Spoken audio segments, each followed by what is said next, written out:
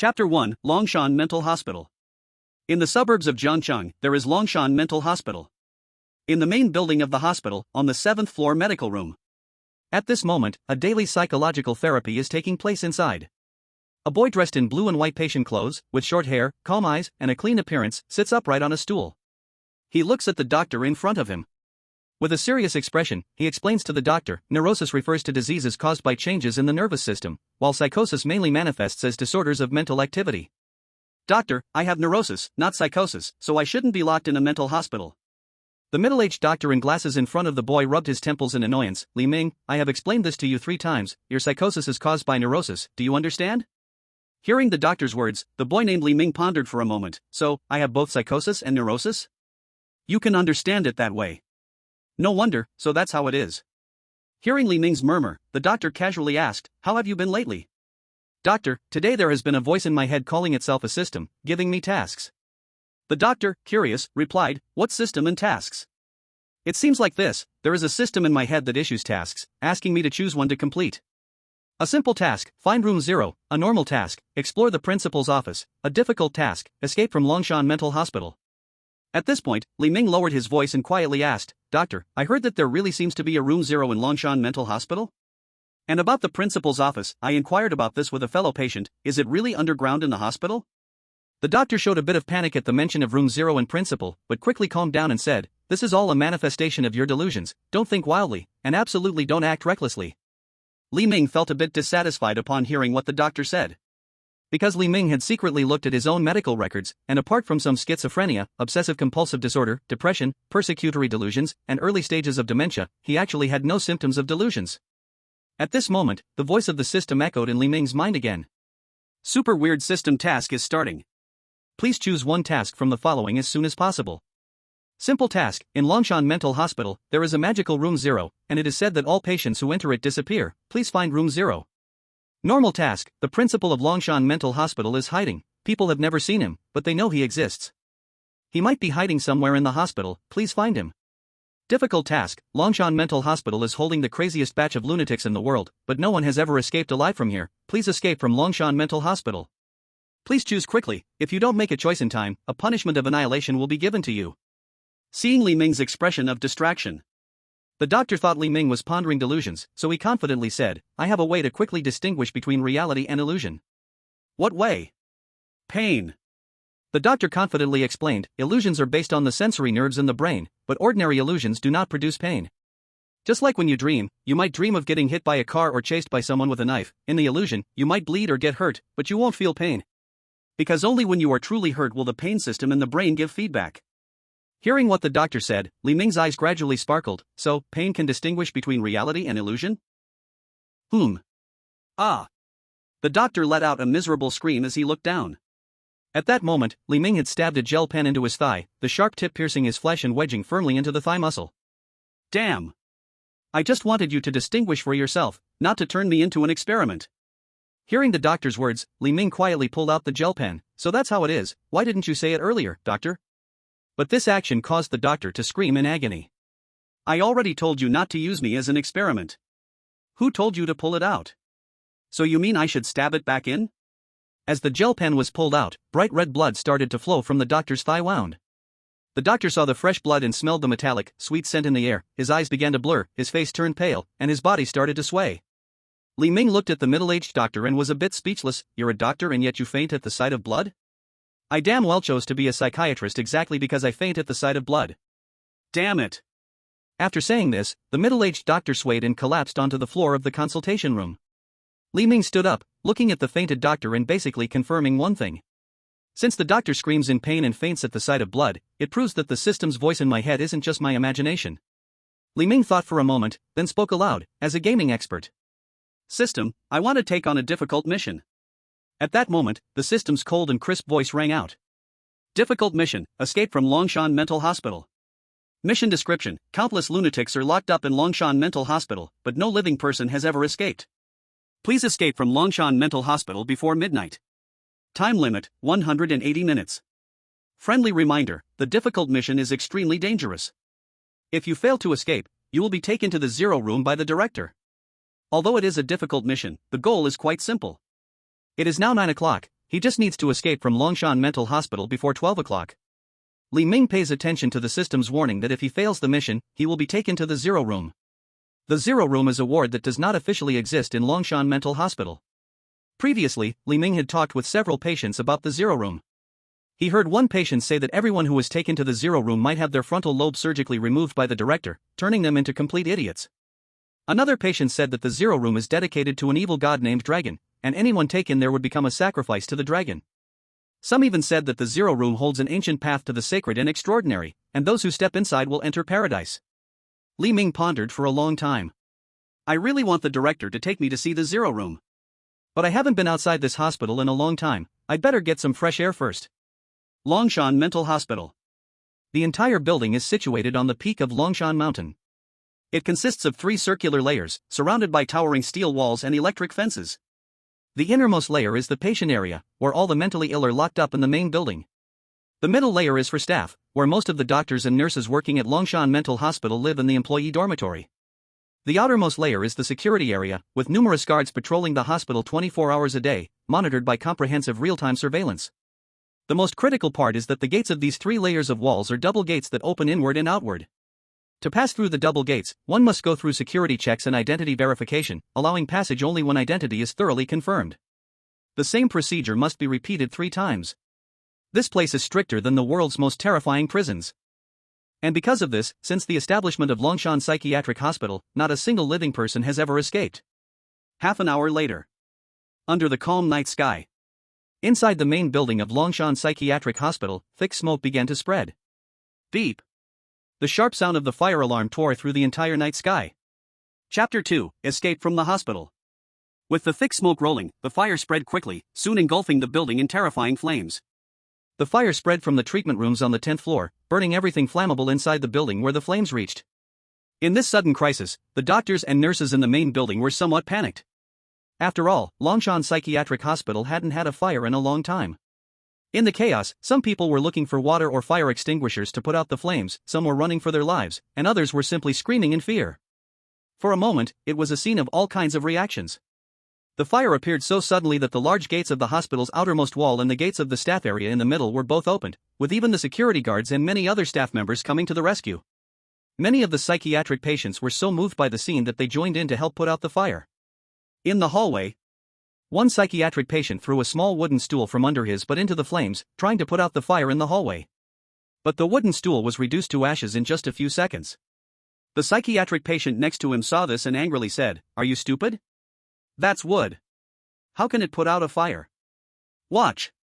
Another psychiatric patient took a bottle of transparent, colorless liquid from his pocket, twisted the cap, and poured the liquid onto the fire in the hallway. The flames were briefly extinguished by the transparent liquid. But then, the fire immediately flared up even more violently. The 2 psychiatric patients looked at the bottle in their hands and turned it over, clearly seeing the label that read medical alcohol. The scene became extremely chaotic, as countless people were trying to rescue the fire. A tall figure in a white lab coat, wearing a mask, was rushing down the hallway pushing a stretcher. "Get out of the way, this patient is dying. Get out of the way now." Many doctors and nurses who were fleeing in the emergency passage saw this person and noticed that the patient on the stretcher was covered in blood, with black and yellow burn marks all over their face and upper body. The condition was extremely tragic. Those in the emergency passage were startled and quickly made way for the stretcher. The doctor, pushing the stretcher, rushed down frantically, earning admiring looks from many. After all, it was rare for someone to think of saving lives at such a time. But if they had known that this doctor, rushing to save lives, was the very one responsible for starting the fire, many would probably have cursed him out loud. Li Ming pushed the stretcher out of the main building. Then he immediately ran towards the outside of Longshan Psychiatric Hospital without stopping. He had only set the treatment room on fire, and with so many people fighting the fire, it wouldn't last long. Before that, he had to escape from the psychiatric hospital. At this point, the double doors of the innermost area and the double doors in the middle layer were both open, with many doctors, nurses, and security guards holding fire extinguishers rushing toward the main building. Although they saw Li Ming pushing a stretcher outside, they didn't pay much attention. In such a situation, they thought Li Ming was saving someone, especially since he was wearing a white lab coat, so there was no reason to suspect him.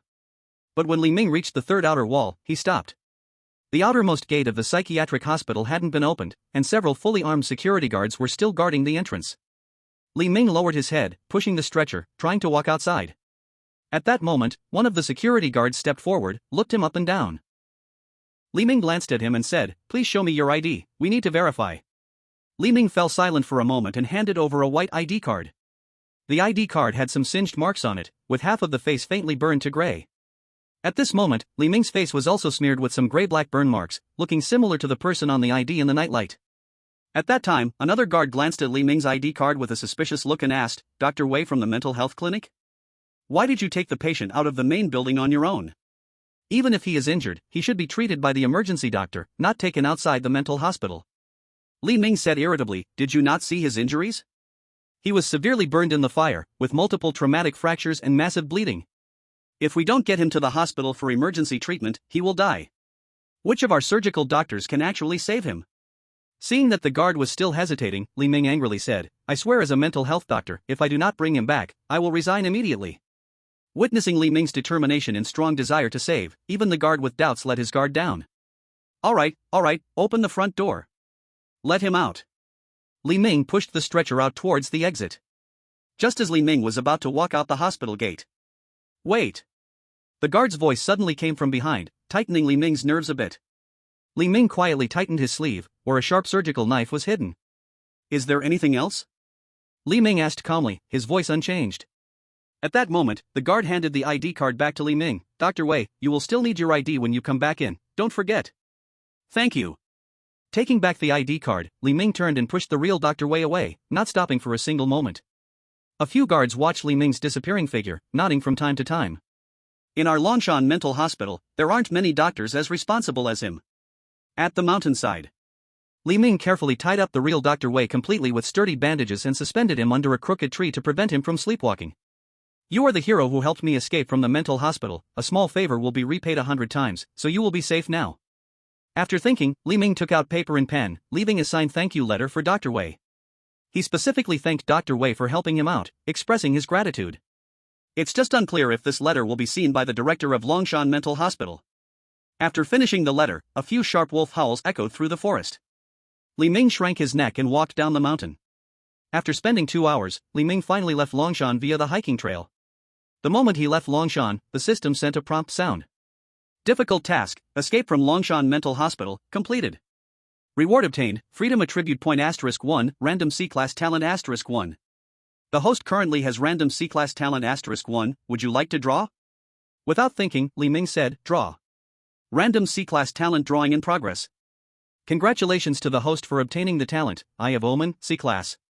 Eye of Omen, C-class bad luck often accompanies you, thus, you can see things that ordinary people cannot, thanks to the favor of the omen. Seeing that he was rewarded with such a strange talent associated with bad luck, Li Ming shook his head in dissatisfaction. Why not draw something like the Sharingan? A direct death eye would be good too. After a slight complaint, he began to check his attribute panel. Li Ming, human. Level, E. Brain power, 7, referring to memory controlled by the brain. Intelligence, mental strength, and so on. Physical strength, 6, referring to all abilities related to strength, speed, etc. Luck, -6, fate can favor you, and fate can also abandon you. Charm, 6, everyone has unique charm, everyone has the right to be loved. Talent ability, Eye of Omen, C grade. Li Ming looked at his -6 luck value and vaguely understood why he drew a talent called Eye of Omen. So it turns out I'm the unlucky one. Chapter 3, Happy Community. Just as Li Ming was eagerly looking at his data, a deafening alarm sounded from above at Longshan Psychiatric Hospital. Compared to the previous fire alarm, this sound was much louder. Li Ming knew that someone must have discovered he escaped from the hospital. At this time, it was midnight 12. The system refreshed its tasks. Simple task, regain your freedom, you decide to challenge your limits. Please return to Longshan and hold out for 4 hours without being found by the search personnel. General task, regain your freedom, you decide to have a good meal first.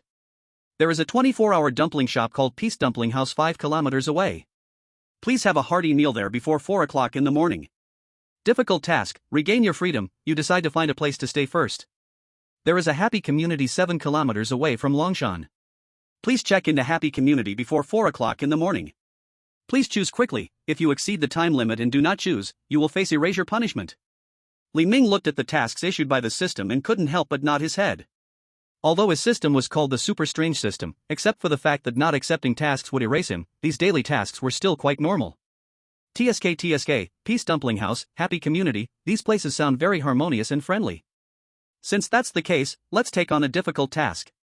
Difficult task, check into Happy Community. Task description: Happy Community was a famous high-end community in Jiang City 30 years ago, but now, it is dilapidated and has become a slum in the suburbs of Jiang City, rumored to have experienced many disasters and misfortunes. Please check into Happy Community before 4 o'clock in the morning. Time limit, 240 minutes. Warm reminder, difficult tasks are extremely dangerous. If the task fails, you will face life and death pursuit from some residents of Happy Community. Facing the pursuit of some residents of Happy Community? That doesn't seem too dangerous. Li Ming imagined himself being chased by the elderly residents of Happy Community holding kitchen knives, canes, and rolling pins, moving slowly, and couldn't help but burst into laughter. An hour later, Li Ming found Happy Community according to the location given by the system. This was an old community located on the outskirts of Jiang City, consisting of 8 residential buildings, all 7 stories high. It is worth mentioning that the surface of the Happy Community building seemed to have fallen apart due to years of neglect, with large chunks of originally white plaster missing. The wall revealed red, mottled brick underneath. It seemed that someone had used red paint to touch the walls, combined with the fallen plaster red bricks, making it look like a giant eye shedding blood tears. In the dark night, the 8 residential buildings of Happy Community appeared as giant, crying puppets standing in the dark, giving a spine-chilling feeling. The main gate at the entrance of the community was ajar. A cool breeze swept through, and Li Ming tightened the collar of his white coat, then stepped into Happy Community. Li Ming did not have to go through formal procedures to check into Happy Community. After entering the gate, Li Ming noticed that the door to the security room next to the community gate was also half open, with dim yellow light seeping out. Looks like there's still security in this community? But when Li Ming pushed the door open and walked in, he found the security room was empty. But inside the security room, there wafted a noticeable aroma of meat. Li Ming's eyes flickered. This meat smell was somewhat strange, different from any meat he had ever tasted before, exuding a deadly temptation. It made one's fingers itch. At this moment, Li Ming swallowed hard and called out, "Is anyone there?" "What's wrong, young man?" A chubby middle-aged man in his 50s wearing a security uniform pushed open the security room's partition and walked out. Behind him, a muffled gurgling sound could be heard from the partition. It turned out that this security guard was cooking meat in the security room's partition. However, Li Ming didn't think much of it. After all, it wasn't strange for someone to cook meat in the security room at 1 in the morning. People are iron, meals are steel. Others work late into the night, is it not allowed to have a meal? Thinking of this, Li Ming felt a bit embarrassed and said, "Uncle, I accidentally got lost and wanted to stay overnight in this community, or maybe rent a room, what do you think?" Hearing Li Ming, the guard's droopy eyelids lifted slightly as he glanced at Li Ming. "You got lost? So, you came to this Happy Community alone?" "Yes, that's right." Li Ming looked innocent. At this moment, he had wiped off the ash from his face, and besides his somewhat strange white coat, he appeared to be no different from a normal person. In fact, his clean appearance made Li Ming seem pure and kind, like a medical student from a medical school. The guard looked at Li Ming and shook his head with a sneer. "Happy Community isn't a place for people like you, hurry up and leave." "Huh?" Li Ming raised an eyebrow, feeling looked down upon right after leaving the mental hospital? "What do you mean, people like me?" The guard stared at Li Ming, sneering, "You're all skin and bones, there's nothing to pick, hurry up and get lost." At this moment, the guard's gaze had changed. He looked at Li Ming as if he were selecting a piece of meat. The predator's gaze on its prey was something that couldn't be acted out. Li Ming stood still for a moment. He digested the meaning of the guard's words. Then Li Ming stared at the guard, asking in surprise, "So you're crazy too?" As Li Ming asked this, the atmosphere in the security room became somewhat silent. The guard looked at Li Ming, slowly pulling out a curved meat cleaver about 30 centimeters long from behind him. "Young man, since you don't want to leave, then stay with me." The cleaver glinted coldly, dripping drops of fresh blood, looking very terrifying. Under the dim light, the security guard holding the cleaver looked more like a butcher. In such a tense environment, Li Ming asked a deadly question. "Are you sure you want to use that knife?" At this point, the chubby middle-aged guard no longer intended to waste words with Li Ming. He swung the cleaver straight down towards Li Ming's head. Seeing the cleaver coming down, a bloody light flashed in Li Ming's eyes. With a shake of his white coat sleeve, a standard scalpel bounced out from Li Ming's sleeve. Looking at the advancing guard, Li Ming said calmly, 16 centimeters long, slender scalpel handle, paired with a number 10 scalpel blade, mainly responsible for cutting skin, subcutaneous tissue, muscle, periosteum, and other tissues." As the guard lunged forward, his cleaver descending, Li Ming sidestepped and, with his right hand, the scalpel swept out like a shooting star. No collision, no sound. Only pure technique and exquisite skill. Li Ming gripped the scalpel, his body and posture like an extraordinary sculptor. Several flashes of cold light raced through the air. Dozens of blood blooms erupted from the scalpel's handle. The chubby guard dropped the cleaver to the ground, collapsing instantly on his knees. In that instant, all the tendons that controlled his body's movements were precisely cut by the scalpel in Li Ming's hand. The security guard lost all ability to act in just an instant. Chapter 404. Looking at the guard kneeling on the ground, Li Ming silently asked, "Can we talk about renting now?" The guard's knees were on the ground, his festering eyes fixed on Li Ming, with a crazed expression filled with bloodshot veins. Feeling the pain of broken meridians in his limbs. Blood flowed from the corner of the guard's mouth, and he laughed madly. "Ha, so you are also crazy? Here, welcome to the madman." After he said that, the guard bit off his own tongue and collapsed into a pool of blood. The breath of life gradually disappeared from the guard's body. Li Ming was stunned. Such a crazy guard was even scarier than some of his fellow patients in the psychiatric hospital. Those fellow patients at least wouldn't be so delirious. This guy should be in Longshan Psychiatric Hospital. Well, this is the first time I've seen someone die so quickly from biting off their tongue. Li Ming knew. Those who swallow their tongues cannot die immediately, fainting from the pain is possible. Because Li Ming had studied the principle behind biting off the tongue and knew it couldn't directly cause death. First, the tongue is the hardest muscle in the human body, and an ordinary person's biting force is not enough to sever their tongue. This guard was clearly an anomaly. Second, there are only a few arteries and capillaries in the tongue. Even if you bite it off, it is impossible to bleed to death. Third, although biting off the tongue produces a lot of pain, it is far from enough to be fatal. After all, dying from pain only happens when the brain or spine is damaged, leading to neurogenic shock. Li Ming had seen reports on the news about someone accidentally biting off their tongue while eating, and the hospital stitched it back together. Even in ancient times, there were people who lived well after having their tongues cut off as a punishment. So, biting off the tongue for suicide is not feasible. Holding a research attitude, Li Ming stepped forward to examine the guard's corpse. He found a putrid, decaying smell coming from the body. This rotten smell had just been masked by the meaty scent in the room. Now that he was close, it was clear and nauseating. Under the dim yellow light, Li Ming noticed that the guard's skin was somewhat pale, not at all like a normal person's complexion. After observing him up close, Li Ming frowned and said, "With this level of decay, this guy has probably been dead for a while?" Li Ming stood up, a thoughtful look in his eyes. No wonder, this guy is already dead, so he could so readily bite off his own tongue.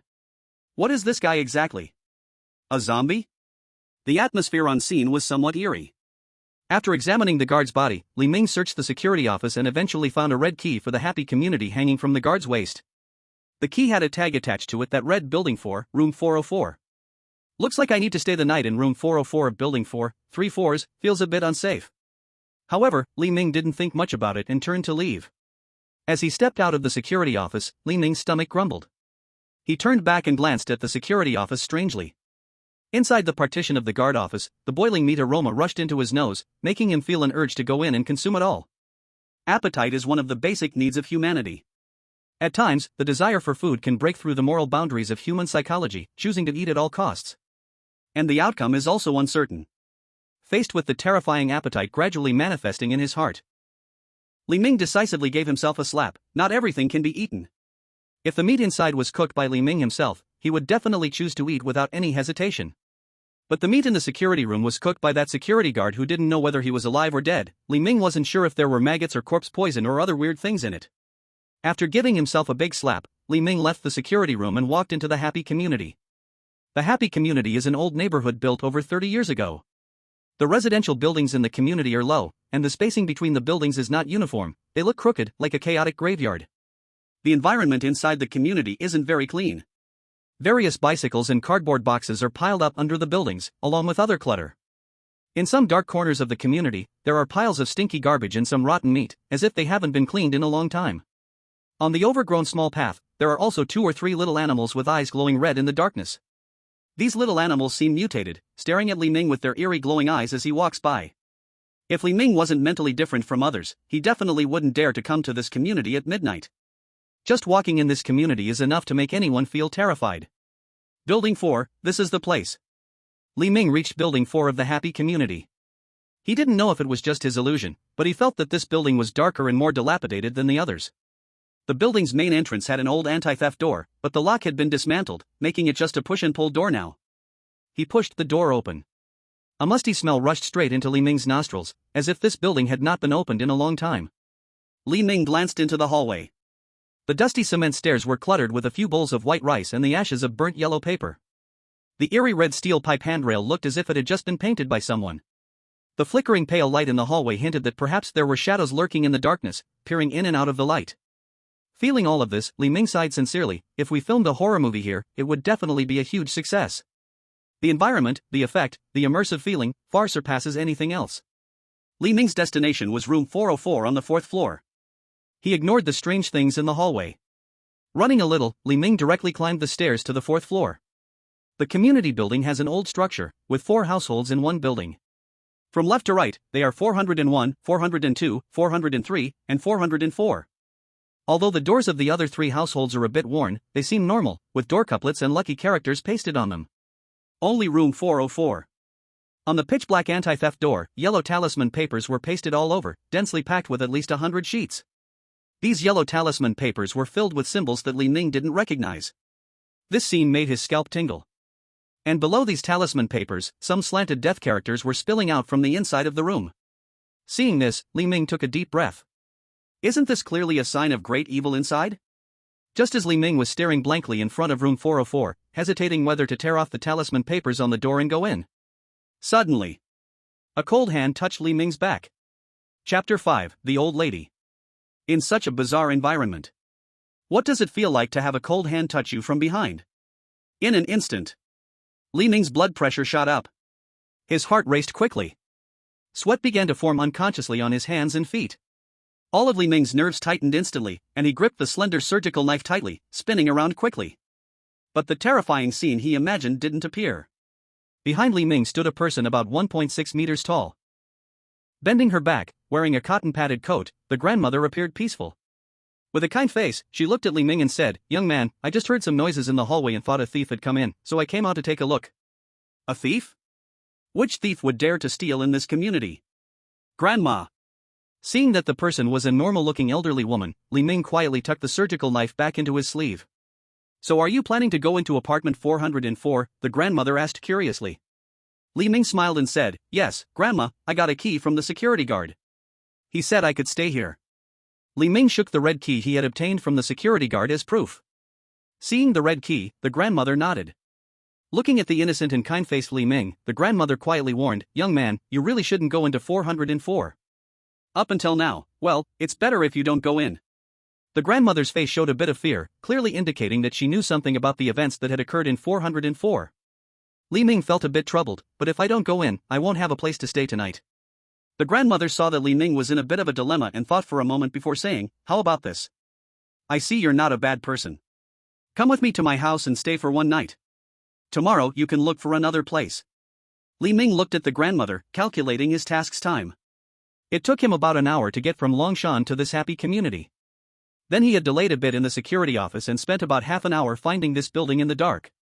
He still had over 2 hours until the 4 a.m. deadline set for his task. Trying out the grandmother's house might work to see if he could still complete his task. That would be very inconvenient. "It's fine. There are just the 2 of us, me and my husband.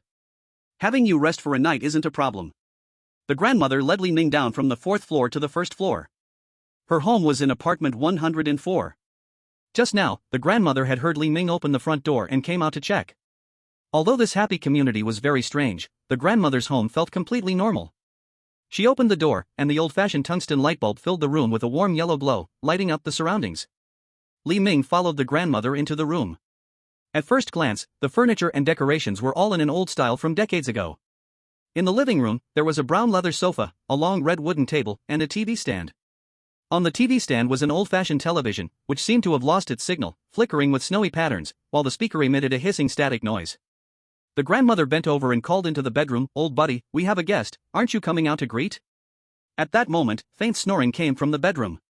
The grandmother felt a bit embarrassed and said to Li Ming, "He's like that, once he sleeps, he doesn't wake up until he's fully rested." Sigh. Li Ming waved his hand and said, "Grandma, it's already early morning, no need to trouble you to wake your husband. Elderly people need their sleep, waking them up can be hard for them." The grandmother smiled ruefully and shook her head, "His sleep is just fine, he sleeps like a pig. You sit here. I'll get you a cup of tea and something to eat." Li Ming sat on the leather sofa. The grandmother went into the kitchen, tidied up, and soon came out with a tray. On the tray were a cup of hot tea and a few pieces of baked biscuits. After sipping the hot tea, Li Ming asked, "Grandma, what do you know about apartment 404? Upon hearing Li Ming's question, the grandmother's expression showed a hint of fear. However, seeing the hopeful look in Li Ming's eyes, she quietly replied, "Did you see those talismans at the door of 404? They are meant to ward off evil. In apartment 404, 3 families have died, and so far, over dozens of people have died inside. Those magical papers are used to suppress the evil spirits inside. So, are you saying that the previous tenant of room 404 is dead?" The old lady sighed a bit. "Yes, they are all dead. A few funerals were held last year, and then another one was held after the new year at that door. In short, don't even think about moving into that room. If possible, it's best to find a place elsewhere. This happy community has been getting unlucky for several years now." Li Ming felt a little curious. "Then why don't you move away?" The old lady smiled helplessly. "When you get old, and your children settle down in other places, where can we old couple move to?" Then the old lady turned her head, her eyes blankly staring at the television. Clearly, there was nothing on the screen, but she kept staring, as if her loneliness had shrunk into a snowflake in the television. No matter how time passes, it becomes meaningless. Li Ming sat at the old lady's house for quite a while. But after an hour, he didn't hear the system's voice indicating the task completion, which made him feel a bit of retreating. After all, he came to the old lady's house to see if he could complete the task. His task required him to move into the happy community, but since this house was occupied, even if he stayed here tonight, it wouldn't count as moving in. Moving in meant staying long-term. After finishing a large cup of hot tea, Li Ming felt a bit embarrassed and expressed his desire to use the bathroom. The old lady pointed. "The restroom is between the master bedroom and the kitchen." Li Ming used the restroom, and as he walked out, he noticed the bedroom door was slightly ajar, so he, filled with curiosity, glanced into the master bedroom. That glance frightened Li Ming to the core. On the bed of the master bedroom lay a completely skinned black pig. Its belly was punctured, and some small creatures that resembled maggots but had wings were crawling all over it. The snoring sound he heard earlier was actually the sound of these creatures flapping their wings. The black pig was at least 3 meters long, filling the entire bed frame of the bedroom. Seeing this scene, Li Ming's eyes felt a bit cold. The old lady mentioned her husband snores like a pig, and now he understood what she meant. He withdrew his gaze. Li Ming turned his gaze towards the kitchen. After that glance, Li Ming felt even colder. In the small kitchen, aside from various tableware, there were also various sacrificial burning papers, effigies, and incense burners casually placed on the floor. And on the refrigerator in the kitchen, there were 2 spirit tablets and photos of 2 young people. In the photo, the 2 young people, a man and a woman, somewhat resembled the old lady, presumably her children. The old lady clearly said that her children had settled down elsewhere. It seemed that this elsewhere could also refer to the underworld. Chapter 6, 4 o'clock in the morning. Li Ming arrived in the living room, where the old lady was sitting with her back to him, silently watching the television. The television flashed with static, accompanied by a hissing noise. This scene felt somewhat lonely. But it also felt a bit eerie. Thinking of the more than 3-meter-long black pig in the bedroom and the spirit tablets of the old lady's children in the kitchen made one shiver with fear. Staying here wouldn't help him complete the task. After thinking for a moment, Li Ming decided to leave. After all, he wasn't sure if that 3-meter-long black pig in the bedroom would go on a rampage if it woke up in the middle of the night. A 3-meter-long black pig, especially with those tiny, winged maggots on its body. Li Ming felt that he probably couldn't handle it. If it were a humanoid monster, Li Ming would have some confidence. But this was a black pig that was already 3 meters long while lying down. If it got up, its size and strength would be enough to crush him. Moreover, Li Ming had previously seen that under the refrigerator in the kitchen, where the spirit tablets were, there was a trace of thick, dark blood seeping out. Li Ming was not sure what was inside, but he vaguely felt an ominous aura. Room 104, although on the ground floor of Building 4, emanated an eerie vibe everywhere. This place is not safe. Thinking this, Li Ming did not disturb the old woman, quietly pushing open the door and stepping outside. Before leaving, Li Ming took a silent glance at the old woman's wall clock and saw that it was 3 a.m., about to reach 4 a.m. At this moment was the time of the exchange between the tiger and the rat, when the yin energy was at its strongest during the day. There was still an hour left until the task was completed. After stepping out of room 104 where the old woman lived, Li Ming frowned. The temperature in the hallway has dropped a lot. Earlier, the temperature in the hallway was normal. After all, it was summer, and the nights weren't too cold, at least around 10 to 20 degrees. But after leaving the old woman's house, Li Ming, wearing a white coat, felt a piercing chill surge up from the soles of his feet, sending goosebumps up his arms. At this time, the temperature in the hallway was approaching several degrees below zero. It felt like he had traveled through seasons, from early summer straight into winter. Li Ming silently walked up the stairs. He passed the second floor without noticing anything strange. All 4 doors on the second floor were tightly closed, not a sound to be heard, as if no one lived on that floor at all. So, Li Ming quietly headed towards the 3rd floor. But the moment he stepped onto the stairs to the third floor, strange things began to happen. In the dark, empty hallway, a chilling wind blew through. In a daze, Li Ming heard someone calling his name from behind. The voice was neither male nor female, yet it sounded like both. Upon listening carefully, it seemed like an acquaintance was greeting him warmly from behind, urging him to look back. At this moment, Li Ming's eyes carried a hint of coldness. He had heard of this situation in his childhood. It was called ghostly calling of souls. Once enticed by the voice to turn back, one would extinguish their own life force and be claimed by evil spirits. Li Ming held his body rigid, gripping a slender surgical knife in his palm, step by step moving up the stairs to the third floor. He stubbornly resisted the eerie sounds whispering around his ears, not turning back even once.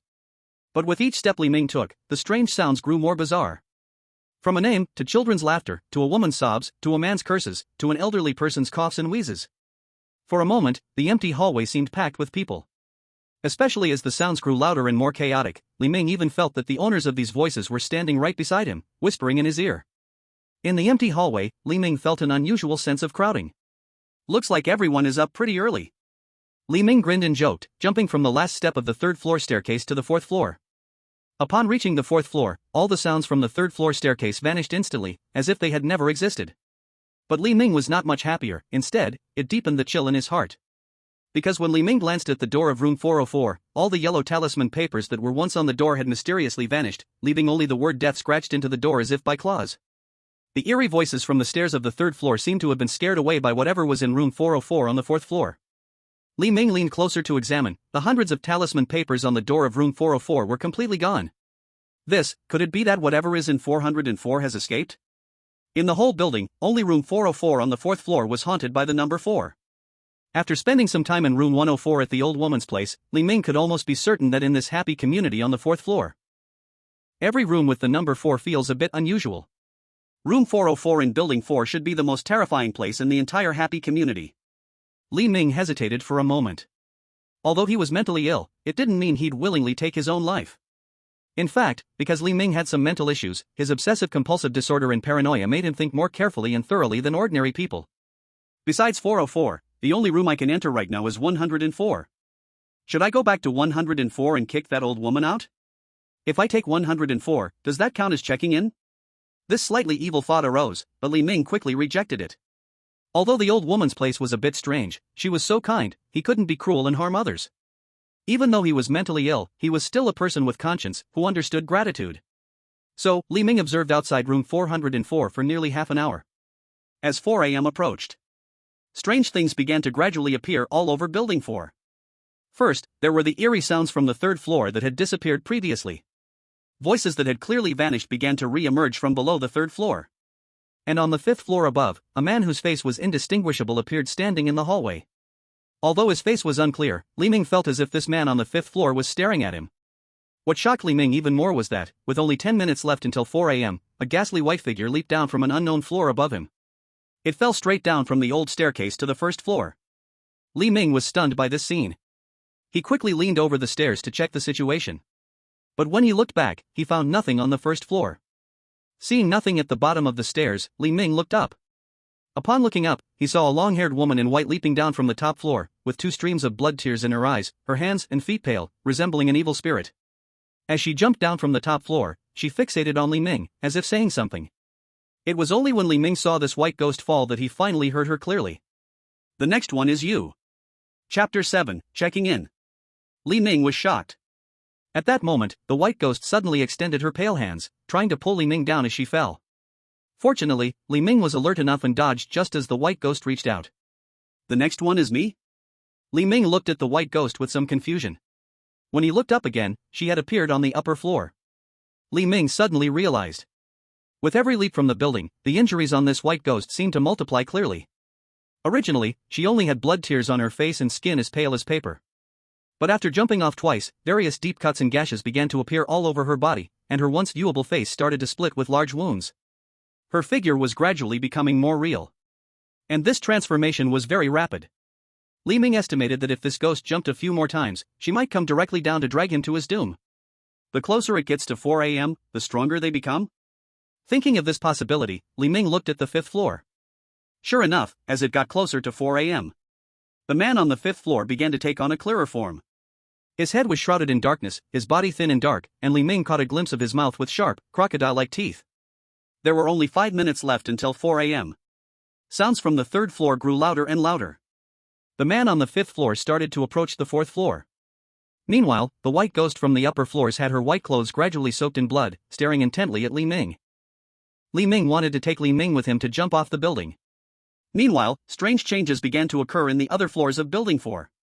It was as if everything in the dark was awakening, and the residents of Building 4 were about to come out to welcome Li Ming. At this moment, Li Ming understood the system's task reminder from earlier. If I fail the task, I will face the life and death pursuit of certain residents. If I can't find a place to stay tonight, I will definitely be killed by these residents. As soon as the clock struck 4, the hour of the tiger and rat changed, and the ominous energy reached its peak. The ghosts of happiness community were about to start a wild celebration. As a human in this community, I could only be slaughtered by various ghosts. Looking at room 404 in front of him and listening to the various strange noises behind him, Li Ming finally made up his mind. In the last minute before 4 o'clock, Li Ming used the red key to unlock room 404, walked in, and quickly shut the door. As the door closed, the world fell silent. The ghosts outside room 404, which had just begun to stir, suddenly fell silent. The door of 404 seemed to separate the two worlds inside and outside. Li Ming stood in the darkness and quietly turned on the light inside room 404. As the bright light spread, the scene in the room surprised Li Ming. Li Ming had been prepared to see all kinds of fierce ghosts, but room 404 looked like a warm home, without a hint of horror. Living room, kitchen, main bedroom, side bedroom, bathroom. Everything was very clean and tidy, as if someone had always lived here. The overall decoration of the room was simple and elegant, with the sofa, tables, and various furniture arranged neatly, creating a sense of comfort. This place felt just like a normal person's home. Li Ming felt a long-lost warmth. But Grandma said that there had been several funerals here last year and this year, with over a dozen people dead. Who was cleaning this room? After a brief moment of doubt, Li Ming laid down on the sofa. In just one night, running from Longshan Mental Hospital to Happiness Community, and seeing things in Happiness Community that one shouldn't see. It was time to relax the tightly strung nerves. At that moment, the system promptly sent a notification. Difficult task, check into Happiness Community, completed. Reward obtained, Freedom Attribute Point *1, Random C-Level Weapon *1. The host currently has Random C-Level Weapon *1, would you like to draw it? C-Level Weapon? Li Ming felt puzzled. The last time he completed a difficult task, he was rewarded with a C-Level Random Talent. He didn't expect this time to get a C-Level weapon. It seems that besides the fixed reward of attribute points in difficult tasks, the other reward after completing the task is also random? But a weapon is also good. The slender surgical knife in his hand probably couldn't deal with those terrifying, grotesque neighbors outside. It would be best to draw a weapon that could deal with ghosts. Draw. Random C-Level Weapon Drawing. Congratulations, the host has obtained the weapon, Alchemist's Vengeful Short Dagger, C-Level. Alchemist's Vengeful Short Dagger, C-Level. Alchemist Kiki once tried to forge a special dagger until he accidentally added his daughter's soul as a material, making this dagger filled with resentment. A dagger of about 15 centimeters appeared in Li Ming's hand. Strangely, this dagger had no handle at all, measuring a full 15 centimeters, entirely made of blade. The black blade reflected a cold light, with a wisteria flower engraved at the tip, exuding a faint aura of resentment. A short dagger? That's fine, it's similar to a surgical knife. Li Ming flipped the short dagger in his hand, flicking out a few blade flowers. The sharpness of this short dagger exceeded that of ordinary steel. It almost reached the level of splitting hair. Especially the black aura above, vaguely conveying an unsettling feeling. After trying for a while, Li Ming held the short dagger and fell into a drowsy sleep on the sofa. In his dream, Li Ming vaguely saw a woman in a red dress standing in front of him, softly calling his name. He also seemed to see a child holding a toy, constantly laughing at him. Later, Li Ming saw in a mirror a figure that looked extremely similar to him, but was not himself, showing him a strange smile. In a fit of anger, Li Ming swung the dagger in his hand and smashed it towards the mirror. Crash! As the mirror shattered, endless darkness swallowed Li Ming. After waking up in shock, Li Ming found himself drenched in cold sweat. Sunlight streamed through the window, and it was already daytime. When Li Ming looked down, he saw that the dagger in his hand was stained with several drops of blood that seemed to have appeared from nowhere. What's going on? Did I really have a nightmare? Where did this blood come from? During his years in the mental hospital, Li Ming had never recorded having nightmares. Although Li Ming had mental illness, he knew that his sleep quality was very good, and having a nightmare tonight was somewhat unreasonable. Indeed, room 404 still has problems. Thinking of this, Li Ming recalled the skill he drew for his first task. The Eye of Omen. With the favor of the omen, I can see things that ordinary people cannot. So let me give it a try. Chapter 8, Another Tenant. The Eye of Omen. As the skill activated, several visible black patterns appeared in Li Ming's eyes. These black patterns radiated from his pupils, swirling within his gaze, like thick ink dropping into his eyes, coloring them. As the Eye of Omen opened, Li Ming's perspective began to change quietly. The originally neat and clean room now revealed its true appearance with the assistance of the Eye of Omen. Looking around, the living room was filled with crimson blood everywhere. The originally white walls were now splattered with bloodstains. A series of blood-red handprints intertwined, as if someone had deliberately painted the walls with blood. On the floor, severed bodies were emotionlessly displayed, like a crime scene of some twisted murderer. These bodies included both men and women, their heads scattered on the ground, all with wide-open eyes, staring unblinking at the 2 bedrooms and bathroom. Li Ming felt a chill as he recalled that he had fallen asleep in this living room last night.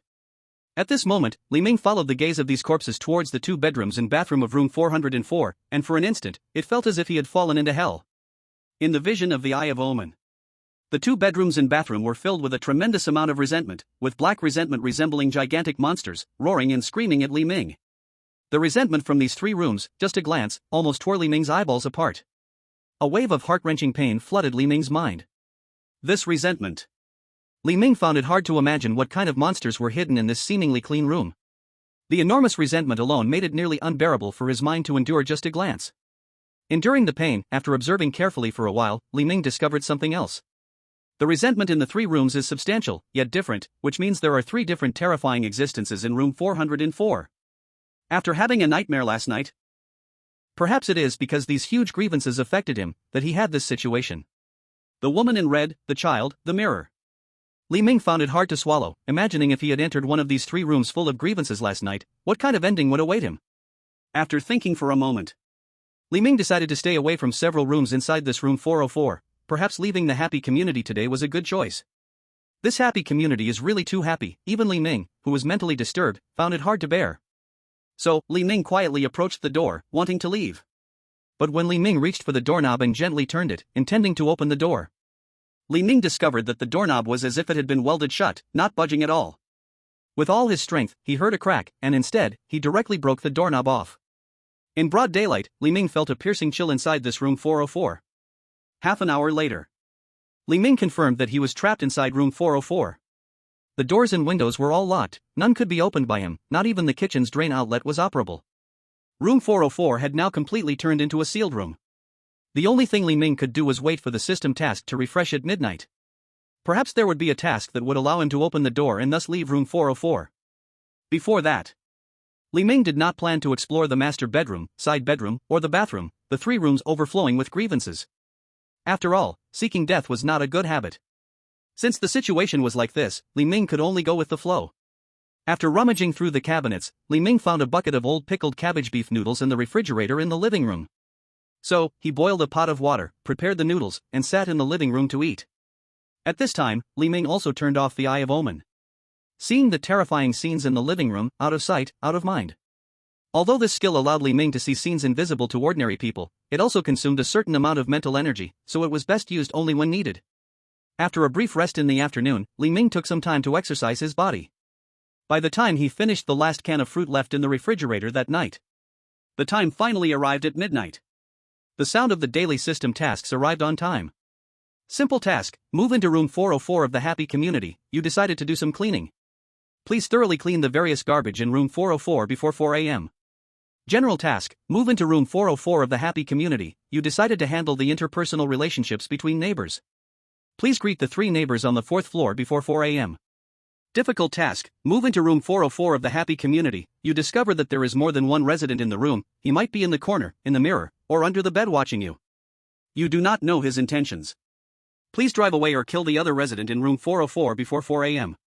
Please choose quickly. Failure to choose within the time limit will result in punishment for the host. Seeing today's tasks, Li Ming felt a tingling on his scalp. These 3 tasks. First is the simple task. Li Ming basically found it impossible to choose this one. Although it was a simple task, to thoroughly clean the garbage required him to go through every room.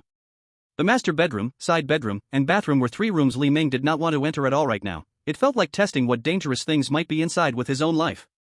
Furthermore, the general task of handling neighborly relationships seemed okay to Li Ming, at least it had nothing to do with room 404 itself. But currently, he couldn't even get out of room 404. How to deal with interpersonal relationships. Finally, it's the difficult task. Drive away or kill another resident? Li Ming was a bit confused. After all, he had lived in room 404 for a day and hadn't found anyone else apart from himself. Is there someone else in room 404? According to the system's description, another resident. Could this guy be a ghost? Li Ming had little choice with today's 3 tasks. The first 2 tasks were impossible to complete. Li Ming could only say, "System, I choose the difficult task." Difficult task: drive away or kill another resident in room 404. Task description: room 404 is famous as a haunted house in the happy community. Many more people have died here than what people gossip about. One resident of room 404 witnessed all the killings, and he is watching you now. He is in the corner, he is in the mirror, he is under the bed. Perhaps he has already thought of your death. Time limit: 240 minutes. Warm reminder: the difficult task is extremely dangerous. If you fail the task, you will face a deadly chase from a certain existence in room 404. It was midnight. The room was silent. Sitting here like this could not possibly lure out the other party. Li Ming activated his ominous eye and searched every corner in the room except for the 3 rooms, but didn't see anything. It seems this guy is hiding quite well. Li Ming thought for a moment. Since he needed to find a ghost, he might as well summon it directly. Since he wanted to summon a ghost, a ritual was necessary. Li Ming took a dish from the kitchen and fetched 2 pairs of chopsticks. He pricked his fingertip, letting 2 drops of blood fall on the dish, then placed the chopsticks on the living room table, turned off the lights, and began the dish spirit game.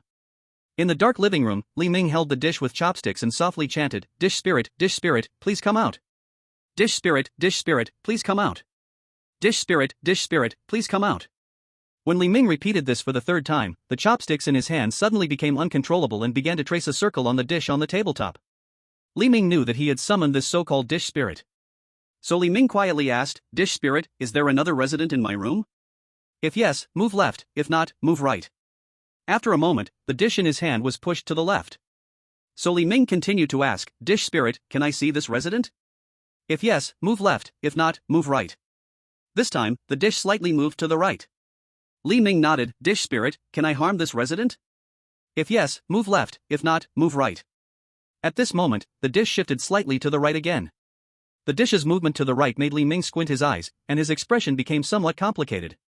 Chapter 9, Earthbound Spirit. The dish spirit game has many taboos. For example, you cannot ask the dish spirit's name, gender, background, etc. Because these questions will break the mystery of the dish spirit and cause it to seek revenge. Li Ming had heard of people playing the dish spirit game who asked these questions, leading to tragic incidents. But Li Ming didn't care about these, because there were 3 terrifying ghosts in his current room 404.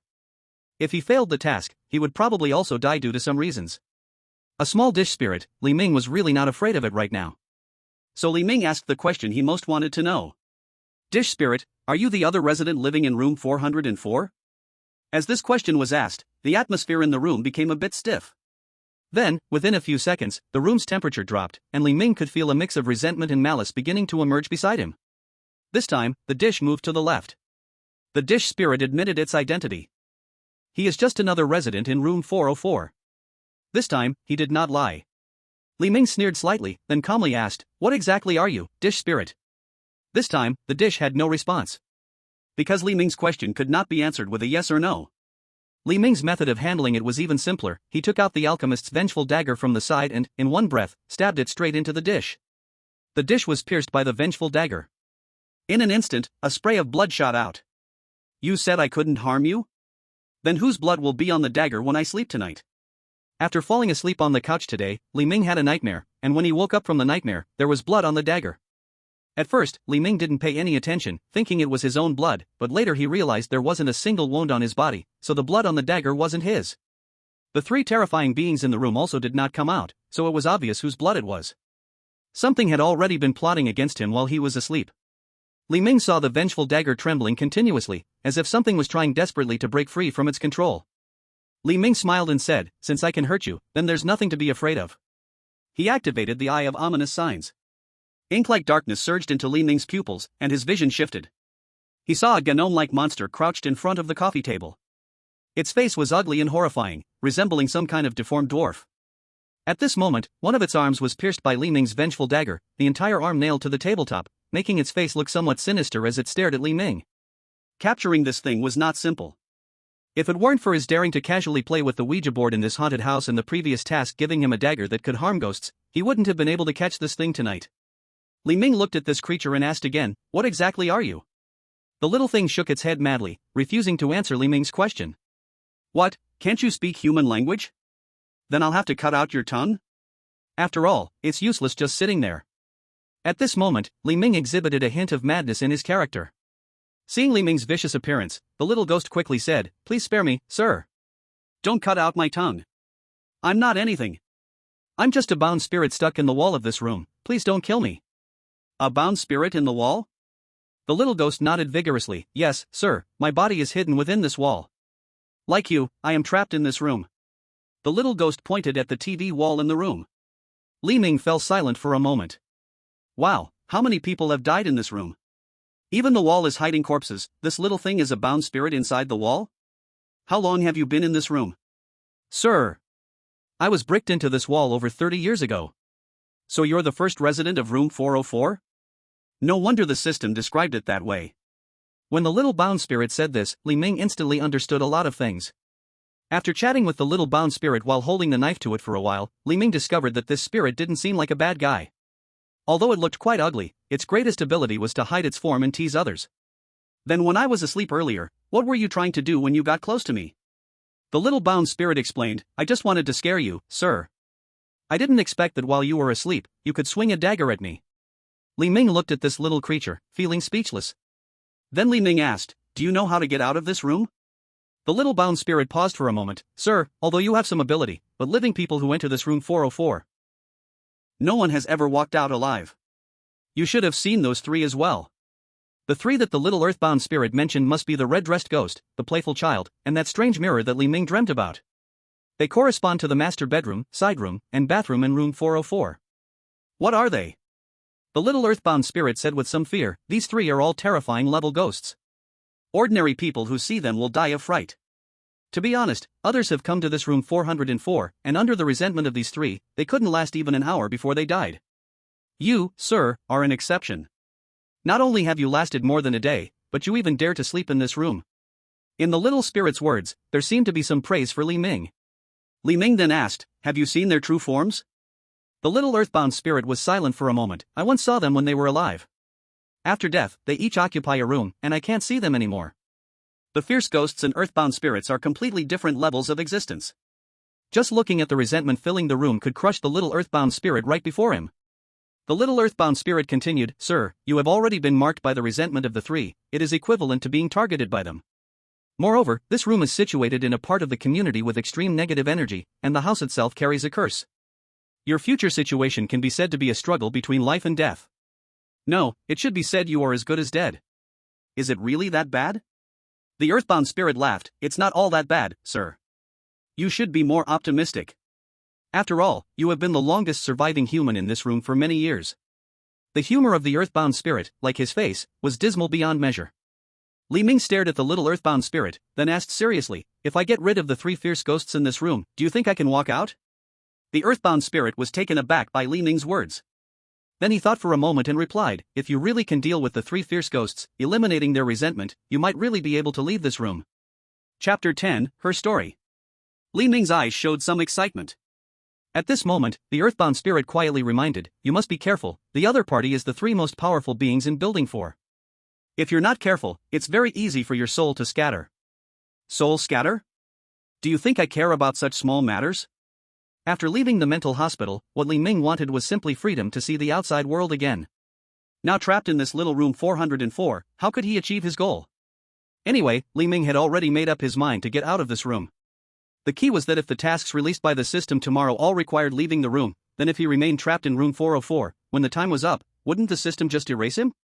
Li Ming thought for a moment, then said to the earthbound spirit, "You know the past of the three when they were alive, tell me everything about them." The earthbound spirit was taken aback for a moment, then replied, "Well, that's a long story. Here it goes. Make it short.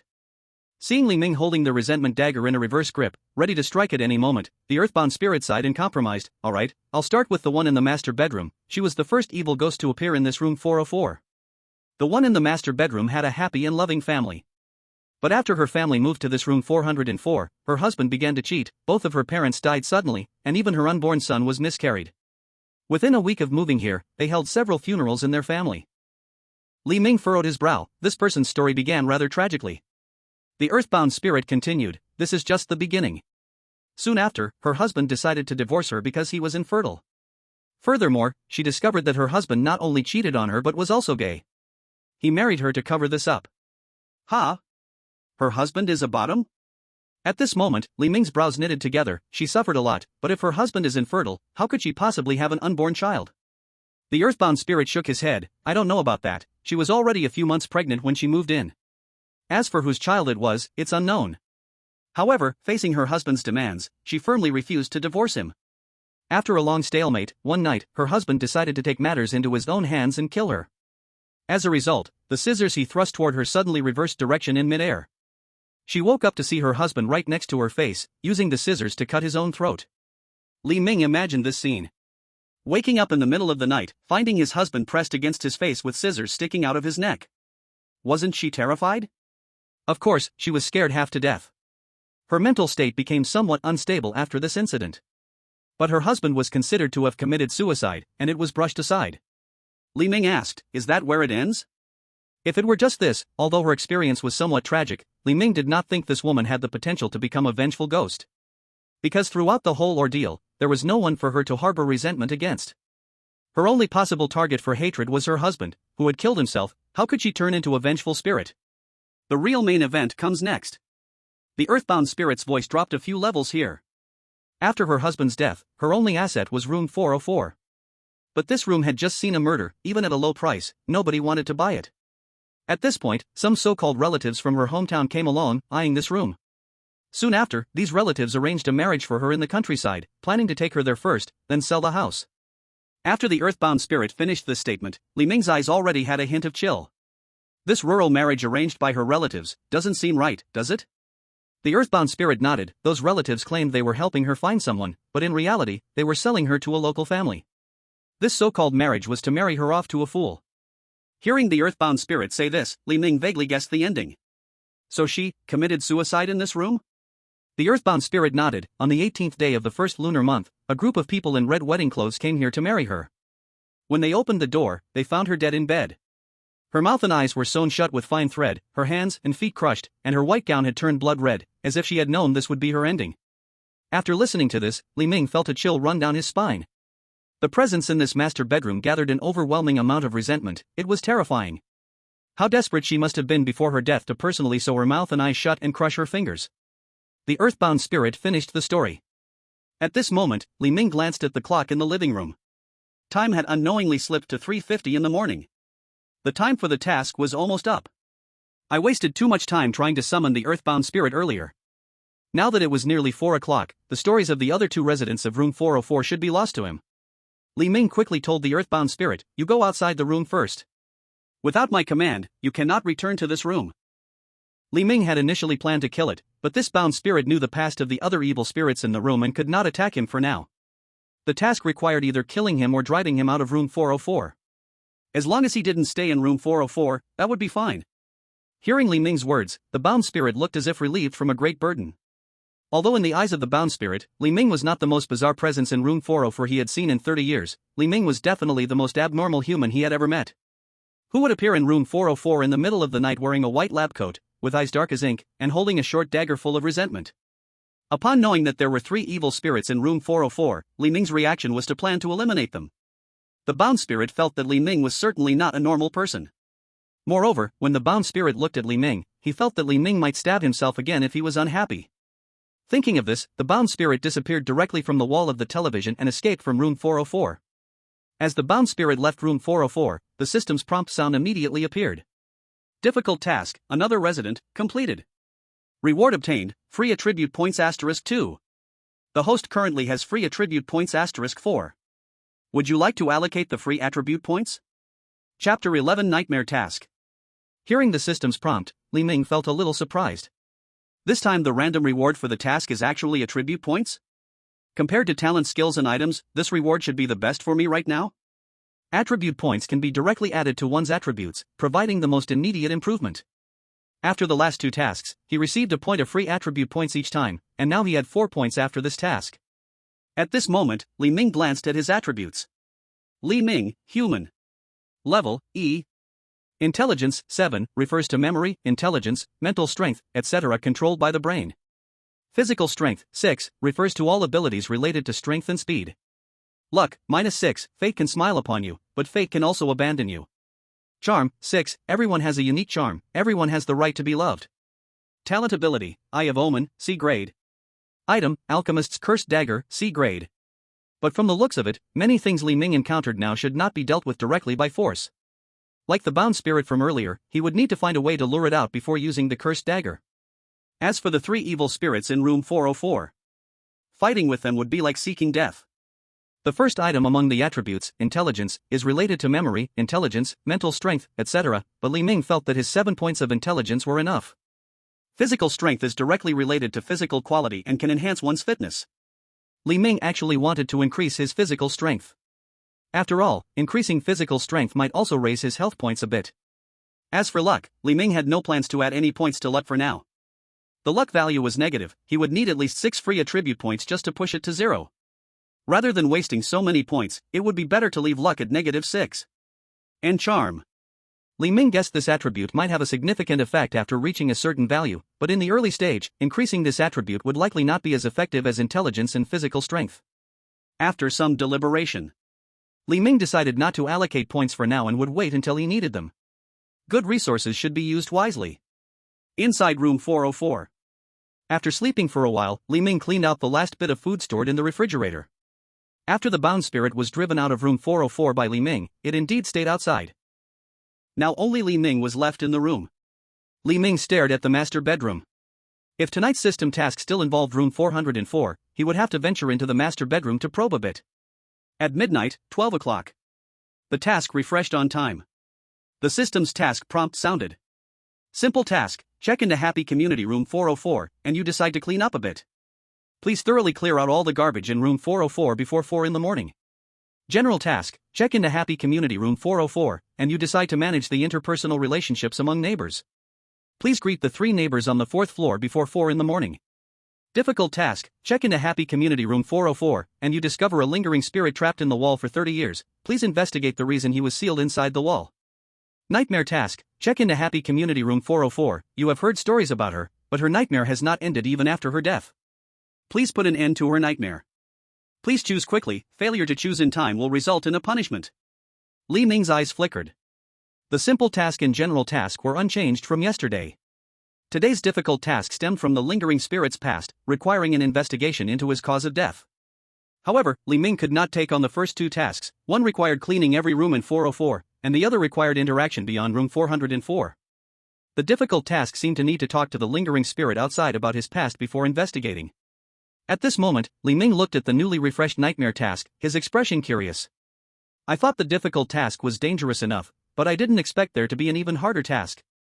This nightmare task was directly linked to the woman in red in the master bedroom, perhaps it was his listening to the lingering spirit recount her tragic experiences that triggered this nightmare task.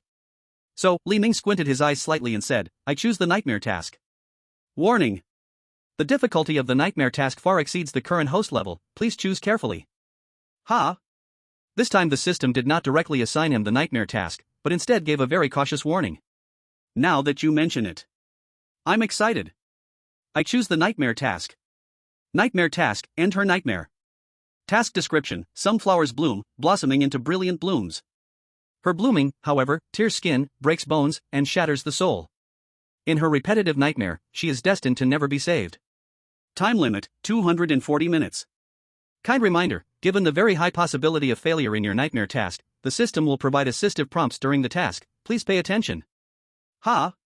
Li Ming quickly noticed that this nightmare task was different, the description was much more vague than the difficult task, leaving him somewhat puzzled. She is destined to never be saved? What should I do? Moreover, the previous kind reminders that usually carried punitive implications had changed to assistive prompts within the nightmare task. Is this nightmare task really that difficult? With doubt in his heart, Li Ming walked to the door of room 404's master bedroom. The pitch-black door held an overwhelming resentment. It felt as if opening this door would reveal a gateway to hell. Li Ming gripped the doorknob, pushing inward. The door opened easily, without any obstacles. But standing in front of the door, Li Ming felt as if he had fallen into an ice cave. On the bed in the master bedroom, a blood-colored figure lay there. Her mouth and eyes were stitched up with fine needle and thread, her hands and feet shattered, the blood soaking into every corner of the room. Her long hair covered her fair face.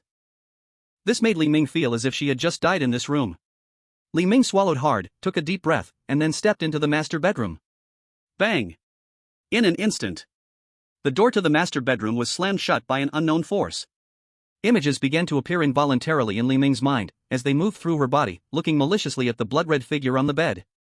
Cursing, humiliation, bullying. Suddenly, various negative emotions surged into Li Ming's head from the room. Li Ming felt as if her brain was a bottle, instantly filled with water. A feeling of suffocation radiated from her brain, leaving her utterly powerless to resist. Chapter 12 Zhao Family Courtyard. All kinds of nerve pain filled her brain together with a massive resentment, intertwining like sharp knives constantly stabbing at her brain, or like poisonous snakes biting. If Li Ming had to describe it at this moment, this feeling was torment unlike anything from the highest degree of electroconvulsive therapy at Longshan Psychiatric Hospital. As resentment invaded, Li Ming could feel her soul being eaten away.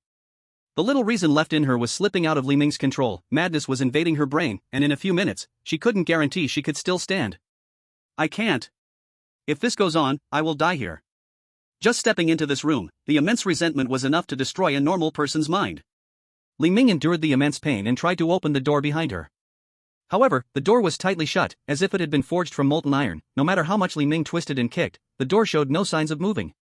It was completely sealed, just like the door to room 404. Just the resentment has completely restricted my freedom. I cannot just sit and wait. Thinking of this, Li Ming quickly put all the remaining 4 random free attribute points from the system into her brain power. In an instant, Li Ming's brain power surged wildly. From the original 7 points, it rose to 11 points.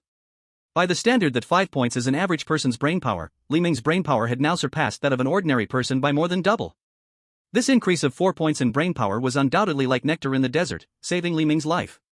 With the increase in reason, the effect of resentment visibly diminished, the madness in Li Ming's eyes decreased, and her sanity gradually returned. However, Li Ming was still in the same room as the red-dressed ghost. The resentment here would only increase because of the ghost's presence. Even if her brain power was twice as high, as long as she stayed in this room without finding a solution quickly, she would still die. Hint, the system has hints. System, give me a hint. Warm reminder, want to end her nightmare, why not fall asleep with her? Hearing such a hint from the system, cold sweat instantly flowed down Li Ming's back. Looking at the blood-red figure on the bed, Li Ming took a deep breath. In the vision of Li Ming's ominous eye, she was surrounded by layers of terrifying resentment, like a black resentful flower. She, drenched in blood, lay in the center of the flower.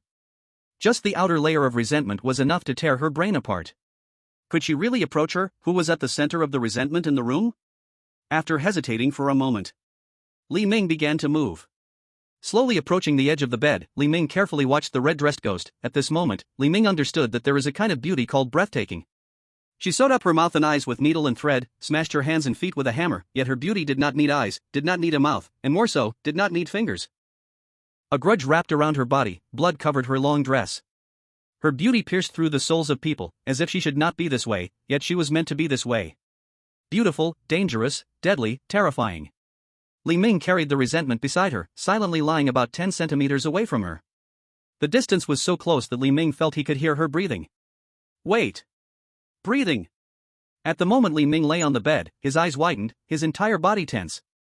For Li Ming discovered that the chest of the lady in red was actually rising and falling, as if she were still alive and breathing. This is ridiculous. Wasn't she dead? How could she still be breathing? 2 thoughts floated in Li Ming's mind, but soon, something even more surprising happened. Amidst the massive resentment surrounding her, Li Ming seemed to see her on the bed, slightly turning her head to look at him. The eyelids sewn together with thread seemed unable to block her gaze. Then, Li Ming's sight was swallowed by a vast nothingness, and he fell into a deep, hazy sleep.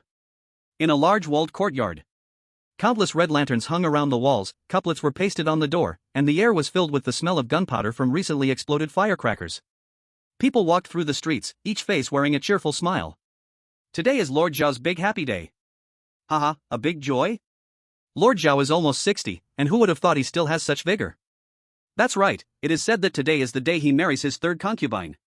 Noisy voices filled Li Ming's ears as he woke up from a firewood house. Li Ming opened his eyes to find himself wearing a tattered robe, and saw the old surroundings.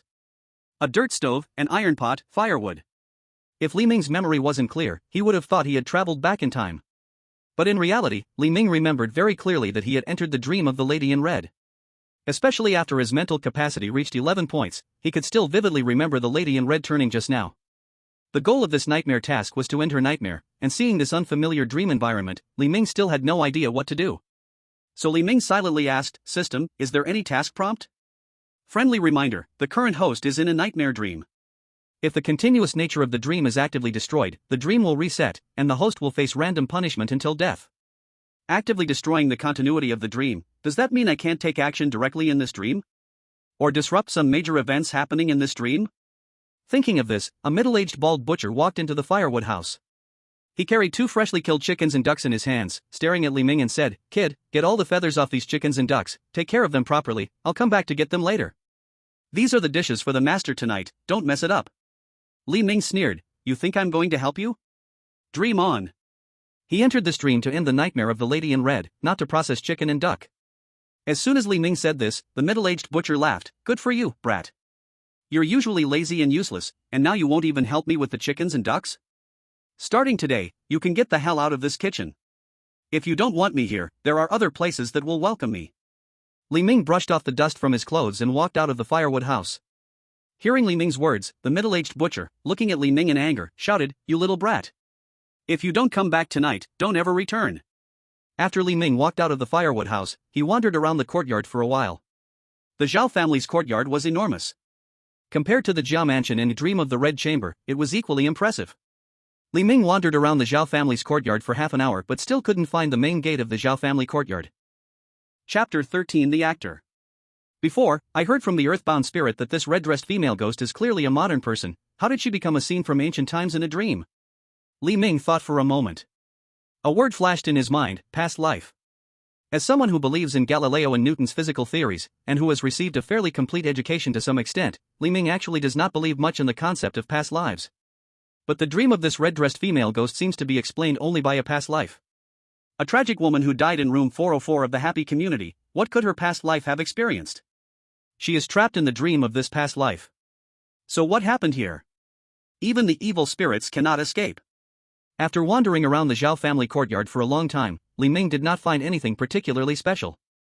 The only special thing is that the Zhao family courtyard has many annexes, various halls, rockeries, gardens, and guest houses. Li Ming took a stroll and felt that the number of these buildings was somewhat terrifying, and he even got lost several times among them. The more Li Ming walked, the more shocked he became. This Zhao family courtyard nearly encompasses various ancient architectural styles from both the north and south, looking like a hodgepodge, yet still possessing a grand atmosphere.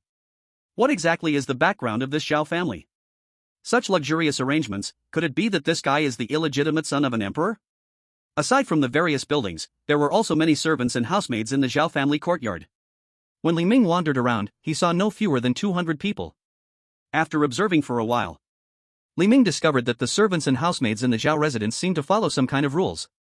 They were rigorously engaged in their work, not distracted, not slacking off, and not caring about anything outside their tasks.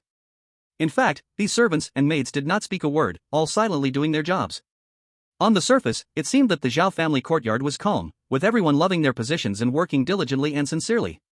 But in reality, these servants felt somewhat eerie, like human-shaped robots. Especially when most of their jobs were simple tasks like cleaning and washing clothes, this point became even more apparent. After wandering around the courtyard for 2 hours, having discovered nothing, Li Ming surprisingly felt some fatigue and hunger in his body. This dream is so real? Even hunger and fatigue can be felt. At that moment, Li Ming suddenly thought of a question. Is the time in this dream synchronized with time in the real world? However, Li Ming glanced at the system and felt relieved. Because he had been wandering in this dream for 2 hours, but only 20 minutes had passed in the real world. There was plenty of time. But there had been no sign of his task so far. Since I need to end her nightmare, I should start by finding her. Since I need to find her, I should first learn about the most tragic girl in the Zhao family courtyard.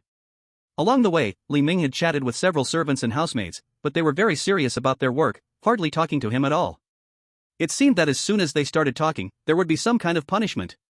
Now it was a bit difficult for Li Ming to find someone to converse with. It looks like I can only go back to the firewood room to find that butcher. That guy, although he seems a bit fierce, can still communicate normally. As dusk fell, Li Ming turned around and returned to the firewood room. The firewood room is not the kitchen. It is specifically for washing and processing some ingredients that need handling, like chickens, ducks, fish, meat, beef, sheep, pigs, and dogs, which are sent to the kitchen after processing. At this moment, the butcher was dealing with a pig's head, and the kitchen knife fell straight down. The entire earthen stove shook as he effortlessly split the pig's head in half with one chop. Li Ming stood outside the door, surprised by the sight. The butcher could chop a pig's head in one slice. He truly had a natural strength. At this moment, the butcher saw Li Ming at the door. He shook his head and said, "Stinky kid, you know to come back? There's food left for you over there, eat and then go rest." Li Ming looked over and saw a pair of bowls and plates tucked in a corner on the earthen stove, filled with rice and dishes. Though the butcher was a bit rough, he was fairly good to Li Ming in this dreamland. Feeling a bit hungry, Li Ming picked up the rice and began to eat. At this time, the butcher had finished handling the pig's head and sat in the corner of the firewood room to take a rest. While eating, Li Ming casually asked, "Uncle, who is the most miserable woman in our Zhao family mansion?" The butcher raised an eyebrow. "Why are you asking this?" "I'm just curious." The butcher shook his head. "There are plenty of miserable women in this mansion. Those young maids, sent by their parents to join our mansion for just a few pieces of silver at 14 or 15, serve the master as servants. A few pieces of silver, and the price is that they can only leave when they are 40 or 50, old and frail. Which one of them isn't miserable?" The butcher seemed a bit unhappy and grumbled, "Don't even talk about women. Raising a stinky kid like you in this Zhao mansion is more tiring than those maids." Li Ming scratched his head and ignored the butcher's complaints. Other than these maids, is there a woman even more miserable?" The butcher looked at Li Ming and then asked, "More miserable women? Have you heard something?" Li Ming nodded. "Isn't it known to everyone? I heard that old Master Zhao is going to marry a third concubine." "Who is she?" The butcher glanced at Li Ming and whispered, "I heard she is the daughter of a famous opera master, 18 years old, stunningly beautiful, knowledgeable and well-mannered. She is a known talented girl in the area." "Then how could this young girl choose to marry our old Master Zhao?" The butcher looked at Li Ming and shook his head helplessly. "Being on stage singing, if they have some fame, we show them respect and call them masters. If they don't sing well, we just see them as shouting monkeys. They're just lowly performers. This performer hasn't saved any money over the years, but has developed a bad habit of loving to spend. His family has fallen into hard times, so he can only sell his daughter for glory." Selling a daughter for glory. Li Ming felt that this third concubine was probably the person he was looking for. The butcher then shook his head. But this is the master's business. We servants should just do our own work. Finish eating and go rest. Tomorrow, get up to help me. We still need to prepare the ingredients for the wedding feast tomorrow night." "The wedding feast starts tomorrow night. That talented girl hasn't entered the Zhao family mansion yet?" The middle-aged butcher sneered. "That talented girl's father is that performer. He tricked his daughter into the Zhao family mansion a month ago and has been locked up in the Phoenix Rest courtyard, just waiting to get married tomorrow night." Only then did Li Ming understand why the butcher only handled pigs and sheep yet looked down on this performer. To abandon one's daughter for a moment of wealth, that's the true cold-heartedness of a performer. Chapter 14, The Young Girl. Marrying into the Zhao family mansion, she will no longer worry about food and clothing, but she will lose all her freedom.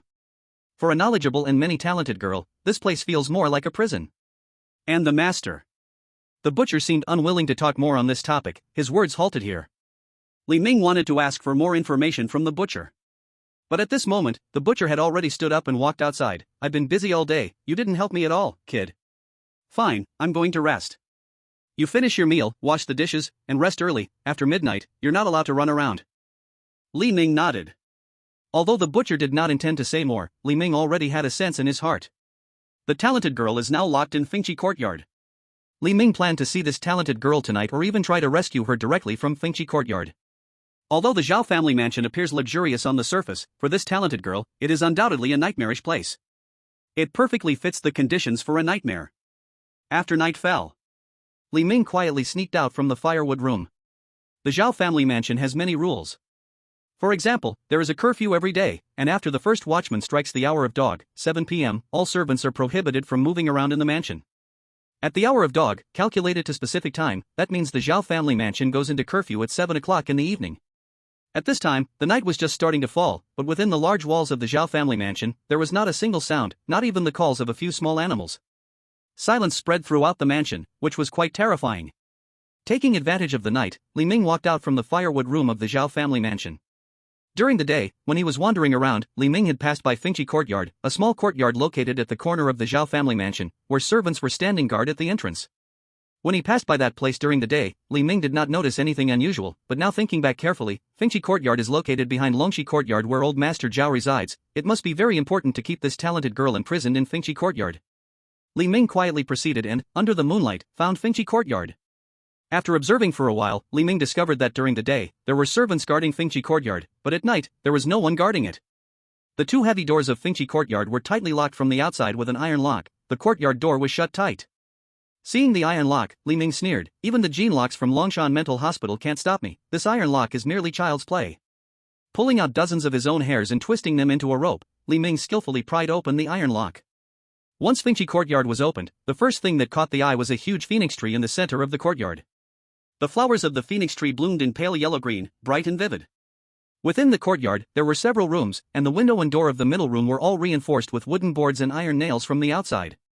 Li Ming went up to test it but could not even budge those reinforcements with all his strength. "I was wondering why there wasn't a guard. Ordinary people really can't escape from this house."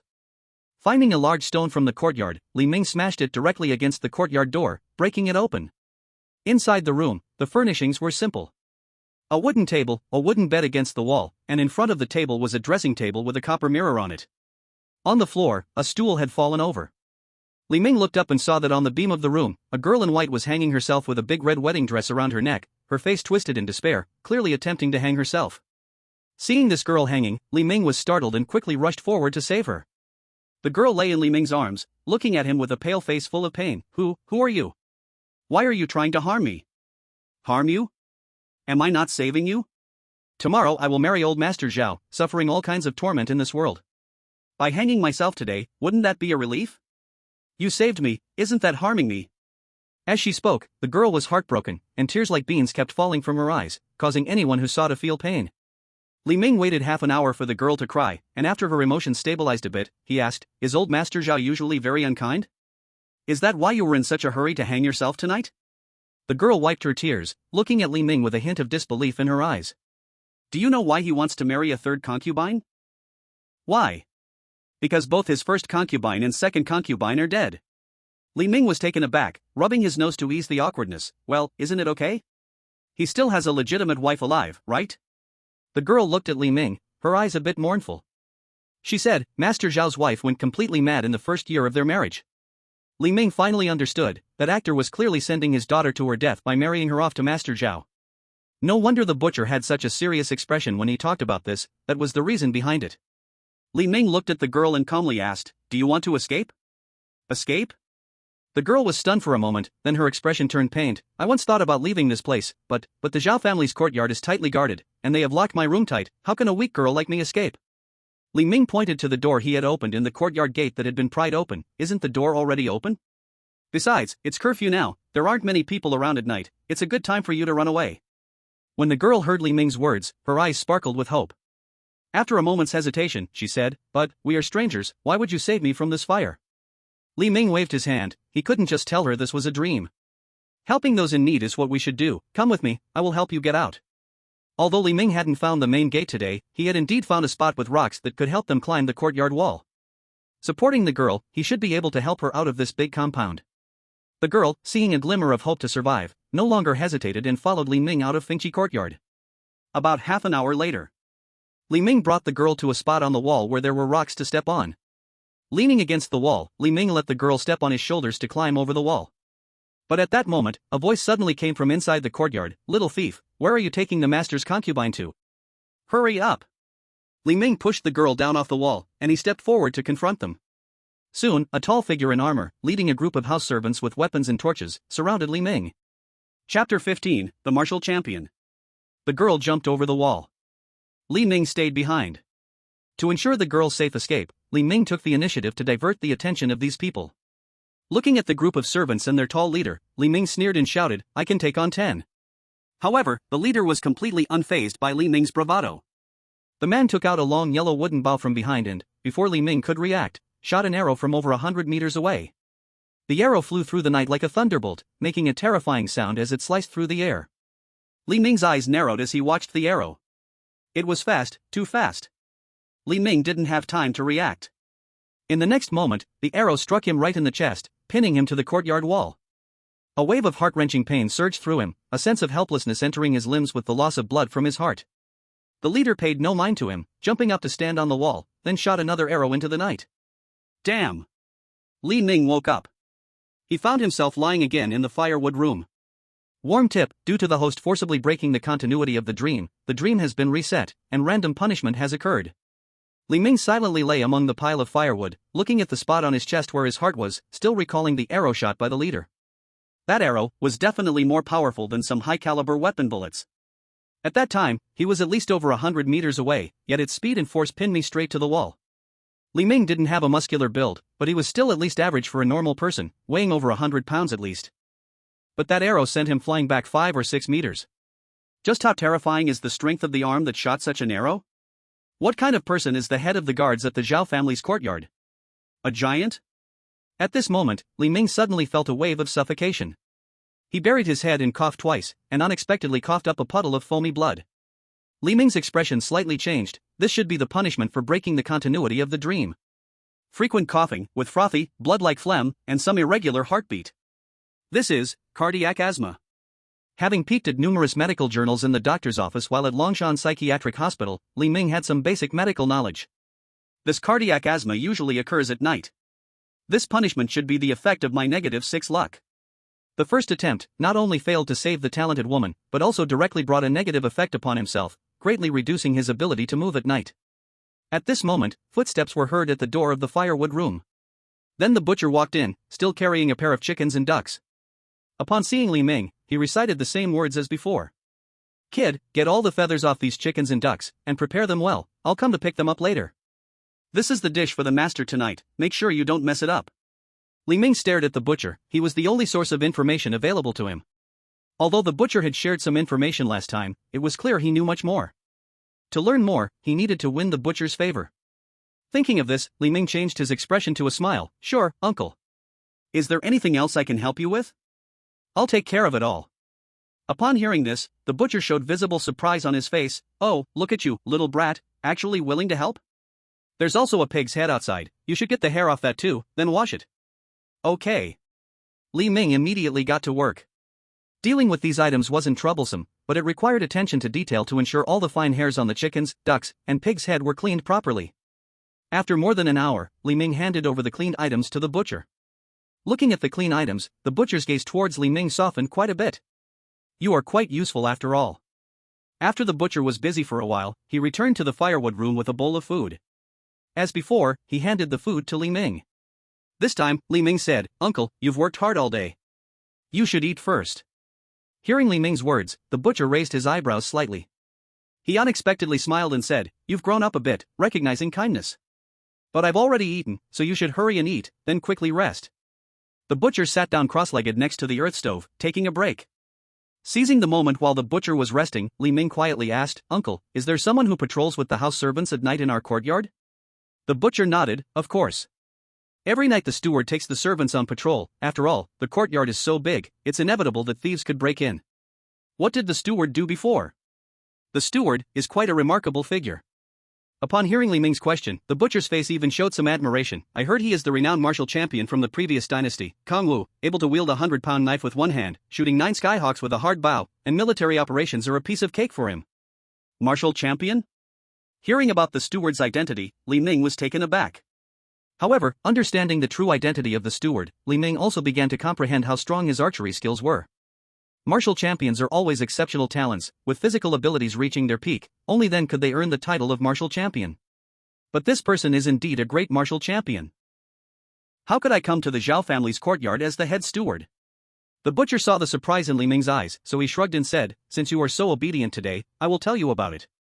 Li Ming's eyes flickered. Sure enough, to gain enough favor, the butcher would share some secrets.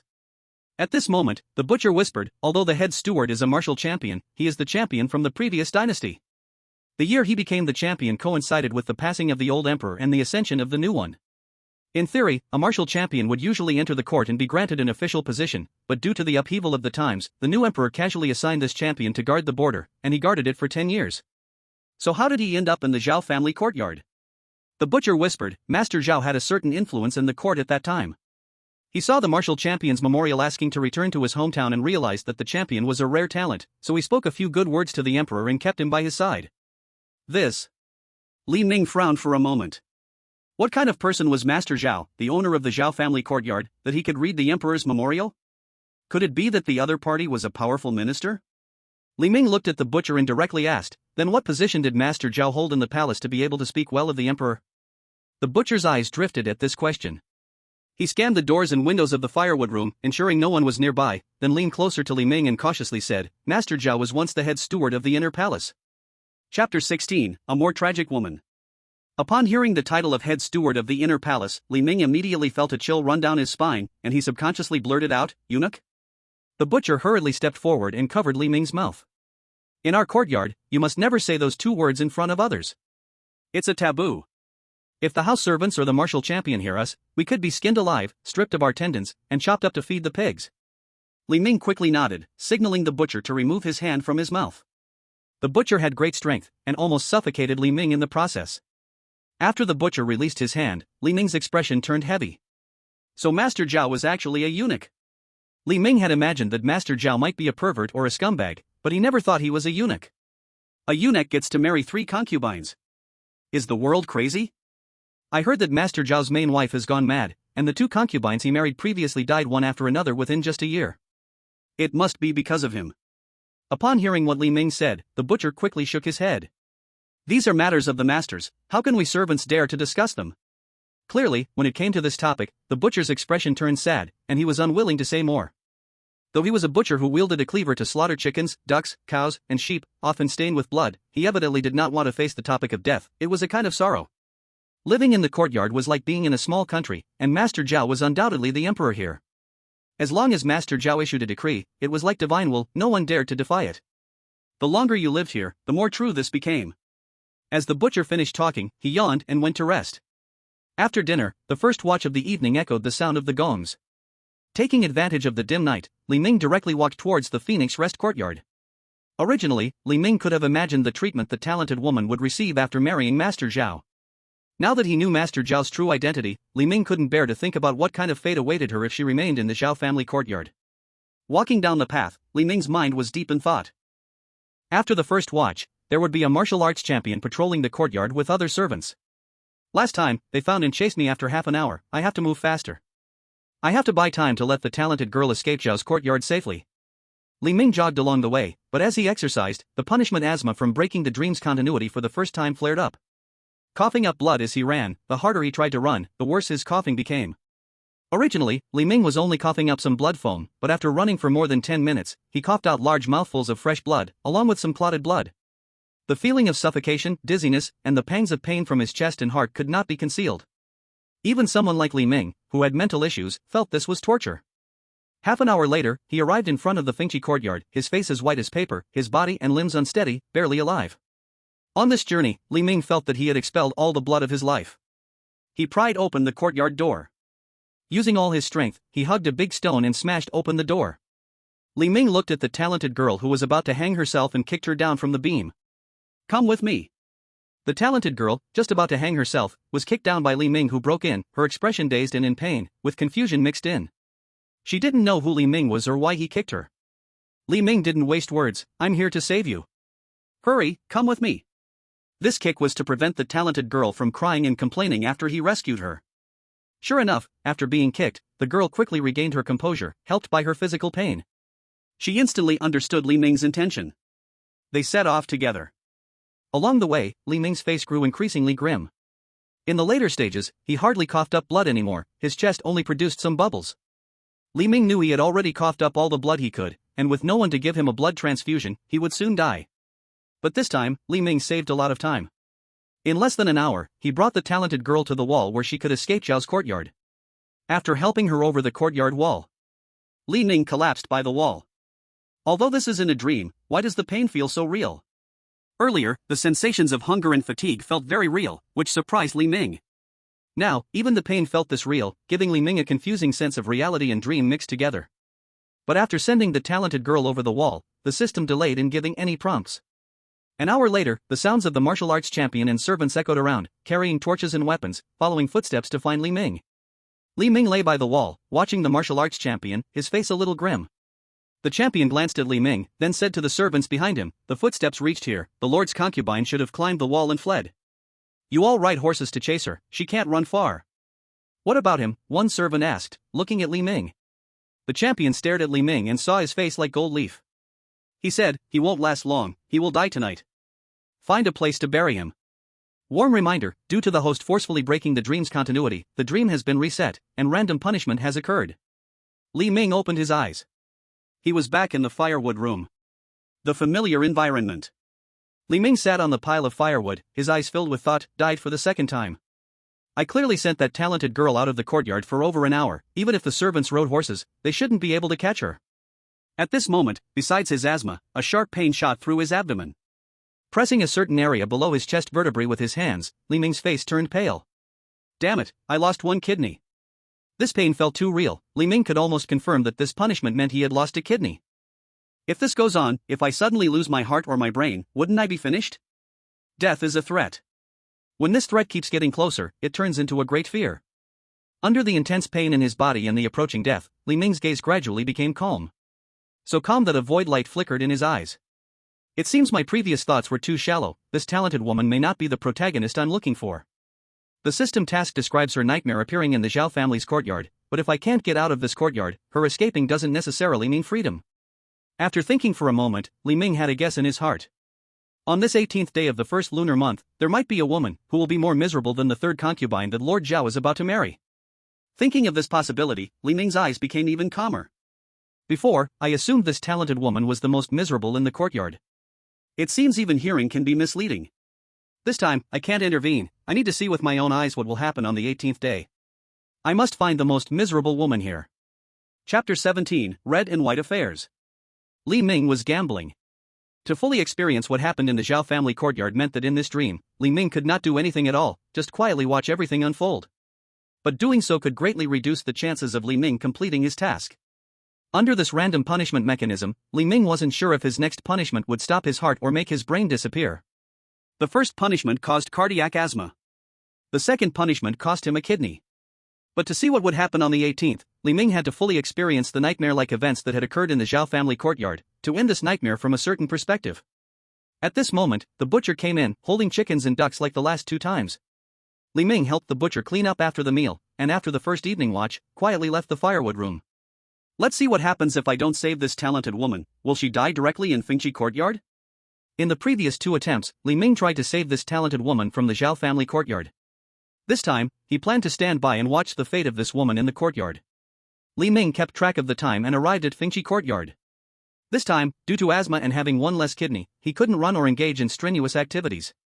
So, he could only walk along the way. Thus, this time took later than the first visit to Fengchi courtyard, roughly arriving more than half an hour after the first watch.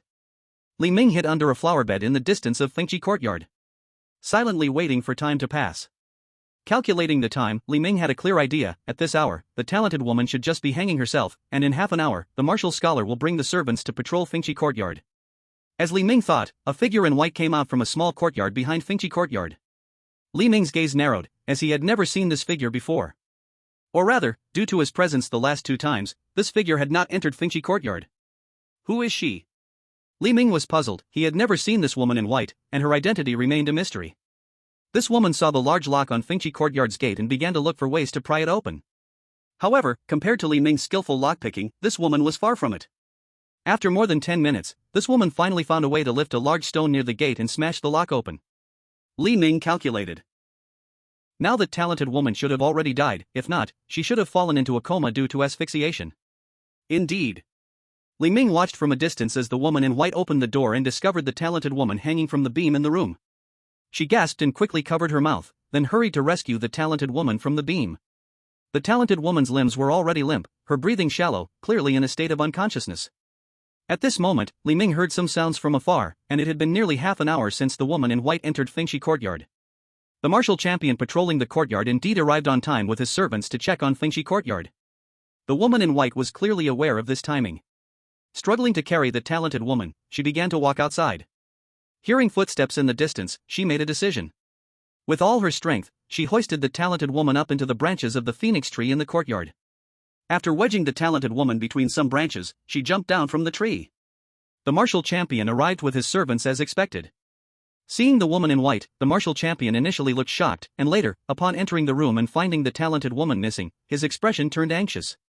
After that, the martial champion left Fingxi courtyard with the woman in white. Li Ming did not leave. Instead, he chose to wait behind the flower bed for a moment. Indeed, half an hour later, the talented woman awoke in the branches of the phoenix tree. She found no one around and then ran out quickly. Li Ming watched the talented woman leave, his expression somewhat sour. Now the martial champion has to deal with that woman in white, and there's a curfew in the courtyard, so no one will stop the talented woman from escaping. This means that my previous 2 rescues of the talented woman were completely unnecessary. Li Ming thought for a moment, if I want to know what happens next, I have to see it with my own eyes. On the 18th day of the first month, it is proper to handle funerals, carry out the burial, prepare the body, break ground, repair the grave, and set up the monument. Avoid marriages, traveling, praying for blessings, and offering good wishes. The walls of the Zhao family's courtyard were filled with red lanterns, but since morning, there had been white silk hanging on these red lanterns continuously. Clearly a celebratory occasion, yet they hung white cloth. This scene looked somewhat eerie. In the firewood room, the butcher walked in, his face filled with worries. Li Ming had wandered in the courtyard all night and found that the martial champion took the woman in white into Longxi courtyard and never came out again. At this moment, Li Ming returned to the firewood room and, seeing the butcher's expression, quietly asked, "Uncle, what happened? Why is there white cloth hanging all over the red lanterns?" The butcher glanced at Li Ming and then whispered, "Old Master Zhao is dead." Dead? Li Ming was shocked to hear this news. Today, Old Master Zhao was supposed to get married, yet he died last night? He hadn't even seen Old Master Zhao's face. So today is a wedding? Or a funeral? The butcher waved his hand at Li Ming's question. Both red and white matters are being handled together. You'll come with me, the martial champion wants our help. Help him? What can we do to help? Well, you little brat, why do you have so many questions? You'll know once you go. Though the butcher was a bit rough, his mood today was clearly darker than before. Li Ming had a vague feeling that something ominous was about to happen. After dawn, the sky gradually darkened, clouds hanging ominously above, and the Zhao family's courtyard felt like a prison beneath the dark clouds. The butcher took Li Ming straight to Longxi courtyard. Longxi courtyard, as the main courtyard of the Zhao family, was also where Old Master Zhao usually rested, covering a very large area. And in the courtyard, a large red coffin stood right at the entrance of the front yard. Seeing the butcher arrive, the martial champion handed him 2 wooden hammers and said something before quickly leaving the main courtyard. The butcher's face was originally dark and gloomy. But after the martial arts champion walked out of the courtyard, his face turned a little pale. He handed a wooden hammer to Li Ming, trembling slightly as he said, "No matter what we see later, don't be afraid. Just do as I say, and after today, we will leave the Zhao family residence." Chapter 18, Coffin Nails. Li Ming whispered, "What are we going to do?" "Shoo, just do as I say." The butcher carefully walked to the big red coffin. He signaled Li Ming to push open the coffin lid one after the other. Li Ming nodded and reached out, slowly pushing the coffin lid open with the butcher. As the lid opened, lying in the center of the coffin was a man with a long, sharp face, pale complexion, dressed in eunuch robes, with his hands by his sides. This man should be Master Zhao, the master of the Zhao family residence, the former grand controller of the inner court. However, this appearance looked somewhat like the zombies Li Ming had seen during movie nights at Longshan Psychiatric Hospital on weekends. Master Zhao was dead, and apart from resembling a zombie, he had nothing special about him. Li Ming frowned and noticed something else. At first glance, the coffin in front of him was made of thick material, larger than a regular coffin, as if it could hold more than one person. Li Ming took a closer look and found that there was another figure underneath Master Zhao. Inside the coffin, there were actually 2 people. The butcher motioned for Li Ming to help lift Master Zhao. Li Ming lifted Master Zhao's head while the butcher lifted his feet, and together they moved Master Zhao's body to the side of the coffin lid. With Master Zhao's body uncovered, the figure beneath him was revealed. At first glance, Li Ming recognized her. It was the woman in white who saved the talented woman last night. But at this moment, her mouth and eyes were sewn shut with black lines, blood flowing from the corners of her mouth and eyes, mixing black with bright red blood. All her bones and joints, including her fingers and toes, were crushed, blood soaking her white garments. The scene looked extremely terrifying. Yet, Li Ming knew he had found the person he needed to rescue. She was right in front of him. This woman now looked exactly like the one in the master bedroom of Happy Community 404. Even worse. The butcher, seeing the woman's appearance, had his eyelids twitching violently. After all, the woman's appearance was far too horrifying. Even Master Zhao, dead as he was, looked much better than the woman in white in the coffin. At this moment, the butcher handed Li Ming a peachwood nail, about the thickness of a baby's arm. Li Ming looked up, somewhat puzzled. What is this for? The butcher shook his head. Use this peachwood nail to secure her spine front and back, so she can never turn over. The martial arts champion said that Master Zhao needs someone to take care of him, since the concubine has run away. This is the most suitable one. The blood flowing from her body soaked through her white dress. With her eyes and mouth sewn shut, now they wanted to nail her in the coffin, letting Master Zhao press down on her. Li Ming stared at the woman in the coffin, who at this point should be called the bloodstained woman. So she is Master Zhao's rightful wife. But wasn't she insane? How could she have saved that talented woman last night? Li Ming thought of a possibility. This woman was never a madwoman in her life, she was just locked in the Zhao family residence, having to pretend to be crazy to survive under such a powerful eunuch like Master Zhao. If she hadn't saved that talented woman last night, perhaps the one lying in this coffin today would not have been her. At that moment, Li Ming suddenly saw her left little finger twitch. She is still alive. Li Ming stared fixedly at the woman. In such a tortured state, this woman was still alive. The butcher, hearing what Li Ming said, nervously replied, "You better not say that. She's like this, how could she still be alive?" Li Ming directly grabbed the woman's blood-soaked arm. There was still faint warmth and a brief pulse. The injuries on her eyes and mouth are not enough to be fatal. And the injuries on her joints must have been broken by the martial arts champion himself, with great force and weight, not attacking other places at all. She is still alive, but now suffering immensely. At this moment, Li Ming looked at the peachwood coffin nail in his hand. His eyes flashed with a hint of compassion. She must have been pierced by this coffin nail through her spine, tortured to death in the most excruciating way. The brain is the advanced nervous system of humans, while the spinal cord is the lower nervous system. If the spine is penetrated from the front, this pain is no less than having the brain pierced. It is unbearable for humans. The pain reaching the soul is nothing like this. Even if she is alive, in this state, isn't she still being tortured? The butcher's expression grew even more anxious as he looked at the woman in the coffin, his breathing becoming a bit unstable.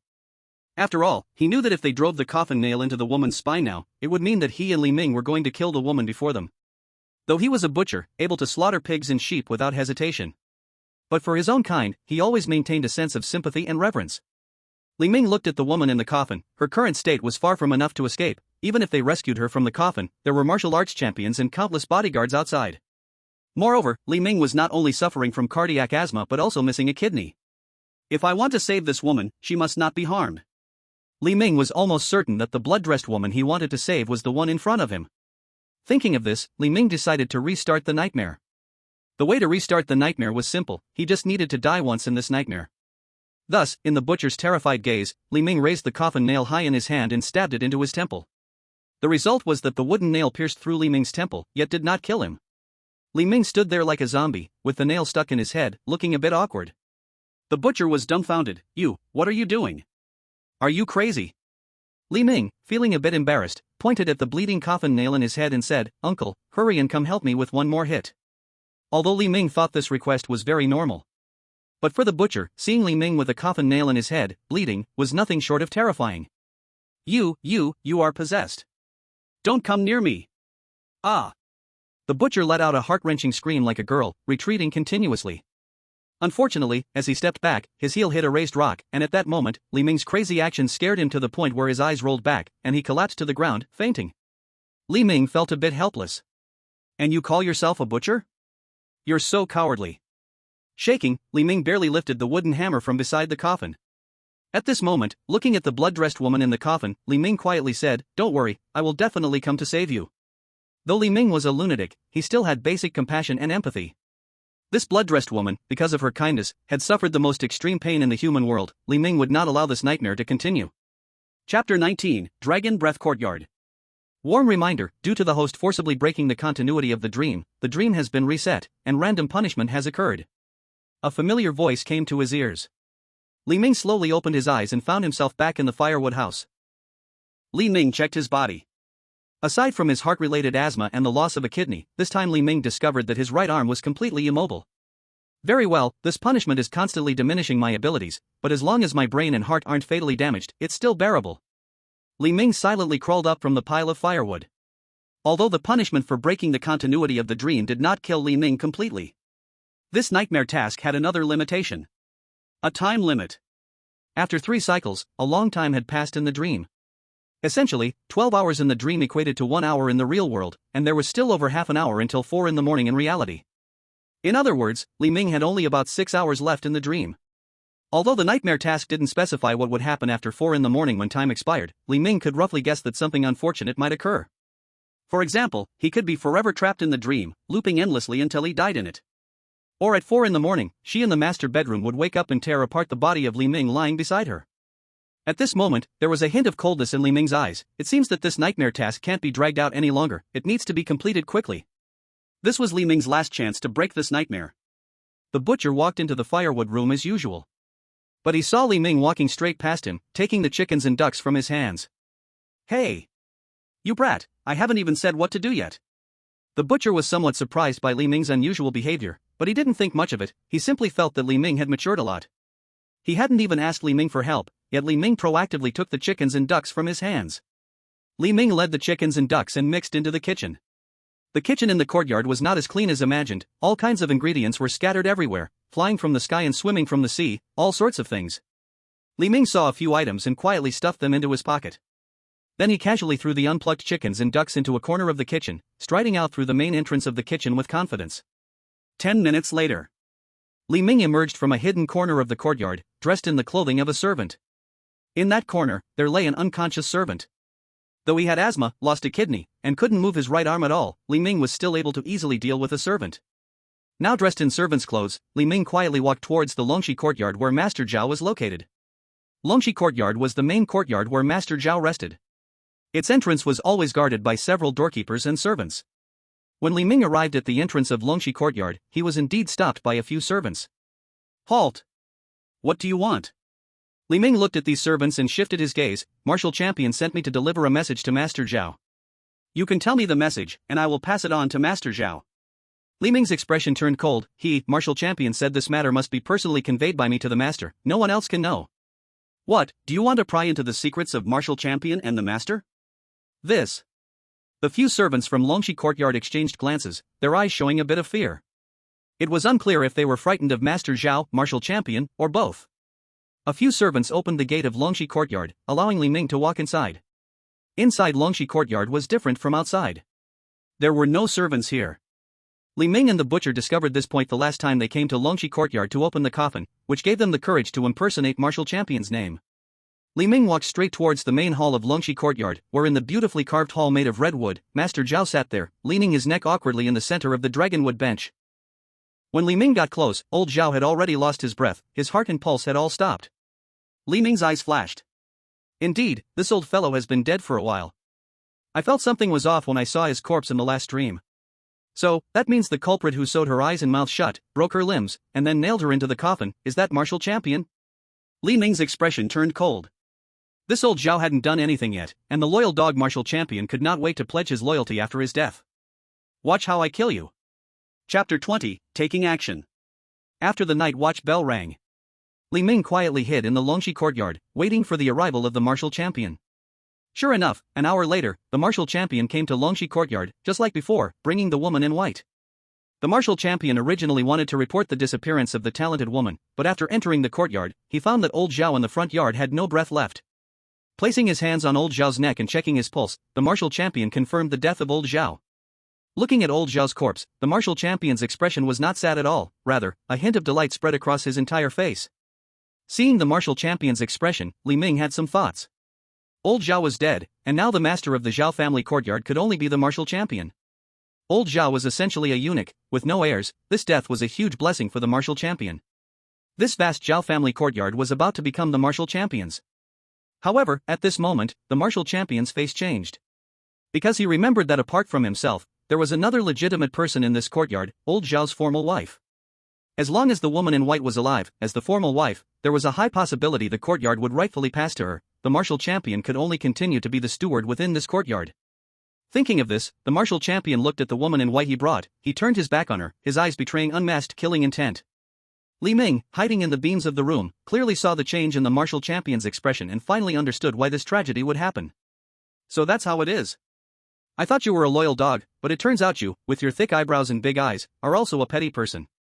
At this moment, the Martial Champion dismissed the several servants escorting the woman in white. And he instructed them, "No matter what sounds you hear later, do not come into Longxi courtyard." One servant quietly asked, "What if you tell us to come in?" The martial champion shot a glance at this servant. Even if I call you in, you must not move around. Tonight, no one is allowed to enter Longxi courtyard. After all the servants left, the martial champion looked at the woman in white and said loudly, Madame Zhaoya, you are born beautiful, but what a pity to be married to that dead eunuch Zhao. Zhaoya looked at the martial champion, her eyes still a bit dazed. What are you talking about? I don't know. The martial champion sneered, Madame Zhaoya, don't pretend anymore. The reason old Zhao hadn't dared to touch you these years is precisely because of your princess identity. Look at the two concubines he married in previous years, weren't they both killed by him? I say, that old emperor isn't a man marrying his own sister, the dignified Princess Zhaoya, to a eunuch. Isn't that ridiculous? The martial champion knew a lot of things. And Zhaoya's identity was not simple, she was actually a princess. Hearing this, Li Ming had some mysteries in his heart resolved. This woman named Zhaoya in room 404, in her past life, actually had such a background. Becoming a vengeful spirit doesn't seem unreasonable. Upon hearing this, Zhaoya's extraordinarily beautiful face began to show traces of despair. Because she knew that the martial champion now dared to speak to her with such disrespect. It meant that this martial champion was going to kill to silence her. After all, she was no fool. Master Zhao sat in the Longxi courtyard's hall with a pale face, lifeless, he must be dead. If this martial champion killed her, then this grand courtyard would belong to him alone. At this moment, the martial champion stepped closer to Zhaoya, fists clenched, his expression mad as he said, Princess Zhaoya, I will crush each of your joints and bones one by one, breaking every finger and toe, leaving you unable to move anywhere. Afterward, I will sew your mouth and eyes shut with ink lines, so you can see nothing and say nothing. Even in death, you won't utter a single word about what happened tonight, and this courtyard will ultimately belong to me. Zhaoya looked at the martial champion, trembling and continuously stepping back. But the vast Longxi courtyard was empty. Soon, the martial champion closed in on her and gripped her neck. Li Ming quietly climbed down from the beams above. Then, as the martial champion was about to break Zhaoya's arm, he rushed forward and tackled him. The martial champion was 2 meters tall, towering over Li Ming by a head, and his solid physique was terrifyingly strong. Even though Li Ming attacked from behind, he couldn't push the martial champion off balance. The martial champion paused for a moment when he was bumped, then slowly turned to look at Li Ming. Kid, how long have you been hiding here, and what have you heard? The murderous intent on the martial champion's face was unmistakable. Clearly, everyone else present in the Longxi courtyard tonight, besides him, must die. Li Ming was about to speak. Unexpectedly, Zhaoya stepped in front of him. Martial champion. He has nothing to do with this, let him go. Despair was written on Zhaoya's face. But amidst the despair, there was hope. She didn't want Li Ming to die, just as she had previously saved the talented girl from Fengqi courtyard. She was a person so kind it was almost to a fault.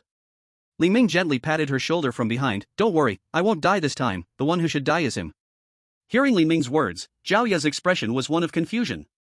The martial champion in front felt the same way. However, the martial champion's face quickly hardened, and he didn't waste any time, immediately kicking toward Li Ming. The martial champion truly deserved his title. Even without weapons, his punches and kicks were impressive.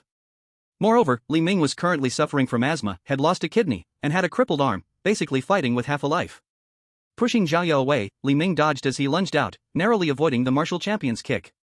The martial champion's kick hit the stone slab, producing a dull thud. The blue stone slabs in the courtyard seemed to crack inch by inch. Great skill. No wonder you are the martial champion. Li Ming gasped from the side. Seeing that Li Ming still had the energy to joke, the martial champion turned and swung a punch, aiming for Li Ming's head, fast, accurate, and fierce. Seeing there was no way to dodge, Li Ming directly raised his left arm to shield his right arm, which was already damaged by the system's punishment. He was hit by the martial champion's fist. Li Ming's right arm made a sharp cracking sound, twisting at a 90-degree angle. The noise was somewhat shocking to the ears. Zhaoya screamed at the sound, but Li Ming himself slowly stood up as if nothing had happened. The martial champion stared intently at Li Ming, wanting to know why Li Ming was not afraid of his punch.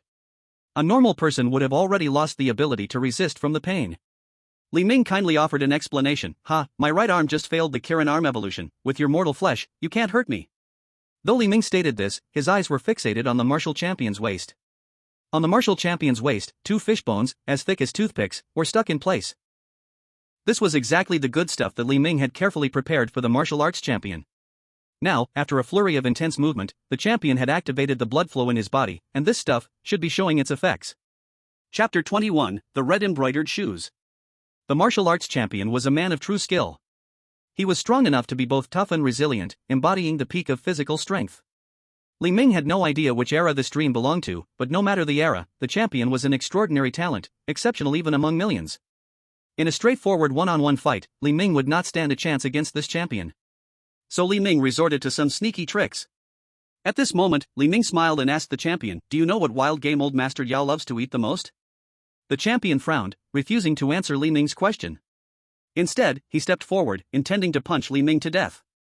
But when he threw that punch, his brow furrowed even tighter. He felt a pain shooting straight to his crown, followed by waves of numbness flooding his brain, causing his punch to freeze in midair. Caught off guard by the sudden pain in his head, the champion was immobilized on the spot. Seeing the champion like this, Li Ming chuckled and said, "Guess what I found in the kitchen? A wild pufferfish. This pufferfish is a great thing. Its poison is one of the strongest neurotoxins in nature. There are probably chefs in the kitchen who know how to handle it, but I secretly brought it out. Now guess what the two fish spines stuck in your lower back are. What kind of fish are they from?" Hearing Li Ming's words, the champion turned and saw the two white fish spines around his waist, and his face turned pale with fear. His head was spinning, and he felt weak. Even the champion found it hard to withstand this fierce neurotoxin of nature. Especially since this toxin had been further processed by Li Ming, it was at least twice as potent as the regular pufferfish toxin. Li Ming shook his head. "Even so, I still have to praise you. My poison made primarily from pufferfish toxin could take down an African elephant. You're quite impressive, still standing. Since that's the case, let me help you a bit." With that, Li Ming drew out a glimmering butcher knife from behind him. This butcher knife was taken from the woodshed, the very one used by butchers to chop pig heads in half. "Take advantage of your sickness and claim your life." Li Ming swiftly lunged forward, his left hand gripping the butcher knife, swinging it toward the champion's neck. Yet somehow, in the midst of this lethal poison, the champion still managed to evade Li Ming's strike. Li Ming missed, hitting the champion's shoulder instead. The butcher knife wasn't particularly sharp, but the thick steel blade was sturdy and easy to wield. A spray of blood erupted from the champion's shoulder as he let out a muffled grunt, a deep wound visible to the bone carved by Li Ming. Seeing this, the champion raced toward the door of the Dragon Breath courtyard. Meanwhile, Li Ming calmly trailed behind with the butcher knife, calling out, "The faster you run, the quicker the toxin spreads with your blood, its effects will hit harder. You might as well let me finish you off. That would be more straightforward." In fact, Li Ming wasn't feeling too great himself. After some movement, his asthma kicked in, making it hard to breathe, a dull ache crept into one of his kidneys, and a powerful punch from the champion had taken its toll on his previously injured right arm. However, in comparison, the champion was in far worse shape. After all, Li Ming's carefully concocted pufferfish mix toxin was something most people couldn't endure. The champion struggled to reach the entrance of the Dragon Breath courtyard, only to find the door tightly locked. He hurriedly shouted, "Is anyone there? Hurry and open the big door. Someone wants to kill me. Open the door now." The martial arts champion felt a bit anxious. Because he knew that what Li Ming said was true, at this very moment, the poison was invading his brain. Not only was his brain dizzy, but even his whole body was beginning to feel out of control. Li Ming slowly approached the martial arts champion and smiled, "You can scream all you want. Even if you scream your throat raw, no one will come to save you. Have you forgotten what you told those servants before?" The martial arts champion's head throbbed painfully as he remembered that he had ordered the servants not to let anyone into the Dragon Breath courtyard. It was his greed that paved the way for his own death. No matter how strong the martial arts champion was, he was ultimately no match for the poison. With Li Ming by his side wielding a butcher's knife, the martial arts champion struggled at the doors for several rounds, but eventually succumbed to the poison, spitting foam and dying under its effect. In his last moments, deep confusion lingered in the martial arts champion's wide eyes. It seemed he couldn't comprehend Li Ming's sudden appearance. At this moment, the martial arts champion was dead, and only some servants and maids remained in the courtyard. But the dream had not yet ended. Li Ming quietly walked over to Zhaoya, who was hiding in the corner, and helped her up. Looking at this woman, Li Ming comforted her, "Don't worry, no one can harm you in this courtyard anymore. Old Master Zhao is dead, the martial arts champion is dead, and now you are the highest-ranking person here." Zhaoya's beautiful face revealed confusion, as if she was puzzled why Li Ming wanted to save her. Li Ming was about to explain. At that moment, the dream began to shatter, and a dark vortex appeared, pulling Li Ming out of the dream. In the darkness, the system's prompt sound appeared in Li Ming's ear. "Nightmare task, enter nightmare, completed. Reward obtained, free attribute points *2, red embroidered shoes *1. The host currently has free attribute points *2. Would you like to allocate free attribute points? Red embroidered shoes?" Looking at this reward for the nightmare task, Li Ming was somewhat curious. In the past, completing difficult tasks only gave him random C-grade items or talents. This time, it actually gave something specific. So he opened the system to check the attributes of the red embroidered shoes. Red embroidered shoes, a grade she once promised to give one of her red embroidered shoes to her future husband, living and dying together with him. They are actually A-grade items. Li Ming exclaimed in surprise. The red embroidered shoes had intricate peony and crane designs woven with needle and thread. If the shoe surface didn't have those seemingly indelible bloodstains, they would look a bit more normal. But looking at the description and appearance of the red embroidered shoes, Li Ming felt that these items were anything but normal. The darkness gradually receded. Li Ming opened his eyes. When Li Ming opened his eyes, he found himself staring at a pale yet stunning face, with large amber-like eyes that were pitch dark, fixed intently on him. Death, resentment, hatred, all emanated from this face. Li Ming was so frightened that cold sweat instantly poured down his back. Xiaoya, Li Ming remembered Xiaoya's face from the dream. But at this moment, her face no longer bore stitches, it only revealed her breathtaking beauty. However, at 4 a.m, Xiaoya's stunning face was pressed close to his, wide-eyed and staring at him, still held an unusually eerie quality. Chapter 22, The Rules Inside the Room. Li Ming quietly reached behind him and gripped the vengeful short dagger in his hand, softly asking Xiaoya, can I get off the bed first? Although the stitches on Xiaoya's face had disappeared, giving her a strangely terrifying beauty, in essence, she was still a vengeful spirit in this room 404 master bedroom. Especially when Li Ming realized that Xiaoya was completely out of control. At this moment, in her blood-red eyes, only boundless killing intent and hatred overflowed, reason was completely absent from her. That boundless hatred made Li Ming's head feel as if dozens of steel needles had pierced into it.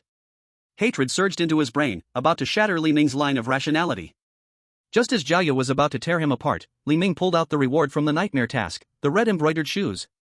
Upon seeing the red embroidered shoes in Li Ming's hands, instantly, all the hatred and resentment in the main bedroom quickly shrank back, and Xiaoya, no, one should say the entire ghost looked considerably more rational. In the next few minutes, the resentment on Xiaoya gradually receded and vanished. She looked at the red embroidered shoes in Li Ming's hands, her expression a bit confused, and as the resentment in the room dissipated, Li Ming's face gradually became clearer in Xiaoya's blood-red eyes. These red embroidered shoes had an unexpected effect. No wonder it's an A-grade item, Li Ming marveled. As her rationality increased, Xiaoya surprisingly spoke, the red embroidered shoes, you are the one who saved me in the Zhao family manor. Li Ming was a bit surprised at Xiaoya's words, you actually remember what happened in the dream. Dream? No, you did save my life, unfortunately, I was born with a doomed fate, destined to die a tragic death. Hearing this from Xiaoya, Li Ming's expression changed. The development of the story seemed to be beyond his expectations. Then following Xiaoya's words, Li Ming asked, what happened in the Zhao family manor after I left? Xiaoya lowered her head and replied, an imperial envoy came to investigate, they concluded that I caused old Master Zhao's death and poisoned the martial champion. So I was beheaded at the vegetable market. Under Li Ming's gaze, Xiaoya smiled and lifted her head. Though she no longer bore the wounds left by the martial champion, Li Ming could see a sharp line of blood beneath Xiaoya's neck. Li Ming felt speechless, a chill creeping into his heart. The system said I experienced a task in a dream, but Xiaoya here is a ghost from reality. Her experiences have also changed, could it be that while I changed the dream, I also change reality? At this moment, Li Ming voiced the doubts in his heart, I asked the earthbound spirit, aren't you from modern times? How did you become this way? Are you now Xiaoya from the Zhao family manor, or the original Xiaoya in this room 404? Xiaoya also seemed puzzled, perhaps this room changed some things, causing my past life memories to awaken when this life Xiaoya committed suicide. I am called Xiaoya, regardless of past life or this life. Oh. Xiaoya looked at Li Ming and said, in any case, since you've come to this room 404, it seems we will have to live together for a long time. On Xiaoya's pale yet beautiful face, there was even a hint of shyness and delight. But this mix of shyness and delight along with Xiaoya's words made Li Ming feel a bit scared. What do you mean by that? Xiaoya smiled and explained, anyone who enters room 404 with the key has not lived to walk out. I didn't, nor did the two in the bathroom and the secondary bedroom, it seems you are the fourth. Those two and you all entered room 404 with this red key? Xiaoya nodded. And she said something that sent chills down Li Ming's spine, my last name is Zhao, the one in the bathroom is Qian, the one in the secondary bedroom is Sun, you must be Li, right? Hearing Xiaoya say this, Li Ming's mouth twitched, it seemed that room 404 was indeed the strangest room in the happiness community, subtly pulling at his fate. However, Li Ming was a mental patient, who never believed in any ghostly legends. So Li Ming asked, is there any way to leave room 404? Xiaoya thought for a moment, before you couldn't leave, but if I help you and give you a burst of resentment, you should be able to temporarily leave room 404. Temporarily leave? Yes, the strange rules inside room 404 can tolerate resentment temporarily leaving, but, once it reaches a certain time limit, it will forcefully control your body to return to room 404. I have experienced this several times before, and now I realize it just triggered the room's restrictions. So can I try now? Zhaoya shook her head slowly upon hearing Li Ming's request. 4 o'clock in the morning is the most terrifying time in the happy community. From 4 to 4:44, all the ghosts in the happy community will go wild, and I am no exception. If you didn't have this red embroidered shoe in your hand, I would also be in a rampaging state right now. If you go out during this time, you will be seeking death. Hearing Zhaoya say this, Li Ming suddenly remembered the strange happenings when he first arrived at the happy community that were close to 4 o'clock in the morning. The eerie echoes on the 3rd floor. The faceless man on the 5th floor. The jumping woman on the higher floors. Li Ming sighed and nodded. In that case, let's go out during the day. At this moment, Zhaoya looked at Li Ming, her face full of anticipation, and asked, so tonight, will you stay at my place? Li Ming looked Zhaoya up and down. Although Zhaoya indeed had an unmatched beauty, still, she was a vengeful ghost. Especially when the resentment on her body emanated, it was not ordinary terrifying, it reached a level even Li Ming, who was mentally ill, could not accept. I'll stay in the living room, the sofa in the living room is quite comfortable. As he left the master bedroom, Li Ming silently placed the red embroidered shoe on the nightstand beside the bed. This shoe could suppress the resentment inside the master bedroom, bringing Zhaoya's sanity back. Leaving it in the master bedroom would allow it to exert its maximum effect. But Zhaoya watched Li Ming walk out of the room. Gazing at Li Ming's back, a deep red hue emerged in her deep-set eyes, and a sickly beauty appeared on her pale face. Regardless of life or death, stay here, and accompany me forever. Back in the living room. Li Ming leaned on the sofa, his thoughts a little chaotic. What Zhaoya said, this power in room 404 forces the inhabitants to be driven back after leaving. It seems like some kind of curse or rule. Li Ming thought carefully, if this power existed in a mental hospital, it might really prevent patients from escaping.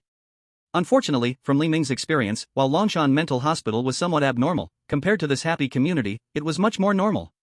Chapter 23, Exorcist. I don't know if it was because the nightmare task consumed too much mental energy or if Li Ming was really a bit tired. The moment he lay on the sofa, Li Ming fell into a sweet dream. The next morning, Li Ming woke up early. The first thing in the morning was, of course, to leave room 404. Having been stuck in this room for a while, Li Ming felt that even if he couldn't leave forever, he should at least go out for some fresh air. Otherwise, he would suffocate in here. As he was about to leave, Zhaoya reminded him, I can only give you a burst of resentment each day. If it exceeds too much, your soul won't be able to bear it, and you will shorten your lifespan. Resentment is the gloomy energy generated by feelings of hate. For normal people, this resentment won't materialize and won't lead to shortened lifespans. The resentment of vengeful ghosts is different. It can not only affect human emotions, but also shorten lifespans, harm others, or even take lives. Li Ming nodded, indicating that he understood. Then Zhaoya extended her long fingertips and flicked a stream of black resentment into Li Ming's forehead. Li Ming had actually been staying in the mental hospital for a long time, and his face was a bit pale. But with this resentment, Li Ming's face actually looked normal again. With this resentment, Li Ming could temporarily leave room 404. Before Li Ming left the master bedroom, Zhaoya reminded him, you must be careful, there are dangers everywhere in the happiness community. Although room 404 is the most dangerous, with me here, you're relatively safe. If you encounter something you can't handle, come back immediately, and I will help you. A hint of worry showed on Zhaoya's pale face as she looked at Li Ming like an old mother would. Li Ming's lips twitched a couple of times, being worried about by a female ghost felt somewhat strange. Got it. He exited room 404. The fourth building still felt gloomy, with a musty smell lingering in the air. It seemed no better than inside the room. After just a few steps, Li Ming spotted the small earthbound spirit in the corner. It was facing the wall, showing its back, standing there in the corner, looking somewhat frightening in the early morning. What are you doing, standing with your face to the wall? The earthbound spirit shivered upon hearing Li Ming's voice, trembled, and turned around. Seeing Li Ming alive and out of the room brought a mix of surprise and disappointment to the spirit's eyes. Master, you are still alive? What? Do you want me to die that badly? And no, by the standards of those who entered room 404 before, you are quite long-lived. Considering he still had to return to room 404, Li Ming ordered the earthbound spirit to stand guard in front of the door and to keep a smile on its face at all times. Upon hearing Li Ming's request, the earthbound spirit looked a bit unhappy. But once Li Ming pulled out the resentment-laden short dagger from his hand, the earthbound spirit immediately obeyed and stood in front of room 404, serving as the guard. He walked down the stairs. During the day, the sunlight felt stronger than at night. Li Ming noticed that the strange sounds from above the third floor didn't appear during the day. So he directly walked down to the second floor.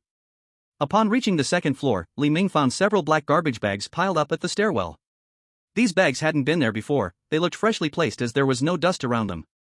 Could it be there are residents on the second floor?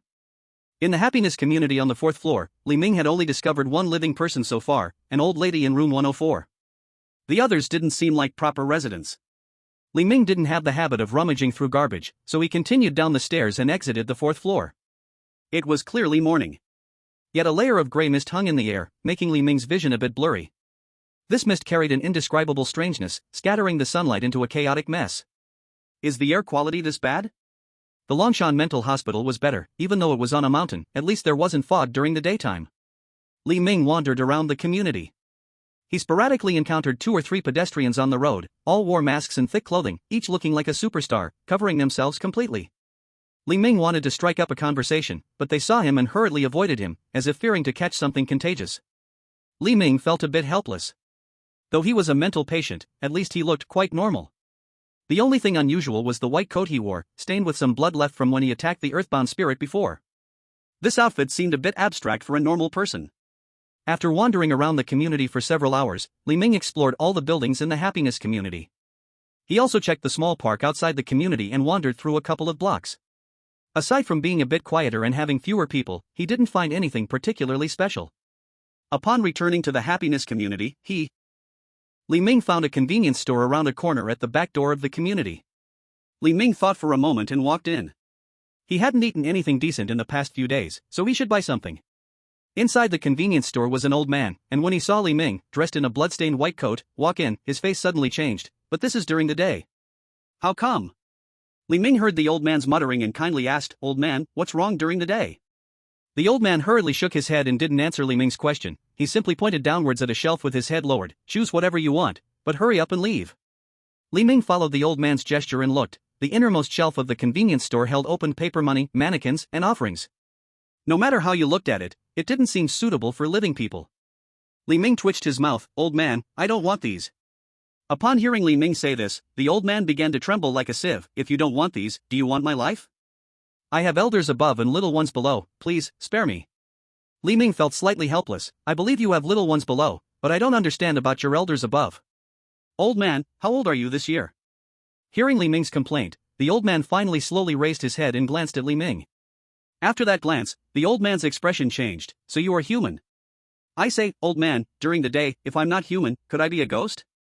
The old man took a breath. "What are you wearing during the day? You're about to scare my heart out." There weren't many people in this happy community, but it seemed that everyone knew there were ghosts inside. However, when Li Ming wanted to chat with the old man about these matters, the old man directly shut up and just told Li Ming to quickly buy something and leave. Li Ming casually strolled around, took a few cups of instant noodles, a few bottles of soda, some hot pot base, and ingredients before leaving. After wandering for a day, the sky gradually turned dim. Li Ming could also feel a force pulling him back towards room 404. Zhao didn't lie to him. There was indeed a special rule in room 404 of Building 4 that would tug at the resident after they left for a while. However, due to Zhao's protective resentment, this pulling feeling gradually intensified but didn't immediately drag Li Ming back to room 404. Walking to the bottom of Building 4. Seeing the state of the building door, Li Ming's eyes suddenly changed. This door. Has someone opened it? Was it the old lady on the first floor? When Li Ming left Building 4 in the morning, he had blocked the door with a brick, but now the brick was gone. Entering the corridor, Li Ming indeed saw several messy footprints. These messy footprints appeared in the dusty corridor and were particularly obvious. Not just one person. 5? Maybe more? Who could it be? Li Ming followed the footprints up the stairs, and when he reached the second floor, his steps suddenly stopped. In the corridor, Li Ming saw 3 sneaky figures. These 3, 2 males and 1 female. They all looked very young, like students from some university. The girl wore a gray dress, about 1.6 meters tall, with a round face and short hair, belonging to the cute type. One of the boys was slightly chubby, with a buzz cut, dressed in short sleeves, but his build was robust, looking like he had worked out before. The other boy was slightly thin, with long hair and single eyelids, his expression somewhat cold. At this moment, the 3 were blocking the door of room 203, with the chubby boy peering into the peephole to see inside. The girl then asked, "What did you see?" The chubby boy leaned against the peephole and replied, "I didn't see anything. A blood-red sight, as if the cat's eye was covered." At this moment, a slim boy took out a lock-picking tool from his bag and pressed it against the lock of room 203. "Stop observing, are you ready? Once we break in, we must act quickly." According to the information, the other party is the culprit behind 3 strange incidents in the new city, so we cannot underestimate them. We must act swiftly. Li Ming stood behind the three of them. Silently opened the Eye of Omen. Although the three could not see what was behind the door, Li Ming clearly saw everything through the Eye of Omen. Behind room 203 stood a man, holding a long knife, firmly pressing against the cat's eye. The plump boy must have seen this man's eyes earlier. Li Ming did not want to meddle, but if these guys burst in, one of them would likely be stabbed by the man in the room. It was not a solution to just stand by and do nothing. So, Li Ming picked up his things and shouted from a distance, "Hey, what are you guys doing in front of my door?" Li Ming's voice suddenly rang out. It startled the trio and surprised the man crouching behind the door. The trio was clearly caught off guard by Li Ming's appearance. Seeing that the three didn't move, Li Ming walked straight to them and blocked their path. "You three brats, not doing good deeds, but here to pry open my door?" The leading girl was about to explain. "Sir, please let me explain." In that moment, the girl's expression turned cold. She felt a strong resentment from Li Ming, a powerful and overwhelming resentment. In that instant, Li Ming wasted no time and pulled out a cursed dagger, directly stabbing it into the door of room 203. The 15-centimeter cursed dagger pierced through the security door as if it were cutting tofu, and behind the door, a painful scream echoed. The incident was sudden. Hearing the scream, the trio exchanged glances, realizing that someone was hiding behind the door. The plump boy trembled. "What I saw just now, were those the eyes of the person inside?" Li Ming shook his head, pulled out the cursed dagger, and kicked the door open. Behind the door of room 203, a man was rolling in pain, holding his bleeding eye. The trio was stunned. Li Ming's efficiency was far beyond what they could match. The three were like children, quickly thanking Li Ming. The plump boy who had just escaped from danger said, "Thank you, big brother. You really helped us a lot." He pointed at the collapsed man in the room. "This person is the supernatural criminal we were chasing. He caused 3 strange incidents in the new city community and harmed many people." After some communication, Li Ming learned about the identities of the three. They were registered exorcists from the Spiritual Management Bureau of Jiangcheng's new city. The Spiritual Management Bureau is an organization established by the government to manage supernatural events. Exorcists, as the name implies, are responsible for exorcising demons and capturing ghosts. The girl was named Li Weiwei, the plump boy was named Jiang Chang, and the thinner one was named Su Lang. Curiously, Li Ming asked, "You exorcists, besides capturing these supernatural offenders, do you usually exorcise demons and capture ghosts directly?" When it came to exorcising demons and capturing ghosts, the three exchanged glances with each other. Li Weiwei said, "Actually, we are all just entry-level D-class exorcists. Besides having some tasks authorized by the Bureau to perform high-level missions under senior exorcists, any events beyond our level must be reported as soon as we discover them." Jiang Chang scratched his head and smiled. "Actually, although this guy has committed 3 strange incidents, he hasn't caused much harm in the new city. Capturing him only belongs to a D-class mission. Moreover, there are 3 of us. We chased all the way here. D-level demon hunters have low authority, so they can only take on some D-level missions." "I see." Li Ming nodded, realizing that this world had such an organization. At that moment, Li Weiwei looked at the cursed dagger in Li Ming's hand and quietly asked, "Li Ming, big brother, this dagger in your hand also carries a curse, aren't you a demon hunter?" Facing such a question, Li Ming did not hide anything. "I stayed in the hospital for a long time, just moved into this community, and didn't know about the Spirit Management Bureau or anything." "Oh, I see." As the conversation reached this point, Li Ming suddenly asked, "I just found 5 footprints in the hallway. Now, besides this guy and your 3, where did the other person go?" Su Lang, who had been silent, slowly pointed towards room 204, where the dusty doorway had several messy footprints extending inside. Chapter 24, Room 204. The door of room 204 was somewhat different from the security doors of other rooms on the same floor. The other doors on the second floor were all black security doors, but the security door of room 204 was deep red. Although it wasn't covered in various yellow talismans like room 404, it still seemed quite eerie in comparison. Under the deep red security door, some vague patterns seemed to carve out a somewhat strange face. These patterns were bizarre, and with the dim light in the hallway, it was even more unclear. Overall, it presented a hazy and eerie feeling. But Li Ming knew that in Happiness Community, all rooms with the number 4 had something abnormal about them. Seeing Jiang Chang and Su Lang next to him remain silent, Li Weiwei said, "Anyone involved in the supernatural crime. According to regulations, we must also capture them. Since this person's accomplice has run into room 204, we should go in and catch him." Jiang Chang responded with Then he looked at Li Ming. Although Li Ming was dressed strangely, he had just saved the trio once, which gave them a sense of reliance on him. However, Li Ming smiled and said to the trio, "What are you looking at me for? You are the demon hunters, hurry up and go into room 204 to catch that guy." Li Ming saved them once, but that didn't mean he had to become their bodyguard. As a mentally ill person, Li Ming never had a so-called savior complex. The trio still hesitated. Although they were demon hunters, they were also somewhat fearful of this eerie room 204. At this moment, Li Weiwei said, "Su Lang, bring the spirit measuring device. Let's first assess the spiritual energy level of this room and see if we should go in." The tall and thin Su Lang took out a spirit measuring device resembling a huge mobile phone from his backpack. Li Ming curiously glanced at it. The device flickered with numbers, which changed as Su Lan moved around. Li Weiwei saw Li Ming's curiosity and explained, "The spirit measuring device is specially provided to us by the Spirit Management Bureau. It can monitor and measure the fluctuations of spiritual energy in the surrounding environment in real time. A reading below 100 is considered normal, just like it is now." Su Lang stood in the hallway, and the numbers on the device fluctuated between 50 and 70, looking quite normal. But when Su Lang stood in front of room 204, the numbers on the device skyrocketed, suddenly shooting up to around 1,000. Li Weiwei and the others were all startled by this change in numbers. Above 1,000? What does this number mean? Li Ming asked curiously. Li Weiwei explained, "A spiritual energy value exceeding 1,000 indicates the presence of a sea-level or higher supernatural entity or event nearby. But, we are only standing outside room 204. Why is the spiritual energy so strong?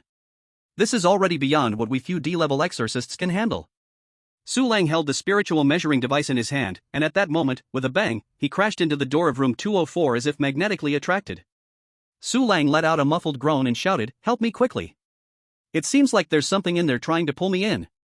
Li Weiwei and Jiang Chang were shocked. The two hurriedly rushed forward to pull Su Lang, one grabbed his arm while the other hugged his waist, trying to drag him away from the door of room 204. But no matter how hard they pulled, Su Lang felt as if he were glued to the front of room 204, unable to move at all. Li Ming silently opened the Eye of Omen behind the three. The view through his eyes quickly transformed. In Li Ming's eyes, he saw 7 or 8 bloody arms emerging from the door of room 204, desperately tearing at every part of Su Lang. These bloodied hands had completely seized every movable joint of Su Lang's body. No matter how hard Li Weiwei and Jiang Cheng tried, they couldn't pull him away. At that moment, the door of room 204 suddenly opened wide. Caught off guard, the three of them were pulled into room 204. The incident happened so suddenly that Li Ming didn't even have time to warn them. This. Li Ming looked at the open door of room 204, hesitated for a moment, then decided to step inside. There were some things he still wanted to ask this trio, and now if he left them in room 204, he might never see them again. To save you, you will have to pay a small price. Inside room 204. The moment Li Ming walked in, he smelled an overpowering stench of death, as if many old smokers had gathered here to smoke. In the center of the room stood a mahjong table, cluttered with poker cards, mahjong tiles, and dice. The floor was littered with various trash, takeout boxes, instant noodle containers, moldy bread, and several bottles of mineral water, making it look like no one had lived here for a long time. In the corner, several corpses were piled up. It seemed that these people had died here because of gambling. At that moment, Li Weiwei and the others were pressed down at 3 spots on the mahjong table, able to speak to each other, but unable to control their bodies. Seeing Li Ming enter, Li Weiwei hurriedly shouted, "Li Ming, hurry. The spiritual energy here exceeds 5,000. There's something supernatural above B-level in this room." However, as Li Ming stepped inside, the door of room 204 slammed shut with a bang. The door was closed. Li Ming was also forcibly placed at the last empty spot on the mahjong table. Now all 4 of them were gathered, and on the green tablecloth of the mahjong table, a line of blood-red characters appeared. "Winners leave, losers stay here forever." Then, the mahjong pieces on the table began to move. Li Ming, Li Weiwei, Jiang Chang, and Su Ling each had a row of mahjong tiles set before them. Looking at the mahjong in front of him, Li Ming felt curious and began to fiddle with his tiles. Li Weiwei and the others felt somewhat desperate. After all, the spiritual energy here exceeded 5,000, harboring a B-level or higher supernatural being, and they had no ability to cope with the situation. Li Ming smiled and said, "Since the ghosts in this room want us to play cards, let's play." Hearing this, Su Lang, who had felt the ghostly hands press against the door, was somewhat broken. "Li Ming, according to this blood writing, if we really have to play mahjong, only one of us can leave alive." Jiang Chang also said, "We should quickly find a way to escape the control of this room." "No, we should start playing mahjong right now." Li Weiwei almost shouted this at Jiang Chang and Su Lang. Su Lang and Jiang Chang, who were being shouted at, looked a bit awkward. "Weiwei, what do you mean?" Li Weiwei's eyes darted to Jiang Chang and Su Lang, her expression a bit frantic as she said, "All 4 of us are now covered in blood hands. They are grabbing at our eyes, windpipes, hearts, and so on. If we don't start the game now, they're going to make their move." Upon hearing what Li Weiwei said, Jiang Chang and Su Lang gasped. Cold sweat instantly dripped from their foreheads. Li Weiwei had a brief glimpse into the underworld and could see things that normal people couldn't. Jiang Chang and Su Long knew this, so they believed what Li Weiwei said. But it was better when Li Weiwei hadn't spoken before. Now that she had, a tense and terrifying atmosphere instantly filled room 204. Li Weiwei, Jiang Chang, and Su Long stared wide-eyed at each other. They fiddled with the mahjong tiles but couldn't make sense of anything. They usually didn't play mahjong, so they had no concept of the tiles. Li Ming kindly reminded them, Jiang Chang, the dice show a 4, corresponding to your position, you can start with any tile. Jiang Chang paused for a moment, then played a 4-1 tile. When Li Ming saw Jiang Chang play the 4-1, he smiled and said, I win, a pure suit dragon. He spread out his mahjong tiles, all packed with 1 characters. The ghost hands on Li Ming disappeared in an instant. At that moment, Li Ming stood up to stretch, looking a bit relaxed. Li Ming had won the game. And he won rather suddenly. They had barely started and he had already won right after the first tile was played. Li Weiwei, Jiang Chang, and Su Long were all stunned. If Li Ming won at mahjong, didn't that mean the 3 of them lost?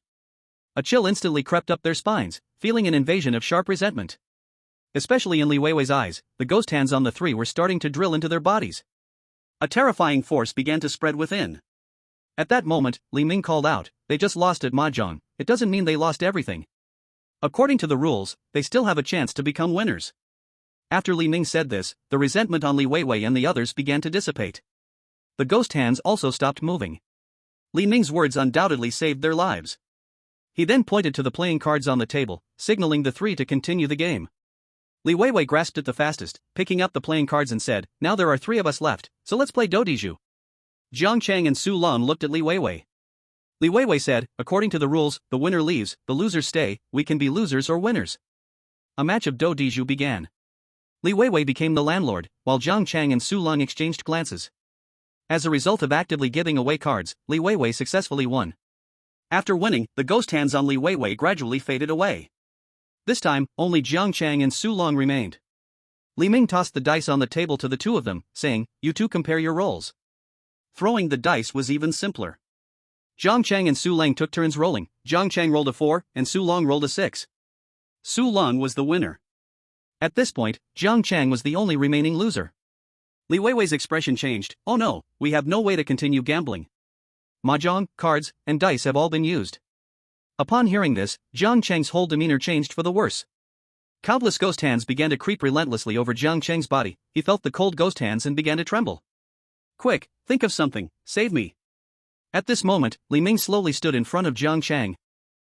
He laughed and said, it's not like there's a rule that you must bet with what's on the table. Jiang Chang, let's play rock paper scissors. Jiang Chang trembled and began to play rock paper scissors with Li Ming. The first time, Jiang Chang picked scissors, and Li Ming picked rock. Jiang Chang lost.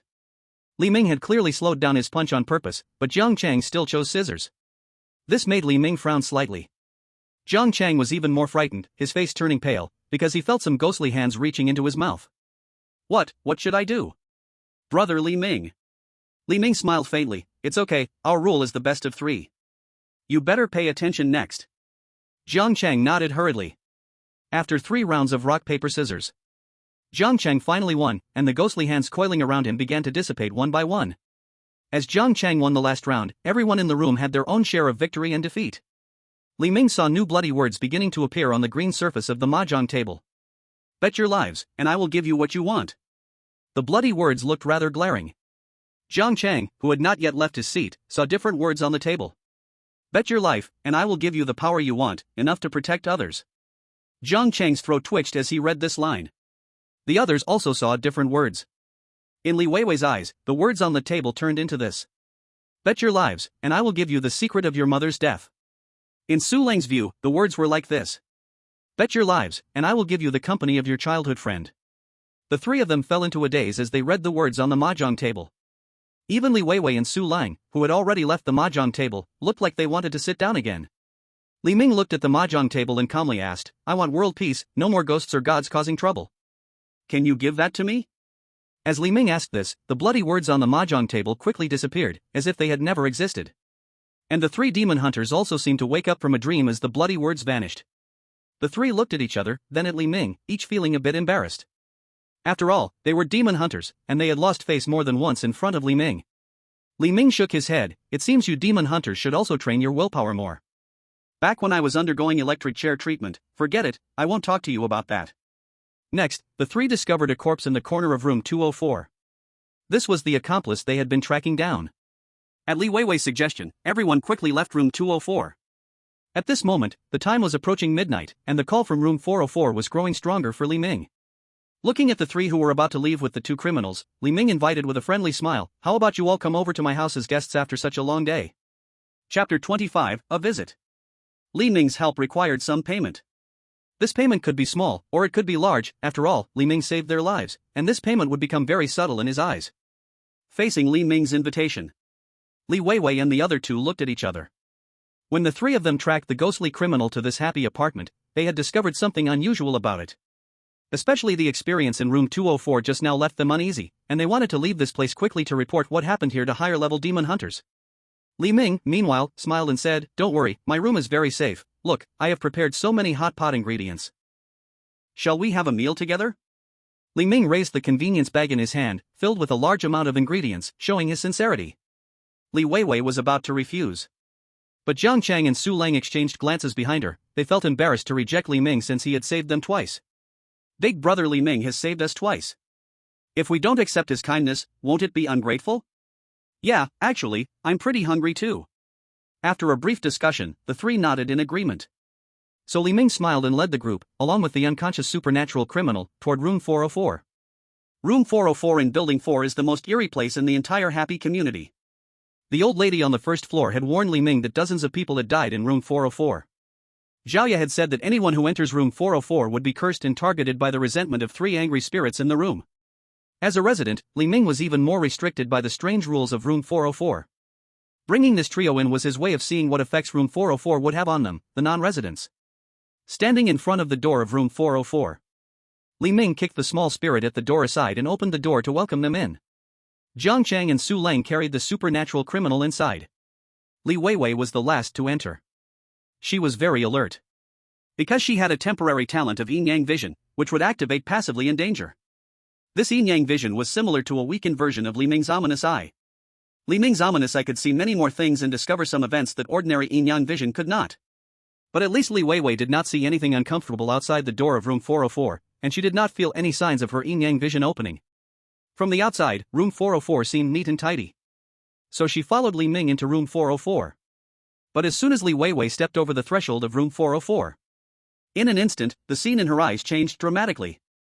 A wave of unprecedented dizziness and pain surged into her brain. If her feeling in room 204 was like falling into an ice cave, now it felt like she had walked straight into hell. Li Weiwei's yin-yang vision activated involuntarily. She looked into the room, completely frozen in place. The once neat and clean room 404 now presented a terrifying scene after entering. The living room was splattered with bright red blood. The originally white walls were now covered in bloodstains. Blood-red handprints intertwined, as if someone had deliberately painted the walls with blood. On the floor, dismembered bodies lay as if displayed at a crime scene. There were both men and women, their eyes wide open, as if they had witnessed something horrifying right before their deaths, staring blankly at the two bedrooms and the bathroom. To Li Weiwei, Jiang Chang, and Su Lang were now stepping on countless bodies. This. Li Weiwei shook in fear, reaching for the doorknob of room 404 behind her. But everyone had already entered room 404, and the door could no longer be opened. At that moment, a hand rested on Li Weiwei's shoulder. Startled, she trembled in place. Li Ming's voice came from behind her, "Don't mind it, just treat this as your own home, make yourselves comfortable." Own home, make ourselves comfortable. Li Weiwei felt a chill. If this hellish scene could be treated as home, that would be something else altogether. But the door had been locked tightly. Li Weiwei could only force a smile, pulling her facial muscles reluctantly, and answered Li Ming, "Okay, I'll sit wherever." Li Ming took out the hot pot base. He began to tidy up in the kitchen. Jiang Chang and Su Lang did not notice any abnormalities in the room, so they kept their heads down playing on their phones. After a while, Li Ming brought the hot pot to the living room table. At this moment, Jiang Chang complained, "Li Ming bro, your home's internet signal is really poor, my 6G network here is almost dropping to 2G. Su Lang shook his head nearby, saying, "Just be satisfied, at least your phone still has some signal, mine has no signal at all." Li Ming smiled slightly, "Maybe it's just the layout of this room is a bit off, I also just moved in not long ago, so I'm not very clear about the poor signal issue." In fact, counting it all, Li Ming had only lived in room 404 for 2 days. After setting the bowls and chopsticks, they began to eat hot pot. Jiang Chang and Su Lang were quite normal, eating and drinking as they should. Li Weiwei, however, was very reserved, not daring to touch the bowls and chopsticks in front of her. After all, she could see the terrifying sight filling the living room.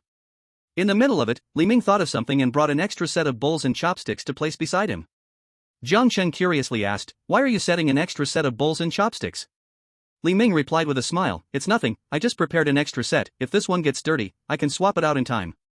Strangely enough, after Li Ming set down that extra set, many things that Jiang Chang and Su Lang were eating suddenly lost their flavor. Regarding this situation, Li Ming smiled and explained, "Maybe it's because the convenience store's items were cheap. Cheap goods are never good, just make do with it." In the corner, Li Weiwei's eyes moved slightly, as if she discovered something.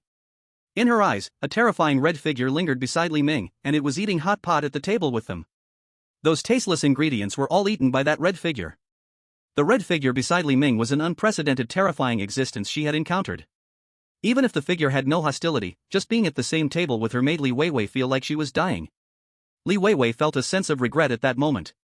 She regretted following Li Ming to this room 404, regretted having the passive ability of seeing ghosts.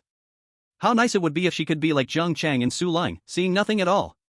But now she could not. Because she saw that the figure next to Li Ming had noticed her. Zhao Ye was sitting next to Li Ming, eating hot pot. Although she couldn't eat like humans normally, she could still taste the flavors of the hot pot. She suddenly noticed that among the people Li Ming brought, the little girl in the corner kept glancing at him. This made Zhao Ye a little unhappy. After all, in Zhao Ye's heart, since Li Ming brought the red embroidered shoes, he was already hers.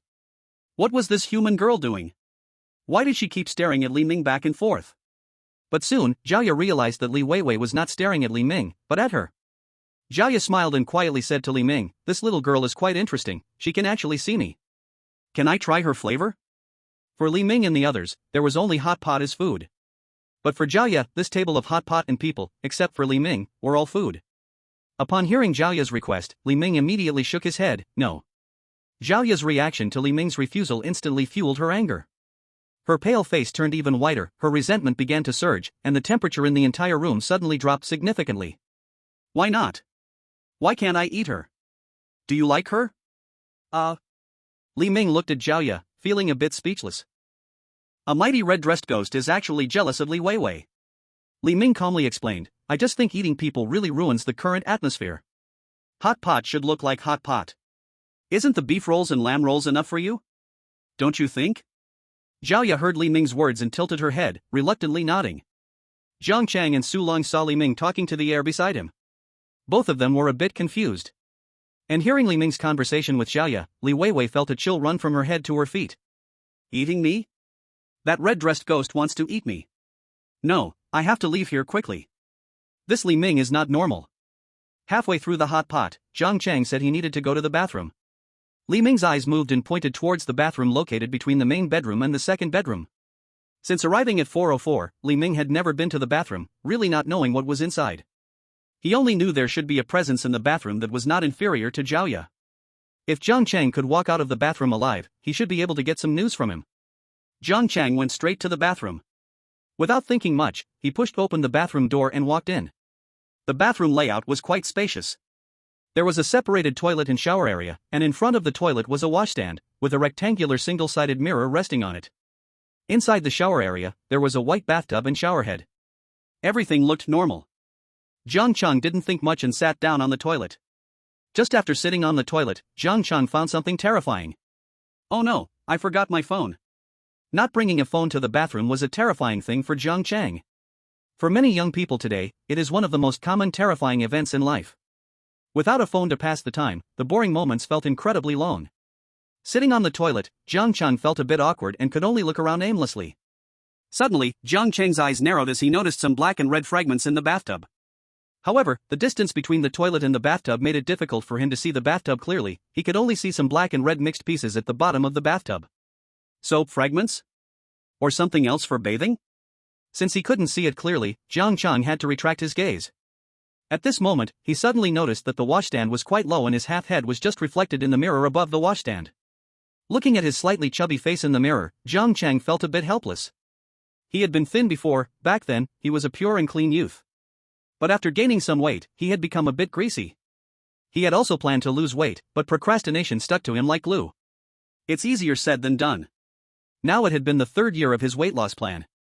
Sigh, if only I could lose a bit more weight, maybe I would be liked by many people, and I could be more confident.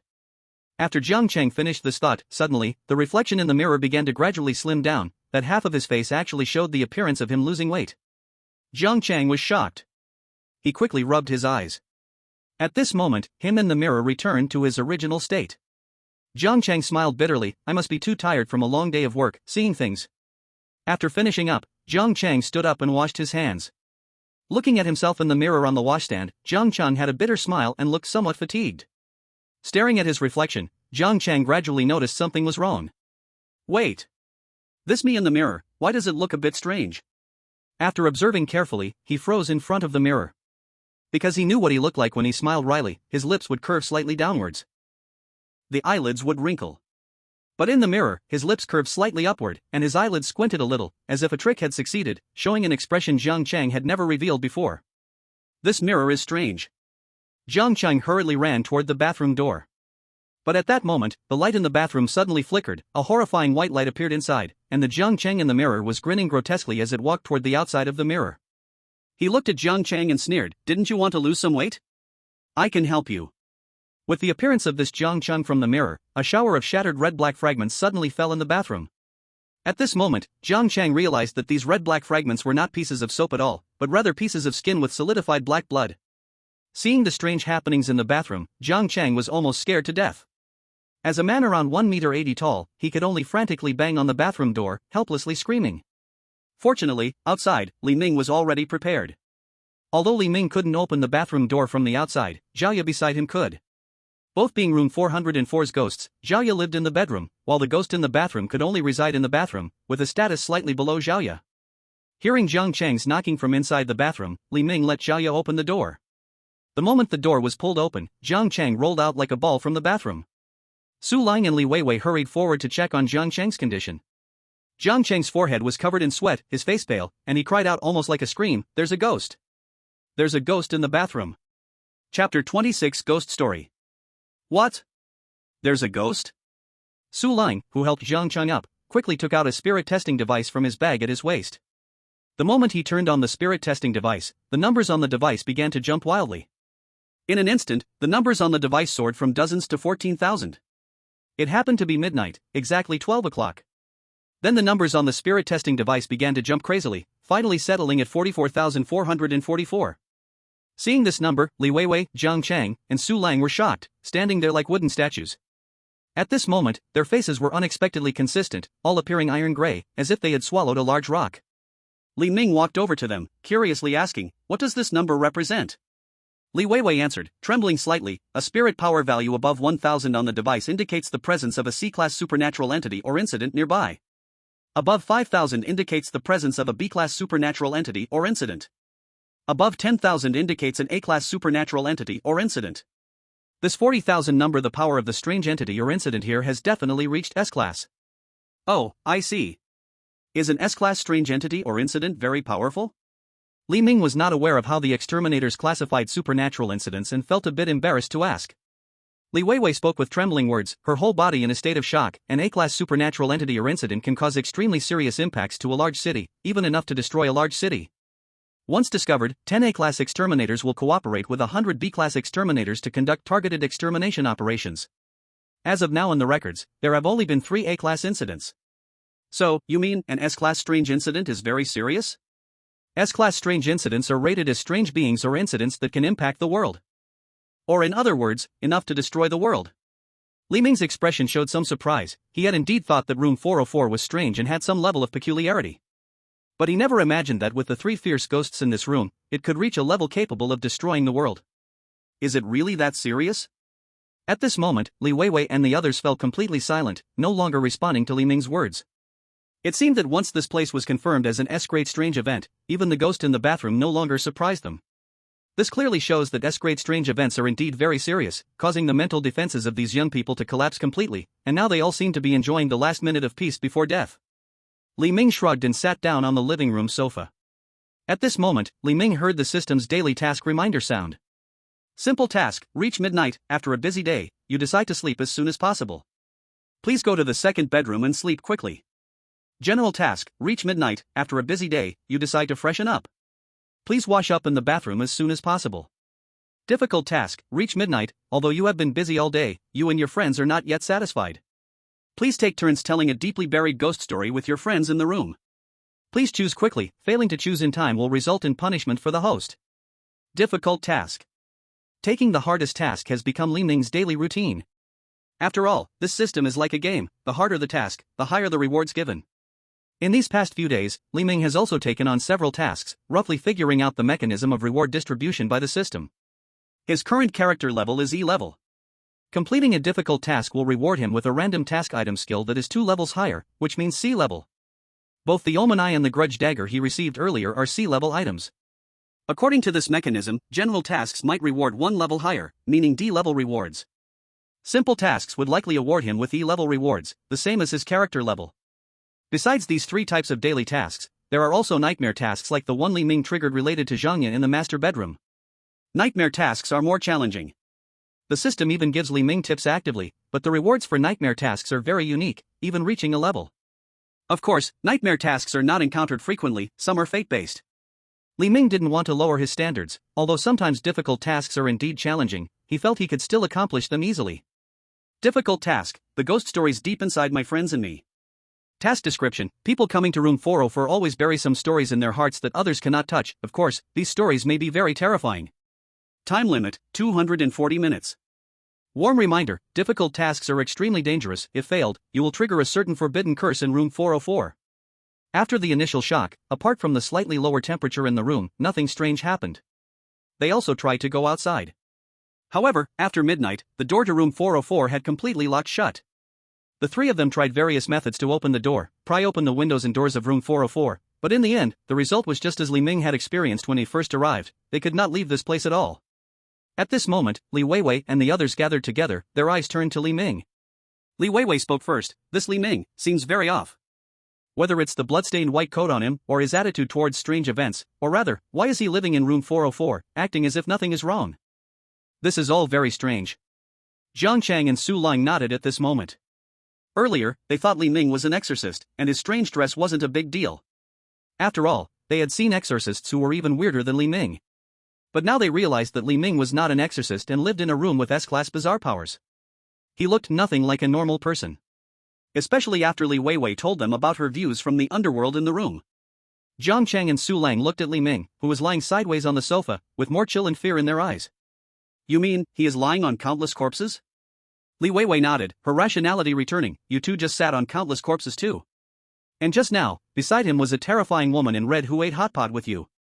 The tasteless food you ate was what the woman in red had eaten. Hearing this from Li Weiwei, Zhang Chang and Su Ling turned pale for a while. In the end, the 3 of them decided to have a chat with Li Ming. Although this room was bizarre and terrifying, they still held hope of leaving. Li Ming might know something. As the team leader of the trio, Li Weiwei took the initiative to stand in front of Li Ming, frowning as she asked, Li Ming, did you know anything about the strange events happening in room 404 in advance? Seeing Li Weiwei questioning on behalf of the trio, Li Ming smiled and said, what strange events? Apart from a few ghosts in this room, isn't everything else quite normal? Zhang Chang was somewhat surprised, but recalling the scene in the bathroom, he angrily said, you knew there were ghosts in this room, yet you brought us in. Li Ming tilted his head slightly, still smiling, other than being trapped here, at least nothing dangerous has happened, right? But there are ghosts in this room. You should have at least warned us. Now you know, it's not too late, is it? Besides, I saved you once on the 2nd floor. You all owe me a life, and saving you once needs to be repaid. But you can't just take us into such a ghostly place. Li Weiwei interrupted Zhang Chang and continued to ask Li Ming, do you have a way to leave this room? Li Ming's mouth slightly turned up, of course I do. Big brother, then please tell us quickly. Zhang Chang urged. After being scared by the bathroom mirror, he felt someone was watching him in this room. Even with 4 living people in the living room, he still felt unsafe. Li Ming smiled and said, one secret in exchange for another secret. What do you mean by that? Li Ming looked over the 3 people before him, each of you tells a ghost story involving a deep secret from your hearts, and I will tell you how to get out. This. Upon hearing Li Ming's words, all 3 of them hesitated. It seems the system's description was not wrong. Each living person present had an unspeakable secret. Soon, the 3 of them regained their composure and looked at Li Ming. Li Weiwei said, okay, we can all tell a ghost story, but after we finish, you must tell us how to leave. Li Ming nodded, sure, but you mustn't think about lying. I have a way to test whether you are telling the real ghost story hidden deep in your hearts. The success or failure of the system's task is naturally the simplest and most direct way to verify lies. The three people in front of Li Ming exchanged glances. Surprisingly, the introverted and tall Su Lang was the first to step up. I'll go first. He sat on the chair in front of Li Ming and directly said, when I was a child. Beside the village where I lived, there was a small river. I didn't have any playmates, so I often went to play by that small river. But after a long time, I found another lonely child like me in the village. Her name was Hong. I heard she was the daughter of the village chief from the neighboring village, but her village chief father was not good to her, so she often ran away from home. So we agreed to catch fish and play hide and seek by the small river every weekend. We had so much fun together. For 3 years, it was like this. I was going to the town to study, and I heard that Hong couldn't go to school because her grades were poor. So she and I agreed that she would come to play with me during my holidays. Girls seemed to grow slowly. I was already 1.7 meters tall, but she was still so petite. However, one summer, because my grades were not good, I was forced to repeat a grade and had to spend a summer at school. After that year, when I returned to the small river, I no longer encountered Hong, so I went to the village chief's house in the neighboring village to find her. But when the village chief in the neighboring village heard me asking about Hong, his whole family looked at me like they saw a ghost and hurriedly chased me away. I inquired in many places in the neighboring village and heard an astonishing thing. Hong had gone missing 5 years ago, back when I first met her. It wasn't until I found a water trough in the village chief's pigsty that connected directly to the small river beside the village that I understood what had happened. It turned out that that beast of a father had personally crushed his daughter to death and then sealed her in the trough with cement. When Li Ming heard this, he also understood what Su Lang had once experienced. No wonder he was so withdrawn.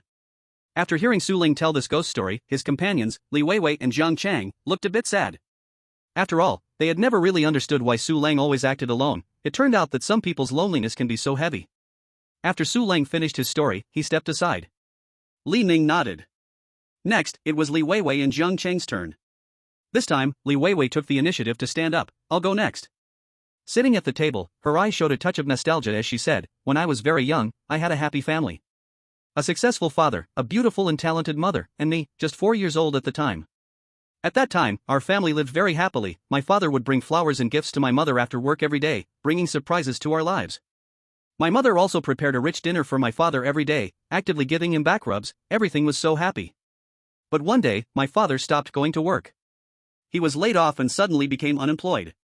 My mother had no solution to this and could only gently comfort my father. After a while, the rooms in the house filled with the smell of smoke and alcohol. My father's desk was piled high with wine bottles and cigarette butts, and I coughed all day from the stench.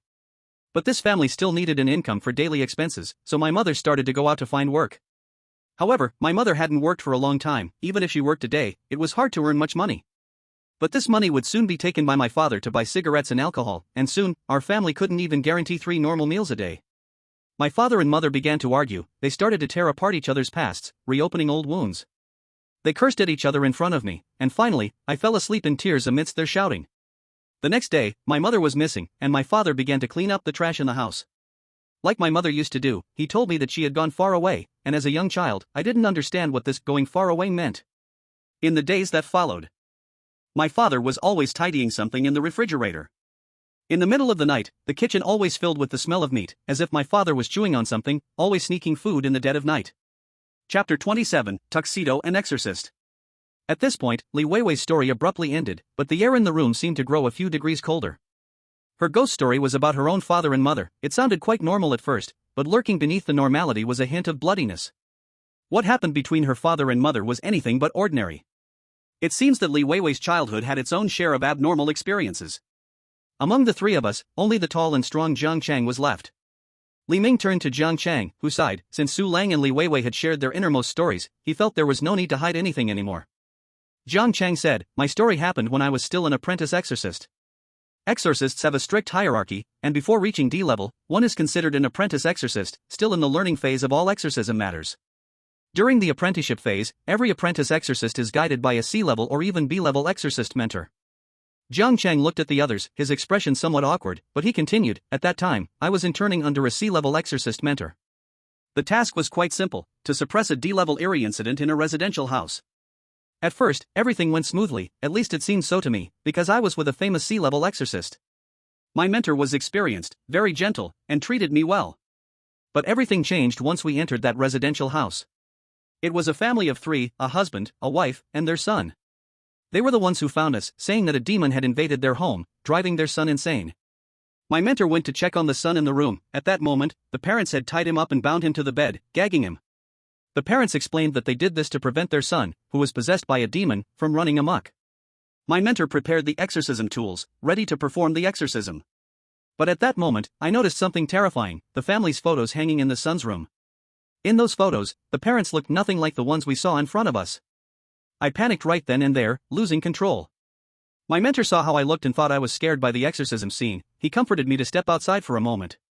But I was very afraid, unable to bear the pressure inside. I blurted out the truth in the room. Suddenly, the parents transformed into demons, their skin turned inside out, dark tentacles grew from their foreheads, and their eyes became hollow meat cavities. They were 2 sea-level demons.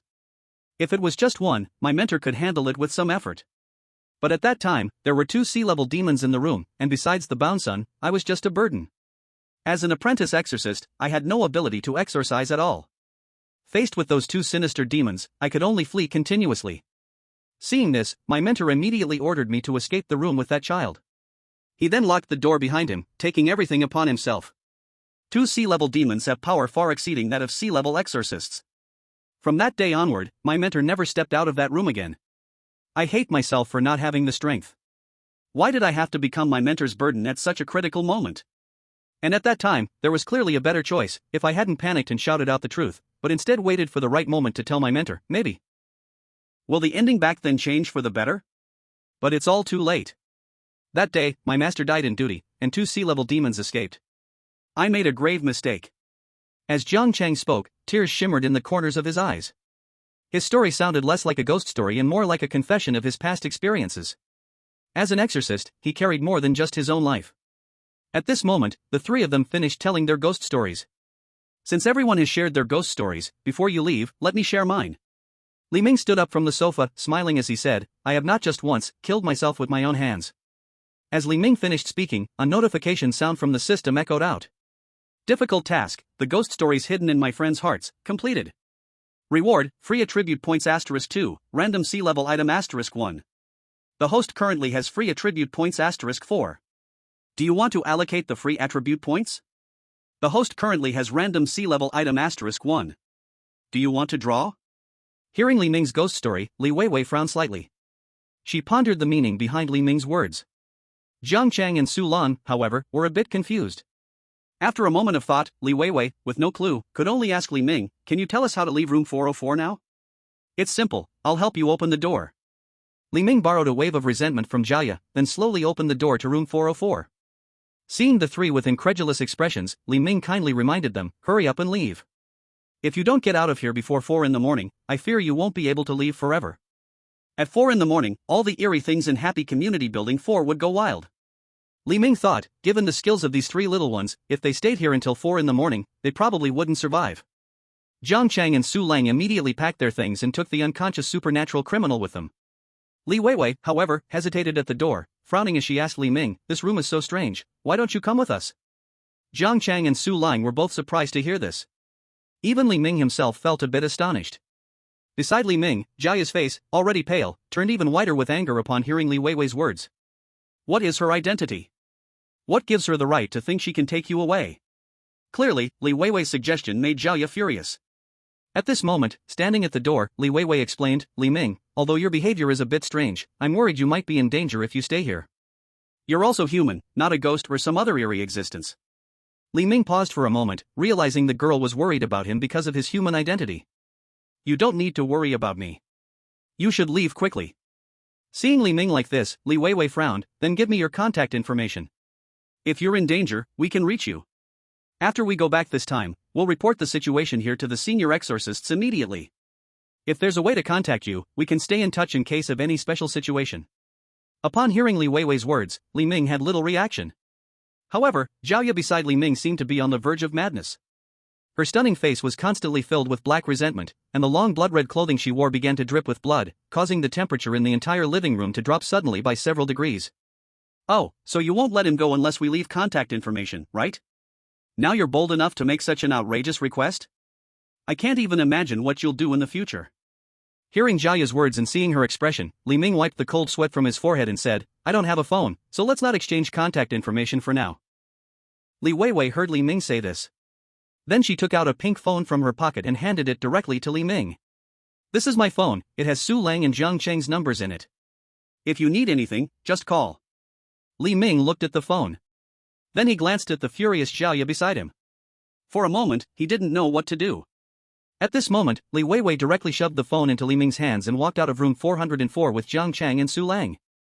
The instant they stepped out, the door of room 404 was immediately slammed shut by an unknown force. In the living room of room 404. Li Ming stared at the phone in his hand, then looked at Zhao Ye. You, let me explain. I won't listen. Smack. Zhao Ye instantly dashed back into the master bedroom, slamming the door loudly behind her. Cold sweat trickled down Li Ming's forehead, and his eyes showed some fatigue. Women, no, female ghosts, why are they so easily jealous? After this commotion, only Li Ming was left in the living room. Without anyone else, room 404 felt a bit eerie, quiet in a strange way. He cleaned up the leftover hot pot dishes on the table, tidied up the space a bit. Then Li Ming sat down on the sofa. Drawing random sea-level item. Random sea-level item drawing in progress. Congratulations, host has obtained item, Devil's Tailcoat, sea level. Devil's Tailcoat, sea level. Today I will dress to the nines, attending my own funeral. Wearing the Devil's Tailcoat provides a certain boost in rationality. A tailcoat is a formal dress worn by men at specific formal occasions.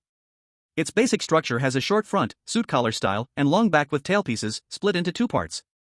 The tailcoat Li Ming drew fit his physique even better, and gave off a somewhat charming vibe. It even has a rationality boost? Not that it matters much, because I'm already quite rational. What's more important is that with this tailcoat, I won't have to walk around all day in this bloodstained lab coat, which makes me look like a pervert. Though Li Ming was a mental patient, he could still tell the difference between a psychiatric patient and a pervert. Then Li Ming changed into the tailcoat. With his good physique, combined with heightened build, he looked quite noble in this tailcoat. Classical, dignified, elegant. These qualities emerged with the outfit, proving that indeed, how one is dressed matters, and aura needs adornment. About an hour after Li Weiwei and the others left, the phone on the living room table suddenly rang.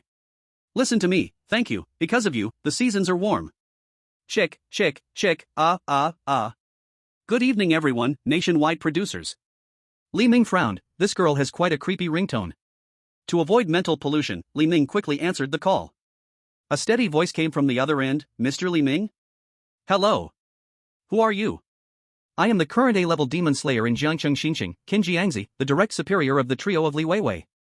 Oh, Qin Jiangzi. I've heard a lot about you. What's the matter? Well, I heard there's been an S-level weird event fluctuation near the happy community in the old district of Jiangcheng. The spirit detection device jumped above 10,000. You are still living in one of the rooms full of fierce ghosts.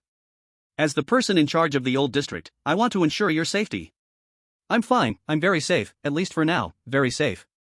I've heard that you know some rules about the weird events happening in the happy community. Can you tell me? To ensure the safety of nearby residents, we need to address the weird events happening around the old district immediately, and the information you know. It is very important to us. Li Ming smiled slightly when he heard Qin Jiangzi say this. Oh, what benefits can I get?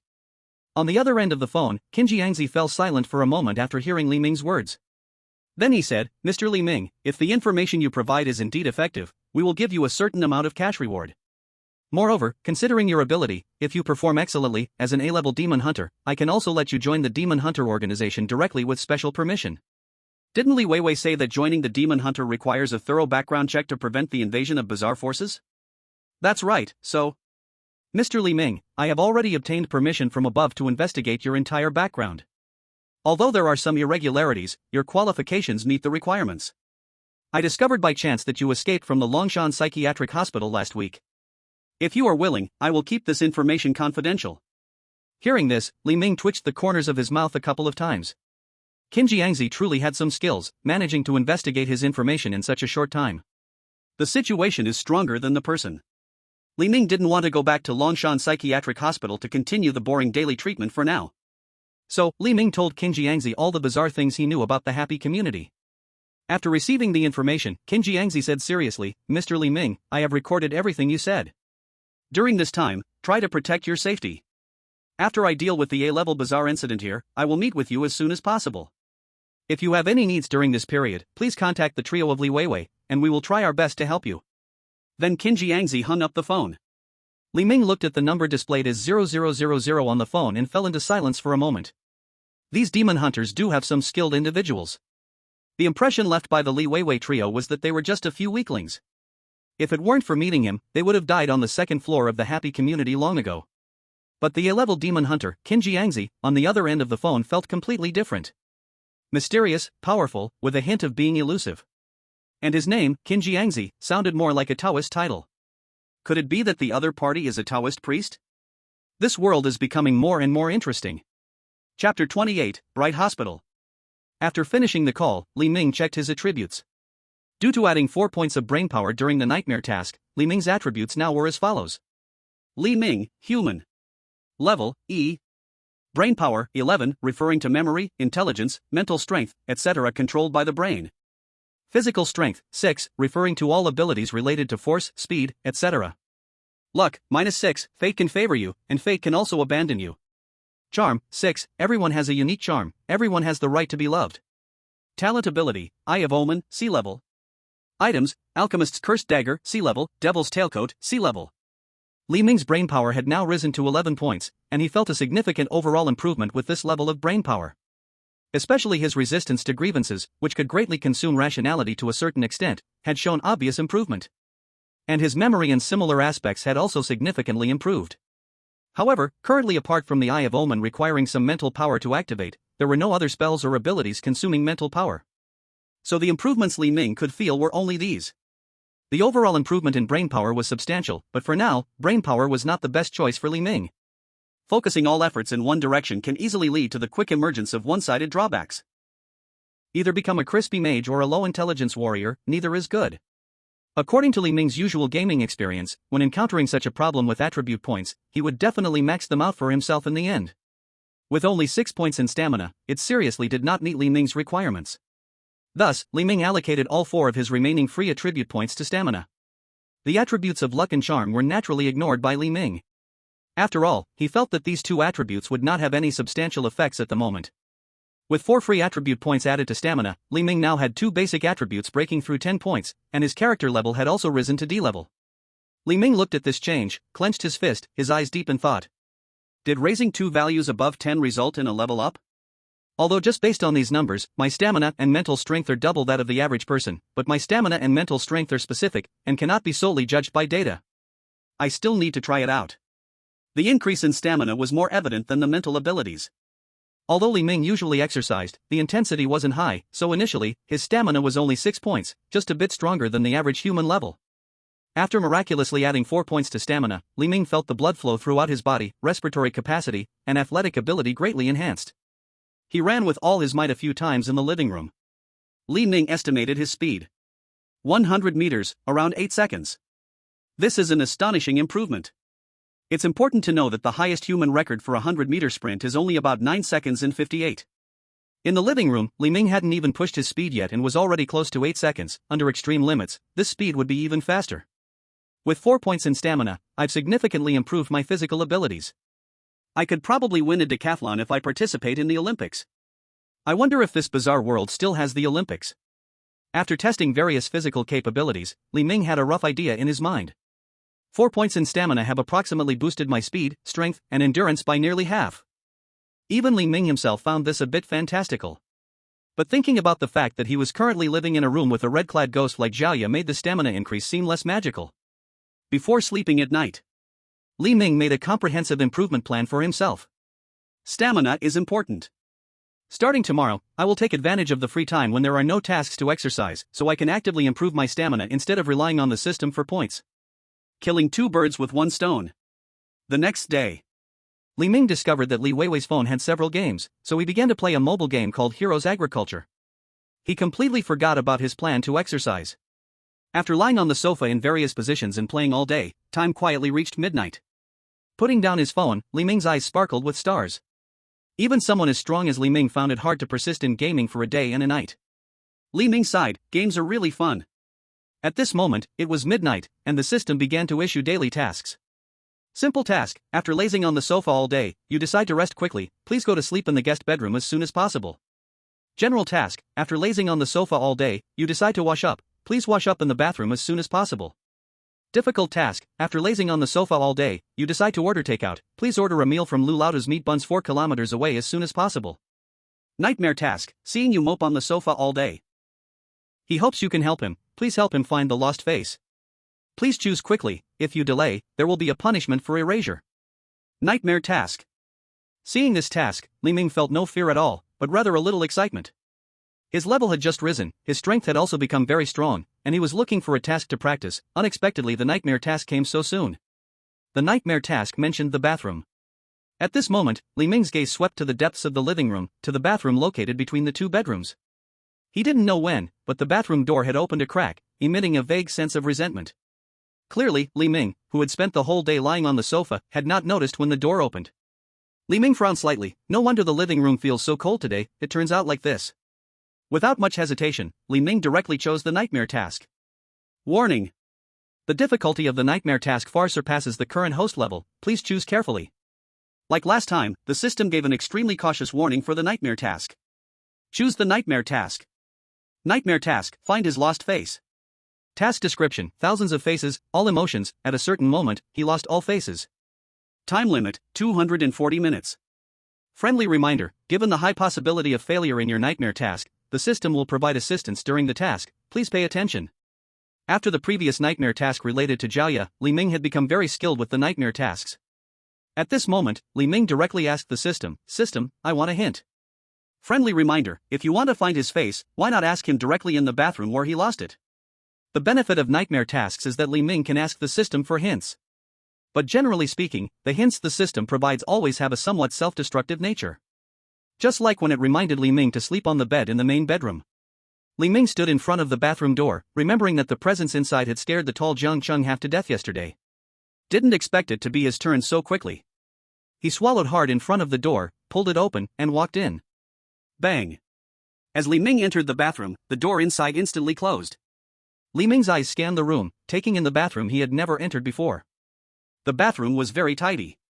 The toilet and shower area were separated, and in front of the toilet was a wash cabinet, on top of which was a rectangular single-sided mirror. Inside the shower area was a white bathtub and showerhead. After activating the Eye of Omen, Li Ming scanned the bathroom but didn't find anything unusual. Compared to the living room and the master bedroom, there wasn't any direct visual shock in this bathroom. But the more it seemed this way, the more uneasy Li Ming felt. The bathroom accumulated water, held breath, and was blocked. It was the easiest place in the entire 404 room to produce strange occurrences. So ordinary, yet it made one feel a bit unsettled. Especially the large mirror above the wash cabinet. At first glance, Li Ming thought nothing was wrong, but when he looked again, he discovered something unusual about the mirror. This mirror seemed to be one-sided. However, when Li Ming observed closely, he found something off. This mirror. Li Ming pressed the nail of his middle finger against the mirror's surface and saw that his fingertip actually had no gap with the reflection in the mirror. In theory, a normal single-sided mirror would have a noticeable gap when the finger was pressed against it. Then, Li Ming reversed his hand and gently tapped the mirror twice with his nail, only to find the sound from the mirror had a distinct hollow resonance, echoing dully. Knock knock. In the small bathroom. The echo rang out 2 or 3 times. Is this a double-sided mirror? At this moment, Li Ming felt an urge to smash the mirror in front of him and see what was behind it. But just then, the lights in the bathroom began to flicker continuously, as if there was a power outage. In the narrow bathroom, the thudding sound that Li Ming had made while knocking on the mirror gradually began to resound again. Li Ming's heart raced, feeling a bit nervous. However, he wasn't panicked to the extent of that time in Jiangcheng. With the short dagger of resentment tightly held in hand, Li Ming decided that if anything strange happened, he would stab first and ask questions later. At that moment, a blurry human shape appeared in the mirror. This shape was made up of indistinct black and white light spots, with a full body and limbs, but lacking a head. It stood beside Li Ming, right inside the mirror. Suddenly, it attacked Li Ming in the mirror. The body of Li Ming inside the mirror was torn apart by the black and white light figure, in an instant, shattered into hundreds of pieces like building blocks. Accompanied by flowing blood, the Li Ming in the mirror was gruesomely treated. Watching himself being treated this way inside the mirror, a strange feeling arose in Li Ming's heart. It feels like because of my intellect and the boosting effect of this tailcoat, I'm immune to part of the pain? Li Ming could sense a slight pain all over his body, but it was far from the level of making him want to run away. On the contrary, this level of pain just kept him excited. At this moment, the figure in the mirror saw that Li Ming remained unmoved, and it actually shook its body while handing something that looked like a piece of paper to Li Ming outside of the mirror. In the flickering light, the object from inside the mirror was passed to Li Ming. Li Ming frowned, then reached out to take it. At that moment, a cold breeze swept through the bathroom, forcibly pulling Li Ming out. Standing outside the bathroom door, Li Ming discovered that what he held was a burnt medical record. The medical record was heavily charred, with large areas burned away, making the medical advice and the names of the doctor and patient completely unreadable. Li Ming could only vaguely see the words Jiangcheng Bright Hospital at the top, and at the bottom, he made out Burns Dermatology. There wasn't much information, but it was crucial. Jiangcheng Bright Hospital and the Dermatology Burns Department of the hospital. The man's face in the mirror must have been left behind in the Burns Department of this Bright Hospital. To complete his task, he had to go to this Bright Hospital's Dermatology Department for answers. But where exactly was this Bright Hospital? That left Li Ming completely puzzled. Moreover, finding this man's face meant he would have to leave room 404, and even return to room 404 before 4 a.m. This suddenly made the task much more difficult. At that moment, Li Ming turned around and saw Jiaya peeking at him through the bedroom door. Her face was pale, and her blood-red eyes showed between the crack of the door. Although she was stunningly beautiful, this scene appeared somewhat eerie. But Li Ming knew Jiaya was concerned about him after hearing the noise in the bathroom. Though she was a vengeful spirit, the presence of the red embroidered shoes meant Jiaya's resentment didn't pose much harm to Li Ming. Thus, Li Ming stood in front of the bedroom door and quietly asked, "Jiaya, do you know anything about Bright Hospital?" Hearing Li Ming's question, Jiaya arrogantly replied from inside the door, "Humph, you ignored me all day yesterday. Even if I know, I won't tell you." Li Ming pondered for a moment, then said, "1 cup of milk tea, and you'll tell me what you know." Jiaya angrily retorted, "Get lost. A cup of milk tea just to exchange messages." Li Ming thought for a moment and increased his offer, a large milk tea, with pearls, with taro paste, with boba, and with coconut jelly. Deal. Jiaya stepped out of the room and took the medical record from Li Ming's hand. Looking at the Bright Hospital name on the medical record, she recalled and said, "The Bright Hospital, also known as the first private hospital in Jiangcheng, located in the western suburb, at the end of number 11 bus route. More than 20 years ago, the Bright Hospital was the best hospital in Jiangcheng, equipped with top-notch medical facilities and the best medical talents. But after several terrifying incidents, the hospital gradually declined. I went there a few times when I was sick, but I don't know if it is still open now." Chapter 29, Number 11 Bus. Li Ming stared at Jiaya. "When you say you went there a few times, do you mean when you were alive? Or did you go after you died?" Jiaya's blood-red eyes helplessly glanced at Li Ming. "Of course, I went when I was alive. If a person is dead, do they still need to go to the hospital?" Oh. At this moment, Jiaya reminded Li Ming, "The Bright Hospital is definitely not as bright as its name suggests. The tragedies that happened there are beyond your imagination. My advice is, don't go to that place." Li Ming shook his head helplessly. "What can I do? They asked me for help, I can't just refuse." Jiaya felt a bit helpless, and before leaving, she stuffed a pair of red embroidered shoes from the master bedroom into Li Ming's hands. "When you encounter life-threatening danger, hold on to the red embroidered shoes tightly and silently chant my name. Within them is my stored resentment, which can help you." Li Ming was somewhat surprised. Seeing the expression on Li Ming's face, Jiaya said arrogantly, "Humph, I'm not worried about you. I'm just afraid you'll die outside and your spirit won't be able to return to this room 404. If you have to die, you'd better die beside me." Jiaya's stunning beauty, combined with such proud words, left Li Ming momentarily stunned. With Jiaya's help, Li Ming left room 404. At this moment, it was midnight, and the various eerie things within Happy Community began to slowly stir.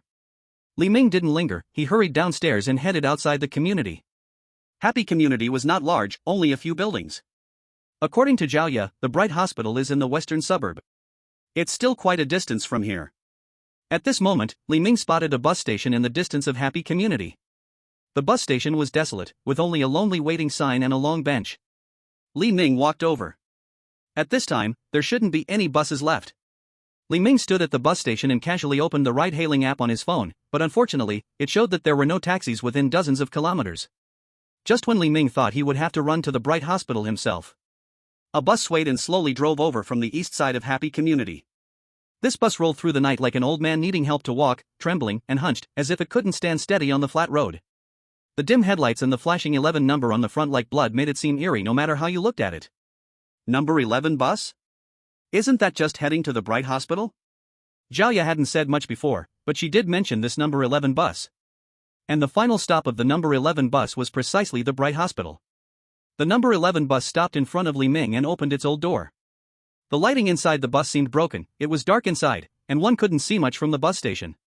He could only see a few blurry figures sitting inside the bus. Li Ming hesitated for a moment.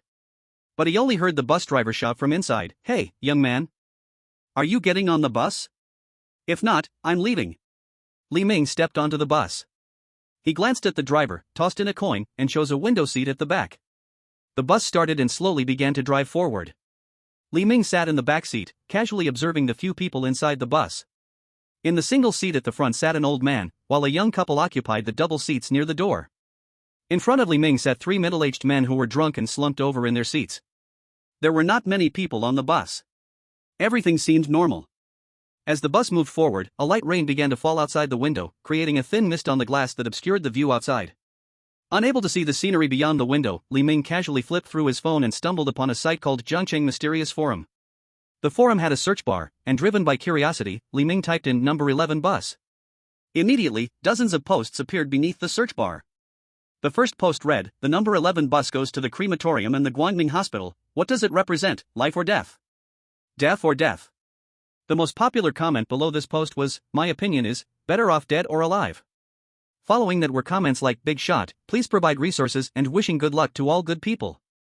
Li Ming felt that modern internet culture was too advanced, even he, who hadn't surfed the web in a while, was falling behind. So Li Ming quietly commented anonymously below, "Thanks for sharing, big shot, please DM me."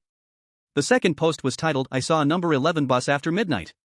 There were many replies below the post as well. The content was as follows. "I actually saw a number 11 bus after midnight. Almost all buses in Jiangcheng stop running after 10 p.m. Who is driving this one?" Someone replied to this, "Opie, it's said that some people have weak yang energy and are prone to seeing things they shouldn't at night. The number 11 bus seen at night may not necessarily be driven by a human. Oh no, I'm traveling at night, and taxis are too expensive, so I'm already on the bus." Image. This image was a photo taken inside the bus. Dim lighting, a gloomy corridor inside the bus, and several passengers who looked just like those in front of Li Ming. It seemed the OP really had taken the number 11 bus like Li Ming. Ha! OP actually dared to ride this bus, that takes guts. Awesome, OP must be a small bull crying over a little cow, the cow is dead. It's now 12:30 a.m., did OP die, or what? No response. Unexpectedly, the OP was still replying to the posts here.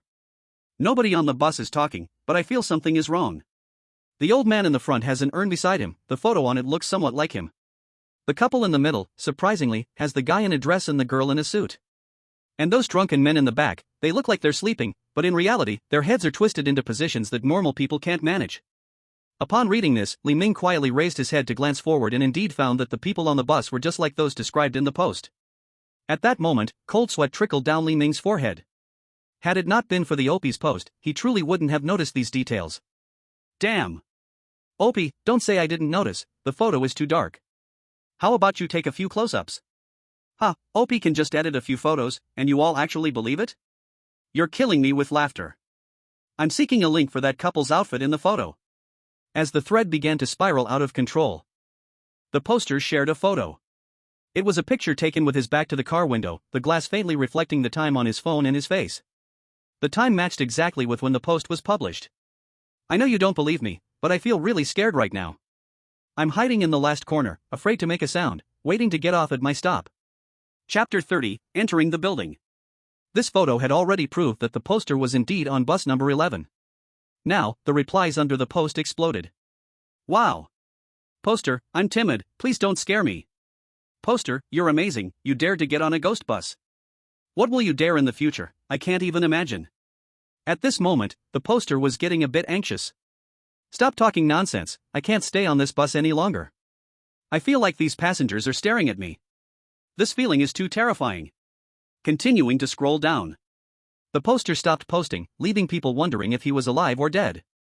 Li Ming slowly raised his head, discovering that at some point, all the passengers had turned their heads, staring at him like puppets. In the empty bus, this scene appeared a bit eerie and frightening. The standoff lasted several minutes, and the passengers became more aggressive, starting to leave their seats, slowly approaching Li Ming. It seemed they were preparing to take action. At this point, Li Ming sneered, "What are you looking at? Never seen a handsome guy?" Then Li Ming pulled out his vengeful short dagger and stabbed it into the seat in front of him. Since he was already on the bus, Li Ming wouldn't get off until the terminal. Even if this bus was full of ghosts, so what? After encountering Zhaoye and some residents within the happy community, Li Ming's immunity to these monsters had greatly increased. Especially since, aside from the vengeful dagger, he also had Zhaoye's red embroidered shoes. If it came down to a fight, Li Ming really wasn't afraid at all. The passengers, seeing Li Ming pull out a dagger stained with resentment and his unafraid demeanor, settled down, each turning back to their seats, no longer paying attention to Li Ming. Li Ming looked down at his phone. To his surprise, the long silent post unexpectedly began to update again. A new post floated up from the poster. I think I've fallen asleep on this bus, a new passenger has appeared. He's wearing a strange tailcoat and holding a black short dagger. The other passengers seem scared of him, and I don't dare approach him. He looks like a murderer who escaped from prison. It's terrifying. Li Ming stared at the newly appeared reply from the poster and fell silent for a moment. Then, Li Ming kindly replied anonymously in the thread, "Poster, your last post was a year and a half ago. A year and a half has passed, and you are still on this bus?" Seeing Li Ming's reply, the poster fell silent, and the thread came to an abrupt stop. It seemed the poster also realized something was wrong with him. Li Ming guessed that the poster had likely perished on this bus, probably becoming a bound spirit of the vehicle. Half an hour later. Bus number 11 swayed in the light rain and finally arrived at the destination, Guangming Hospital. Li Ming got off, and not a single ghost dared to stop him. After all, it was Li Ming's powerful aura that was too strong, especially with the devil's tailcoat and the vengeful dagger in hand. He didn't look like an ordinary person at all. These little ghosts really didn't dare to stop Li Ming. Standing in the rain, Li Ming slightly lifted the collar of his tailcoat and walked towards Guangming Hospital. At this moment, Guangming Hospital was completely immersed in the light rain. From a distance, the huge hospital building looked like a giant crying in the night. Wounded from head to toe, tragic and terrifying. Walking towards Bright Hospital. Li Ming noticed something unusual. Nearby the Bright Hospital, there was a black van with a steel pattern resembling a black gossip, seemingly a mark of some organization. Li Ming took a closer look but couldn't make sense of it. So Li Ming ignored the van and walked into Bright Hospital under the cover of night. Li Ming had just checked on his phone that Bright Hospital had been closed for 4 years. A few years ago, there were several major medical disputes here, reportedly involving many people, and even the news of these events couldn't be found online. It seemed to have been deliberately concealed. Bright Hospital only had one building, which had been abandoned for a long time. Many doors and windows had been broken due to neglect. Inside the building, various seals and red demolition signs were plastered everywhere. At the entrance stood a warning sign painted in red saying, "Dangerous building, do not enter." This place, decades ago, was bustling with business, but decades later, like Happy District, it became a deserted area. If it weren't for his mission, Li Ming wouldn't want to venture into such a terrifying, dangerous building at this late hour. But duty bound him. Li Ming sighed and pushed open the sealed hospital door and walked in. He didn't know if it was his illusion. Upon entering Bright Hospital, a sense of oppression surged in his heart. Long dark corridors, closed and gloomy wards, and medicines and syringes scattered on the ground waiting to be cleaned. Moreover, he didn't know if it was his illusion, but the corridors here echoed with people's pleas. Praying for healing from illness, praying for family safety, and even praying to end their pain soon. The pleas here far exceeded those in churches and other places. If God truly existed, this would be the place for him to show his presence. Li Ming opened the Eye of Omen for a glance but quickly closed it again. The so-called Bright Hospital appeared like a hell on earth. Even for someone like Li Ming, who had mental issues, the scenes of the underworld here felt excessively ominous. The cruelty here was an unbearable weight for humanity. Arriving at the nurses' station in the first-floor hall, Li Ming found a map of the hospital at the nurses' station and quietly scanned the layout of Bright Hospital. First-floor hall, second-floor internal medicine, third-floor surgery, fourth-floor gynecology, fifth-floor pediatrics. Where is the burn unit? Here it is, next to the seventh-floor dermatology. Li Ming located the burn unit in the nurses' station. The burn unit, located next to dermatology on the 7th floor, was a small department under dermatology, so it was not prominent, situated at the corner of the 7th floor. Room 404's bathroom mirror had the face he needed, right in the burn unit. To obtain his face, he had to go to the burn unit. Li Ming initially wanted to take the elevator, but the one in the hall was broken. Standing in front of the elevator, he saw it had plunged deep into the elevator shaft below, seeming to connect Bright Hospital to hell, bottomless. Better take the stairs. Li Ming quietly walked towards the stairs beside the elevator. He walked up to the 2nd floor, passing the 3rd floor. Everything seemed normal. The 2nd and 3rd floors were empty hallways, and faint sounds of rain and wind echoed from outside. Until the 4th floor, when some eerie sounds emerged. On the 4th floor's corridor, a closed, moldy, and rotten smell spread, a bit strange given the long-term abandonment. After all, mold and moss tend to grow in such places. But upon closer examination, Li Ming noticed a strangely fishy, blood-like smell in the dark corridor of the 4th floor. At first, Li Ming thought nothing of it. But soon, Li Ming realized something was wrong. The Guangming Hospital had long been emptied out, leaving only some equipment that couldn't be moved or was damaged. Moldy, that was one thing. But where was the smell of blood coming from? And with the emergence of this bloody scent, a faint sound, like someone chewing something with teeth, began to echo in the hallway. This sound sent chills down his spine. Driven by curiosity, Li Ming glanced into the hallway and discovered a 4-meter-tall monster made of different organs, pressing against the ceiling. This creature was composed of shattered muscle skin, broken bones, and entrails. Even its round head was adorned with hundreds of rolling eyeballs, as if it were a patched-up toy. Countless cries and wails of agony erupted from its fragmented mouths. At that moment, it was crouched on the ground, feasting on a corpse. That little thing is quite peculiar. Seeing this monster, Li Ming's eyes trembled.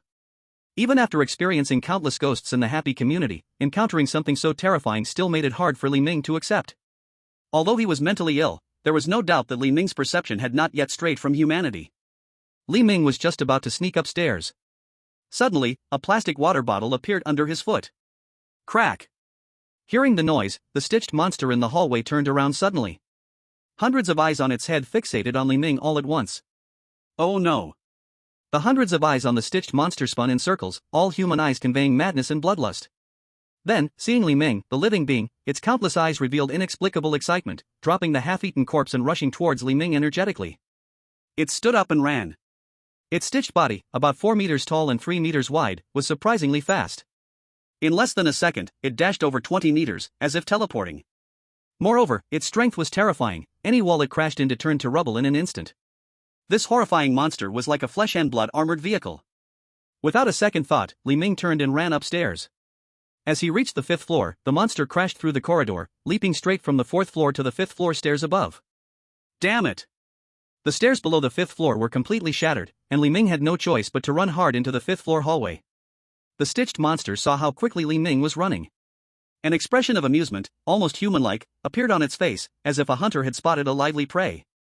Then it turned and followed Li Ming into the 5th floor corridor. This monster's oppressive presence was overwhelming. Its gigantic body nearly filled the hallway, and its terrifying appearance made people tremble. Especially the stench of decay and its inexplicable, human-like wails, which were hard for anyone to bear. As Li Ming ran into the 5th floor hallway, he focused his thoughts and calculated for a moment. Given my current physical condition, I'm not as quick as this thing, and I lack its strength. My only advantage is that I have a cursed short dagger. In a head-on fight, my chances are slim. This stitched monster completely outmatched Li Ming in every aspect. So Li Ming quickened his pace, sprinting fully into the hallway. The hallway of Guangming Hospital was not complicated. Many times, such hospitals are connected with wards across different departments. So it is easy to have a long corridor. These long and straight corridors are simply not suitable for hiding. Instead, they are perfect for letting the monster chase after Li Ming. Li Ming had added stamina points before, and now his speed is quite fast, but this monster is even faster.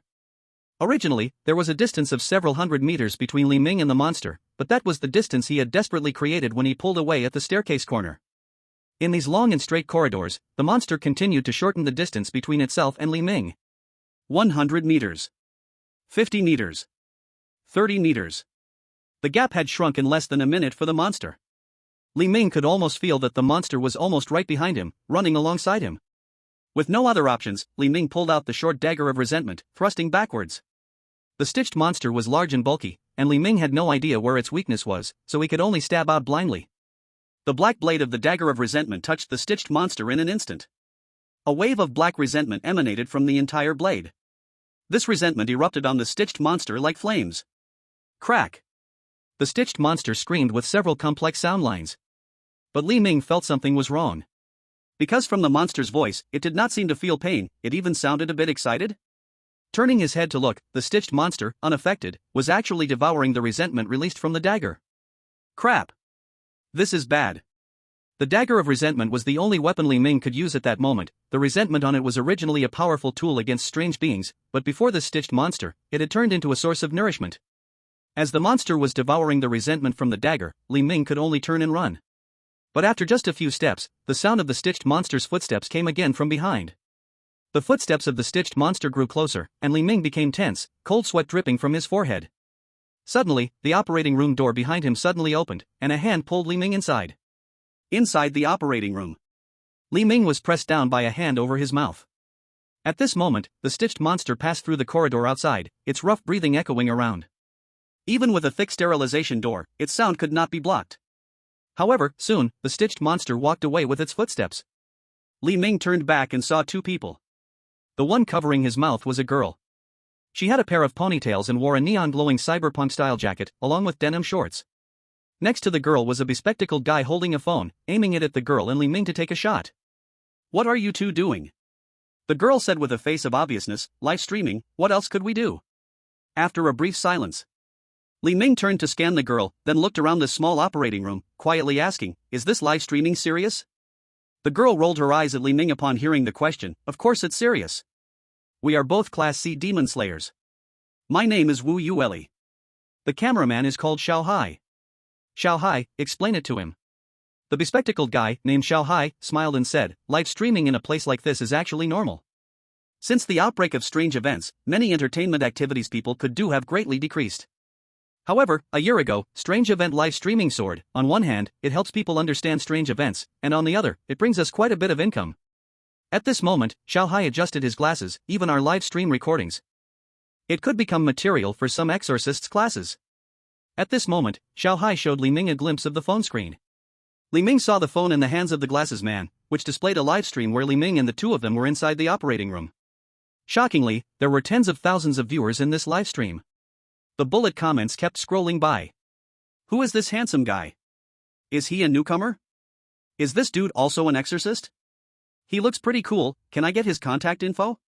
You're blocking my view of the streamer." At this moment, Wu Yueli looked at Li Ming and asked, "Did you come to Guangming Hospital alone?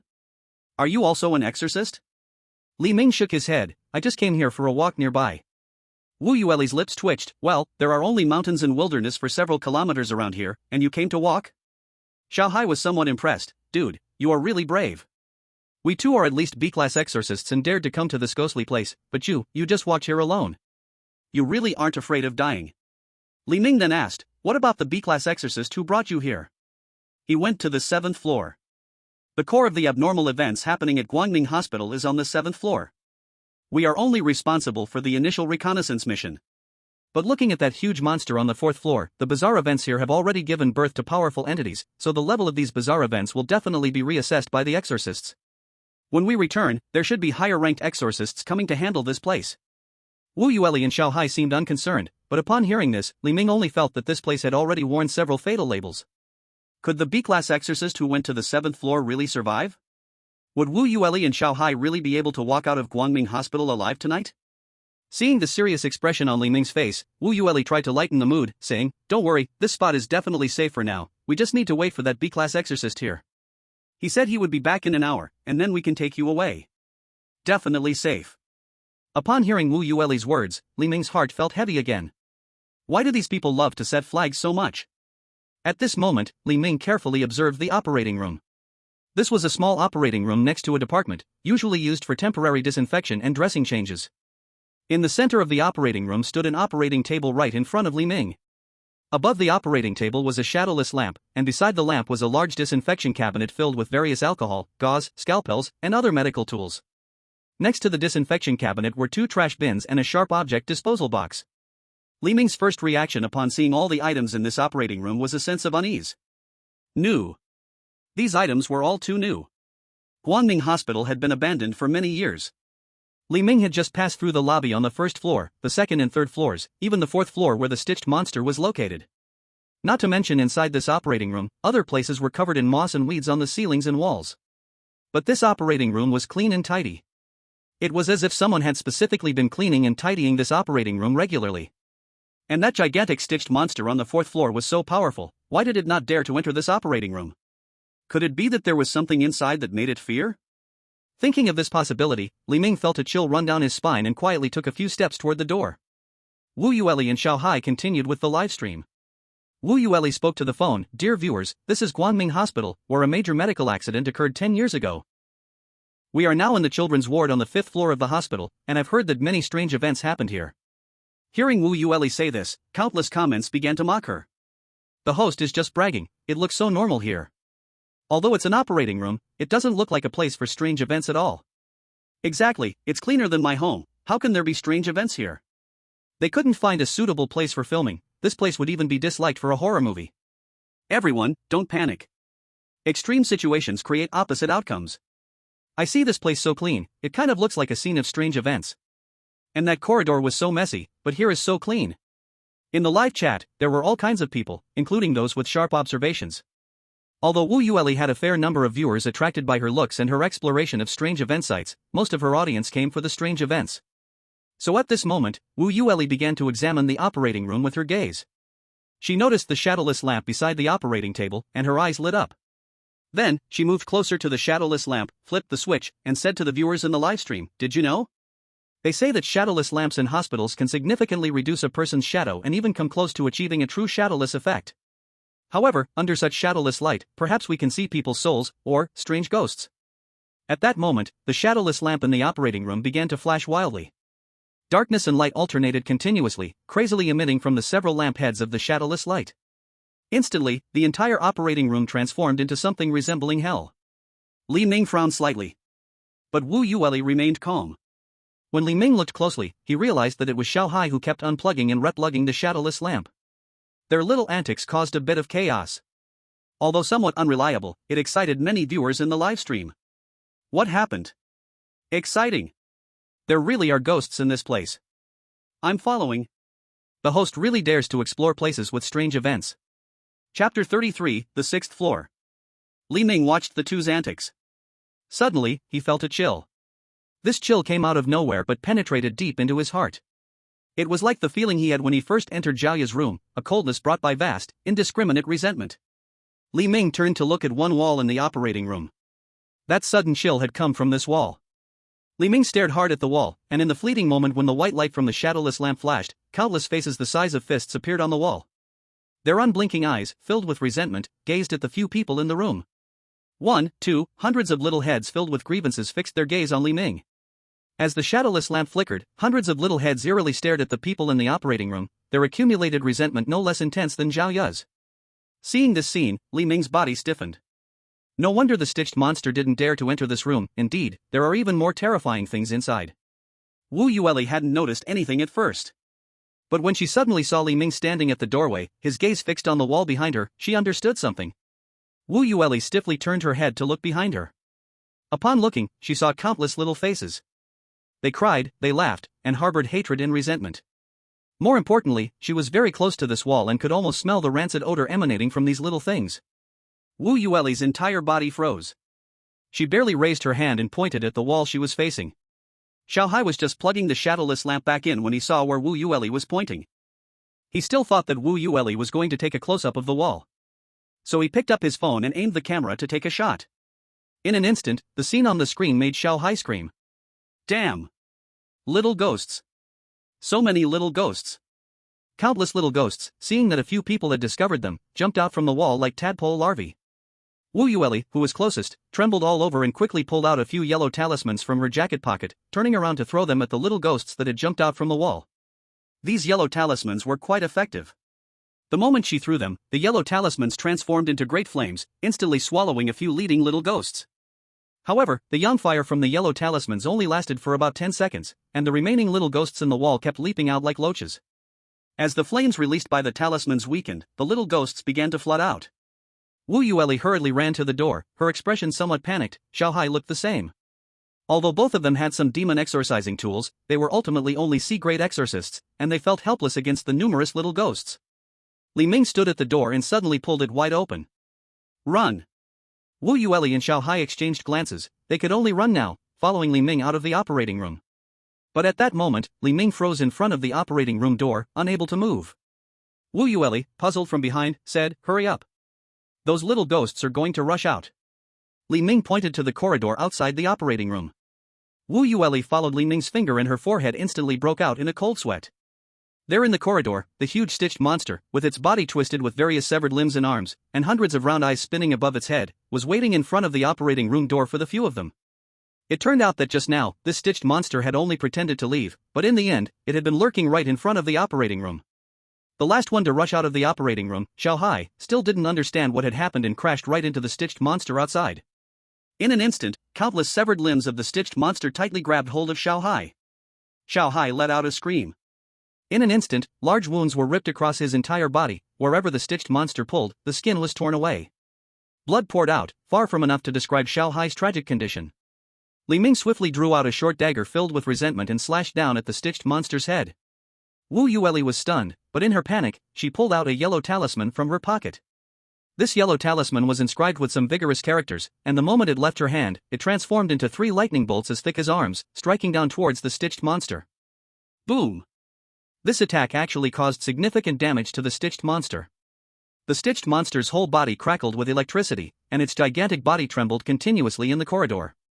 Seizing the brief moment, Li Ming rescued Xiao Hai from the monster's grip. Li Ming carried Xiao Hai and rushed towards the corridor. Wu Yueli also quickly followed Li Ming and dashed into the corridor. When the two reached the 6th floor, the 5th floor corridor was filled with intense screams, as if the little ghosts in the operating room were fighting the stitched monster. Li Ming initially planned to go directly to the 7th floor. But when he got to the 6th floor, the corridor leading upward disappeared. Yes, it wasn't destroyed, but vanished.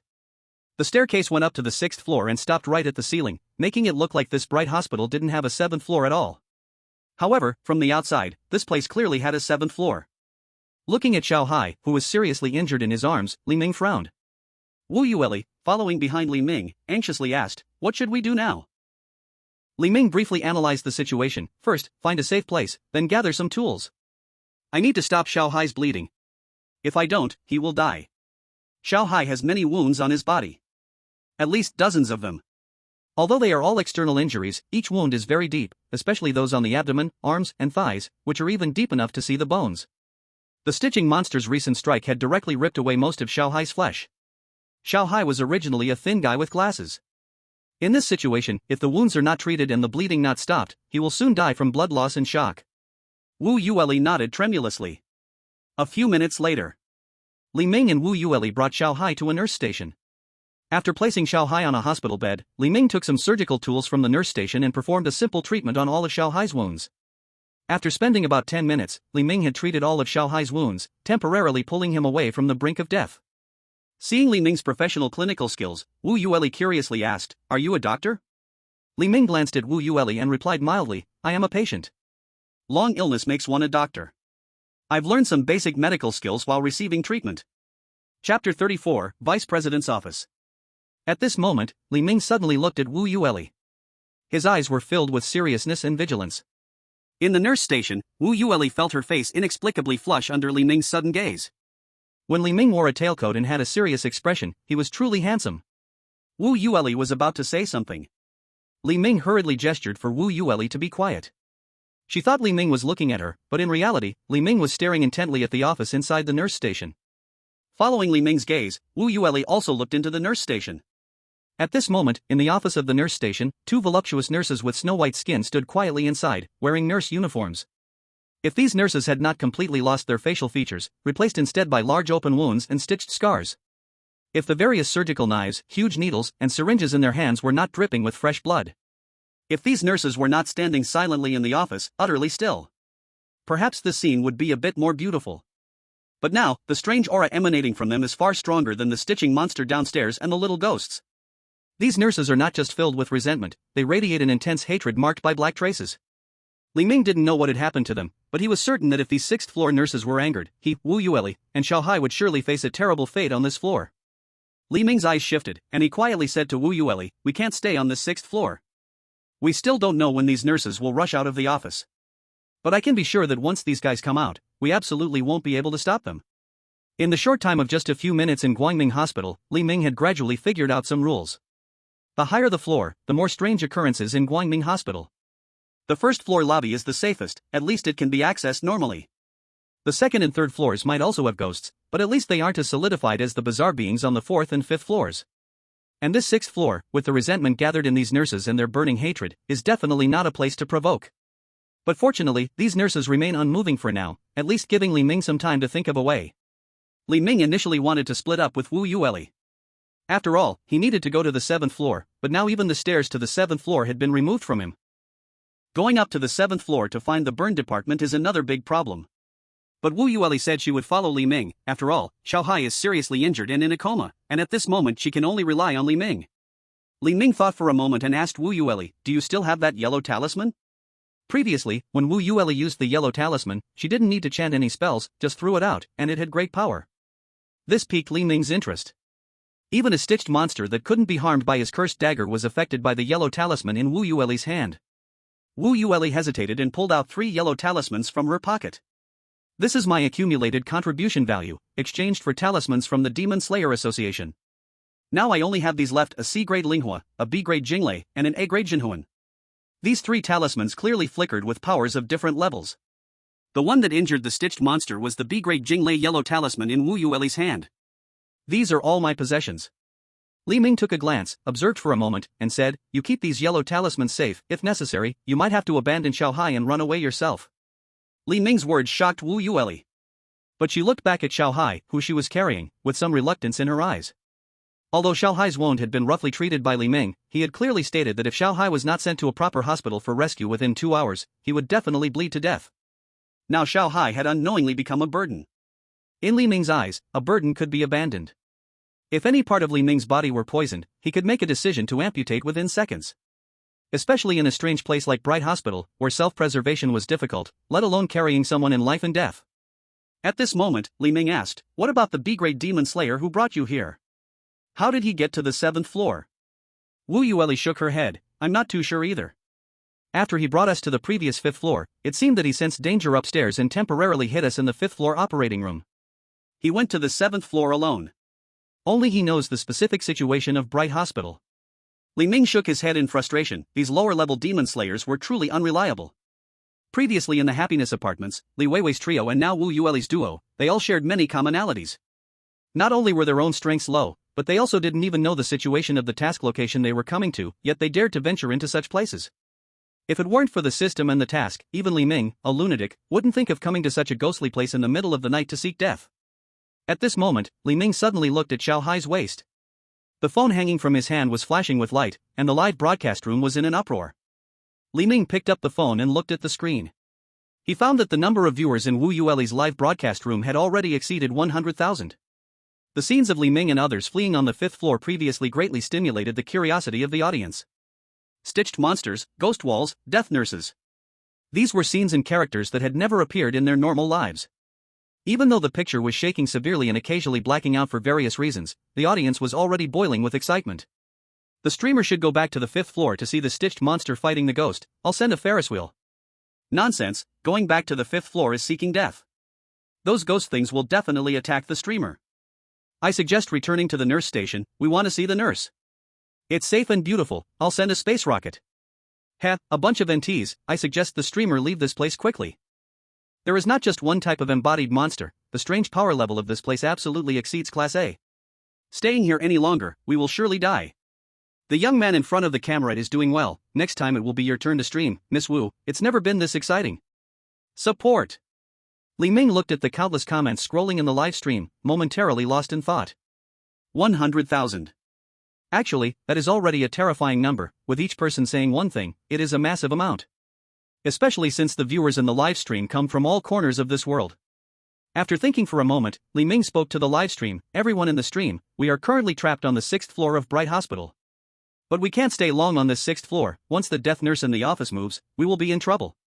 We need to get to the 7th floor to find a Class B exorcist. Does anyone know how to get to the 7th floor of Bright Hospital? As soon as Li Ming finished speaking, the viewers in the live stream immediately began to interact. Death danger? I think those nurse sisters are quite cute, except they have no noses or mouths, and some even have no heads, but their figures are great. Agreed, they look the same even with the lights off. Nurse sisters are the best. Li Ming looked at these irreverent comments, a black line appearing on his forehead. But at that moment, a different comment scrolled by. Years ago, there was a fire in the plastic surgery department on the 7th floor of Bright Hospital. It was said to have been started by a patient who had a failed cosmetic surgery. However, Bright Hospital was the top private hospital in Jiangcheng at the time, and the fire was quickly extinguished. After that, however, even more strange events exploded in Jiangcheng Hospital, leading to its decline. This comment was posted by a user named I Am a Dog. Li Ming set this I Am a Dog user as a moderator, making their comments more noticeable. After becoming a moderator, Li Ming quickly messaged them, "Brother Dog, since you say this, do you know a lot of insider information?" I Am a Dog replied, "By chance, I used to work as a paparazzi and followed a few second-tier celebrities to this Jiangcheng Bright Hospital for surgery. The investigations also included some secrets of Bright Hospital. Now that it's gone, I can share some with you. In the pediatrics of Bright Hospital, there were reports that some newborns went missing right after birth, and many gynecological patients also died. Even at the peak of Bright Hospital, the death rate in a single day reached 5%. Don't think 5% is small. Back then, Bright Hospital could serve over 1,000 patients in a day. 5% means over 50 people. Hearing this terrifying death rate, Li Ming's eyes trembled. So those sewing monsters and little ghosts on the 3rd and 4th floors could be monsters formed from those who died for unknown reasons at Bright Hospital back in the day. Then what about the 6th floor? Is there any story there? Bright Hospital was a private institution, claiming to hire industry professionals, but in reality, only a few named doctors had real skills. The other ordinary doctors and nurses were all new recruits hired at low rates. But you should understand, these low-rate hires were inexperienced, and at that time, Bright Hospital's advertising was so good that their pressure was enormous. Li Ming thought for a moment, but this has nothing to do with the nurses on the 6th floor, right? The user I am a dog sent a smirking emoji, nothing to do? The vice president of Bright Hospital was on the 6th floor. This vice president was quite the scumbag. It is said that back then he had improper relationships with hundreds of nurses on the 6th floor due to his position. Guess what? Where are those nurses now? Hearing this, Li Ming roughly understood what the dog meant. I am a dog, it continued. Back then, when this vice president was about to be reported by joint signatures, a big fire broke out on the 7th floor the next day, and many nurses on the 6th floor died in the blaze. Strangely, it is said that the fire was immediately extinguished as it reached the vice president's office. After that, the incident regarding the vice president also faded away with the tragedy. If you want to find a way to the 7th floor, you can go look for it in the vice president's office.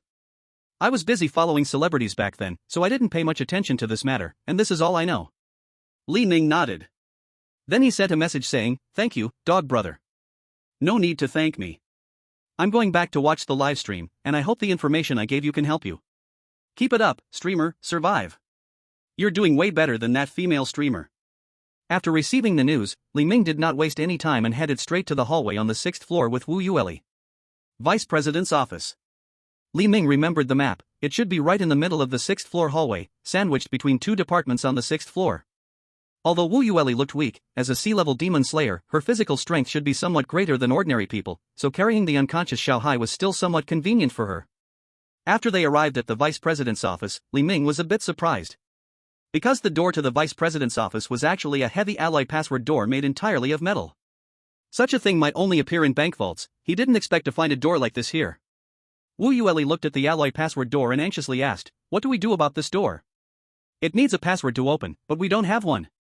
Li Ming looked at the password lock, his eyes cold and determined. "Step aside, I will open it." With that, Li Ming crouched down in front of the door and began trying various methods to unlock it. 5 minutes later. Wu Yueli hesitated and said, "How about I try using a thunder talisman on the lock? Maybe it will blow it open?" "No need." At that moment, after Li Ming said no need, the password lock made a crisp ding sound, and the door slowly opened. Li Ming shook his head slowly. "This lock is far inferior to the locks I picked in the hospital back then. Back then, at Longshan Mental Hospital, to lock up someone like Li Ming, they used the most advanced locks in the world. But even then, Li Ming still couldn't be kept trapped." The door opened slowly. But in the hallway, a series of footsteps echoed. Li Ming and Wu Yueli exchanged glances, both knowing it was bad news. "It's those dead nurses. This vice president has done some beastly things. Opening this door will surely trigger the taboo of those nurses. Hurry, in." Li Ming and Wu Yueli quickly entered the vice president's office. In the instant Li Ming turned to close the door, a glimmering surgical knife, filled with intense black resentment and hatred, pierced through the thick alloy door, which was over 50 centimeters thick. This surgical knife was only about 1 centimeter away from Li Ming's eyes. Then countless surgical knives and needles crazily stabbed at the alloy door. It seemed as fragile as rotten wood, unable to stop the attacks of the dead nurses outside. Li Ming was struck in several places, sustaining wounds. The alloy door was instantly filled with numerous puncture marks. Fortunately, Li Ming was positioned a bit farther away, so the deepest wound merely pierced his skin. Wu Yueli was dumbfounded, while Li Ming turned and shouted, "Quick, find a way. This door won't hold for long. If those dead nurses break in, we will undoubtedly die." Chapter 35, 7th floor. Inside the vice president's office. The decor could be described as magnificent. In fact, magnificent is somewhat inadequate to describe the extravagance of this vice president's office. The office has a 2-level indoor structure. On the upper level, there is a row of complete bookshelves, while the lower level holds various types of furniture. Expansive, complete marble floors, rounded European carved stone pillars, exquisite handmade decorative pieces, a pure leather black high-end sofa, an elegant European flat wooden table beside the sofa, hand-painted pictures leaning against the wooden table, and a precious antique piano positioned by the window. Above the ceiling, there is even a depiction of the Sistine Chapel's ceiling painting, The Creation of Adam. The massive office ceiling actually replicates this world-famous painting in a 1:1 scale. And on one wall of the office, inlaid with golden threads and carved from jade, is a whole wall filled with various trophies and honor certificates. It seems the dean is declaring his great achievements in this office. The so-called sense of high quality is thus born. Li Ming nodded. If it weren't for the death nurses outside the main door stabbing it with various terrifying surgical tools, this place might feel even more high-end. Wu Yueli was frantically searching for the entrance to the 7th floor, but he found the 2nd floor from this office, only to return to the 1st floor again. He rummaged through everything, yet he couldn't find any secret doors or anything like that. Wu Yueli felt a bit anxious because at that moment, the alloy door of the office had already been hacked open by the death nurses, creating several holes as thick as arms. Some of the death nurses had stretched their pale arms into the room. Li Ming pointed above his head, "Heaven is above, hell is below." After saying this, Li Ming jumped onto the table, raised the cursed short dagger in his hand, and stabbed it into the center of the painting The Creation of Adam on the ceiling. Right at the point where Adam and God's fingers connect. Crack! With this action from Li Ming, a distinct sound of gears turning echoed through the room. The mural on the ceiling gradually disappeared, and a lifting staircase slowly descended from above. Just before countless death nurses broke into the room, Li Ming took Wu Yueli and Xiao Hai and ascended this lifting staircase. As the lifting staircase entered the ceiling, the whole environment fell into a dead silence. Surrounded by darkness, the only sounds were those of the staircase moving with gears and tracks. In an environment devoid of light, time seemed to stretch unbearably long. Or rather, time lost its meaning altogether. Without the presence of light, you cannot rely on the changing shadows to determine the passage of time. Some fragmented and evil thoughts that frighten oneself will emerge in such an environment. Wu Yueli leaned against Li Ming with Xiao Hai on her back, and she whispered, "Li Ming, there won't be any strange things in this lifting elevator, right?" Li Ming shook his head. "But in the darkness here," Li Ming said, "there's nothing strange. The lifting elevator has been going up all this time. It's already been more than 3 minutes since we entered." The reason he was so sure was that Li Ming had activated the Eye of Omen.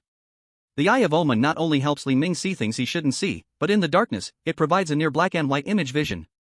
This visual effect is not strong, but it can still be effective in this completely dark environment. Wu Yueli was surprised to hear Li Ming's words, "But aren't we going to the 7th floor? The 6th and 7th floors are only 1 floor apart, how can it take so long?" Li Ming thought for a moment. Perhaps the 7th floor we are going to is not just the 7th floor of this bright hospital. Maybe, it will be a completely different place. Hearing Li Ming say this, Wu Yueli's expression became serious. Because although Li Ming thought nothing of it, Wu Yueli was an exorcist, and even if she was just a C-class exorcist, her own skills were not that strong. But she still understood the basic knowledge required of a demon hunter. Previously, a large-scale manifestation of strange creatures had already appeared in Guangming Hospital, and now the 7th floor had directly undergone a change, meaning a large-scale manifesting anomaly event was happening here. Such an event basically constituted a major dangerous anomaly disaster. It needed A-class or even higher-level demon hunters to handle it. But right now, she was a C-class demon hunter, carrying an injured companion and followed by a person who was not a demon hunter, heading towards the depths of this anomalous area. This left Wu Yueli feeling somewhat scared. In the silent elevator, Li Ming silently twisted his finger joints, making a rhythmic clicking sound. This made Wu Yueli somewhat curious. "What are you doing?" Li Ming replied calmly, "Timing. If it doesn't stop in 7 minutes, we'll have to find a way out ourselves." 7 minutes was Li Ming's rough guess. 7 minutes? Wu Yueli was somewhat confused. Is it because we are going to the 7th floor that we need to time it for 7 minutes? Li Ming shook his head. "Your observation skills are too weak. In that vice principal's office, there were too many hints about 7. Really?" Wu Yueli felt somewhat helpless. Previously, the scene of the death nurses breaking through the door was so horrifying that she was too busy looking for an exit to notice the hints in the room. Li Ming recalled various scenes in the vice principal's office, calmly saying, "Firstly, the vice principal's office has a 2-level structure, but that's just in the horizontal direction. In the vertical direction, along with the clever arrangement of 5 marble pillars, the room is divided into 5 parts vertically. Together, these make 7 parts." Wu Yueli hesitated for a moment, but could this be a coincidence? Li Ming continued, "Each piece of marble has 7 edges. When the 7 edges fit together, they form the entire floor of the room. The wooden table is rectangular, the sofa is triangular, and the classical piano is circular in shape. Altogether, these 3 main pieces of furniture have a total of 7 angles. This. Wu Yueli was stunned. She never expected the vice principal's office to have so many hints of 7. At this moment, Li Ming continued, in the corner of the ceiling of the room, there are 7 mortal sins carved in an extremely dark technique creating the image of Adam. You may not have noticed, but this also represents 7, and the most evil 7, the 7 deadly sins. Just as Wu Yueli wanted to say something, the clicking sound of Li Ming counting time suddenly stopped. 7 minutes are up. As Li Ming said this, the elevator stopped in front of them. The elevator door opened, revealing a blinding white light. Li Ming did not hesitate, stepping straight out. Wu Yueli watched as Li Ming confidently walked away, momentarily stunned. She felt a safety she hadn't even felt with previous B-class demon hunters. But this sense of safety seemed as if it could turn dangerous at any moment. Looking back at the unconscious Xiaohai, Wu Yueli gritted her teeth and followed Li Ming out of the elevator. Stepping out of the elevator, what came into view was a clean corridor, brightly lit. Li Ming took a slight breath. The air was a bit pungent but reassuring with the smell of disinfectant. The sign for the 7th floor was posted at the elevator exit. It looked just like a normal 7th floor of a regular hospital, except for the absence of people. Everything else seemed normal. At this moment, Wu Yueli had also learned to be smart. Looking at such a normal corridor, she felt an inexplicable fear in her heart. It's so normal here, there can't be something particularly terrifying lurking, right? Li Ming shook his head, feeling somewhat uncertain. Under the blessing of the Eye of Omen, everything here seemed normal. But it was precisely because this normalcy appeared in Guangming Hospital that it felt so absurd to the point of disbelief. Li Ming silently moved forward, heading toward the burn department. The face of the man he was looking for, according to the medical record he obtained in the restroom, was in the burn department. Silence. It was too quiet. Li Ming and Wu Yueli walked in the hallway, quiet enough to hear the creaking sound of their shoes on the smooth floor. Soon, they arrived at the burn department. As a small department in the hospital, the burn department of Guangming Hospital was located at the end of the hallway on the 7th floor. There was only one ward here. However, just as they reached the door of the burn ward, Wu Yuli's expression changed drastically. She looked through the glass at the ward inside, her entire being seeming as if she had seen a ghost, grabbing Li Ming and pointing at the burn ward, saying, that is the B-class demon hunter who came with us. How is he lying on the hospital bed? Li Ming heard what Wu Yuli said and looked toward the ward. Sure enough, in the burn ward, a man wrapped in bandages and bleeding was firmly fixed to the hospital bed. Although he was completely covered in bandages, his eyes could still move, and the moment he saw Wu Yuli, there was a hint of excitement in the eyes of this B-class demon hunter. Wu Yuli, carrying Xiaohai, hurried into the ward. Li Ming followed her in. Wu Yuli looked at the B-class demon hunter on the hospital bed, her eyes filled with worry. Teacher Su Ming, how did this happen to you? Get up quickly. I'll help you untie these bandages. As she spoke, Wu Yuli was about to tear off Su Ming's bandages. At that moment, Li Ming stepped forward, blocking Wu Yuli and grabbing her hand. Wu Yuli was somewhat confused. Li Ming, what are you doing? Li Ming pointed at the bandages on Su Ming, carefully examined them, then said, if you tear off these bandages now, he will immediately lose all the skin on his body, and even without these bandages to protect him, he will die within just a few minutes. How can this be? Li Ming looked at the situation of the B-class demon hunter Su Ming, speaking calmly. Someone has severely burned him all over his body, and the moment after the burns, they immediately wrapped him up perfectly with bandages. These bandages have something else on them and are now completely fused with his skin. Professional medical personnel must handle this. If you tear the bandages now, it's like tearing his skin. Wu Yuli felt a chill upon hearing Li Ming's words. How can this be? Teacher Su Ming's strength is very strong, who has the ability to harm him so severely? Li Ming shook his head, indicating he wasn't sure. As a B-class demon hunter, Su Ming was now wrapped in bandages, with only his eyeballs able to move. Li Ming thought for a moment, took a pair of scissors from the ward, and carefully cut a slit near his mouth. This way, Su Ming might be able to speak. After taking several deep breaths, Su Ming said intermittently, evil, demon, burn department office, quickly, escape. Hearing that there was a demon in the burn department office, Li Ming raised his eyebrows, while Wu Yuli was somewhat terrified. After all, demons, even in this era of frequent strange events, are not often seen. Li Ming scanned the ward. Confirming that the face he was looking for was not here, Li Ming decided to head to the burn department doctor's office. Wu Yuli clearly did not want to go. So Li Ming calmly said, you stay here, keep an eye on Xiaohai and Su Ming. By the way, aren't you going to call for a higher-level demon hunter to come help? At this moment, Wu Yueli suddenly realized and hurriedly picked up her phone to call for help. Li Ming, on the other hand, walked out of the ward and headed towards the burn department doctor's office on the 7th floor. Burn department office. The office is actually only a few dozen meters away from the ward. Li Ming took only a few steps and arrived at the office door. At this moment, Li Ming had no hesitation and pushed the door open to walk in. Inside the office, a figure in a white lab coat sat with his back to Li Ming at the opposite side of the door. Li Ming looked at this figure and curiously asked, "Vice President of Guanming Hospital?" As soon as Li Ming asked this question, the person turned around. He was wearing a white lab coat, of average height, and slightly plump. But he had a face that could be called enviable, even a fairy might sigh in admiration before this face. His body and face had a strange sense of disharmony. The vice president looked at Li Ming and politely responded, "Hello, you are the second person to find me today." Li Ming smiled and said, "You became the vice president thanks to this face, even deceiving countless nurses' feelings. What did you do next?" The vice president also laughed, although his laugh was very unnatural, as if that face did not belong to him. "You were able to find me here, which proves you are smart and have some skill. Can't you guess what I did next?" Li Ming stroked his chin and calmly said, "Harvested the skin of countless patients and sacrificed them to the existence that gave you this face. After tasting the benefits from the skin, you further escalated, sacrificing everything from organs and hearts to children and women. You sacrificed them all." Hearing Li Ming's words, the vice president burst into laughter. "Exactly. I have obtained everything. Power, status, reputation, women, money. Everything I wanted, I have gotten. Those sacrifices are nothing compared to what I have gained." The vice president laughed maniacally, and as he did, blood began to seep from his face continuously. Chapter 36, Elevator. The vice president. At this moment, he was gradually descending into madness. Li Ming was a bit curious about how this type of mutation occurred.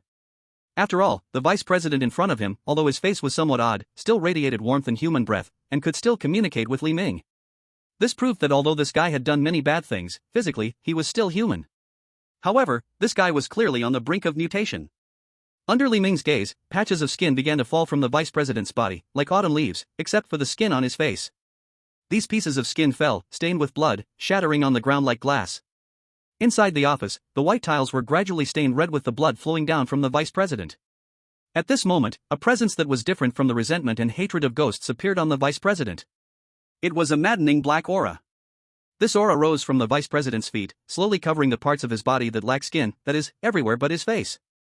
Although Li Ming was not affected by this aura, he could still analyze the scent within it. Pride, jealousy, wrath, laziness, greed, gluttony, the air was filled with the scent of original sin. Is this the power of demons? As the demon's power clung to the vice president, his flesh and blood began to undergo gradual mutation. The skin and flesh on his body began to swell, and tumor-like growths started to bloom from every vein in his body like flowers. The bones within his body began to grow again. Arms, legs, palms, joints, all sprouted sharp and pointed bone spurs. And with the appearance of the tumors, the swelling flesh on him start to merge together with these bone spurs, stabilizing the vice president's body condition.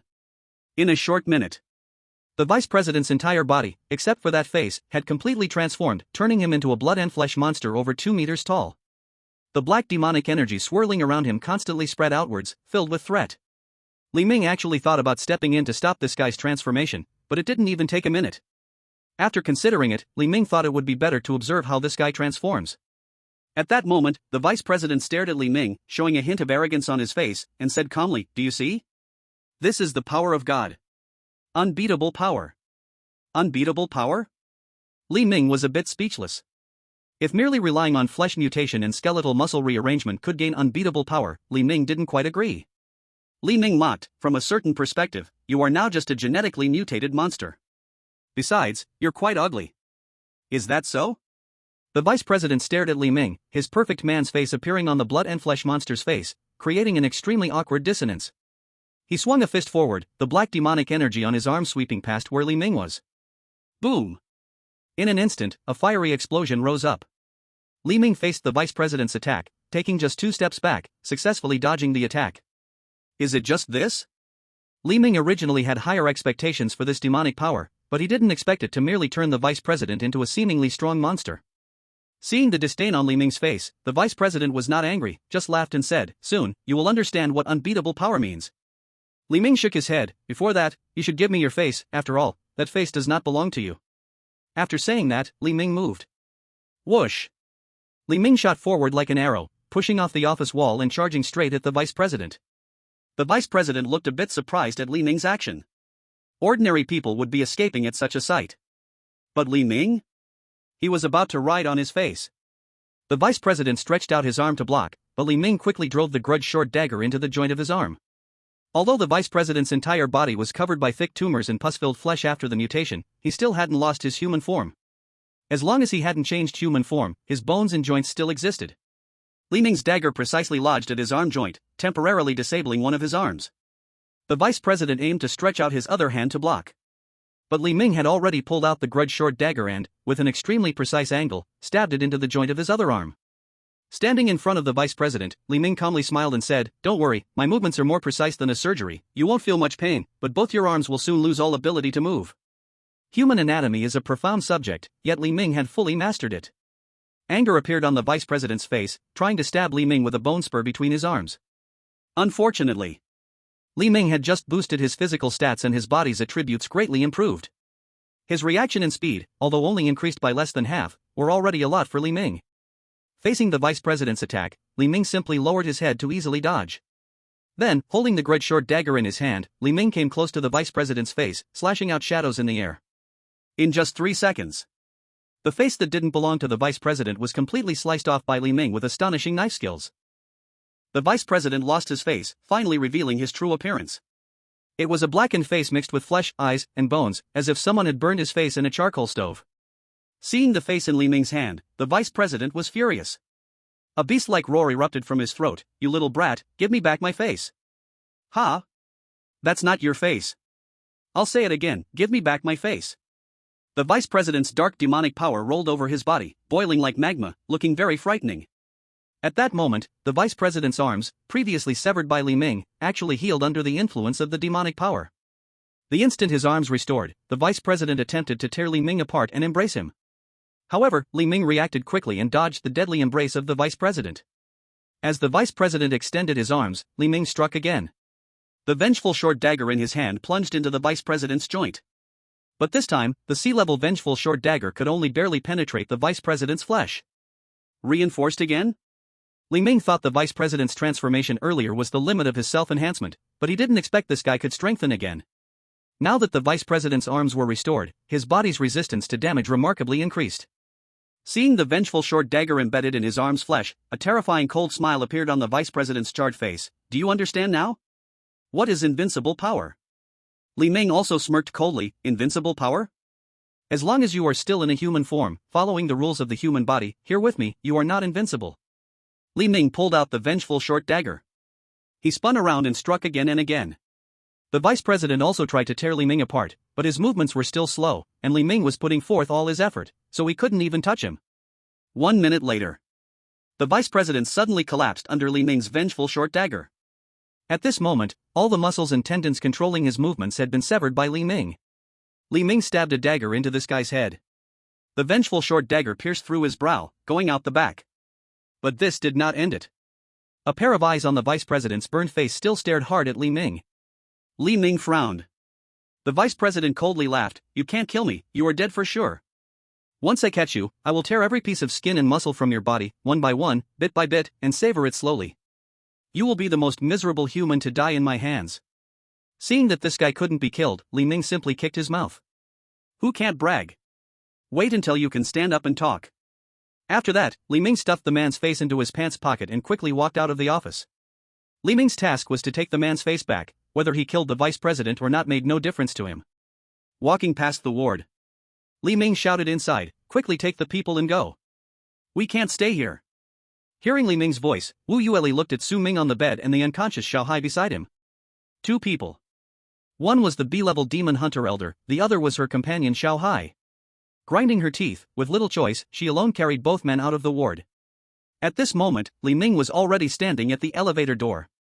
Seeing this, Wu Yueli hurriedly took the two into the elevator. Just as Li Ming closed the elevator doors. Roar! An angry roar came from the 7th floor office. Then a monster about 3 meters tall, with bones protruding all over its body, and terrifying flesh, broke through the wall and charged out. Seeing the vice president like this, Li Ming's eyes narrowed. This guy evolved again. In just a few minutes, the vice president. The vice principal had almost gone through several transformations. Before, Li Ming had looked down on the devilish power of the vice principal, but now Li Ming discovered that this ability seemed truly powerful. He closed the lift's gate. The whole world fell into darkness. Accompanied by the sound of the lift descending, only the turning of gears and tracks remained. At this moment, this noisy sound surprisingly felt a bit peaceful. Wu Yueli breathed a sigh of relief. We're safe now, right? But Li Ming frowned slightly. Suddenly, Li Ming noticed something and pushed Wu Yueli to one side of the lift. At the same time, a sharp bone spike, about a meter long, pierced through the steel plate at the top of the lift, directly aiming at Wu Yueli right in front of her. This sharp bone spike had fallen exactly where Wu Yueli's head was just moments ago. Looking at the bone spike gleaming coldly in the dark lift, Wu Yueli was instantly soaked in cold sweat. She had just been a step away from death. If it weren't for Li Ming pushing her, she might have already been pierced from above by this bone spike falling from the lift's top. The bone spike slowly retracted. Li Ming activated his ominous eyes and looked up, and instantly his expression became heavy. The vice principal was actually hanging from the steel ropes above the lift, stretching his leg bones like blades, dangling like a spider. And it was his hand's bone spikes that had just attacked Wu Yueli. After several evolutions, the bone spikes at the vice principal's hands had reached a terrifying level. Soon, the vice principal launched another attack. Two bone spikes from his hands instantly struck down into the lift, and the steel plate at the top of the lift was as fragile as a piece of paper, providing no protection at all. Fortunately, Li Ming had the vision. He blocked Wu Yueli and shifted the positions of Xiao Hai and Su Ming behind her. The two bone spikes again missed their target. Now it was the vice principal's turn to become impatient. After these two bone spikes missed, he dropped down above the lift, with two sharp bone spikes from his arms and thighs descending together. For bone spikes significantly reduced the activity space within the lift. Even Li Ming could not find a place to land. At this moment, the four bone spikes were about to fall. There was no way to dodge in the lift. Li Ming glanced at Wu Yueli, and she immediately took out a thunder talisman from her pocket. Li Ming took the thunder talisman, jumped, and stuck it to the top of the lift. At the moment the vice principal stabbed down with the four bone spikes, the symbols on the thunder talisman flickered with electric light, and in an instant, the electric current surged violently, ripping open the steel plate at the top of the lift. And the vice principal on top of the lift was directly blasted upwards by the violent current from the thunder talisman, from the soles of his feet to the top of his head. The electrical power carried by the thunder talisman made the vice principal's entire body tremble. And the power of the talisman seemed to suppress the devilish force within the vice principal. In a mere instant, the black devilish force on the vice principal's body kept shrinking, as if it was being touched by this lightning. The power of this talisman was quite magical, it could actually target the devilish force. Li Ming's eyes lit up, sensing a chance. He said to Wu Yueli in front of him, "Don't you still have an A-grade soul restraining talisman? Quick, take the chance while he can't move, and deliver the final blow." Wu Yueli responded softly, "The A-grade soul restraining talisman isn't an attack talisman, it's a life-saving talisman. At the moment right before the soul disappears, the soul restraining talisman can temporarily keep the soul suppressed in the body." "Is that so?" Li Ming took a deep breath. Since they couldn't directly eliminate this guy with a talisman, they could only prevent him from moving for the time being. "You carry them aside a bit, I'll take this guy down." Although the vice president was suffering from electric shock, once the current disappeared, this guy would inevitably be able to move. It's better to directly get him off this lift. Wu Yueli, hearing Li Ming's words, quickly stood aside, carrying the two who couldn't move. Li Ming then took out a short dagger filled with resentment and chopped straight at the bottom of the lift. After a while, following the edge, Li Ming managed to chop out a large gap at the bottom of the lift. Then Li Ming climbed to the top of the lift and threw the entire large body of the vice president down from the top. Chapter 37, Chase. Boom! The vice president's huge body fell straight down from the lift. The lift connects to the 7th floor above, but below, who knows where it leads. The sound it made when this vice president fell was like a giant stone sinking into a river. However, at this moment, Li Ming suddenly recalled the elevator shaft he had seen earlier when he just entered Bright Hospital, in the first floor hall. That dark and deep elevator shaft, perhaps, like this lift, leads to the same place. The ground floors of Bright Hospital were already so eerie, it was hard for Li Ming to imagine how terrifying the underground would be. Some places hidden from sight might be filled with even more danger. Time passed slowly, second by second. Finally, after 7 minutes, the lift landed in the vice president's office. However, the office door had previously been wide open, and a dead nurse was still patrolling inside the vice president's office, her eyes wide open in death. The dead nurses had already smashed down the door of the vice president's office, and now it seemed they were still looking for something. As Li Ming and the others just stepped off the lift, a surgical knife imbued with the aura of death greeted him. Fortunately, Li Ming reacted quickly and bent down to dodge it in an instant. But as Li Ming bent down, the unlucky one was Wu Yueli behind him. Seeing Li Ming bend down, Wu Yueli instinctively followed and bent down too. However, she was still carrying two people on her back, one was Su Ming on the inside, and the other was Xiao Hai on the outside. The unconscious Xiaohai got stabbed in the waist by the unknown blade like this. The surgical knife in the dead nurse's hand was so sharp that Xiaohai's body was split open instantly like a piece of thin paper, blood spilling everywhere. If Xiaohai were still awake, he would definitely faint from the pain again. Li Ming turned back and saw Wu Yueli carrying Xiaohai, and upon seeing Xiaohai injured again, her expression was already somewhat broken. Li Ming smiled to comfort her, saying, "He lost a lot of blood before, there's not much blood left in him. This wound won't matter, at most, it's just a flesh wound." After the monster stitched up the majority of Xiaohai's flesh and blood, he had already fallen into a coma. Compared to Xiaohai's serious injury, this cut from the dead nurse really didn't count for much. Wu Yueli fell silent for a moment and then pointed ahead, shouting, "Be careful, surgical knife." Li Ming turned around quickly, took out the resentment dagger from behind, and struck the center of the surgical knife with the tip of his knife. At that moment, Li Ming silently said, "A surgical knife usually consists of a blade and a handle, with the blade having an edge and a mounting groove connecting to the handle. As long as I hit this groove with the right force and then apply a strong flick." As his words landed, the resentment dagger in Li Ming's hand emitted a wave of resentment, knocking the surgical knife from the dead nurse's hand, tearing it into the blade and handle. With the surgical knife destroyed, the dead nurse stood stunned for a moment. As if nothing like this had ever happened. On her pale face, the two blood-red grooves that replaced the eyes were filled with deep confusion, as if questioning why her scalpel could still be broken. But soon, she no longer wondered. The death nurse quickly pulled out a long, sharp needle from somewhere and aimed it at Li Ming's head. Seeing the death nurse's action, Li Ming shook his head in regret. "It's a pity, but it's not time for injections yet." With that, Li Ming stepped forward and kicked the death nurse right in the head. Li Ming had hoped to kick the death nurse away with a single strike. However, strength was not Li Ming's strong suit. Although he currently had a power level of 11, Li Ming clearly overestimated his strength with this kick. Moreover, the death nurse's body was as hard as cold steel. When Li Ming kicked down, the death nurse didn't budge an inch. Instead, Li Ming felt a crushing sensation in his foot. The resentment and hatred wrapped in dark death energy around the death nurse formed a protective shield. Physical combat seemed ineffective against this death nurse. At that moment, a thunderous noise came from the bottom of the elevator. Wu Yueli stood at the elevator entrance, peering in, and in an instant felt as if she had fallen into an ice cave. She saw the Vice Dean, his body covered with blood-red bone blades, climbing up from the bottom of the elevator step by step. As the Vice Dean rose in the elevator, his black, demonic aura grew even stronger. Additionally, a foul, rotting smell wafted from his flesh, as if after falling into the elevator, his powers had been enhanced. The walls and steel nearby crumbled upon contact with him, turning to dust. "Li Ming! The Vice Dean is coming up." Wu Yueli panicked, for she not only had to worry about her own safety but also bore the lives of her two companions, Su Ming and Xiaohai, on her back. Now, there was a death nurse in front, and right behind her was the Vice Dean chasing relentlessly.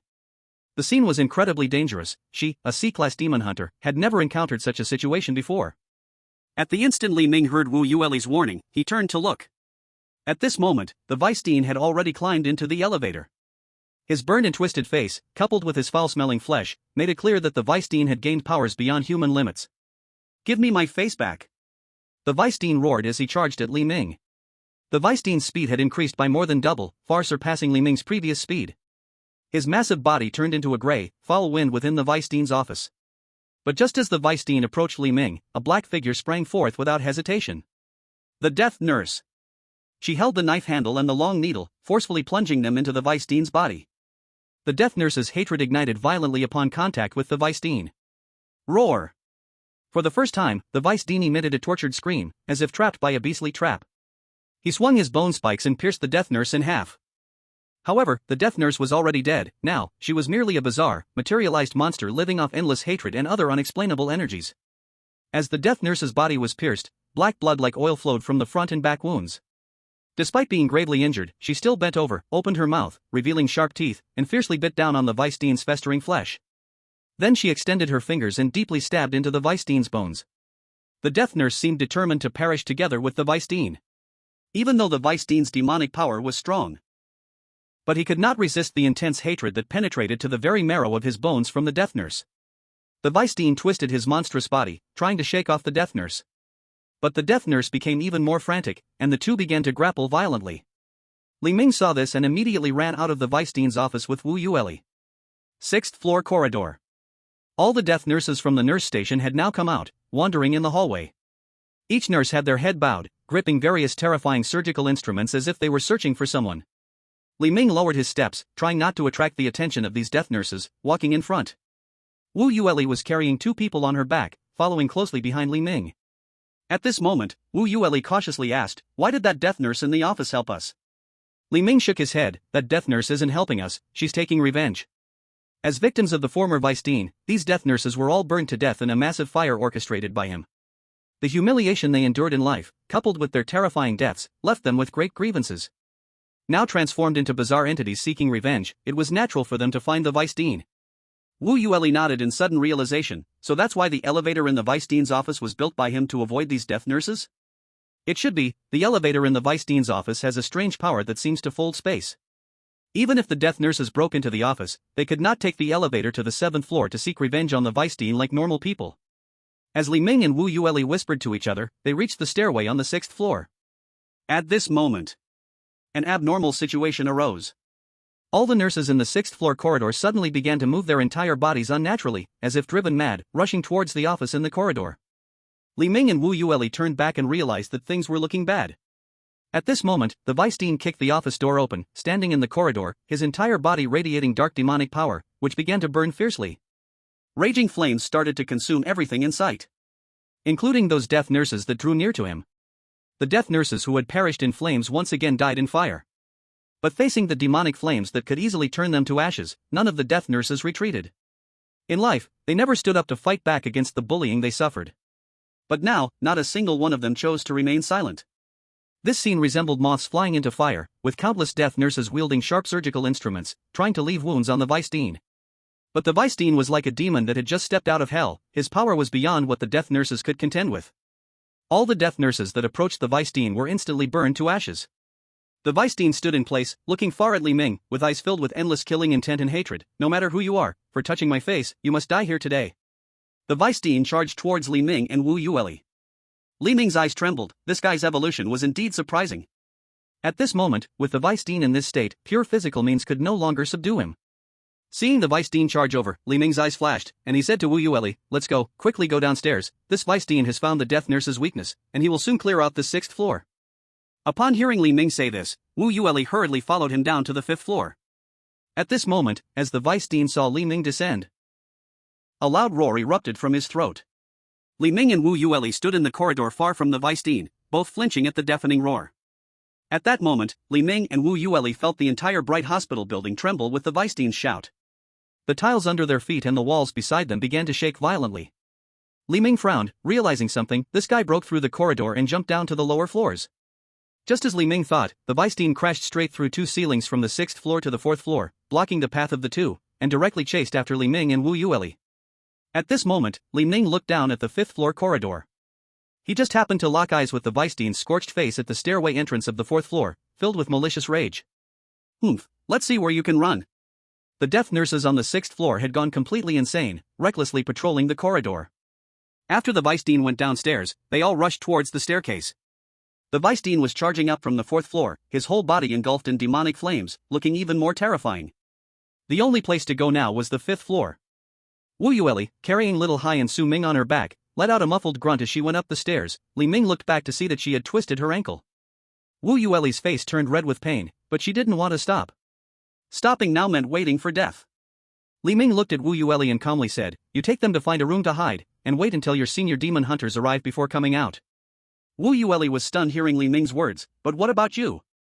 What will you do?" "That Vice-Dean is coming for me, you just hide well, don't let him find you." After saying that, Li Ming turned and left. Wu Yueli watched Li Ming's resolute back, her eyes quietly turning red. She was somewhat moved. She thought Li Ming was protecting her. But Li Ming simply felt that given the current situation, Wu Yueli following him was just a huge burden. With a twisted ankle and 2 useless people on her back, wasn't she just a stumbling block? When danger struck, Li Ming didn't have the energy to save her. It was better for her to find a place to hide rather than trying to escape with him, to avoid causing trouble. In the 5th floor corridor, Li Ming advanced quietly. Previously in this 5th floor, there had been the battle scars of the stitched monster and hundreds of little ghosts. The walls in the corridor had been shattered in large pieces, and there were traces on the floor that looked like a mop had just been dragged through water. Opening the Eye of Omen, this place resembled a chaotic center filled with mixed grievance, a complete mess. At this moment, behind Li Ming, the narrow corridor echoed with the Vice-Dean's roaring voice, filled with anger, sounding like the terrifying roar of a beast. Chapter 38, His Face. In the 5th floor corridor, The Weisstein followed Li Ming's footsteps slowly, the black demonic power on him burning fiercely. His scorched black face showed signs of exhaustion at this moment. At the entrance of the fifth-floor corridor, he encountered several crazy death nurses rushing down from upstairs. Even for him, dealing with these death nurses required a lot of energy. This is why the Weisstein built an elevator in his office. If these monsters, created by him, rushed up to the 7th floor, even with the protection of demonic power, he would definitely be torn to shreds in an instant. As a human, at least when Li Ming first encountered him on the 7th floor, he was still human. But in just a few tens of minutes, the Weisstein now looked completely unrecognizable as a human. Pus-filled flesh, burning black demonic aura, thoughts nearing madness in the mind. At this moment, the Weisstein's eyes flickered. He unexpectedly saw Li Ming at the corner of the corridor. Ha! But when Li Ming appeared at the corner of the corridor, he looked at the Weisstein as if he had seen a beloved family member. With a face full of joy, he ran towards the Weisstein. The only special thing was that Li Ming was constantly swinging a perfect man's face that he had cut off from the Weisstein. At this moment, Li Ming loudly shouted, "Weisstein! I'm here, come catch me." Li Ming's act left the Weisstein stunned. What the hell is going on? Li Ming's behavior, akin to madness, left the Weisstein a bit bewildered. But seeing the perfect face in Li Ming's hand, he still moved. After all, that face was the beginning of his obsession, the start of the perfect life he spoke of. It was everything to him. Without that face, it was like taking the Weisstein's life. The Weisstein ran towards Li Ming, and Li Ming ran towards the Weisstein. Though they were rushing toward each other, they were not naive young lovers. On the left, Li Ming happily waved a human face in his hand.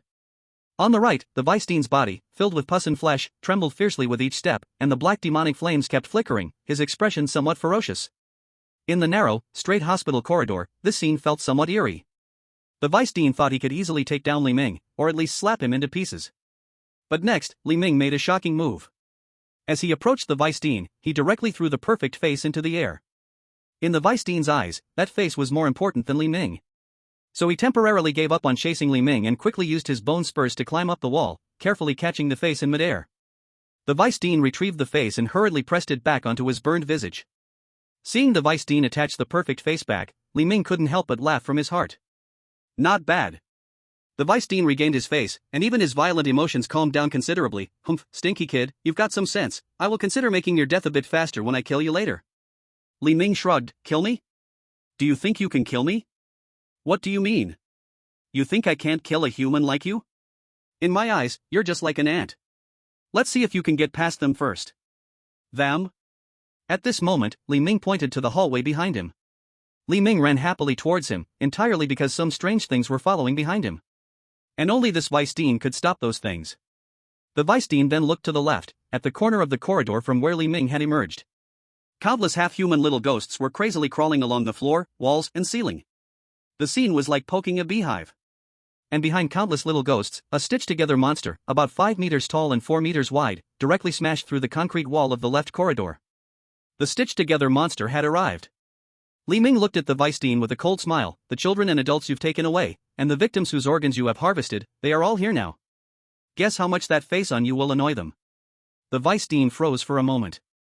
In an instant, countless little ghosts pounced on him. Compared to the death nurse, the attacks from these little ghosts were weaker, but they overwhelmed him with their sheer numbers. From a few hundred at first to thousands, and finally tens of thousands of little ghosts swarmed out from the corridor, all of them riding on the Weisstein. Even the demonic flames burning on the Weisstein's body could hardly extinguish these little ghosts. The Weisstein clearly did not want to be restrained by these small demons, so he frantically waved his bone spikes all over his body, stabbing out one after another like a machine gun. In an instant, hundreds of small demons were cut in half. The Weisstein laughed maniacally. Ah, these worthless creatures. Just a bunch of trash. They can't stop me.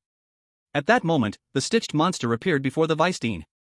Ignoring the Weisstein's rants, the massive body of the stitched monster formed a gigantic bloody fist and smashed down towards the Weisstein's head. Boom! Half of the Weisstein's body was blown into the 5th floor floorboards. His once sharp bone spikes dug into the stitched monster's body but had no effect at all. The stitched monster was made up of hundreds and thousands of human bodies, so it felt no pain, only the overwhelming aura of hatred for the Weisstein. Seeing that his attack had no effect, the Weisstein tried to rely on his bone spikes to pierce through the floor, struggling to escape from beneath it. But at this moment, countless small demons pounced on him. One after another, they recklessly opened their mouths, using their bodies to block around the Weisstein's festering body, biting and gnawing at him piece by piece. The stitched monster kept on going, punching down again and again, as if laying a foundation, pounding the Weisstein's skull. The Vice Dean let out a painful scream. But here, not a single person, nor a single demon, would sympathize with this despicable villain. The Vice Dean wanted to use the power of the demon, but he found that the demon power he had relied on for so long was now shrinking. The demonic fire spreading across his body was also diminishing along with the shrinking power, until it extinguished. The Vice Dean roared, "My lord! I am willing to give up everything. I only ask for a shred of strength from you." But clearly, the demon he served gave him no response. When the walls come down, everyone pushes, even the demons know this truth. And he had long ago sacrificed everything he could sacrifice. 10 minutes later. Every bone, every piece of flesh of the Vice Dean was completely devoured by the small demons and the stitched monster. In the end, only a face that did not belong to the Vice Dean was left lonely on the ground. Then the small demons and the stitched monster looked at Li Ming and slowly retreated deep into the 5th floor. Perhaps they were full, or perhaps it was because Li Ming helped them take revenge. Even the strange monster did not wish to harm this benefactor, Li Ming. Li Ming picked up the somewhat wrinkled face from the ground. A prompt from the system appeared regarding this item. His face, grade A. He once had everything, and he also lost everything. Wearing this face, you will get what you desire, but you may also lose what you do not wish to lose. The explanation of this item appeared only after the Vice Dean died. Li Ming contemplated, in other words, this thing originally belonged to the Vice Dean, and only when he truly dies will it turn into an item I can take. What would happen if I didn't deal with the Vice Dean and just brought this face back to the happiness community? Would the Vice Dean chase me all the way to happiness community?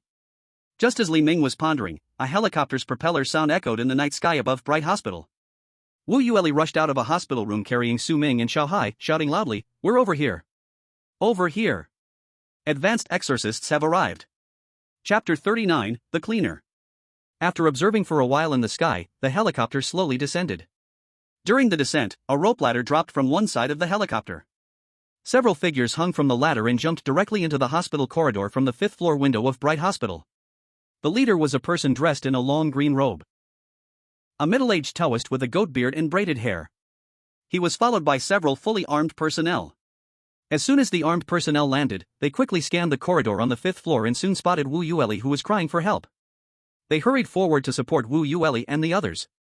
Wu Yueli anxiously said, "Don't worry about me for now. The sea-level demon hunter, Xiao Hai, behind me is seriously injured and has lost a lot of blood, he's unconscious. And the B-level demon hunter, Su Ming, has his skin all stuck together with bandages. You must save them both quickly." Xiao Hai was nearly at death's door, and Su Ming was in a similar situation, basically half alive. Wu Yueli had been following Li Ming, and she was actually the weakest among the three of them. Now she had become the safest one among them. The armed personnel were about to carry the two injured to the helicopter for medical assistance. At this moment, Li Ming staggered out from the depths of the 5th floor. When the armed personnel saw Li Ming, their immediate reaction was to raise their rifles, all aiming at Li Ming with tension. This reaction from the armed personnel was understandable. After all, Li Ming emerged from the bloody-smelling corridor, covered in blood and wearing an odd tuxedo. Especially with a smile-like expression on his face, he appeared quite abnormal. Wu Yueli hurriedly shouted, "Don't be impulsive. He is Li Ming, a human. We survived because of his help. Master Qin Jiangzi, you must stop them." The Taoist, Qin Jiangzi, squinted his eyes when he saw Li Ming. He then raised his hand to signal the armed personnel to be alert to other areas of the corridor. At this moment, Li Ming stepped forward and looked at the middle-aged man in the Taoist robe with curiosity in his eyes. Li Ming had just heard the man's name from Wu Yueli. Recalling, this Qin Jiangzi was the A-level demon hunter he had contacted by phone before. Qin Jiangzi? Qin Jiangzi looked Li Ming up and down with some suspicion. "Li Ming? Weren't you at the happiness community? That's over 10 kilometers to the east. How did you end up at Bright Hospital in the western suburbs in the middle of the night?" Qin Jiangzi's last call with Li Ming was not long ago. Besides, Qin Jiangzi had seen Li Ming's photo during his investigation, so he quickly recognized him now. Hearing Qin Jiangzi's question, Li Ming felt somewhat helpless. This old fellow was sharp-minded, he really couldn't reveal any systematic matters in his head, or else this guy might treat him as a strange entity. He might even drag him to a lab for dissection research. Especially with the black sword box he saw behind Qin Jiangzi, forming a field impervious to evil within a few meters around him. This Qin Jiangzi was truly skilled. Thinking he might not be able to deal with Qin Jiangzi, Li Ming reluctantly waved his hand and casually said, "Actually, I just came out to buy bubble tea. I accidentally overshot my stop on the bus, and when I woke up, I found myself at Bright Hospital. With nothing to do in the middle of the night, I just wandered around." Overshot your stop on the bus? Just wandering around Bright Hospital because you had nothing to do? Even someone like Qin Jiangzi, a high-level demon hunter, found Li Ming's absurd answer somewhat ridiculous. However, recalling that Li Ming had escaped from a place like Longshan Mental Hospital, Qin Jiangzi could accept it more.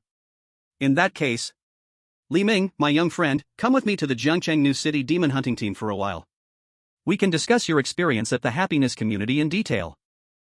You can also talk about what happened tonight in this bright hospital.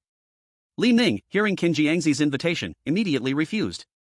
No, I need to return to Xingfu community before 4 o'clock, and there's only half an hour left. Qin Jiangzi seemed to understand something upon hearing Li Ming's words. Li Ming, my young friend, is there a strange presence in Xingfu community that has cursed you? As expected of a high-level exorcist, Qin Jiangzi could detect the curse in Xingfu community just from Li Ming's words. Li Ming nodded, that's about right. Qin Jiangzi immediately gestured for several armed personnel to bring over an object resembling a suitcase. Li Ming looked at the black suitcase with curiosity. Qin Jiangzi explained, this is a strange removal device developed by our exorcist research department, specially designed to eliminate strange entities attached to the human body. It can clear all curses below level A, you should try it. The black suitcase opened, revealing an LCD screen, under which various complex wires were pressed down. Above the screen was a half-round groove. When Li Ming saw this device, he chuckled, I thought Taoists only used yellow talismans, performed rituals, killed roosters, and poured black dog blood. I didn't expect you to be so advanced now. Qin Jiangzi shook his head. After the outbreak of the strange phenomena, the world is no longer as it used to be. We have to deal with not only simple ghosts but also monsters, demons, nightmares, and even some indescribable things. This strange removal device is a collaborative effort of many specialized exorcists. It's truly our masterpiece. Li Ming asked curiously, how does it work? You just need to place one arm in the groove. It will automatically detect whether there are strange things in your body and classify them. If there are curses, it will help you eliminate them. At this moment, Li Ming placed his arm into the strange removal device, and the colors on the screen began to change slowly. Qin Jiangzi said, white indicates no curses and is harmless. Green means it may carry a curse but poses little danger. Pink represents a certain curse with some degree of harm. Red signifies a curse with considerable danger. Dark red indicates a terrifying curse that may spread widely. But at that very moment, the color on the screen of the strange removal device changed from white to green, then from green to pink, from pink to red, and finally from red to dark red. In the end, the red turned into a vast expanse of black. Bang! As the screen turned black, the strange removal device exploded from the middle. Qin Jiangzi and the armed personnel beside him, as well as Wu Yueli nearby, all stared in shock. What does this mean? Li Ming asked curiously, does this mean the curse has already been dispelled? Qin Jiangzi looked at Li Ming, his hand unconsciously resting on the sword sheath behind him, and his goatee trembled slightly. Li Ming asked curiously, you didn't mention black, what does black represent? Qin Jiangzi's brow twitched, and he replied, black means you should already be dead. Chapter 40 New City Old City. Qin Jiangzi looked at Li Ming in front of him. His expression was somewhat complex and hard to understand. After all, since the development of this strange removal device, although there have been a few cases where people triggered dark red curses causing great impact, nothing like Li Ming, whose curse level escalated all the way from white to the final black level representing death, causing the strange removal device to explode. What exactly was he carrying? Qin Jiangzi stared at Li Ming, who was also looking back at him. However, at this moment, Li Ming appeared completely calm, without any feelings. It seems your strange purification device is nothing special. So, you can't cleanse the curse on me, can you? Hearing this, Qin Jiangzi frowned slightly. As a senior exorcist, Qin Jiangzi had exceptional combat strength and possessed some Taoist techniques. In fact, Qin Jiangzi had wanted to take Li Ming back to the exorcism department in the new city of Jiangcheng for some investigation today, because according to the report made by Li Weiwei and her companions last time, Li Ming's performance was somewhat odd. Moreover, now that Li Ming had appeared in Guangming Hospital, a newly classified A-level strange area, Qin Jiangzi was very curious about what made Li Ming special. But if he couldn't remove the strange curse on Li Ming now, he couldn't take Li Ming away. After all, a strange curse signified death. If Qin Jiangzi forcibly took Li Ming away, it could easily trigger the curse to erupt. So, after thinking briefly, Qin Jiangzi said, young friend Li Ming, since this strange purification device can't remove the curse on you, how about I give it a try? You? Li Ming looked up and down at Qin Jiangzi with a doubtful gaze. In that questioning look, Li Ming casually said, time is limited. I'll give you 5 minutes, so hurry up. Li Ming's words made Qin Jiangzi's brows twitch. As a senior exorcist, Qin Jiangzi was experienced, older, and held a high reputation, earning respect everywhere he went. Now, Li Ming's attitude made him feel somewhat absurd. However, since Li Ming had agreed, Qin Jiangzi would take action. With a flick of his long sleeves from his Taoist robe, 2 yellow talismans appeared in his hands. He handed one yellow talisman to Li Ming, stick it on your forehead. This is a soul-tethering talismans, which can connect with your life soul. Li Ming stuck the talisman on his forehead, just like the talismans on the heads of zombies in old movies. Then, Qin Yangzi took a deep yellow peachwood sword from the black sword box behind him and placed the other soul-tethering talismans on the tip of the peachwood sword. At this moment, Qin Yangzi held the sword in his right hand and pierced the tip of his own left finger, letting a drop of blood stain the soul-tethering talismans in his hand. He thrust the wooden sword forward. In an instant, the peachwood sword struck the soul-tethering talismans. At that moment, the soul-tethering talismans ignited fiercely as if drenched in gasoline. A faint light shone in Qin Yangzi's eyes. With the help of the soul-tethering talismans, I can temporarily use the heavenly tidal fire in peachwood sword to see the curse on you. At the instant the soul-tethering talismans burned. Boom! An unknown strange aura erupted from Li Ming's forehead soul-tethering talismans. Qin Yangzi was caught off guard and was struck in the chest by this strange aura. After being hit, Qin Yangzi's entire aura began to fade rapidly. A moment ago, he was still a healthy-looking, strong upright Taoist. The next moment, his body seemed to be struck by lightning, his hair, skin, and even his aura quickly aged. Oh no! The decline of the celestial being. Qin Yangzi panicked. Seeing Qin Yangzi like this, Li Ming immediately took the soul-tethering talismans off his forehead. As the connection between the two soul-tethering talismans was severed, Qin Yangzi let out a sigh of relief, trembling as he leaned against the wall to stand. At this moment, he looked at Li Ming as if looking at a prehistoric beast or an ancient monster. You. In the brief moment of the soul-tethering talisman's connection, Qin Yangzi saw some scenes he would never forget for the rest of his life. A woman in a blood-red wedding dress. A deer-headed demon in a finely tailored suit. A man standing in endless blood. Qin Yangzi, by his instincts, sensed that these things emerging from Li Ming's life soul and his mind were no less than A-level strange phenomena. Furthermore, after these images, Qin Yangzi saw some indescribable things. Seeing Qin Yangzi like this, Li Ming shrugged helplessly. It seems you can't do it after all, then I'll leave first, the rest is up to you. After saying that, Li Ming shook his tailcoat and walked towards the outside of Guangming Hospital. Qin Yangzi stared fiercely at Li Ming's back, not daring to make a sound to ask Li Ming to stay. After a moment, an armed personnel asked, Master Qin Yangzi, do we need to deal with the strange entities and strange events at Guangming Hospital now? Qin Yangzi immediately shook his head, no. The strange events in the old city of Jiangcheng will be put aside for now. We need to return to the Demon Extermination Office immediately. I have important things to report. This matter may involve the safety of everyone in both the old and new cities of Jiangcheng. The armed personnel were stunned upon hearing this from Qin Yangzi. In the Demon Extermination Office of the new city of Jiangcheng, Qin Yangzi is the top A-class demon exterminator, and if he needs to report, it can only be to the higher-ranked S-class demon exterminators. And what kind of event could threaten the safety of everyone in both the new and old cities of Jiangcheng? It should be noted that the combined population of both the new and old cities in Jiangcheng is over 10 million people. Li Ming was walking on the road. Because there were no taxis or buses near Guangming Hospital. So Li Ming rented a bicycle from a shared bike station and rode east alone. At this moment, the light rain in the night sky had stopped. With the rain gone, the entire outline of the city gradually appeared in Li Ming's sight. Li Ming was riding on the road, faintly seeing the overall appearance of Jiangcheng. In the pitch-black night, at the center of Jiangcheng, there stood a circular wall. This wall divided the city of Jiangcheng into two worlds.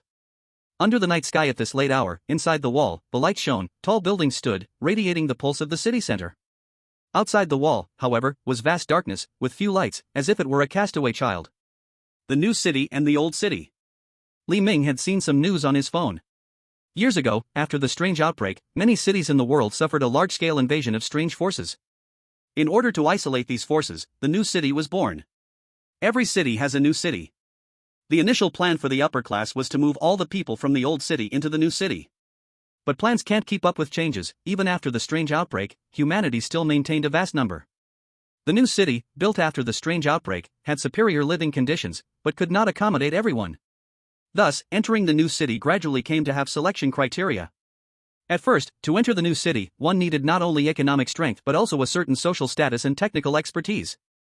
But it didn't completely cut off the opportunity for ordinary people to enter the new city. As the voices of the people in the old city grew louder, the upper class came up with a countermeasure. Ordinary people wanting to move into the new city must enter a lottery, averaging one lucky person for every 10,000 people each week who could enter the new city by lottery.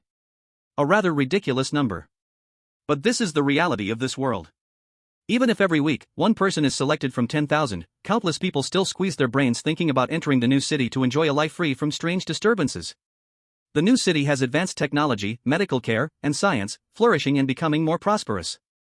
The old city, on the other hand, looks dilapidated, lonely, and strange, gradually declining and dying slowly. This scene made Li Ming a bit emotional. This world has a touch of strange punk flavor. The decay of the old city comes from frequent strange events. Li Ming opened his Eye of Omen, and along the way, there were many dangerous places. However, this also satisfied some of Li Ming's curiosity deep inside, and for Li Ming, the old district of Jiangchang was more suitable for him to develop. Riding a shared bicycle all the way east. Not far from the happy community, Li Ming saw a bar that was still open at midnight. He looked at the glowing cocktail glass on the neon sign at the entrance of the bar. Suddenly, Li Ming remembered something very important. Oh no, I forgot to buy milk tea for Xiaoya. Li Ming took out his phone to check the time. There were still 10 minutes until 4 o'clock, and time was running out, but the milk tea shop. Locating the nearest milk tea shop on the map, Li Ming's gaze suddenly became blank. The closest milk tea shop was over 10 kilometers away in the new district of Jiangchang. There was definitely not enough time to go to the new district now. If I don't bring milk tea to Xiaoya, she shouldn't do anything to me, right? Li Ming carefully thought about Xiaoya's behavior and then murmured, no. She might actually kill me.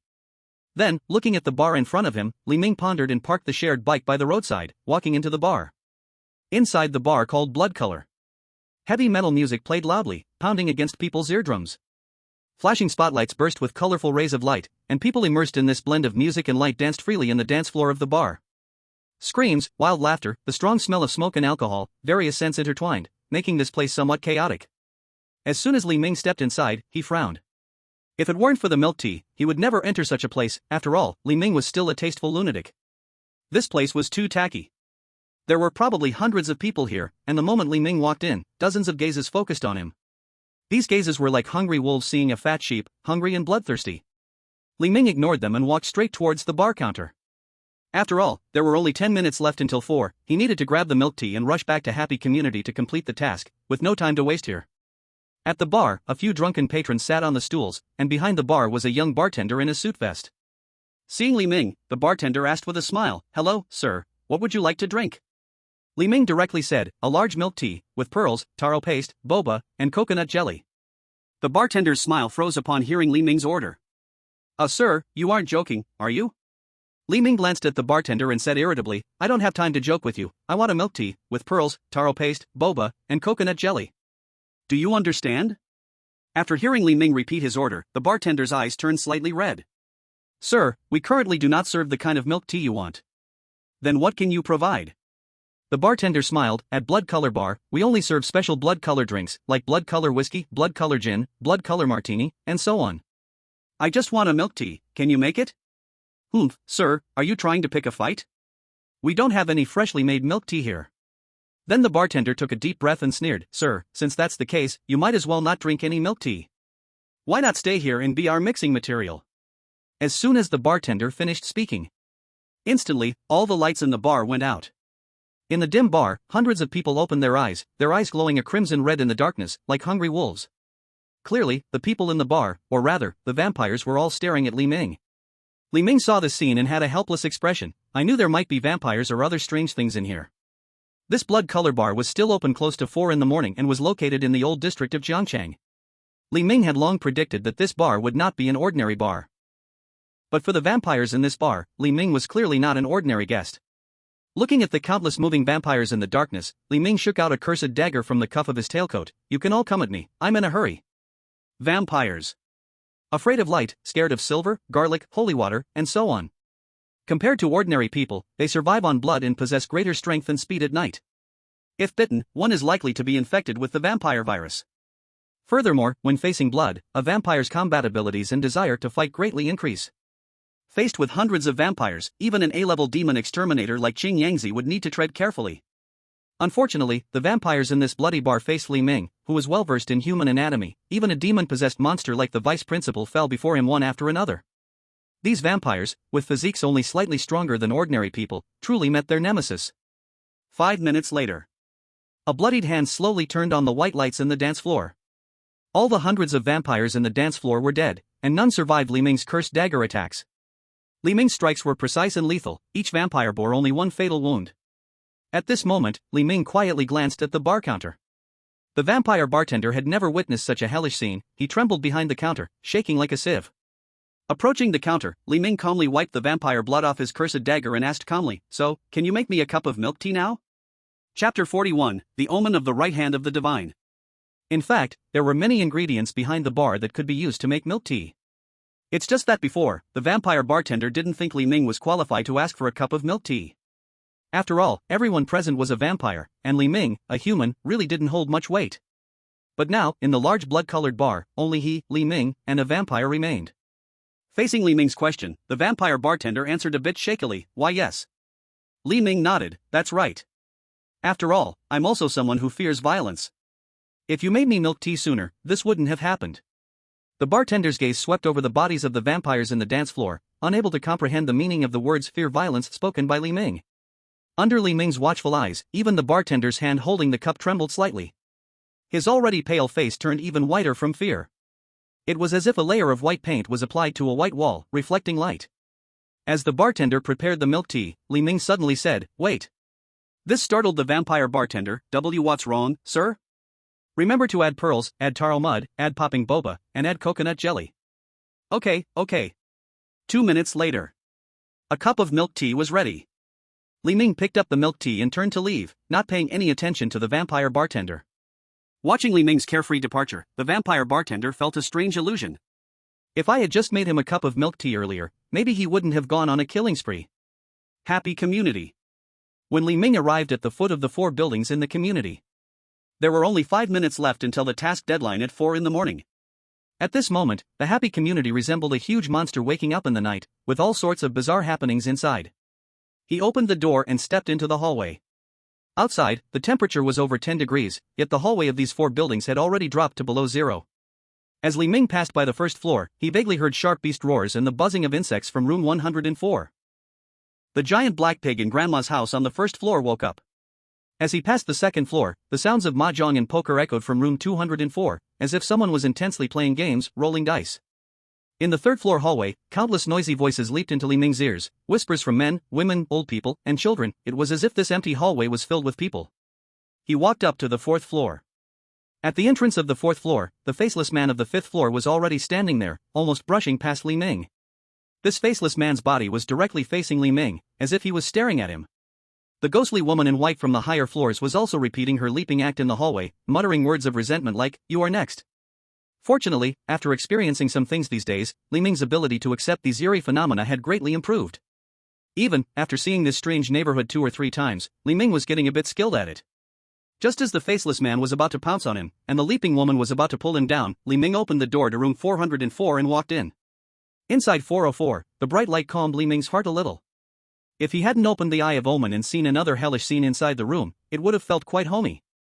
In the last minute before 4 o'clock in the morning, after tossing the face from his pocket into the bathroom, the system's prompt sound quickly came out. Nightmare task, find the face he lost, completed. Reward, free attribute points *2, random A-class talent *1. The host currently has free attribute points *2, would you like to add free attribute points? The host currently has A-class random talent *1, would you like to draw? Seeing the task reward, Li Ming's eyes widened in surprise. Soon, Li Ming's expression turned happy. This time the nightmare task actually gave an A-class random talent? What a great thing!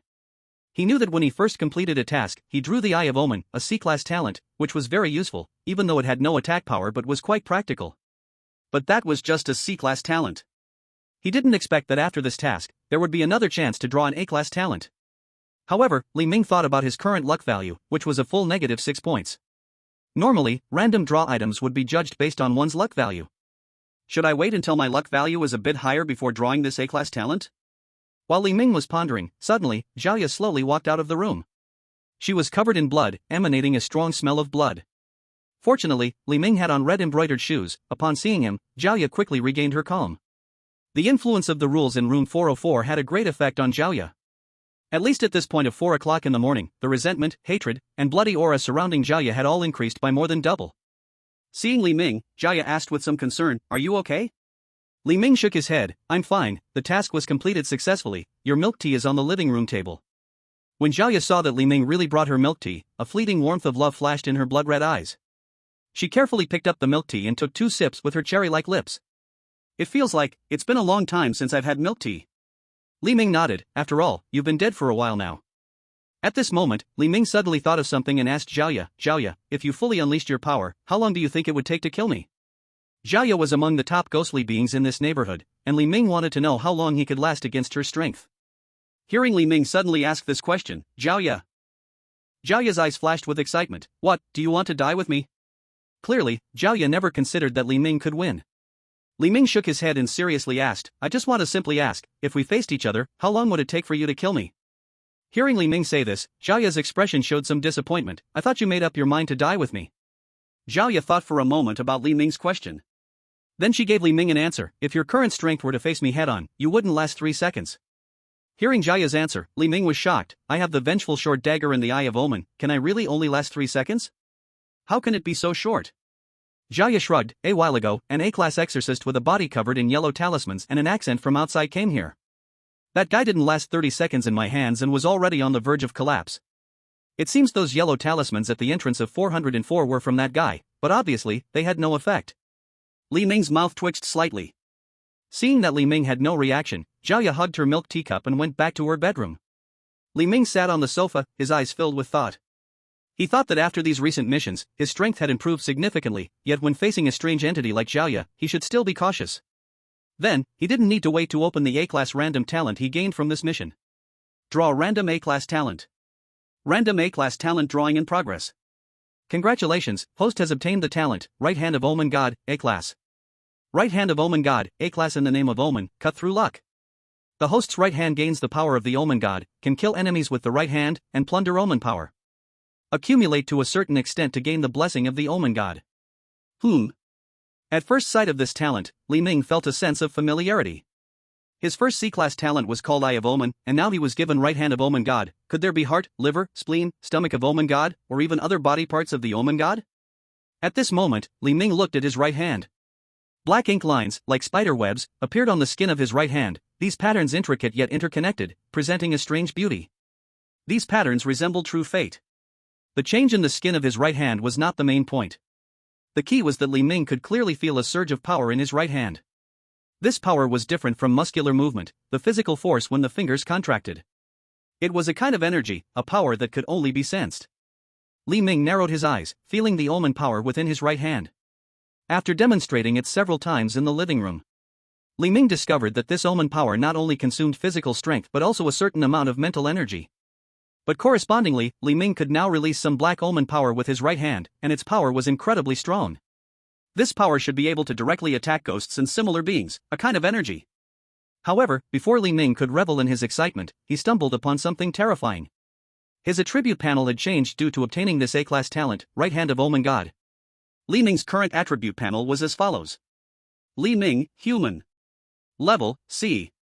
Mental power, 11, referring to memory, intelligence, mental strength, etc. controlled by the brain. Physical strength, 10, referring to strength, speed, and all abilities related to physical fitness. Luck, -26, fate can favor you, and fate can also abandon you.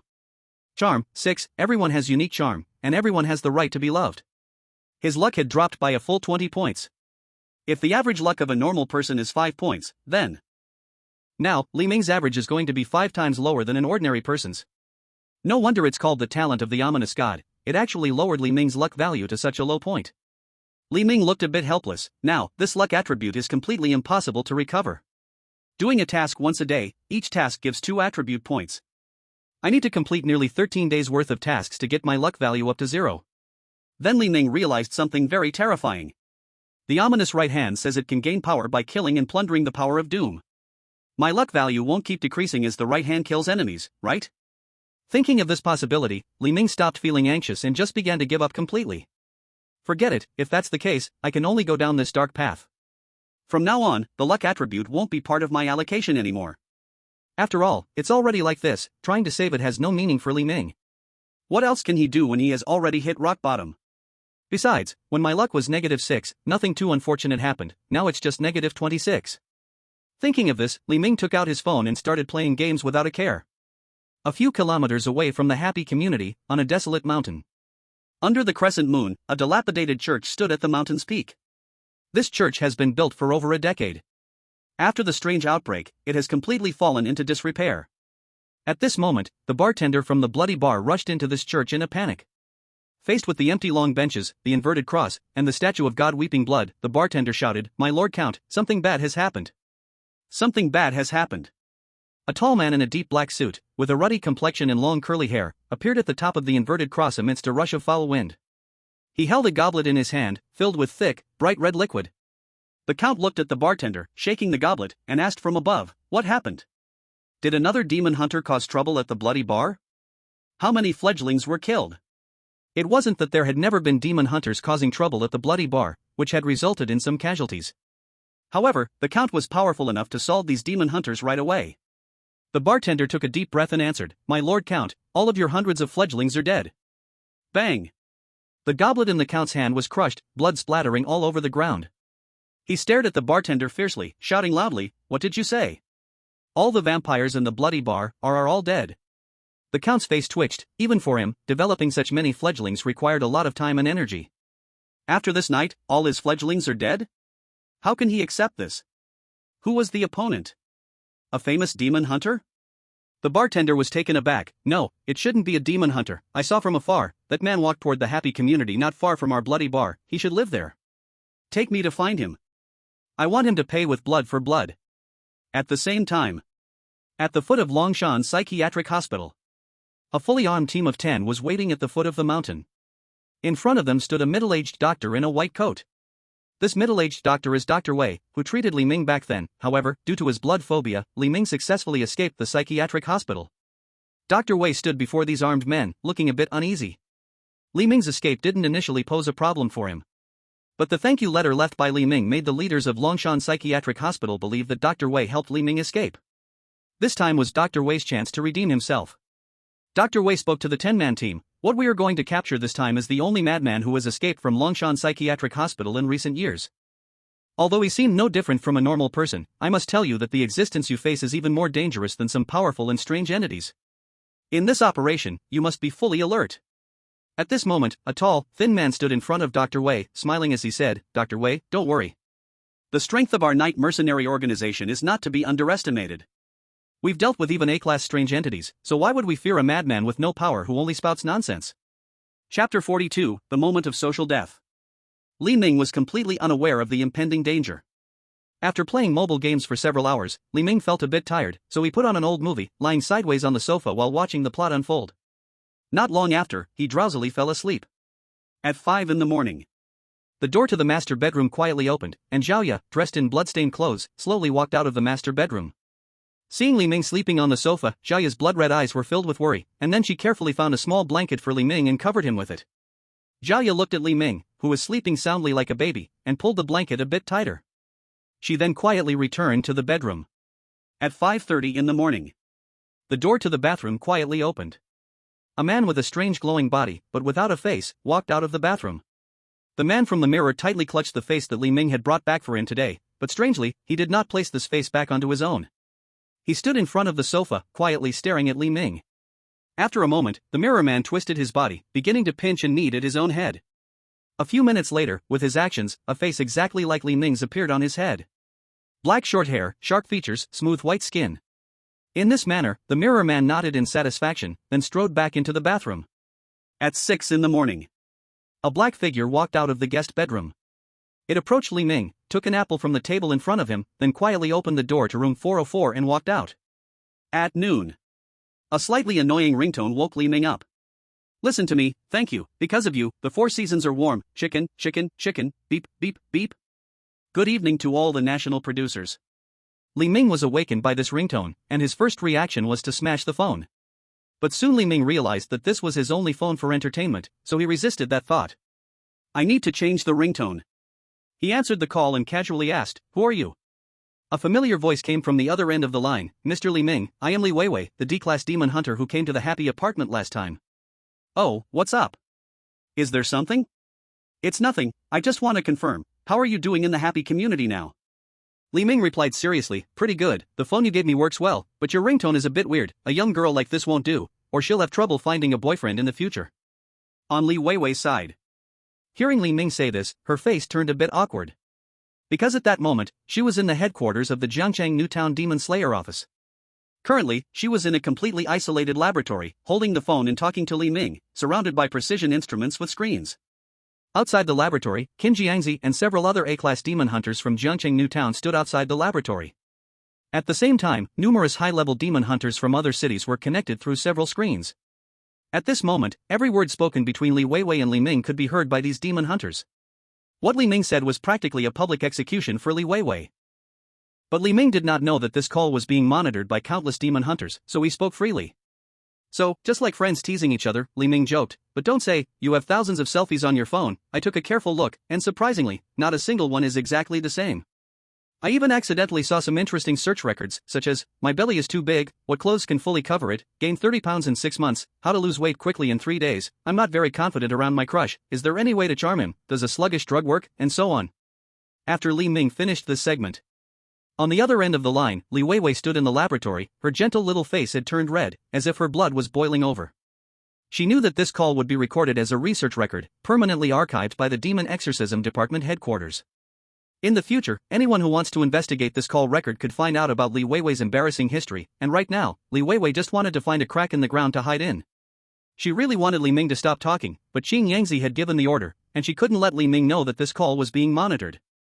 At this moment, outside the laboratory, Qin Yangzi also awkwardly coughed twice. Then he typed a line of text on the computer screen in the laboratory. Get to the point, ask him about his current true state. Seeing Qin Yangzi's order, Li Weiwei took a deep breath and awkwardly asked, Li Ming, I saw a woman in red in your apartment at room 404, how is she doing? Her? At this moment, Zhaoya just happened to appear beside Li Ming. Somehow, the milk tea in her hand had been drunk from last night until noon. Seeing Zhaoya like this, Li Ming casually said, drinking milk tea. Li Ming's words were clearly heard by all the demon hunters at the Jiangcheng headquarters. Hearing Li Ming's answer, the senior demon hunters who were urgently gathered immediately became unhappy. Haha, a woman in red? Drinking milk tea? Qin Yangzi, are you joking about this S-level dangerous person? Where on earth does a red ghost drink milk tea? Absurd. If Jiangcheng has no bizarre events, you don't have to force a mental case, other cities are quite busy. Right, if there's no work, don't force it. Everyone is busy, do you know how much time it takes to gather exorcists from more than 10 nearby cities for a meeting? We could have dealt with dozens of bizarre events in that time. On Li Ming's side. Seeing that Li Ming was on the phone, Zhaoya curiously asked, who are you on the phone with? Li Ming was honest and directly said, that girl named Li Weiwei who came to the apartment a few days ago, what's up? Honesty is a virtue, but sometimes, this virtue doesn't mean things will develop in a good direction. Hearing that Li Ming was on the phone with Li Weiwei, Zhaoya was suddenly provoked. Say that again. Who are you on the phone with? Zhaoya's black hair stood on end, her body instantly filled with a bloody smell, and the temperature in the living room dropped by dozens of degrees. Li Ming, completely unaware, said, Li Weiwei, yeah, just that girl with a slightly round face. Give me the phone. Zhaoya snatched the phone, and in an instant, all her resentment and hatred surged into the phone's microphone. And in Jiangcheng's new city demon exorcism department, the monitoring laboratory where Li Weiwei was located instantly turned dark. Chapter 43 Friends Coming from Afar. In the demon exorcism department's monitoring laboratory. The lights began to flicker continuously. Various monitoring screens started to flicker with white and gray light. The phone in Li Weiwei's hand began to surge with waves of black resentment. Wherever the black resentment went, it seemed that there were women's cries and sharp howls echoing through. Even the instruments in the entire laboratory, prepared for safety, lost their normal functioning in this moment and could not operate. Countless exorcists behind Qin Yangzi were stunned. The Yang Qi stabilizer has been destroyed. The constant magnetic field has tilted to the negative. The A-level weirdness protection measures in the laboratory are collapsing completely. Qin Yangzi frowned deeply and hurriedly ordered, activate the secondary protection measures. Lock down the Jiangcheng Exorcism Agency completely. We must not let the weird powers leak out from our agency. At the moment Qin Yangzi gave the order. Doors enchanted with different spells fell down from the Jiangcheng Exorcism Agency one after another. In less than 10 seconds, the agency was transformed into a fully sealed iron fortress. At this moment, in the monitoring laboratory, a phantom of a woman in blood-red clothes appeared. She stared at Li Weiwei, looking at the phone in her hand, and suddenly pounced forward. Facing this blood-red figure, Li Weiwei trembled in fear and shut her eyes tightly. But after a few seconds, she realized she hadn't been harmed. When Li Weiwei opened her eyes again, she found the laboratory had returned to normal. The only thing damaged was her phone, which she had used to call Li Ming. Li Weiwei let out a sigh of relief. But at that moment, a voice whispered in her ear, "If you don't want to die, don't call Li Ming again." This voice seemed to come from the underworld, piercing through the top of Li Weiwei's head. The laboratory had returned to normal. But outside the laboratory, countless exorcists were frowning. Jiaya had only been at the exorcism site for about a minute, yet within this minute, the seemingly solid A-level protection measures had not been able to do anything against Jiaya. Qin Yangzi, this red-clothed ghost has destroyed the A-level laboratory so easily.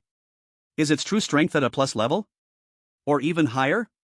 Qin Yangzi furrowed his brow. I'm not sure, but the curse from this red-clothed ghost is just one of the kinds on Li Ming. He has several other curses of the same level, or even stronger. How is that possible? One red-clothed ghost is enough trouble for us, there are even stronger ones? Did you guys in Jiangcheng provoke the king of hell?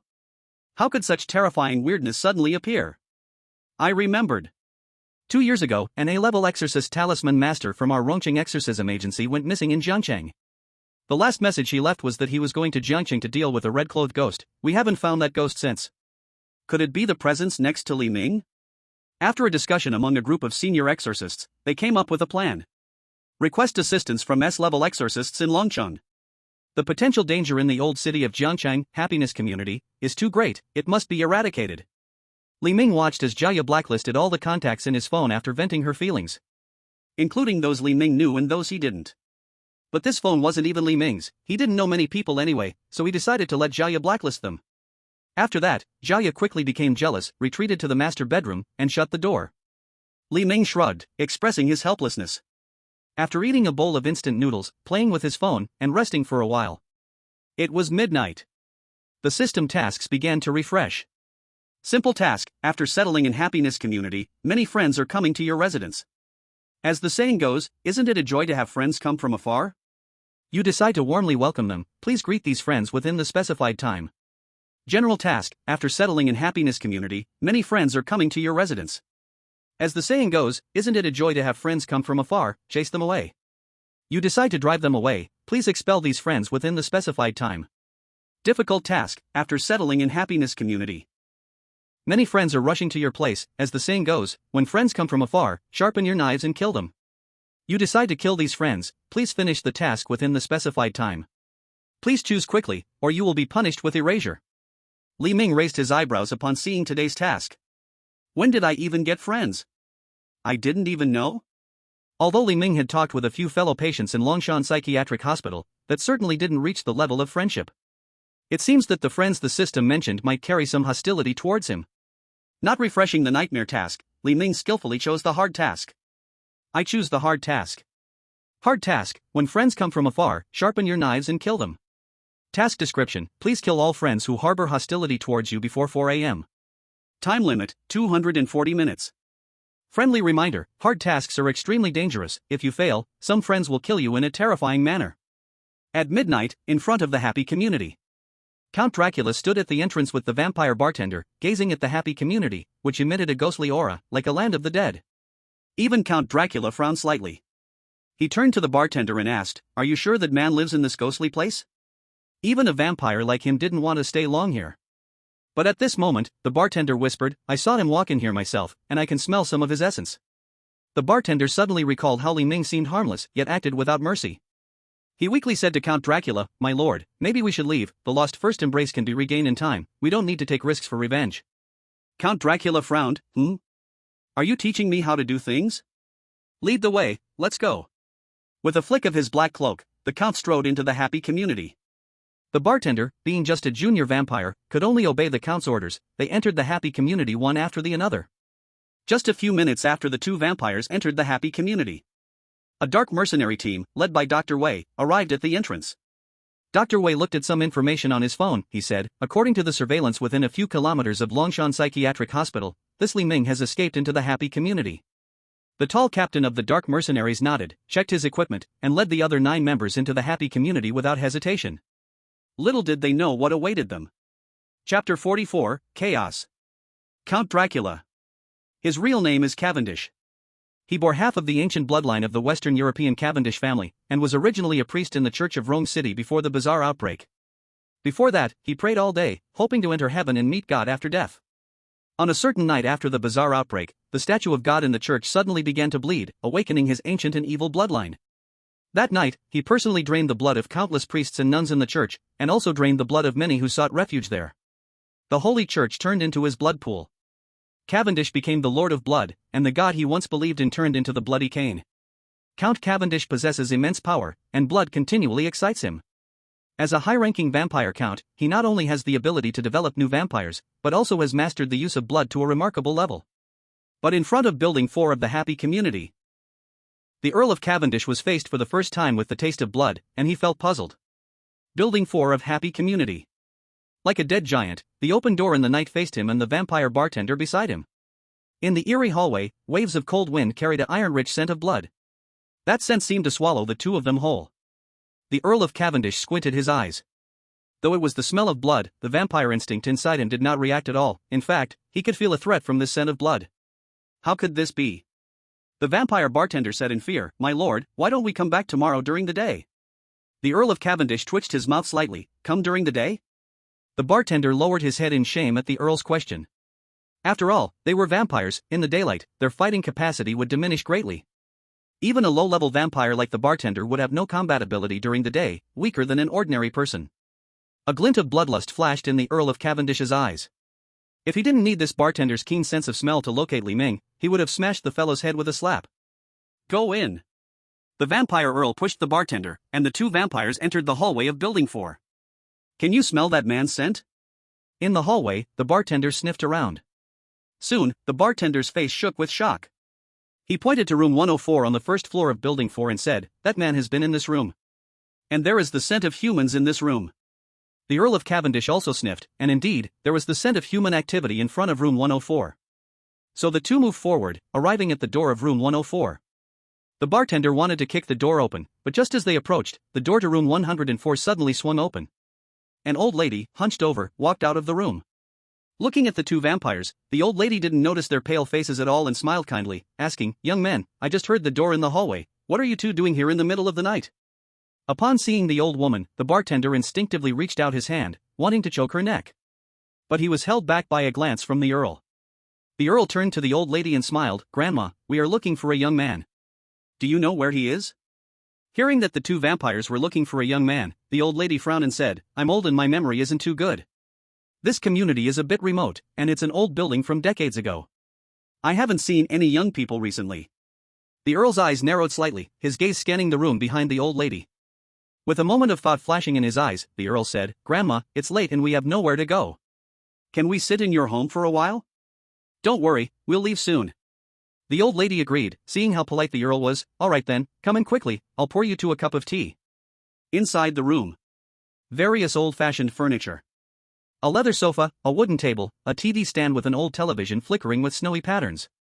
The old lady went into the kitchen to pour tea for the two vampires, and the bartender asked the Earl confusedly, "My lord, we could just force her to tell us. Why go through all this trouble?" A touch of terror appeared on the Earl of Cavendish's slender face as he slowly shook his head. "You quickly go check if that man is hiding in this room. It is not too late to suck her blood if there is nothing else. The scene of her sinking into despair will be interesting later." The Count was already tired of normal hunting. After all, he had sucked the blood of too many humans through violence. Now, he preferred to win the trust of humans, and then in that trust, carry out a murder that could be called cruel. The layout of the old woman's house was not complicated. A living room, a bedroom, plus a bathroom and a kitchen. The bartender received the Count's order and walked straight to the bedroom. At this moment, outside the fourth-floor corridor, a 10-man squad of Dark Knight mercenaries all entered the fourth-floor corridor. At this moment, they all wore night vision helmets emitting a ghostly blue light, holding various high-powered weapons. The tall, thin captain saw the steps in the first-floor corridor, slowly raised a fist, signaling the squad to pause. He looked ahead and furrowed his brow. In the dusty corridor, 2 rows of footsteps led straight to room 104 on the first floor. The footsteps are very fresh, they must have just been left. But why are there 2 sets of footsteps? Didn't Dr. Wei say there was only one person? After thinking for a moment, the captain asked one of the team members behind him, "What is the current reading on the spirit detection device?" "Report, Captain, the readings fluctuate between 50 and 70, everything is normal." "Good, follow me, let's go check room 104 to see if the target we are looking for is inside." The 10-man squad quickly approached the door of room 104, and at the captain's signal, a team member suddenly kicked the old woman's door open. Bang! The 10 team members filed in. Holding various firearms, the moment they entered, the laser sights of their guns aimed at Count Cavendish, who was on the sofa, and the old woman, who was holding 2 cups of hot tea. Count Cavendish was stunned when he saw these mercenaries. You. The Dark Knight mercenary captain was also stunned when he saw the old woman and Count Cavendish in the room. Count Cavendish frowned. He thought these mercenaries were here to help Li Ming. The Dark Knight mercenary captain also frowned. Vampire?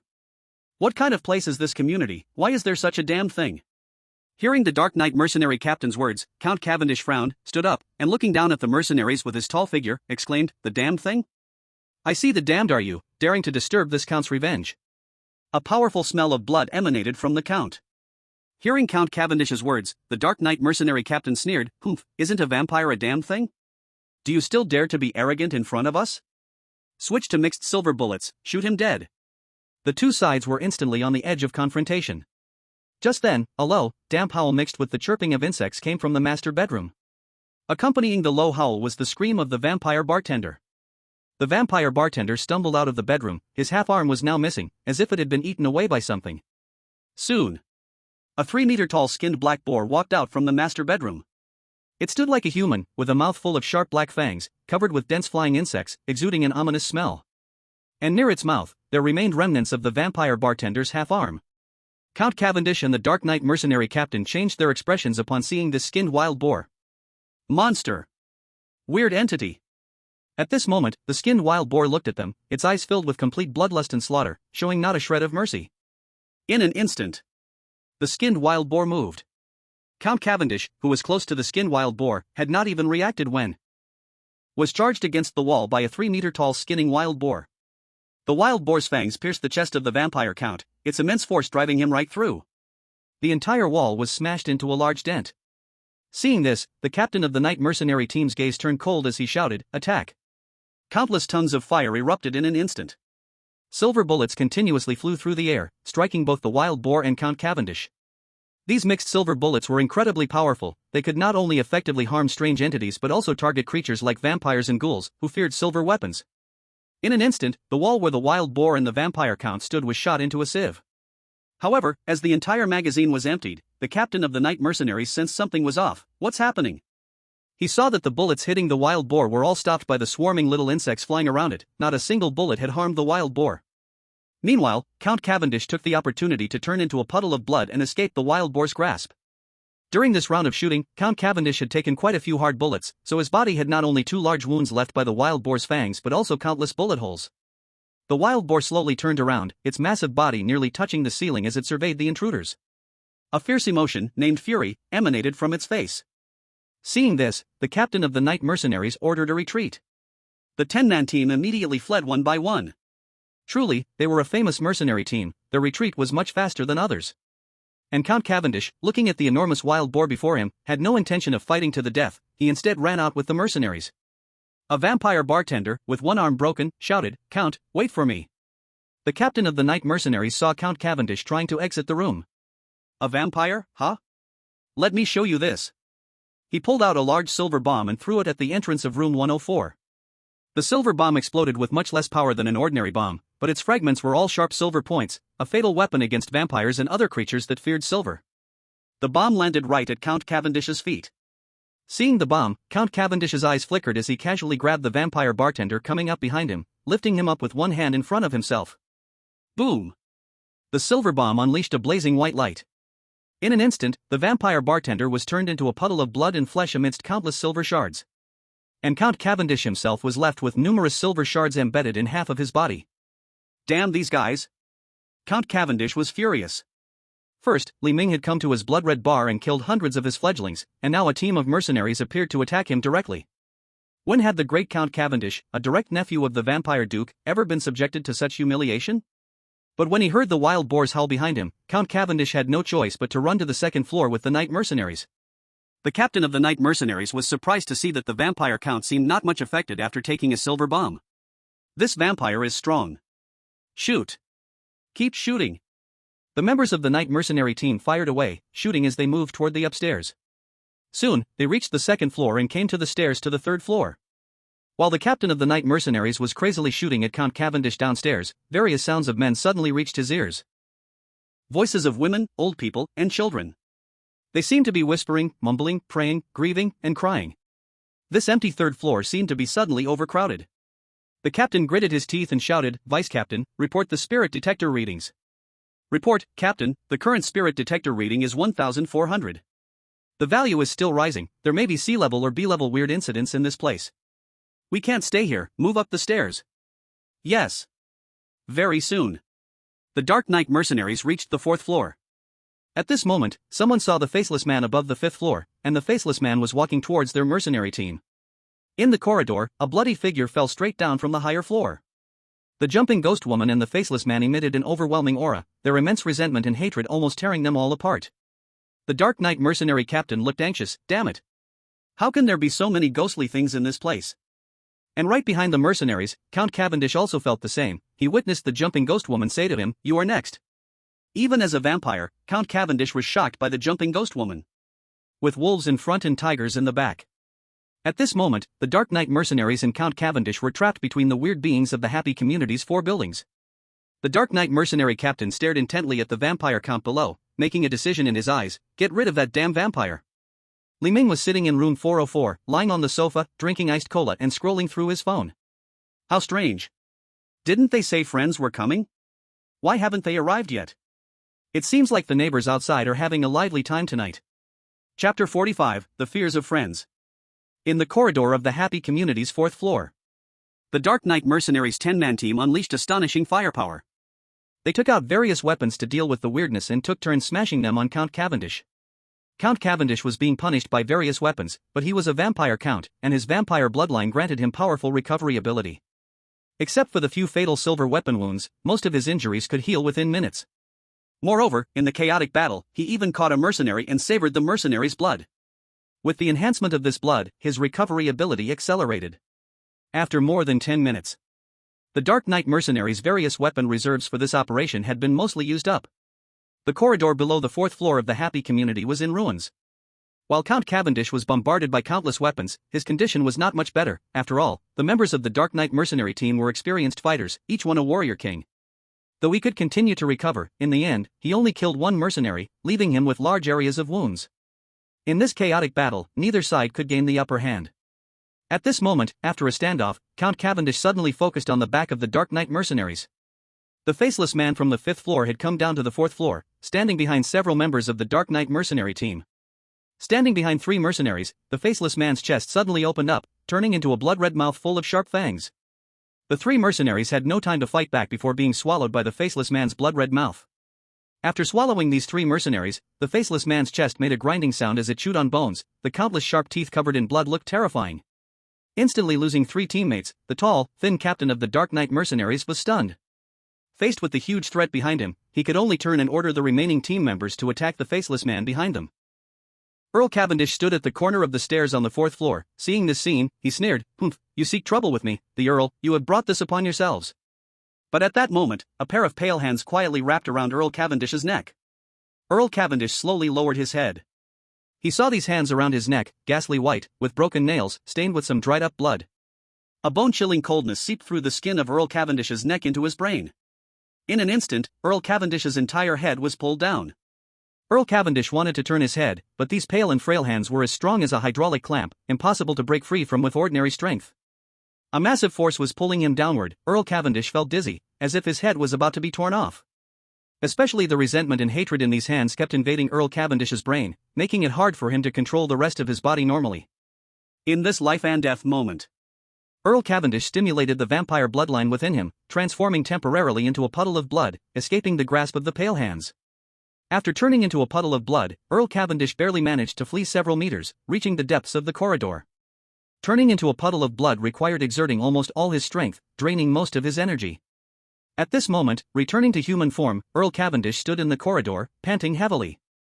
He turned back and found that the pale hands belonged to the ghostly woman who had jumped from the building. The ghostly woman had somehow hung herself in the middle of the 4th floor stairs, wearing an eerie smile as she looked at Earl Cavendish. Gazing at the ghostly woman's strange smile, Earl Cavendish felt a shiver run down his spine. Damn it, I really am seeing ghosts. Before, Earl Cavendish couldn't understand why ordinary people panicked upon seeing a vampire, but today, in this happy neighborhood, he deeply understood what fear truly is. The unknown between life and death was the essence of fear. Earl Cavendish saw the Dark Knight mercenaries still resisting the faceless man while the ghostly woman was crawling into the corridor on the 4th floor.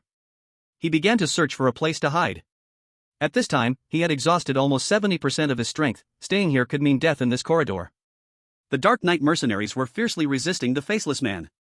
But the faceless man could swallow a mercenary whole with his gaping maw full of mouth-like appendages when he opened his chest. The 10-man team was rapidly losing members. Having used too many weapons against Earl Cavendish earlier, the team now displayed a waning spirit in the face of the faceless man's assault. The tall, thin captain, seeing this, displayed a ruthless flash in his eyes. "Hold your ground. Hold on with all your strength." Though he said this, his gaze was scanning for places to escape in the 4th floor corridor. As a mercenary who danced on the edge of a blade, the tall, thin captain was already prepared to abandon his teammates and run alone. At that moment, when he saw Earl Cavendish heading towards room 404 at the far end of the corridor, he silently followed, leaving the remaining team members as bait. Earl Cavendish and the Dark Knight mercenary captain pushed open the door to room 404 one after the other. As the door swung open, Earl Cavendish's eyes first landed on Li Ming, who was lounging on the sofa and drinking cola. His pupils contracted, fangs bared.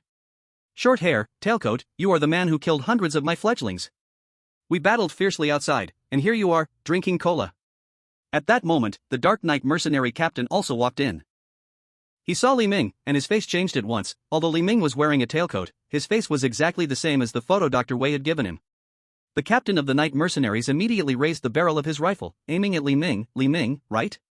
I finally found you." Count Cavendish glanced back at the captain of the Night mercenaries, his face clearly showing anger. The captain of the Night mercenaries also glanced at Count Cavendish, his expression showing some displeasure. Through their conversation, they realized that their targets were actually the same. So there was no need for them to fight fiercely in the hallway. At that moment, Li Ming looked at the two intruders in room 404, he had no trace of fear on his face, only some curiosity. Li Ming leaned closer to Count Cavendish, looking him over carefully from top to bottom. "Finally, I've been waiting for you. Fangs, white skin, you must be a vampire, right? The smell of blood on you seems heavier than that of ordinary vampires."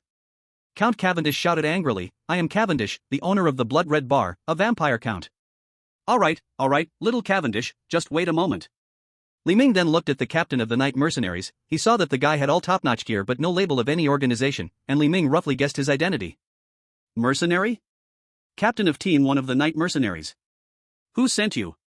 "Longshan Psychiatric Hospital, Dr. Wei." Upon hearing this name, Li Ming suddenly realized, so it was my attending doctor. "In that case, we're all friends here." "Who is friends with you?" This line was exclaimed simultaneously by Count Cavendish and the captain of the Night mercenaries. Li Ming shrugged, "Such great chemistry between us, aren't we friends?" Count Cavendish angrily declared, "I will drain every drop of your blood, then break every bone in your body, grinding them into dust piece by piece." The captain of the Night mercenaries stared at Li Ming and said, "I just wanted to knock you out and bring you to Dr. Wei, but now I want to torture you for a few days, so you can repay the losses of my teammates." "No way, he can't go with you." Count Cavendish glared at the captain. The captain of the Night mercenaries responded, "I must take him away. After all the effort I put in and all the team members I've lost, I cannot return empty-handed." Li Ming watched the two of them about to argue, so he clapped his hands and said, "Since that's the case, why don't both of you sit down and discuss it?" Count Cavendish and the captain of the Night mercenaries exchanged glances at Li Ming. Aside from his strange clothing, Li Ming didn't seem harmful at all, he looked like an ordinary person. Thinking they had Li Ming completely in their grasp, they sat down on the sofa and began to discuss.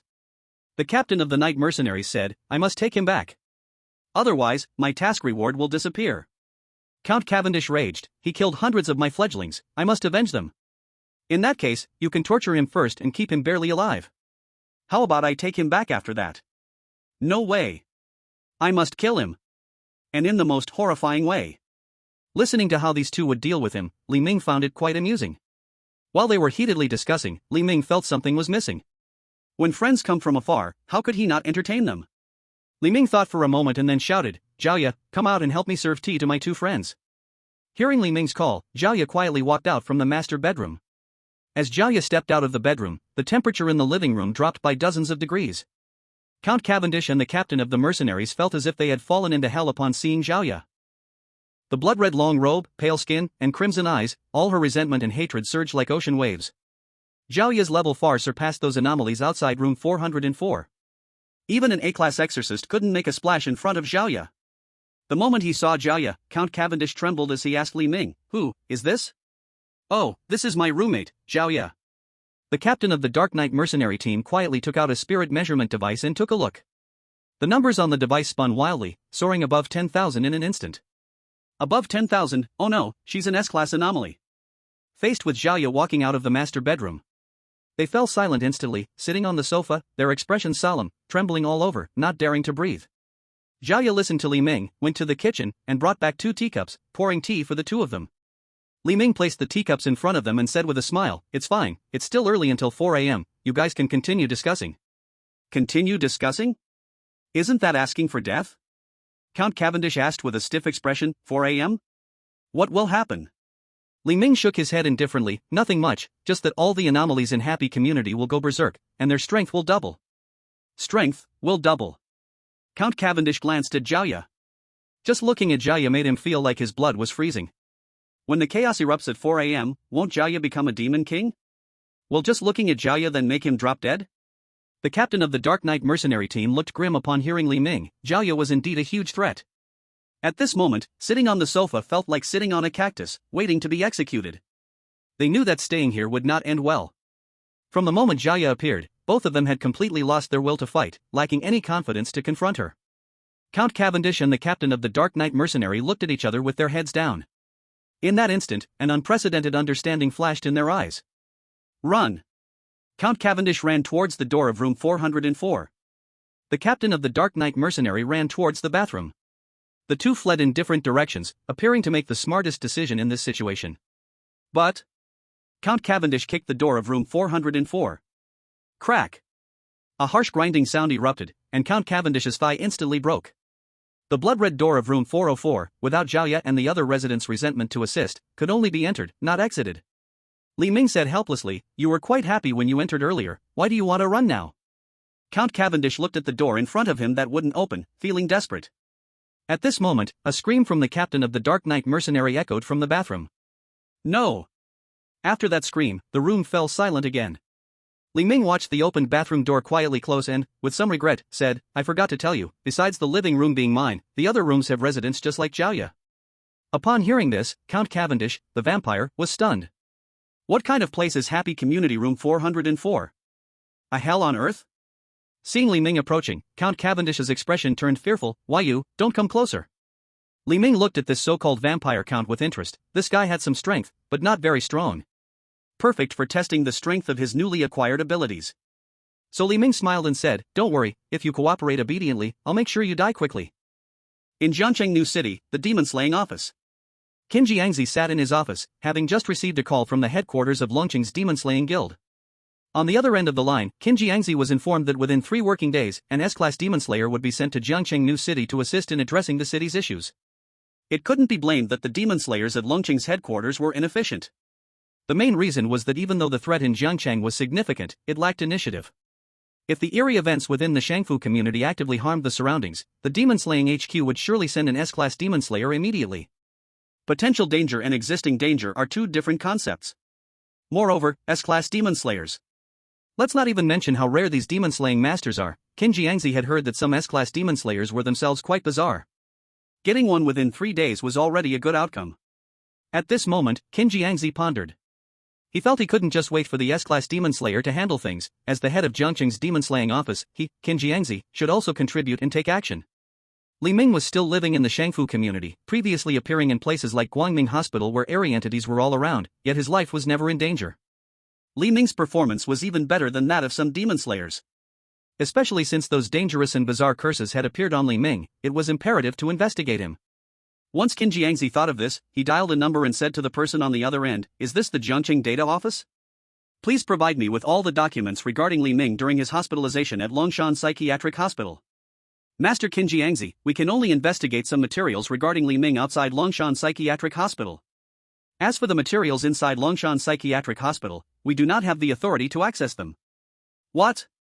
You are the data office, and there are things in Jiangcheng you cannot investigate?" The head of the data office hesitated, saying, "Longshan Psychiatric Hospital is a private psychiatric hospital under the Everlife Group. Their company's documents are absolutely confidential, even the data office can't get hold of them." Everlife Group? Hearing this name, Qin Jiangzi's brow furrowed tightly. After the bizarre outbreak in this world, amidst various horrific threats, people's living standards had almost regressed countless years. In such circumstances, people struggled to protect their lives. Various businesses collapsed like houses of cards. Heavy industry, light industry, agriculture, every industry was unable to protect itself amidst the eerie invasion. Yet, in these circumstances, a super company named Everlife abruptly rose. Everlife Group rapidly emerged thanks to new biotechnology, genetic technology, advanced aerospace rocket technology, and new drug technologies. Their first fortune came from the world's various oligarchs, who, after the bizarre outbreak, relied on rockets provided by Everlife Group to leave this chaotic planet in search of safety. Everlife also became a giant enterprise after receiving massive investments from these oligarchs. The establishment of the new city was also closely related to Everlife Group. The walls that isolate the Eyrie are the latest technology from Everlife Group. Moreover, 2/3 of the technological products within the new city are all from Everlife Group. Everlife Group, how could they be involved in a psychiatric hospital? At this moment, the person from the data office hesitated and added, not only a psychiatric hospital, but there's also a sanatorium, an orphanage, and even an amusement park. Hearing this, Qin Jiangxi's brow furrowed deeper, feeling that something was amiss. But the Everlife enterprise now far exceeds just being a single company. In countless cities, it maintains a huge economy of new city development. As an A-grade demon slayer, Qin Jiangxi really doesn't have the qualifications to investigate the materials related to the Eternal Life Group. Since there's no way to investigate the materials, let's leave it at that. I'll see if I can contact Li Ming himself in the coming days. In room 404. Count Cavendish is tightly bound on the wall, like a television screen. In just half an hour, he has faced unprecedented torment in his vampire career. Knife stabs, fire burns, skin tearing, muscle breaking. Everything he could think of, and everything he couldn't, Li Ming tried all of it. Count Cavendish's face is filled with despair as he looks at Li Ming, who is wiping the cursed dagger with tissue paper, and cries out hopelessly, "Can't you just give me a quick end?" Li Ming shakes his head, but his expression is slightly excited. "Don't worry, I'll give you a quick end soon. However, since you are somewhat of a new species, I naturally need to study you carefully." After a brief period of experimental research, Li Ming discovered that ordinary physical damage is nothing more than a tickle for Count Cavendish. His vampire skin not only has a certain degree of defensive ability, but also strong regenerative power. But it is limited to that. The cursed dagger, with its attribute of resentment, can inflict significant damage on Count Cavendish, and this damage reduces the vampire's abilities. Especially when the resentment attaches to Count Cavendish, it even corroded and produced wisps of white smoke like sulfuric acid. Li Ming looked at the vampire blood collected in a Coca-Cola bottle and shook his head with some disdain. Originally, Li Ming wanted to mix some blood for himself, trying to enhance his physical abilities, but based on the research so far, the vampire lineage seems a bit worthless. Even the abilities of a vampire count can only reach this level, and the side effects of the vampire lineage are too many. The only thing worth extracting is the regenerative ability within the vampire lineage. However, even this ability relies on the absorption of fresh blood to be effective. After studying for nearly half an hour, Count Cavendish's regenerative ability was significantly declining. If he didn't absorb blood soon, his regenerative ability would be lost. After realizing there was nothing more to study, Li Ming stated, "If that's the case, then I'll give you a quick end." Li Ming slowly raised his right hand at this moment. As the black patterns on his right hand flickered with a spiderweb-like black light, an ominous aura burst forth from Li Ming's right hand. Li Ming swung down his fist. Boom! A wave of black ominous energy bloomed like a beautiful yet terrifying black night blooming Sirius. Count Cavendish's whole body vanished beneath this black night blooming Sirius condensed from ominous energy, his skin, flesh, bones, and hair disappeared completely. After this, Li Ming evidently felt a significant increase in the ominous energy on his right hand. Chapter 47, Red Moon. With Count Cavendish's disappearance, the system also quickly provided a settlement. Difficult task, friends come from afar, sharpening knives to kill them all, completed. Reward, free attribute points *2, random free attribute point *1. The host currently has 4 free attribute points. Would you like to add free attribute points? The host currently has 1 random free attribute point. Would you like to draw it? Seeing the task rewards, Li Ming raised his eyebrows slightly. This time, the task reward actually didn't have random items or talents. Instead, it gave a bit of random free attribute points. However, after thinking for a moment, Li Ming realized that this might also be a different reward method based on the system's evaluation of him. A bit of free attribute points is far less practical than an item or a talent. Lu Ming thought for a moment and actually came to understand the reason. Maybe it's because my involvement in this task was too low? The vampire count and the mercenary captain came in, and within half an hour, I had already completed the task. And both of them had already exhausted a lot of energy before entering, seemingly welcomed by the other neighbors in this happy community. In this task, the only enemy Lu Ming actually handled was the vampire count alone. Most of the other enemies were taken care of by his neighbors and roommates. Lu Ming glanced at his attribute panel, and as the ominous power absorbed the Count of Cavendish with his right hand, his luck value had indeed decreased a bit. This A-grade talent is powerful, but if my luck keeps decreasing, what terrifying things will happen? At that moment, Lu Ming's phone suddenly rang. A push notification showed up. Tonight at midnight, Jiangcheng will experience a rare red moon phenomenon. At that time, a stunning red moon will appear, so please look up at home to witness this rare sight. As the notification ended, red light, scattered like melting thick smoke, shone through the windows of the 404 living room. Red moon phenomenon? Lu Ming raised his eyebrows. In this bizarre and chaotic world, a red moon didn't seem like a normal occurrence. Just then, someone sent Lu Ming a message. Seeing the contact name, it was the recently deceased Count of Cavendish. He sent Lu Ming a message saying, "I am dead, but I saw that brilliant red moon. Lu Ming, you should look up too, see this magnificent scene, as it will also be your end." Lu Ming's mouth twitched slightly upon reading this message. He clearly just took down the Count of Cavendish. Could he have been revived? However, the Count had indeed transformed into the ominous power within Lu Ming's right hand, and there was no doubt about that. Looking at the constant notifications urging him to observe the blood moon, Lu Ming helplessly turned off his phone. Red moon, did something large-scale and bizarre happen? As Lu Ming thought this, a series of alarm sounds suddenly echoed through the sky. Even the happy community on the edge of the suburbs could hear it clearly. Attention, residents of Jiangcheng. This is the Jiangcheng Demon Extermination Office. An emergency S-grade bizarre incident has occurred. A blood moon has appeared in the sky, and all citizens must not be influenced by the outside. If you watch the blood moon for more than 1 minute, your mind will be greatly affected. Observing the blood moon for over 3 minutes will lead to irreversible terrifying effects. Once again, citizens must not observe the blood moon in any way. Otherwise, your mind will be greatly affected. If there are citizens nearby watching the blood moon, please move away from them immediately. If someone invites you or your family and friends to watch the blood moon, please knock them out immediately. If anyone shows red rashes on their skin or has pupil patterns resembling the blood moon, it means they are being bizarrely affected by the blood moon. Please escape immediately. The alarm sounds echoed around him. Lu Ming shrugged. Since he wasn't allowed to observe the blood moon, then fine, he simply wouldn't. But at that moment, Lu Ming scanned his surroundings. He suddenly noticed that the bathroom door was slightly ajar and that there was a strange white photo at the doorway. Did someone from the bathroom send me something? Lu Ming walked over to pick up the white photo lying upside down at the bathroom door. He glanced at it. Lu Ming instantly regretted it. In the white photo in his hand, a vast expanse of darkness is displayed, and at the center of the dark, there is a giant blood-red round moon. This perspective seems to be shot from some angle deep within the universe. The surface of the blood moon is riddled with ravines, but a closer look reveals that this blood moon resembles a strange human face contorting into an absurd smile.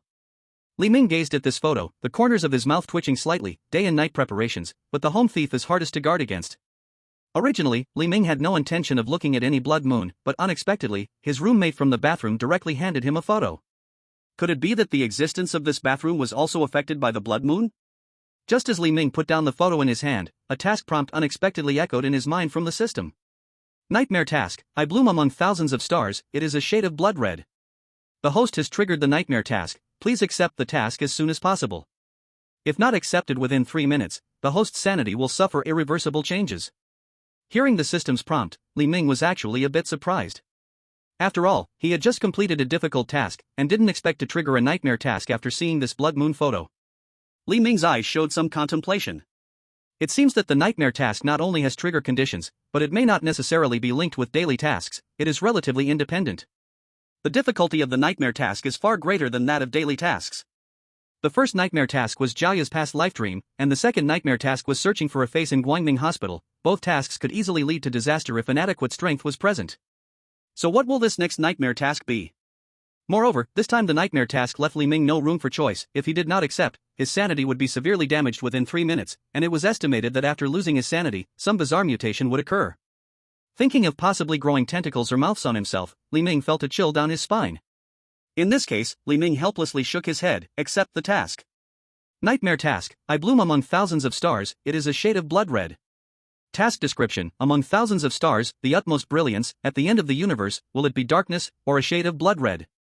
Time limit, 240 minutes. Friendly reminder, given the high probability of failure in your nightmare task, the system will provide auxiliary prompts during the task, please pay attention. Chapter 48, Eternal Life Number 4. As Li Ming chose to accept the task, a wave of darkness rushed over him. A flash of red light passed by, and Li Ming completely vanished from apartment 404. In the depths of dark space in the universe, a standard spaceship slowly traveled through the pitch-black void of the universe. Its shape resembled a long sword, clean and sharp. In the silent space, it was a vast expanse of nothingness, silent within the darkness. Thousands of stars spun in loneliness, according to the predetermined gravitational pull between the universes, over millennia, tens of millennia, even millions of years. The spaceship occasionally passed by one or two massive stars, where rare sparks of light appeared. But the universe has always been dark. After the light emitted by these distant stars, darkness once again prevailed. The spaceship passed through a belt of meteors. Meteors of various sizes obstructed the spaceship's course. Some meteors were comparable in size to a satellite, while others were no larger than pebbles next to a small river. At that moment, a meteor the size of a basketball struck the side of the spaceship. Instantly, a large hole was torn open in the steel alloy side of the spaceship. The steel armor of the spaceship was actually ripped apart by a basketball-sized meteor. After this, the small hole created by the basketball-sized meteor, under the absolute vacuum of space, caused a terrifying pressure difference. The air inside the wings of the spaceship was leaking out crazily, exploding instantly. The alarm on the spaceship rang out in an instant. Warning! Warning!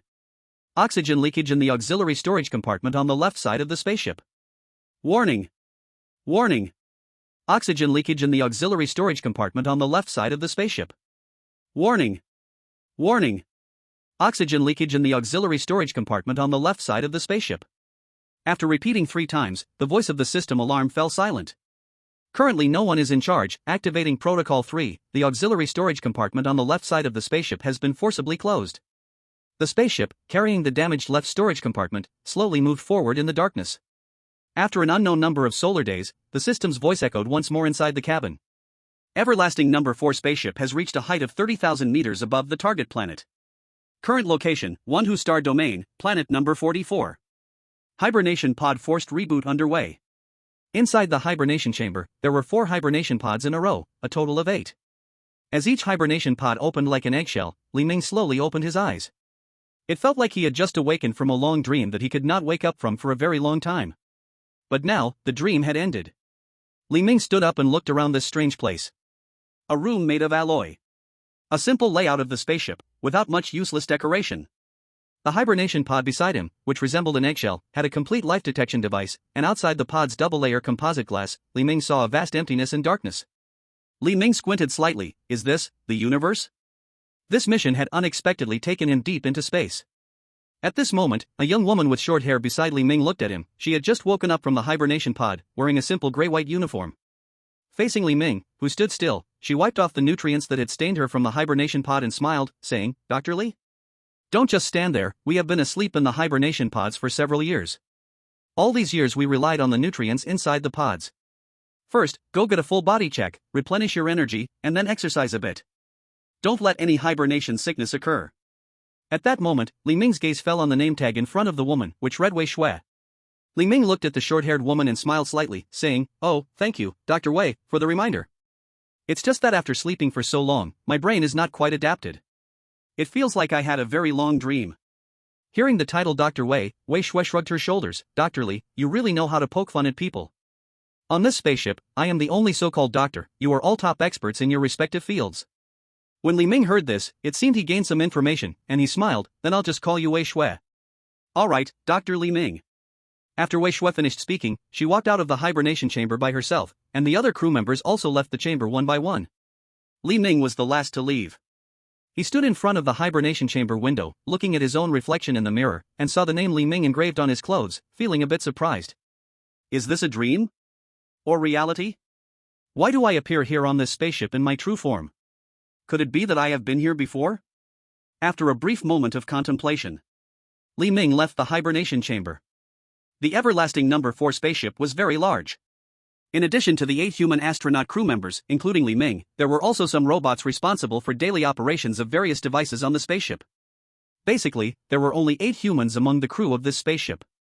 Li Ming did not take long to figure out the identities of the members aboard this spaceship. The captain, Shu He, was 45 years old, a middle-aged man with a square face and crew cut. He was someone who had participated in several space missions and had 20 years of experience in space navigation. Before the Eternal Life number 4, all navigation missions had nearly zero errors, making them undoubtedly the right choice for Captain. The first officer, Wei Shui, 23 years old, a girl with short hair. A PhD in biology under the Eternal Life group. It is rumored that she is the daughter of a high-ranking executive in the group, which is why she was able to join this mission on the Eternal Life number 4 spaceship. The mechanic, He-Yon, 33 years old, a middle-aged man wearing glasses. A well-known young genius in mechanical engineering, skilled in machinery, and has developed many famous mechanical projects. He gave up a job with a 10 million annual salary for his girlfriend and came to this spaceship to participate in a mission in space. The engineer, Tang Xiaoxiao, 28 years old, with long hair and an oval face, possessing a bit of classical beauty. She was previously the deputy chief engineer of the Eternal Life Group and personally participated in the design of several spaceships and planetary constructions. She actively proposed to join this mission to the Wanhu Star region. She is also He-Yon's girlfriend. The computer expert, Chen Chen, 19 years old, usually likes to wear thick glasses. A genius hacker who completed the development of a top smart program independently before the age of 16, mainly responsible for data maintenance and management of all computer devices on the spaceship. The environmental science expert, Su Chao, 50 years old, somewhat old and serious. A well-known master in the field of environmental science, mainly responsible for researching the environment of the planet they are heading to. The logistics expert, Wang Duoyu, enjoys chatting and has a cheerful personality. 35 years old, responsible for all logistics work on the spaceship. Finally, there is the doctor, Li Ming, adding up to a total of 8 people. At this moment, Li Ming wandered around for a bit before just walking into the main control room. He saw that the other 7 crew members were all seated inside the main control room. These 7 people sat around the round table in the control room, and everyone looked a bit grim. Seeing Li Ming arrive, Captain Chui said, "Ahem, since everyone is here, I have some bad news to inform you all. 6 months before we woke up in the sleep chamber, the left auxiliary storage cabin of the spaceship was struck by sharp meteorites while passing through the meteorite belt, causing an oxygen leak, and ultimately leading to the explosion of the left auxiliary storage cabin. This then caused the explosion of the entire left side oxygen chamber and beyond. At that time, since the spaceship was uncontrolled, the onboard AI had to close the doors of all sections left of the left auxiliary storage cabin. Now, these areas should no longer be usable." After saying this, Captain Chui scanned the crowd. The atmosphere in the control room suddenly became tense. After all, this is not a small matter, and it needs to be treated seriously. At this moment, the engineer Tang Xiaoxiao opened the main control interface of the spaceship, and a 3-dimensional holographic image appeared. This 3-dimensional image displayed the overall condition of the spaceship where everyone currently is. Tang Xiaoxiao marked the normal and damaged areas of the spaceship in red and blue colors. The left storage cabin is located on the outside of the spaceship. This explosion mostly involved the living area and storage area to the left of the storage cabin. It did not affect the power drive area of the left side of the spaceship, so there is not a big problem. Tang Xiaoxiao's expression and tone were calm, and with the explanation provided by the 3D hologram, she was very persuasive. Her boyfriend, the spaceship mechanic He-Yon, also smiled and said, "Since Xiaoxiao has said so, it must not be a big problem." However, the power drive area on the left side is still close to the left storage cabin. I will go take a look later. If there is any issue, I think I can fix it in time. But, currently, it seems there are no major problems. The other few people fell into silence. Seeing this, Wang Duoyu, responsible for logistics, remarked, "Step up and laugh, alright, everyone doesn't need to be so gloomy. Our ship's heroic duo has said there's nothing major to worry about, so let's just trust them. By the way, what do you all want for dinner? Beef stew with potatoes? Or salmon canned rice?" Captain Chui nodded. "Since everyone just woke up, let's have a good meal. But before that, He-Yon, I need to check the left power drive area of the ship with you to see if there are any problems." Li Ming, for now, could not get involved in these matters on the spaceship. After all, Li Ming was just a mental patient, not an astronaut, and he only understood a little about the ship. At this moment, Li Ming glanced at the side of him. A thin long-haired boy was holding a notebook, continuously tapping on the code, looking quite skilled. This boy was the genius hacker on the ship, Chen Chen. Li Ming casually asked, "Chen Chen, the captain and others seem to care a lot about the left power drive area, is there something there?" Chen Chen looked up at Li Ming, adjusting his thick glasses that resembled a convex lens. "It's nothing, but the left power drive has 3 ACR reactors that make up the turbine boosters. If those 3 ACR reactors have problems, there's no way we'll survive. The central part of the ship and the right power drive area also have ACR reactors." ACR reactor? Is it something like Iron Man's? Li Ming squinted his eyes slightly. This everlasting group indeed had some tricks, having such high technology. At this moment, Li Ming accidentally glanced at Chen Chen's computer screen and saw the time at the lower right corner. His expression changed slightly. April 10, 2042? Chen Chen heard Li Ming's puzzled voice and asked, "What's wrong?" "My computer has been in standby mode, so now it shows the standard solar day." "Is there a problem?" Li Ming waved his hand. "No problem at all." For Li Ming, there was naturally no problem. However, Li Ming knew that in 2 years, on April 14, 2044, the entire world would face a strange outbreak. Li Ming pondered, "It seems that this nightmare mission has brought me back to a spaceship 2 years ago. What exactly happened here? And this one whose star region is very far from the solar system. What happened here is related to that red moon photo handed to me in my bathroom." Captain Chu He and He Yong went to check the left spaceship power drive area, and the others naturally had things to do. Wei Shui was using the ship's detector to examine the surface composition of 1Hu-44, the planet they were about to land on, with the help of environmental expert Su Chao. Chen Chen was verifying the information transmitted between the ship and the space station since the recent hibernation, as well as the flight logs recorded by the artificial intelligence. Tang Xiaoxiao was also in the control room sending some damage location information of the ship to the captain and He Yong, so they could determine the extent of damage. Even Wang Duoyu was actively preparing for the kitchen work, getting dinner ready for everyone. At this moment, Li Ming had become the most idle person on the spaceship. After all, as the ship's doctor, there wasn't a single injured person on board that needed Li Ming's care. Li Ming calmly requested a hint from the system. In the nightmare mission, he could request hints from the system. At this moment, the system's voice appeared in Li Ming's ear. "Warm reminder, perhaps the ultimate secret of this voyage lies hidden in a crew member's room." I knew this mission wouldn't be simple. Li Ming left the control room and quietly headed towards the rest areas of the crew. Everyone was busy, so naturally, no one paid attention to Li Ming. Li Ming was the first to walk towards Wei Shui's room. Wei Shui had a special identity, being a senior executive of the Eternal Life Group and also the vice captain of the ship. If anyone on this ship had the most suspicion, it should be Wei Shui.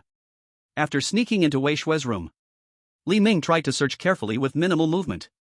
After a bout of searching, Li Ming found 7 documents locked in a drawer in Wei Shui's lounge.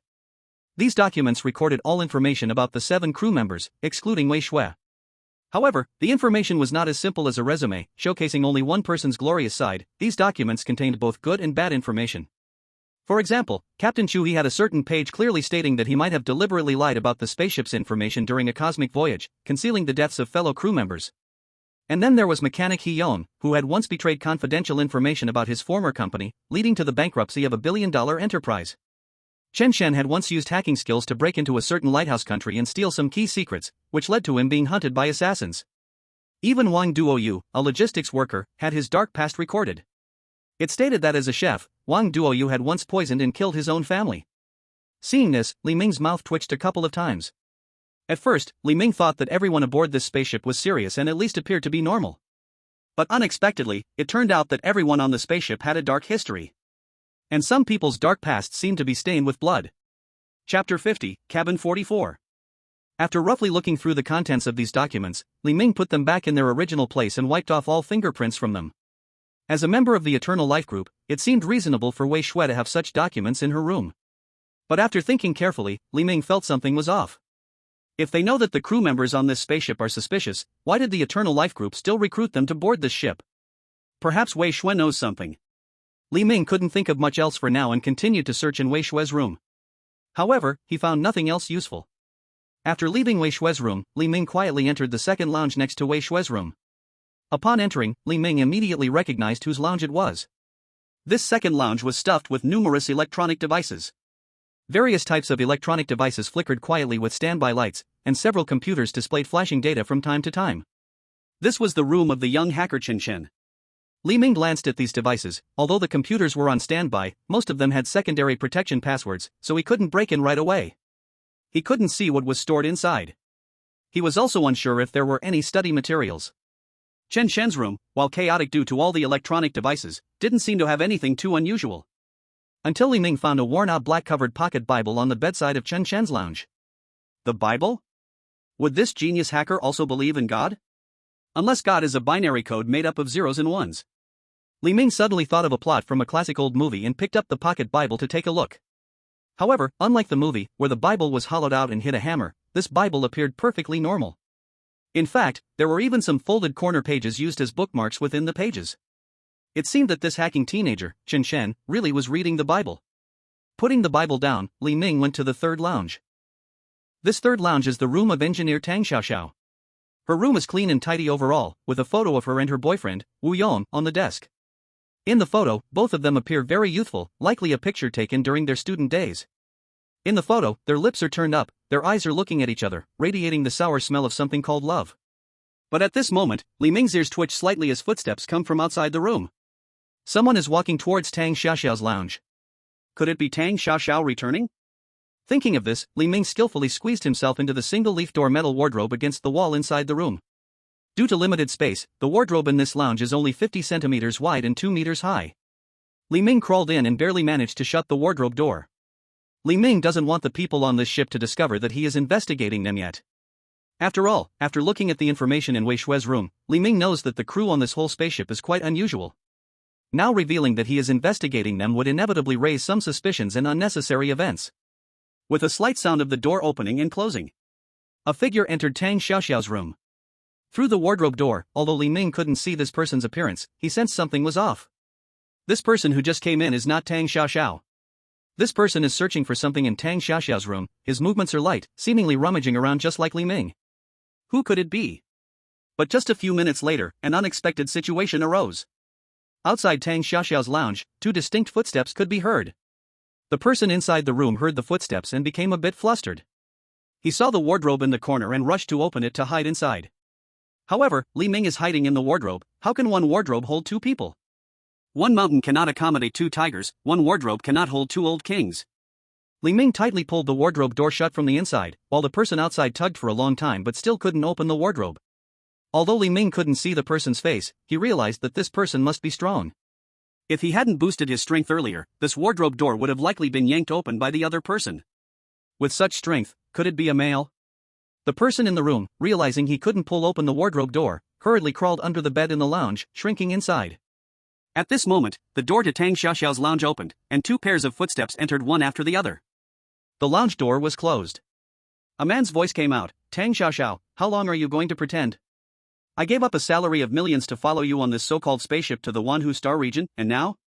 Are you satisfied? This godforsaken place is just wasting time." Li Ming hid in the wardrobe, unable to see the appearance, but he could hear that the voice belonged to Tang Xiaoxiao's boyfriend, He Yong. From what He Yong said, he didn't seem to come to this spaceship willingly.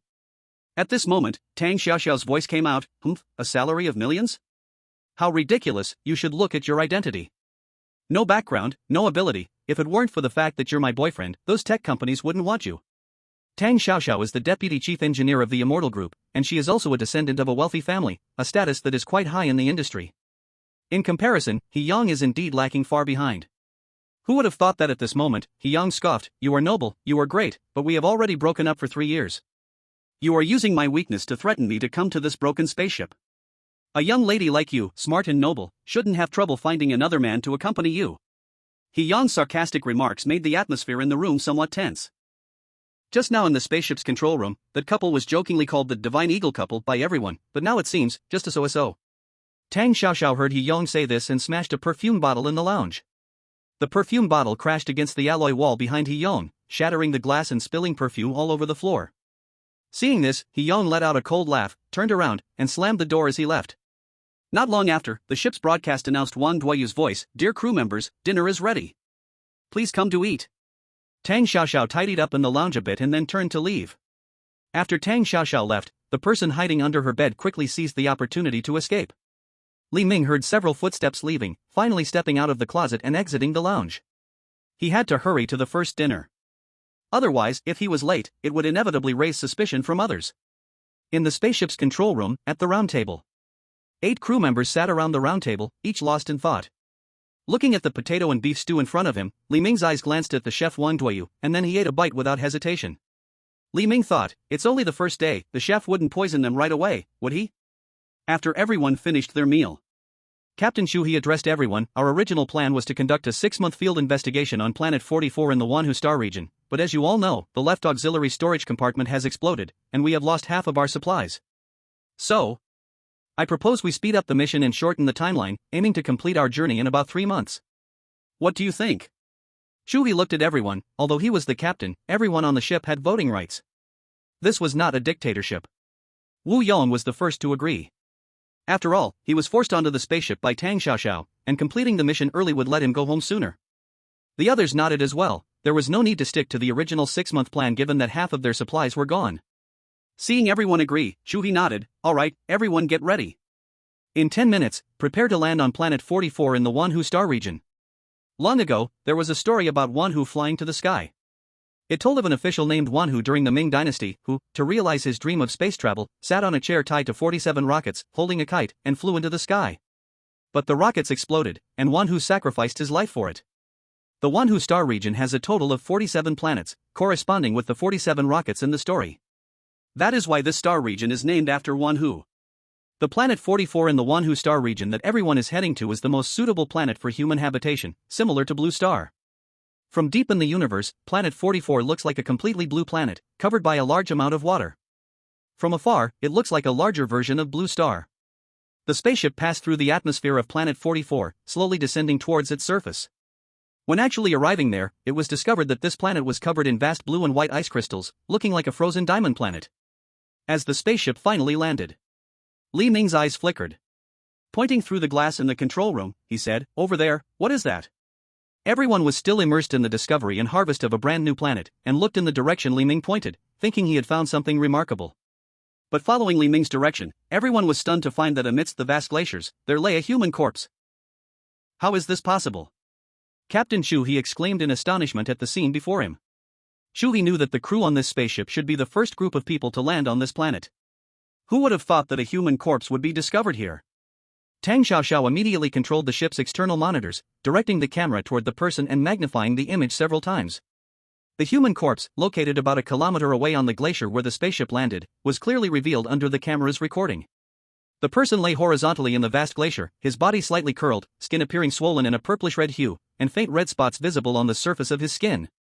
His eyes were closed, but the corners of his mouth formed a bizarre expression resembling a bitter smile. Moreover, his clothing was unusual. On his head was a black cap, a red long robe with a round collar, black shoes on his feet, and a jade belt at his waist.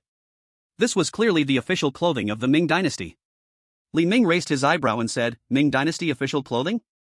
Could it be, did Wanhu really fly into the sky?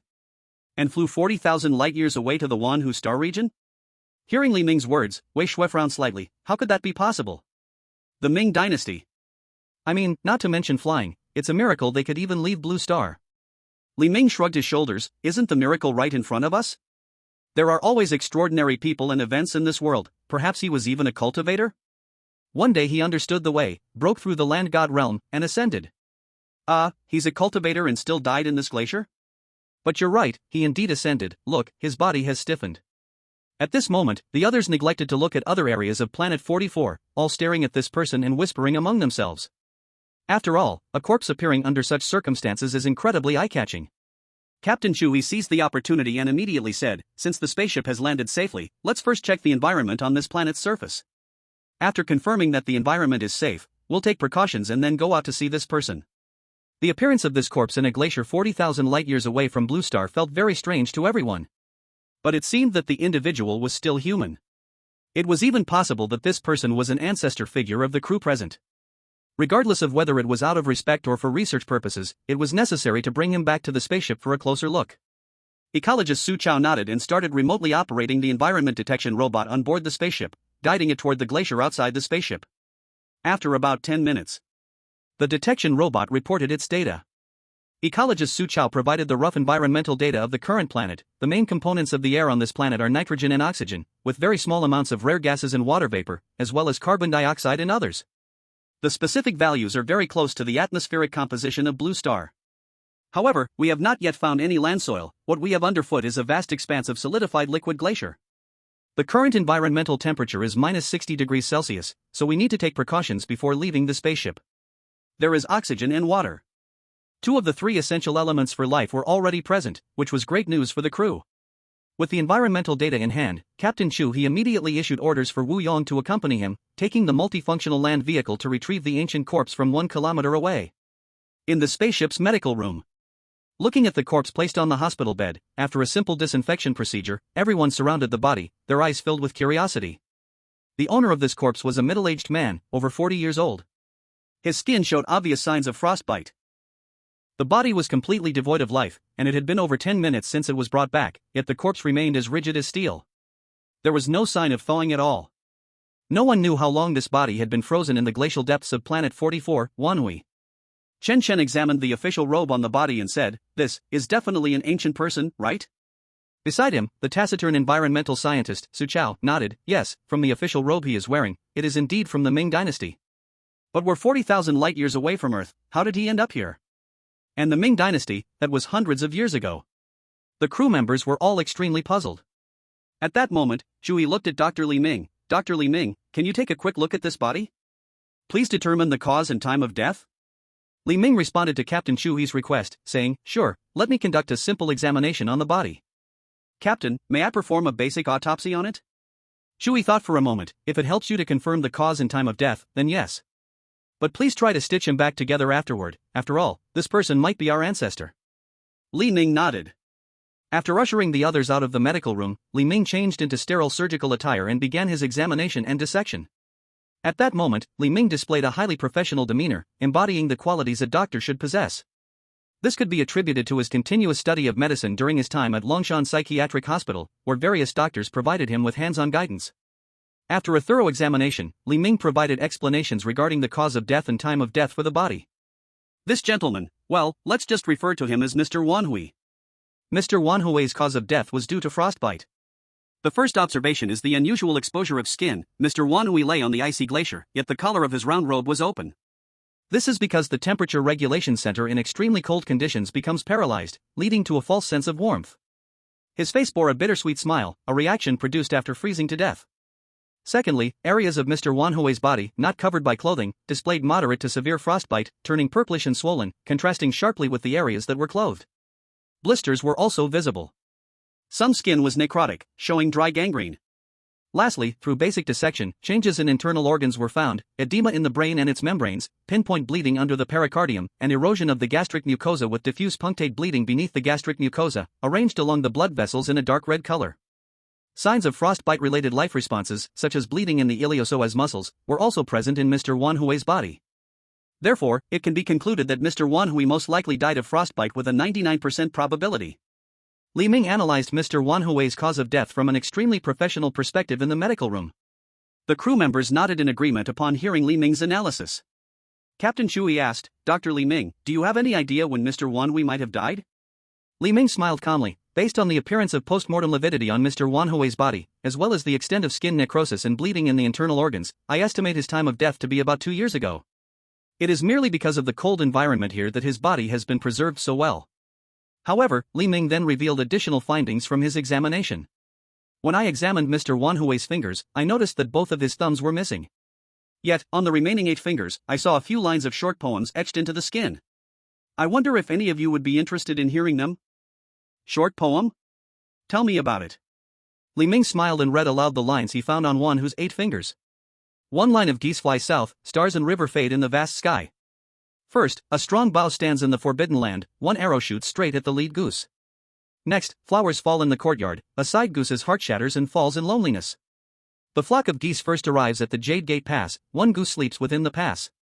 Beyond the Jade Gate, only willows remain, wolves and leopards lie in wait to strike. The geese here fall apart, several geese surround to attack one. Then the big geese fly together, fearing the darkness will change too late. At dusk, only 2 geese remain, fighting each other over the fading light." Hearing Li Ming finish, the other crew members were stunned, not understanding what the poem meant. Only Li Ming knew what it represented. If Li Ming guessed correctly, this poem engraved on Mr. Wanhui's fingers should represent the way all the crew members would die. Li Ming looked at the crew's puzzled expressions, secretly lamenting, "I thought this nightmare mission was a space werewolf game, but it turned out to be a space version of, and then there were none." At this moment, Li Ming's gaze swept over the 7 people standing in front of the medical room. With a slight smile, Li Ming speculated, "So, who will be the first unlucky one to die?" Chapter 52, The First Victim. Everyone found it hard to understand how Wanhui, an ancient human, appeared on a planet 40,000 light-years away from the blue star. How did he, a mere mortal, end up on a planet where he shouldn't exist? Moreover, based on the time of death, Wanhui not only crossed space but also time. As for the short poem engraved on Wanhui's finger, everyone expressed ignorance.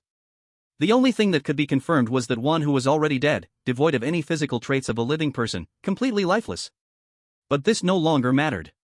The main task for everyone on this spaceship was to explore the environment of the Wanhui 44th planet. Captain Chui coughed twice and said, "Since Mr. Wan Hu is like this, we will bring him back for professional researchers to study after our mission is complete. Now, let's get busy with our tasks." At this moment, Wei Shui said, "The sudden appearance of a corpse on this planet is quite strange. Besides, we need to leave the spaceship to investigate the environment. I suggest we go in pairs for safety." "Pairs? That's good. In this environment, it's always risky to go alone." "Then please group yourselves." After a brief grouping, everyone found their partners. Captain Chui paired with Logistics Officer Wang Duoyu, Hacker Chen Chen teamed with Environmental Scientist Su Chao, couple Tang Xiaoxiao and Wu Yang were a pair, and finally, Li Ming and Wei Shui teamed up. Once grouped, Chui said, "Everyone spread out from the spaceship as the center and start collecting environmental samples in the 4 directions of east, south, west, and north. If you discover anything unusual, contact us immediately. Try not to stray more than 5 kilometers from the spaceship. Beyond that, the communication signals will weaken, making it hard to connect. If something happens, others won't be able to help in time." "Okay." After Chui finished speaking, everyone set off. Li Ming and Wei Shui put on insulated spacesuits and took sample collection equipment as they headed north from the spaceship. Endless glaciers stretched before them, blue ice rivers rippled, as if this planet had been frozen for thousands of years, never thawing. Loneliness, despair. This planet, apart from glaciers and the deep blue ice rivers, seemed to harbor no other living beings. A cold wind, bearing an icy chill, slowly blew between heaven and earth. A cold and indifferent whistle echoed between the icebergs and rivers.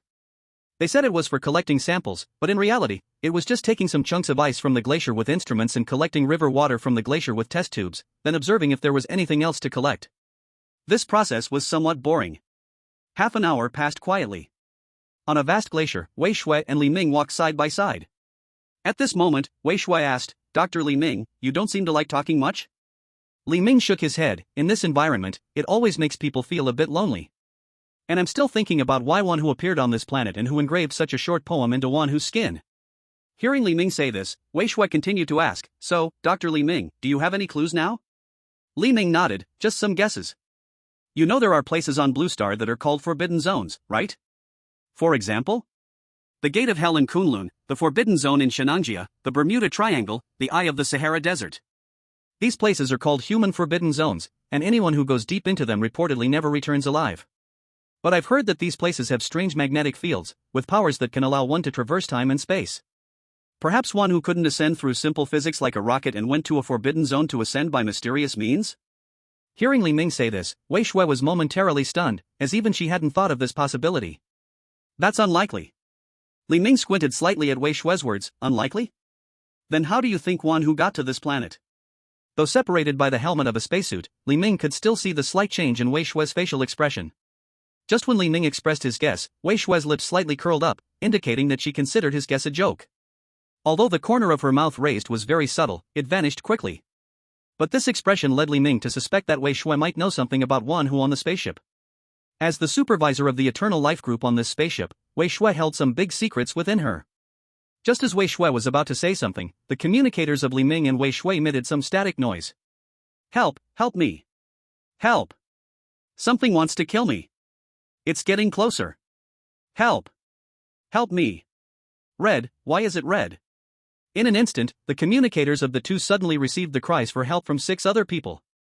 Li Ming and Wei Shui both changed their expressions.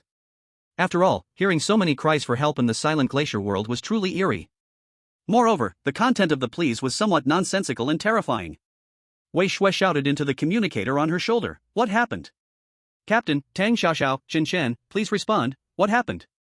Wei Shui repeated her inquiries several times. But the cries for help suddenly stopped in the communicator. Next, static electrical sounds emerged, as if the communication signal had been cut off. At this time, they had only walked a little over 3 kilometers, which, logically, was far from reaching the limit distance of the spaceship's communicator signal. Li Ming suggested, "Let's head back to the spaceship first and see what's really going on." Along the way, Li Ming and Wei Shui almost jogged toward the spaceship. But when they arrived at the spaceship, they found that there wasn't a single person on board. Wei Shui's expression was a bit heavy. Could it be they have all been harmed? Li Ming shook his head and walked towards the spaceship's control room, where the location coordinates were available. Every spacesuit was equipped with a locator. It was possible to see the positions of the crew members through these locators. At this point, the coordinates of the other 6 crew members were all returning towards the spaceship. 10 minutes later, Captain Chu He and Wang Duoyu hurried back to the spaceship, having also heard the deathly cries for help, just like Li Ming and Wei Shui. 15 minutes later. Wu Yong and Tang Xiaoxiao returned to the spaceship, but Wu Yong looked unwell, his spacesuit had several tears. According to him, he was attacked by an unknown creature, but fortunately, he was not seriously injured. This unknown creature lurked beneath the glaciers, with gray skin, dark red vertical eyes, a head like a swordfish, and a body resembling an ape. This unknown creature broke through the ice and attacked Wu Yong and Tang Xiaoxiao with its claws, which is why they escaped back. 30 minutes later. Chen Shen was carrying Su Chao from a distance on the south side of the spaceship. Everyone rushed to help, but when they got closer to Chen Shen and Su Chao, they discovered that the ecologist Su Chao had a 30-centimeter-long ice spear embedded in his forehead. This ice spear pierced through Su Chao's head from the center of his brow. Su Chao's body was stiff, his blood had coagulated, his eyes were closed, he was dead beyond any hope. Everyone was astonished, Su Chao was actually dead. At this moment, Li Ming quietly recalled the lines engraved on Wan Hu's finger. At first, a strong bow stands in the forbidden land, an arrow strikes straight into the leading goose. Indeed, an arrow struck straight into the forehead, not even able to resist. Chapter 53, Double Kill. Li Ming reflected on the coordinates of the crew members from earlier. Chen Shen and Su Chao had walked the farthest, their positions had even exceeded 5 kilometers from the spaceship. Leading goose, does it refer to the crew member at the very front? After the shock, the crew quickly transported Su Chao's body back to the spaceship. Li Ming performed a simple examination and confirmed that Su Chao had died from being pierced in the head by the ice spear, he was dead. There was simply no chance for rescue. Su Chao had no other fatal injuries, it seemed like a tragic accident.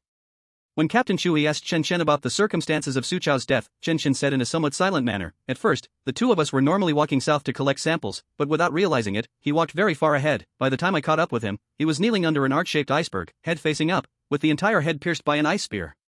Captain Chui looked at Chen Shen, his eyes hiding a trace of doubt. Chen Shen and Su Chao were in a team. Chui believed this was not an accident, but rather a murder. Chui, filled with suspicion, asked Chen Shen, "Then why didn't you call for help immediately?" Chen Shen shrugged helplessly, "I did call for help right away, but we had walked quite far, and I couldn't contact you at first." Hearing this, the expressions of the other crew members changed slightly, each showing suspicion in their eyes. After all, Chen Shen's statement was truly abnormal.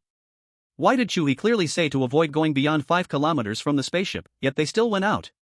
Faced with the crowd's suspicion, Chen Shen also fell silent. Although he was a genius hacker, he seemed unable to explain this situation. Wei Shui hesitated for a moment, then spoke up about her and Li Ming's strange cries for help. After hearing Wei Shui's account, all the other crew members frowned. "Are you saying this is true? You also heard the strange cries for help coming from the communicator?" Chu he asked, frowning. Li Ming nodded, confirming for Wei Shui, "The communicator has a temporary save function. If you don't believe it, you can listen for yourselves. We indeed heard everyone's cries for help, including Su Chao who was already dead." Chui shook his head. "Actually, Wang Duoyu and I also heard similar sounds in the communicator." Then Chui opened his communicator, playing a recording from half an hour ago. When the other crew members heard the strange and miserable cries for help from the communicator, their faces turned extremely grim. The sound in this communicator was truly bizarre. It even contained their own intensely tragic calls for help. Tang Xiaoxiao frowned. "What happened?" Wang Duoyu said, "Is it haunted? I don't remember shouting so horribly." Wu Yong angrily replied, "But this is not Blue Star, we are on a planet 40,000 light-years away from Blue Star, where would the ghosts come from?" As the captain, Chui saw the crew members starting to crack, he immediately said, "Su Chao's death may very well just be an accident. This strange sound in the communicator may also be related to the unstable magnetic field of this planet. After all, the communicator relies on the spaceship's electromagnetic connection. In short, everyone, don't think too much, let's first freeze Su Chao's body in the sleep chamber." Chui said this to comfort everyone. However, even with Captain Chui saying so, everyone only grew more suspicious in their hearts. After all, there weren't many crew members on the spaceship to begin with, and now suddenly one person had died mysteriously. This situation was inherently terrifying. So, after dealing with the body, everyone sat in silence waiting. 10 hours passed since the spaceship landed on planet 44 of Wanhu. This place welcomed its first night. In this night, there was no moon in the sky. This planet was eerily silent. Aside from the various lights on the spaceship, in other places, it was pitch black. It was as if the night was going to swallow all the people on the spaceship. The inexplicable death of a crew member felt eerie. Especially in the face of unknown death, human suspicion would reach its peak. In the control room, unable to bear the heavy silence, Wu Yong pushed open the door and walked outside. Tang Xiaoxiao frowned and asked, "Where are you going?" Wu Yong replied without looking back, "I'm going to check the left auxiliary storage room and have a smoke to calm down. Also, none of you are allowed to follow me." I don't trust any of you. If anyone follows, don't blame me for being unfriendly. Wu Yong went outside. But what he just said expressed the thoughts of all the crew members at that moment. At this point, one person had inexplicably died, but no one would believe anyone else. Everyone sat silently around the control room, each person silent, their minds racing with various possibilities. At this moment, Tang Xiaoxiao suddenly broke the silence in the control room. Chen Chen, you are good at programming, right? Chen Chen nodded expressionlessly, yes. Tang Xiaoxiao then shifted her tone, then, with your skills, it shouldn't be hard to mess up our communication devices and use computer synthesis technology to mimic a few terrifying sounds to transmit into the communicator, right? As soon as Tang Xiaoxiao said this, everyone stared at Chen Chen. Chen Chen felt their gazes and frowned. But faced with Tang Xiaoxiao's sharp question, Chen Chen still nodded. Yes, if I wanted to do that, it would indeed be very simple. All I need to do is add a small piece of code to the spaceship's AI communication program. Tang Xiaoxiao stood up, her eyes fixed on Chen Chen. I knew it. You are the one who caused Su Chao's death, then deliberately used the communication equipment to distract everyone, right? It's you who went to the south side of the spaceship with Su Chao, only you could have killed him. How is that possible? I didn't even know Mr. Su Chao before participating in this spaceship plan. I have no grudges against him. Why would I want to kill him?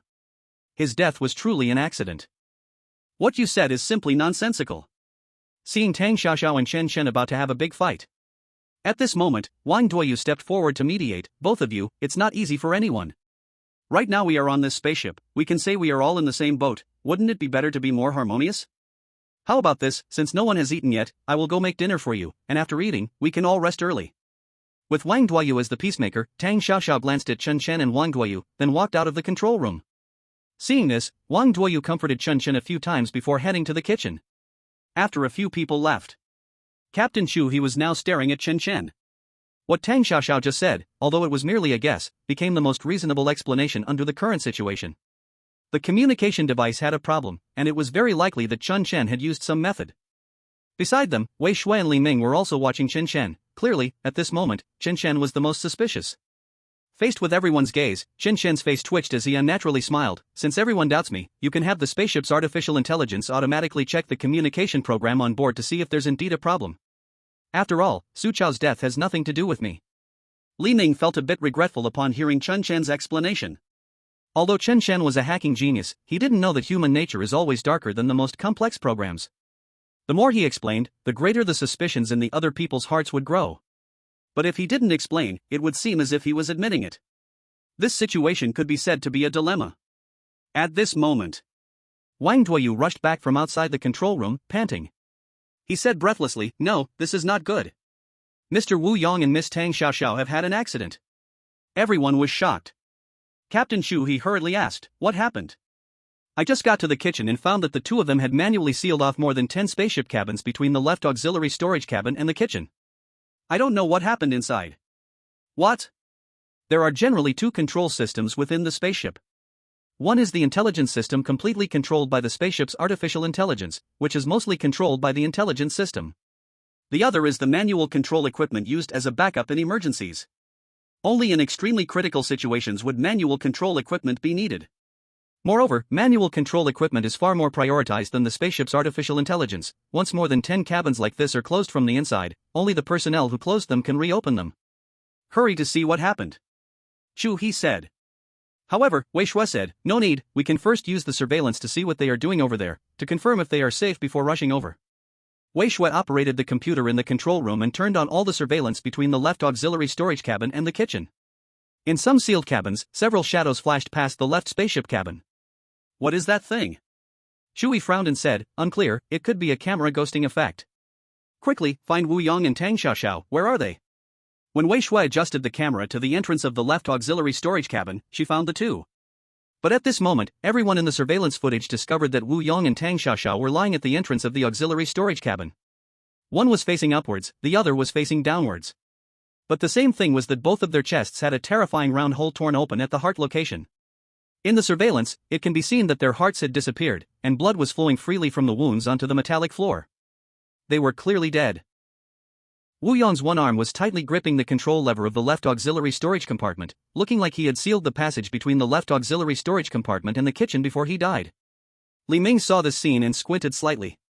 It turned out this was what the fallen flowers in the courtyard, the lonely wild geese heartbroken, meant. This time, 2 people actually died at once. Chapter 54 Siege. What happened? The crew in the main control room looked at the tragic situation of Wu Yong and Tang Xiaoxiao, and everyone had a grim expression. At this moment, everyone was in a panic. Previously, the environmental expert Su Chao died outside the spaceship, but at least he had an icicle in his forehead when he died, which seemed reasonable. But now, Wu Yong and Tang Xiaoxiao died inside the cabin. Just a moment ago, they were alive and talking with everyone in the main control room, and the next moment, after entering the cabin, their hearts were cut open, their hearts and surrounding flesh vanished without a trace, dying completely. This way of dying seemed extremely bizarre, sending chills down everyone's spine. No weapon, no killer, who killed these two? Captain Chu He was now staring intently at the bodies of the two in the surveillance, and he said to Wei Shui, rewind the surveillance in this position to 10 minutes ago, let's see what happened. About 10 minutes ago, Wu Yong left the main control room and went to the left auxiliary storage compartment. So the surveillance during this time should reveal something. Wei Shui nodded. At this moment, the surveillance replayed to 10 minutes ago. Wu Yong appeared alone outside the door of the left auxiliary storage compartment. He stood outside by the window, looking at the dark scenery outside the spaceship, pulling out a pack of cigarettes from his pocket. Although smoking was prohibited on the spaceship, he still lit one up. Up until this point, everything seemed normal. But at this moment, Li Ming's eyes slightly moved, and he said to Wei Shui, pause for a moment and enlarge the image when Wu Yong lights the cigarette. Wei Shui complied and enlarged the image of Wu Yong smoking in the surveillance footage. Li Ming pointed at Wu Yong's shadow and said, look at the bottom right corner, isn't there something in his shadow? Everyone looked over. At the moment Wu Yong lit the cigarette, a reddish-yellow flame flickered, and a grey-white shadow appeared in the shadow behind him. However, Wu Yong was facing the small window in the spaceship corridor and didn't see what was behind him. What is that? Keep watching, this ghostly thing might be the killer of Wu Yong and Tang Xiaoxiao. The surveillance continued to play. Wu Yong spent a few minutes finishing the cigarette, and then Tang Xiaoxiao walked over from the other side. Wu Yong and Tang Xiaoxiao locked eyes. Then Wu Yong quickly walked up to Tang Xiaoxiao, slapped her, along with some unpleasant curses. Wang Duoyu was stunned at the scene. Aren't they a couple? How could this happen? Wei Shui quietly explained, actually, according to my information, the two of them broke up more than 3 years ago. This time, Wu Yong came to the spaceship to participate in the exploration mission of planet Wanhou number 44 because Tang Xiaoxiao forced him to. The people had already died, Wei Shui explaining their dirt didn't seem to matter anymore. But as soon as Wei Shui said this, the eyes of everyone except Li Ming displayed subtle changes. What Wei Shui said clearly exposed that she knew dirt on the others. At this moment, the monitoring screen continued to change. As Wu Yong and Tang Xiaoxiao started fighting, more grey-white shadows appeared behind them. These grey-white figures hid in the shadows of the spaceship cabin. At the moment Wu Yong and Tang Xiaoxiao's figures overlapped. These grey and white figures moved. At that moment, their appearance was finally revealed in the light. They were silver-white creatures with skin like rocks, without eyes, fully wrinkled, resembling maggots, but about 50 centimeters long. One by one, they pounced towards Wu Yong's heart. In this brief moment, dozens of silver creatures rushed forward, tearing open Wu Yong's chest, blood splattering, and Wu Yong instantly collapsed in front of the left auxiliary storage cabin door. Tang Xiaoxiao couldn't react in time either. Their positions overlapped, and these creatures almost immediately tore apart Tang Xiaoxiao's chest after ripping Wu Yong's apart. In less than 3 seconds, both of them were gravely injured. At this final moment of life, Wu Yong struggled to control the manual lever of the hatch in front of the left auxiliary storage cabin, surprisingly closing all the doors connecting the kitchen area to the ship's main cabin. Then, it was the bloody scene of these silver creatures gnawing at the heart. What? The crew in the control room were all stunned. Wei Shui exclaimed, what the hell are these strange bugs? Captain Chu He quickly connected it to the earlier incident of the left auxiliary storage cabin being struck by a meteorite. It's likely that the meteorite impact introduced some unsanitary things from space into the cabin. Damn, why didn't we notice during the inspection? Although humanity has only recently ventured into space, we have discovered many peculiar life forms in the universe. These silver creatures apparently possess strong aggression and some intelligence. And for some reason, they seem extremely bloodthirsty, attacking human chests and eating human hearts. This made the remaining crew members feel a sense of fear. Wang Duoyu took a deep breath and forced a smile. Fortunately, Wu Yong did a good deed before he died, closing all the doors in the left cargo compartment. Those bugs shouldn't break through those metal doors, right? Li Ming felt a slight shiver at Wang Duoyu's words. Why does someone always set up a flag in such situations? Li Ming shook his head and said, when the captain and Wu Yong checked the left auxiliary storage cabin, there were no gaps. This means these creatures must have found some way to break into the ship while we were away. The metal doors in the cabin might not stop them.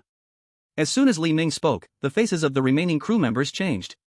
Wang Duoyu exclaimed, "What should we do then? We can't just sit and wait for death, right?" Chen Shen, who had been silent, suddenly said, "Since those silver bugs eat hearts, it means they need to feed, they have basic biological needs. We can turn on the ship's thermal imaging mode to monitor the left cabin, maybe we can detect their movements." Captain Chu He's expression darkened, and he said, "This mission has already failed. I want to apply for a return quickly, at least back to the nearest space station to ensure our safety." But just as Chu He finished speaking, an unexpected change occurred. Suddenly, a series of knocking sounds echoed on the ship's glass outside the control room. Bang! Bang bang! Bang bang bang! The knocking grew more frequent and intense. Everyone was shocked. Wang Duoyu was terrified and kept scanning outside the window, his expression filled with fear. Could it be that those bugs came in through the window? Impossible, those silver bugs are in the left cabin, outside, it should be something else. Li Ming casually pushed a switch. Turn on all the lights outside the spaceship's control room. The white light radiates. In an instant, it illuminates a scene that sends chills down the spine. Outside the window of the control room, a large mass is crawling, with dark gray skin, deep red vertical eyes, a head resembling that of a swordfish, and a body akin to that of an ape.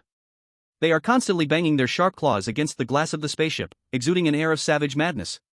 It seems that a few crew members inside the spaceship find them extremely attractive. Chapter 55, The True Mission. What is this? Li Ming looked at the crawling monsters outside the window, thought for a moment and said, "It should be the creatures that Wu Yong and Tang Xiaoxiao encountered outside, perhaps the natives of this planet." Wu Yong and Tang Xiaoxiao had mentioned this before. While collecting samples, something similar attacked Wu Yong at the bottom of the icy river. But because Su Chao had died at that time, everyone was focused on the cause of his death, so this matter didn't attract anyone's attention. Now, however, everyone had to pay attention. Because in front of them, there were almost 100 of these oddly shaped monsters pressing against the control room's glass. Those with a fear of clusters would surely go mad at this sight. The monsters frantically slammed claws resembling mouths against the control room glass, seemingly trying to shatter it and have a close encounter with the crew inside. Fortunately, the outer glass of the control room is made of custom aerospace-grade material by the Immortal Group, which is not only heat-resistant and corrosion-proof but also resistant to radiation and has extremely high hardness. For a while, these monsters could not break the glass. This situation left the crew members in the control room in a dilemma. On the left side of the cabin are silver, strange insects, and now in front of the control room, countless native monsters are present. Either of these two types of creatures can lead to death. Now, not only can they not leave the spaceship, but they also cannot move freely within it. Everyone looked at each other, unsure. Finally, it was Captain Chu He who took a deep breath and said, "We must leave here. And soon." Although the glass of the control room is tough, the number of those monsters outside is still increasing. If they pile up, it will be very difficult to start the spaceship. Also, we are unsure if the silver strange insects on the left side of the spaceship will break through the cabin. Right now, the interior of this spaceship is very dangerous. What should we do? Wang Duoyu asked. Captain Chu He looked a bit anxious. Although he had executed many missions, with this situation, he found it hard to handle. After all these years leading flight missions, he had never encountered such an odd circumstance.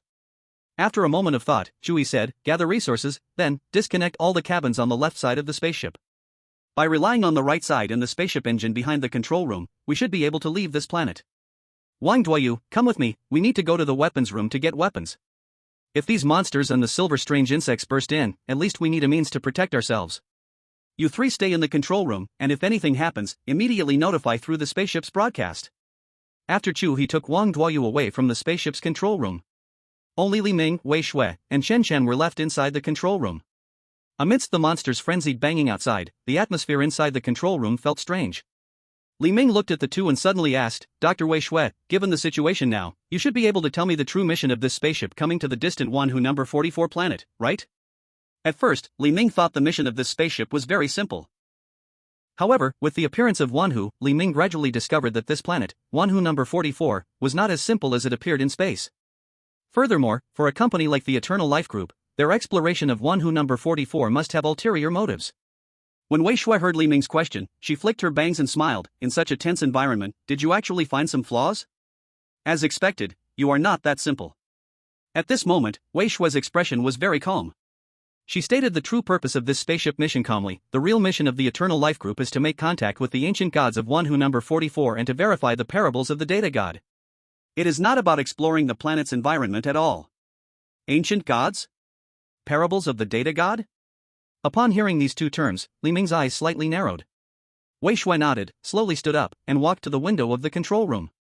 Looking at the countless monsters crazily beating against the glass of the control room, Wei Shui said calmly, many years ago, the Eternal Life Group had already secretly sent a spaceship to explore this planet. At that time, there were a total of 8 first-generation intelligent robots on board, all of whom died on this planet. There was no sound or data returned, as if they had completely vanished. We initially thought they had encountered some planetary disaster, the spaceship was lost in the catastrophe. But unexpectedly, in the time that followed, we actually received information from the missing spaceship at the information station. This information was fragmented, and some of the content involved the Bible, while some mentioned the name Wanhu. This content was chaotic and disordered, seemingly sent by humans. But after research, we found that all this information came from a higher-level existence. It seemed to have an interest in humans and wanted to communicate with us. So we attempted to translate and decipher the biblical content it transmitted. Finally, with the help of the program developed by Qin Shen, we deciphered part of the biblical text. This was what you saw earlier as a few lines of verses on the so-called Wanhu's finger. Li Ming furrowed his brows. So what about Wanhu on the spaceship now? What is its identity? Wei Shui glanced at Li Ming and explained, it is a second-generation genetically engineered humanoid, Chen BK-01 type, sent to this planet 2 years ago. To match Wanhu's identity, we even dressed it in the official clothing of the Ming dynasty, allowing it to present itself to the ancient gods on Wanhu number 44. The result, as you have seen. We initially thought that since Wanhu was the first person in history to ascend to the heavens, it must have looked into the eyes of the ancient gods on this star, which is why the ancient gods know its name. However, genetically engineered humanoids are ultimately products created through cloning and advanced biological technology, not the real person. It is very likely that it did not come into contact with the ancient gods. Qian BK-01. Hearing this name, Li Ming's eyes moved slightly. The person in his bathroom, Zhaoya, had mentioned this name before, saying that his last name was Qian. Now it seems that the one lying in the medical room could it be his roommate? At this moment, Wei Shui stood next to Chen Shen, smiling. Chen Shen is a genius, no doubt. Unfortunately, the program he developed only deciphered part of the message sent to us by the ancient gods. However, a year ago, the information department of the Eternal Life Group decrypted more information, which was the short poem from Chen BK-01. After our research, we found that this short poem represents the way for us to meet it. The way to meet it? Wei Shui nodded, but a strange fervor appeared on her serene face. Yes, according to what is said in the short poem, if we kill 8 people, the ancient gods will appear. After she finished speaking, she suddenly stretched out her palm, and a thin, needle-like object appeared between her fingers. Then she directly stabbed at Chen Shen's neck, at the spine's location. Crack! A faint sound, like glass shattering, rang out. Chen Shen's eyes widened, then his entire body instantly slumped in his seat, as if he had fallen asleep, no longer breathing. Chapter 56, A Crisis Lurking. Chen Shen was dead. The thin, needle-like object extending from Wei Shui's palm pierced through the nerves at the back of Chen Shen's neck without any obstruction. The human body can sometimes be much more fragile than people imagine. Death can come at any moment. Sitting at the round table, Chen Shen clearly didn't expect Wei Shui, who had a cooperative relationship with him, to act against him so easily. Moreover, when she acted, there was no hesitation, a single strike and he was dead. Chen Shen's death posture perfectly matched the 4th line of the poem. The flock of geese has just arrived at the human pass. One goose rests inside the pass. He was now sprawled across the round table, having died from a shattered spinal nerve, looking like an infant who had fallen into a deep sleep, eyes closed, expression silent. Now, in the control room, only a man and a woman remained, accompanied by the sounds of the swordfish-like monsters slapping against the windows, creating a very tense atmosphere. If according to the rules of the game werewolf, Wei Shui's action could be seen as revealing herself as a major wolf. But it's not surprising, after less than a day since the spaceship landed, 3 crew members had already died. Su Chao, Wu Yong, Tang Xiaoxiao. Though Wei Shui didn't kill these 3, they were still dead. This brought Wei Shui's goal significantly closer to completion. The rapid deaths of these 3 pushed the game forward, and Wei Shui now had no need to hide anymore. Now, if she killed Chen Shen, half of the 8 crew members on the spaceship would be dead, bringing her closer to her goal. Wei Shui looked at Li Ming. She noticed that at this moment, there was not a trace of tension on Li Ming's face, instead, there was a hint of curiosity. Aren't you afraid of me? Wei Shui asked with a smile. The few drops of blood that splattered on her face when she pierced Chen Shen's spine gave her smile a somewhat disturbing edge. Li Ming shrugged. If fear really helped, there wouldn't be so many tragedies in this world. I'm really curious, what is that transparent needle-like tube in your palm? How can it pierce the human spine in one go? Li Ming's focus was quite strange. After all, Li Ming is a mentally unstable person. At certain moments, he doesn't feel a strong sense of death. Instead, he cares a lot about some peculiar things. Hearing Li Ming's question, Wei Shui graciously gave him an explanation. This is a product of the Eternal Life Group's technology department, an invisible spider prosthetic. It was originally designed for precise assembly of micromolds and neurological surgery operations. But now you can see, this thing is more suitable for killing than for working. At this moment, Wei Shui raised her right hand. In the lighting of the control room, the tips of her 5 fingers revealed what looked like spear-like appendages, around 12 centimeters long, resembling spider limbs. I must say, this thing looks very cool. Li Ming squinted his eyes. As he came into contact with the matters of the Eternal Life Group during this task, his curiosity about this Eternal Life Group grew larger and larger. First, the ACR reactor on the spaceship, then the gene humanoid Chin BK-01, and now this invisible spider prosthetic on Wei Shui. The strength displayed by the Eternal Life Group far exceeds the technological level possessed by this era. This made Li Ming feel an urge to visit the Eternal Life Group's facilities. And by chance, if possible, to borrow some of their black technology to play with. Wei Shui looked at Li Ming, and after explaining, she slowly began to lean toward him. You don't know how great a being is lurking on this planet. As long as it awakens, humanity will find redemption. Death is a release, a glory, and a sacrifice. Wei Shui's face bore a kind of devoutness like that of a pilgrim, along with a bit of madness. It was clear that her mind had been disturbed even before coming to this planet. Perhaps it was because she was disturbed by the so-called ancient gods that she came to this planet. Li Ming watched Wei Shui approach him, feeling little fear. As long as the enemy was human or had a human form, Li Ming was 99% confident he could defeat them. Just as the two were about to make a move. At that moment, the main control room door suddenly opened. Captain Chu He and Wang Duoyu walked in. Each of them held a rifle loaded with ammunition, dressed in heavy protective suits. Seeing Li Ming and Wei Shui standing at opposite ends of the round table, Chu He frowned slightly. What's going on? He also noticed the strange atmosphere between the two in the control room. At this moment, seeing the weapons in Chu He and Wang Duoyu's hands, Wei Shui's expression changed from sickly to panic in just a second. She pointed at Li Ming, her pupils dilated, trembling all over as she shouted, He's crazy. He killed Qin Shen by unknown means, and he plans to kill me, and he said he'll kill everyone on the ship. Wei Shui's acting skills were truly remarkable. In that moment, she seemed completely different from the crazed person just a second ago. Now she looked like a frightened little girl. Even Li Ming began to doubt if she was truly scared. If certain pretty faces saw Wei Shui's superb performance, they would probably feel ashamed and want to find a hole to hide in. Wei Shui's innocent face and terrified expression instantly earned her the trust of Chu He and Wang Duoyu, who had just entered the control room. Chu He walked over to Chen Chen's side, and after finding him cold to the touch, he immediately raised his rifle and aimed it at Li Ming. Chu He glared at Li Ming and angrily questioned, What are you after? Why harm the crew? Speak up, or I'll shoot you. Seeing Captain Chu He point a gun at Li Ming, Wang Duoyu could only pick up his rifle and aim it at Li Ming too. Li Ming found their actions a bit ridiculous. Most of the time, people only believe what their eyes see and ears hear, and do not think about what truth might be hidden behind the events. Wei Shui simply used this principle, flipping truth and reality, and naturally, Chu He and Wang Duoyu stood on her side. You guys listen to me explain, never mind, you probably won't listen. Li Ming was about to explain, but with a helpless smile, he stopped what he wanted to say. At times like this, explanation is meaningless. In the case of Chun Chen's death, any explanation Li Ming offered would seem weak. After all, the dirty water of Chun Chen's death had already splashed onto Li Ming, and for now, Li Ming had no effective evidence to prove his innocence. The current situation was like a werewolf misleading two mobs to murder a good person, and these two mobs firmly believed the werewolf's words. Chu He stared intently at Li Ming, and the next moment, he actually pulled the trigger directly. Bang! The bullet shot out. In the instant the bullet flew out, Li Ming swiftly dodged and burst through the door. The bullet missed. But by sheer bad luck, the bullet hit the alloy steel floor of the control room. After a curved rebound, it stubbornly bounced and got stuck in the glass of the control room. This bullet tore a spiderweb-like crack in the glass of the control room. The glass of the control room was specially made, incredibly hard, and those swordfish-headed, bulging-eyed monsters outside found it difficult to break through. But now, a hole was opened by the bullet, and with the banging from the monsters outside, the spiderweb crack kept getting bigger. Bang! 3 seconds later, the entire large window of the control room shattered.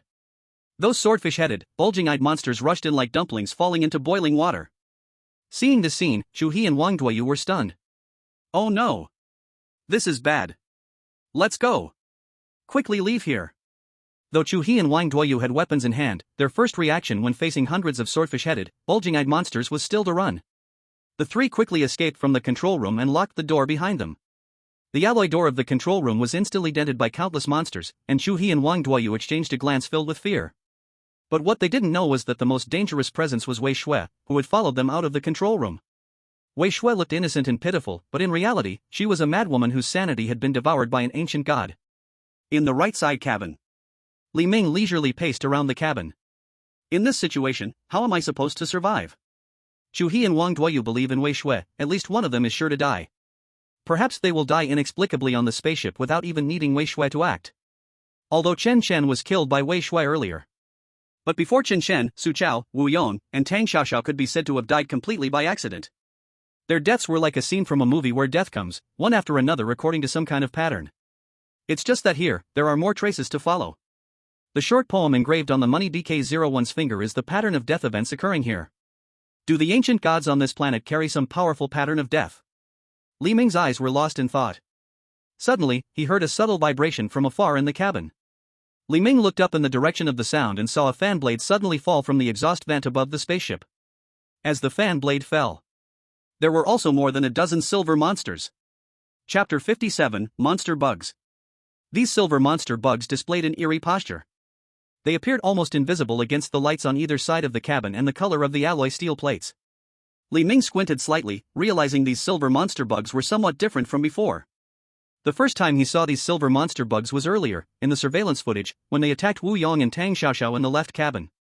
At that time, their outer skin was grayish-white, with rock-like skin, no eyes, wrinkled all over, resembling maggots, and measuring at least 50 centimeters in length. But now, after devouring the hearts of two people, these monster bugs had noticeably grown larger. They had now reached a length of 60 to 70 centimeters. These more than a dozen, to be precise, were 12 monster bugs. They crawled about 100 meters away from Li Ming in the cabin. Despite having no eyes, they all directed their heads towards Li Ming. Li Ming also looked at these monster bugs. Upon closer inspection, Li Ming discovered that the silver sheen on them came from a layer of fine fluff on their grayish-white skin. Interesting. If these silver monster bugs come from space, they might not need to breathe. This layer of silver fluff could be the key to their survival. Though Li Ming was interested in observing these silver monster bugs. But these bloodthirsty silver insects had no patience to observe Li Ming. The silver insects moved. They writhed their bodies and instantly lunged towards Li Ming. Although their movement was by wriggling, their speed was extremely fast. In just 3 seconds, they crossed half of the cabin, which was less than 100 meters. This speed was even faster than Li Ming's maximum running speed. Li Ming's eyes fixed on these insects as he sized them up. At this moment, he was actually still observing. If it were a normal person, the first choice would naturally be to run away at this time. After all, from the earlier surveillance footage, these silver insects were bloodthirsty and cruel, aiming to pierce through human chests and devour human hearts. Moreover, they exhibited coordinated behavior and had a certain level of intelligence. These insects seemed extremely difficult to deal with. Yet Li Ming felt a sense of curiosity towards these insects. When curiosity reaches a certain level, fear will diminish infinitely. They're really fast. I wonder how strong they are. The first insect rushed in front of Li Ming. It wriggled its body and leaped up, aiming directly at Li Ming's heart. In that instant when the insect attacked, a pitch-black blade without a handle suddenly appeared in Li Ming's hand.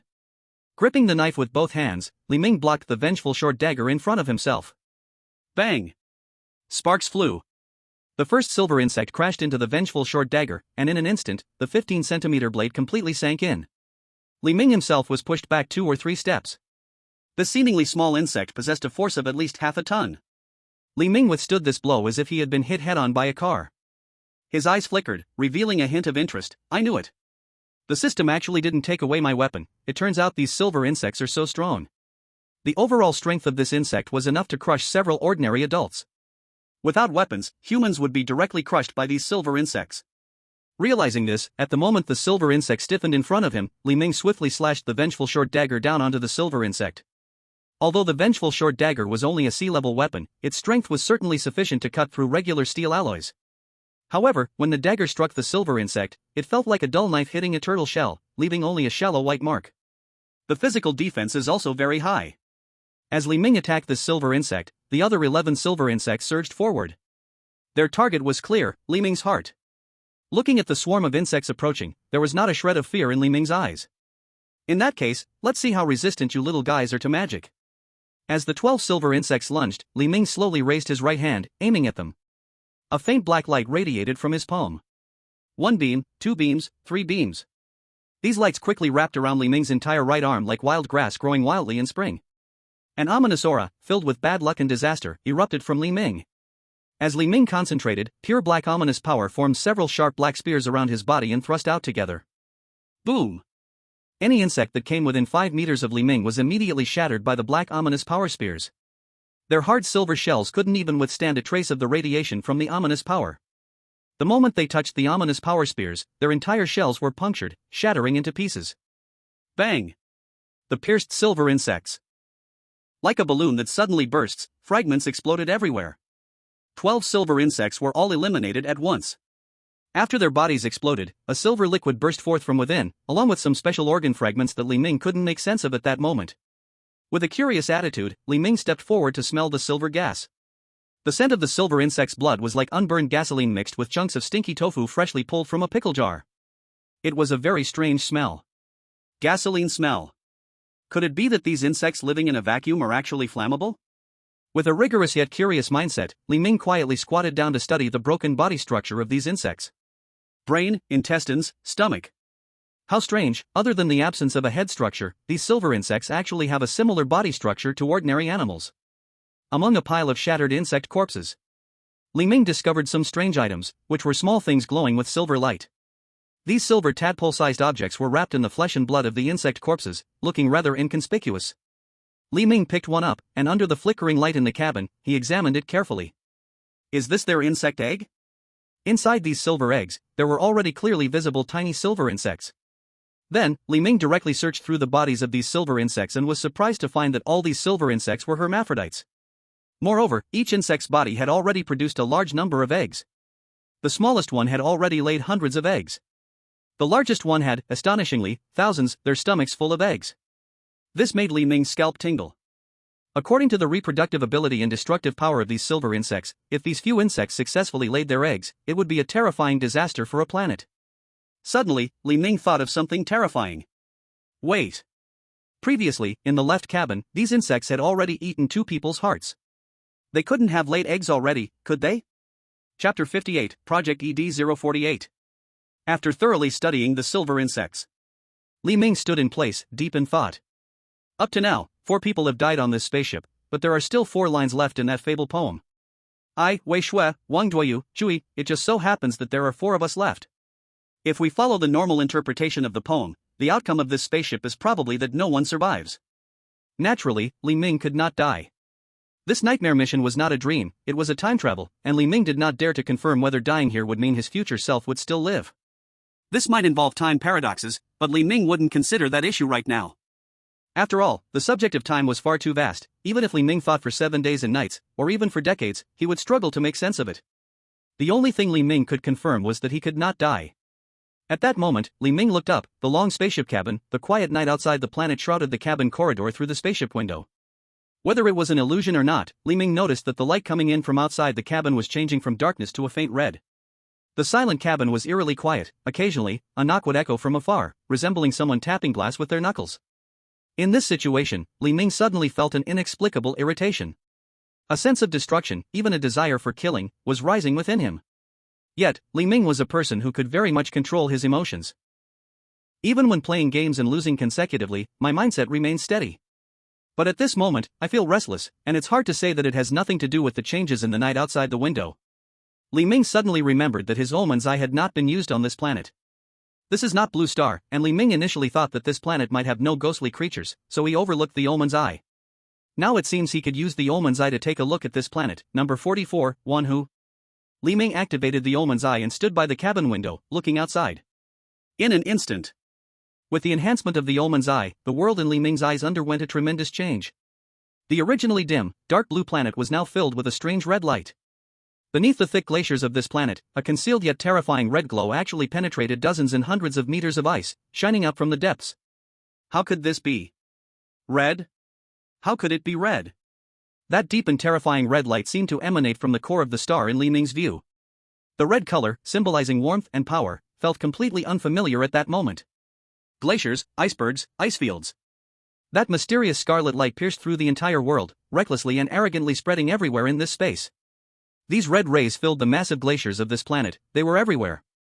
At that moment, Li Ming suddenly remembered the blood-red moon he saw in the photo. That blood-red moon was as terrifying and strange as the scarlet light on the planet. After a few seconds, a dazed expression emerged in Li Ming's eyes. His pupils displayed an eerie scarlet hue. Then, his body seemed uncontrollable as he staggered toward the nearest cabin door.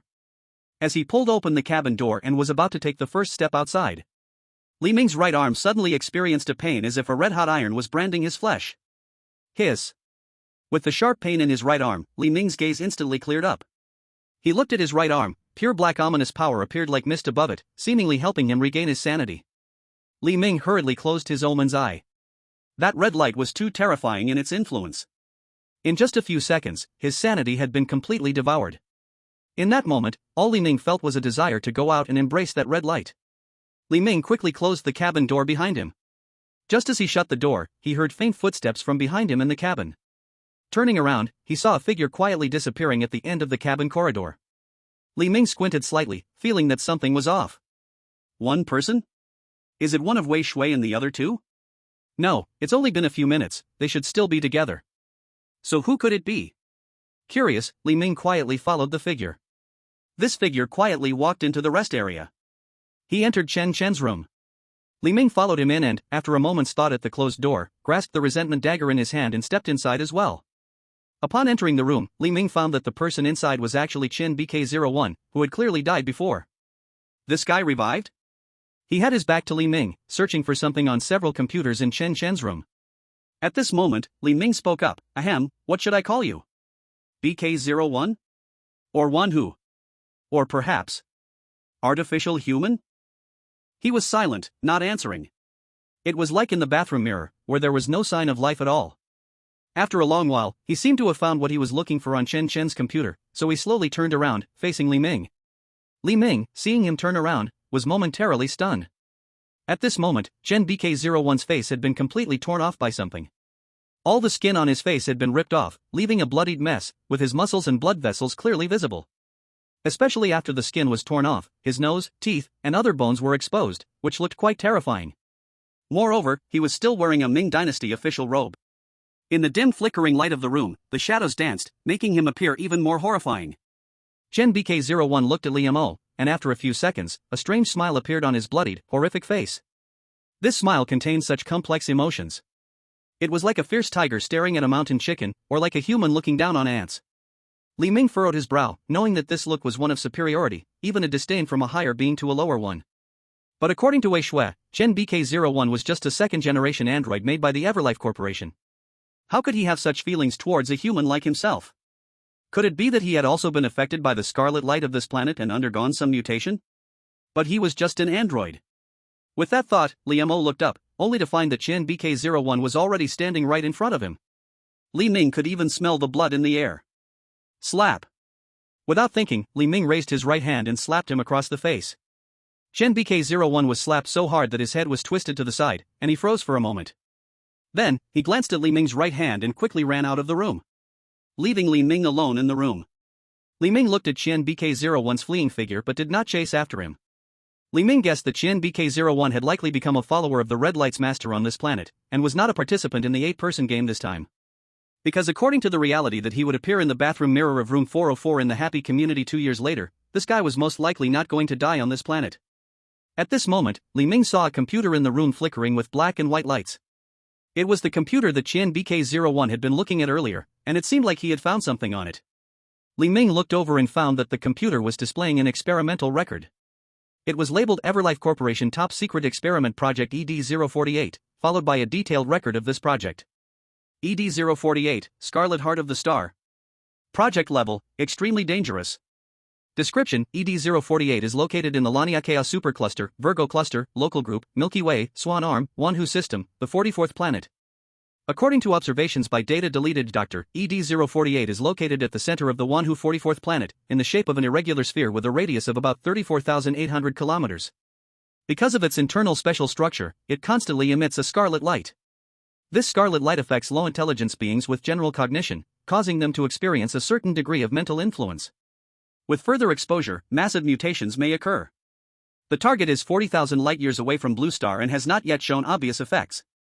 It is suspected that ED-048 contains massive data deleted, which may affect biological brain structures, leading to mutations. Experiment Record 1: several photos of ED-048 were taken for 8 laboratory mice to observe.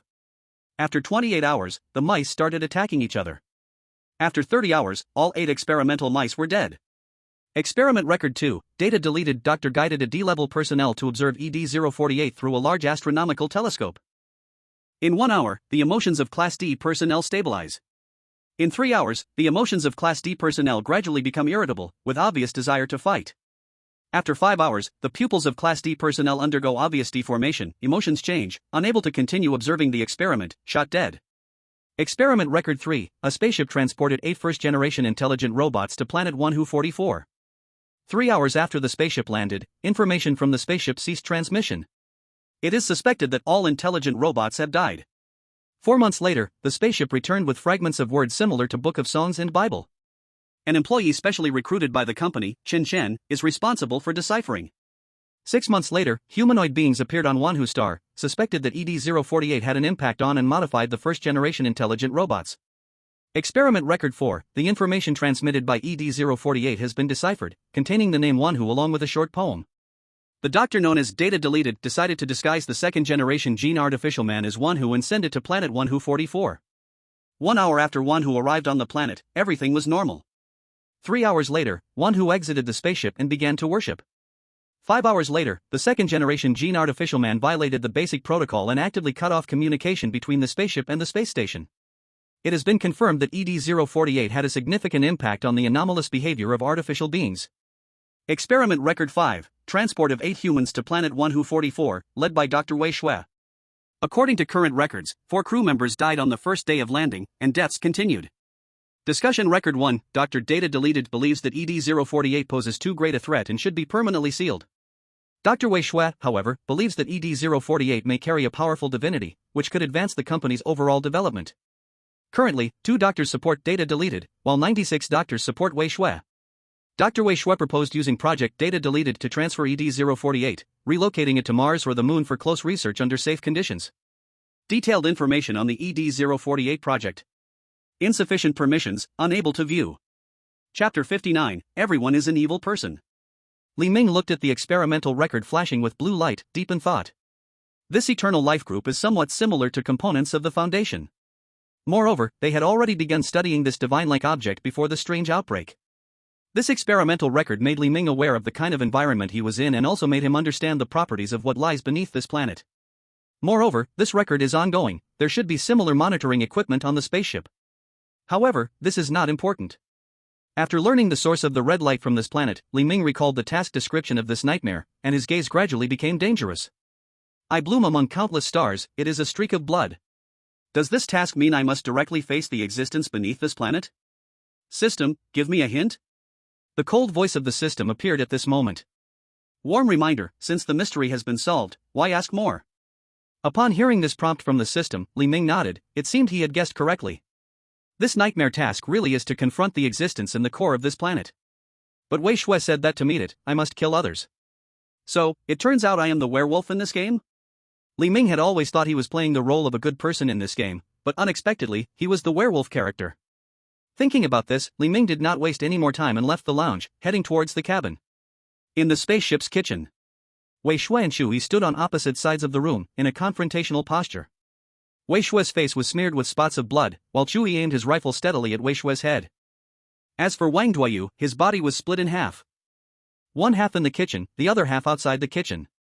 His half of the corpse outside the kitchen was being chewed by countless vertical-eyed monsters at the kitchen door, and soon he lost all sound. Just now, the 3 of them had escaped from the control room to the kitchen, pursued all the way by the vertical-eyed swordfish-like monster that broke through the control room door. The 3 finally reached the kitchen, but just as Wang Duoyu was about to close the door, Wei Shui quietly pushed him from behind, trapping him at the kitchen door. Thus, Chui helplessly watched as the monsters outside the kitchen tore Wang Duoyu's body in half in an instant. After Wang Duoyu was split in 2, he hurriedly closed the kitchen door. Chui pressed against the kitchen door with his back, while also keeping an eye on Wei Shui in front of him. At this moment, Chui looked at Wei Shui, his eyes filled with rage and confusion. Why did you do this? Dr. Wei Shui.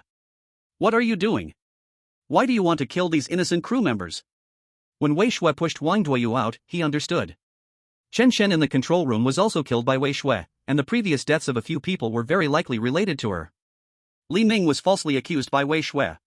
Wei Shui looked at Chu He, a hint of crimson deep in her pupils. Innocent? Not a single crew member on this spaceship is innocent. Dying here might be your destiny. Bullshit. Everyone is a living person, how can they not be innocent? Bang bang bang. Outside, the sound of the vertical-eyed monsters banging on the door made Chewie tremble a few times. Seeing Chewie in such a dilemma, Wei Shui smiled and said, "Do you want to know why you are not innocent? Alright, I'll tell you." Su Chao, a proper environmental expert, secretly stole the research results of his laboratory's researchers, spied on their privacy, and used some despicable means to threaten these newly graduated researchers, indirectly leading to the suicide of 2 researchers. Do you think he is innocent? Chewie frowned upon hearing this. Then Wei Shui continued, Wu Yong and Tang Xiaoxiao? Tang Xiaoxiao, from a wealthy family, was drunk driving 3 years ago, crossing the street and killing a family of 3. Wu Yong didn't report it and even helped her bury the bodies and clean up the scene. And then? With the help of her family's power, this incident never even made the news, and the family of 3 died in vain. Tang Xiaoxiao and Wu Yong have lived indulgently these past few years, now this pair of dogs deserve to die together. Wei Shui took a few steps closer to Chu He. Chui's gaze stunned, and he quickly aimed his gun at Wei Shui's head. Don't come any closer. Wei Shui smiled calmly, there was something sinister on her clean face. As for Chen Chen, the so-called genius hacker, he is completely ignorant of human emotions. He once hacked a privacy forum that stored many families' private information. He revealed all these families' private information on the dark web to showcase his so-called skills, leading to dozens of families being ruined. Wang Duoyu, a mentally ill criminal, personally killed several of his relatives and turned them into food. Do you think this kind of person is innocent? At this point, Wei Shui looked at Chu He with a somewhat amused expression. Captain Chu He, you are now so self-righteous, but do you remember the evil things you did in the past? Alright, let me remind you. Chu He, you became a pilot at 20, a famous ship captain at 25, and entered Eternal Life Group at 30, becoming a spaceship pilot after training. It's a legendary life, but do you remember what happened on the Brave at the age of 28? When Wei Shui spoke the name Brave, Chu He's eye muscles trembled slightly. The Brave set sail in January, encountered a shipwreck in February, and in May, rescue workers found the wreckage of the Brave and a captain named Chu He. From March to May, for 3 whole months, how many crew members' lives did you harm by betraying their trust, and how did you consume their flesh and bones? I fear the evil in this may even make the demons of hell feel ashamed. Hearing Wei Shui's words, Chu He's expression turned cold. So what? There's no evidence, is there? Wei Shui shook her head. No, the Eternal Life Group satellite captured the entire process of what happened on the so-called Brave. Otherwise, how would I know all these details? Realizing that Wei Shui had evidence of his dark past, Chewy's fingers slowly curled around the rifle's trigger.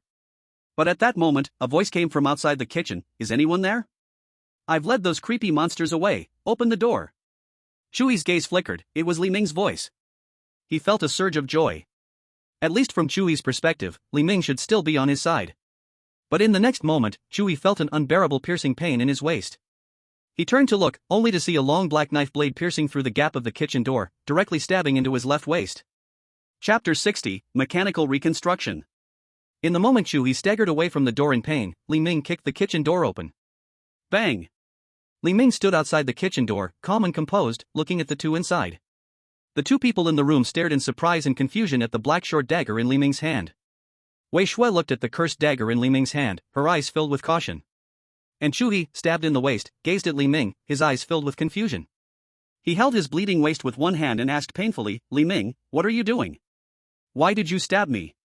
Li Ming glanced at Chu He and coldly said, I'm sorry, I'm a werewolf. Werewolf? Wei Shui and Chu He clearly could not understand what Li Ming was saying. But Chu He, with Li Ming's intrusion, was now facing away from Wei Shui. A flash of crimson flickered in Wei Shui's eyes. She seized this chance to leap forward, with her right hand's transparent spider prosthetic lunging wildly. Chu He heard the movement behind him and immediately turned to face Wei Shui, but by the time he turned his body, it was already too late. Wei Shui's right hand, with its transparent spider prosthetic, stabbed into his chest. Chu He's body shook. He weakly fired a shot with his rifle, the bullet bursting from the muzzle and hitting Wei Shui's thigh. Wei Shui's thigh trembled, spraying blood. But she did not stop her movement. With a downward swipe, she expressionlessly swung her arm, and the transparent spider prosthetic ripped Chu He's entire body apart. Then Chu He collapsed helplessly into a pool of blood. His gaze slowly lost focus, and he gradually closed his eyes, never to make a sound again. Chu He was dead. Li Ming watched the half of Wang Duoyu's body in the kitchen and the sight of Chu He's death, pondering deeply. After human, the willows scatter, wolves and leopards lie in wait. Here come the geese, and the flock attacks one. Wang Duoyu was dismembered by the creepy swordfish monster, while Chu He died under the combined attack of him and Wei Shui. This star's death poem indeed accurately predicted the crew's demise. Wei Shui shook the blood off her spider prosthetic. She looked at Li Ming, her eyes filled with uncertainty. Among all the data on this spaceship's crew, the information about Li Ming was the most vague, but it was also marked as the most dangerous. Especially now, the black handle-less short dagger in Li Ming's hand, she had never seen a weapon like this before. Her instincts told her that the resentment emanating from the dagger carried a dangerous aura. Wei Shui said, "You really are a madman. Knowing I'm going to kill you, you still dare to come to me?" Li Ming smiled, "You want to kill me, I can naturally kill you too. This is quite normal.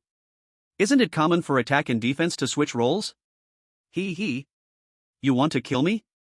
Do you have that ability?" Although Wei Shui's leg had been shot, she forcefully ripped open the skin on her thigh. As the skin on her thigh tore, it was surprising that beneath her skin, there was no flesh or blood like a normal human. Instead, there was a material embedded with blue crystals and some dark composite material, shimmering with a glow similar to electric currents. Besides her arms, it was clear that Wei Shui had also modified other parts of her body. No wonder. The bullet clearly hit your thigh, yet you remain so calm. What's inside? Wei Shui looked at Li Ming and said lightly, "Just some inconspicuous composite nanomaterials. Compared to muscles, they greatly enhance my mobility and resistance to impact."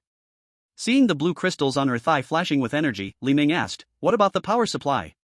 Such a prosthetic can't possibly rely on a simple heart to provide power, right?" Wei Shui smiled and pointed at her heart, saying, "The ACR reactor core provides energy for my entire prosthetic body. As long as the core is intact, I can keep my body moving." A dim red glow flickered where her heart was. She then added, "To accomplish this mission, I completely modified my body before boarding the ship. Now, except for my brain, every other part of me is a killing machine. Ordinary humans cannot compete with me." Wei Shui was a doctor from the Immortal Group. But at the same time, she was a thorough madwoman. She actually underwent a complete transformation of her body. Now, she had completely broken free from the limitations of human frailty and flesh. An ordinary woman could hardly catch Li Ming's attention. But if the opponent were a being forged from high technology, save for her brain, Li Ming would certainly be intrigued. Looking at Wei Shui's appearance, admiration flickered in Li Ming's eyes. "Wonderful. Are you planning for a mechanical ascension? Considering your strength, you're still some way from that goal, but this form is already quite impressive." If he didn't need to eliminate Wei Shui right now, Li Ming would really want to have an in-depth conversation with this Dr. Wei Shui. Perhaps discussing life sciences late into the night could lead to breakthroughs. Who knows? It might even promote the fifth scientific and life revolution of human civilization. At this moment, Wei Shui's expression turned cold as she shouted, "Stop talking nonsense, die for me." She took a step. Boom! With the ACR reactor powering up her heart, her skin instantly exploded, revealing her entire body covered in blue crystals. At this moment, Wei Shui presented a strange beauty. The crystals on her body flickered with red patterns as the reactor's output increased. A massive power surged from Wei Shui's feet as she took a giant leap forward, rushing towards Li Ming like a burst of energy. Then she thrust both arms forward, shooting out several invisible spider-like limbs straight for Li Ming's brain. Li Ming's eyes flickered as he countered with the resentment dagger. The black resentment dagger sliced through the air, forming a dark arc that collided with countless transparent spider-like limbs on Wei Shui's arms. In an instant, bright sparks collided between the two. Although Li Ming held a short dagger with resentment, and his stamina points had been raised to around 10, his strength was still far inferior to Wei Shui, who was boosted by the ACR reactor. After this strike, Li Ming was knocked back about 5 or 6 steps, his body crashing into the wall on one side of the kitchen. Though Li Ming was slightly injured, his gaze remained calm. The difference in strength is too vast. Wei Shui continued to advance, lunging forward. She dodged and kicked at Li Ming, and at the moment her foot extended, a faint, glass-like sharp blade emerged from her feet. Swish! Li Ming barely dodged this strike by sidestepping. However, the kitchen's alloy wall where Li Ming had just stood was sliced cleanly, creating a sharp cut. Li Ming's eyes twitched. If he had been standing there just now, he would definitely have been kicked in half by this woman. Speed and strength, far beyond ordinary people by many times. Indeed, she can be called a killing machine. At this moment, Li Ming slowly raised his right hand. "Since that's the case, then I won't hold back." Omen of Doom. Boom! The black power of doom gathered in Li Ming's right hand, and within 3 seconds, it formed a fire-like shape that shot out from between his palm. Wei Shui saw this power of doom, her eyes shrinking into dots. She instinctively felt that being hit by this black energy would bring deadly danger. So, her body and head made a strange 180-degree turn. With a leap, she used her spider prosthetics to hang herself up on the kitchen ceiling. The doom power shot out without a target, crashing directly into the alloy wall behind the kitchen. The hard alloy wall cracked open like melting chocolate under the impact of the doom power, leaving a massive hole about 4 to 5 meters wide. Wei Shui furrowed her brows, her eyes fixated on Li Ming. This is the power of a demon? Li Ming shrugged. Demon power? That's way too low level. This is the great power of Omen God O. Omen God O? Wei Shui wanted to ask more, but just as Li Ming finished speaking, he seemed to see something dangerous and turned to run. As he ran out, Li Ming also locked the kitchen door from the outside. Wei Shui was stunned. She did not understand why Li Ming did this. The doom power Li Ming had just displayed made her feel threatened. But soon, she understood why Li Ming was running. She turned around and saw the back wall of the kitchen being breached, with small silver monster bugs about 50 to 60 centimeters in size beginning to pour into the kitchen. If it were just a dozen, Li Ming wouldn't have needed to run at all. But outside, there were hundreds, thousands, even tens of thousands of silver bugs. They surged into the kitchen like a river, like an ocean, in a frenzied rush. Chapter 61, Explosion. Wei Shui saw these silver bugs and immediately bolted away. She saw Li Ming's figure disappear down the spaceship corridor and followed closely behind, with countless silver bugs chasing after her. Li Ming had run a short distance first, creating some space between them. But Wei Shui's speed was quick, at least with her power pack. Her speed far exceeded that of ordinary people by many times. Soon, she caught up to Li Ming. She found Li Ming standing in front of the main drive room door, with his back to her, fiddling with something in one hand. As she approached Li Ming, she realized it was something bundled from black tape and an iron bottle that looked like it contained something unknown. More importantly, this iron bottle, about 20 centimeters in size, had two fuses connected at the top. And in Li Ming's other hand, holding a grudge-short dagger. Wei Shui frowned tightly after seeing what Li Ming was holding. What is that? What do you want to do? Li Ming looked at Wei Shui and calmly spread his hands. It's just some inconspicuous materials like ammonium nitrate used in the artificial ecology dishes on the spaceship. Don't worry, this thing won't have much power. Although Li Ming's explanation was very rational, the madness that was completely unmasked beneath his clean appearance finally emerged. So that Wei Shui was completely stunned. Are you saying that this thing in your hand is a homemade bomb? You could understand it that way, but its power is smaller than an ordinary bomb. However, as a catalyst explosive device for the main drive room's reactor, it should be feasible. After saying this, under Wei Shui's terrified expression, Li Ming struck the blade of the grudge-short dagger against the alloy wall, and a burst of sparks erupted. Then, without any concern, Li Ming handed over the bottled bomb. The sparks ignited the fuse, and Li Ming threw the bomb into the control room and turned to run. The whole process was extremely smooth, without a moment's hesitation, leaving Wei Shui completely dumbfounded. Madman. Truly madman. Do you want to die together? The reactor in the main drive room was larger than the combined reactors in the side drive rooms. Once detonated, not to mention her, perhaps everything within hundreds of kilometers of the spaceship would suffer from the terrifying radiation of the reactor. Boom! The handmade bottled bomb that Li Ming had previously thrown exploded in an instant. The explosion sent sparks blackening the main drive room's door and several alloy walls. Now, the control room was left with a huge ACR reactor radiating a faint red glow. The stable reactor was bombed. At first, it did not explode like other bombs would be triggered. For an ACR reactor like this, which was completely controlled and very stable, once its stability was broken, a series of chain reactions would first occur inside. That was the coolant and other flame retardants beside the reactor working. When these things fail, this already flipped reactor would explode, releasing terrifying radiation powerful enough to overturn the surface. Seeing this scene, Wei Shui trembled. She had completely not anticipated that Li Ming would do this. Now, this way, she could almost be declared dead. Once the coolant beside the reactor was exhausted, the spaceship along with everything nearby would vanish in the flames of the reactor explosion. She was not a nuclear physicist. But even the world's top nuclear physicists would be helpless here, unable to restore the reactor that had been exposed and destabilized by the explosion. Damn it! Wei Shui immediately ran after Li Ming. At this time, Li Ming had already run towards the outside of the spaceship, slowly heading toward the vast glaciers and endless ice rivers. Wei Shui chased after Li Ming. She now only wanted to kill Li Ming before her death. The blue glacier, the endless dark starry sky, the faint cosmic breeze whistled past the two. Li Ming in front, Wei Shui behind. Li Ming had a handsome face with a slight smile. Wei Shui had an unwilling look, tightly chasing after Li Ming. If it were a different topic, this would not be a life and death chase but a tangled relationship between a man and a woman. Perhaps the scene would be recognized as a pair of love-struck lovers chasing each other in the stars, incredibly romantic. Suddenly, Li Ming stopped at the top of an iceberg. Beneath the countless stars above his head, standing under the dark sky. Li Ming turned back to look at Wei Shui, who was halfway up the mountain, and laughed loudly. Do you know? The speed of cherry blossoms falling is 5 centimeters per second. The average time for a blue whale to breathe is 12 minutes. This world is vast, and everything moves according to its own rules. Although Wei Shue's lungs have been replaced with synthetic organs, hearing Li Ming still speak such nonchalant words made her feel as if her lungs were about to explode with rage. Wei Shue's anger twisted into a smile, dark shadow appearing on her pale face. "Give me 3 minutes, and I will tear every muscle and bone from your body, leaving you in unbearable pain." Li Ming glanced at Wei Shue with some regret. "What I want to tell you is that I've calculated it. According to the amount of coolant in the control room, the reactor will explode in 12 minutes and 5 seconds. It's just the time it takes for a cherry blossom to fall and a blue whale to breathe. How fitting and romantic, don't you think?" Upon hearing this from Li Ming, Wei Shue's pupils constricted as she turned to look back. Boom! In the distance, a collapsing mushroom cloud erupted with a roar. Immediately afterward, a shockwave comparable to a Category 12 typhoon swept over, accompanied by a massive heatwave generated by radiation. In the vicinity of the spacecraft on Planet 44. This diamond-like frozen planet melted away under radiation light comparable to 3,000 degrees Celsius. Li Ming stood at the peak of an iceberg, his spacesuit in tatters, watching the terrifying world-ending explosion, with a hint of clarity in his eyes. Art is explosion. Hours later, it was hard to tell. The area within hundreds of kilometers of the spacecraft turned into blue lakes. Suddenly, black radioactive rain began to fall from the sky. And a skeletal figure resembling a human struggled to swim up from the lake onto a glacier.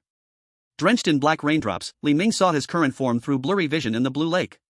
His entire body was devoid of skin, muscles scorched as if burned black, looking unrecognizable as a human. Ribs, cheeks, arms, thighs, all the bones were exposed, resembling a skeleton soldier. Wei Shue, torn apart by radiation, was in no better shape. Her prosthetic limbs and nanobody had been destroyed, leaving only her head capable of movement. She struggled, controlling her head to stare fiercely at Li Ming. She seemed curious about how Li Ming could still move despite being in such a state. Li Ming then wiggled his right arm slightly. At that moment, Li Ming's right arm glimmered with black light. This black light attached to the skeleton throughout Li Ming's body, looking extremely mysterious. The fact that Li Ming could still move was actually due to the cursed power within his right arm, forcing him to move barely. Ignoring the pain in his body, Li Ming calmly observed the black radioactive rain falling continuously and the deep blue lake melting from the reactor explosion, then turned to Wei Shue, smiling as he asked, "Will the end of science be theology?" But Wei Shue could no longer give Li Ming an answer, her eyes exhausted their last bit of strength, forever closing shut. At this point, all 7 others aboard the spacecraft had perished except for Li Ming. Just then, a grand and terrifying voice, immense and incomprehensible, echoed in Li Ming's ears. It came from beneath the profound lake in front of Li Ming, the voice from the silent depths of the planet. Chapter 62, The Sword of the Black King. Beneath the deep and blue radioactive lake. Li Ming seemed to see something huge and crimson, wriggling in the lake like a silkworm cocoon. Thump! Thump! The booming sound resonated in Li Ming's eardrums like thunderous heartbeats. Despite the great radiation from the previous nuclear explosion, a buzzing noise like a swarm of insects echoed in Li Ming's severely irradiated ears. The sound of the heartbeat before him was so vivid, it almost made Li Ming think his own heart was placed in the lake before him. But the other party had not yet appeared. Li Ming only felt that the thoughts in his mind had been pulled apart like silk strands, completely extracted. The things that existed before him were a kind of great miracle. Red. A blood moon rose between Li Ming's eyes. The view before him changed in an instant. In 1,000th of a second, Li Ming saw many things. All things were born in its thought, and then again, all things were destroyed in its thought. It was both creation and nothingness. The blood moon in Li Ming's eyes gradually went from waning to full, like the moon's phases. What was called reason had also entered complete madness. Until Li Ming's eyes turned blood red. At this moment, this planet finally welcomed its king. It was a gigantic figure spanning millions of meters, slowly stepping out from the heart of this planet. Its posture was that of an emperor, but in Li Ming's blood-colored eyes, he could see none of its form. Li Ming could only feel the hundreds of kilometers of melted radiation lake before him. The moment it appeared, the Milky Way reversed. Countless blue waters, under its shock, reversed their physical nature like raindrops, rushing back to the high sky and into the starry cosmos. The surface temperature of this planet dropped to freezing point in an instant. It appeared. At this moment, Li Ming could feel that countless stars seemed to be falling. They whispered for it, they praised it, they danced for it. This is greatness and fear itself. It slowly stepped out of the radiation lake. Its towering body looked down at Li Ming, like an eternal, silent black hole, quietly gazing at him. It seemed to wonder, what weak creature had interrupted its long slumber. At the moment it stared directly at Li Ming's gaze completely turned blood red. At the instant the blood red appeared in his eyes, Li Ming's body felt a tearing sensation. Mission accomplished, Li Ming knew he was about to return. In this moment, Li Ming made an extremely insane move. Using all his strength, he slowly raised his right hand. With the sinister power of his right hand, Li Ming flipped his hand over, raising a middle finger bone, offering an internationally recognized friendly greeting to the supreme existence. Question mark. Nightmare task, I bloom among countless stars, it is a hint of blood color, completed. Reward, free attribute points *4, random A plus great item *1. The host currently has free attribute points *6, do you wish to add free attribute points? The host currently has random free attribute points *1, do you wish to draw? The host currently has random A plus great item *1, do you wish to draw? Congratulations to the host for completing 3 nightmare level tasks, successfully unlocking the achievement system. Please check the attributes panel. Accompanied by the cold reminder from the system in his ear, Li Ming slowly woke up from the sofa in room 404. Seeing the things in room 404, a feeling of disconnection as if from another world arose from his heart. Li Ming felt he had slept for a long time. Turning around to take a look, Jiaya, covered in blood red and pale as a ghost, quietly sat beside him, playing a game on her phone. Looking closely, Jiaya was controlling a character named Sword Hero, already having achieved the luxurious stats of 0-21-0. At this moment, a faint dark aura could be seen on Jiaya's face. The other 4 teammates greeted Jiaya's family and ancestors like a warm spring breeze, with praises like Heaven-defying Axe King and Great Boss flowing abundantly. There were even teammates wanting to meet Jiaya offline, bringing some local specialties for her. After this round of the game ended, Li Ming quietly asked Jiaya, how long have I been asleep? Jiaya suppressed the anger on her face, handed the phone back to Li Ming, and replied, from last night until now, you've only slept for about 10 hours.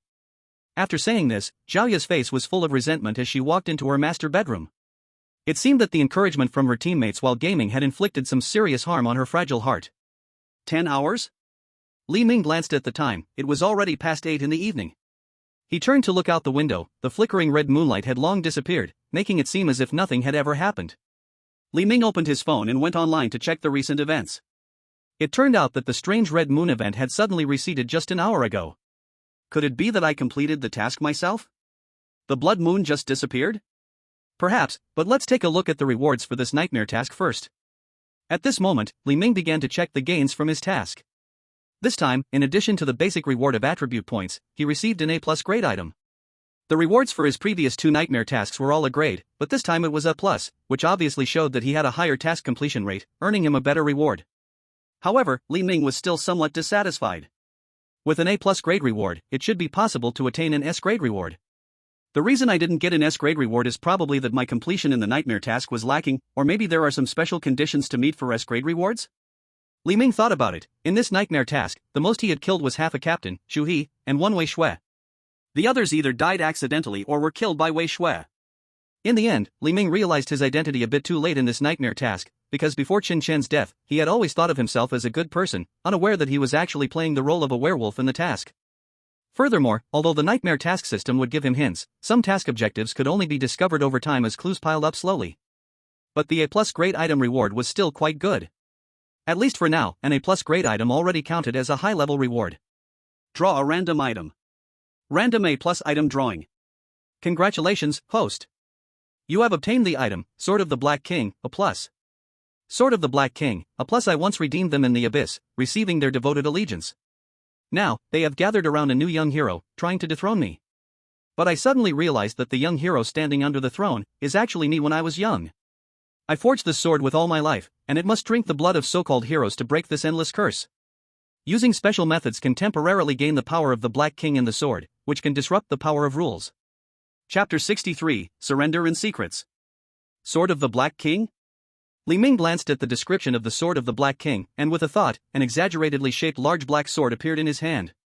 This Sword of the Black King had a 30-centimeter black and gold skull bone grip, with a deep black gem guard completely covering the grip's bottom. A pentagonal mysterious gem reflecting deep black light was set in the center of the guard. Next was a 170-centimeter long, 7-centimeter wide, and 2-centimeter thick black steel double-edged blade. This long sword, or rather, this giant sword, was forged from some special steel. The black blade shimmered with a cold light, and under the reflected light, the surface of the sword glistened like a mirror, reflecting half of Li Ming's face. The design of the Sword of the Black King was so extravagant that, when Li Ming held it, the blade towered over him by a head. Holding this Sword of the Black King with one hand gave Li Ming an almost terrifying visual impact. This sword, at first glance, does not look splendid, but it can be said to be pure to the extreme. It is exactly how a king's sword should be, emanating an aura of unapproachable majesty. The coldness radiating from the blade aligns perfectly with its name, the Black King. Li Ming raised his right hand, attempting to lift the sword completely. Halfway up. Boom, the massive body of the Black King's sword fell along Li Ming's arm, instantly tearing a gap in the floor of room 404. Nothing could stop the Black King's sword. The sword ripped a hole in the ground, falling into room 304 below. This room 404 had powerful rules. Before the Black King's sword appeared, everything in this room's outer structure, such as doors, windows, walls, floors, and even the ventilation pipes connecting to the outside, could not be destroyed by external forces.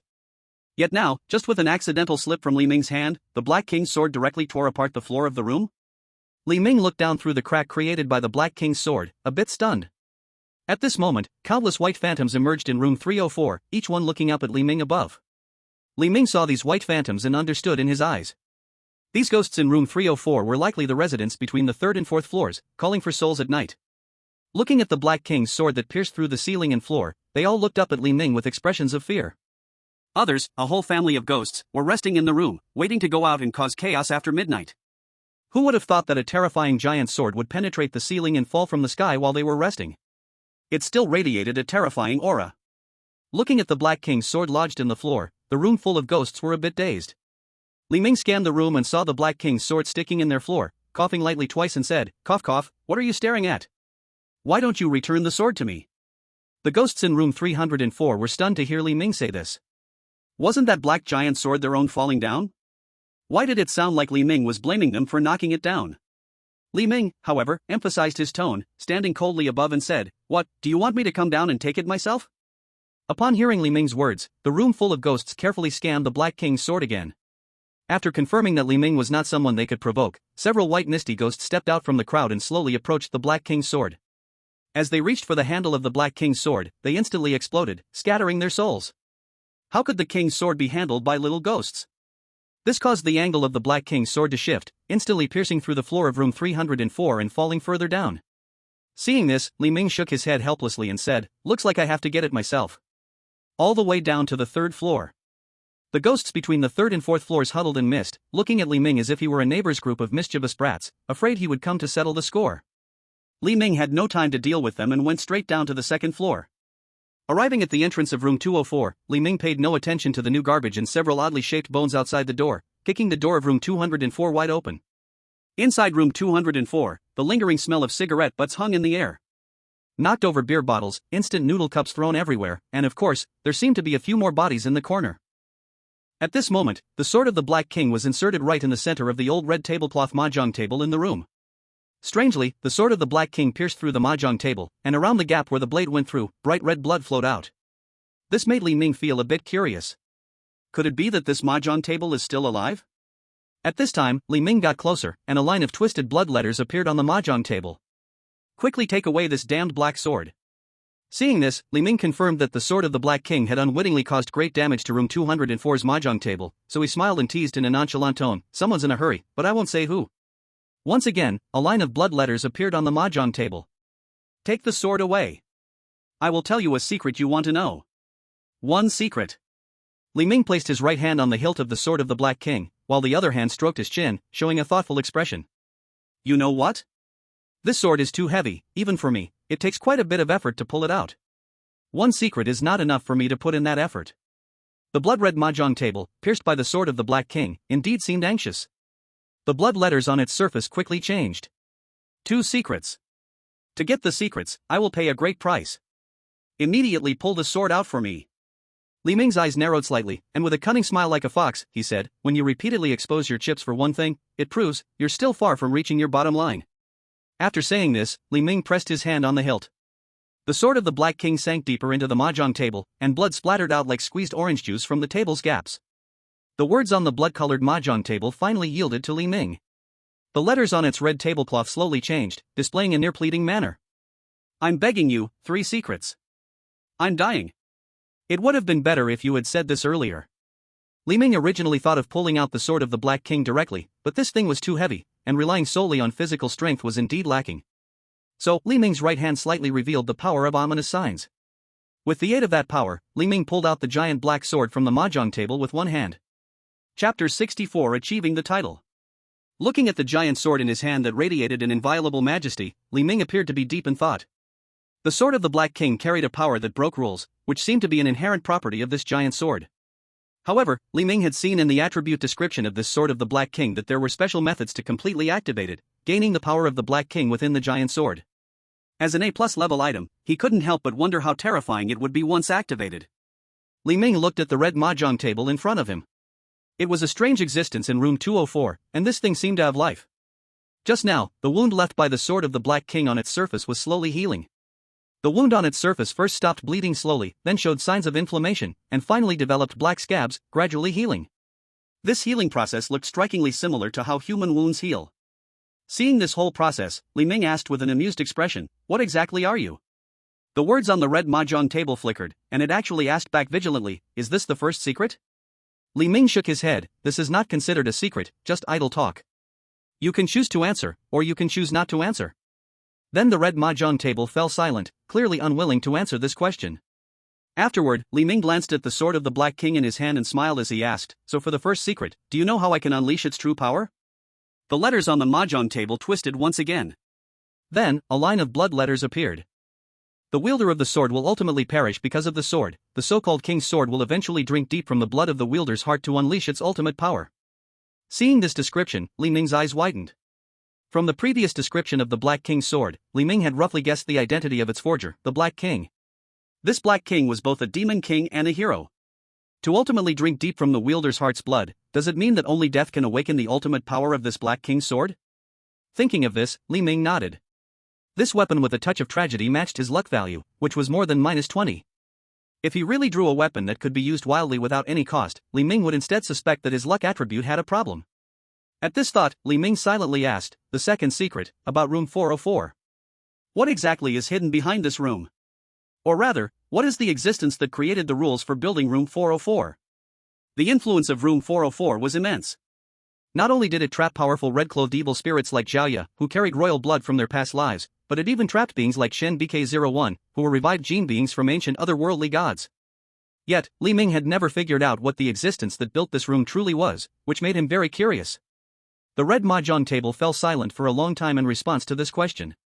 Then, its blood-red surface actually began to tremble.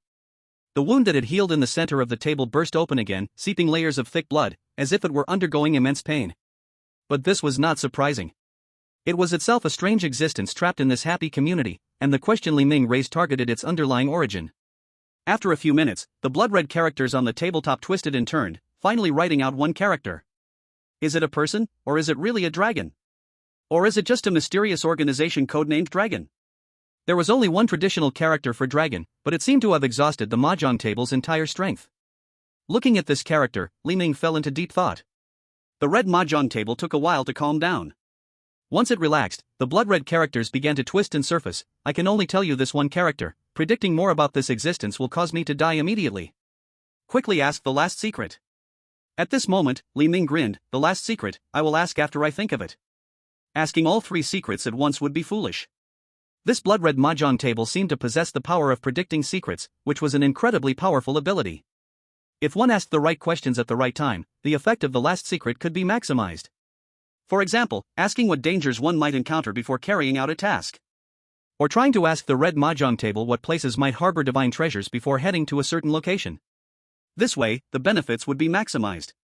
After leaving room 204, Li Ming returned to room 404. Now, it was only a little past 9 at night, and there was still some time before today's mission began. Li Ming remembered that after completing this nightmare mission, the system had prompted him to unlock the achievement system, allowing him to check his attribute panel. With this thought, Li Ming silently opened his attribute panel. Li Ming, human. Level, C. Mental ability, 11, referring to memory, intelligence, mental strength, etc., controlled by the brain. Physical strength, 10, referring to all abilities related to physical fitness, such as strength, speed, etc. Luck, -26, fate may favor you, and fate may also abandon you. Charm, 6, everyone has a unique charm, everyone has the right to be loved. Items, grudging short dagger, C level, devil's tuxedo, C level, Black King's sword, A+. Talent skill, Omen's eye, C grade, Omen Gado's right hand, A grade. Achievement title, none, unlocked. Below the achievement title, there are several existing entries. Li Ming clicked on it and found that several achievement titles were already unlocked. Basic healer, C grade, you have mastered basic medical skills and can perform various basic medical procedures. Healing effect increases by 5%. Mental patient, C grade. You are naturally filled with fantasies and can accept things that ordinary people cannot accept. Rationality decreases by 5%, mystical resistance increases by 5%. Horror movie enthusiast, C grade. You enjoy watching horror movies and can choose to face terrifying things rationally. Rationality increases by 5%. Human dissection maniac, B grade. You possess a natural ability to dismember any being with a basic human shape, whether they are real humans or simulated humanoid monsters. Physical attack power against humanoid entities increases by 15%.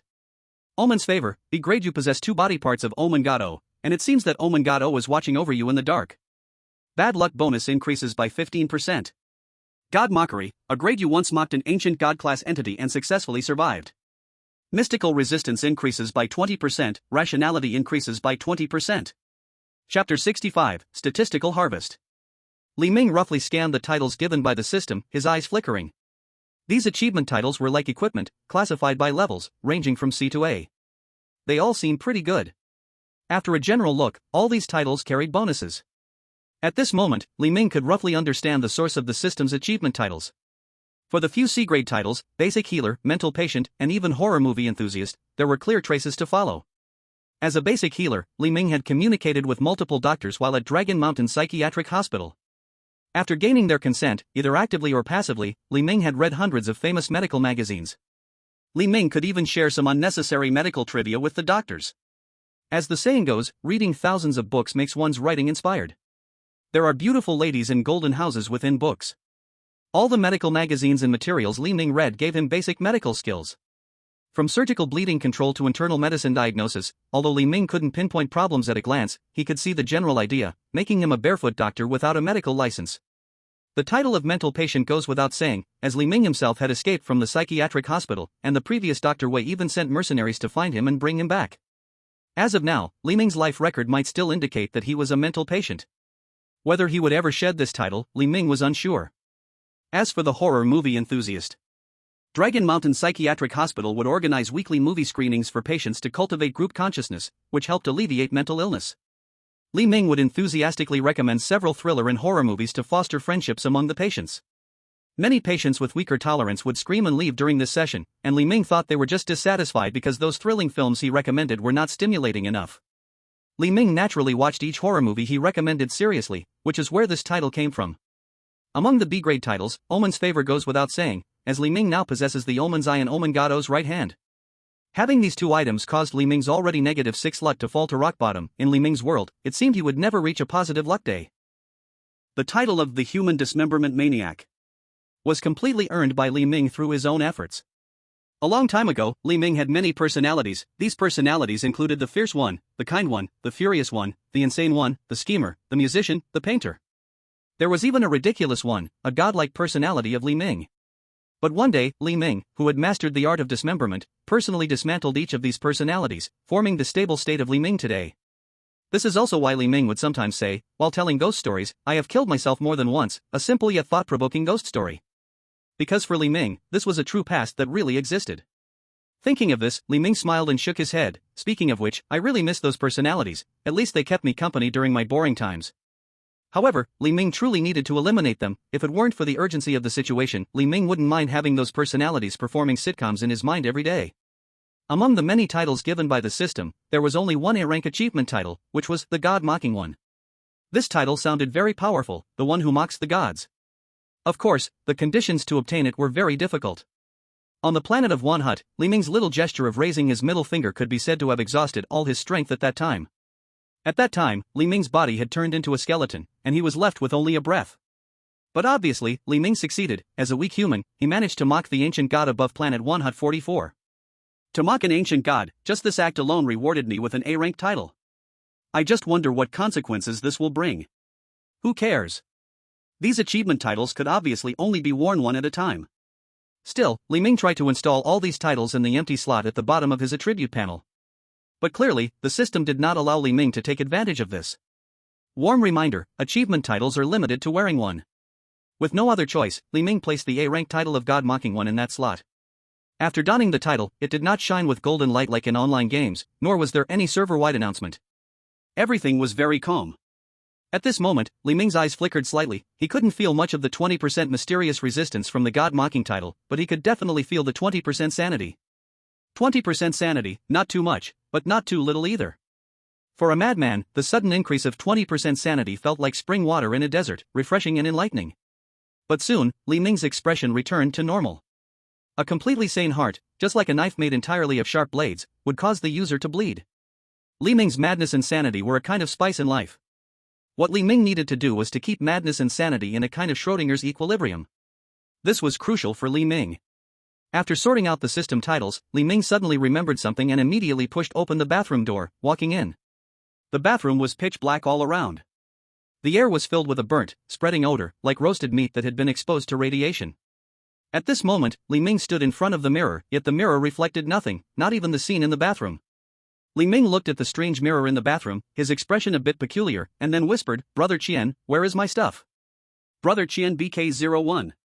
The first generation of artificial genetic humans from the Eternal Life Group, full name Best Killer Number 1.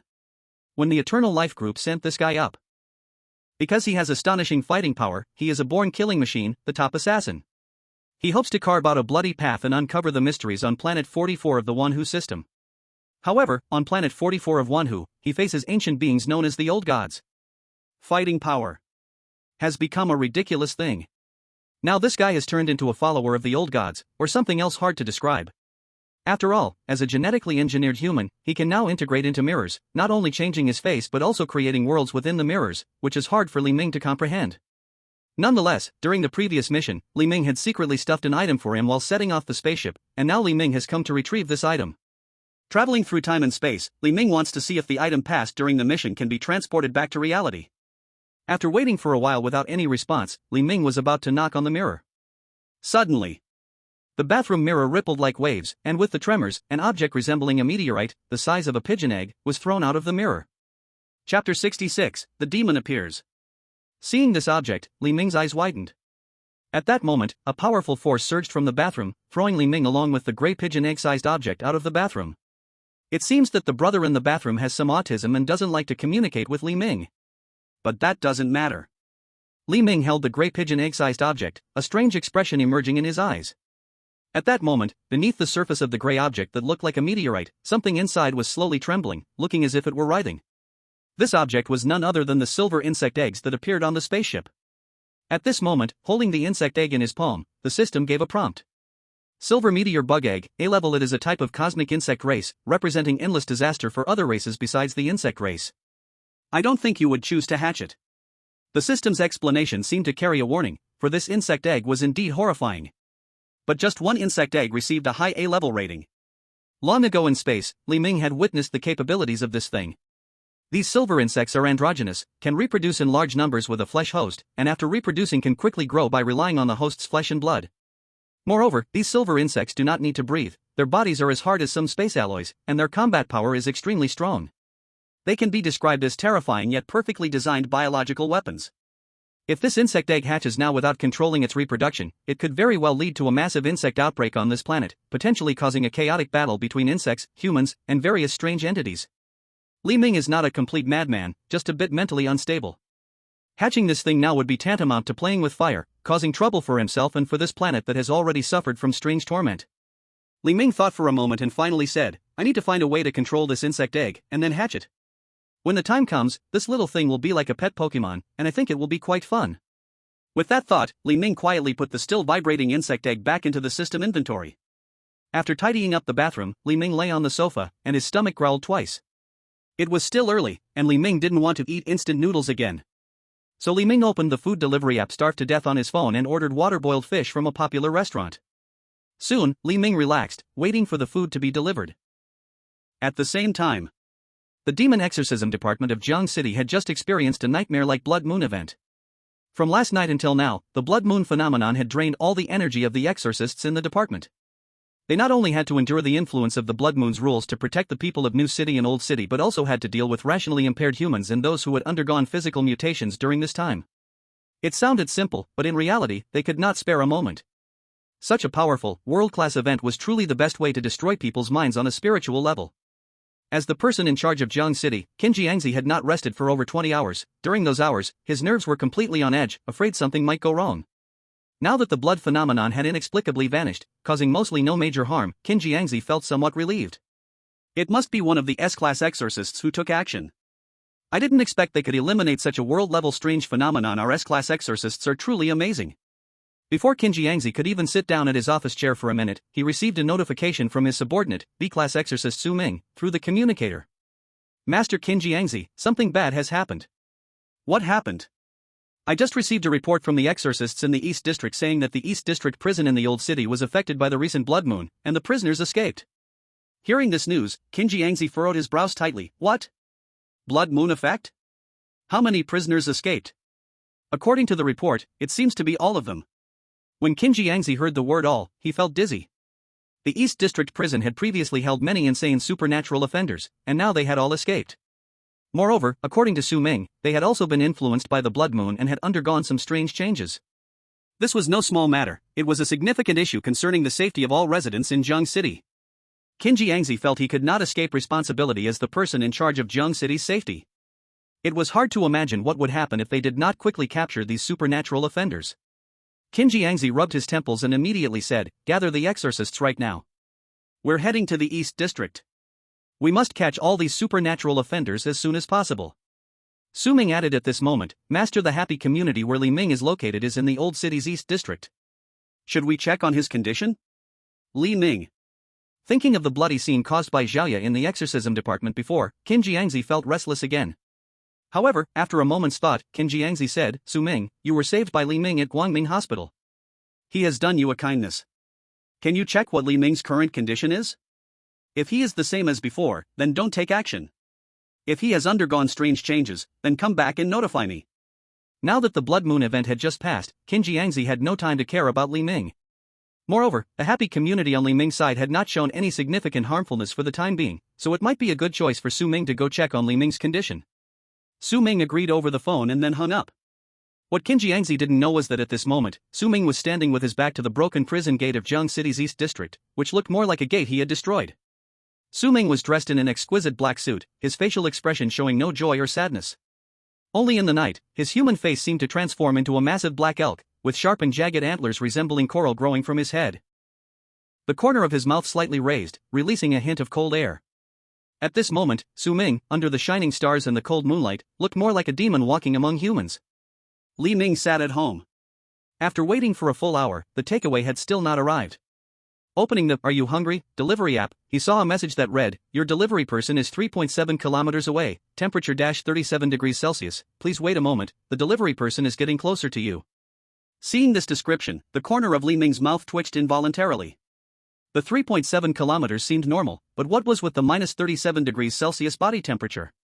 This isn't the polar region, is this delivery guy tied up in a fridge delivering takeout to himself? Chapter 67, The Game of the Demon. Waiting for takeaway is an extremely long process. Especially when you can see the delivery is clearly very close, yet the delivery guy keeps circling on the map. This kind of waiting turns into an unspeakable torment. For Li Ming, there are very few things in life worth waiting for. After all, Li Ming is not a very patient man when it comes to many things. For example, when he was receiving treatment at Longshan Mental Hospital, he would always rush to be the first to receive treatment. Whether it was taking medicine, getting injections, or undergoing various strange diagnoses, the man's impatience and desire to win would always become very strong in certain odd situations.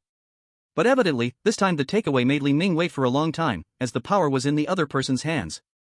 After waiting for another hour, Li Ming's phone rang slowly.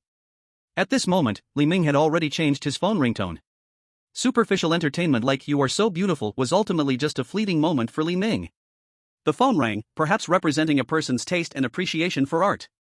A calm and tranquil piano sound came out. It was a song beloved by mental patients and the craziest of madmen. Bach's Goldberg Variations, aria. Answering the call, a man's hoarse voice came through. "Hello, sir, your takeaway has arrived downstairs, please come down." "Never mind, I'll bring it up to you." Hearing the delivery guy's words, Li Ming asked uneasily, "Are you sure? Or should I come down to get it?" Although it wasn't yet midnight, just past 9 at night, various strange things still existed within the happy community building. This delivery guy running up here alone might run into trouble. But at this moment, he heard the delivery guy say, "It's okay, I've already come up." With sounds of running and coughing coming from the phone. Ding! Li Ming turned around to see the doorbell of apartment 404 ringing. Because this is an old-style building, even the doorbell is the kind that needs to be pressed at the door to ring. Li Ming thought little of it and directly asked Zhao Ye to open the door. Standing outside was a delivery guy wearing a gray "Are you hungry?" uniform, about 1.7 meters tall, with a gray cap that covered half his face. He was holding a bag of boiled fish takeout. Seeing the door open, he handed over the takeout in his hand. Li Ming reached out and took the takeout. Thinking about how someone was still delivering food to him late at night, it didn't matter if it was a little late, the most important thing was that the food had arrived.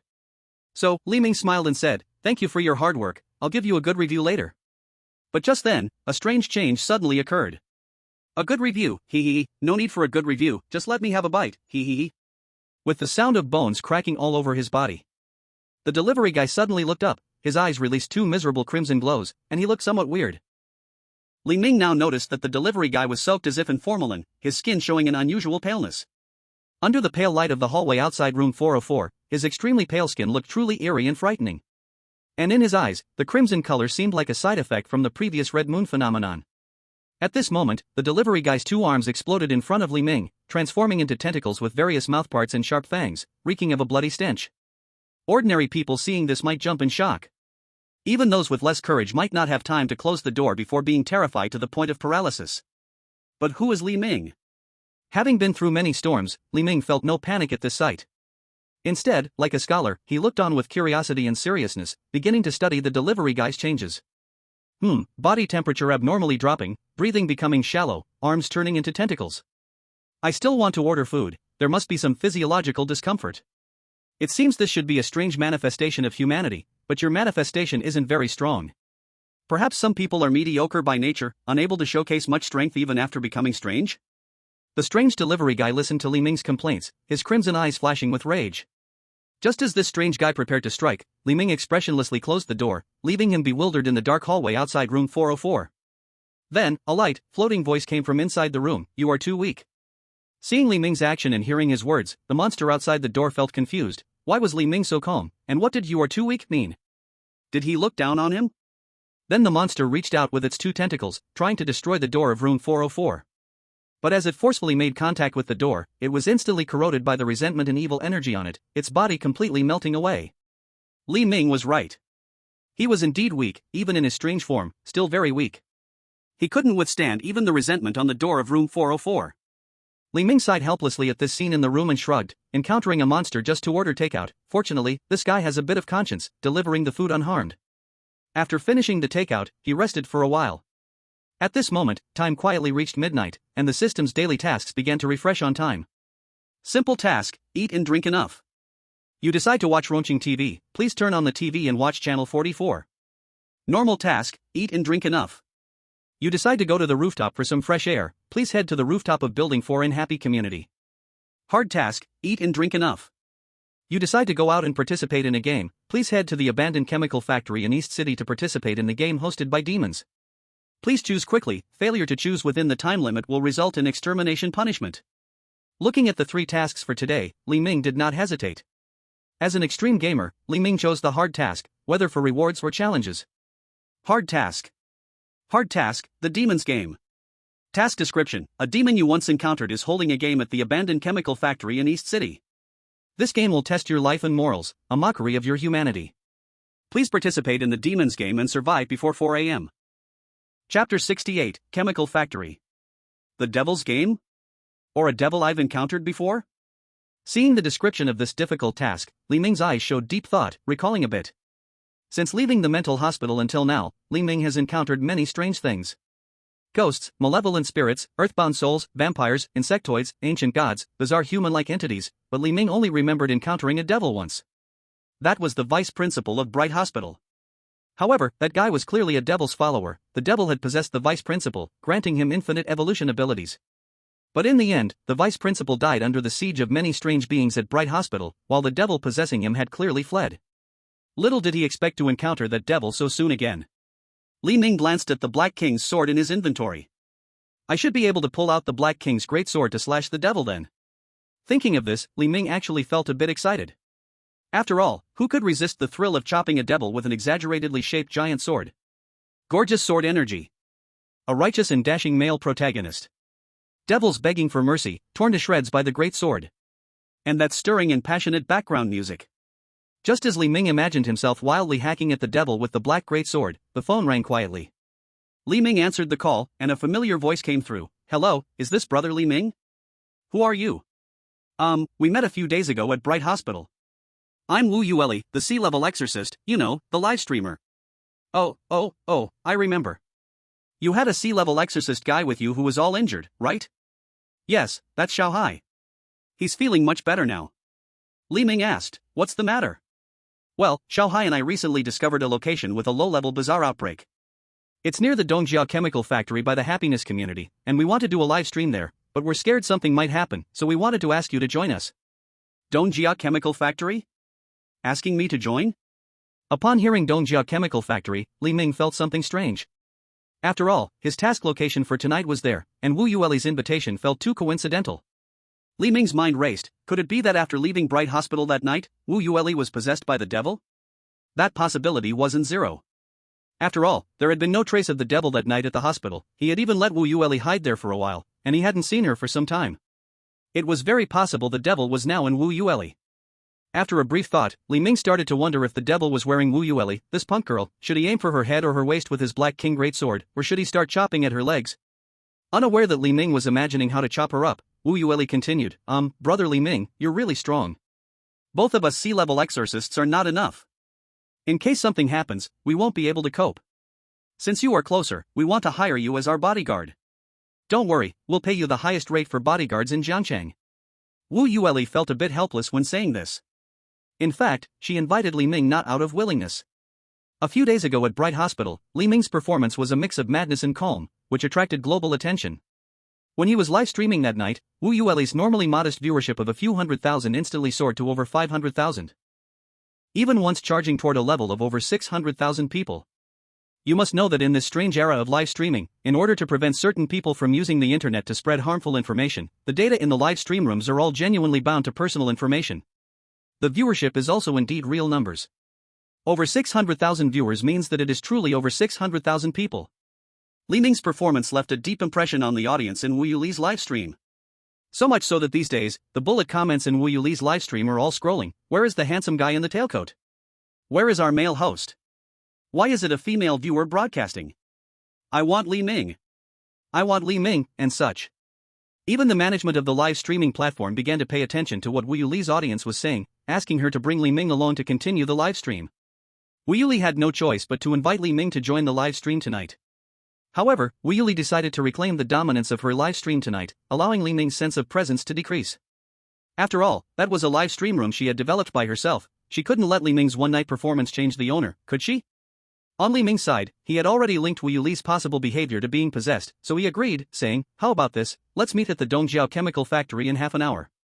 Okay. Thus, the two of them set off toward the chemical factory, each with their own thoughts. The Dongjia chemical factory is located in the industrial area of the Old Town's eastern district in Jiangcheng. This place used to have many factories. Steel mills, car manufacturing plants, textile mills, chemical plants, power plants. Factories of all kinds made this the most prosperous area in Jiangcheng several decades ago. At that time, adults would go to work in groups, listening to the horn on the utility pole to know when to clock in and out, while children would follow their parents to school and back home, filled with the breath of life. People's lives were happy and healthy then. There wasn't so much comparison and materialism, it could be said to be simple yet happy. But just like the lyrics of that song say, living like this for 30 years, until the buildings collapsed. The decline of factories had already begun before the bizarre explosion in this world occurred. The collapse of the buildings happened in an instant. Factory closures, waves of unemployment, these events followed one after another. The workers at the bottom never expected such things to happen, and countless families fell into ruins with the unemployment of the adult members. Society developed, yet these workers and their families were left behind by the times. Some people, both lucky and unfortunate, became part of this generation. The Dongjia chemical factory is located at the back of the factory area. Compared to other factories, the chemical factory has a larger discharge of wastewater and more hazardous materials. Sometimes, the toxic fumes generated by refining chemical products can also pose certain health risks to humans. Therefore, to protect the health of others, the Dongjia chemical factory was built halfway up the mountain behind the Dongjiao industrial district.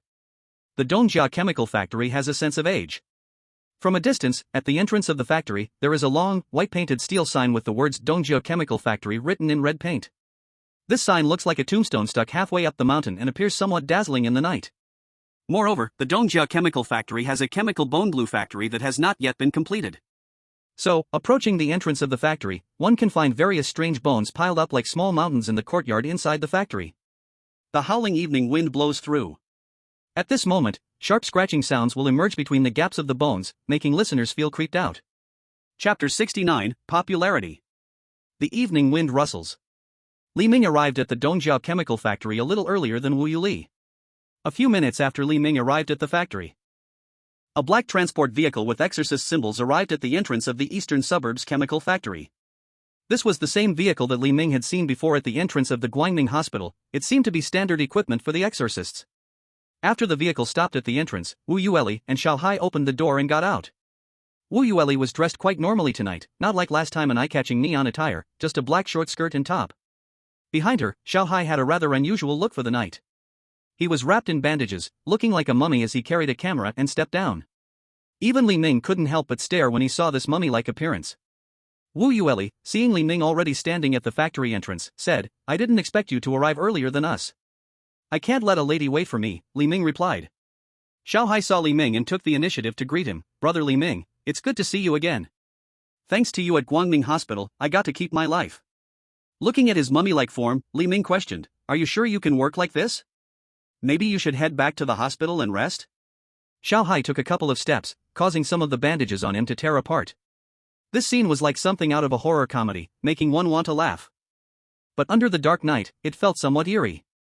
Facing Li Ming's doubts, Xiao Hai flashed a bright smile. "Brother Li Ming, don't worry about me. I used the Exorcist's special treatment liquid, my muscle tissue and bone injuries are all healed, it's just my skin that hasn't recovered, so I'm still wrapped in bandages. It won't affect my movements, I won't hold you back this time." As he spoke, Xiao Hai demonstrated a couple of hand movements, showing he could move his body well, and it looked like he had basically recovered. Wu Yueli added, "This treatment liquid cost me a fortune, it works really well." "I see." At this moment, Li Ming activated his ominous eyes, scanning Wu Yueli and Xiao Hai from head to toe. Unfortunately, he found nothing particularly special about them. There was no trace of resentment or dark demonic power. After confirming 2 or 3 times, he found no additional impurities in either of them. But Li Ming squinted his eyes, not completely convinced that they were safe. So, he intentionally stood a few meters away from the two, keeping a safe distance. Within this safe distance, if one of them was a demon and decided to attack suddenly, Li Ming would be able to react 100% of the time. Li Ming's behavior seemed perfectly normal to Wu Yueli and Xiao Hai. After all, the side he had shown at Guangming Hospital was much crazier. They took Li Ming's various actions now as just his habits. After a few casual chats, they finally got to the main topic.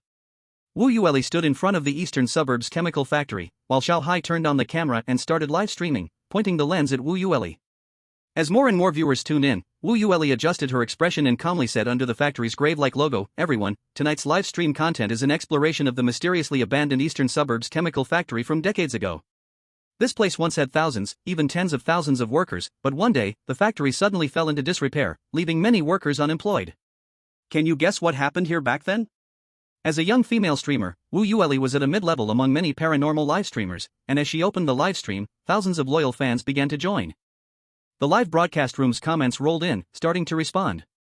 However, even the answers from these thousands of so-called hardcore fans were somewhat off-topic. "I don't know, why don't we go to the dock for some fries?" "I know, do I even need to watch your live stream?" "Walkie walkie." Wu Yueli saw the comments in her live room and felt a bit helpless. Ever since that night at Guangming Hospital, her live broadcast room had become like this. As long as she was streaming, the enthusiasm of the audience was not very high. Not many people sent her gifts anymore, and her popularity kept plummeting. This was about her career as a streamer. So, Wu Yueli gritted her teeth and continued, "Everyone, tonight I am very fortunate to invite a guest, Mr. Li Ming, who once helped us at Guangming Hospital. He will assist me tonight in exploring the Dongjia chemical factory." At this moment, Wu Yueli gestured to Xiao Hai beside her. Xiao Hai immediately understood and slightly turned the camera to focus on Li Ming. Li Ming's appearance was similar to how he looked at Guangming Hospital. Short black hair, bright facial features, a somewhat lean body, and dressed in a neat black tailcoat. At this time, Li Ming's pitch-black eyes looked directly at the camera. With the dark evening wind blowing, Li Ming's short hair and tailcoat slightly swayed. This gave Li Ming an air of mystery, a hint of madness, and a touch of unruly nobility. It must be said that at that moment, under the dark light and shadow, Li Ming had a strong visual presence and character tension. So much so that the moment Li Ming appeared in the livestream, the comments section erupted. Li Ming. It's Li Ming. The male streamer in the live room is back. The female viewer next to him can step aside. I'll go tell my grandparents to stay up late to watch the livestream. What are we doing tonight? Are we going to kill a demon? Or exorcise a ghost? No matter what you do, I love watching it, bro. I'll give you a flight. Some comments were even a bit crazy, starting to spam, honey, I love you. In just a moment, the number of viewers in Wu Yueli's live room broke through 100,000, and then the number started to steadily rise. Wu Yueli saw the scene and took a deep breath. This breath contained some helplessness and a bit of emotion. Clearly, it was her live room, and she worked hard but couldn't earn the audience's approval. Now, Li Ming had done nothing yet, but he was adored by countless viewers. Maybe this is what they call a good rapport with the audience? Li Ming, however, seemed indifferent to the comments in the live room. Since there was nothing strange about Wu Yueli and Xiaohai, his task should still be to enter the chemical factory to find some clues. Li Ming turned and walked into the Dongjia chemical factory. Wu Yueli and Xiaohai followed closely behind him. There was a completely different atmosphere inside and outside the chemical factory. On the outside, perhaps the Dongjia chemical factory looked just like a dark factory. But once inside the abandoned factory, the dim and massive factory workshops, the silent rotting processing equipment, the old pipes dripping with aged acid, and the water towers that looked like giant eyeballs. These things seemed like the decayed organs of a dead giant. Silent, oppressive, suffocating. The overall feeling of pressure in this darkness was like a silent mountain, constantly squeezing the viewer's fear nerves in their minds. Chapter 70, Being Watched. The group walked along the path inside the chemical factory. Wu Yueli accidentally stepped on a few scattered bones on the ground. The bones made a crisp sound when stepped on. This made her frown. When Wu Yueli looked down, her gaze suddenly shifted. She originally thought she had stepped on an ordinary bone. But when she looked down, she saw a human skull the size of a volleyball. What? How could there be a human skull here? The environment of the chemical factory was already dark, and the sudden appearance of the skull made Wu Yueli feel that this place was even more bizarre. Li Ming glanced down and calmly explained, I checked online. This chemical factory used to have a glue factory, and it's normal for there to be some bone materials inside. Hearing Li Ming say this, Wu Yueli's mouth twitched a little. No, brother Li Ming, what I mean is, why is there a human skull here? When Li Ming heard Wu Yueli, he bent down and picked up the half-crushed skull she had stepped on. Holding the skull in one hand, he examined it carefully. Li Ming pointed to the skull in his hand and explained, this is not a human skull, you see, the structure of the skull, the nasal bone, the jawbone, and the human skull are clearly different. Wu Yueli twitched her mouth again upon hearing this. At this moment, she looked at Little Hai beside her. Clear difference? Little Hai, can you see the clear difference brother Li Ming is talking about? Little Hai shrugged, indicating he couldn't see it either. In the dim light, this skull just looked like a skull with 2 eye sockets and a nasal cavity. Seeing their expressions, Li Ming calmly pointed to the bones above and explained, generally, a monkey's skull structure and facial features are more protruding, while a human's is flatter. A monkey's nasal bone is low and wide, while a human's is higher. A monkey's jawbone is thicker, while a human's is relatively narrower. So that's how it is. Now that you mention it, it does seem more like a monkey's skull. Although Wu Yueli had never seen a monkey's skull, after Li Ming's explanation, she was reminded of the image of monkeys in the zoo, and this skull really did look like a monkey's skull. Li Ming then added, the glue factory had many bone materials that were animal bones, and it's not surprising to find some monkey bones, it's just that. Just what? Li Ming smiled calmly, it's just that before I came here, I looked at some forums about this east suburb chemical factory, and they mentioned that the source of the bone materials in the glue factory here was somewhat unclear. They suddenly closed down years ago, and it seems that was the reason. Source of the bones unclear? Li Ming nodded, yes, it said that this chemical factory once received a large shipment of bone materials from a slaughterhouse. But the owner of that slaughterhouse was arrested a few years ago. Reportedly, he had murdered hundreds of people there, so it's very possible that the bones here are mixed with real human bones. As Li Ming spoke, his tone was too calm, as if he were stating a fact. This made Wu Yueli and Little Hai look at the several piles of bones in the factory yard, feeling their scalps tingle. These bones originally seemed harmless. After all, their instincts led them to think of these bones as ordinary animal bones. But when bones belonging to their own kind appeared among this large pile of bones, the terrifying atmosphere added a lot more weight. This is a horrifying effect based on human empathy. After this topic, Wu Yueli and Little Hai clearly fell silent. Aside from their basic exorcist training, they were not much different from ordinary people. So their psychological endurance was also limited. After Li Ming shared the news about the East Suburb Chemical Factory, both of them became very restrained. Unlike Li Ming, who continued to explore the chemical factory. It looked as comfortable as a spring outing. The three continued to explore deeper, entering a room in the chemical factory that handled waste liquids. At this moment, Wu Yueli and Xiaohai were also not speaking much. The surroundings were quiet. In the vast factory, the subtle sounds of the three walking and breathing echoed. As they passed by an old steel pipeline, a sudden change occurred. The steel pipe above Xiaohai's head suddenly burst open, and screws on one side flew out like bullets. Then, this pipe directly exploded with a large hole, and a large amount of foul-smelling acidic liquid poured down towards Xiaohai's head. Xiaohai and Wu Yueli both looked up, stunned by this scene. Li Ming was right beside them. Without saying much, Li Ming kicked Wu Yueli and Xiaohai, sending them flying. Li Ming then jumped out of the splash zone of the acidic liquid. A large amount of dark brown, foul-smelling acidic liquid splattered onto the ground like thick phlegm. The factory's sturdy rock floor was instantly corroded into a deep pit about 5 or 6 meters wide, releasing thick white smoke. Wu Yueli and Xiaohai looked at the deep pit with the feeling of having survived a disaster, their eyes filled with lingering fear. If Li Ming hadn't kicked them away just now, they would have likely turned into a pile of bones. Xiaohai looked at the broken pipe above and said, "This factory has been abandoned for too long, these pipes are not safe." Wu Yueli nodded. However, at this moment, Li Ming looked at the thick acidic liquid on the ground releasing white smoke and slowly shook his head. "Something's not right. Look at this acid, it has a certain volatility." Volatility? Wu Yueli also saw the white smoke coming from the acid on the ground, her eyes flashing, and then she said, "That's right, this acid has volatility." Doesn't that mean this acid was only recently transported into the pipe above our heads?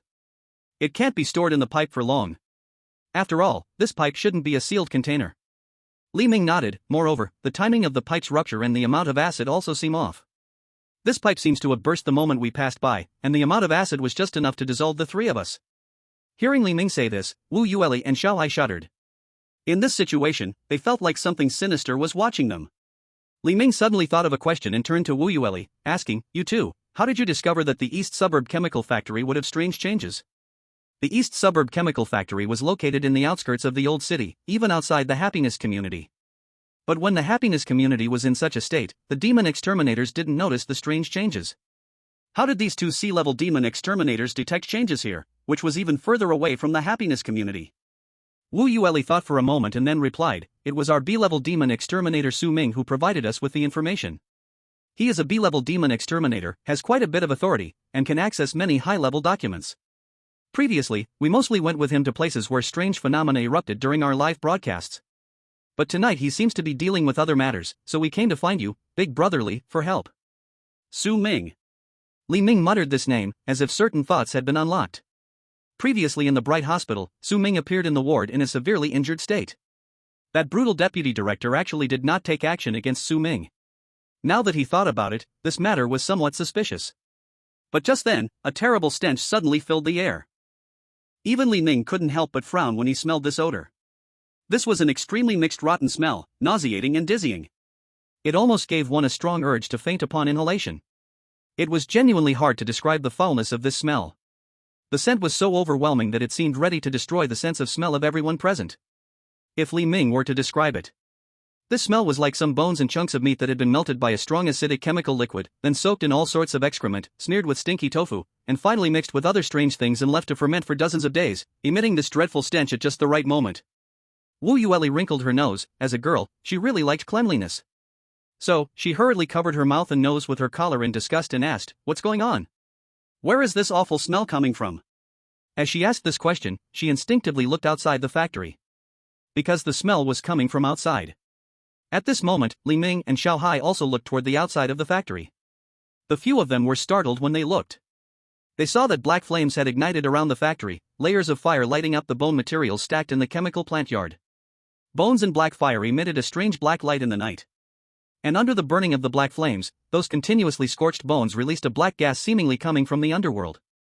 What Li Ming and the others smelled should be this gas from the bones. But now this smell didn't seem important anymore because a more terrifying scene appeared. Behind these black flames, shadowy figures slowly rose above the flames, almost imperceptible. They looked like vengeful souls from hell, having basic human shapes, yet appeared vague upon closer inspection. Hundreds of such figures floated above the black flames. These black figures faced away from Li Ming and the others, their mouths producing obscure and bitter syllables. It sounded like they were whispering, as if speaking something. However, to Li Ming and the others' ears, the sound seemed more like a chaotic and dull noise. Li Ming's eyes flickered. This scene was terrifying, but in some ways, it had a strangely beautiful quality. A beauty that combined horror and despair. Wu Yueli couldn't hold her expression together upon seeing this bizarre scene. She had thought this place was just a low-level spooky location, but now, only minutes after they entered, the situation had already begun to spiral out of control. She asked in despair, how could this be? When did these black flames appear? What are those shadowy figures in the black flames? Are they ghosts? Xiao Hai also realized something was wrong and took the spirit detection device out of his pocket. Looking at the screen of the spirit detection device, Xiao Hai's expression turned frantic as well. Because the device, which usually worked in all kinds of strange areas, now displayed a horizontal line of garbled code, as if it were broken, unable to measure the spiritual power here at all. What is going on? Is there something beyond an S-level weird event happening here? Li Ming calmly shook his head and said, something is here inviting us. These black flames, the rotten bones releasing foul odors, and those tortured black souls are merely its servants. It must have interfered with the spirit detection device. Li Ming was so certain. It was because Li Ming had seen this strange, intriguing yet perfectly symmetrical scene before. The black flames were symmetrical on both sides, and the bones beneath the black flames were also perfectly aligned. Even the blurry souls above the flames presented a sense of symmetrical beauty. Li Ming had seen this layout in the deputy director's office of the Guangming Hospital a long time ago. Clearly, the hidden demon of Guangming Hospital had arrived at this chemical factory in the eastern suburbs, carefully decorating it, seeming to take note of him, and prepared a game for him. Thinking of this, Li Ming smiled calmly. Since this elegantly tasteful demon had noticed him, and now grandly invited him, he seemed to have no reason to refuse.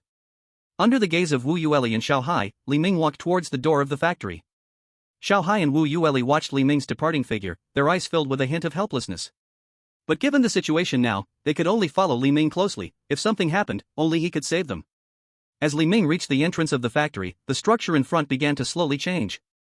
The black flames started to intertwine and change continuously, like black-brown paint, beginning to withdraw, shatter, and deform. A few seconds later, from the entrance of the factory where the three were located, bones and fire spread, creating a dark and winding path. The black flames coiled around the bones on both sides, forming a narrow path, while the ashes burned to dust lay scattered on the ground, presenting a pure gray carpet for the three. At the end of the ashes was the largest workshop of this chemical factory located at the far end. Now, even Wu Yueli and Xiao Hai, who knew nothing about art appreciation, felt a strange beauty in this bizarre transformation before them. Li Ming thought little of it and walked along the path formed by fire and bones ahead. Wu Yueli hurried to keep up with Li Ming and asked from behind, "Brother Li Ming, aren't you scared? This path is clearly a trap, there might be something strange inside." Xiao Hai also spoke up, "Right, Brother Li Ming, we are here to livestream, there's no need to take such a big risk following this bizarre idea, right? There must be danger inside." Li Ming glanced at the two. Although he couldn't directly say he needed to participate in the so-called demon's game to complete a task, he could rephrase it so that these two younger ones would accept it. Looking at them, Li Ming calmly said, "You can try, the black flames surrounding the factory will likely not let us leave easily. So the only way to get out now is to enter and explore. Struggling might give us a slim chance of survival, running away would be equivalent to giving up all opportunities." Wu Yueli and Xiao Hai exchanged glances with the black flames around the factory and the countless souls floating above the black flames, revealing a bit of fear. Since Li Ming had said so, they could only obediently follow him down the path of bones and black fire towards the largest workshop of the factory. Chapter 72, The Demon with the Deer Faces Dining Table. The three followed the path led by bones and black fire, entering the largest workshop of the eastern suburbs chemical factory. Inside the workshop, there were various abandoned assembly line machines, all kinds of scrapped basic production equipment, and scattered gloves and other items all over the place. The dim black flames now spread along the aisles of the workshop as the three entered. Then a dark, demonic power flashed, and countless scattered steel plates merged together, forming a nearly 30-meter-long rectangular steel conference table. In this moment, the ordinary workshop, under the illumination of the devil's black fire, surprisingly takes on the atmosphere of a dark, classical hall. "Welcome everyone, please take a seat." A calm, steady voice emerged from deep within the factory. In the depths of this factory workshop, a man dressed in an exquisite suit appeared. His face was shrouded in shadows, resembling the shape of a deer, with a pair of enormous, coral-like black antennae atop his head, slowly walking out from the depths of the workshop. Upon hearing the deer-faced demon's words, Li Ming showed no courtesy, casually pulled a plastic stool from beside the assembly line, and directly sat down on one side of the steel-long table. The eye of ominous portents activated. The dark power of ominous portents surfaced in Li Ming's gaze. In Li Ming's eyes, a giant deer covered in terrifying demonic power emerged from the dark corners of the factory. Suppression, silence, human power unable to resist. It possessed an undeniable strength, just like when facing the vice president of the Bright Hospital, where its demonic power seemed endless. Li Ming looked at the deer-faced demon and calmly said, "Hello, good to see you again, Mr. Demon." The deer-faced demon calmly nodded. "Hello, Mr. Li Ming, it's finally nice to meet you." The two appeared like old friends who hadn't seen each other for a long time, calmness concealing a brewing storm. "Mr. Demon?" Wu Yueli and Xiao Hai exchanged glances upon hearing Li Ming's words. After the earlier events, now directly seeing the face of the demon. Instantly, their intellect regained the high ground, and they both recalled the terrifying demon from the Bright Hospital not long ago. Wu Yueli trembled and said, Why you are the demon from Bright Hospital." Xiao Hai even turned around, planning to run away. The scene of the vice president being possessed by the demon was utterly horrifying. Wu Yueli had barely survived, and although Xiao Hai had never seen the vice president transformed into a demon, he had heard Wu Yueli recount the events of that night. Staying here now was truly seeking death. Seeing their actions, the deer-faced demon calmly waved his finger. Two strands of pitch-black demonic power spread out, and under the powerful force, Wu Yueli and Xiao Hai were forcibly pressed into their seats beside Li Ming. The deer-faced demon looked at Wu Yueli and Xiao Hai with a smile and said in an extremely calm tone, "Since you are here, it means I need to entertain you. Wanting to leave now would be quite rude." Wu Yueli and Xiao Hai were pinned to their chairs, unable to move. Their expressions showed a hint of despair. Being bound to a chair by a truly terrifying demon, and now unable to move, what fate awaited them next? At this moment, Li Ming appeared quite calm, calculating the strength of the deer-faced demon in his heart. This guy controls the black demonic fire, possesses a demonic body, and has demonic power that operates like mental force, capable of distant mind control attacks. According to my current strength, I shouldn't attempt to slash it with the great sword. If I force an attack, I might be taken out in the first round of confrontation. It seems that the strength gap between me and this deer-faced demon is too great, and I can't attack recklessly for now. Before coming here, Li Ming had contemplated directly swinging the sword of the Black King to recklessly attack the demon. But now, he felt that if he drew the sword of the Black King, which wielded immense threat, the deer-faced demon before him might sense it and put him in grave danger. Thinking this, a hint of disappointment flashed across Li Ming's face. The deer-faced demon noticed the fleeting disappointment on Li Ming's face and then asked, "Mr. Li Ming, why do you show a look of disappointment?" Although humans are generally mediocre, occasionally showing disappointment is the norm. But I believe that someone like you, who can be considered a genius even in hell, must have your own reasons for disappointment. Li Ming glanced at the deer-faced demon and casually said, "It's nothing. With such a large dining table, you haven't prepared any food to entertain me. That's really impolite." Upon hearing Li Ming's words, a hint of apology appeared on the black deer face of the demon. "It was my oversight, Mr. Li Ming. How about this, do you prefer two-legged sheep or other food?" "Two-legged sheep?" The deer-faced demon slightly nodded. "If you like, I can cook you a fine dish of freshly cut lamb heart meat, along with a hearty lamb chop stew. These are my specialties. As for the wine, perhaps I can serve you a glass of red wine that I personally brewed. It can enhance the flavor of the two-legged sheep to the maximum." Wu Yueli and Xiao Hai's eyes widened, their hearts racing as they listened to the demon's calm tone. They both feared they were about to be killed. However, seeing the terrified expressions on the two, the deer-faced demon calmly explained, "You two need not worry, because both of you have grown up and even exceeded the ideal consumption period. As a refined demon, I will carefully select my ingredients. You both need not fret about being eaten by me or Mr. Li Ming." The deer-faced demon then looked at Li Ming. "Moreover, since tonight's guests are so to my taste, I certainly wouldn't hold back on some ingredients." The demon had not used any bloody words throughout, and his demeanor so far could even be called elegant. Yet, the bloody scent lurking beneath that elegance was impossible to hide. The deer-faced demon gazed at Li Ming, seemingly awaiting his response. Li Ming calmly replied, "I want to eat a roasted leg of four-legged sheep." "Can you do that?" The deer-faced demon unexpectedly nodded. "Since it is your request, and due to my earlier oversight, I can certainly agree to you."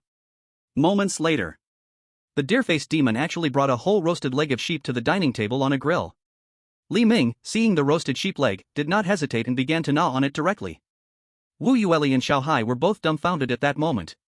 What was going on with Li Ming and this deer-faced demon? Li Ming looked nothing like someone who was in danger of a demon. Moreover, Li Ming and the deer-faced demon seemed more like old friends who hadn't seen each other in a long time. The demon was currently treating Li Ming to good food. But this development felt a bit off, right? That was a powerful and very dangerous demon. Chapter 73, Preparation.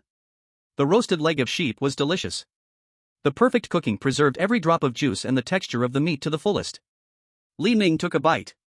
Each mouthful burst with rich juice, and the tender taste was unforgettable.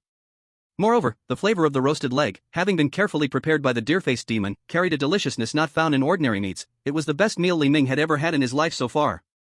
Seeing Li Ming eat heartily, the deer-faced demon's black, demonic face actually flashed a hint of contentment. Clearly, there were 3 people at the table, one of them a demon. But at that moment, the large workshop was filled only with the sound of Li Ming's chewing and the faint sound of the demon's breathing. Wu Yueli and Xiao Hai's eyes were filled with a strange sense of fear. It was as if they were mere supporting characters, destined to be overlooked by Li Ming and the deer-faced demon. After Li Ming finished the leg of sheep, he wiped his mouth with the white napkin that the demon had prepared and commented, as for the ingredients. Your cooking skills, I must say, are exceptionally refined, even to the point of perfection. The deer-faced demon nodded. To receive such praise from you is an honor. I'm glad you like it. Li Ming casually asked, earlier you mentioned I'm a genius even in hell, so does that mean you come from hell? Li Ming's attention was high, he had been paying close attention to every word the demon said. From earlier statements, Li Ming clearly captured some information. The deer-faced demon, faced with Li Ming's question, first showed surprise, then praised, no wonder it's you, Mr. Li Ming. I just mentioned it casually, and I didn't expect you to pick up on such a small detail. Yes, I truly come from hell, can you guess anything else? The deer-faced demon seemed very curious about what else Li Ming could infer from the current information. Li Ming rubbed his forehead and said softly, the elk, with a large head, a long narrow snout, broad bare tips on the nose, small eyes, and prominent lower eye glands. Its limbs are strong, with wide and fleshy hooves, and well-developed dew claws, creating loud clacking sounds when it walks. Female elks are smaller and have no antlers.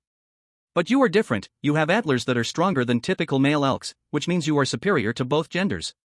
Looking at the deer-faced demon, Li Ming's eyes showed a hint of amusement as he continued analyzing. Strength, power, and mystery are all symbols of the elk.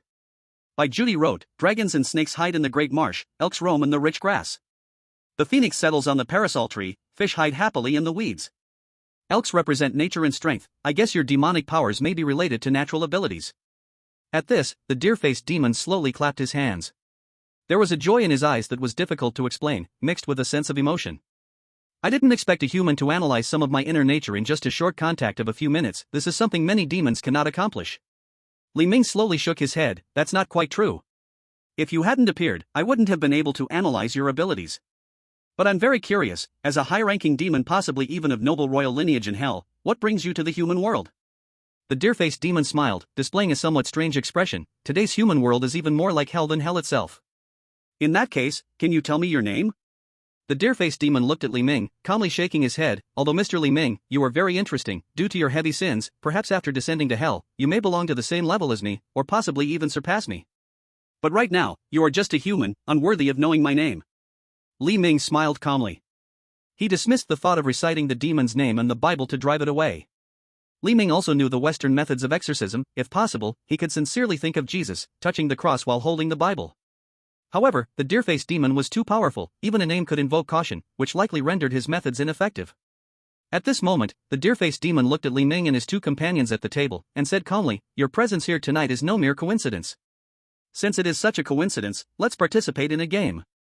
If you can complete the game, you may leave this place. If you cannot complete the game, then it would be your fate to die here, which seems quite reasonable. A game? Li Ming's eyes shifted slightly.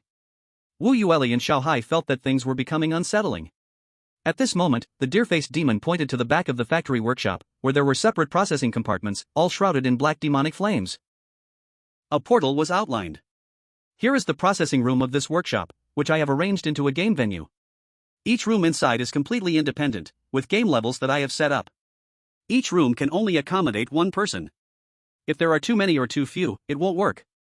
After completing the game's challenge in 1 room, you can enter the next room. However, as long as you reach the end, you will be able to exit through the back door of one of the factory's rooms, leaving this eastern suburb chemical factory. Li Ming smiled upon hearing this, saying, so this game is that simple. The deer-faced demon also smiled faintly. My game will certainly not disappoint you. But I must remind you, if you have not cleared the levels before 4 in the morning, the black flames will burn everything here. I do not believe that your human bodies can withstand the hellfire that burns souls. After saying this, the deer-headed demon slowly stood up. The time is now 1 o'clock in the morning. The game officially begins. Please enjoy yourselves. As the deer-headed demon finished speaking, it vanished gradually amidst a swirl of black flames. Li Ming wanted to ask something more, but it seemed there would be no opportunity left. With the disappearance of the deer-headed demon, Wu Yueli and Xiao Hai both breathed a sigh of relief. Though Li Ming seemed relaxed and even joked with the deer-headed demon, the 2 of them were far from able to do the same. Just sitting at a table several dozen meters away from that demon, they both felt an overwhelming sense of pressure. At this moment, Wu Yueli and Xiao Hai turned their gazes toward Li Ming. Then Wu Yueli asked, Li Ming, big brother, the demon has vanished. What should we do? Should we escape? Li Ming slowly shook his head. The deer-headed demon's disappearance does not mean he isn't watching us. Moreover, look at the surroundings. Do you think we can escape? Wu Yueli suddenly realized and looked around the workshop. At this moment, she was horrified to discover that the workshop's doors, windows, and even the ceiling above were all engulfed in black hellfire, blocking nearly every possible escape route. Chapter 74, Partition Game. The three walked to the front of those individually processed partitioned room entrances at the back of the factory workshop.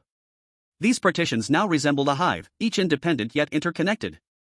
Perhaps seen from above, the partitions formed a shape similar to that of a beehive. Wu Yueli and Xiao Hai stood at the entrance, looking a bit hesitant. After all, the deer-headed demon said each partition room only allows one person to enter, with separate game levels inside. This meant that after entering, they would have to rely completely on themselves. Thus, it would be difficult for Li Ming, as external support, to help them. At this point, Wu Yueli suggested, how about this? Let's open the live streaming app on our phones and each start a live stream. This way, we can see what happens in each other's rooms. If we face any danger, we can at least seek help from one another. Also, I just requested support from the exorcists above. They should arrive here to help us soon. Li Ming and Xiao Hai had no objections, so they opened the live streaming app on their respective phones and started a live stream. The three exchanged glances, confirming they could contact each other, and then each entered one of the partitioned room entrances. Xiao Hai chose the first partition on the right. The moment he entered, the door behind him clicked shut. Inside the partition was completely dark, with no light at all. He could barely see his own fingers. Yet there lingered a faint odor, like gas, that made him feel very uncomfortable. Thus, Xiao Hai quickly took out his phone. Turn on the mobile phone flashlight. Light appears. After seeing the environment inside the processing room, he was stunned. In the faint light of the phone flashlight, the processing room he was in was covered with a thick layer of sticky green liquid, which gave off wisps of white corrosive gas. Xiao Hai knew that the gas smell he detected must be released by these gases. At this moment, the rubber soles of the sports shoes he was wearing showed signs of melting after less than a minute. Suddenly, the voice of the deer-headed demon echoed in the processing room. His voice was deep and magnetic. Hello, Mr. Wu Hai. You have always been a taciturn person. You love photography, taking pictures, and traveling to see landscapes. But compared to landscapes, you prefer photographing people. When you were 18, you took a photo of the girl you dared not confess your feelings to. Of course, your photography skills were poor back then, but fortunately, the girl was beautiful. This photo, which you cherished for over a decade, is right here. Now, it has become your hope to leave this room. Please find it. As soon as the deer-headed demon finished speaking, the floor of the room suddenly began to rotate. Below the floor, as if it had sunk down a layer, a large pile of photos appeared, faintly visible beneath the sticky green chemical liquid. Xiao Hai was stunned. The sticky liquid on the floor was at least 20 centimeters thick. He could not see clearly what the photos beneath the liquid looked like. If he wanted to find that photo, it seemed he could only search for it one by one. But, these green liquids are corrosive. The rubber soles of his sports shoes were already emitting white smoke from corrosion. Isn't reaching in with his bare arms to search for the photo equivalent to courting death? But soon, Xiao Hai's brow tightened. He smelled the gas-like odor in the room, and his face began to turn green, as he felt his consciousness becoming blurry. The white smoke from these sticky chemical liquids was similar to carbon monoxide. He couldn't stay in this processing room for long, otherwise, he would also die. Thinking of this, Xiao Hai looked determined and directly took off his shirt, wrapping it around his arm, and plunged it into the thick green chemical liquid on the floor to search for the photo. As soon as Xiao Hai's arm reached in, he suffered chemical burns on his skin. Even with the protection of the wrapped clothing, it was apparently of little use. Xiao Hai endured excruciating pain, his eyes darting, and smoke billowing from his corroded skin. After searching for a long time, he pulled out a handful of photos from the chemical liquid and looked at them over and over again, but none were the one he wanted. So Xiao Hai wrapped his arm again and reached into the thick green liquid on the floor again. Wu Yuli went to the entrance of the left cubicle. As soon as she entered the cubicle, the door locked tightly behind her. Unlike Xiao Hai's room, the cubicle where Wu Yuli was in was clean and tidy, with a bright chandelier hanging from the ceiling of the processing room. But on the wall directly in front of Wu Yuli, there were a whole wall of glass bottle-like containers piled up. All these containers were protected by an iron mesh, allowing her arm to reach into the bottles through the mesh. Inside these round glass containers, there were some four-edged, spiky objects that gleamed with a subtle cold light. And at the center of the spikes in these containers, there was a piece of debris, a few centimeters in size, resembling a piece of paper. Wu Yueli saw this scene and furrowed her brows slightly. She was a bit unclear about the situation. At that moment, the voice of the deer-headed demon echoed in Wu Yueli's room. Hello, Miss Wu Yueli. You are a girl who likes to make money, at least since you left childhood. Everything in your life, whether it's live streaming, work, or even rest, is centered around how to make money. But do you remember the yuan bill that your sister handed you, which you tore to pieces with your own hands when you were a child? For the young you, that yuan was something disgusting, a sign of contempt, even a shame for you. But now, you must piece together that torn yuan before you can enter the next room. Wu Yueli, hearing the demon's voice, looked at the large pile of glass containers on the wall, her expression crumbling. Because there were at least 100 of these containers in front of her. Moreover, when Wu Yueli tried to examine the wall, the sturdy iron mesh left very small gaps in front of each container for her. These flat gaps seemed to be designed specifically for the size of her arms. Wu Yueli attempted to fit her arm inside. Once her arm was in, she could only slightly move her wrist, unable to even turn her palm. Is it only possible to get my hand in? When Wu Yueli noticed this situation, her brows furrowed again. There was no way to cheat this. But a few minutes later, inexplicably, Wu Yueli sneezed, and then shivered all over. Wu Yueli's brows tightened. She then realized the oddness of this compartment. The temperature in this compartment was dropping at an exaggerated speed. When she first entered, the perceived temperature was about 20 degrees, but now, a few minutes later, Wu Yueli felt the temperature was already heading towards zero. Chapter 75, Li Ming's Game. Time passed, and the temperature continued to drop. The cold white light in the compartment seemed to symbolize the frigid temperature, making Wu Yueli's heart feel cold. When human body temperature reaches 25 degrees, consciousness becomes fuzzy. Below 20 degrees, one will lose consciousness. Below 15 degrees, one becomes insensible. Below 10 degrees, after a few minutes, one will die. Now, the perceived temperature in the entire compartment had dropped to about -1 or 2 degrees, and Wu Yueli could feel her body temperature gradually declining. Once Wu Yueli noticed the temperature was dropping at a truly insane pace, she had no other choice but to stretch her hand into the openings in the iron mesh, probing her fingers towards the glass containers to search for the fragments of the torn yuan bill. At least before losing consciousness, she had to gather all the yuan bill pieces in the room. Otherwise, she would freeze to death in this compartment. However, as soon as her palm reached the mouth of the first container, the sharp, four-edged spikes embedded around the opening instantly pierced through the skin at the tip of her finger. Warm, bright red blood flowed from the pierced skin of her finger, dripping into the container along the unevenly shaped four-edged spikes, which were 3 or 4 centimeters long. Then, under the low temperature, the blood gradually began to coagulate, forming on the four-edged spikes. Wu Yueli felt the stinging pain in her arm and exhaled a breath of cold air. Then, a glint of determination shone in her eyes as she forced her entire palm into the first container. The sharp, four-edged spikes pierced widely through Wu Yueli's fair palm. Enduring the excruciating pain of her hand and arm being pierced, she pulled out the fragments of the bill from this first glass container. The pain. The piercing pain. The glass container, stained with Wu Yueli's blood, made the sharp spikes appear as if they had bloomed like blood-red flowers in the cold, absorbing the blood like a strange blossom. Bloody yet beautiful. Wu Yueli looked at the wall with her arm full of wounds covered, feeling a bit desperate.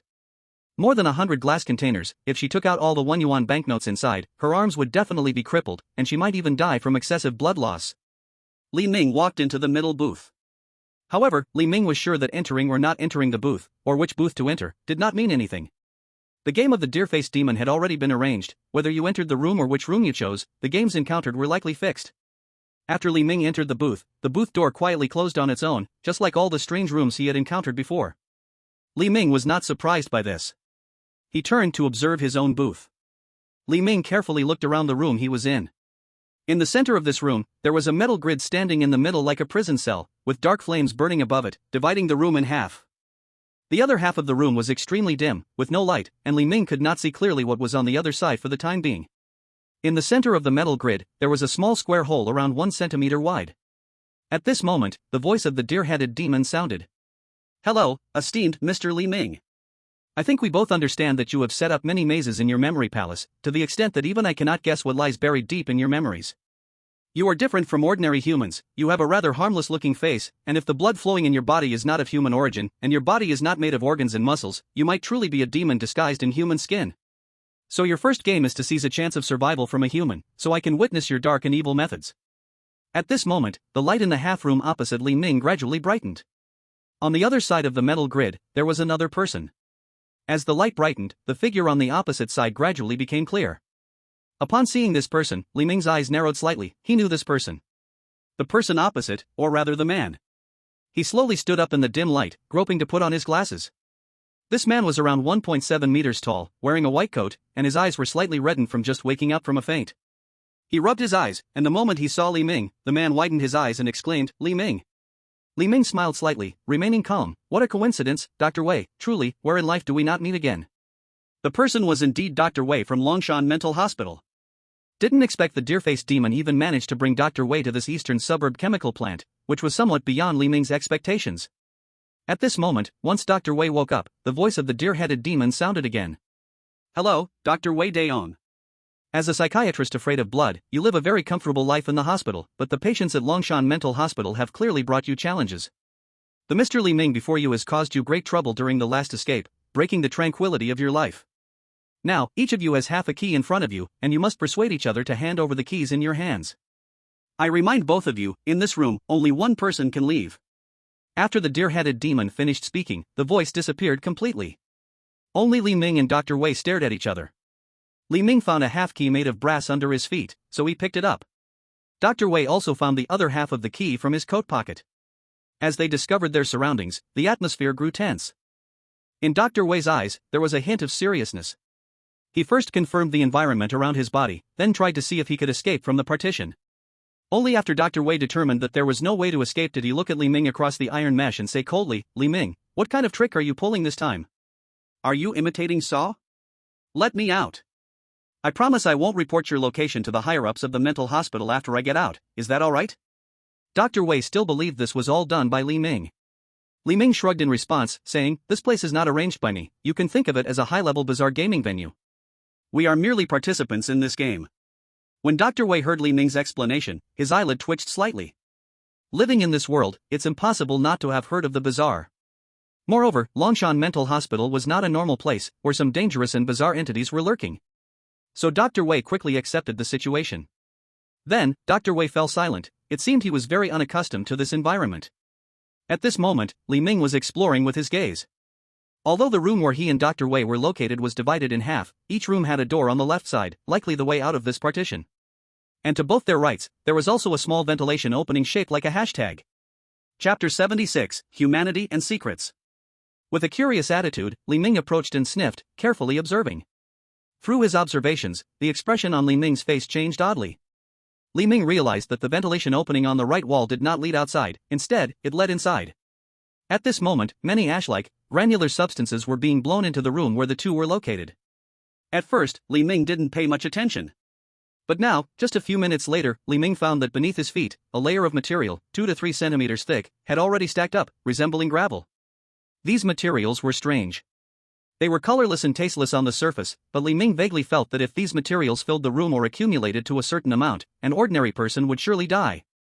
After all, this game was a devil's game. If he set up such a game, he would definitely use certain means to limit the duration of the game. Because in this life and death game, having limitations would make it more compelling and exciting. Li Ming's actions also caught Dr. Wei's attention. Dr. Wei saw the tiny particles being blown in through the ventilation opening on the right side, his expression serious. He picked some up and rubbed them with his fingers. Who would have thought that these tiny particles instantly merged into his skin, causing a bruise of over 10 centimeters to appear on his palm? A dull pain surged into Dr. Wei's brain. Dr. Wei gritted his teeth, stunned. These granular things can penetrate through the skin and mucous membranes, blocking the flow of blood in the vessels. Damn it! Seeing Dr. Wei's actions, Li Ming couldn't help but nod in admiration. Dr. Wei is truly remarkable, possessing the spirit of Shinnom, tasting hundreds of herbs for medical research. I am ashamed. Upon hearing this, Dr. Wei's face darkened. At this moment, Li Ming was calm and unhurried, directly leaning against the left wall, away from the ventilation opening on the right, and began to browse his phone. He opened the live streaming rooms of Wu Yueli and Shanghai. After seeing their situation, Li Ming quietly watched for a while and found it somewhat amusing.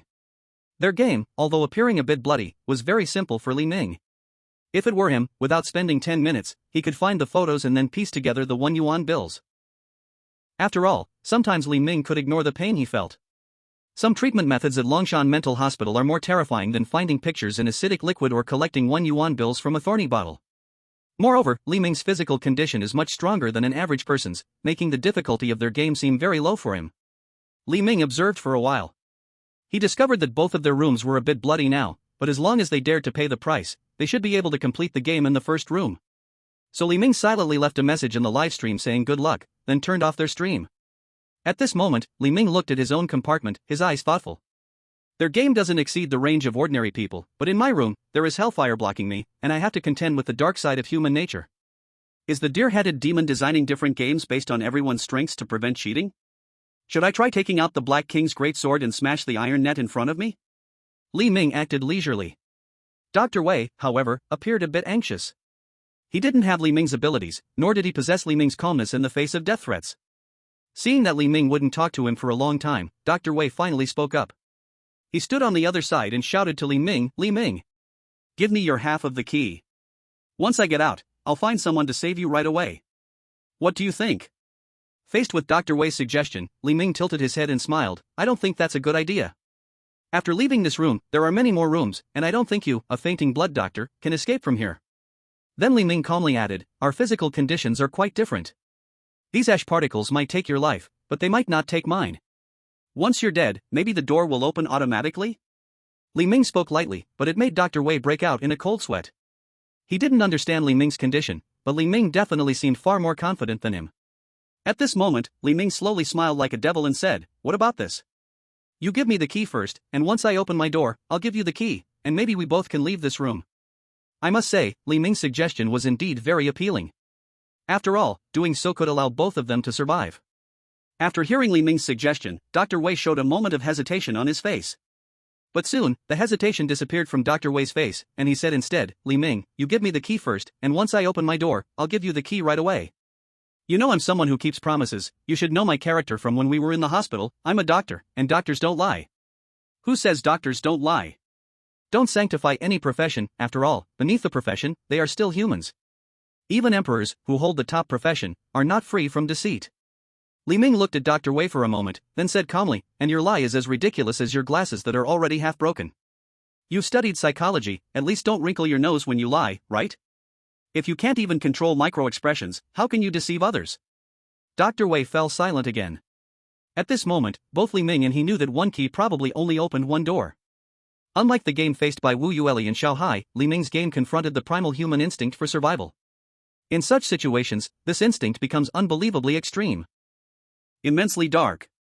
In this game, the initiative is not solely in Li Ming's hands. If it weren't for a layer of iron mesh, Li Ming felt that Dr. Wei would likely come up and fight with him for half of the key in his hand. Dr. Wei didn't have many chips in his hand. But suddenly he remembered something very important, and with a face full of confidence, he said to Li Ming, "Li Ming, if you give me that half of the key, I will reveal an amazing secret to you, a secret about your origins, which also relates to your past." Li Ming's face changed upon hearing Dr. Wei's words. Before escaping from Longshan Mental Hospital, Dr. Wei was indeed his attending physician, and he might really know some secrets about himself. But Li Ming smiled, standing before the iron mesh, his eyes fixed firmly on Dr. Wei.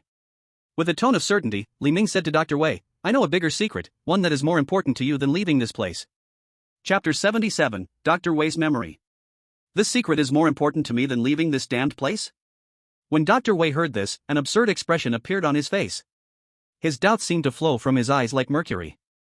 After all, Dr. Wei knew that remaining in this compartment under these circumstances would inevitably lead to his death. Those colorless particles, like sand, would accumulate to a certain extent. They would stick to the heart or the blood vessels of the large arteries and veins, causing these terrifying particles to block the blood vessels, making it impossible to save oneself. Moreover, the death caused by this kind of vascular blockage would be very ugly.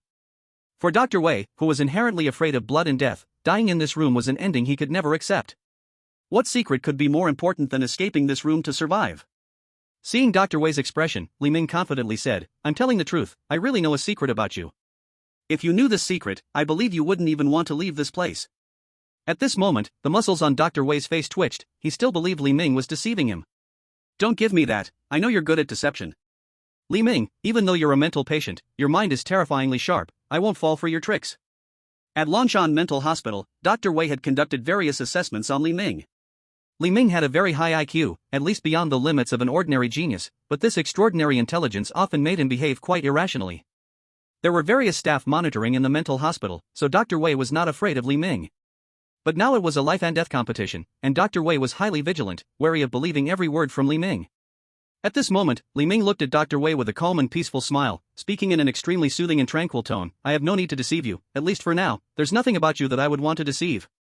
Last year, Longshan Mental Hospital, Ward 101, January 14th, a Thursday, which is the 8th day of the 12th lunar month. Do you remember what happened? After hearing what Li Ming said, Dr. Wei showed a hint of disdain on his face.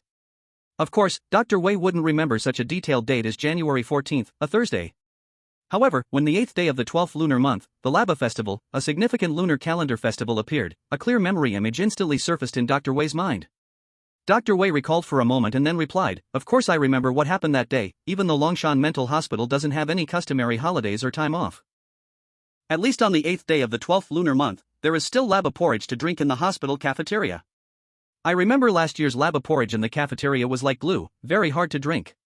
Li Ming, hearing this, raised the corner of his mouth into a dangerous curve and asked with a smile, "So, what happened after you drank the laba porridge while running? Do you still remember? What happened after drinking the laba porridge? Wait."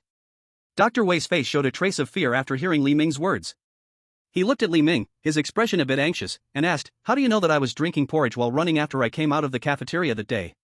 It was dinner time, and you heavy mental patients should have been locked up in separate rooms. You shouldn't know what I was doing. Li Ming slightly raised his chin, his face wearing a mysterious expression. "There's a lot more you don't know, think carefully. What happened after you drank the laba porridge?" When Dr. Wei was asked this question, his face showed a confused expression. After a moment, his brows furrowed, and he started pressing his fingers tightly. He even clenched his fists so tightly that the joints of his hands turned pale. It seemed that he was really trying hard to recall what had happened. But soon, Dr. Wei realized that the events of the 8th day of last year's 12th lunar month, like the ruined Tower of Babel in history, seemed to exist in his memory palace but also not exist. And every time he tried to specifically recall what had happened that day, his head would hurt as if someone was poking his brain with a steel needle.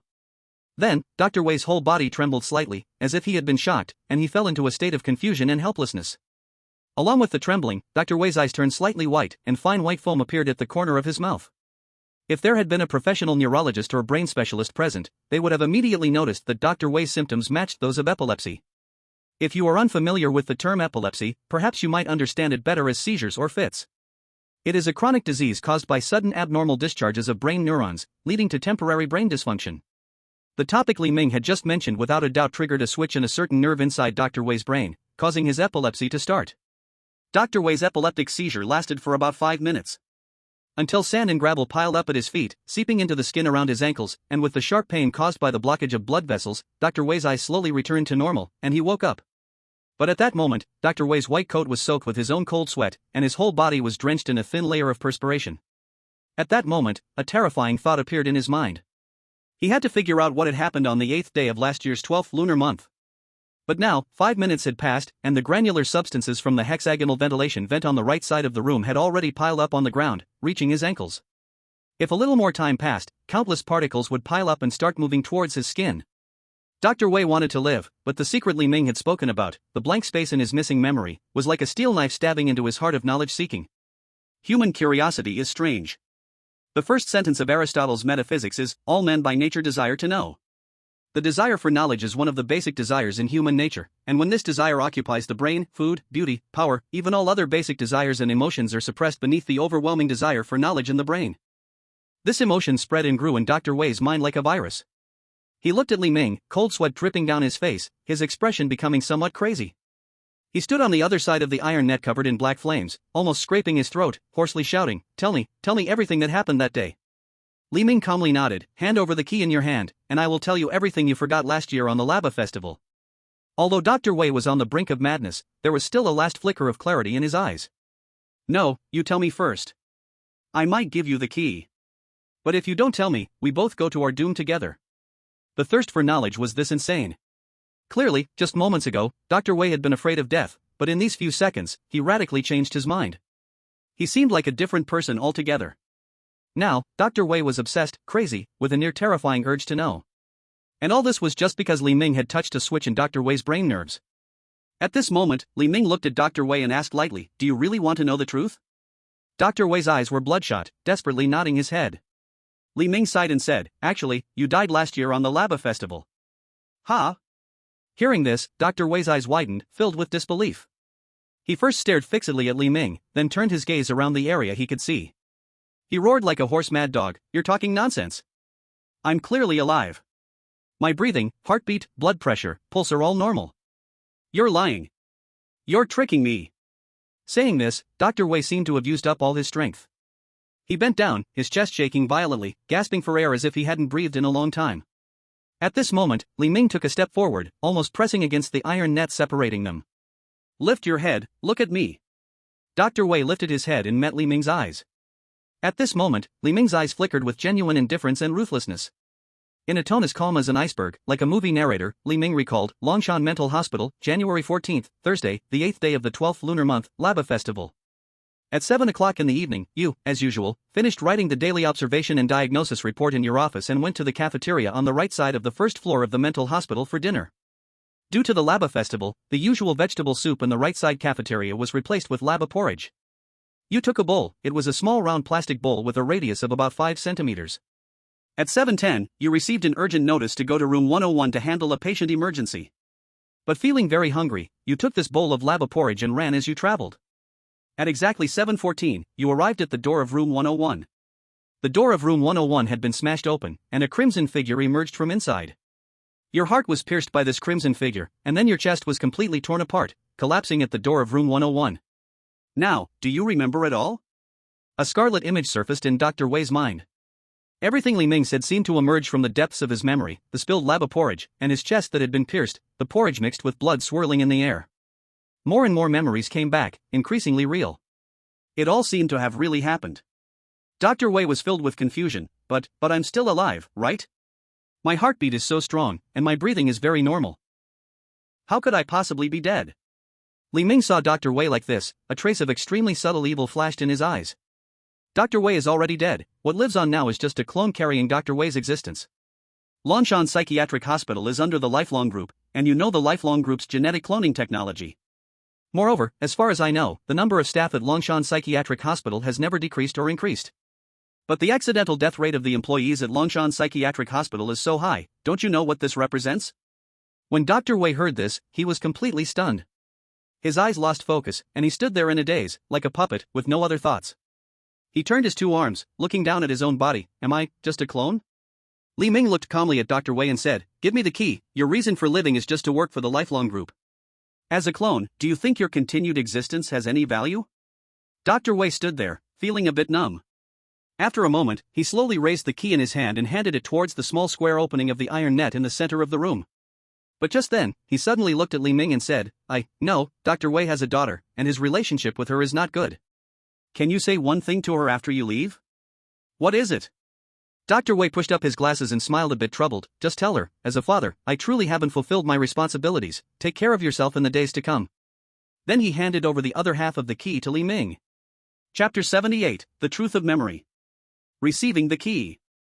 Li Ming assembled Dr. Wei's half of the key with his own other half. As a key, this brass key was just an ordinary door key, nothing special about it. He inserted the key into the keyhole of his left door and opened it. Pushing the door open, Li Ming found a dark and narrow corridor inside. At this moment, looking at the brass key stuck in the door, Li Ming paused for a moment. The key did not disappear, it could be reused repeatedly. Seeing this scene, Li Ming smiled silently in his heart. Sure enough, this deer-headed demon wants to test the limits humans will go to for survival, doesn't it? Or in his eyes, should humans stop at nothing to survive? Thinking of this, Li Ming, standing at the door to leave the room, turned back and glanced at Dr. Wei. On the other side of the iron net in the room, Dr. Wei's eyes also coincidentally met Li Ming's, who was about to leave. Seeing Li Ming's expression, which held both mockery and ease, Dr. Wei suddenly felt that something was wrong. Suddenly, certain memories surged in Dr. Wei's mind, and he exclaimed, Wait! Li Ming, how do you know what happened last year on the Laba Festival? I distinctly remember that you weren't in my ward at that time, and your room was several floors away from 101. You couldn't possibly know what happened that day. Li Ming heard Dr. Wei's reaction and could no longer hold his expression. He burst out laughing. Then Li Ming revealed a piece of news that filled Dr. Wei with despair. The story I just told was made up on the spot. How is it? Still seems real, right? When Dr. Wei heard Li Ming say this, he felt as if struck by lightning, frozen in place. What did you say? You made it up? How is that possible? What Li Ming just said sounded very real to Dr. Wei, as if it had truly happened. Even just now, Dr. Wei momentarily thought he was a clone created by the Eternal Life Group, that dying was trivial and meaningless. But now, the reversal came too quickly, leaving his brain somewhat deprived of oxygen.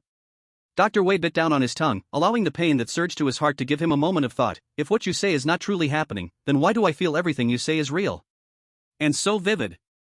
Li Ming pointed at Dr. Wei's head and asked, Dr. Wei, have you taken the time to do a full body checkup in the past 2 years? Especially on your brain? Hearing this from Li Ming, Dr. Wei's brows furrowed slightly.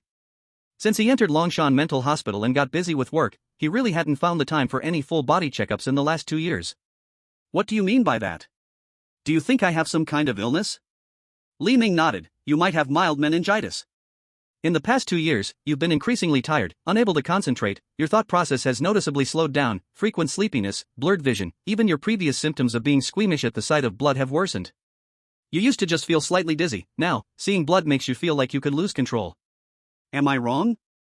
Doctors don't always treat themselves, perhaps that's how it is. Some doctors can clearly identify patient symptoms, but sometimes, they might not even notice their own health issues. Upon hearing Li Ming's words, a look of dawning realization emerged in Dr. Wei's eyes. He had thought his condition was just a sign of middle age, weakness, and kidney deficiency. He never expected it could be meningitis. But soon, he still questioned, but I remember everything you just mentioned clearly, as if it really happened. On the 8th day of the 12th lunar month, I have memories before 7 o'clock. Those events truly happened, and the things after that, although uncertain, also seem to be real. Li Ming nodded. That is indeed the case, some things have truly occurred. For example, you really ate laba kanji last year on the 8th day of the 12th lunar month. I saw the records clearly in some internal documentation from the mental hospital. After you had your first spoonful of laba kanji, you experienced an epileptic fainting spell. However, it seems you did not manage your relationships with your colleagues well. Your epilepsy, hardly anyone reminded you about it when you woke up. Hearing this, Dr. Wei looked at Li Ming with eyes filled with fear. As a psychiatric doctor, Dr. Wei had also studied psychology. He understood how easy it is for someone who doesn't even know they have meningitis and epilepsy to have their memories controlled. With an expression of disbelief, he looked at Li Ming and said, So, you mean, the repeated mention of the 8th day of the 12th lunar month, these terms like laba festival are like anchor points, designed to induce memories of the day I had my seizure. To let you use this recall of my epilepsy to create a trigger, allowing me to experience seizure symptoms again. Ultimately, in those brief minutes of my seizure, you conducted deep induction on me? Making me believe the story you told? Li Ming nodded. That's right. As a patient with meningitis and epilepsy, if one masters the corresponding psychological techniques, during that seizure-inducing period, I could even make you believe you are the reincarnation of Sun Wukong or Optimus Prime. Of course, it needs a mix of reality and fantasy stories, plus your meningitis-related epilepsy symptoms, and your memory can be easily manipulated. But the closer the memories are to reality, the easier they are to alter successfully. What I just said is not impossible, don't you think? Indeed, there is a room 101 in Longshan Mental Hospital. They're truly imprisoned powerful and strange beings. However, all of this was just a combination of reality and illusion by Li Ming, a way to lure Dr. Wei.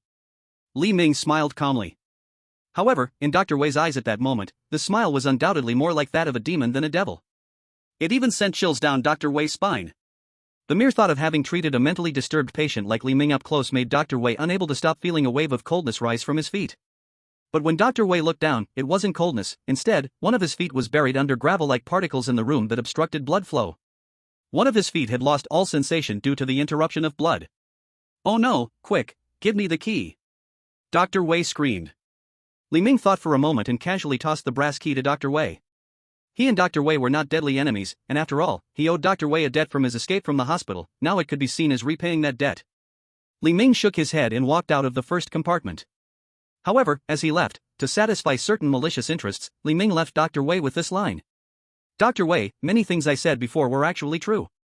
The medical staff in Longshan Psychiatric Hospital has never changed, but you know that many incidents of injuries and deaths among medical staff occur every year inside. How can you be sure you are not one of them? Can you be certain that the current you is really Dr. Wei? Chapter 79, 3 Losses. A dark, narrow corridor. Gears, pipes, iron plates, wires, chemical paint.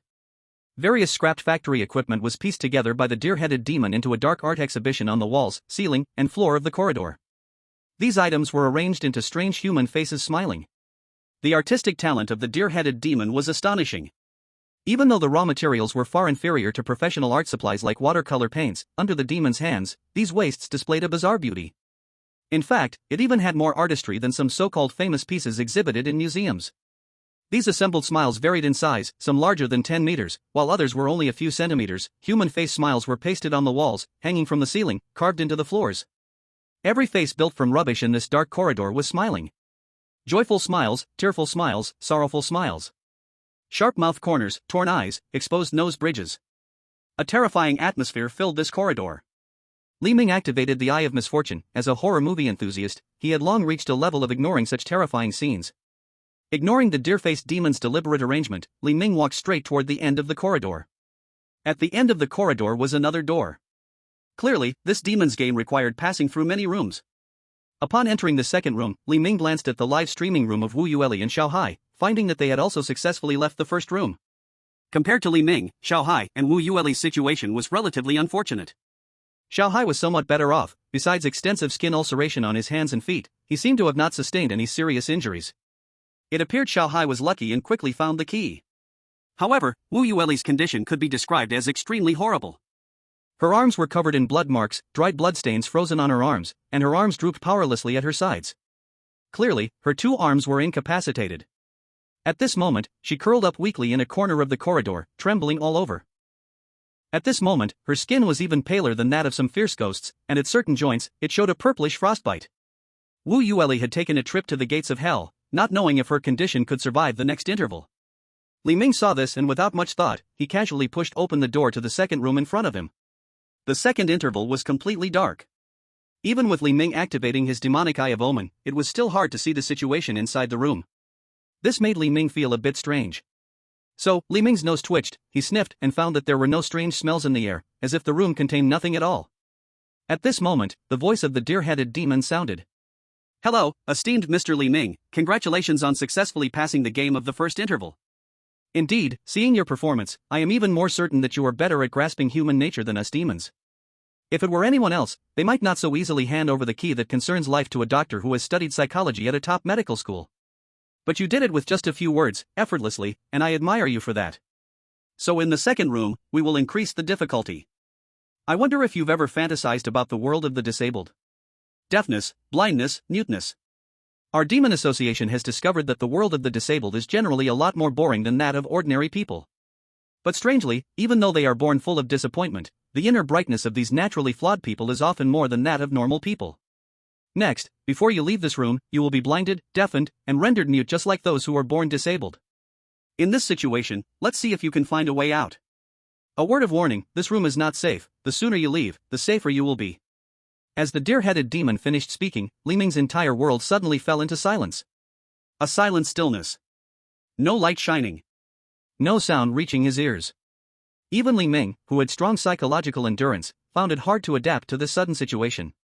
If it were just simple blindness, it wouldn't be scary.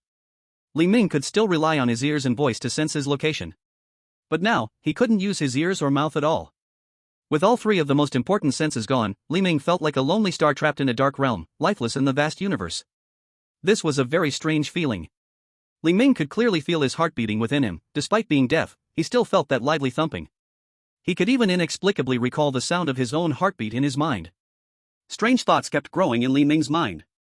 His blood flowed like oceans and lakes. His thoughts danced wildly like grass ignited in a field.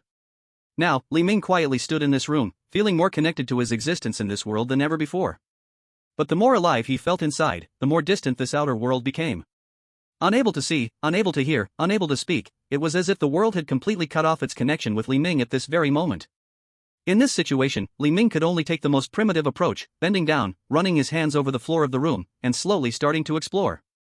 Unable to see, unable to hear, unable to speak. This situation was incredibly difficult for a normal human, making it hard to adapt. Because having grown accustomed to the presence of eyes and ears, when something happens, you would first instinctively look up to see. After hearing any noise, one would use their ears to listen. But now, Li Ming could only rely on the touch of his skin to provide feedback. Li Ming quickly grasped the size of the room. With me in the center, 20 meters to the left, 19 meters to the right, and 10 meters forward, a total of 390 square meters, this is the size of this room. This room is not just any size, the deer-headed demon must have deliberately arranged it this large to prevent me from slowly exploring every corner. And according to how demons enjoy teasing the heart, the key might not necessarily be on the floor, it could be hidden on the wall, or even on the ceiling, or beneath the floor. Li Ming stood dazed for a moment, thinking of a countermeasure in his mind. Suddenly, he remembered what the deer-headed demon had said, the light in the hearts of the disabled may be brighter than that of the able-bodied. Since that is the case, then I am truly a blind, deaf, and dumb person now. Chapter 80, Xiaohai's Choice. Li Ming was thinking, if a truly born disabled human stood here, how would he leave this room? If there really was a person who was born deaf, blind, and mute, how would he cope with the ordinary, complicated life? Li Ming quietly stood still, motionless, letting time pass by. In Li Ming's mind, a character with such birth disabilities appeared quietly. From the moment of birth, this person had never seen light, never heard a sound, never spoken a word. The bustling noise of the world had nothing to do with him at all. The sunrise in the morning, the smile of a lover, the rainbow after rain, and the passers-by on the street. His mother's reminders, his lover's soft words, the evening breeze, and the singing birds in the sky. These were all things this person had never known. So what would his world become? Would it necessarily be darkness? Darkness?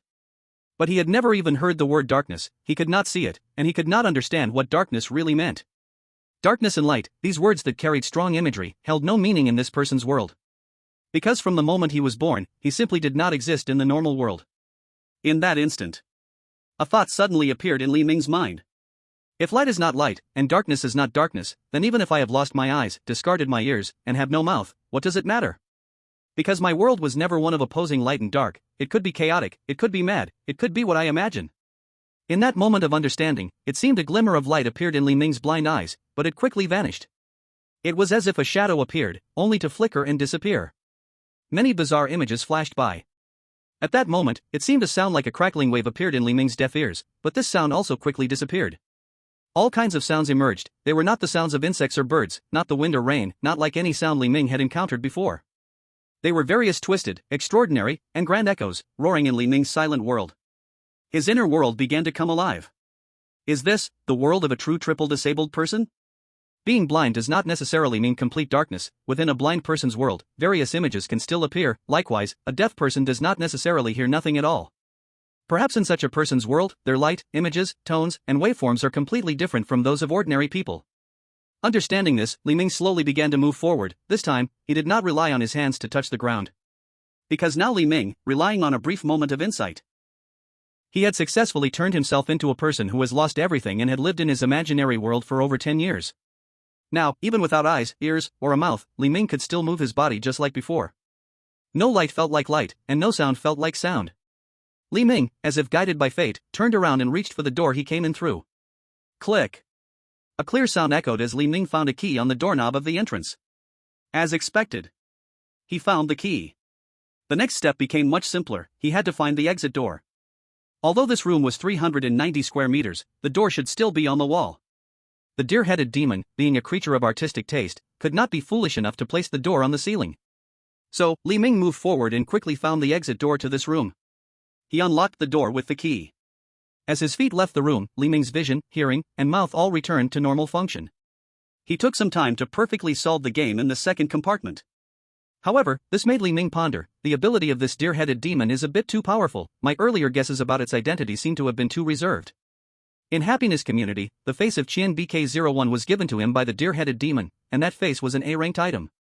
Now, this guy could also freely rob others of their senses. Such a level of power is far beyond that of ordinary demons. But now was not the time to think too much.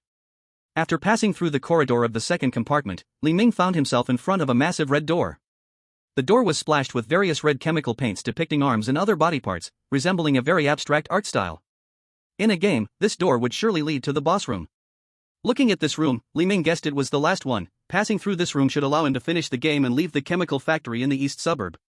However, it was still early, far from 4 o'clock in the morning, so Li Ming took some time to check his phone livestream to see how the two unfortunate souls who came with him were doing now. First was Wu Yueli. At this moment, Wu Yueli was in terrible shape. While Li Ming had already passed the second compartment, she was still lying collapsed in the corridor after the first compartment. Just moments ago, Wu Yueli had been leaning against the wall, but now she was completely on the ground. Her breathing was shallow, and her eyelids drooped, her body twitched occasionally, appearing to be in a semi-shock state. Seeing this, Li Ming frowned slightly. Wu Yueli had bled heavily in the first room, and if she didn't receive a blood transfusion immediately, it looked like her life would be in danger. As for Xiao Hai, he had entered the second compartment by now. Unlike the game that Li Ming experienced, the demon had prepared a simple test of courage and ability for this regular person, Xiao Hai. Upon entering the second compartment, Xiao Hai found himself pinned down on a mechanical iron bed made of various machines from the chemical factory. His upper body could move his hands, but his lower body was trapped under a large hydraulic press weighing several tons, pressing tightly against his legs. This force was just enough to immobilize Xiao Hai on the iron bed. On either side of Xiao Hai were a pair of roughly 30-centimeter long machetes and a tilted balance container. One side of the balance container was empty. The other side was connected to the control room of the hydraulic press by a steel cable, which seemed to control the start button of the hydraulic press. At this moment, the voice of the deer-headed demon emerged from the cubicle where Xiao Hai was located. "Hello, Mr. Wu Hai. You are quiet and usually do not like to make choices, suffering from some choice anxiety. Even what to have for lunch could take you more than 10 minutes, even half an hour to decide. Now, this hydraulic press will drop in half an hour, and it will smash you into a bloody pulp. However, if you can balance the 20-kilogram weight on the scale, the press will stop, and you can leave. I calculated that most of the flesh above your waist weighs about 20 kilograms. It's time to make a choice: ultimate pain in your upper body, or death from your lower body being crushed. Everything is up to you. Chapter 81, Li Ming's Guidance. Ha! Xiao Hai's eyes widened as he took deep breaths. He felt the terrifying pressure of the heavy hydraulic press weighing several tons from the waist down, and then he tried to twist his body to escape the control of the press. But unfortunately, the press was as heavy as a mountain, suppressing him.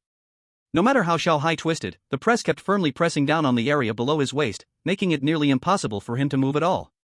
Above in the ceiling of the room was an antique clock. Xiao Hai could see it as he opened his eyes now. The pointer on the clock's dial was constantly moving, seemingly reminding Xiao Hai that time was running out, urging him to make a choice quickly. Pressure. Enormous pressure. This kind of pressure that could bring death was truly terrifying. Xiao Hai felt like his breathing was all mixed up. At this moment, Xiao Hai glanced at the machete gleaming coldly by his side, showing a hint of fear on his face. The meaning of the deer-headed demon was clear: as long as Xiao Hai could chop off the flesh of his upper body with this machete and place it on the other side connected to the hydraulic control lever scale. Once he gathered enough weight of 20 kilograms, which is 40 pounds, he could leave. Xiao Hai's mind was racing in a frenzy. I weigh around 130 pounds, and I ate a lot today. I should be about 135 pounds. No, the food is in my stomach. The scale needs 40 pounds of flesh. If I cut off my upper body flesh, then... Thinking about how much 40 pounds of flesh was made Xiao Hai feel waves of fear. If he filled that scale, his upper body would probably just be a skeleton. The more he thought about this issue, the stronger the fear in his mind became. But if I don't fill up the scale... Looking at the hydraulic press, which was motionless and heavy as an iceberg on his lower body, Xiao Hai felt a sense of helpless sorrow. Why am I so unlucky? Could it be because Yuli and brother Li Ming are together? Last time at Bright Hospital, Xiao Hai had already experienced the feeling of having flesh scraped away from his body. He had crashed directly into the arms of the sewing monster, causing the ghostly hands within to rip away large chunks of flesh from him. The agony of nerve-wracking tearing was still fresh in Xiao Hai's memory. Now to escape this cubicle, Xiao Hai had to endure that kind of pain once again, and to balance the scale beside him required 40 pounds of flesh, even more than what he lost last time at Bright Hospital. Thinking back, the strange live broadcasts he did before with Wu Yuli were not as terrifying as this. Although he faced some slightly scary scenarios while live streaming with Wu Yuli, it was nowhere near the level of nerve-wracking experiences like at Bright Hospital or this East Suburb chemical plant. Li Ming. Suddenly, the image of Li Ming chatting comfortably with the deer-headed demon appeared in Xiao Hai's mind. Last time at Bright Hospital. Li Ming had a strange skill: he could even rip apart the mutated vice principal. He suddenly realized that simply being near Li Ming could put him in danger. Therefore, he made a firm decision: if he could survive leaving the Dongjiao chemical plant this time, he would never see Li Ming again. However, when Xiao Hai reached for the 30-centimeter cleaver and saw the glint of cold light on it, he found it hard to harm himself. Just as Xiao Hai hesitated, his phone suddenly rang. "You have received a live broadcast message. Xiao Hai, hurry and look at your phone. It's me, Li Ming." The electronic synthetic voice of the livestream sounded a bit cold. But for some reason, hearing the name Li Ming filled Xiao Hai with a sense of hope. Xiao Hai quickly reached out with one hand and picked up the phone beside him. Earlier, Xiao Hai's phone had been resting beside the steel bed where he lay, perfectly positioned to capture everything happening in his confinement. At this moment, when Xiao Hai picked up the phone, there weren't many people in the livestream, just Li Ming and a few chatbot messages. After all, Xiao Hai was only a photographer with no audience, his account was new, and the situation was generally the same. Seeing Li Ming's urgent message, Xiao Hai quickly asked, "Li Ming, hurry, think of a way to save me." "I don't know what to do." Li Ming sent another message, saying, "Don't panic. The deer-headed demon might be testing your courage. What's the harm in waiting for half an hour? Wait half an hour? You're not the one trapped under the hydraulic press, big brother. What if the press really comes down? I will die a terrible death." "Everyone dies eventually, early or late, we all must die." Xiao Hai was so anxious that cold sweat broke out on his forehead. "Li Ming, at this time, please don't joke with me. What can I do to escape?" Li Ming calmly scanned the situation Xiao Hai was facing through the phone and typed a message saying, "Since you're afraid to cut your flesh, why not try trimming a bit off the excess on your leg? Although it will still hurt, this method seems more acceptable." The hydraulic press wouldn't start for another half hour. Xiao Hai could easily cut away some flesh from his leg to create a gap between him and the press, which might allow him to escape. Although it would still involve some pain, at least it would be easier than cutting off most of the flesh from his upper body. Just as Xiaohai was about to make a move, Li Ming sent another message, saying, "Wait, I thought of another way." You don't have to hurt yourself at all. Seeing Li Ming say this, Xiaohai quickly asked, what method? Hurry and tell me, Li Ming. Li Ming surprisingly fell silent for a few minutes at that moment. The sudden silence made Xiaohai's nerves tense up instantly, which was unbearable. After all, with each passing minute, he was getting closer to death. In such a situation, Li Ming's silence was agonizing for Xiaohai. So, Xiaohai shouted, Li Ming, if I can escape this time, I'll treat you to a feast. Li Ming continued to type, asking, a feast? Sorry, Wu Yueli just woke up in the corridor, and I spoke a few words with her in her livestream. But do you really plan to treat me to a feast? Xiaohai gritted his teeth and said, yes, as long as you save me, Li Ming, I'll treat you to anything in Jiangcheng, delicious mountain and sea delicacies, you name it. Li Ming nodded in satisfaction. Since that's the case, let me tell you. You are only 20 centimeters away from the balance, why not try pressing it down with your hand? As a big man, you should have at least 40 pounds of strength, right? Ha! When Xiaohai heard this, his eyes widened. His eyes were filled with disbelief. Using my hand to press down? Right, how did I not think of that? The balance is only 20 centimeters away from me, and one of my hands can definitely reach it. Chapter 82, The Big Red Partition. Li Ming's reminder made Xiaohai feel as if he had been awakened by a sudden realization. As they say, those in the situation are confused, while outsiders see clearly. Since Xiaohai entered this partition, the deer-headed demon had been using various psychological hints to suggest to him that there was only one way to escape this room. That was to use flesh and blood to balance the scale next to him. This suggestion was obviously limiting Xiaohai's actions and placed a cleaver beside him. A normal person's thoughts would typically lean in that direction. Moreover, the deer-headed demon had set a half-hour time limit. Half an hour is neither long nor short. 30 minutes is enough time to do many things in everyday life. But in this tense environment, for Xiaohai, who suffered from decision-making difficulties, half an hour really meant he could do nothing. Usually, when ordering takeout, if he encountered two identical restaurants, he would spend a full half hour comparing all the reviews before deciding. Now, having to choose between his upper body or lower body in half an hour was severely shortening Xiaohai's thinking space, forcing him to make an agonizing choice regarding his own body. Therefore, in this situation filled with extreme crisis and pressure, Xiaohai simply couldn't spare any extra thoughts to figure out how to break the deadlock. After all, during this time, he couldn't even choose takeout, let alone decide whether to preserve his upper body or lower body. Saying Xiaohai was a C-grade demon hunter was a compliment. His only merit was having the courage to follow Wu Yueli, a young girl, around to strange places broadcasting with a camera. As for the knowledge taught to demon hunters at the beginning about remaining calm and collected when facing the bizarre, he was not the type to apply that in real situations. When facing life and death choices, what Xiaohai displayed was the human instinctual fear of death. The deer-headed demon was skilled in manipulating human nature. Without Li Ming's guidance, it might have been possible for Xiaohai to die in this second partition today. At this moment, Xiaohai had to extend one arm to press down on the balance next to him. Li Ming reminded him, don't let go right away after pressing down, perhaps the demon has placed a spring-like device on this hydraulic press to prevent you from cheating and to teach you a lesson. Xiaohai nodded. Then, he used one hand to press down hard on the balance. As the tilted balance was corrected, the massive hydraulic platform pressing on Xiaohai's legs slowly lifted away. Blood began to flow back in his legs, and he slowly felt a sense of revival. Aware of his legs, Xiaohai carefully jumped off the platform while letting go of his arm resting on the balance. Boom! The massive hydraulic platform crashed down as soon as Xiaohai's arm left the balance, smashing the steel bed surface into pieces. Seeing this, Xiaohai's forehead broke out in a cold sweat. If he had let go right after pressing the balance, his body would have been crushed by the hydraulic platform in an instant. Brother Li Ming is truly impressive, he figured out so much just from the live feed on my side. At this moment, Li Ming opened Wu Yueli's livestream.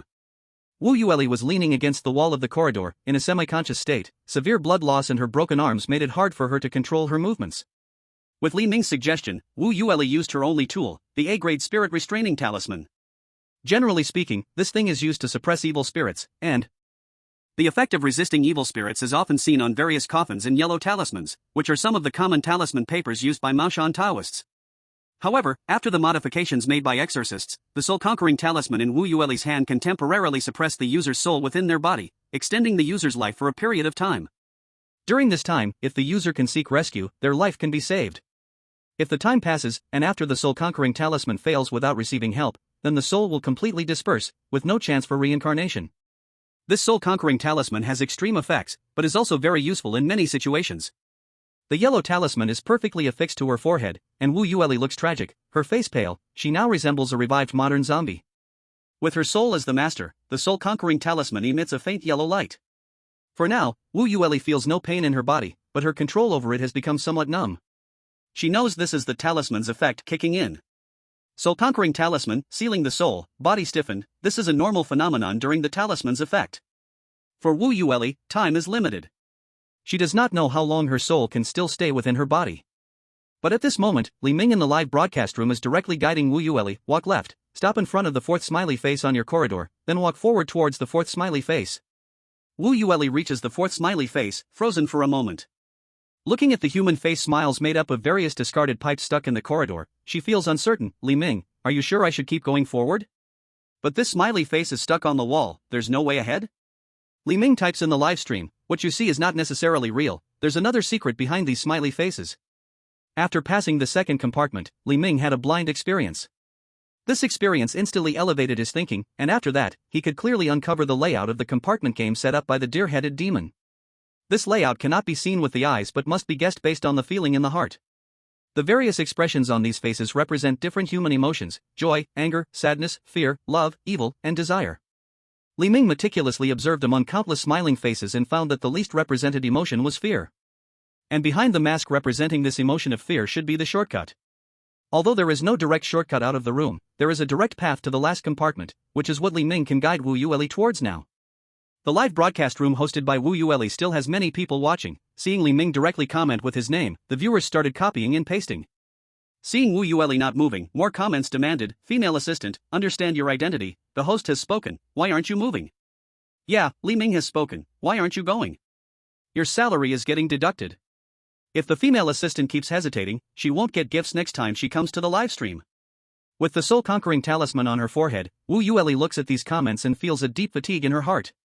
However, she still follows Li Ming's instructions and takes a step towards the fourth smiling face that represents fear. As she takes this step, indeed, there is no wall ahead, but instead, another hidden corridor appears in front of Wu Yueli, and at the end of the corridor stands a large red door to the compartment. Chapter 83, Consideration of Human Nature. At this moment, Li Ming stands in front of the red door. Without hesitation, he walks into the compartment corresponding to this red door. As Li Ming enters this final compartment, in an instant, a great shock occurred within the red door. Click, crackle, ding. There were sounds of rotating gears and the movement of huge mechanical levers. This room was like an old mechanical clock, with various rusty parts making noise as they functioned. I must say, the mix of these sounds was a bit noisy. But it was within a range that Li Ming could accept. Li Ming stood quietly in front of the door, a trace of mockery on his face, and said, as a demon, do you enjoy changing the rules of your game at the last minute? Won't your peers laugh at you? The voice of the deer-headed demon came into the room. Oh, Mr. Li Ming, please do not misunderstand. It is just that you performed too well in the first two games, and you also helped the other two participants just now, so based on your performance, I plan to upgrade your game a bit. I hope you can find joy in my game. Besides, as a demon, I do not possess human emotions, feelings like shame do not exist for me. Upgrade? The deer-headed demon slowly continued, before you helped the other two contestants, I thought your existence might be above the emotions of weak humans. But in that moment just now, I saw that you still retain some humanity. I am not sure how much humanity exists in your character, so I want to test this humanity of yours. Test my humanity? Hearing the deer-headed demon say this, a trace of dark energy flashed in Li Ming's eyes, a shadow even he could not recognize. Li Ming recalled and silently said, the last guy who tested my humanity is probably reincarnated several times by now. The deer-headed demon showed no reaction to what Li Ming said. At this moment, light slowly appeared in the room. Rays of light filled the space, making the room look like a calm and elegant white hall. In the center of the hall stood a weak, hunched figure. Most striking was that she wore a shabby dark peony-patterned cotton coat, standing there looking confused and helpless. Am I not at home? Where is this place? A weak voice came from her mouth. Upon seeing this figure, Li Ming's eyes widened. The old lady from room 104. The deer-headed demon's slightly pleased voice came out, Mr. Li Ming, this old lady is a resident of room 104 in your happy community. She once kindly took you in and helped you. But now, you must make a choice. The area under your feet and this old lady's is filled with deadly chemical liquid. Don't think that your strong physique can withstand the chemical liquid. I can clearly tell you that if the hall floor opens, the toxic gas released will be enough to instantly corrode you into a pile of bones. The key is in the old lady's hand, you can take it from her and leave calmly. Of course, once one person leaves, the floor here will instantly shatter, and one person in this room is destined to die. Please make your choice, Mr. Li Ming. Do you wish to preserve your remaining humanity, or do you decide to completely abandon humanity and step into darkness? I look forward to your choice. After the deer-headed demon finished speaking, he vanished in an instant. But Li Ming knew this guy was definitely hiding somewhere, wearing a self-satisfied smile while watching the game he set up. Li Ming was indeed mentally ill and had a bit of rebellion and madness. But deep down, Li Ming always regarded himself as human. Looking at the old lady standing in the center of the room, Li Ming let out a deep sigh.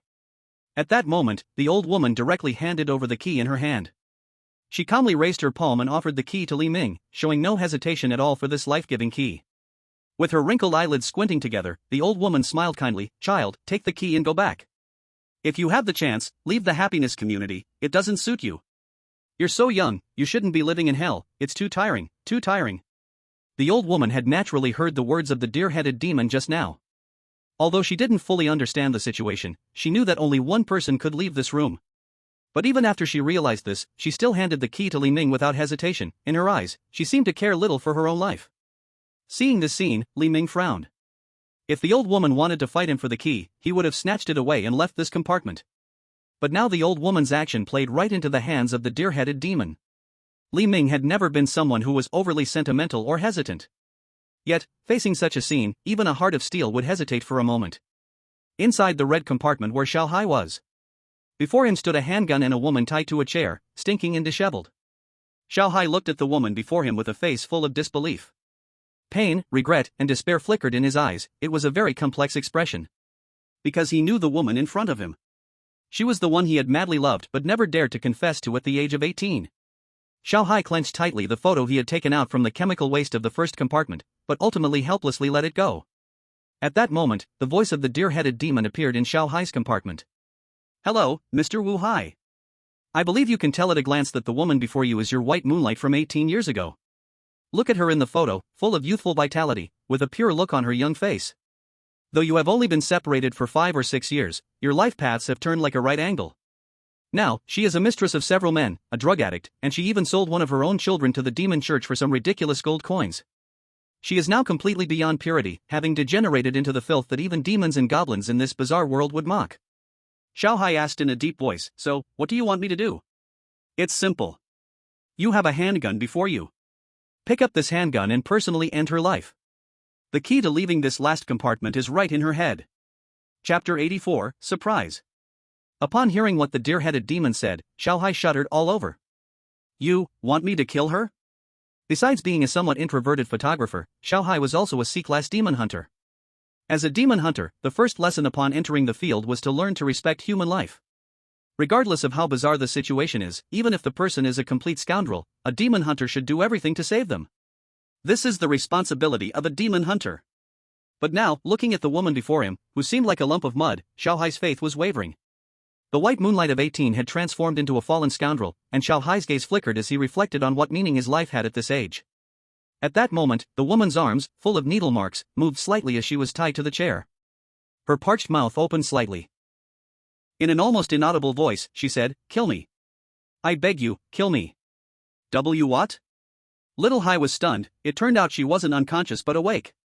A drop of dried tear traced her pale, wrinkled face as she lifted her head, as if recognizing Little Hai. She opened her mouth and, with a weak voice, bitterly smiled and said, "Little Hai, you are still the same as years ago, a bit dull, wearing glasses, with a scholarly air. Just like I remember, not a bit has changed." Little Hai's expression was somewhat bitter. "Yeah, I haven't changed much, but you have completely transformed, I can barely recognize you." She said painfully, "Fate loves to play tricks on people. In fact, back then, I also liked you. Just kill me, leave this place, my life here has no value anymore." Little Hai looked at the gun on the floor, then at his former crush, his eyes filled with pain. To kill someone, especially his first love whom he once secretly admired. How could he do such a thing? Tears kept rolling down the woman's eyes, like rain, continuously dripping onto the floor, making a crisp sound. She looked incredibly pitiful. Like a little raccoon abandoned in a storm, unable to hide from the bullying of the entire world. Cough, cough, cough. The woman coughed up some thick blood, looking as if the ropes binding her to the chair were causing her distress. Seeing this, Little Hai quickly stepped forward to untie the ropes that bound her to the chair. Once freed, the woman gasped for air, her eyes showing a hint of relief. "Little Hai, if you don't kill me, you won't be able to leave this room." Soon, this place will be destroyed by that demon. You should kill me, hurry and leave. Little Hai sadly shook his head. No, I can't do it. Even if you are beyond saving now, you are still human. As an exorcist, how could I harm you? What are you doing? Suddenly, Little Hai was stunned. Because just as he was preparing to speak, intending to give a deep, heartfelt monologue, he saw the woman on the stool leap forward, picking up the black gun from the floor. At that moment, with the gun in her hand, she immediately turned around. She trembled her weak arms, raising the gun, her right index finger on the trigger, aiming the muzzle at Little Hai. Little Hai was dumbfounded at the sight. What are you doing? Little Hai felt a mix of anger and confusion. What did this woman want? He clearly wanted to save her. The corners of the woman's mouth twitched, her eyes filled with madness. Ha, Little Hai, your life is such a joke. You are clearly useless, yet you still cling to that worthless kindness. I've never liked a waste like you. Not for a second. That demon said, you also have a key in your head. As long as I kill you, I can get the key to leave this place, and I could even have a fortune I can never spend. Ha ha ha. The game of the deer-headed demon is always full of surprises. And this woman was the surprise the deer-headed demon prepared carefully for Little Hai. Hearing the woman's words, Little Hai felt his whole world beginning to collapse. He never expected his kindness would lead to such treatment. If the story began as a tragedy, Little Hai would darken and become the main character here. Unfortunately, Little Hai is not the main character and does not possess any systems or external aids. Now, Little Hai stood in place, watching the worldview crumble like a shattered mirror, slowly falling apart. He looked at the crazed woman aiming a gun at him, feeling as if he was about to go mad himself. Wu Yueli had a talisman stuck on her forehead. She slowly walked into the big red room. After entering the room, the big red door slowly closed, and then the dim lights in the room brightened. There weren't many things in this room, but Wu Yueli felt very familiar with it. An old plastic writing desk, a desk lamp made from an old-fashioned flashlight, a bunk bed, dozens of certificates hanging on the wall, some crayon drawings, and a few worn-out plush dolls. In this space of less than 10 square meters, it was full of life. Wu Yueli saw this scene and frowned slightly. She was too familiar with it. From the age of 1 to 18, she lived in this room, which was the bedroom she shared with her sister, Wu Xingli. And on the upper bunk, Wu Yueli saw a familiar figure. It was a mature woman with a resemblance to her, dressed in formal professional attire. Sister? Upon discovering her sister, the voice of the deer-headed demon echoed in the room. Hello, Miss Wu Yueli. Seeing this scene, I wonder if you are reminded of your unfortunate childhood, the less than 10 square meter room, the poor family, and that sister who always did better than you, who was always praised. An unfortunate childhood requires a lifetime to heal. Your strong character now is closely related to the oppression you suffered in your childhood, your comparisons, and the unequal treatment. Now, I will grant you an opportunity to heal your life. Wu Yueli frowned and asked, what do you mean? The deer-headed demon said, on that desk is a paper cutter. If you cut open Wu Xingli's belly, inside her stomach will be a key to leave here. I will give you a little help. You can kill Wu Xingli and continue living as Wu Yueli or live as Wu Xingli, either way. But I think Wu Xingli's life is the life you long for, the life you want to be praised and noticed by everyone. As long as you wield the knife to take the key, that brilliant life will become yours. Chapter 85, Granny's Family. Wu Yueli stood in front of the bunk bed in the room. She glanced back at the white paper cutter on the desk and picked it up in her hand. She knew very well the origin of this cheap and flimsy paper cutter. It was her first birthday gift she could remember. It was given to her by her sister, hand in hand. But that didn't mean that this paper cutter was warm. On the same birthday, their parents gave her sister, Wu Xingli, a beautiful dress with lace. And she was only worthy of receiving a ridiculous birthday gift like a paper cutter in that poor and discriminatory home. From this paper cutter onwards, Wu Yueli's entire childhood was filled with darkness. Although people often say children are naive, Wu Yueli could understand many things very early on, and she encountered the malice of this world. Clearly, it was the same exam. Wu Yueli studied hard and got 89 points, yet the response from her parents was silence. They looked at the score she obtained after months of hard work without even a simple, basic compliment. As for her sister, Wu Xingli, she only scored 90 points, and she hadn't even studied seriously, yet she received pocket money and heaps of praise from their parents, and was allowed to go out and play on weekends. While she was confined to that small room, not even allowed to step outside the door. Her parents. Wu Yueli had thought more than once. Are they really her real parents? Why, as twins, could she treat herself and her sister Wu Xingli so differently? Although Wu Yueli hadn't seen them since leaving home at 18, the hatred that lingered from childhood into adulthood was something she couldn't erase. Wu Yueli looked at her sister Wu Xingli lying on the bunk bed. Their faces were so alike. Seeing that familiar face so closely made Wu Yueli's expression show obvious hatred. From childhood to adulthood, whether at home or school, Wu Xingli was always ahead of her, stealing all the limelight. Even after becoming an adult, Wu Xingli's life was still in front of her. Wu Yueli had long passed the age of comparison, but her unspeakable jealousy towards her sister couldn't be hidden. The deer-headed demon wanted her to cut open Wu Xingli's abdomen, which made Wu Yueli very conflicted. After all, the woman lying in front of her was her own sister, a true blood relative. For a moment, she held the white paper cutter tightly, her gaze wavering, lost in prolonged silence. Li Ming did not think of himself as a good person. At the same time, Li Ming did not consider himself a bad person. Because the definitions of good and bad are vague and chaotic, this concept is evaluated differently based on perspectives. From the king's viewpoint, the ministers who invade the country and launch a coup are naturally bad people. But from the common people's view, the ministers who launch a coup to overthrow a decaying regime are seen as the best of people. So, good and bad depend on whose perspective you stand on. At this moment, from Li Ming's perspective, getting the key from the old lady to complete the game and leave this chemical factory in the eastern suburbs was certainly a good thing. And for the old lady, watching Li Ming leave alive was also a good thing. So taking the key and leaving was a great opportunity and the simplest choice at that moment. Li Ming looked at the key being handed over by the old lady. His eyes showed no hesitation. Li Ming was not the kind of person who would hesitate in life and death decisions, nor would he doubt if his conscience would bear a burden. For an ordinary person, conscience is a kind of self-psychological suggestion formed by the worldview and values in the process of growing up. A normal person usually asks themselves whether they are right or wrong before doing something unethical. Even if they don't ask, their conscience will still question them. If it weren't this way, doing bad things without confronting one's conscience would mean being an extremely unethical monster. Li Ming did not need to consider conscience at all, simply because he was mentally ill. A normal person's conscience is different from Li Ming's, and his might even be dark. But Li Ming still thought about some questions. What if I take the key and just leave? Am I indirectly causing harm to the old lady? Thinking of this, Li Ming's mind became clear, and he directly thought of the key issue.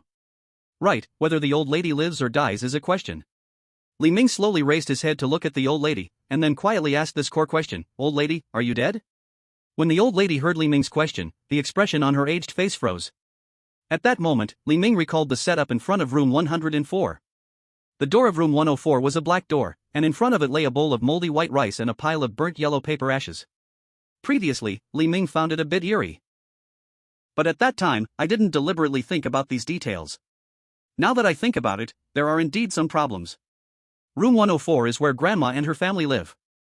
However, there is a bowl of white rice placed at the door, meant only for a ghost to eat. Moreover, the custom of placing white rice at the door and burning yellow paper is usually something done on the 7th day after a person dies. This means that when Li Ming first arrived at Happy Community not long ago, someone in room 104 must have just died. Li Ming had also seen the scene in room 104. The black pig in the main bedroom, which was flipping its skin, clearly wasn't human. It was an eerie monster that wouldn't be mourned by a person on the 7th day. In the kitchen, the spirit tablets of Grandma's children were posted, and the photos on them had already turned old from smoke and fire, indicating that Grandma's children had passed away long ago. So it was obvious for whom the white rice and yellow paper at the door of room 104 were prepared. But at this moment, Li Ming looked at Grandma again, even opening the ominous eyes, but he didn't see any strange aspect about her. There was no hatred, ghostly aura, or demonic energy usually found on eerie beings present on Grandma. However, at this moment, Li Ming sensed something unusual. Under the white light of this room, Grandma actually had no shadow. Li Ming turned to look back but could see his own shadow. When Grandma saw Li Ming examining the feet of both of them, she also looked down and, upon seeing that there was no shadow under her feet, a tear flowed from her old, wrinkled eyes, and she let out a helpless, bitter smile. In an instant, she recalled many things. I've been dead for a long time already. My old partner with Alzheimer's disease was hit by a truck 3 years ago. My son and daughter, one died of cancer, the other of kidney failure. They both died a year ago. I've been waiting for them to come back, but it seems I won't be able to see them again. Chapter 86: The End of the Game. Tears shimmered in Grandma's eyes, yet she wore a smile that seemed almost like a relief. She had been dead for a long time. On the 7th day, she returned to room 104 with her obsession. After that, she was left within the eerie rules of Happy Community. Even though she was the last one to die in the family, her obsession still made her want to go home and see her family one last time. At this moment, when her obsession was pierced by Li Ming, Grandma's whole being began to slowly become transparent. The fact that she could remain in this world was originally a kind of obsession, and once that obsession was uncovered, the only thing left for her to do was to disappear. The 7th day returns the soul, but does not return to the underworld. Grandma's current ending was to completely disappear between heaven and earth, making it difficult for her to partake in reincarnation. At this moment, Grandma looked at Li Ming with a relieved expression. Li Ming didn't know why, but he felt a bit of regret looking at Grandma. For fundamentally speaking, Grandma was not a bad person. Recalling how Grandma bravely came from the first floor to the fourth to remind Li Ming, even letting him stay overnight in her home, and how she kindly hosted the previous appearance of the vampire. It could be seen from her soul that she had no evil intentions. Grandma was truly a simple and kind-hearted person. She could be considered a good person, yet she was also a pitiful one. Her family had tragically died one after another under the torment of misfortune, and all she wanted was to see her family one last time, yet she now faced the fate of her soul dissipating without a place to return.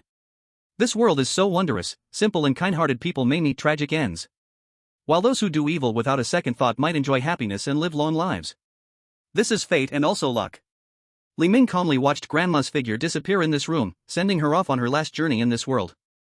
Though the old woman and Li Ming were not related, seeing a kind soul who once helped him disappear completely in front of him made Li Ming feel a tinge of regret. Deer-headed demon, this game of yours is making me quite uncomfortable. Li Ming rarely held clear hostility towards any target, yet perhaps the deer-headed demon had achieved this feat. As the old woman's figure slowly vanished, the floor of the white room shook violently, and a corrosive, red chemical liquid flowed from beneath the floor like lava. Seeing this, Li Ming took 2 steps and then 3, hurriedly using the key to open the door and walking out. In Xiao Hai's compartment. Xiao Hai looked at the woman pointing a gun at him. Suddenly, a rather absurd yet realistic saying that circulated online came to his mind: when there are no women in the heart, doing things becomes naturally divine. If he hadn't held even the slightest expectation towards this woman, the scene wouldn't have turned into what it was now. The deer-headed demon had been clear: this woman was a man's mistress, a drug addict, a hopeless dealer of her own body. Morality, dignity, and humanity were completely absent. Someone like her could never be a pure-hearted girl, and she couldn't possibly harbor any good thoughts. Yet, under her brief performance, Xiao Hai still trusted her. But he couldn't be blamed for that. After all, Xiao Hai was a man who spent his days live-streaming mysterious locations with Wu Yueli and had no contact with other women at all. Being single for almost 30 years, it was already quite good that he didn't rush to untie the woman he once had a crush on at the first sight. But the outcome was quite clear. The woman, with a crazed expression, aimed the gun at Xiao Hai and pulled the trigger. Xiao Hai closed his eyes in despair. Click. A faint sound of collision came, and the bullet did not fire. Xiao Hai was stunned, and the woman was equally bewildered. Xiao Hai's eyes widened as he suddenly recalled the model of the gun in the woman's hand: Austrian Glock 17, most parts made of engineering plastic, lightweight, large magazine, good feel, sufficient firepower. Because this gun lacks a conventional manual safety lever on the frame and slide, there's no need to specifically disengage the safety before shooting, making for quick action. Importantly, the jam rate for this gun is 1 in 10,000. A 1 in 10,000 chance of a jam happened at this moment. Life had abandoned Xiao Hai, but suddenly, Lady Luck arrived. The woman looked confused. She didn't understand what happened and thought she hadn't disengaged the safety, so she hurriedly began searching for it. But she didn't know there was no corresponding safety device on this gun at all. Xiao Hai realized this was his chance, so he stepped forward to snatch the gun from the woman's hand. The two wrestled together, exchanging punches and kicks. Xiao Hai had once imagined that if this woman reappeared in his life, it would be in some more romantic way. Perhaps she had become a gentle piano teacher. Or maybe she was someone's demure and elegant wife, raising children and supporting her husband. Or perhaps she was still single, quietly working hard in life just like him. But now Xiao Hai realized, the woman before him, with disheveled hair, sharp nails, and yellow teeth madly attacking him, was the white moonlight he once lost. After all, Xiao Hai was a Class C demon hunter, and having followed Wu Yueli with his camera running here and there for so many years, he was far stronger than a drug addict. As Xiao Hai grasped the barrel of the gun and reversed it. Bang! The woman pulled the trigger. This time, the gun jammed no longer. The bullet shot through her brain from her neck. The explosion of the bullet caused a hole in her skull, and in that moment, her eyes widened, her muscles tensed, her breath stopped, and she died in a flash. Blood mixed with white brain matter and shattered bones splattered all over Xiao Hai's face. Xiao Hai fell to the ground, his whole body exhausted, as if he had used up all the strength of his life. Minutes later, Xiao Hai bent down silently and took the key from her brain, then left the compartment that had shattered his youth. Wu Yueli looked at her sister Wu Xingli, who was unconscious on the upper bunk. She stared at this sister, who was born just a few minutes before her, yet Wu Yueli had to call her sister for a lifetime. Not only that, but Wu Xingli's life would forever weigh down on her, making it hard for her to breathe. Suddenly, Wu Yueli recalled a scene from her birthday. At that time, the two of them sat by the window. Wu Xingli had given her a paper cutter, and she was puzzled as to why her sister would give her such a sharp toy, and she took the opportunity to ask her most wanted question on her birthday. Sister, why am I called Wu Yueli, while you are called Wu Xingli? Isn't the moon much bigger than the stars? Wu Xingli had pointed at the stars in the night sky and explained with a smile, on the surface, the stars seem much smaller than the moon. But you must know, the moon now reflects its light with the help of the sun and other stars. When you no longer need other stars to protect you, when you can shine on your own and protect yourself, you will understand. Wu Yueli recalled this and suddenly froze. When you no longer need other stars to protect you, shine on your own, protect yourself. Chapter 87, Summoning Demons. For Wu Yueli, her so-called home and childhood bore too many unpleasant memories. Other people's childhoods might be free, happy, and carefree. But her entire life until the age of 18 was all dark, dull, and even sad. Why did only she have to face such a situation? She had thought about this question, but whenever she did, her mind would be occupied with sadness, jealousy, and other emotions. So she hadn't thought about such things for a long time. Until today, in the last compartment of this demon game, when she saw her sister Wu Xingli lying on the upper bunk, the past rushed back to her mind. Wu Yueli stood on the stairs of the bunk bed, looking at her sister Wu Xingli, gazing at that familiar face, clutching the paper cutter tightly in her hand. It felt like two voices were arguing in her heart. Stab it.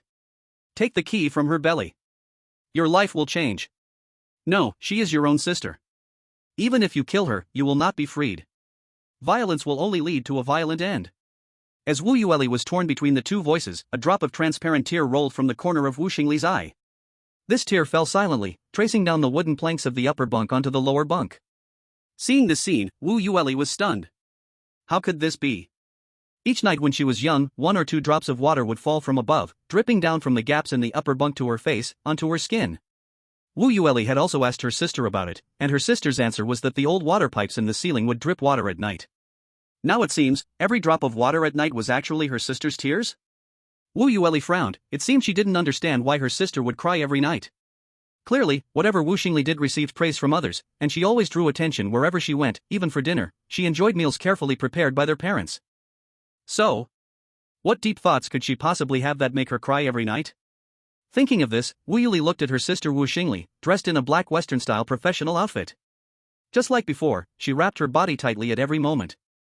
Even the floral dress that Wu Yueli envied, she had never seen Wu Xingli wear, always keeping herself covered from head to toe since childhood. Even in scorching heat, she would wear dark long sleeves and long pants. It was as if she was afraid of the cold. Could it be? Wu Yueli cautiously lifted her sister's sleeve. In an instant, her eyes went blank. Beneath Wu Xingli's neat and clean cuff, there were shattered, dark red scars, coiling around her arms like hundreds of centipedes. How could this be? Who did this to you? Seeing these scars, Wu Yueli found it hard to accept. These terrifying scars did not match Wu Xingli's perfect life at all, they should not be on her body. But when she lifted Wu Xingli's sleeves and pants, various visible wounds spread across every part of her body. Knife scars, blunt force bruises, scars left by burns, and horrific wounds from sharp objects. These various scars seemed like a cruel hellish painting, carved onto Wu Xingli's body. Except for her exposed hands, feet, and face, not a single spot of skin on Wu Xingli's entire body was unharmed. Wu Yueli's gaze trembled. Some memories, long sealed deep in her mind, surged up from the depths of her memory sea. Why was Wu Xingli allowed to stay at the dining table with their parents while she was locked in her room during meals? Why did their parents leave Wu Xingli a room to study in alone? Why did their parents insist Wu Yueli go out on weekends, while Wu Xingli's body trembled ever so slightly? Why were there occasionally heart-wrenching, piercing screams coming from behind the door, while Wu Xingli only said she was watching a horror movie with their parents? All of this didn't seem normal at all. And those so-called parents had cold eyes devoid of warmth, as if viewing an object. Wu Yueli finally realized that her childhood wasn't more unfortunate than others, but that her parents were stranger than others. That kind of indifferent, heartless gaze, they were truly two perverts. And as her sister, Wu Xingli, had stood in front of her from a young age, protecting her. Wu Xingli bore unimaginable pain and humiliation. And the white paper cutter in her hand was a weapon given to her by Wu Xingli for protection. Although Wu Xingli was covered in wounds and scars, she never once complained to her younger sister. Even in the midst of unbearable pain, she would smile and return to her room every day to chat with her. Like a star, silently radiating light, protecting her moon. Thinking of this, tears silently fell from Wu Yueli's eyes. Looking at her unconscious sister, her gaze gradually became determined. This time, she planned to shine her own light. She wanted to save her sister. At the back door of the East District Chemical Factory, Xiao Hai escaped from within. Soon after, Wu Yueli also managed to escape. However, after leaving the back door of her red compartment, there was a long knife wound on her abdomen, with blood and flesh vaguely visible inside. This looked terrifying. Moreover, her hands were almost paralyzed, devoid of any color. She carried her sister Wu Xingli on her back. Wu Xingli was unconscious, leaning against her back, making Wu Yuli appear as though she was completely relying on the bones of her waist to support her sister. At this moment, Wu Yueli's whole body was trembling, like a tree about to be cut down, with no strength to struggle. Above Wu Yueli's head, a flickering figure was faintly visible, resembling her 7 parts out of 10, floating uncertainly, appearing and disappearing. That was her soul. She had been in a near-death state for a long time, now it was as if her body was just dragging her soul along. Once the soul-binding talisman failed, she would be completely lost. Xiao Hai was startled when he saw Wu Yueli like this. He saw the soul-binding talisman on Wu Yueli's forehead and the unstable soul, knowing that the situation was dire. The soul-binding talisman could only be used in desperate situations, since Wu Yueli had already put it on, it meant her life was hanging by a thread. So he rushed forward to support Wu Yueli and carried the unconscious Wu Xingli on his back. "Li, where is Li Ming?" Wu Yueli asked weakly. The 3 of them had come in together, and Wu Yueli hoped they would leave together. Xiao Hai shook his head. Brother Li Ming might have left long ago. When I came out, I saw the middle back door was already open, and his livestream had long stopped. We need to hurry back to the demon exorcist headquarters for your treatment, saving your life is the priority. Li Ming was naturally the first to finish the game. Among the 3 gaming booths, Li Ming spent the longest time, which did not exceed half an hour. After familiarizing himself with the deer head demon, who was skilled at manipulating hearts and provoking the dark sides of people's minds, the game posed no difficulty for Li Ming. Stepping out the back door also represented the completion of tonight's devilish game. After finishing the task, the system's prompt voice timely echoed in Li Ming's mind, just like always. Difficult task, Devil's Game, completed.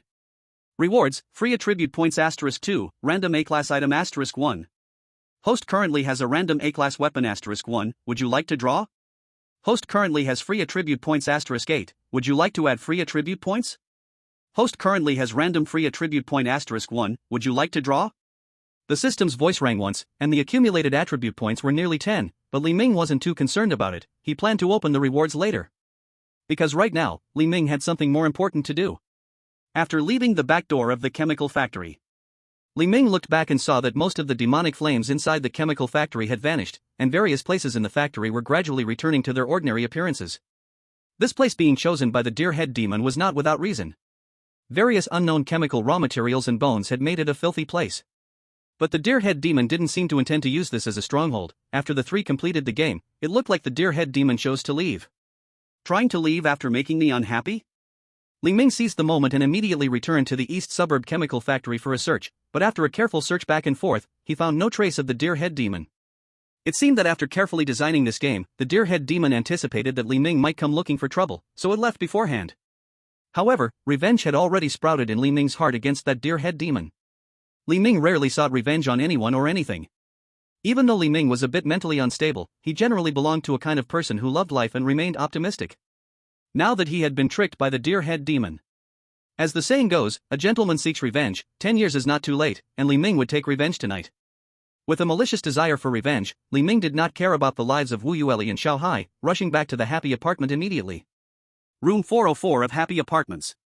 In the bathroom, Li Ming gathered the 2 powerful and strange individuals now in room 404.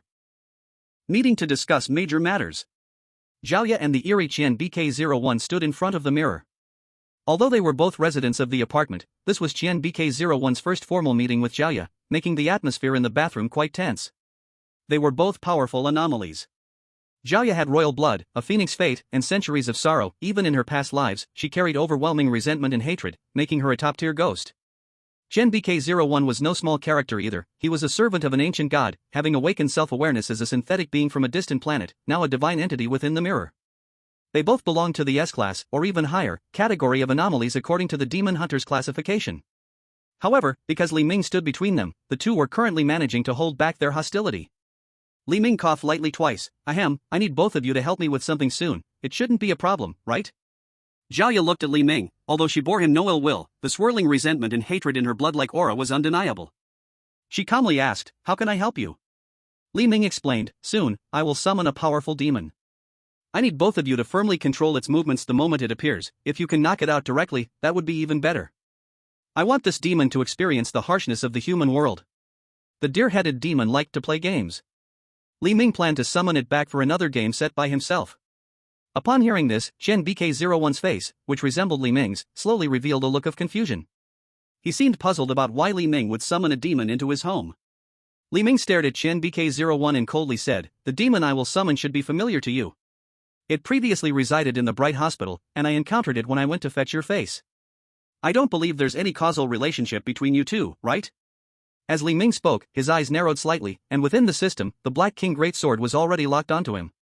If Chen BK01 dared to show even a hint of intention to cooperate with the demon, Li Ming wouldn't mind dealing him a strike right now. Chen BK01 remained silent, merely shaking his head and indicating his willingness to cooperate. Li Ming was pleased with their response and nodded, "Great, both of you will give it your all, and I'll do my best too. This time, I want the deer-headed demon to understand what the human world's cruelty is like." At that moment in the bathroom, the space was filled with various terrifying crimson arrays painted by Li Ming.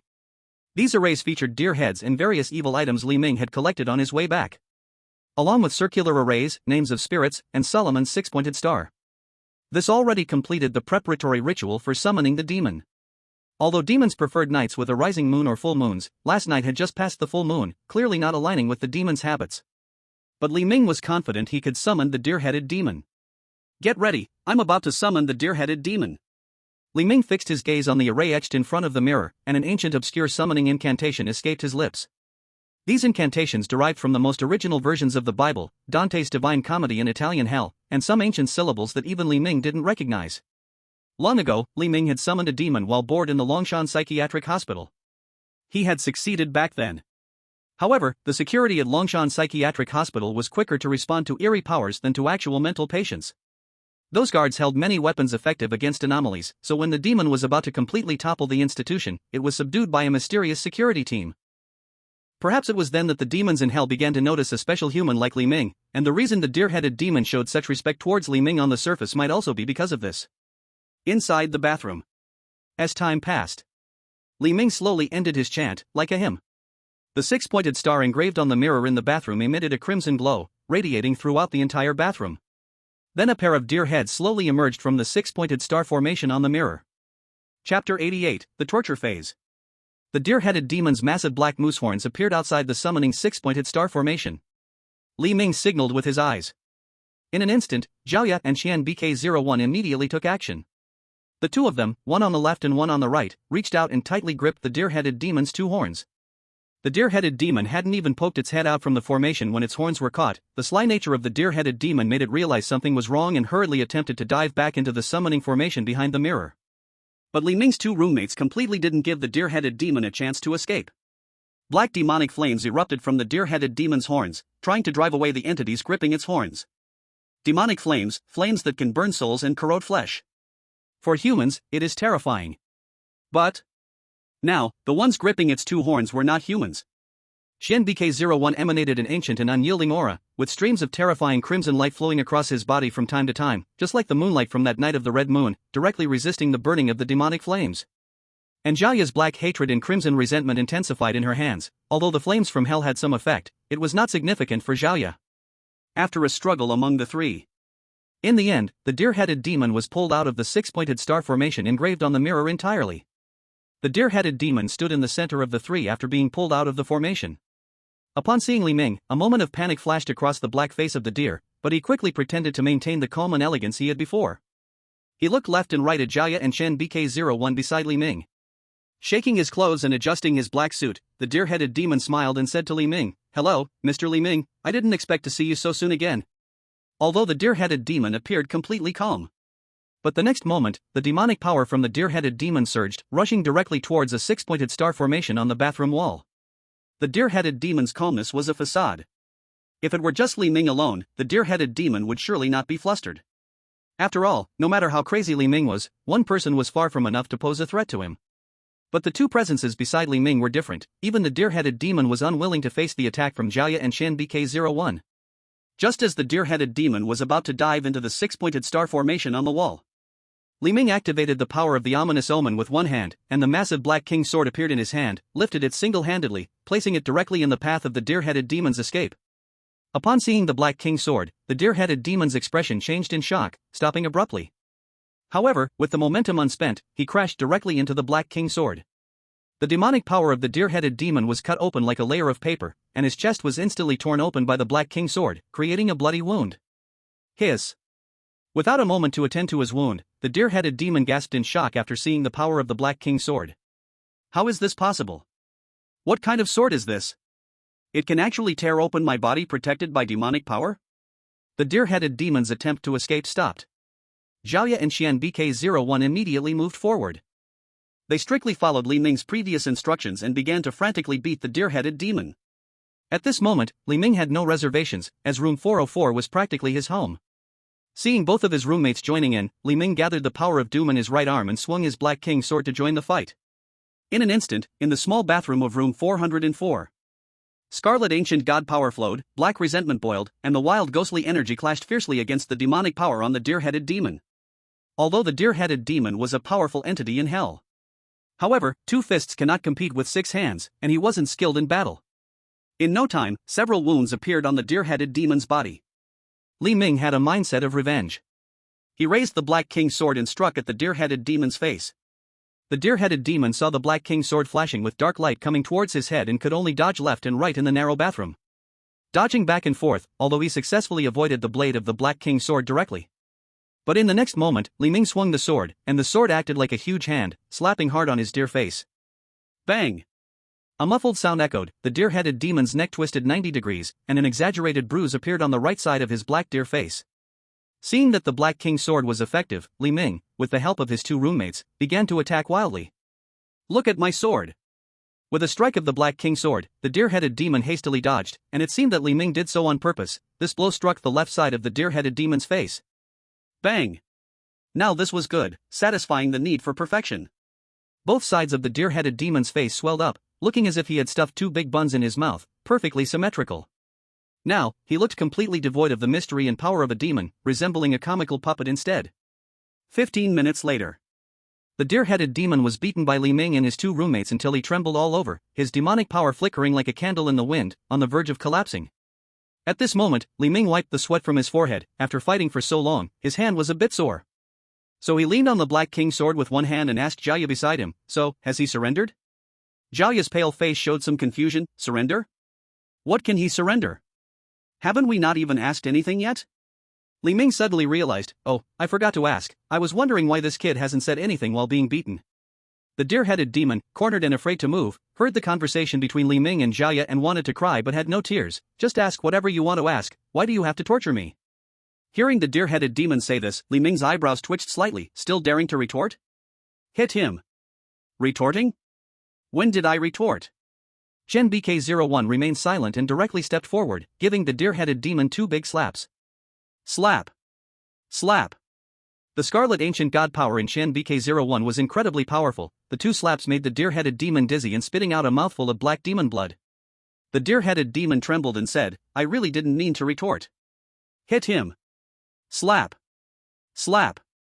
2 more slaps landed. The deer-headed demon's face was now unrecognizable as a deer, looking more like a swollen pig's head. The deer-headed demon finally learned his lesson. He spoke softly, "Lord Li Ming, whatever you want to ask, just ask." Li Ming frowned again.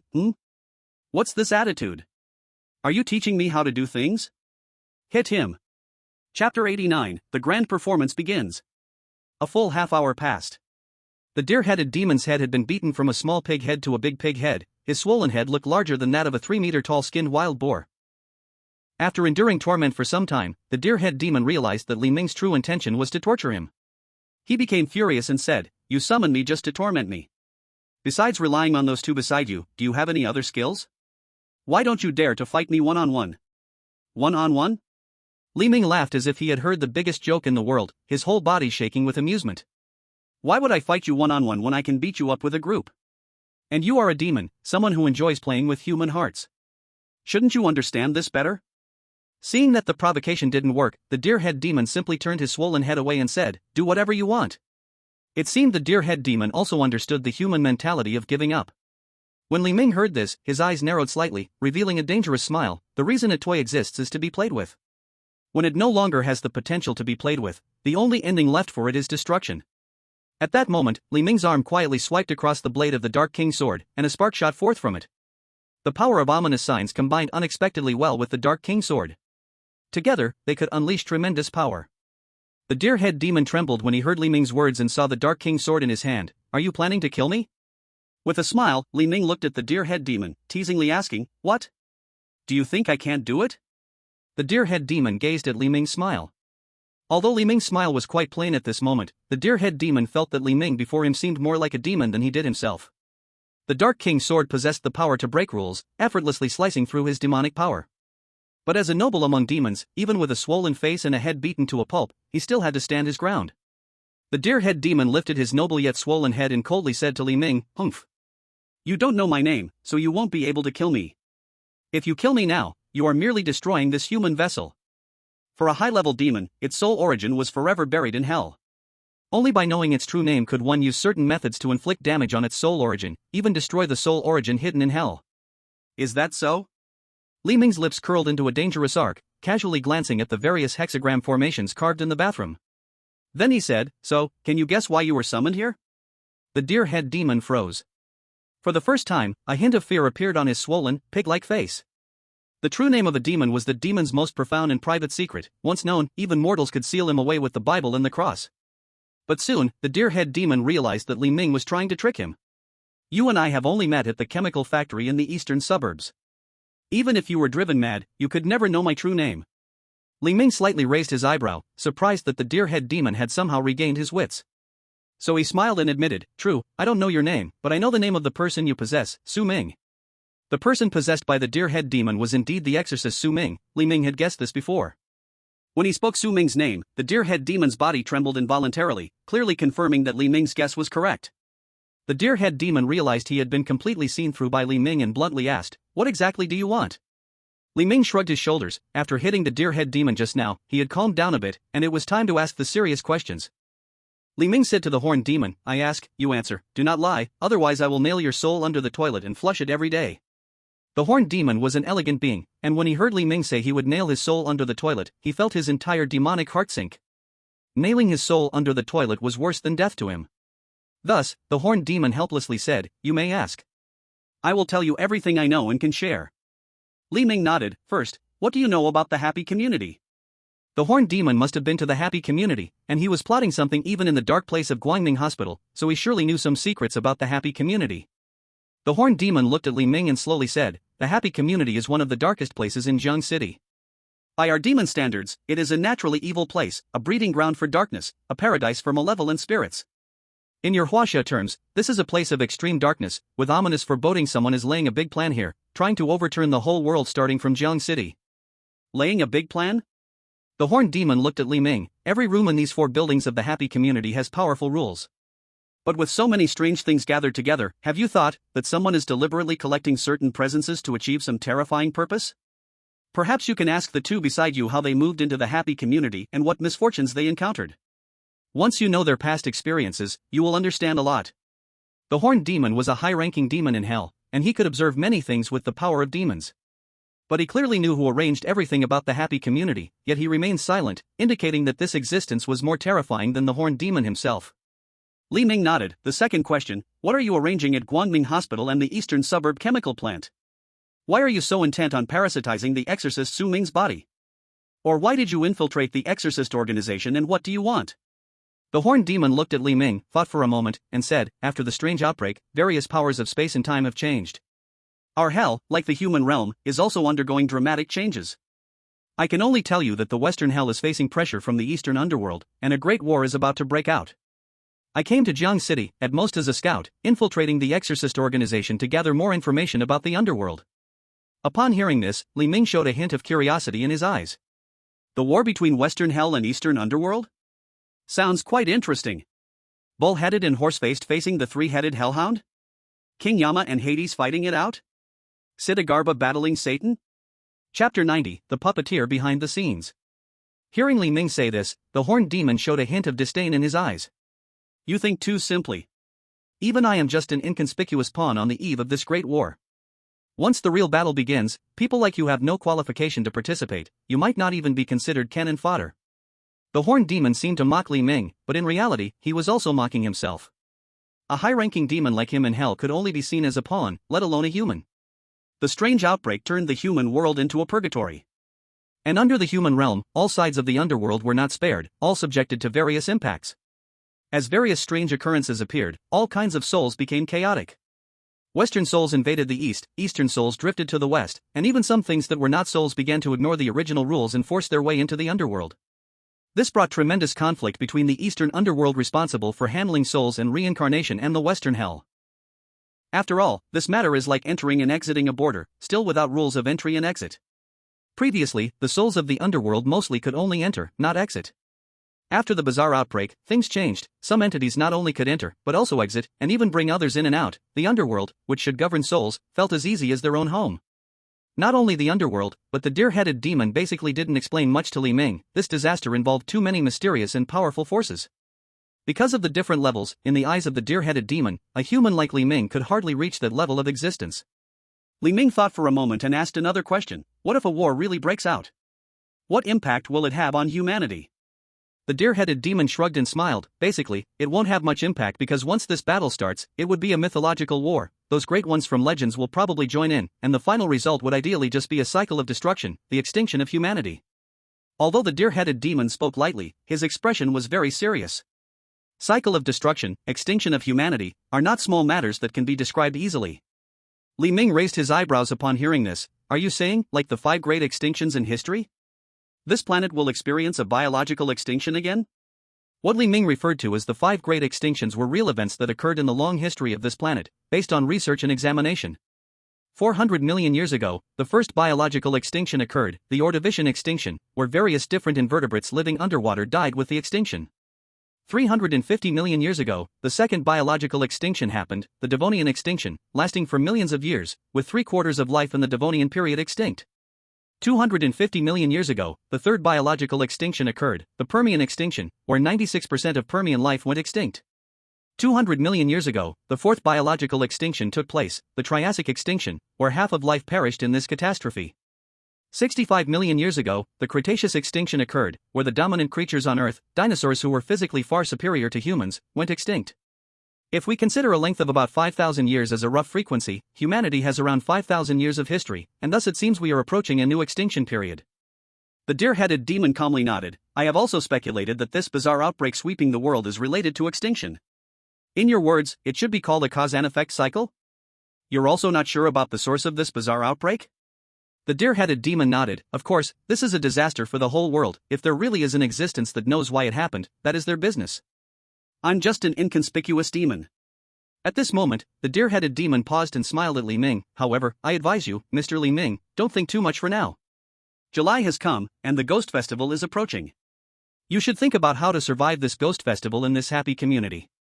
Li Ming paused upon hearing about the Ghost Festival, his eyes momentarily blank. Seeing Li Ming's dazed look, the deer-headed demon's demonic power suddenly flickered. He suddenly exerted force, slammed his body against the 6-pointed star magic circle on the wall. Then, the entire body of the deer-headed demon slowly melted like a wax statue, merging into the 6-pointed star magic circle. Jaya originally wanted to grasp the deer-headed demon, but Li Ming waved his hand. Never mind, let him go, he has already been taught a lesson, and since I don't even know this guy's name, I can't kill him. Jaya nodded, somewhat understanding yet still confused. At this moment, Li Ming recalled what the deer-headed devil had said earlier, and he asked Jaya, how did you get into this happy community? Jaya was the one who had been in room 404 of the happy community before Li Ming entered. Although Li Ming had heard some things about Jaya from the earthbound spirit, it was ultimately clearer when Jaya explained herself. Upon hearing Li Ming's question, Jaya's eyes flickered with a hint of painful memories. But after a moment, Jaya looked at Li Ming and slowly said, about half a year ago, I moved into this room with that marriage scammer. I originally didn't want to come here, since it is very far from New City and located in the outskirts. However, someone offered us this apartment at an extremely low price, about 1/10 of the market price. Basically, a few months' rent could buy this place, so we moved in. You probably know what happened after that from the earthbound spirit, right? The events that followed included the scammer revealing his gay nature and attempting to kill Jaya, who was then driven to suicide by the strange forces within the room. Do you remember what that person looked like? Jaya slowly shook her head. I only remember he wore a baseball cap, dressed in black short sleeves and sweatpants, around 1.7 meters tall, looking like a real estate agent. He recommended this apartment to me more than once. It seems that within about half a year, he recommended room 404 of Happy Community to me more than 10 times. As Jaya recalled this, her blood-red eyes suddenly widened. I remember, before I committed suicide, someone entered my room, he nailed my fingers down with coffin nails, and then sewed my mouth shut. He also seemed to wear all black and had a black baseball cap. Hearing this, Li Ming frowned. When he heard from the earthbound spirit that Jiaya sewed her mouth shut and smashed her fingers and toes to pieces before dying in room 404, Li Ming found it somewhat strange. After all, Jiaya could never have done such a thing while she was alive. Now it seemed that this person had intentionally done it, wanting to evoke Jiaya's past life memories through extremely painful means. Chapter 91, The Second Bedroom. After questioning Jiaya, Li Ming turned his gaze to Chen BK01. This guy had been silent all this time, but Li Ming still asked, "How did you come to this happy community?"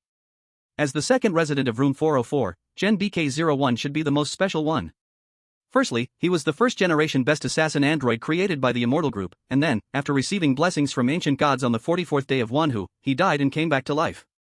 When Chen BK01 heard Li Ming's question, he extended one arm into the glass of the bathroom sink. After a moment, he took out a white paper note from the mirror. This white paper note had a message made from cut-out letters from newspapers and magazines. Want to know what the perfect person looks like? Move into Happy Community Room 404, and you will find him. Upon seeing this sentence, Li Ming's eyes narrowed slightly. This sentence was clearly spoken to Chen BK01 by someone. Upon learning this news, Chen BK01 had evidently come to Happy Community Room 404 to search for the perfect person described therein. The perfect person? Is that your meaning, or the will of the ancient gods from the distant planet? Li Ming asked.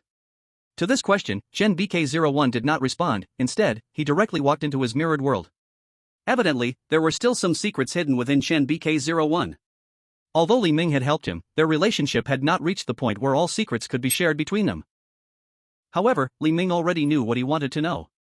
Looking at the assembled note in his hand, Li Ming pondered, the person who handed the BK01 note to Qian must be the same person who killed Jiaya. This person should be the one who set things up in the happy community. What does he want? Gathering so many eerie things in one room, is he trying to gather the Dragon Balls to summon the dragon? It's not impossible, summon an eerie dragon in an eerie world? Li Ming and Jiaya exited the bathroom, and Jiaya took the initiative to return to her room. Having mentioned some sad matters earlier, Jiaya's resentment and hatred grew stronger. She didn't want Li Ming to see her like this. At this time, Li Ming lay on the sofa in the living room, sorting through the clues. Jiaya in the master bedroom. Qian in the bathroom with the BK01. Now, in room 404, there was only one last room that Li Ming had not yet visited. The second bedroom. Li Ming looked at the second bedroom and directly stood up to walk towards it. After going through many tasks, Li Ming had developed a strong resistance to all kinds of strange and eerie things. He no longer had that initial fear of the roommates in the room. The most deadly part of the eerie is the unknown. The unknown can evoke the deepest fears in people. But as long as he had a weapon in his hand, this fear would be much less. At this moment, Li Ming took out the Black King sword, gripping it tightly in his right hand.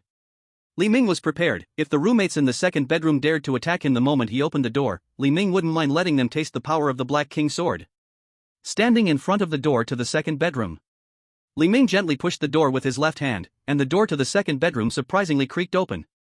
This caught Li Ming off guard. He was used to picking locks before. Now, the door wasn't locked, which felt a bit strange to him. With the Black King sword in his right hand, Li Ming walked into the second bedroom. Turning on the light in the second bedroom, Li Ming swept his gaze around the room. In the 30 square meter second bedroom, there was a low white iron bed, next to which was a wooden desk with a window in front of it. Beside the bed, there was a wardrobe, and next to the wardrobe, some ugly toys were piled up in the corner of the room. The room was quiet, but overall it looked very normal, just like an ordinary second bedroom. No one? Li Ming felt uneasy, so he activated the Eyes of Doom, switching his vision and scanning every corner of the room. No spirits either? What is going on? Is this room empty? Thinking for a moment, Li Ming felt something was off. When he first entered room 404, he distinctly sensed 3 powerful eerie presences, so there was no reason for the second bedroom to be uninhabited. Could it be that the roommates in the second bedroom also went out when I stepped out? It's not impossible. Li Ming sheathed the Black King sword and walked in to examine the room. Compared to the other rooms in 404, the second bedroom seemed cleaner and tidier, and there was a hint of sunshine? It is said that blankets dried in the sun have a fragrant smell. But in fact, the fragrant smell of sun-dried blankets is the burnt scent of dust mites killed by ultraviolet rays, and this room had that faint smell. Standing by the window, Li Ming casually pulled aside the curtain. What he saw left Li Ming stunned. The window in the second bedroom was actually transparent and seemed to lead directly outside. Sunlight poured freely into this window. What is going on? In the 404 living room, master bedroom, and bathroom, all the windows were sealed, practically not allowing any light in. Even during the day, they had to keep the lights on. This second bedroom actually led outside? Clearly, the rules covered room 404, leaving no place for anyone to escape. A terrifying thought emerged in Li Ming's mind. Could it be that this existence inside the room is even more horrifying than the rules in room 404? At that moment, Li Ming looked down. On the desk, Li Ming discovered a book with a red cover and a blue notebook. The red-covered book was titled The Complete Fairy Tales, and it featured some ugly fairy tale characters, like Snow White and the Prince, Little Red Riding Hood and the Big Bad Wolf, and the dwarfs. Clearly, from the ugly artwork on the cover, this was a poorly made book of fairy tales. The blue notebook was simply labeled Diary, looking like an ordinary diary. But just then, Li Ming suddenly heard the voice of the system. Nightmare Task, Blood Fairy Tale. Nightmare Task, My Childhood Diary. The host has triggered multiple nightmare tasks. Please quickly choose one to accept the task. If not accepted within 3 minutes, the host will face immediate death. Huh? 2 nightmare tasks? Previously, when Li Ming triggered nightmare tasks, it was always one at a time. Now, he was faced with 2 nightmare tasks at once. If it were before, Li Ming might have hesitated for a moment. But now, Li Ming only wanted to accept both nightmare tasks. Li Ming squinted, asking, System, can I choose to accept both nightmare tasks at the same time? The host can currently only accept 1 nightmare task at a time. Please make a quick choice. Well, okay. From Li Ming's tone, it was clear he was somewhat dissatisfied. Chapter 92, Little Red Riding Hood. Li Ming looked at the names of the 2 nightmare tasks. Although there were only titles, due to previous experiences with nightmare tasks, Li Ming had already guessed a lot. The first nightmare task, Blood Fairy Tale, was definitely related to the fairy tale world in the book. At that moment, Li Ming casually flipped through the table of contents of the fairy tale book, discovering that it mostly contained well-known fairy tales. If he chose this task, Li Ming guessed he would very likely be transported into a not-so-warm and lovely fairy tale world. The second task was the Childhood Diary. The words childhood were important. If it were just an ordinary diary, the task wouldn't specifically highlight childhood. If he chose this task, Li Ming might go back to his childhood and experience the childhood life of the roommate inside the next room, and he might not even be able to use any props. Compared to returning to childhood, Li Ming preferred to see the not-so-warm blood fairy tale world. Li Ming then said, I choose Blood Fairy Tale. Nightmare Task, Blood Fairy Tale. Task description, this is a bloody fairy tale world. No one is innocent and no character has good intentions. Every night when I sleep, I can see their bloody and ominous faces. Time limit, 120 minutes. Reminder, given that your nightmare task is very likely to fail, the system will provide auxiliary hints during the task. Please take note. As he accepted the task, the red fairy tale book on Li Ming's desk suddenly opened its cover, and the pages began to turn by themselves without any wind. The pages rustled as they flipped. Then, when the fairy tale book reached the middle, 2 horrifying blood-red tentacles shot out, pulling Li Ming into the book in an instant before he could react. The book closed, and then the door of the next room quietly shut, with everything returning to normal, as if Li Ming had never entered this room at all. Blood red. All Li Ming could see was a sea of blood. As a chorus of buzzing insects and bird calls filled his ears, Li Ming slowly opened his eyes. The blood red in his eyes faded away. The bright sunshine penetrated through the gaps in the leaves, shining into Li Ming's eyes. Li Ming's nose twitched slightly as he caught the natural scent of grass, trees, and flowers around him. Of course, there were also some wild insects like ants and spiders that had crawled onto him, ready to feast. Li Ming stood up, shook off the insects on himself, and then observed his surroundings. This was a forest filled with oak trees about 20 to 30 meters tall, their leaves a mix of vibrant green interspersed with some withered yellow ones, indicating that it was early autumn. At this moment, Li Ming looked at the system and discovered that the cursed short knife and the Black King's great sword could be retrieved. Was this a good thing? Not really. According to Li Ming's understanding of nightmare tasks, if he could retrieve these offensive tools, then there must be beings in this nightmare task world that were stronger than him. There might not just be one such being, either. A fairy tale world, huh? It's normal for there to be stronger beings than me. After all, there were too many powerful beings in the fairy tale world.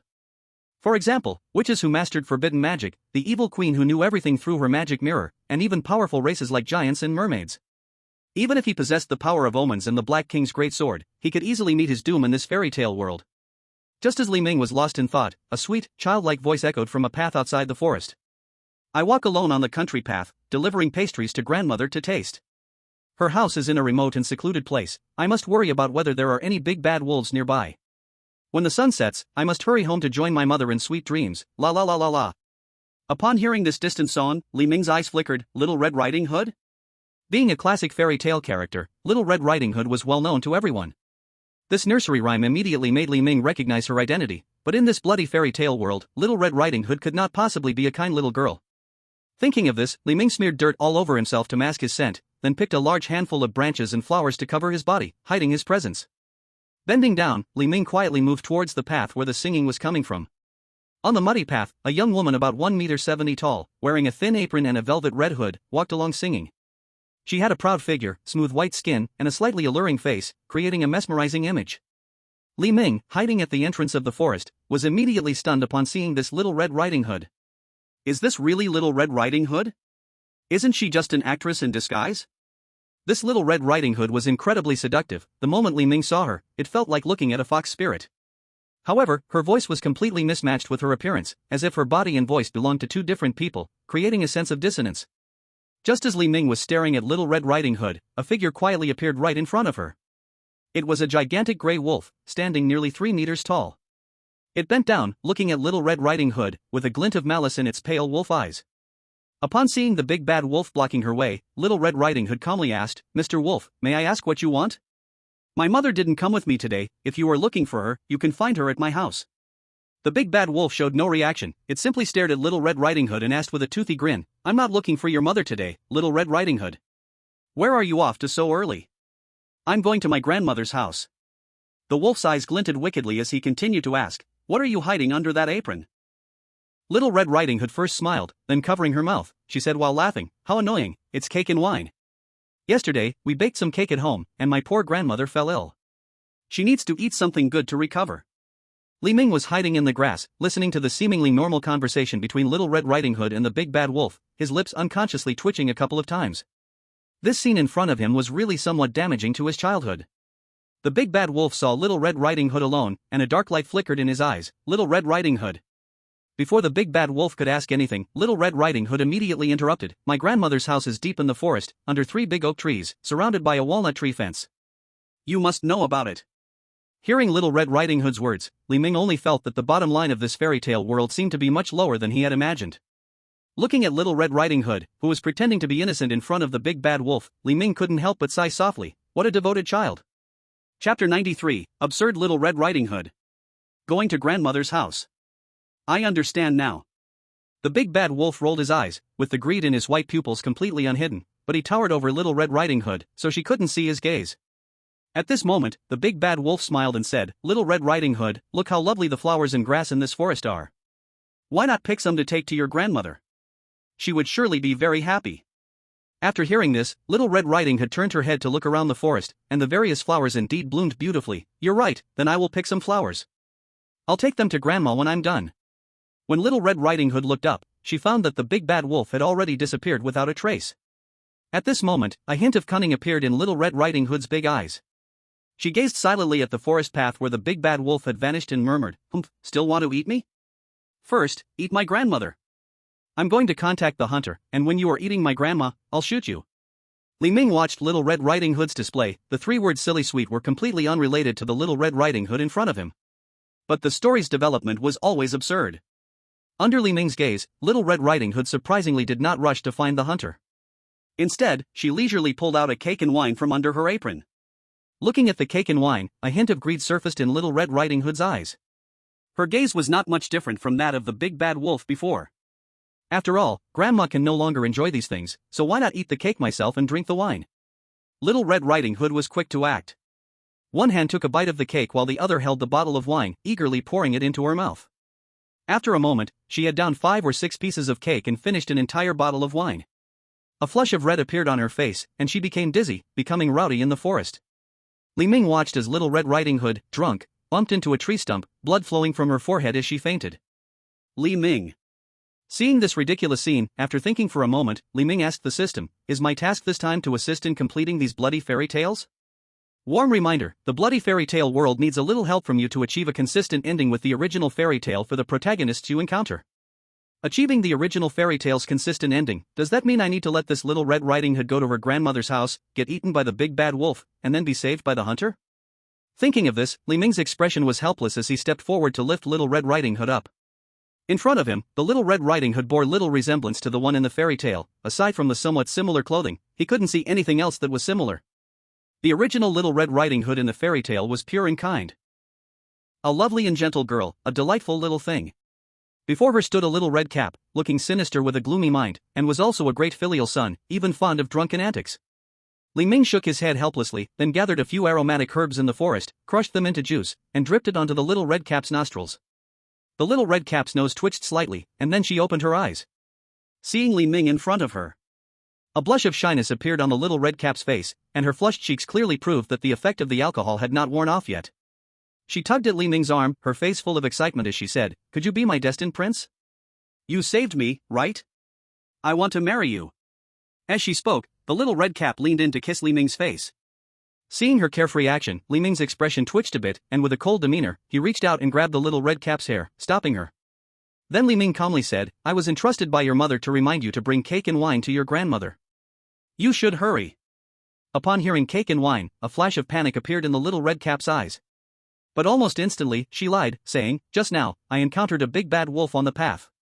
He stole my cake and wine and is already on his way to my grandmother's house. He must be going to attack my grandmother. I'm too scared to go." What it means to speak nonsense with open eyes, what it means to lie without preparation. This little red cap in front of me is exactly that kind of person. Even though Li Ming thought he was already bizarre enough, he didn't expect to meet such a more outlandish little red cap right after entering this fairy tale world. So Li Ming thought for a bit, and said sternly, "Little red cap, your mother said, if you don't go deliver the things to your grandmother, you will never go home again." The little red cap looked startled at Li Ming's words, but my grandmother's house has a big bad wolf, I'm scared."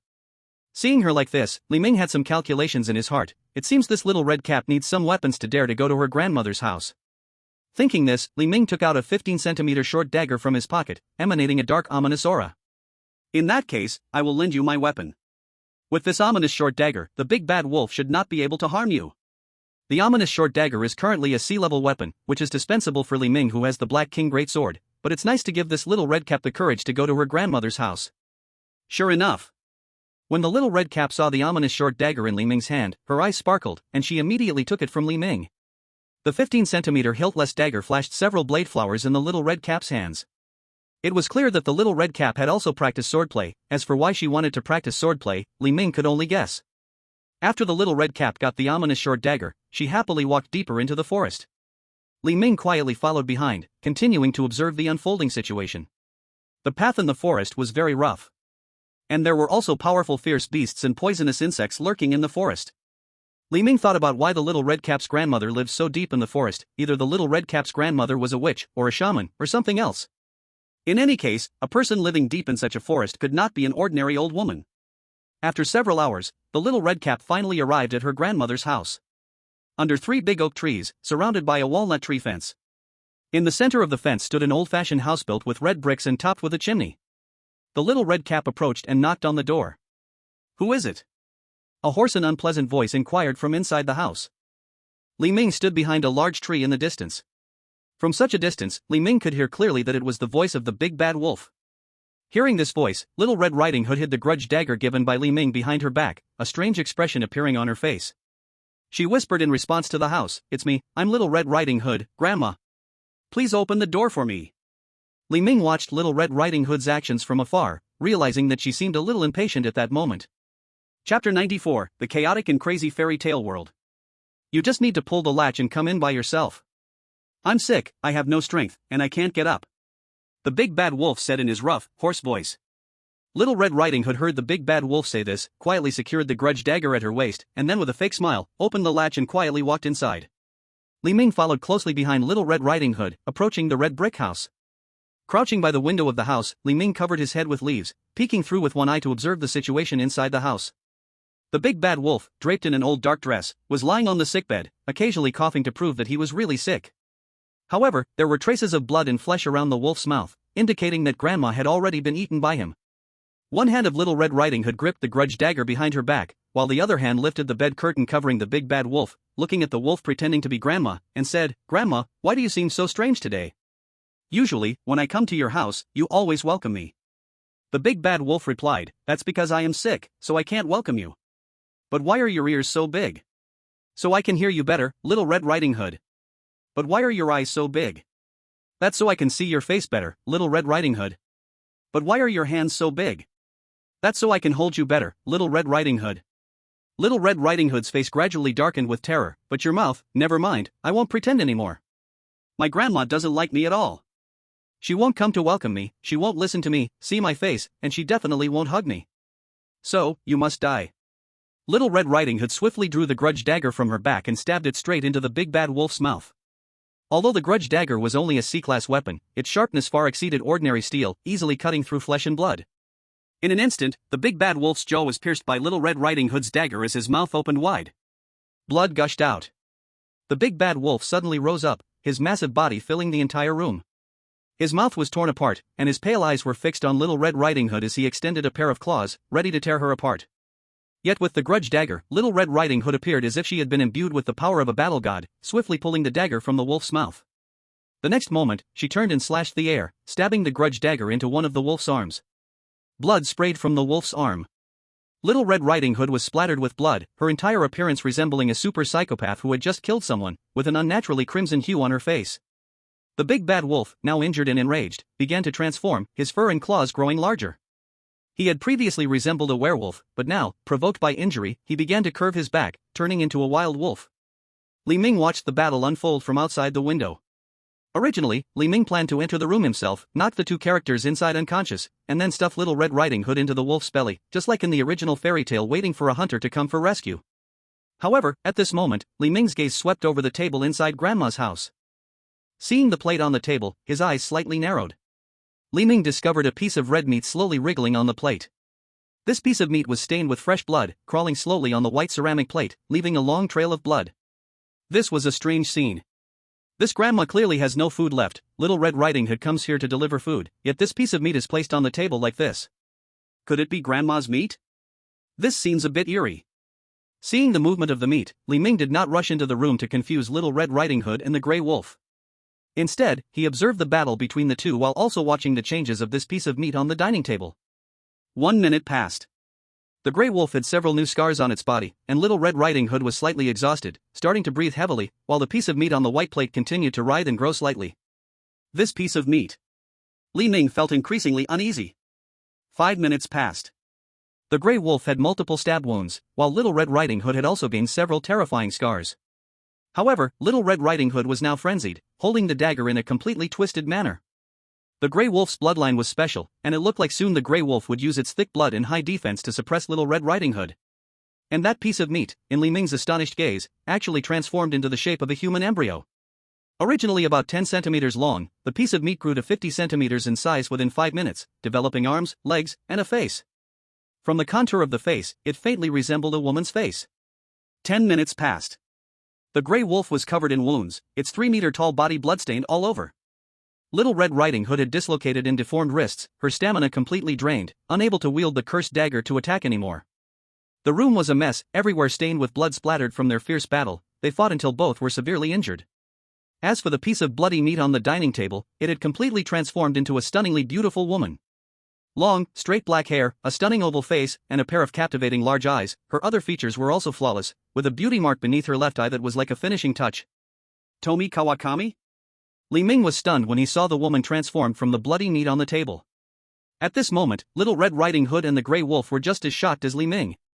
The Grey Wolf, staring at the resurrected Tomi on the table, doubted its own life for a moment, using its large paw to rub its eyes, realizing it wasn't wrong. Didn't I just eat you? Little Red Riding Hood was also dumbfounded, but upon seeing Tomi, she blurted out, "Grandma! You're still alive! Damn it!" Now Li Ming understood why this Little Red Riding Hood in the fairy tale looked so alluring and why she hated her grandma so much. If her grandmother was Tomi. Everything made sense. Li Ming's lips twitched. He had thought of many possibilities for the story, but he never expected that the story of the Little Red Riding Hood before him would unfold so absurdly. At that moment, looking at Tomi, an extreme, terrifying desire for possession surged in Li Ming's heart, wanting to claim the woman before him as his own. This was even without him fully gazing at Tomi, just catching a glimpse of her profile. Li Ming bit his tongue, using the sharp pain to break through this possessive desire, then began to think. Chapter 95 about Tomi falling in love with me. Why would something like Tomi appear in the fairy tale world? Tomi should be invading a horror comic instead, right? This matter is simply unreasonable. Li Ming was puzzled beyond comprehension. But at this moment, Li Ming suddenly remembered that while flipping through the red fairy tale book on the desk in the guest room, there were faint pencil marks on the table of contents. Could it be that my roommate in the guest room has altered the original fairy tale? Has she drawn in Fujiko? It must be that way, then my roommate has the ability of the magical painter Ma Liang, bringing ink to life? At this moment, Li Ming began to think about Fujiko. Fujiko has the ultimate beauty of humanity, but this creature can be said to have completely transcended human existence. Moreover, Fujiko possesses two terrifying abilities. The first ability is that she can endlessly reproduce through her body's cells, having an infinite reproduction ability like leeches. So even if she is torn apart by a grey wolf into pieces, Fujiko can still come back to life. As far as Li Ming knows, even if Fujiko is left with just a strand of hair, or a drop of tear, she can keep reviving with just hair and tears, truly an impossible-to-kill type. The second ability is her ultimate seduction. Regardless of age or gender, everyone falls under Fujiko's spell, but it seems that those who have blood ties to her can avoid this. Those captivated by her beauty will develop an intense possessiveness, leading them to follow her commands to kill or even to kill and dismember her. And those who are not enchanted will feel immense jealousy toward Fujiko, leading them to harm her or those close to her. This causes all sorts of horrific incidents to occur around Fujiko. At this moment, the atmosphere in the room became tense with Fujiko's appearance. Fujiko looked at Little Red Riding Hood, then glanced at the Grey Wolf, and spoke to the Grey Wolf in an arrogant yet gentle tone, "Mr. Grey Wolf, if you can kill Little Red Riding Hood, I'll let you eat again." Upon hearing this from Fujiko, the Grey Wolf's eyes turned blood red, reaching out its gleaming, sharp claws towards Little Red Riding Hood, pouncing on her. Clearly, Fujiko's allure had broken the limits of humanity, extending even to beasts. Little Red Riding Hood's gaze was locked tightly on her grandmother, filled with jealousy and rage rather than familial affection. At this moment, the Grey Wolf, enchanted by Fujiko, was infused with power. Little Red Riding Hood, having exhausted her strength in the previous battle, found it extremely difficult to even move a finger. Just when the Grey Wolf's claws were about to tear apart Little Red Riding Hood's body, Li Ming appeared. He stood in front of Little Red Riding Hood. With the Black King Greatsword, Li Ming slashed down, directly cutting the Grey Wolf's claws in half. The Grey Wolf, under Fujiko's spell, was filled with a murderous intent, and even though its claws were severed, it felt no pain, glaring at Li Ming with bloodshot eyes and opening its foul, gaping mouth. Li Ming said little, raising his right hand, and the Black King Greatsword spun down toward the Grey Wolf's mouth full of teeth. Crack! Accompanied by a sound like shattered porcelain, the Grey Wolf's teeth were completely smashed to pieces by the Black King Greatsword. Next, Li Ming temporarily abandoned the sword, the dark omen power converging on his right fist, and with a punch, he knocked the 3-meter-tall Grey Wolf unconscious. Little Red Riding Hood saw this scene and was about to thank Li Ming. But unexpectedly, Li Ming swung around and slapped Little Red Riding Hood firmly on the back of her head, causing her to faint on the spot. Fujiko, sitting by the table, saw this scene and a perfect arc formed at the corner of her mouth. She smiled and said, "Man, do you want to kill everyone and possess me all for yourself?" Li Ming said nothing, even not glancing at Fujiko. This made Fujiko's eyes involuntarily twitch a couple of times. No man could escape her allure, and she believed that Li Ming in front of her was no exception. So she tried to strike up a conversation with Li Ming. "Sir, what is your name? You look quite handsome. Sir, how old are you? Sir, have you eaten?" Li Ming said nothing, merely silently took out scissors and some needle and thread from the room. Li Ming had observed. The Grey Wolf, though 3 meters tall, had a relatively small head. Its mouth, fully open, was not wide enough to swallow the 1.70 meter Little Red Riding Hood whole. Now, to make the scene in front of him align with the true fairy tale version where Little Red Riding Hood was trapped in the Grey Wolf's belly, Li Ming had to cut open the Grey Wolf's stomach and then sew Little Red Riding Hood entirely into the wolf's stomach. Li Ming said it and did it. Then, in front of Fu Jiang, Li Ming performed a vivid lesson in dissection and suturing. Fortunately, the Grey Wolf's body shape was close to that of a human-wolf hybrid, so Li Ming found it very manageable. Confirming the stomach area, he took out the scissors to cut open the skin and subcutaneous tissue, separating capillaries, prying open blood vessels, finding the stomach, cutting it open, inserting Little Red Riding Hood, and then suturing the wound. Throughout the process, there was not a hint of hesitation or dullness. So much so that Fu Jiang's eyes flickered with a hint of uncertainty. Could this seemingly handsome and clean man be a perverted dissection maniac? He is so perverted, I like him so much. Fu Jiang secretly felt a joy inside. She hadn't encountered someone as crazy as Li Ming in a long time. What if she could earn Li Ming's affection and let him personally kill her? How perfect would that be? Li Ming was entirely unaware of Fu Jiang's thoughts. After finishing suturing the Grey Wolf's belly, he gently placed it on the ground. Though relying only on crude tools like scissors and needle and thread to cut and sew the Grey Wolf's stomach, Li Ming's skill was impeccable, and the entire process caused no harm to the Grey Wolf. At this moment, the suturing completed, the Grey Wolf lay as if asleep, snoring softly. Li Ming nodded in satisfaction. As the wolf's snoring echoed, footsteps were heard outside the house. Li Ming's brow twitched. It should be the hunter, having heard the Grey Wolf's snoring, coming inside to check the situation. Li Ming planned to leave. But at that moment, Li Ming suddenly turned back, frowning as he looked at Fu Jiang. In this story, Fu Jiang was the identity of Little Red Riding Hood's grandmother, but in the original story, she was eaten by the Grey Wolf. She could not stay in this room. Thinking of this, Li Ming, left with no choice, could only forcibly pull on Fu Zhang's arm and climb out of the room's chimney. Feeling the warmth of Li Ming's arm, a twisted smile appeared on Fu Zhang's stunning face, and she said slowly and happily, "Indeed, you like me." Li Ming's lips twitched, but he did not answer. In the chimney, Li Ming saw the hunter entering the room. The hunter held a gun and, seeing the grey wolf lying asleep on the ground, carefully cut open the grey wolf's belly with scissors, just like in the original story. And Little Red Riding Hood rolled out from within. Then the grey wolf was killed by the combined efforts of the hunter and Little Red Riding Hood. This rather curious story of Little Red Riding Hood had finally returned to its original ending. A half-hour later. On the forest path, Li Ming walked silently ahead, while Fu Zhang followed behind him, dressed in a skirt found from who knows where. Li Ming said nothing to Fu Jiang, not even a word. But Fu Jiang loved this Li Ming intensely. Fu Jiang had a desire for pain. The less others paid attention to her, the more she wanted to gain that person's affection, only to destroy it later. The madness, calmness, and indifference displayed by Li Ming had completely captivated Fu Jiang. Chapter 96, Distorted Affection. On the muddy forest path, moving forward. Li Ming ignored Fu Jiang following behind him, silently calculating the time. This nightmare mission only has 120 minutes, but this is the real time marked by the system. From the moment I met Little Red Riding Hood deep in the forest, to her visit to Grandma's house, this entire series of events has taken almost 6 hours, yet only 10 minutes have passed in the real world marked by the system. It seems that 10 minutes in the real world is equivalent to 6 hours in the nightmare mission world. It looks like the process of this nightmare mission will be longer. That red fairy tale book placed in the guest room probably contains countless fairy tales, and who knows how many of them have been altered by that roommate in the guest room. That is why the system has given such a loose time frame. As Li Ming thought, he walked forward. This fairy tale book created its own world, and he needed at least a map to navigate. With a map, moving around would be much easier. At this moment, Fujikawa quietly followed behind Li Ming. She may look like a perfect beauty, but she is a poisonous apple touched by hydrogen. If any affection grows in his heart for her, his rationality would be instantly destroyed. Li Ming didn't look at Fujikawa, and pushed aside all thoughts of her in his mind, barely maintaining his mental stability.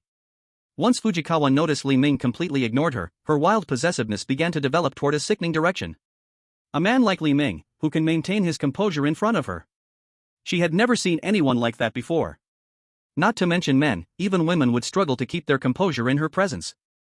Fujikawa attempted to strike up a conversation with Li Ming. "You brought me out from my home, don't you plan to say a word to me?" Li Ming glanced at Fujikawa.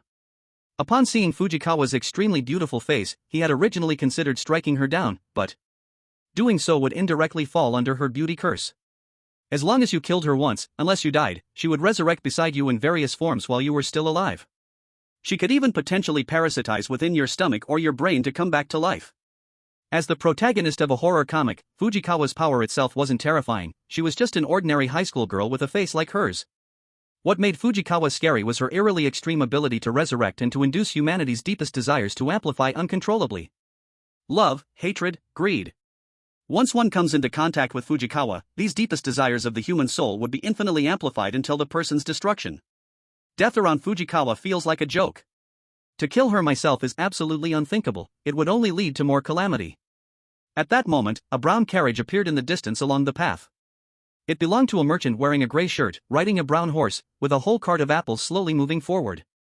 Li Ming saw the merchant, his eyes flickered, and he approached. "Merchant, how about making a deal with me?" The merchant looked at Li Ming, his expression puzzled. "Deal? Do you want to buy apples?" Li Ming shook his head slightly, an evil glint appearing in his eyes as he pointed at the horse the merchant was riding. "I want your horse, and my bargaining chip is this beauty behind me." "My horse? That's not possible, I need it to sell apples." At that moment, Li Ming quietly moved aside, revealing Fujikawa behind him to the merchant. The instant the merchant saw Fujikawa, his eyes went wide. Ordinary men cannot resist Fujikawa's allure directly.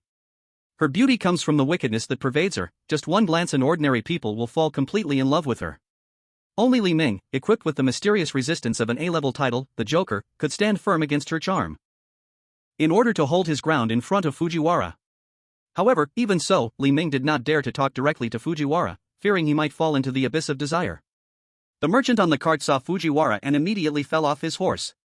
"Oh! How can there be such a beauty in the world? I will trade. I don't want my horse anymore.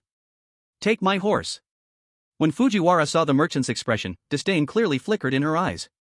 She was already tired of these worthless people who fell for her beauty at first glance. Unlike what is easily obtained, Fujiwara, like humans, preferred what could not be had. Just as she was about to say something to Li Ming, Fujiwara looked up and saw that Li Ming had already untied the rope fixed to the back of the horse and rode away on the brown pony. Upon seeing this, Fujiwara clenched her white teeth, watching Li Ming's retreating figure, her big eyes filled with hatred and some inexplicable twisted affection. Li Ming temporarily escaped from Fujiwara. But the twisted and bizarre nature of Fujiwara was not something Li Ming could simply escape from. After riding the brown pony for only a few hundred meters, Li Ming suddenly heard a sharp scream from the merchant behind him. Turning back to look from a distance, he saw the merchant with a sharp tree branch stabbing himself, making him feel cold to the core. In front of Fujiwara, as long as she can stir someone's desire, that person would not live past 3 minutes. At that moment, Li Ming exactly caught sight of Fujiwara's sorrowful gaze, and he saw her pull out the branch that had been used for the merchant's suicide and end her own life as well. Half an hour later, Li Ming had already ridden the brown pony far down the small path. But at this moment, a tiny, inconspicuous speck of dandruff fell from Li Ming's arm onto the horse's back. As Li Ming rode on, he suddenly felt a painful discomfort in his backside. He turned his head down to look and was stunned. Fujiwara had already been reborn on the horse's back, starting from a speck of dandruff that was invisible to the naked eye. Her flesh tumors began to grow, and within minutes, her body started to emerge on the back of the pony behind Li Ming. The entire process was extremely fast, and from the moment Fujiwara grew ahead, her non-eyeball tumor head had been staring at Li Ming. Li Ming shook his head helplessly. Fujiwara was truly too ridiculous. After her rebirth, Fujiwara asked in a calm, sorrowful voice, "Man, do you think I am ugly?" Facing Fujiwara's question, Li Ming felt it was time to answer, "You are beautiful." "Then why don't you like me? Why don't you kill me?" Li Ming hesitated for a moment. "Liking you doesn't necessarily mean I want to kill you. I can admire you while keeping a certain distance, we can appreciate each other, and that way, everyone can live in peace." "Isn't that better?" Fujiwara chuckled disdainfully, "Hee, if you don't kill me, how can you prove you love me?" Fujiwara's thoughts were twisted and perverted, reasoning with her was utterly useless. So Li Ming slightly squinted his eyes, "Fine, I will kill you as soon as I finish my task. Are you satisfied?" Chapter 97, The Malicious Queen. "Really?" Fujiwara's little face turned red as she shyly asked. Seeing Fujiwara blush, Li Ming's lips twitched. Although the terrifying Fujiwara smiled beautifully, whether he had a life to appreciate it was another matter. But now Li Ming could only continue to drag Fujiwara along. There was no good outcome in openly breaking ties with her. "Really, as long as I complete my task, I will meet your request." "Then what are we waiting for? Let's hurry and complete the task." Fujiwara looked very happy after receiving Li Ming's promise. At least compared to before, the corners of her mouth now held a natural smile. A smile blossomed from the heart.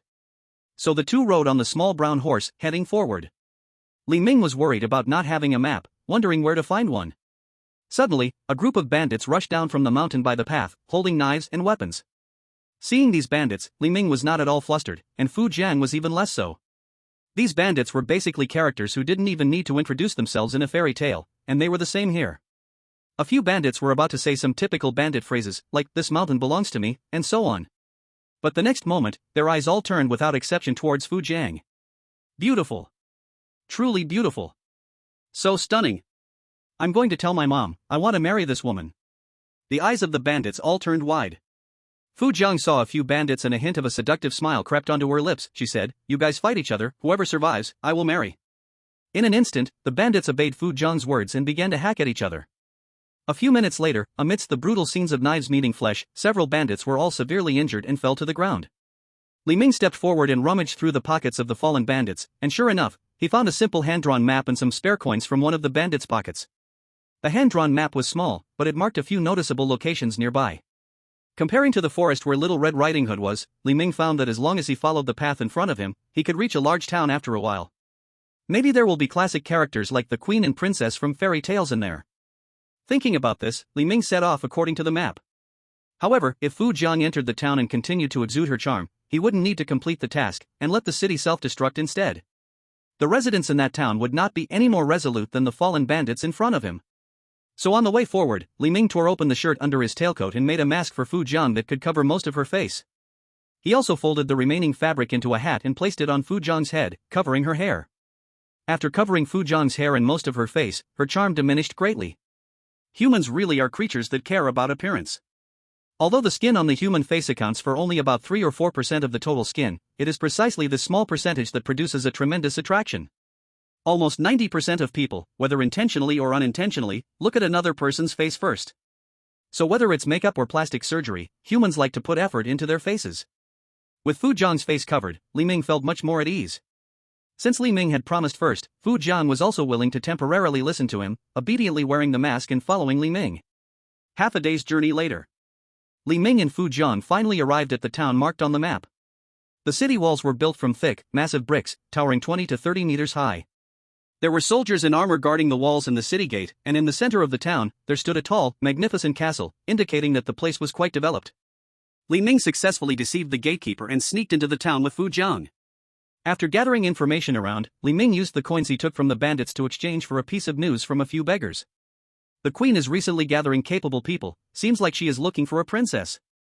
The meeting place is right in front of the king's castle, around 6 o'clock tonight, this is top secret. The queen is looking for a princess? Li Ming's eyes narrowed slightly, recalling the fairy tales he had read. The queen's search for the princess is not many. The only one who fits the criteria might be Snow White. If that's the case, then let's go to the castle tonight to see how this queen plans to find the princess.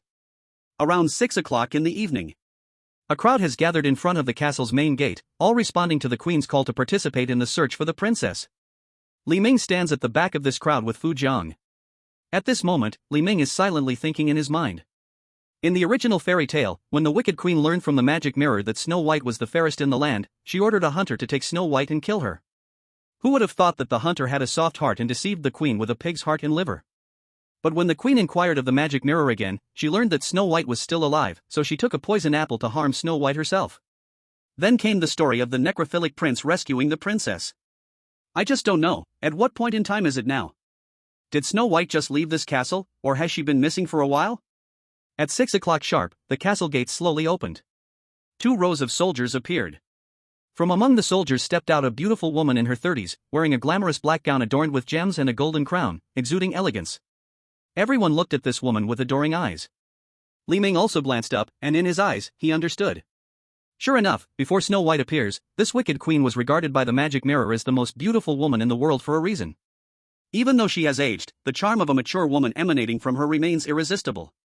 However, with Fu Jiang beside him, in order to prevent Fu Jiang from feeling jealous, Li Ming merely glanced symbolically and then withdrew his gaze. Fu Jiang, seeing that Li Ming was not interested in the beautiful queen, smiled and nodded at him. The queen looked down at the crowd in front of the castle gates. She spoke loudly, "Ladies and gentlemen, I believe you know that my biological daughter, Snow White, has been missing for about a week. The king is very sad about this, and as her mother, I am also very heartbroken." Li Ming felt something was off upon hearing the queen's words. Biological daughter? What's going on? In the original story, wasn't Snow White a stepdaughter? Then, if Snow White is her biological daughter, why would she want to kill her? Could it be that the king and Snow White? Thinking this, Li Ming felt a chill run down his spine, and he continued listening to the queen. The queen continued, "Not long ago, we sent out many knights to search everywhere, but unfortunately, we have still found nothing. Therefore, we want to summon a capable person to find Snow White for us. As long as you can find Snow White, we will reward you with a title, land, and a number of gold coins." Hearing such generous rewards, someone in the crowd spoke up and asked, "I wonder how the queen plans to choose this person?" At this moment, the queen smiled coldly, her slender fingers adorned with gemstone rings waved slightly in the air. Immediately, the 70 to 80 people in front of the castle gate, including Li Ming and Fu Jiang, were surrounded by fully armed soldiers in armor. It's very simple, you all kill each other, and the one who stands last will naturally be the most capable. The rest do not need to know about this matter. Chapter 98, Selected. What? The queen is so ruthless. Finding the princess seems like a simple task, and the rewards are generous, but only one person can survive to claim it. The rest are mere sacrificial offerings. Many people are tempted, but most still do not want to lose their lives here. Wealth is important, but you need a life to spend it. Let us go out. Let's go. Get out of the way. Many people raised their long knives, clubs, and other weapons, planning to break through the soldiers' encirclement. However, the soldiers in this town were elite troops. These people barely rushed a few steps before being pierced through the chest and abdomen by the steel spears in the soldiers' hands, then pushed back to the castle gate by their shields. A single wave of assault from the soldiers left several people attempting to escape severely injured or dead. The remaining ones who were unwilling to flee were either intimidated by the soldiers' strength and did not dare to act recklessly, or they had a bloodthirsty look in their eyes. These bloodthirsty individuals were notorious criminals from the nearby towns, and they seemed quite tempted by the queen's proposal. Seeing the scene, the queen waved her finger, and a throne was brought out. She slowly sat down. From the high steps of the city gate, she looked down at the crowd with a feeling of satisfaction in her eyes. Everyone, since I have said that only the one who stands to the last can accept my task, then you may begin. As soon as the queen finished speaking, the circular ground in front of the castle gate instantly turned into a hellish battlefield. Knives, guns, clubs, and various weapons flew through the air, and in an instant, blood and severed limbs covered the ground. This was an extremely brutal fight, with none of the cute and comical battles seen in fairy tales, only the sounds of dozens of different screams and roars, accompanied by spilled blood in various body parts. Li Ming positioned himself behind Fu Jiang. It wasn't that he didn't want Fu Jiang to get hurt, but if Fu Jiang died in the chaos, she would likely come back to life beside him in various strange ways. If she revived directly in his body, Li Ming would find that unacceptable. Moreover, every time Fu Jiang died, she would become a relatively independent version of herself. Each version would be jealous of the others and try to kill one another, which was extremely terrifying. For now, Fu Jiang was probably still controlling some of her abilities, but if she truly recklessly split and resurrected, the destruction of this fairy tale world would happen in an instant. So it was better for Fu Jiang to avoid injury or death. However, this behavior made it seem to Fu Jiang like he was intentionally protecting her. Li Ming stood in front of her, blocking all attacks from others. Her eyes were filled with love, but this love gradually turned sickly on Fu Jiang's stunning face.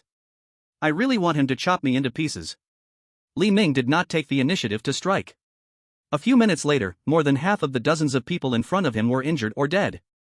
There was no way around it, everyone was just flesh and blood, without any special powers.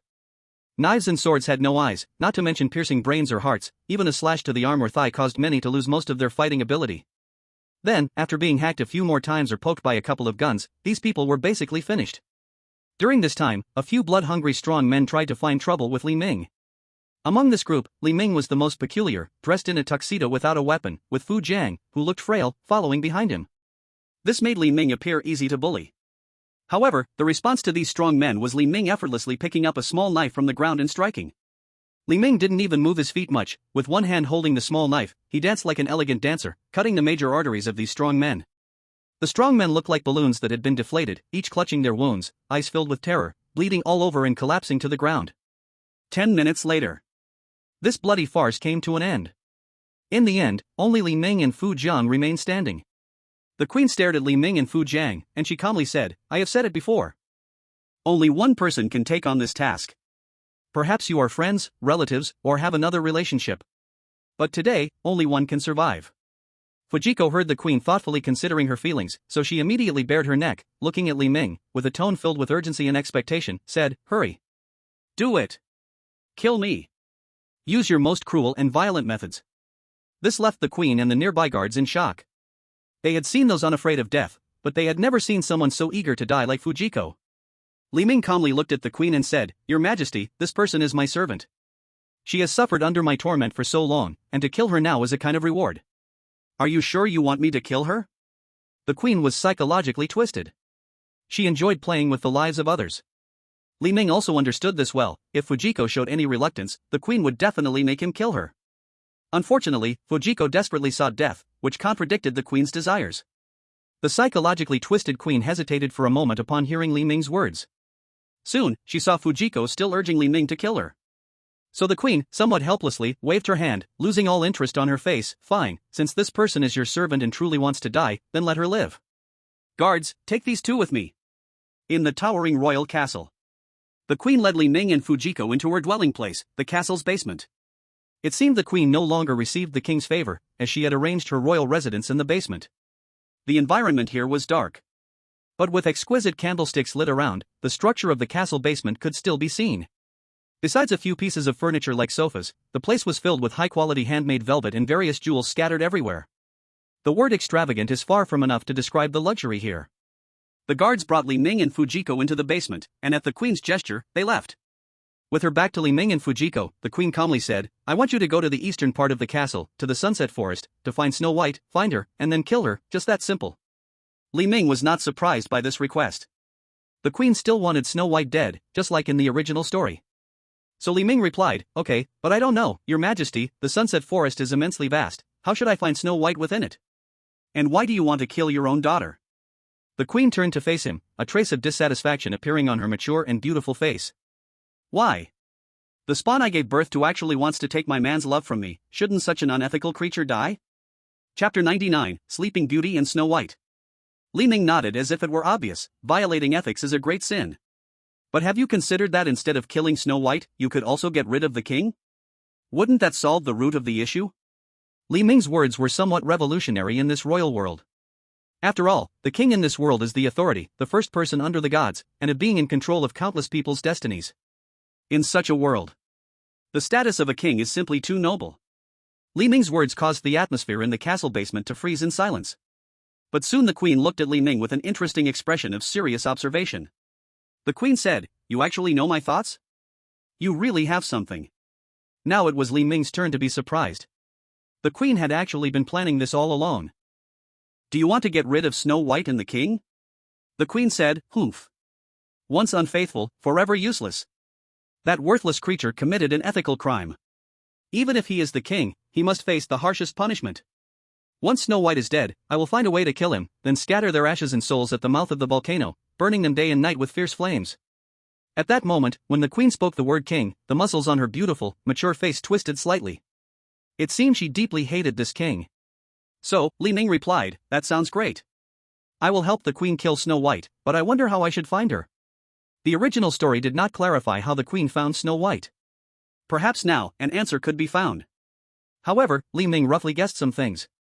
After all, this queen dared to leave herself alone in a room with Fujiko, she must not be an ordinary person.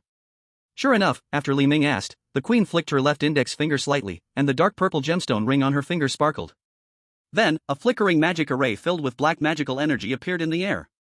Li Ming's eyes moved, black magic. The queen then used a silver needle to poke her index finger, letting a drop of blood fall into the array. That little beast and I come from the same source. With my blood, I can use black magic to locate her direction.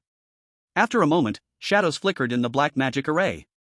The shadows moved, revealing an image. In the center of the sunset forest, under a giant banyan tree, Snow White was happily playing with 7 little dwarfs. Seeing this scene, the queen's face turned dark. "Beastly thing. Shameless. Bringing shame to humanity." She waved her long fingers, dispersing the black magic array in front of her. Li Ming watched the scene with his mouth twitching slightly. Even though he had already suspected something was off with these fairy tale characters from the earlier Little Red Riding Hood, Snow White was just too outrageous. Even as a young person who had seen many educational materials, the scene that flickered in the magic array was still very shocking. From the queen's perspective, Li Ming felt that feeding this Snow White a poison apple would be considered mild. The queen irritably shook her hand. "I truly wish I could tear that miscreant apart." "You go quickly and kill her, I don't want to see her for another moment." "Understood." Li Ming turned to leave with Fujiko. However, at the moment he was about to exit the castle's basement door, Li Ming suddenly thought of a question and turned back to ask the queen. "Your Majesty, as we are to work together, I still do not know your name?" Upon hearing Li Ming ask for her name, a long-lost smile appeared on her shadowed face. She sighed, "I am the incarnation of roses and roses, Queen Arrow." In that instant, the incredibly brilliant beauty of Queen Arrow bloomed like a night-blooming cereus, short-lived but dazzling. In that moment, she was indescribably beautiful. "Roses and roses?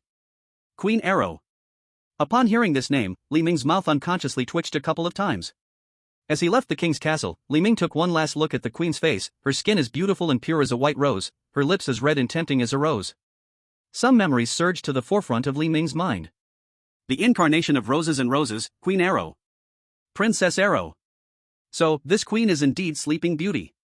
Many people may know the story of Sleeping Beauty, but the princess in that story is named Princess Arrow, the incarnation of roses.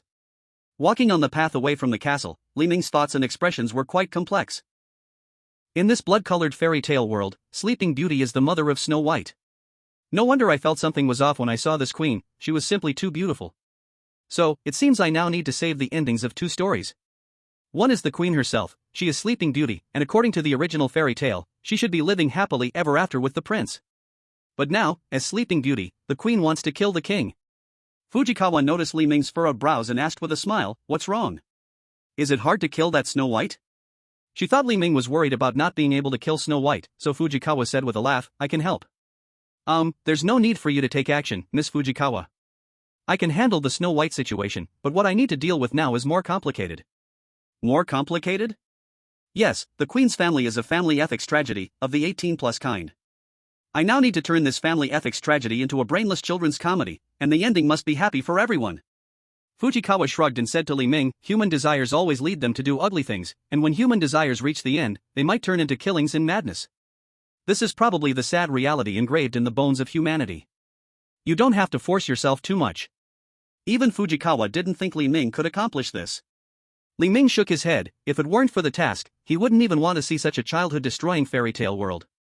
But since he was already here, he had to complete it. Let's go, first to the Sunset Forest to see our absurd Snow White. After Li Ming and Fujikawa left, some guards stepped forward to report Li Ming's news. Queen Ailuai nodded and instructed the guards to continue watching Li Ming and Fujikawa. After the guards left, the large castle basement was left with only her. Although the basement was filled with various expensive and exquisite jewelry and clothing, the emptiness in Queen Ailua's eyes could not be concealed. Ever since she was no longer the world's most beautiful woman, this feeling of emptiness often spread around her. At this moment, Queen Ailua pushed forward a huge full-length mirror covered with a white cloth from behind the sofa. Uncovering the cloth, Queen Ailua stood in front of the full-length mirror. She gently rubbed the smooth mirror surface with her hands and softly asked, Magic Mirror, who is the most beautiful woman in the world?" Queen Ailua thought it would be like before, showing the figure of Snow White. To her surprise, the mirror began to shimmer. A woman with long black hair appeared, a delicate oval face, sparkling eyes, and a teardrop beauty mark flickering beneath her left eye. Chapter 100, Sunset Forest. Ha! What's going on? Queen Ailua's brows knitted together, her big eyes filled with confusion. In the magic mirror, Fujikawa smiled lightly, her mouth curving into an elegant arc, appearing somewhat proud and somewhat mocking. Fujikawa had a naturally mocking face, looking like she was perched high above. Seeing Fujikawa's appearance, Queen Ailua frowned, finding it hard to accept. She had already gone mad at the thought of giving birth to such a monstrous offspring as Snow White, who was more beautiful and shameless than her. But after all, Snow White carried her bloodline, and her beauty was natural, which Queen Ailua still felt a bit proud of. But who was the woman in the magic mirror before her? Where did she come from? Queen Ailua had never known there was anyone in this world so beautiful. Looking at Fujikawa in the magic mirror, Fujikawa's beauty had a kind of enchantment. An uncontrollable killing intent flickered in Queen Ailua's eyes, even if it was just an image projected by a magic mirror. Queen Arrow also felt an unstoppable jealousy and murderous intent towards Fujiko. Who is she? Queen Arrow shouted loudly at the magic mirror. At that moment, the giant life-sized magic mirror trembled, and a wet, sticky, mournful voice emerged. This woman is named Kawakami Fujiko, the embodiment of desire in flesh. Upon hearing Fujiko's name and the title given by the mirror, Queen Arrow was momentarily stunned. Such a beautiful woman, why is she the embodiment of desire in flesh? The mirror quivered and said, I do not know, I only know that all who approach her will encounter misfortune. Desire and flesh represent her soul. Queen Arrow narrowed her eyes slightly. She did not allow any woman in the world to be more beautiful than her, even if that woman's beauty symbolized desire in flesh. Is there a way to kill her? She is an ominous embodiment. You can kill her once, twice, even countless times, but she will always revive, Your Majesty. The mirror, as an omniscient being in the fairy tale world, clearly understood Fujiko's abilities.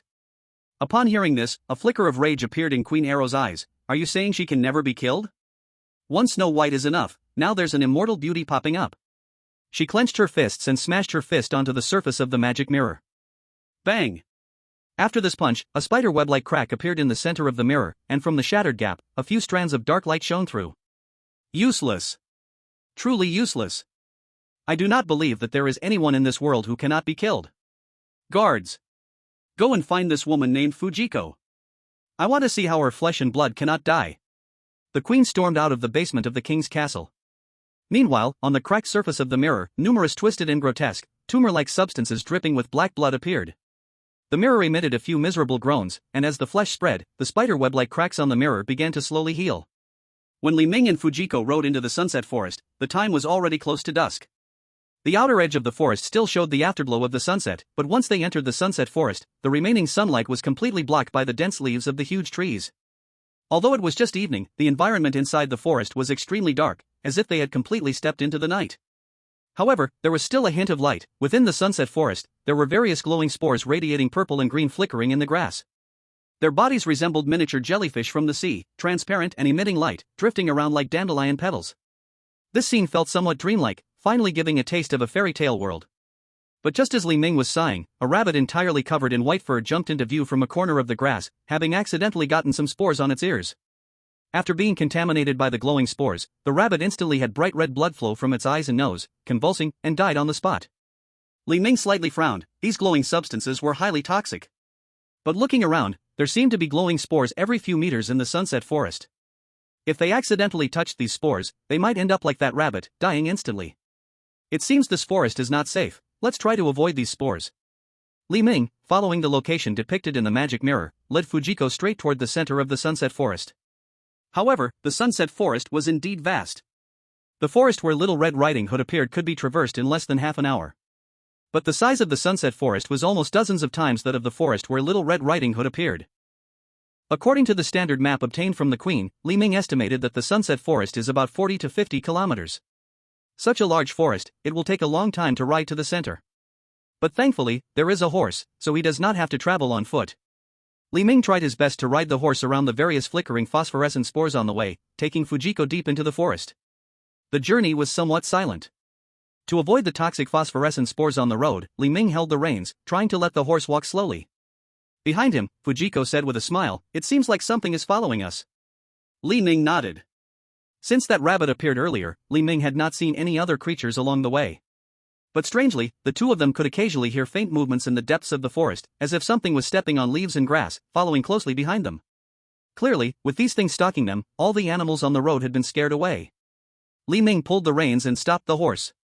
Because at that moment, while Fujiko and Li Ming were discussing this matter, dozens of blood-red eyes suddenly flickered around them.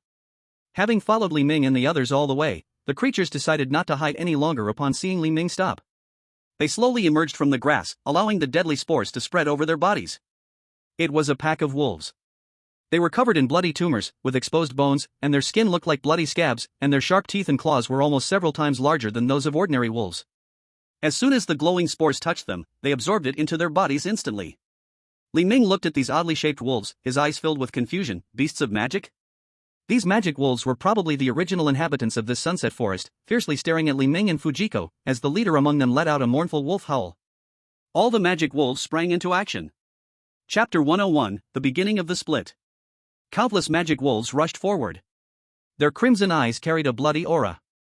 Unlike the grey wolves with human-like thoughts that he encountered with Little Red Riding Hood, the pack of ravenous wolves before him was composed entirely of blood and flesh, emanating an aura of killing and wildness.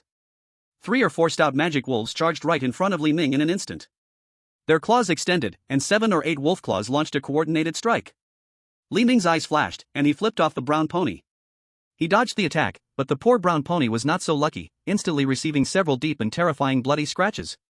Fujiko, also on the horse, did not react quickly enough and was thrown to the ground by the panicked horse after it was injured.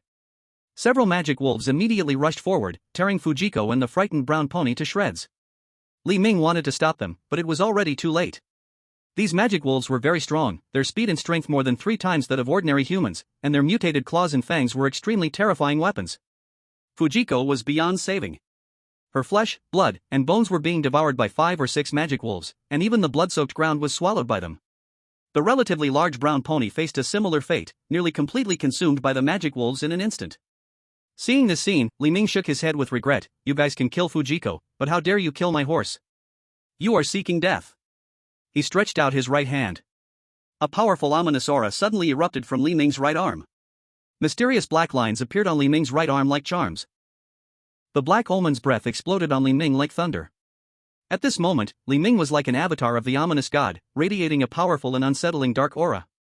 Summoning the Black King Greatsword from the system, Li Ming held the massive sword upside down in his right hand and charged into the pack of demon wolves. Crack! Though the Black King Greatsword had not completely unlocked its seal, it was already an A+ level weapon. The demon wolves had terrifying skin with bloody tumors, but under the slashes of the Black King Greatsword, they resembled watermelons just waiting to be sliced by Li Ming. The Black King Greatsword fell with the power of the omen. In an instant, the 3 demon wolves standing before Li Ming were violently shattered, their bodies bursting like watermelons exploding in the field. "Dare to kill my horse? Die!" Li Ming was usually a good-tempered person. But when something dared to kill his horse, that good temper came to an end. The demon wolves, of course, were not willing to back down. Their willingness to attack Li Ming proved they were no weaklings. With a long howl from the demon wolf leader standing at the back, dozens of remaining demon wolves surrounded him, launching their assault on Li Ming. A faint gray light began to glow from the bodies of these demon wolves. The light was similar to the bioluminescent spores found in the forest, yet different. At this moment, all the demon wolves charged toward Li Ming, and with the Black King Greatsword in hand, Li Ming had no tactics, simply spinning the sword with both hands. The Black King Greatsword was extremely heavy, and Li Ming could only swing it 2 or 3 times. But 2 or 3 swings were enough, the demon wolves that had just gotten close to Li Ming were instantly shredded by the sword. Even with their enhanced state, these demon wolves were no match for Li Ming. After all, the weapon in Li Ming's hands was simply too powerful for them, like wielding a divine artifact against monsters in a beginner's village.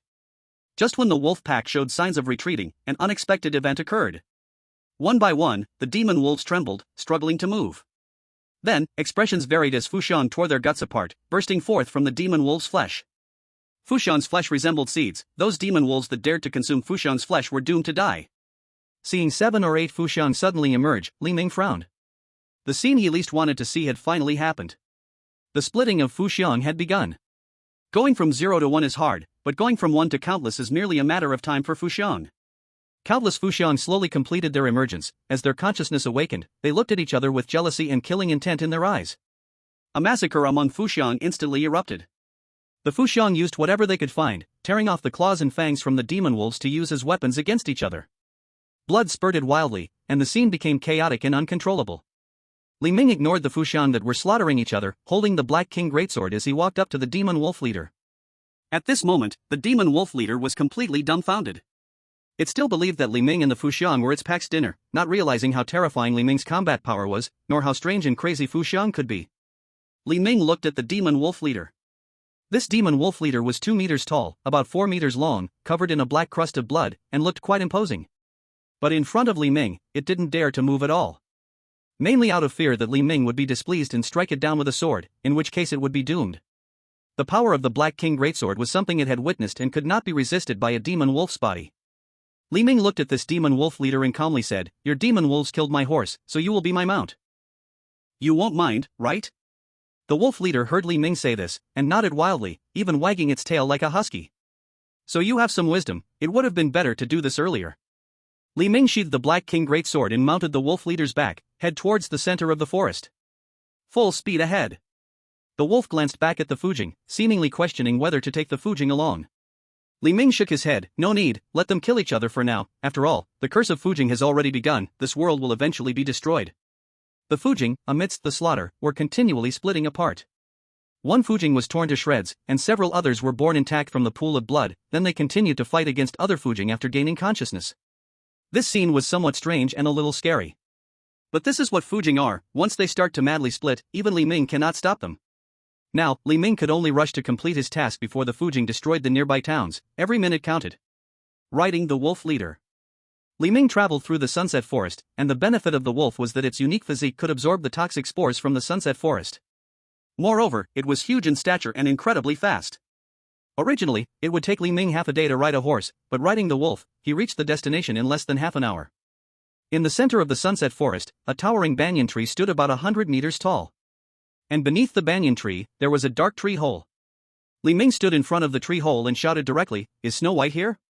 After a moment, a woman with disheveled clothes and skin as white as snow walked out of the tree hole. Chapter 102, Dwarfs. Snow White truly lived up to her name.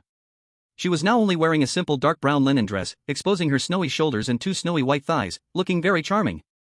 With a little embellishment, her beauty could definitely reach an exaggerated level. Though not so stunning that people would lose themselves at first sight, it was certainly memorable. However, such a beautiful woman had a look and behavior that were completely mismatched. The moment Snow White saw Li Ming, her complexion turned red, and there was an unmistakable hint of possessiveness in her eyes. "How do you know my name? Are you also my admirer, brother?" "Brother?" Li Ming glanced at Snow White and felt a shiver run down his spine upon hearing her words. If he had to describe Snow White with one word, he would choose flirty. Moreover, this Snow White was the kind that showed no restraint at all, not even bothering to hide it. This created a strong sense of conflict with her seemingly pure and perfect appearance. Snow White's face and figure would be seen as that of a lofty princess anywhere. Yet, she had no trace of the modesty and etiquette a princess should have. Beauty and values do not necessarily match. The Snow White before Li Ming perfectly proved this point. However, human values often easily follow appearances. When faced with someone whose face is grotesque, most people instinctively think the other party has dark intentions and twisted personalities. Even a mere glance can lead people to feel unsafe. But when encountering someone who is exquisite and stunning, people often speculate about their noble background and optimistic character. A simple glance could lead others to think that person has an interest in them.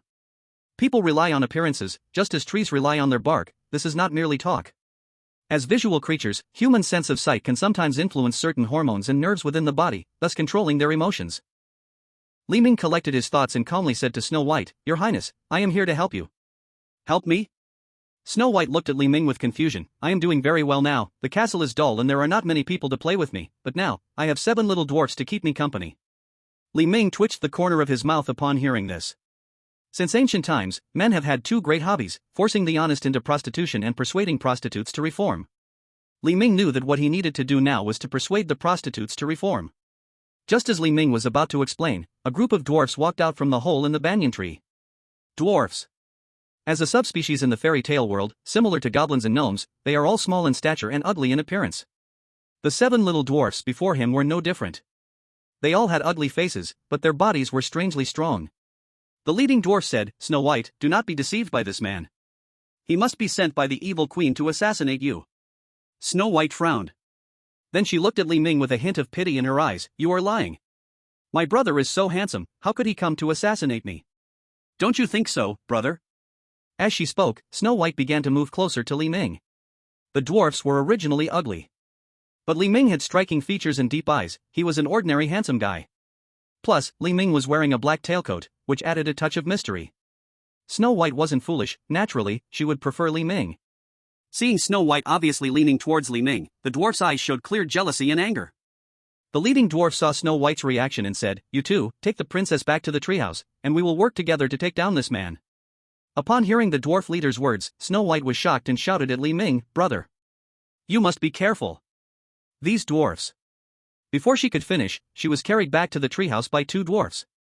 Li Ming looked at the dwarfs in front of him, his expression puzzled.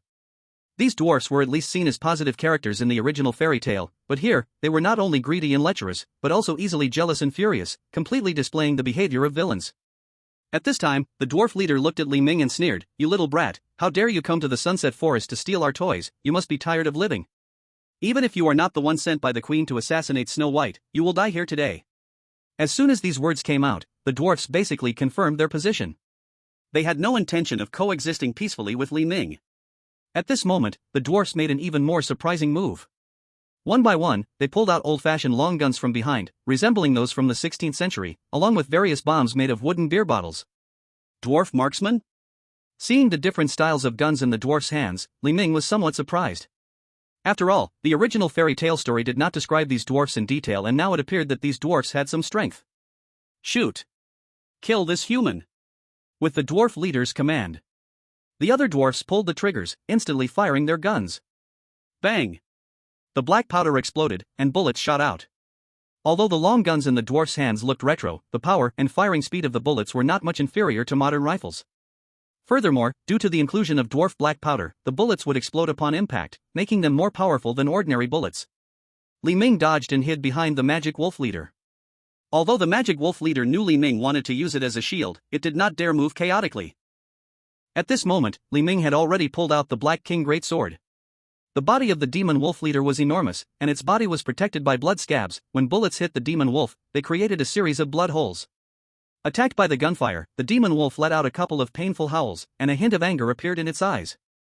It dared not provoke Li Ming, but could it really not kill these dwarfs? Taking advantage of the dwarf's reloading time, Li Ming turned and rode on the back of the demon wolf leader, charging towards the dwarfs ahead. The demon wolf leader rushed forward, biting down on a dwarf, directly severing its waist and swallowing it whole. At that moment, Li Ming also swung the great sword in his hand, cutting a dwarf in half. The organs and blood within the dwarf's body flowed out everywhere. The dwarf big brother, seeing Li Ming so fierce, was caught off guard and his face went pale. Then he shot with one hand while throwing a few wooden bottle bombs at Li Ming with the other. Boom! These wooden bottle bombs exploded at Li Ming's feet. Smoke billowed, and a large pit was blown out of the surrounding grass and trees. However, there was smoke but no harm. Li Ming's figure flickered in the thick smoke of the explosion, appearing before the remaining 2 dwarfs, the power of ominousness gathering as he swung his sword. Crack! The 2 dwarfs did not even have time to scream before being sliced into pieces by a black swordlight from the Black King greatsword. Chapter 103. 2 green teas playing a scene. The dwarf big brother, seeing how ferocious Li Ming was, quickly turned in terror and ran towards the banyan tree hollow.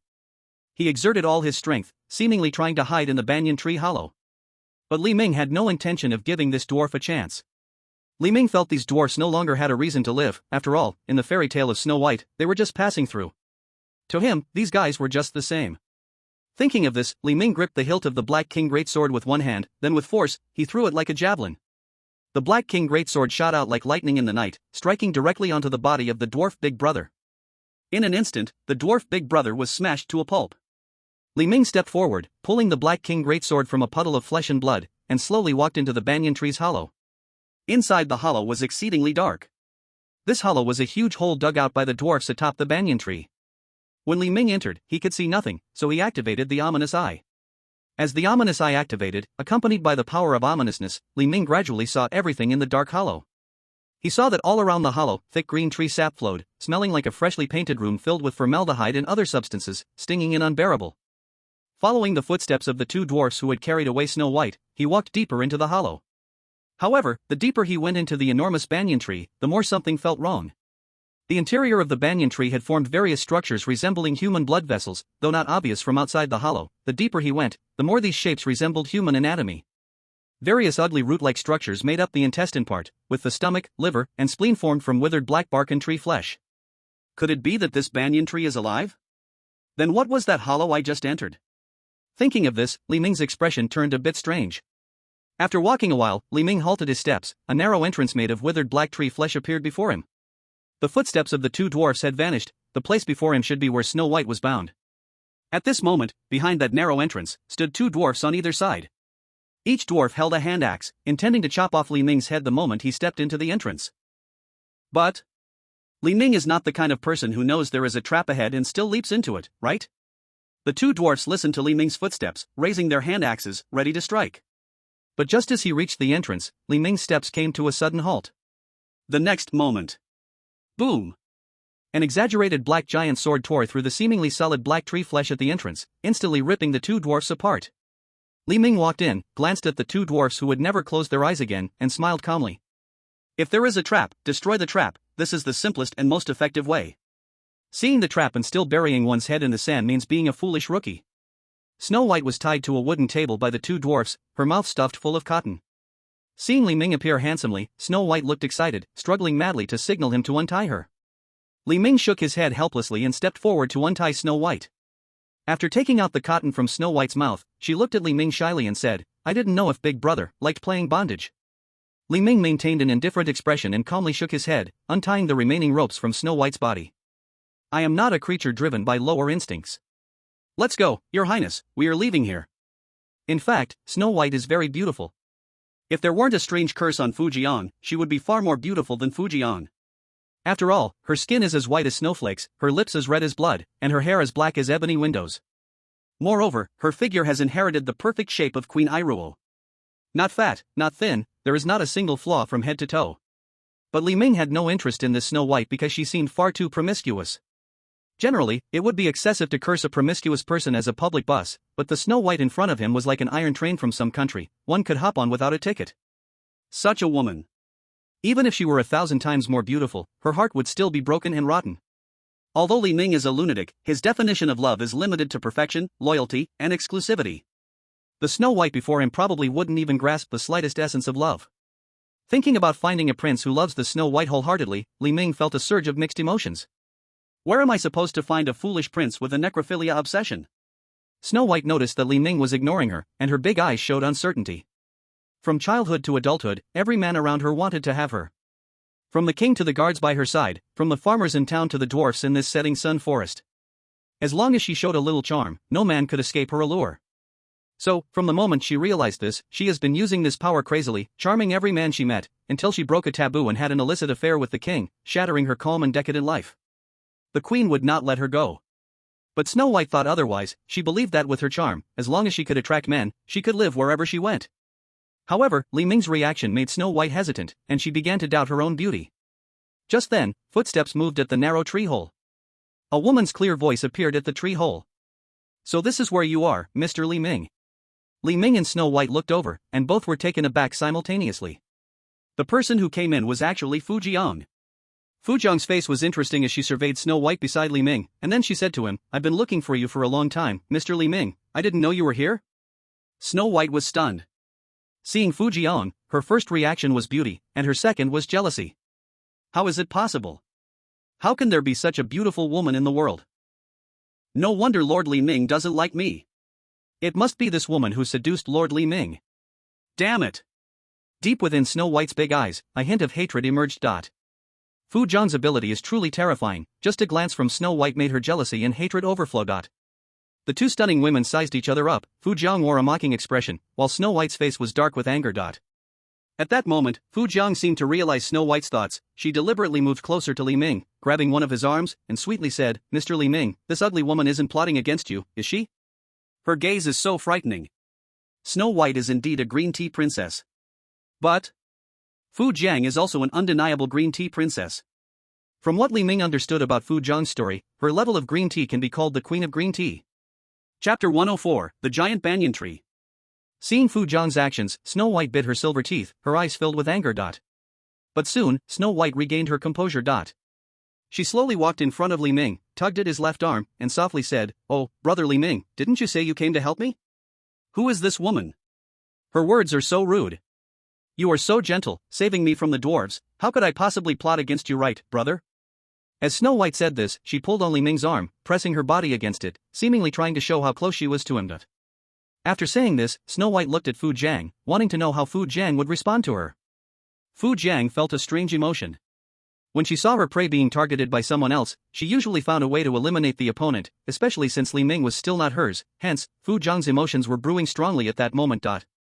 Seeing Snow White's green tea act, a hint of murderous intent flickered in Fu Zhang's black eyes. Snow White was not to be outdone, her eyes filled with strong possessiveness as she countered fiercely.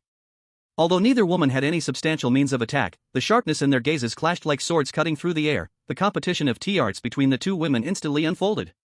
Seeing the murderous intent in Fu Zhang's eyes, Snow White, looking frightened, continued to speak to Li Ming. Brother, her gaze is so frightening. I've never seen a woman with such eyes. Is she even a woman? Brother." Snow White used the simplest and most crude method, a gender attack. If any ordinary woman were to hear this, she would surely be angry. But Fu Zhang did not get angry upon hearing Snow White's words because it didn't hit her most vulnerable point. In fact, the easiest way to anger Fu Zhang is to attack her appearance, saying she is unattractive or ugly. However, most people do not attack Fu Zhang on this point after seeing her, because her looks, enhanced by her strange abilities, seem impeccable. In response to Snow White's slander, Fu Zhang merely smiled at Li Ming and said, "Mr. Li Ming, this woman is a bit ungrateful, and with her loose behavior, are you sure your conscience is clear for saving her?" Fu Zhang's attack was deadly. Fu Zhang had seen Snow White's promiscuous side in the magic circle released by the queen before, so she could naturally use this to attack now. Upon hearing Fu Zhang say she was promiscuous, Snow White's eyes narrowed slightly, revealing some panic. She knew that for a man, especially a rather upright handsome guy like Li Ming, it could be a big risk. Thus, Snow White squeezed out 2 tears, as if to say Fu Zhang was wrong. She looked at Li Ming pitifully. "Brother. You know, for someone like me, being beautiful is a curse right from birth. Those men, when they see me, just want to possess me. I have never taken the initiative for anything, they just swarm towards me. Can I even be blamed for this? Brother." Li Ming remained unmoved by these words. The Snow White in front of him may have a heart as dark as night. Human nature is inherently evil. This saying might be wrong for ordinary people, but for the Snow White in front of him, it could be just the right fit. When Fuyue heard the Snow White's words, a thoughtful look appeared on her face. She was similar to the current Snow White, both beautiful and eliciting the desires of others, ultimately leading to tragic and even horrific endings. However, there was a fundamental difference between Snow White and Fuyue. No matter how beautiful and alluring Snow White was, she was fundamentally a person, and if killed, she would die. On the other hand, Fuyue was the embodiment of desire in flesh. As long as desire existed, Fuyue would never die. Just as Fuyue and Snow White were about to continue their tea performance, the banyan tree's hollow began to tremble slowly, and a faintly unpleasant odor began to waft from inside the hollow. Li Ming opened his ominous eye to observe and found that the enormous banyan tree was trembling, with thick green tree sap flowing within its organ-like blackwood structures. Everything showed signs of activity. Is this big banyan tree coming back to life? Thinking of this, Li Ming furrowed his brow and said to the 2 women, "Let's go. We need to leave here first." Hearing Li Ming's words, Snow White and Fuyue stopped their argument and followed him out of the banyan tree. As they ran out of the banyan tree's hollow, Li Ming was the last to exit, and then something astonishing happened. The massive banyan tree uprooted itself and slowly stood up. The dense black banyan leaves were its hair, the trunk like a dragon was its body, and the countless, densely packed roots were its legs. And on its trunk, there appeared a face that looked both pained and ancient. Its colossal figure loomed like a giant watching over Li Ming and the others. Li Ming and the others stood before it like ants looking up at humans, feeling a huge sense of disparity. Tree man. Li Ming had already guessed, after seeing those organ-like structures in the hollow, that the banyan tree in the center of the setting sun forest was a tree man. However, Li Ming could clearly feel that this tree man seemed to have no hostility towards them. In the next moment, the giant banyan tree turned around and headed towards the entrance of the setting sun forest where Li Ming had come from. This tree man located in the center of the setting sun forest seemed more like the guardian spirit of this forest, watching over it. Li Ming watched the swaying giant banyan tree and thought, the place it's heading must have encountered a crisis of destruction in the setting sun forest. Is it due to those split versions of Fuyue fermenting? Just as Li Ming thought. On the side where Li Ming had come, in the place where the demon wolves attacked Fuyue. At this moment, the number of Fuyue had grown to over 10,000 in less than an hour. They madly attacked each other, tearing each other's bodies apart, causing deaths, and then continued to split. One gives birth to two give birth to three give birth to countless. The nearby forest had completely transformed into a breeding greenhouse for Fuyue. Some Fuyue were born along with chunks of their broken bodies, some sprouted from the ground amidst blood in the grass, and some emerged from the trunks of trees. Several kilometers of forest area had entirely become a hell for Fuyue. They were like cancer cells within this forest, eating away at everything in sight. If left unchecked, these Fujikawa would completely swallow this forest within a few hours. At this moment, the giant banyan tree of the sunset forest slowly arrived before the Fujikawa hell. It stood silently before the Fujikawa that were devouring the forest, its massive trunk splitting into a giant arm over 100 meters long. Then, it came crashing down. Chapter 105, The Emperor. The banyan tree giant's trunk arm smashed into the forest filled with reviving Fujikawa, its giant trunk falling like a colossal mountain. Boom! Blade-like hurricanes whipped up on either side of the trunk. Countless Fujikawa's flesh and blood were shredded in that moment. All Fujikawa within hundreds of meters were wiped out by the banyan tree giant. Seeing the Fujikawa being shattered and crushed, the banyan tree giant dragged its roots, slowly moving forward, continuing to strike at the remaining Fujikawa. Its trunk arm fell repeatedly, the dozens of kilometers of sunset forest trembling under the giant's attack, shaking like an earthquake. The ground shook, rocks flew, birds scattered in a panic, and beasts ran away. The sunset forest seemed to face the end of the world, countless creatures fleeing in all directions. On the banyan tree giant's twisted tree-like face, there was anger. It wanted to stop this disaster caused by the strange humans before it, to save the entire sunset forest. But it did not know the strange abilities and terrifying aspects of the Fujikawa. What it did was simply whip up a storm, lifting countless Fujikawa's flesh and blood, which quickly spread throughout the forest. Previously, the forest covered in Fujikawa's blood and flesh fragments was only about a kilometer. Now, with a single blow from the banyan tree giant, the Fujikawa's body, blood cells, almost instantly spread to the whole forest. In the sky of the sunset forest, it began to rain Fujikawa's flesh and blood. Even far in the center of the sunset forest, Li Ming was drenched in the Fujikawa's blood and flesh. Li Ming looked up. In the dim sunset forest, black and red intertwined, various fragments of Fujikawa's bodies fell, terrifying like a doomsday painting. Removing a half Fujikawa eyeball stuck to his face, Li Ming prepared to leave with Snow White and the Fujikawa behind him. The wolf leader crawled beside Li Ming, living in the sunset forest, seeing so much meat for the first time. But upon seeing so much flesh and blood, it didn't dare eat a bite. The earlier scene of the magic wolves bursting with Fujikawa was still fresh in its memory. The wolf leader had eaten meat all its life, yet today it suddenly realized that sometimes eating vegetables was also quite good. Li Ming led Snow White and the Fujikawa, riding on the wolf leader, dashing away in the opposite direction of the banyan tree giant. In a few minutes, the Fujikawa's flesh and blood would ferment, and by then, this sunset forest would truly become a hell of Fujikawa. The wolf leader's speed was fast. At least in the midst of the torrential rain of Fujikawa's blood, even carrying Li Ming, Snow White, and the Fujikawa on its back, its speed was still slightly faster than the blood rain. In just over 10 minutes, the wolf leader ran out of the sunset forest's range. Before completely leaving the forest, Li Ming thought for a moment and chose to set fire to the trees on the outskirts of the sunset forest. Under the watch of Snow White and the Fujikawa, Li Ming utilized some simple principles of wind helping the fire, igniting all the trees on the outskirts of this sunset forest. In this situation, the proliferation of Fujikawa could no longer be stopped, but at least if the entire forest caught fire, the speed of their reproduction should slow down a bit. After leaving the sunset forest, Li Ming followed the markings on the map, heading toward a country to the left of the sunset forest. The map of this fairy tale world is incomplete. Even the official map that Li Ming obtained from Queen Ailua only shows 3 countries in this world. The 3 countries are holding each other back, presenting a situation of mutual support among 3 powers. The country of Queen Ailua is located in the right corner, with the vast sunset forest in the middle, and another country on the left side, while at the top, close to the sea, there is yet another country. Li Ming plans to first resolve the issue with Snow White, then visit the country at the very top, and finally return to Queen Ailua to solve her problem.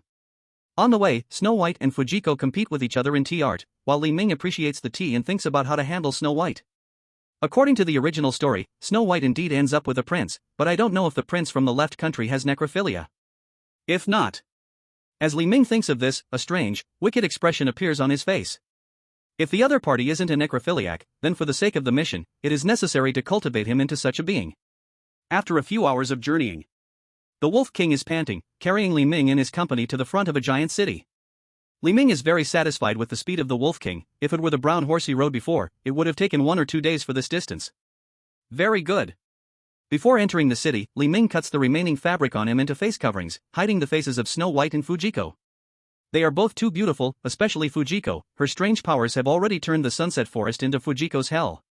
Li Ming temporarily cannot turn this city into Fujiko's hell, as he is still unsure if there are fairy tale characters inside. In front of the city gate, 2 soldiers look at the 2-meter-high, 4-meter-long, blood-crusted Wolf King with a surprised expression. They are astonished that Li Ming could tame such a beast as a mount. Amid their shock, they watch as Li Ming rides the Wolf King into the city. According to the rules, only normal mounts like horses and donkeys are allowed inside. Fierce creatures like magical beasts are not permitted. But the 2 soldiers do not dare to stop Li Ming. They fear that the magical wolf Li Ming rides might take a bite out of them. Because the wolf does not look like any easy prey. However, what they do not know is that just a few hours ago, the Wolf King had already decided to live on grass for the rest of its life. Upon entering the city, Li Ming finds an inn, temporarily arranges for Snow White and Fujiko inside, and places the wolf in the stable before heading out to see if there are any fairy tale characters in this city. However, Li Ming has wandered through the residential area for half a day and found nothing. As noon arrives, a special situation occurs. Today seems to be a significant day as countless people are gathering towards the center of the city, as if to attend a gathering. Li Ming asks a tall, thin resident about it.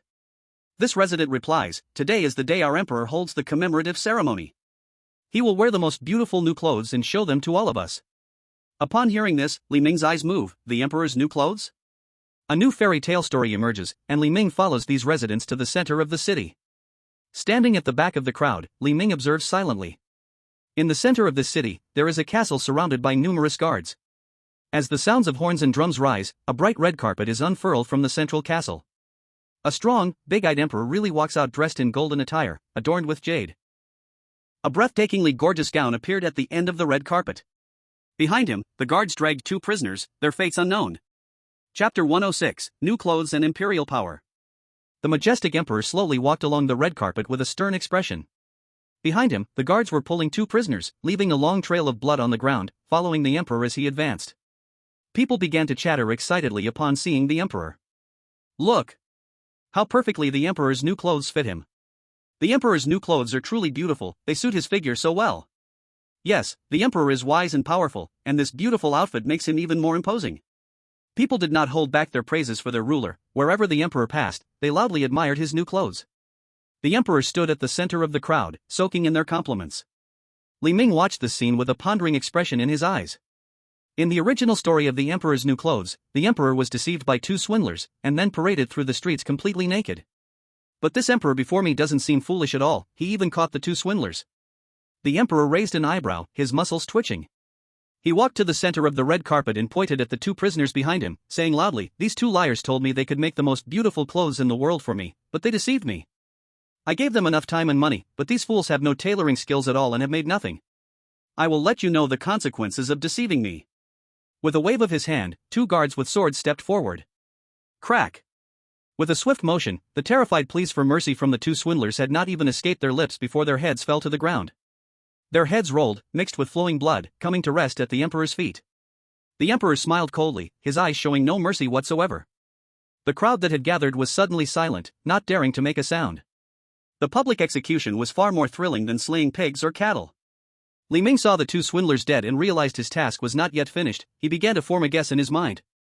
In the original fairy tale, the ending is that the emperor realizes he wears nothing at all, yet still proudly parades through the streets.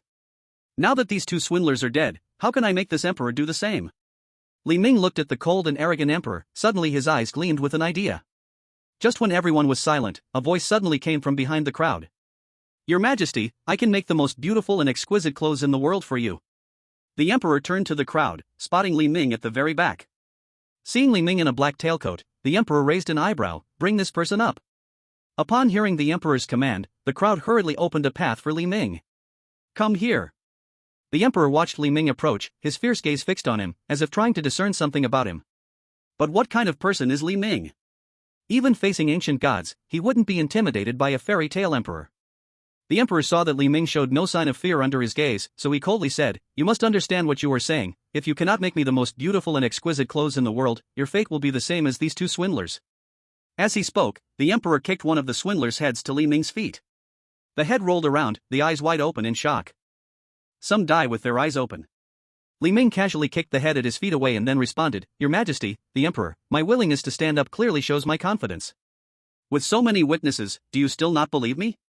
The emperor looked intently at Li Ming and asked, "How much time do you need? What materials do you require?" "It won't take long, and I have the materials ready. Now I just need to measure your height and waist, Your Majesty. Also, I can make the clothes right now, and after I finish, you can still complete your parade." Hearing Li Ming's promise, the emperor, although skeptical, nodded. "You said it yourself. If you can't deliver, I will have your head." "Then please, let me measure your height and waist." In the dressing room of the emperor's castle. The emperor had changed out of his golden and jade-embroidered robe as Li Ming requested, quietly waiting for Li Ming to measure his height and waist.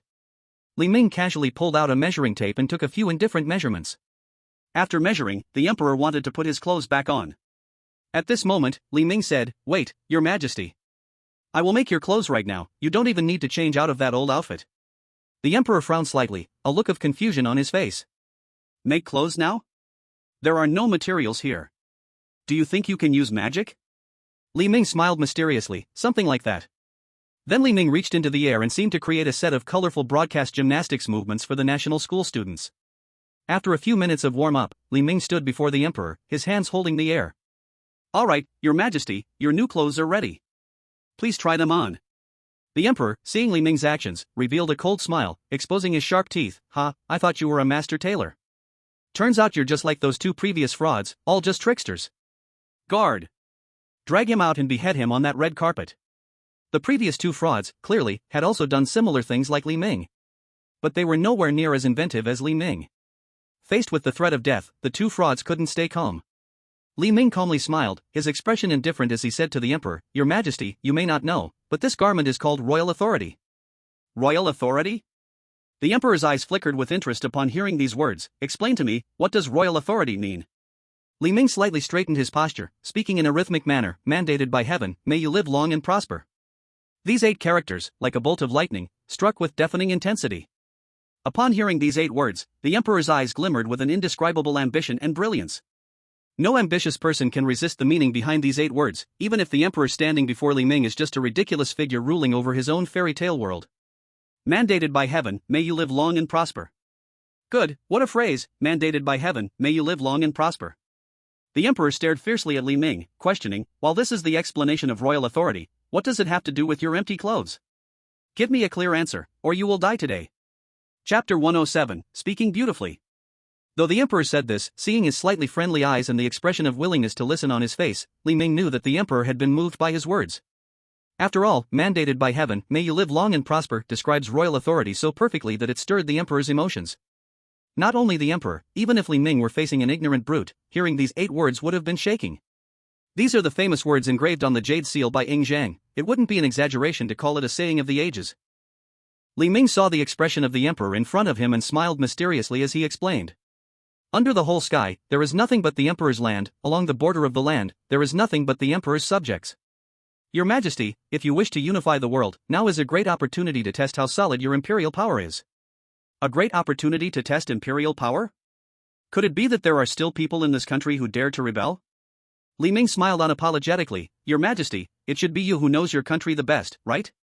Those common people without power are one thing, but what about those ministers and generals standing among the people? Are you sure they are all willing to submit to you?" The emperor frowned slightly, clearly sensing the truth in Li Ming's words.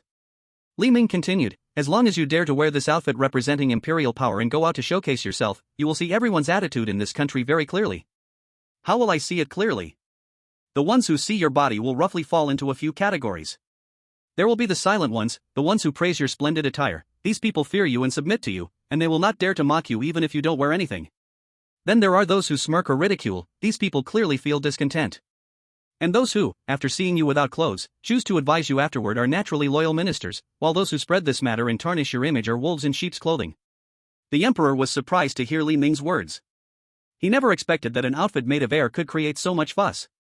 At this moment, Li Ming continued to stir the pot. After today, you can declare that this ceremony is a means for you to test the people's sentiments. At that time, the public will not mock you but will be amazed at your courage and wisdom.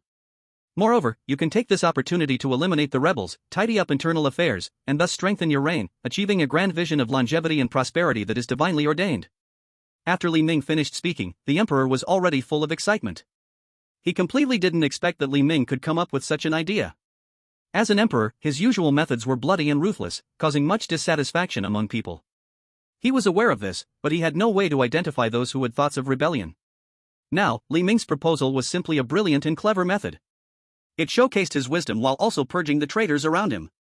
The emperor looked at Li Ming, his face filled with excitement as he said, "Wonderful.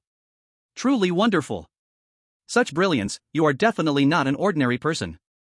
I wonder what you wish for. I will certainly fulfill it once I succeed." Li Ming's expression was subtle as he smiled. "I wonder, Your Majesty, do you have a son?" Hearing this request, the emperor's expression turned awkward. "So it turns out you have this kind of preference.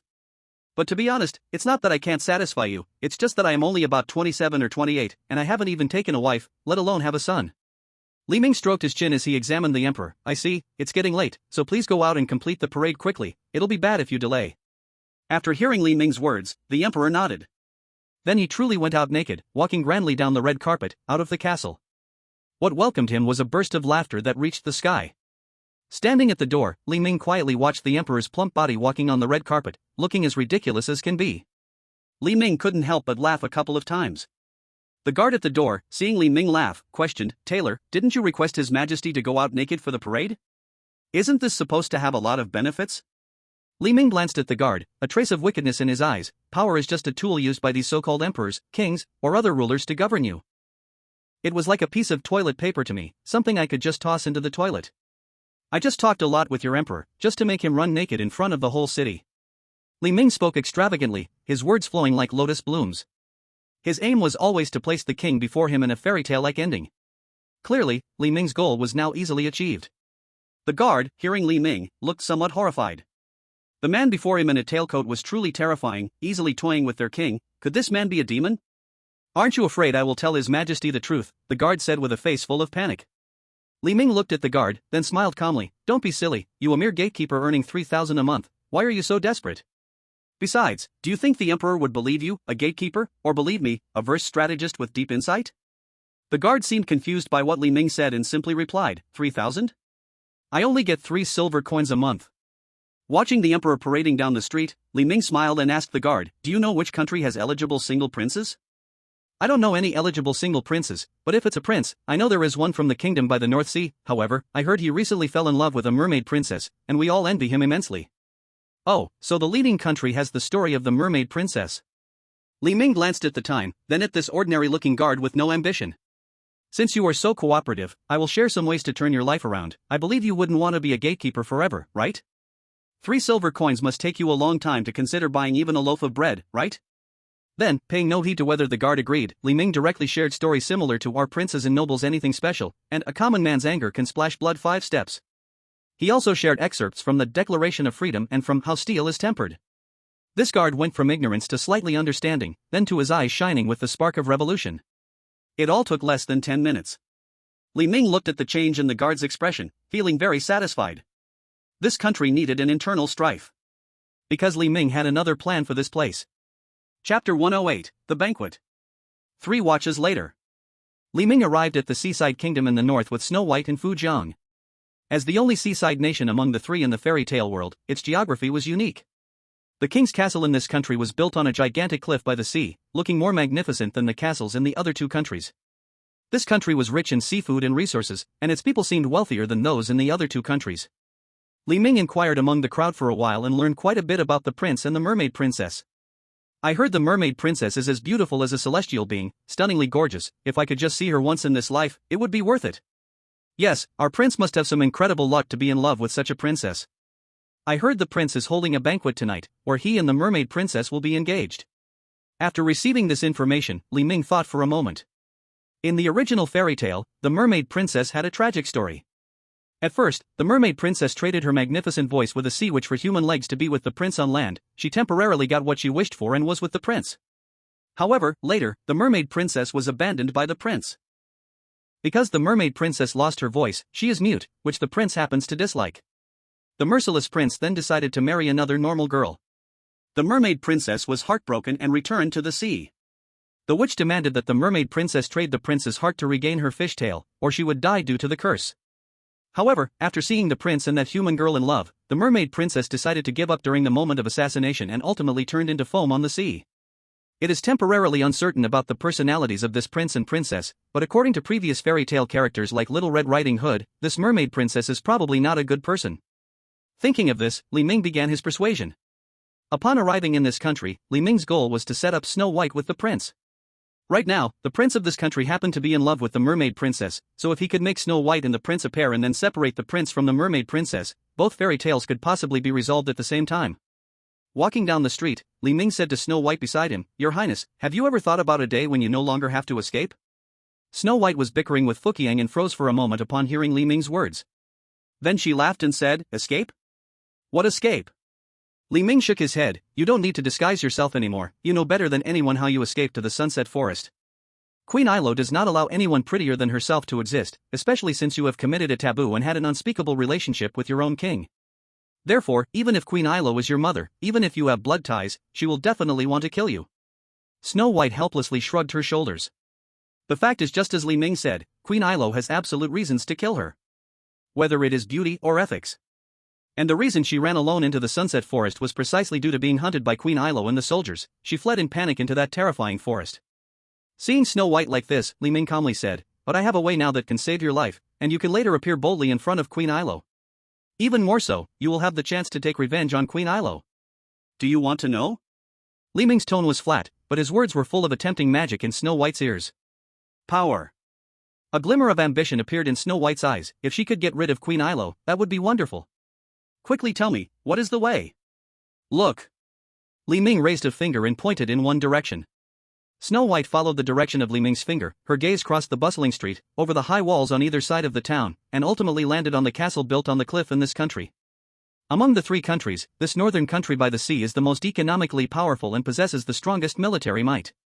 If she became the ruler of this country, she naturally wouldn't have to fear Queen Ilo. Snow White's eyes turned. "Do you mean I should seduce the king of this country? But isn't he already married?"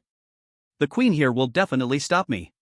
Snow White is indeed a wicked person at heart. Just from Li Ming pointing a direction, she has already imagined the rest of the plan. However, her thinking is slightly off. Li Ming explained at this time, "No, seducing the king will be somewhat difficult. But seducing their prince will be very simple. I think a prince in his 20s, you should be able to handle easily. Besides, according to the latest information I have, the prince of this country is involved with a half-human, half-fish creature." Snow White heard Li Ming say this, her face flushed as she replied, "You're annoying. Aren't you in your 20s? I couldn't easily get you." "People and the mentally ill cannot be compared. Come on, let's prepare for how to attend tonight's banquet and win over this prince." Brother Li Ming is indeed not an ordinary person. Fu Jiang coldly shook her head beside them, boring. Night fell. Above the castle by the sea, the lights were bright. Various royals, nobles, and gentlemen were present for tonight's gala. Tonight, the prince would announce his engagement to the mermaid princess. Li Ming was now in a tuxedo, holding a tall wineglass, walking alongside Snow White, who wore a golden lace mask. Fu Jian was arranged by Li Ming to wait outside the city with the Wolf King. Tonight was Snow White's stage. She couldn't let Fu Jiang steal the spotlight. Watching the guests come and go, Li Ming took a sip of the red wine in his glass and casually greeted the passing guests like a true noble. Standing beside Li Ming, Snow White quietly asked, "Brother Li Ming, all the other women at the banquet are showing their faces. If I wear this golden mask, will the prince not notice me?" Li Ming smiled mysteriously. "When everyone shows their faces and you cover yours, that makes you the most special one. Besides, this outfit. I prepared it with care." Snow White was dressed in a gorgeous outfit. The top was a corset dress designed by Li Ming that looked like fish scales, while the bottom featured vaguely sheer black stockings, enhancing Snow White's fair skin and stunning figure. That kind of subtle allure was emanating from Snow White. Chapter 109, She is Just a Friend. What looked like simple decoration was actually designed by Li Ming himself. Only men truly understand what men want. The fish scale corset dress catered to the prince's peculiar love for grass carp, while the black stockings added a mysterious allure, increasing attraction. With Snow White's naturally noble and pure face contrasting the slightly suggestive outfit, Li Ming had reason to believe that any man with normal levels of testosterone would fall in love with Snow White. And all of this needed an extremely appropriate moment and a seemingly accidental performance. As the banquet reached its halfway point, amid the cheering around, the blonde-haired, blue-eyed prince entered the banquet hall with a cute and delicate-faced princess.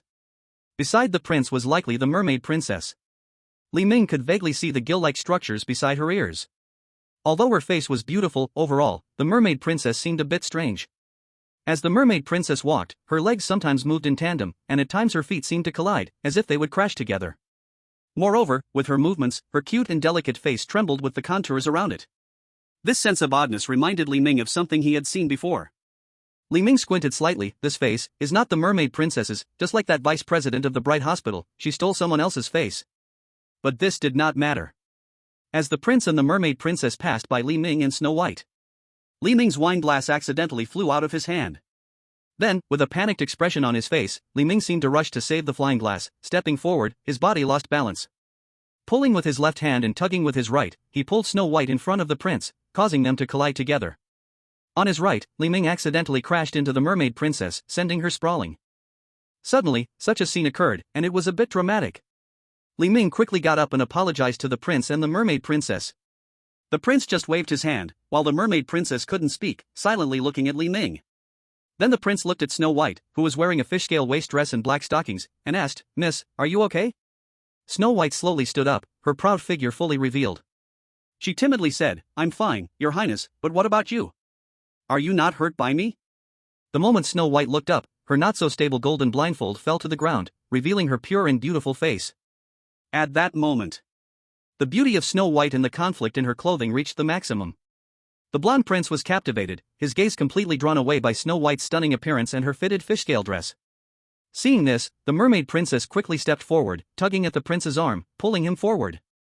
Snow White, meanwhile, followed Li Ming's request and displayed a stunning performance. First, she looked at the prince, giving him a deep, affectionate glance. Then her gaze drifted to the side, to the mermaid princess, and a look of helplessness and loneliness appeared on her face. She murmured, "As long as the prince is fine, that's good, nothing else matters." Then Snow White slowly turned her back to the prince and walked into the crowd of the banquet hall. The prince glanced at the mute mermaid princess beside him, then looked back at Snow White. Snow White's recent actions made the prince's heart race wildly as if it had been struck by a hammer, unable to calm down. He then shouted, "Wait!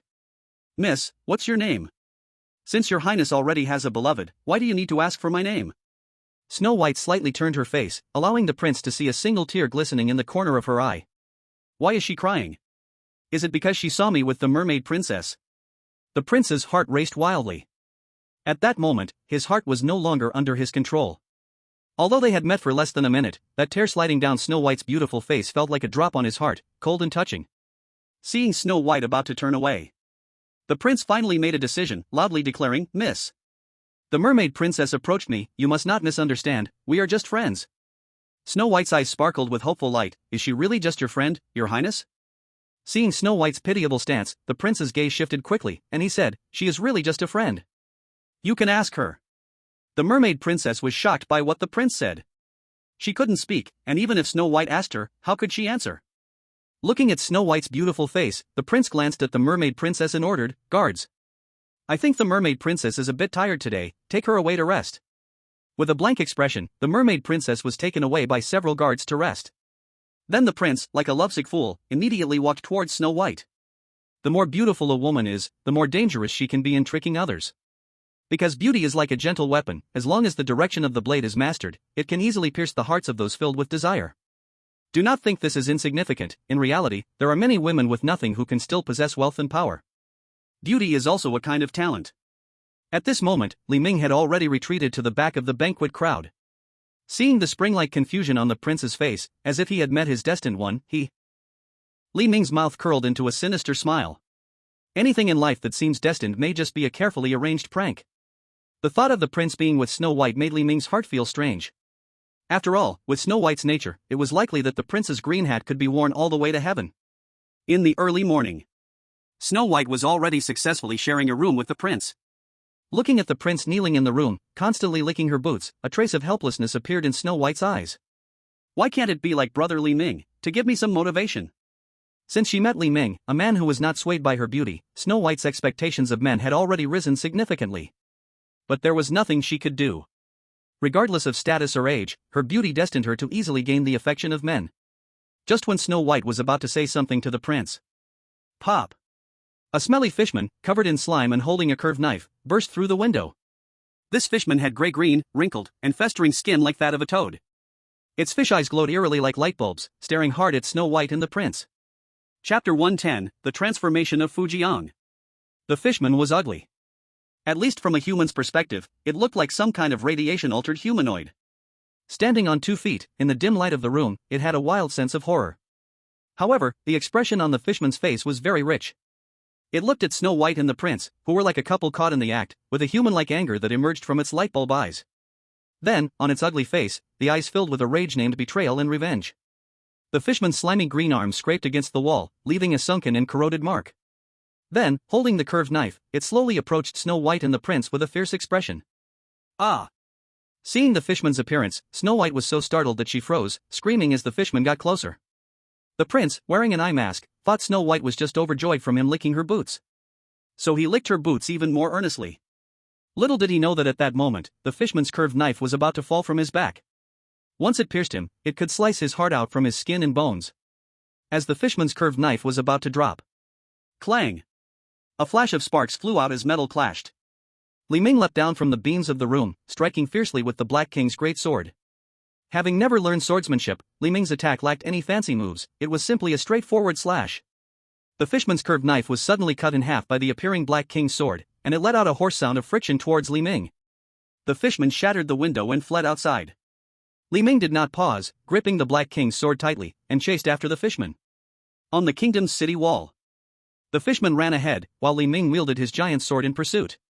Their shadows cast on the city wall, looking like a giant crazy shadow hunting down a poor little girl. After all, the fishman was still a fishman. Its pitiful legs had not run for hundreds of meters before they began to tremble. In the end, it stood in a corner, its fish eyes staring intently at Li Ming. Li Ming also stopped at this moment. Bowing to the fishman in front of him, he then smiled and said, "Mermaid Princess, your voice should be your greatest weapon as a sea demon. But you gave up your strongest weapon for the illusory concept of love, so today, as you die under my sword, I'm sure you won't have any complaints, right?" Although Li Ming wasn't someone who judged people by their appearance, the mermaid princess in front of him looked so ugly that he didn't feel burdened at all when killing her. The giant sword fell. An ugly fish head slowly rolled off the city wall, finally falling into the sea, transforming into colorful ocean foam. The prince betrayed the mermaid princess, and the curse on her exploded. And the mermaid princess didn't manage to get the prince's heart to break the curse, turning into ocean foam after her death, achieving the same ending as the original story. Watching the foam that was once the mermaid princess shatter before him and turn into tiny bubbles, Li Ming suddenly remembered a famous quote another bastard had once said: "So-called love is just a chemical reaction that drives animals to reproduce. At first, it makes people dizzy, and then it slowly fades, leaving you with nothing but a failed marriage in life." Li Ming sheathed the Black King's sword and, taking advantage of the night, headed toward the kingdom where Queen Arrow of the West resided. Under a large tree outside the city, Fujian was having a casual conversation with the leader of the Magic Wolves. Unfortunately, the leader of the Magic Wolves didn't dare even glance at Fujian, fearing that she might parasitize its stomach and then explode out of it. Li Ming walked up to them and calmly said, "Let's go. We'll return to the kingdom where Queen Arrow of the West is." A hint of surprise and shyness appeared on Fujian's face. "Your task is finally coming to an end. Does this mean you can finally tear my body apart with your own hands? I've been waiting for this day for so long." She was still as twisted as ever. But at this moment, Li Ming narrowed his eyes slightly and asked Fujian a deadly question. "Fujian, do you love me?" When a person asks if the other loves them, what kind of mindset do they hold? Even if there is no love, there will still be some affection. But from the moment Li Ming first met Fujian, he had built a psychological barrier within himself. That barrier was to never allow himself to develop feelings for Fujian. Li Ming asked this question to test the effect of the strange attraction Fujian had on him. Since leaving the Sunset Forest, Li Ming had vaguely noticed that the strange attraction Fujian emitted was weakening. To confirm that this wasn't just an illusion, Li Ming asked Fujian this deadly question. Fujian gave a playful smile and answered, "Of course, I like Mr. Li Ming. After all, you're tall, handsome, and have a mysterious aura. What kind of woman wouldn't be attracted to you?" Her expression was incredibly cute. Upon hearing Fujian's words, Li Ming's heart began to pound violently, and the hormones in his body started to go wild. The strange attraction from Fujian began to act up again. But Li Ming could clearly feel that the attraction from Fu Jiang was weakening. If this had been the Fu Jiang from before, her words would have made Li Ming feel an urge to risk everything for her, to live and die together. But now, after Fu Jiang said these words, the feeling Li Ming had was only to accompany her in life, not to die for her. Li Ming suppressed the impulse in his heart, mounted the leader of the magic wolves with Fu Jiang, and then asked, "Your attraction has greatly decreased, Miss Fu Jiang, what is the reason for this?" Fu Jiang's expression shifted upon hearing Li Ming's question, and she smiled as she said, "They are uniting, they are gathering. Mr. Li Ming, if you don't kill me soon, they will eventually find you and kill you. Strange things seem to be happening already." Then Fu Jiang's gaze turned toward the sunset forest. Li Ming knew what Fu Jiang's direction meant. It seems that in that sunset forest, a wonderful chemical reaction occurred between Fujiwara Hells and the banyan tree giant. At this moment, in the sunset forest, the 100-meter-tall banyan tree giant sat in silence in the center of the sunset forest under the lonely moonlight, its figure so magnificent and solitary. But if someone came before the banyan tree giant, they would find that the banyan tree giant's entire body was covered thickly with Fujiwara. Fujiwara's heads, arms, legs, internal organs, skin, all clung to the banyan tree giant like a bloody armor. Thousands of Fujiwara clung to the banyan tree giant like parasites, terrifying and nauseating. Chapter 111, King of the Dusk Lion. Morning. In the Western Kingdom where Queen Ailua resided, Li Ming stood calmly in the basement where the queen was, with Fujiwara beside him. The queen asked Li Ming, "Where is Snow White? Is she dead?" Li Ming calmly replied, "She is not dead." "Not dead?" Queen Ailua stood up, looking at Li Ming irritably, "If she's not dead, how dare you come back to report to me? Aren't you afraid I'll kill you?" Li Ming smiled, saying, "No, you won't kill me, because I found where Snow White is and a way for you to take revenge personally." Hearing Li Ming say this, a hint of interest appeared in Queen Ailua's eyes. "Where is that wretch now? How can I personally take my revenge?" "Snow White is now in a kingdom near the North Sea. She has become the prince's wife there." "What?" "She became the prince's wife of the North Sea Kingdom." "Damn it. That's the strongest kingdom among our 3 nearby countries. How can I kill her?" Li Ming silently took out a map, pointing at the Eastern Kingdom where the Fairy Tale Emperor was located. "Queen Ailua, looking at the current situation, the 3 countries are stuck together. But your Western Kingdom and the Eastern Kingdom are separated by the Sunset Forest, so there is little contact between your 2 countries. But have you thought about it? If your 2 countries unite and launch an attack on the North Sea Kingdom together, once you conquer the North Sea Kingdom, it would be easy for you to capture Snow White.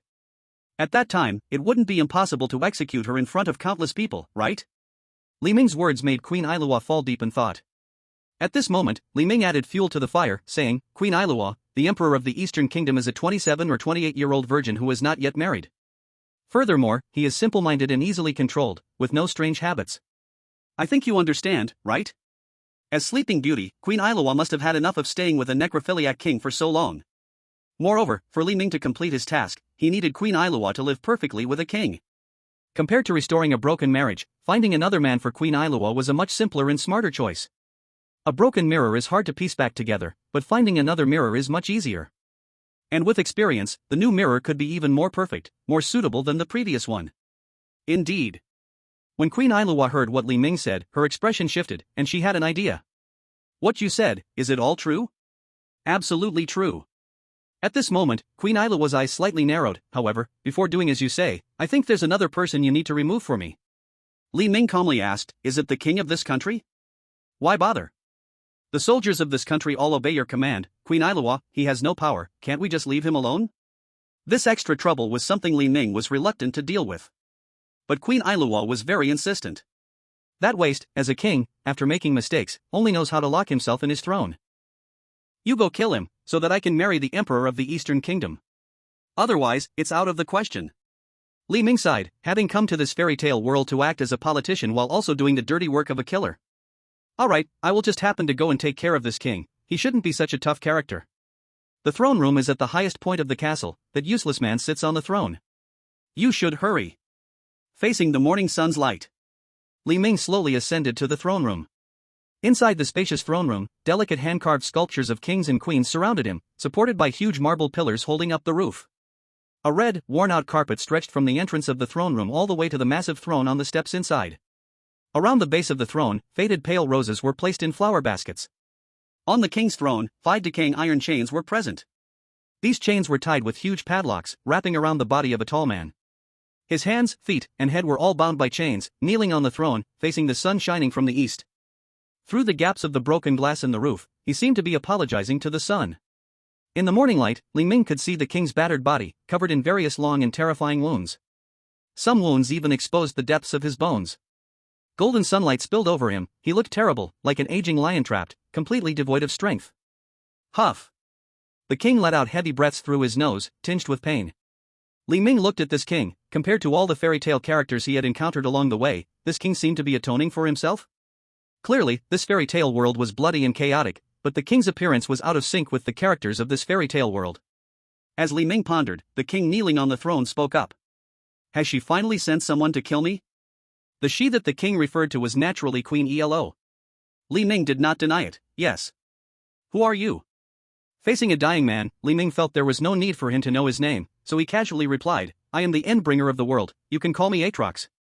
The Endbringer of the world. Aatrox? What a good name. Before you kill me, I want to tell you something. The king trembled slowly, and the massive chains hanging from the ceiling clanked with metal sounds. To prevent myself from going mad, I sealed myself on this throne, but I know that this world is gradually decaying, that chaotic power is constantly invading this world, my queen, my daughter, even all the people of this world, they are heading towards a direction I do not recognize. This world has ultimately become strange. Li Ming frowned, sensing something subtly wrong with the situation. This king had actually discovered the distortion of this bloody fairy tale world. This was serious. It was like an NPC in a game gaining self-awareness. Such a thing was usually terrifying. At this moment, the king slowly stood up, suddenly drawing a giant sword glowing with golden light from behind the throne. With a flash of the sword, all the chains on the throne were instantly severed. The king, dragging his mangled body like an aging lion, slowly descended from the throne. When he reached in front of Li Ming, holding the golden sword, he gradually raised the sword. A stunning light burst from his withered eyes. I have fought my whole life, I do not wish to die quietly. Come. Let us fight. Come on. Come kill me. Fulfill my last wish. Atrexas. Chapter 112, The King's Death. Li Ming looked at the king standing before him with a great sword raised, a hint of vigilance appearing in his eyes. This king, despite being covered in wounds, even his eyes now blurred and unclear, emitted an unstable aura that reminded Li Ming of one word. Strong. The fact that this king could maintain a sliver of clarity while everyone in the blood-red fairy tale world had deviated from the original story, and managed to lock himself on the throne, already indicated the problem. When everyone goes mad, if one person can remain clear, then that clarity is the most extreme madness. A hint of blood color flickered in Li Ming's eyes. In that case, I will give you the respect you deserve. Li Ming summoned the Black King's great sword, and the power of ominous signs emerged on his right arm, mysterious and complex patterns appearing on the skin of his hand like a spider's web. The power of ominous signs intertwined on his arm, resonating with the Black King's great sword. Li Ming charged forward with the sword raised. In an instant, when he got close to the king, he gripped the sword with both hands and swung down. The king swung his golden giant sword with one hand, countering with a horizontal slash. Bang! The two giant swords clashed. A tremendous force struck, and Li Ming, who had always triumphed before with his combination of the Black King's great sword and the power of ominous signs, was now defeated. After this strike, Li Ming was sent flying back several meters, as if hit head-on by a dump truck, along with his sword. The king didn't fare any better. At this moment, as the king exerted force, blood spurted from the wounds on his skin and bones. Drips of fresh blood fell onto the ground, some soaking into the old carpet, creating a scarlet hue. Some blood dripped onto the withered white rose petals beside the throne, dyeing the roses red once more. He was draining his last vitality for this battle. Regardless of victory or defeat, the king's death was already destined. The king slowly straightened up, holding his golden giant sword with one hand, looking at Li Ming, and said in a mournful, deep voice, "Continue, young man." Although Li Ming had been sent flying, he had not suffered any serious injuries. Now, Li Ming held the giant sword again, attacking the king once more. The king lifted the golden giant sword effortlessly, blocking Li Ming's attack, then remarkably spun the sword, creating a flourish. The trembling force transferred from the king's golden sword to the Black King's great sword, finally locking onto Li Ming's wrist. A strong wave of tremor surged, and even Li Ming's wrist, empowered by the ominous signs, felt a sharp pain. The sword is a good sword. The power is also good power, but the technique lacks by a great deal. You are still too young. The king's tone carried a mix of weakness and regret. His last opponent in life now seemed to be merely a facade? Li Ming fully agreed with the king's words. Most of his battle techniques focused on dissection, surgical knives and short blades suited his attacking style better. Li Ming did not grasp the techniques of heavy sword attacks, as there was simply nowhere to learn them. In previous battles, he had relied heavily on the power of ominous signs to forcefully hack at his opponents. Moreover, before facing the king, he had mostly encountered weaklings, and simply relying on the straightforward hacking of the Black King's great sword had sufficed to deal with them. Yet before him, the king, even while his life force was burning out to its end, was an undeniable tough opponent. The king was engulfed in a complex emotion. He knew the world was decaying, knew everyone was becoming bizarrely mad, even he himself understood that he had made mistakes. But he wasn't like everyone else, he chose to go with the flow. He chose to atone. To imprison himself on his high throne. Now, he only seeks dignity in death. Li Ming calmly looked at the king and said, "Since I have promised to give you the dignity you seek, I will not let you down. Come, as you wish, let us fight." The king, with his bloodied head, slowly raised it, revealing a hint of wry smile in his eyes, as if trying to understand how Li Ming planned to fight. "You have no skill, how can you give me a dignified death?" Li Ming smiled calmly. "My control of the body and my ability to mimic logic have reached the limits of humans in certain tests at the mental hospital. However, your giant sword skills have not surpassed the limits of ordinary human thought, so..." At this moment, Li Ming shook the Black King's great sword in his hand and charged forward. The king raised his golden giant sword to block Li Ming's strike. But at that moment, Li Ming's wrist twisted strangely, and the Black King's great sword, like the king's golden giant sword, trembled to form a great sword flower. Moreover, with the power of ominous signs, the force of Li Ming's sword flower was even greater, with a stronger momentum. The king's once dull and numb gaze saw this scene, and instantly, his eyes filled with surprise and light. "You actually learned my giant sword techniques so quickly?" There was delight in his eyes. Seeing Li Ming could replicate his sword moves, the king paid no attention to his wrist shattered by Li Ming's sword flower and slowly raised his golden giant sword, unleashing a torrent of giant sword techniques like falling rain. Li Ming did not delay, directly copying the king's swordsmanship and returning it one by one. As the sun shone in the very center of the throne on that day, the king executed his final move of the giant sword technique. The king leaned against the throne, and the golden giant sword he tightly gripped suddenly fell, crashing beside the throne, while the breath of his life completely vanished, and his eyes closed forever. The king died. Li Ming watched the scene and sheathed the Black King's sword. The king had long been dead. From the moment he bound himself to the throne with heavy shackles, his dignity, his glory, and his past splendor had all disappeared. He knew this world was mutating, yet he was powerless to change it. All that remained was a sinner waiting to die. Now, Li Ming had also given him the destiny he desired. Queen Alo sat in the castle basement. Her eyes flickered, still waiting for news of Li Ming killing the king. Just then, a guard responsible for watching the city wall hurriedly returned. Your Majesty. Something terrible has happened." The queen frowned and asked, "What happened?" The soldier, with a face full of terror, said, "Your Majesty, from the direction of the Sunset Forest, a huge terrifying monster has appeared." "What?" The queen immediately followed the soldiers to the city wall. At that moment, she saw a giant treeman, over 100 meters tall, with decayed and rotting flesh, slowly walking towards this western kingdom from the Sunset Forest. The banyan giant of the Sunset Forest. Why has it left the Sunset Forest? And in such a state, what on earth has happened? Chapter 113, Eliminate Fu Jiang. As a dark sorceress, Queen Alo actually knew that the banyan giant was guarding the Sunset Forest. This was also why she did not personally go to the Sunset Forest to capture Snow White. The banyan giant should be guarding the Sunset Forest. Why is it heading toward my kingdom? And why does this banyan giant look so strange? To understand the state of the banyan giant, the queen waved her arm, projecting a black magic circle in front of her. Not paying attention to the details was fine, but upon looking at the details through the projection magic circle, the queen felt a chill run down her spine. Upon the gigantic tree man's body, countless Fujiangs clung tightly to every corner of the banyan giant, like ants from an anthill. Tree trunk, tree core, tree branches, tree roots. Everywhere, visible to the naked eye, was Fujiang. Even on every leaf atop the banyan giant's head, grew a face of Fujiang. The stunning face of Fujiang matched with the massive banyan giant created a visual impact that was simply breathtaking. She had seen Fujiang's face in the magic mirror before, even sending guards to investigate Fujiang's whereabouts.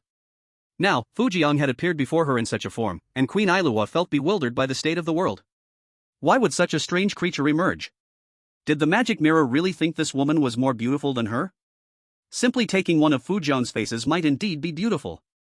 But when countless Fujiangs gathered on a 100-meter banyan tree, moving ominously toward the kingdom, this kind of beauty was somewhat terrifying and eerie. At that moment, Li Ming appeared behind the queen. Li Ming calmly said, "Your Majesty, the king is dead. Now, as soon as you agree, you can marry the emperor of the Eastern Kingdom." The queen gazed at the approaching Fujiang tree man with a touch of worry in her eyes. Even if I wish to marry, how could the other emperor easily agree to my request? And this strange creature before us? Li Ming smiled mysteriously. Rest assured, Your Majesty, he will definitely agree, because as far as I know, the other country is undergoing a major purge. As for this creature before us, I will handle it for you. Just as Li Ming said. The Emperor's country was indeed undergoing a purge. After finishing a game in new clothes, the Emperor, as Li Ming said, discovered many traitors. The usually ruthless Emperor would naturally not spare these betrayers. Overnight, dozens of ministers and generals were publicly executed by the Emperor. During the day, the Emperor carried out a bloody reckoning. That same night, under the persuading of a doorkeeper, an uprising army inexplicably emerged within the Emperor's country. In an instant, this country faced constant internal strife.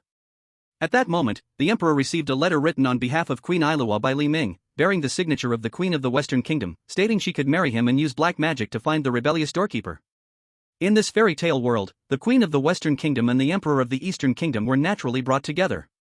Thus, everything Li Ming had experienced in the fairy tales temporarily reached the same conclusion as the original. Little Red Riding Hood was successfully rescued by the hunter, Snow White happily joined with the quirky prince, the Emperor paraded in his invisible new clothes, the mermaid princess turned to foam and completely perished, and Sleeping Beauty Queen married an emperor.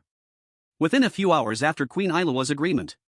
Since there was no notification from the system about task completion, it meant Li Ming's task was not done yet.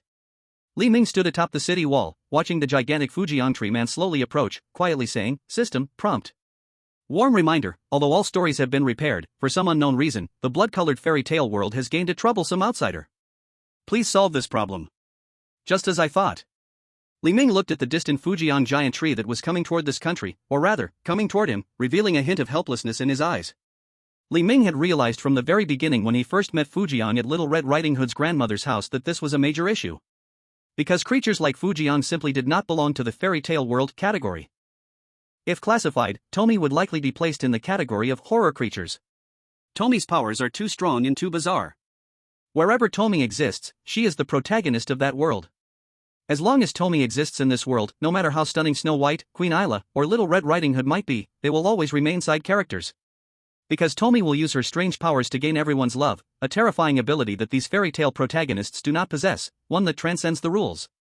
Li Ming vaguely guessed that his final challenge would be Tomi, and now it seems that his guess was correct. What method should I use to completely eliminate Tomi?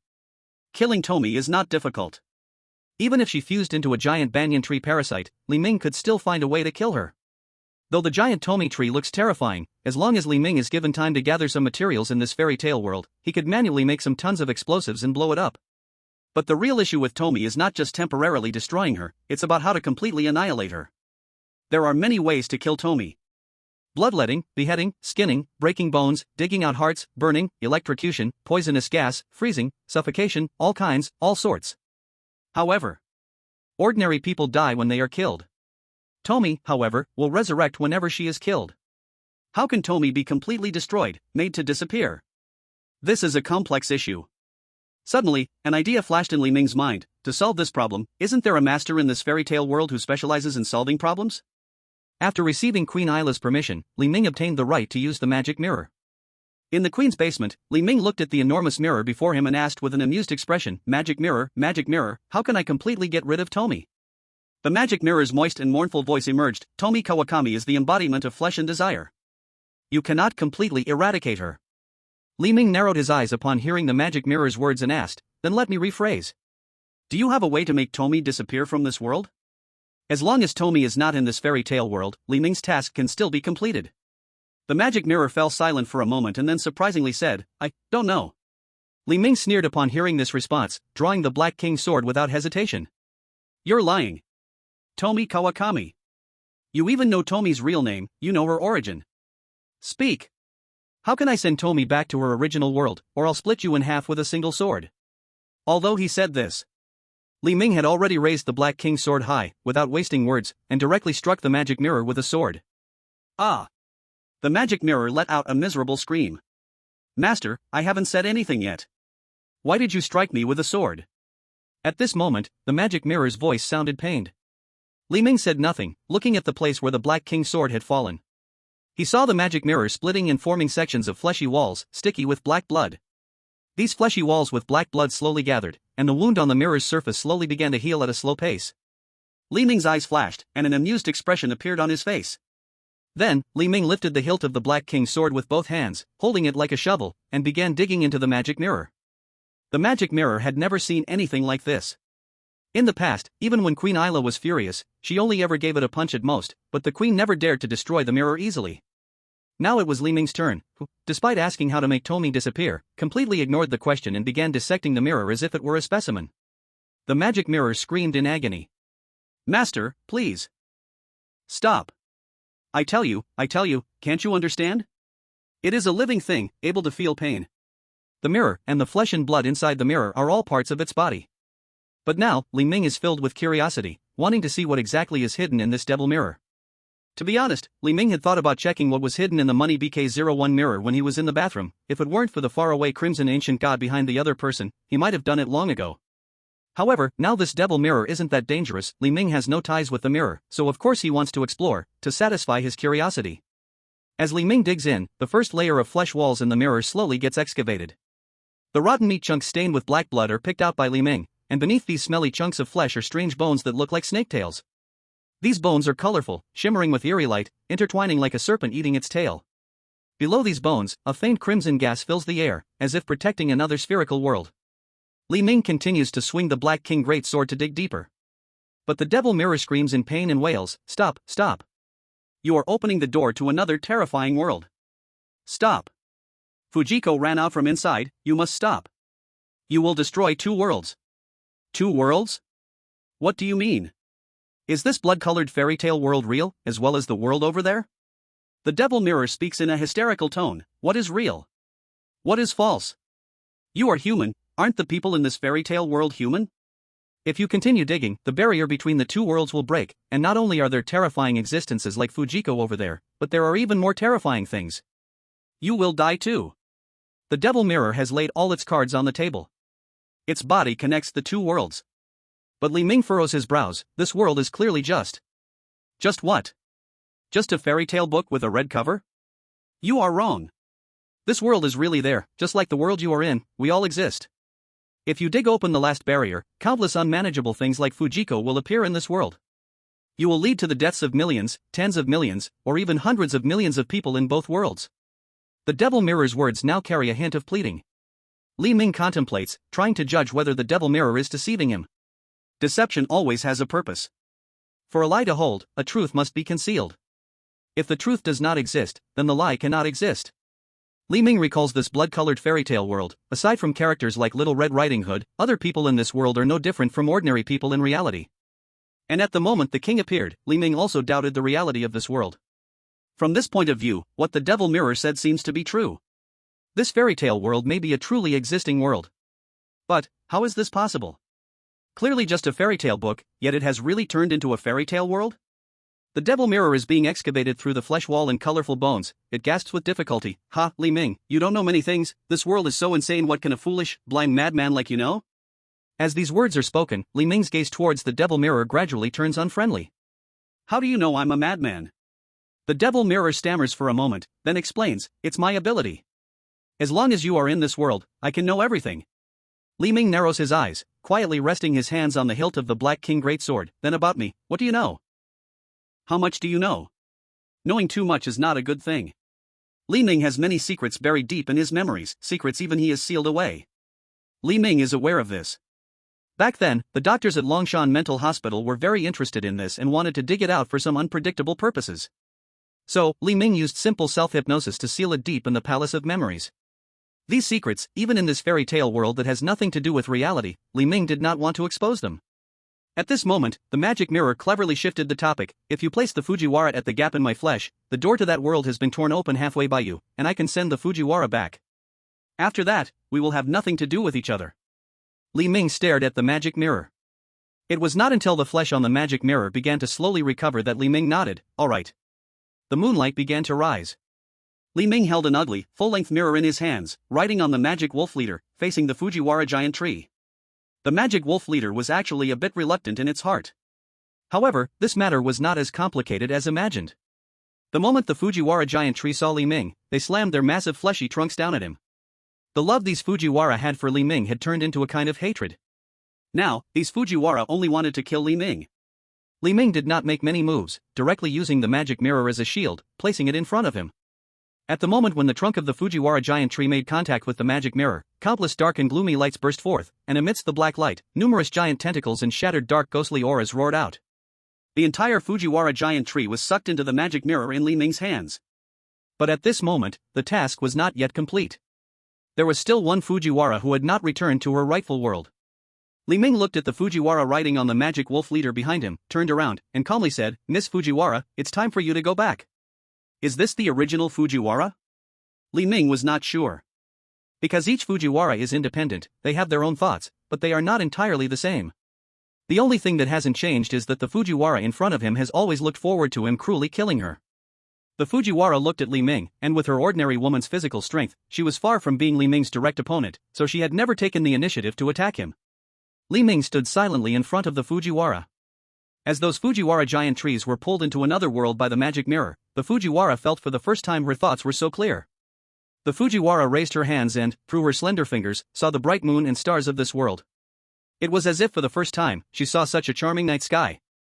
A charming and mischievous smile curled at the corners of her mouth as she looked at Li Ming, her stunning face showing a hint of self-mockery. "Mr. Li Ming, I didn't expect that after all this time, I still couldn't take you down. Sigh, you've made me feel a bit insecure." Li Ming wanted to say something. The next moment, he felt a softness pressed against his left cheek. In that instant, the night wind was refreshing, the moonlight gentle, and the Fujiwara was beautiful. That feeling, like spring water, vanished in an instant. By the time Li Ming came back to his senses, the Fujiwara had taken the initiative to step into the magic mirror beside him.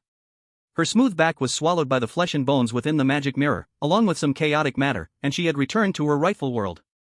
Li Ming watched the disappearing figure of the Fujiwara, and clearly in that fleeting moment, the magic mirror had devoured most of the Fujiwara's body, and the strange attraction from her had dropped to the lowest level. But in that fleeting moment, Fuji was unresistably more beautiful. Did I get forced to kiss? As the last Fuji disappeared in this fairy tale world, Li Ming's mission was perfectly completed. Countless dark and pale lights enveloped Li Ming, and he vanished straight from this fairy tale world. Nightmare task, Blood Red Fairy Tale Story, completed. Reward obtained, for free attribute points, 1 glass bookmark. Current random A-class weapon, 1, do you want to draw? Current random attribute points, 1, do you want to draw? Current free attribute points, 12, do you want to add free attribute points? A series of voices rang in Li Ming's ears. The rewards from the last few daily tasks combined with this nightmare task's rewards made these points quite plentiful. Perhaps it was his habit of hoarding rewards that made Li Ming hesitate to add points. Hearing so many prompts, Li Ming felt a strange sense of satisfaction in his heart. After the prompt sounds ended, Li Ming opened his eyes and found himself standing in the auxiliary bedroom again, just as he was before entering the fairy tale world. A low bed, a desk, and on the desk were the fairy tale book and the diary. The rewards from this nightmare task were very special, just like when Li Ming first completed a nightmare task and was rewarded with Jiaya's red embroidered shoes. It was a unique item.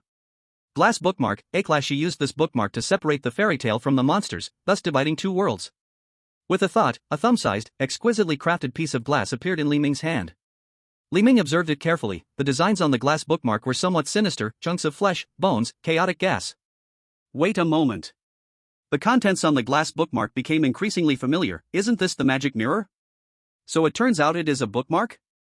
Just as Li Ming intended to reopen the fairy tale book on the desk to compare and see what was behind the fairy tale book. Creak. The door of the auxiliary bedroom made a sound as it was pushed open. Along with the sound of the door, came a small footstep and a sky full of ghostly aura. The ominous power within Li Ming was instantly activated, resisting this ghostly aura that did not carry malice. Then Li Ming turned around and looked towards the doorway. There stood a girl dressed entirely in white. She wore what seemed to be a white hospital gown from some unknown hospital. She had long, slender white hair, blood-red eyes, and her skin was very pale, like translucent sheep-fat jade, faintly revealing the bones beneath her skin. In her hand, she held an ugly-looking rag doll. She had no intention towards Li Ming. The ghostly aura surrounding her just freely dispersed as she stood there. Seeing Li Ming in her room, she said nothing, her eyes devoid of emotions, like a robot. She casually threw the rag doll into the corner of the wall, then walked up to Li Ming and hugged the diary and fairy tale book to her chest.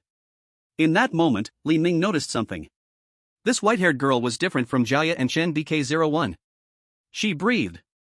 She was a living person. But why did she carry ghostly aura that could rival Jiaya's existence? Was this reasonable? The girl ignored Li Ming, lying down on the low bed holding the diary and fairy tale book, then staring wide-eyed at the ceiling, lying there calmly. Li Ming swallowed hard, wanting to communicate with his auxiliary bedroom roommate. But unfortunately, the other side did not communicate at all. No matter what he said, she did not respond. Seeing that she wasn't responding, Li Ming clenched the glass bookmark in his palm and quietly left the auxiliary bedroom. After returning to the living room. Looking at the simple arrangement in the living room, the familiar feeling finally returned. This time, the nightmare task's duration was neither short nor long. However, in the fairy tale world, Li Ming had not eaten anything, so he found a piece of bread in the fridge and took a couple of bites.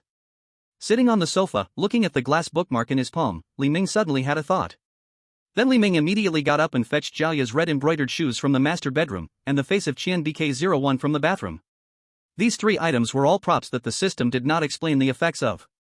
They were neither offensive props nor defensive props. Their existence was somewhat special. Li Ming placed these three items one by one on the table, arranging them in order. Jiaya's red embroidered shoes were placed first, followed by Qian BK01's face in second, and the glass bookmark of the girl surnamed Sun from the secondary bedroom in third. So, according to the order of Zhao, Qian, Sun, and Li from the 100 family surnames, I should be missing something of mine. What special thing do I have on me? Just as Li Ming was pondering this question, the system's voice suddenly rang out. Ding! Congratulations to the host for discovering the Hell Task ticket. Current collection progress, 3/4. Collect all Hell Task tickets, and the host can enter the Hell Task. Time limit, 4 days. Gentle reminder, once the time limit ends, if the host has not successfully collected all tickets to open the Hell Task, room 404 will self-destruct, and the residents will completely disappear. 4 days? Isn't that just in time for the Ghost Festival? Chapter 116, Red Phantom. Li Ming's eyes were filled with contemplation. Earlier, the deer-headed demon mentioned that something big would happen on the day of the Ghost Festival. This Western demon spy seemed to know quite a lot about things in Jiangcheng. It seemed that the deer-headed demon was speaking the truth. Under the system's guidance, he had been heading towards the direction of Jiangcheng's Ghost Festival. And this ticket for the Hell Task seemed to be a significant item for the residents in room 404 to remember. Jiaya's red embroidered shoes were stained with her blood and tears, carrying her vengeful emotional power. Qian BK01's face could realize the desires in people's hearts, but it would also bring corresponding costs. The glass bookmark of the girl with white hair and red eyes in the secondary bedroom served as a key connecting the fairy tale world to another unknown world. Looking at the three items on the table, Li Ming felt even more puzzled. But now I have collected the other three items from the three residents in room 404. These items are all significant and important to them. But I don't have anything special on me. In Longshan Psychiatric Hospital. Besides the hospital gown that was changed every 3 days, Li Ming truly couldn't remember anything worth collecting. Because the nurses would check personal belongings once a week, taking away any items that did not comply with regulations, leaving only the hospital gown and daily toiletries. No need to rush to think, there are still 4 days. 4 days was actually quite short. If there wasn't anything memorable, or if there were no significant emotional ups and downs, a person's day would pass very quickly. If you recall yesterday and it was just like today, with nothing worth remembering, then that day completely disappears from your life. Time is wasted away like this. And the simplest way for modern people to pass the time is by playing on their phones. No matter if it's watching videos, listening to music, playing games, or working, or even doing other strange things, everything can be accomplished with a phone. Li Ming casually opened his phone to browse the supernatural forum of Jiangcheng, mostly discussing the previous Red Moon event, which was nothing special. He didn't feel like playing games either, and recently he didn't know if it was due to low luck, but he kept getting paired up with extremely terrible teammates. Always losing. So, Li Ming opened a short video app that was already installed on his phone. He wasn't sure if the big data detected that he really liked watching ghostly and supernatural content, but as he casually flipped through the short videos, he found that among 10 videos, 7 contained supernatural themes. Li Ming watched these videos with a hint of emotion in his eyes. I must say, in this so-called data age, everyone is like a naked swimmer in the ocean, completely devoid of privacy. The internet is like a huge eye monster, glaring without cover at every aspect of people's daily lives. Most of these short video contents are poorly made. Like all videos on current platforms, they give you an eye-catching title, like shocking. Certain female star sees a ghost in the basement. Quick look. Evil spirits run rampant, no one dares to stop them. Then they pair it with a segment of meaningless video content and a cliché BGM. However, there are some videos with real substance. Some exorcists will cut their live exorcism footage into short videos for editing and playback. But these truly substantive videos have surprisingly low traffic. There are even comments below like faking ghosts and spirits. Seeing this, Li Ming understood, people always just want to see what they want to see. Real horror content would scare people, and their emotions would fluctuate like a roller coaster. But many people actually don't like that feeling. Compared to real exorcism scenes, they prefer watching meaningless things to waste their own time. If they really encountered those terrifying, life-threatening existences, perhaps their understanding would reach a new level. Li Ming was bored as he swiped through the short videos when suddenly, his finger stopped. Because he actually saw himself in the short video. Ha! Li Ming hadn't expected to find himself on such a short video platform. He clicked on it casually. This was an account specifically making clips of horror and supernatural content. Apart from some clips from horror movies, the latest 10 or so clips were all edited from Li Ming's live broadcasts. From Guangming Hospital to the games with demons at the East Suburb chemical plant, this account meticulously edited everything. However, the earnings were quite good. These contents had hundreds of thousands of likes, making it one of the trending videos. Li Ming took a casual look. This person's editing was indeed impressive, completely showcasing his back and chaotic live content, forming a simple series. Just as Li Ming was considering whether to blackmail the account owner for a copyright fee, his eyes suddenly flashed as he saw something eerie in the edited content. In one short video, Li Ming stood in the Guangming Hospital battling the vice president in the hallway, and a very tiny red head-like thing flickered at the end of the hallway. Seeing this scene, Li Ming's eyes narrowed. Li Ming didn't expect to see such a strange thing. After all, the 2 live broadcasts he did after leaving the mental hospital were all with Xiao Hai and Wu Yuli together. He had never watched the video of the live broadcasts on their end. Could it be that the account owner deliberately faked this ghostly appearance in post-production? But that's strange, such a tiny red shadow wouldn't attract the audience's attention at all. Li Ming continued to scroll through this person's edited short videos. In the live broadcast at the East Suburb chemical plant, the footage was also very blurry. After all, there were demonic flames swirling all around at that time, and during the game in the booth, Li Ming and the other 2 split up to start their own live streams. But this person clearly found Li Ming's live stream at that time and recorded all the content. When Li Ming saw this, he was completely stunned. He saw that in the booth back then, during the first game, he was confronting Dr. Wei, but on the wall behind him, a red human head phantom appeared as well. And in the following games, this red human head phantom stayed closely behind him. It wasn't until the live stream ended that the human head phantom finally disappeared. Looking at this, Li Ming's brows furrowed. What is this red human head phantom? A ghost? A monster? How dare it follow me? Chapter 117 New City Hotel. Being followed is a bad feeling. Especially not knowing what the other side is, this feeling of being followed doubles in intensity. What could it be? Li Ming thought for a moment. So far, he hadn't offended too many things. Vampires were one category, but in Jiang City, even the vampire count was dead, and other vampires shouldn't be stupid enough to follow him. Demons were also a possibility, but the deer-headed demon was more inclined to do things openly with him, and besides, that red shadow appeared at the East Suburb chemical plant, so it shouldn't be from the demon camp. Could it be an ancient god? He had flipped off the ancient god at Wanhu Star, and this matter could be big or small. But Li Ming thought again that it didn't quite fit. With the kind of existence represented by ancient gods, if they were really angry, they wouldn't send a small red shadow to follow him. It would be much simpler to wipe out this planet directly, right? While Li Ming was pondering, a phone call came in. Hello? Who is this? Brother Li Ming, it's me, Xiao Hai. Hearing it was Xiao Hai, Li Ming casually bit into the bread in his mouth and asked, "What's up, Xiao Hai?" Didn't I promise you last time at the East Suburb chemical plant? I want to treat you to dinner. Coincidentally, Wu Yueli will be discharged from the hospital tomorrow evening. Let's all have a meal together. Wu Yueli also has something to give you. Something to give me? Li Ming thought for a moment and couldn't really figure out what Wu Yueli would have to give him. However, he had been stuck in room 404 for days, eating instant noodles and bread, so going out for a meal was a nice choice. Besides, this meal would be on Xiao Hai, so Li Ming didn't have to worry about money and naturally wouldn't hold back then. Okay, I'll reluctantly agree. By the way, you copy a recording of our live stream for me, let me take a look. After hearing Li Ming agree, Xiao Hai replied directly, "Alright, brother Li Ming, see you tomorrow night at 7, we'll wait for you at the new city central square." Li Ming had just hung up the phone when he saw Xiaoya eavesdropping behind the master bedroom door. Seeing Xiaoya like this, Li Ming asked her, "What, do you want to go out and take a stroll too?" Xiaoya nodded. "It's been a long time since I've been out, and I haven't been to New City very often. I heard it's really beautiful there, with all sorts of ultra-modern buildings, and there are a lot of handsome guys." Before dying, Xiaoya was just an ordinary person. The fact that she could buy a house in the happy community in this suburb says enough about that. Ultra-modern buildings. Hearing this phrase coming from Xiaoya, the red-clothed female ghost felt a bit out of place. But Li Ming still agreed. "Alright then, I'll take you with me tomorrow. But you can't just follow me blindly, right? In the old city, you might be able to move around freely, but in the new city, I've heard there are devices that detect the supernatural, and the demon hunters from Qinjiangzi are also in New City. Won't it cause any trouble?" Zhao looked at the red embroidered shoes on the table and said, "It's okay, I can hide inside the red embroidered shoes and you can let me out when there are no supernatural detection devices." All right. The next day, Li Ming studied all day what special items he had on him. After thinking hard, Li Ming still couldn't find anything. Maybe something important about me is sealed deep in my memory? If that's the case, that would be terrible. I might have to go back to Longshan Mental Hospital to find clues. As time passed, Li Ming set off with Zhao, who had dived into the red embroidered shoes. At 6:50 in the evening, Li Ming arrived punctually at the entrance of the new city. People from the old city can enter the new city. A short stay of 1 or 2 days doesn't require strict procedures, just stating the reason is enough, whether it's for medical treatment or visiting friends.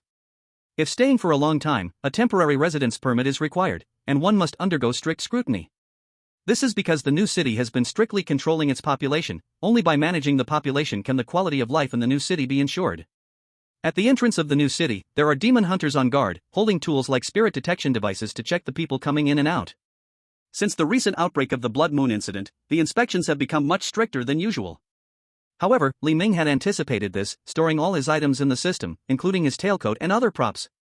At this moment, Li Ming was wearing a simple white shirt and jeans. Apart from being a bit stronger and better looking than ordinary people, he had nothing unusual about him. After passing the inspection, Li Ming entered Jiangcheng New City. From the outside, Jiangcheng New City looks like a world enclosed by countless 100-meter-high walls, but once inside, the scenery is strikingly different. Dense green forests, orderly roads, clearly planned residential and commercial areas.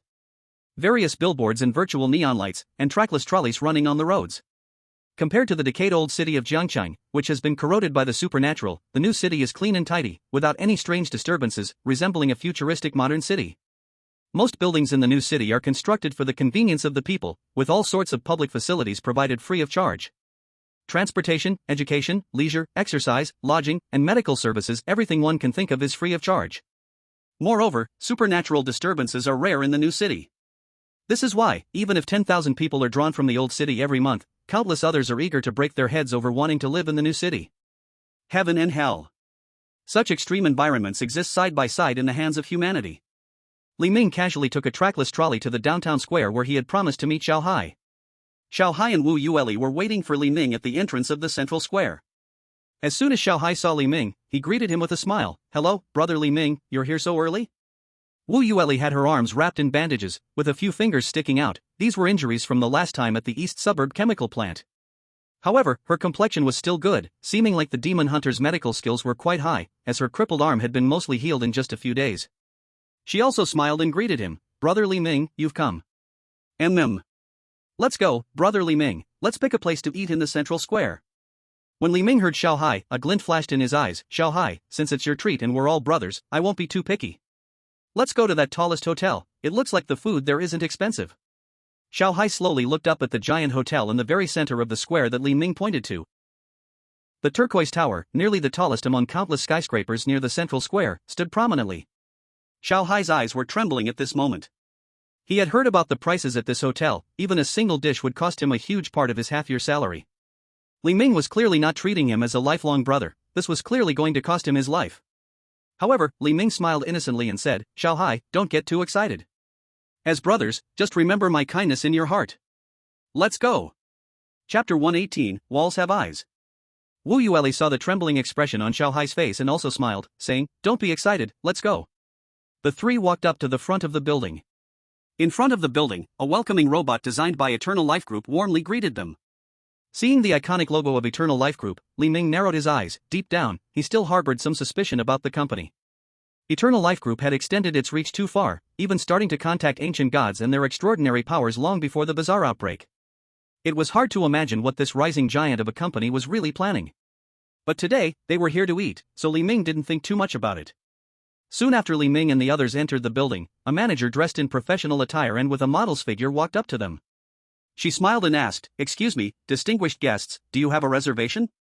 "No reservation, we're just here to eat." "Oh, then you can take a look at our menu and choose the private room you need."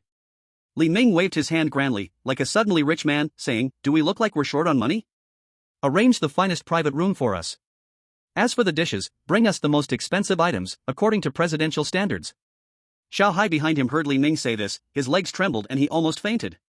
Li Ming's words were full of bravado, but the one treating was Xiao Hai. Wu Yueli looked at Xiao Hai's pale face and asked, "What's wrong? Are you okay?"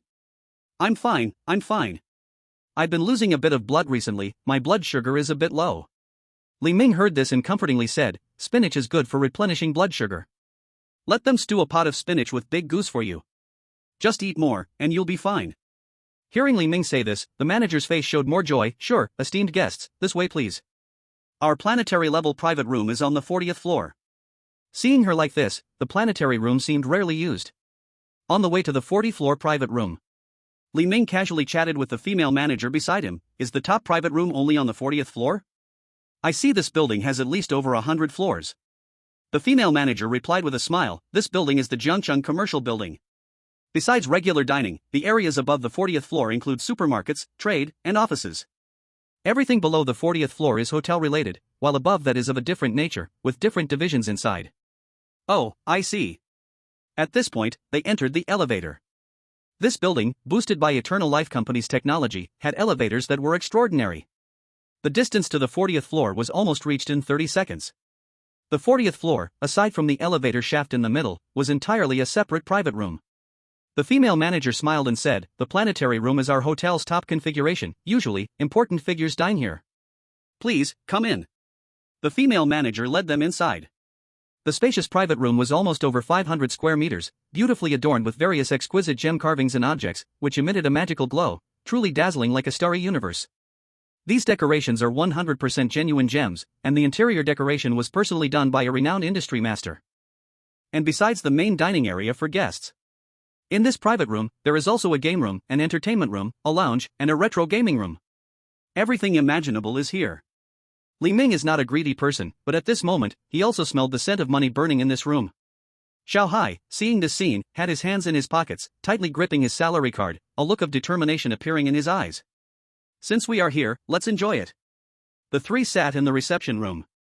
The lights in the room fell like stars, creating a surreal, postmodern magical scene.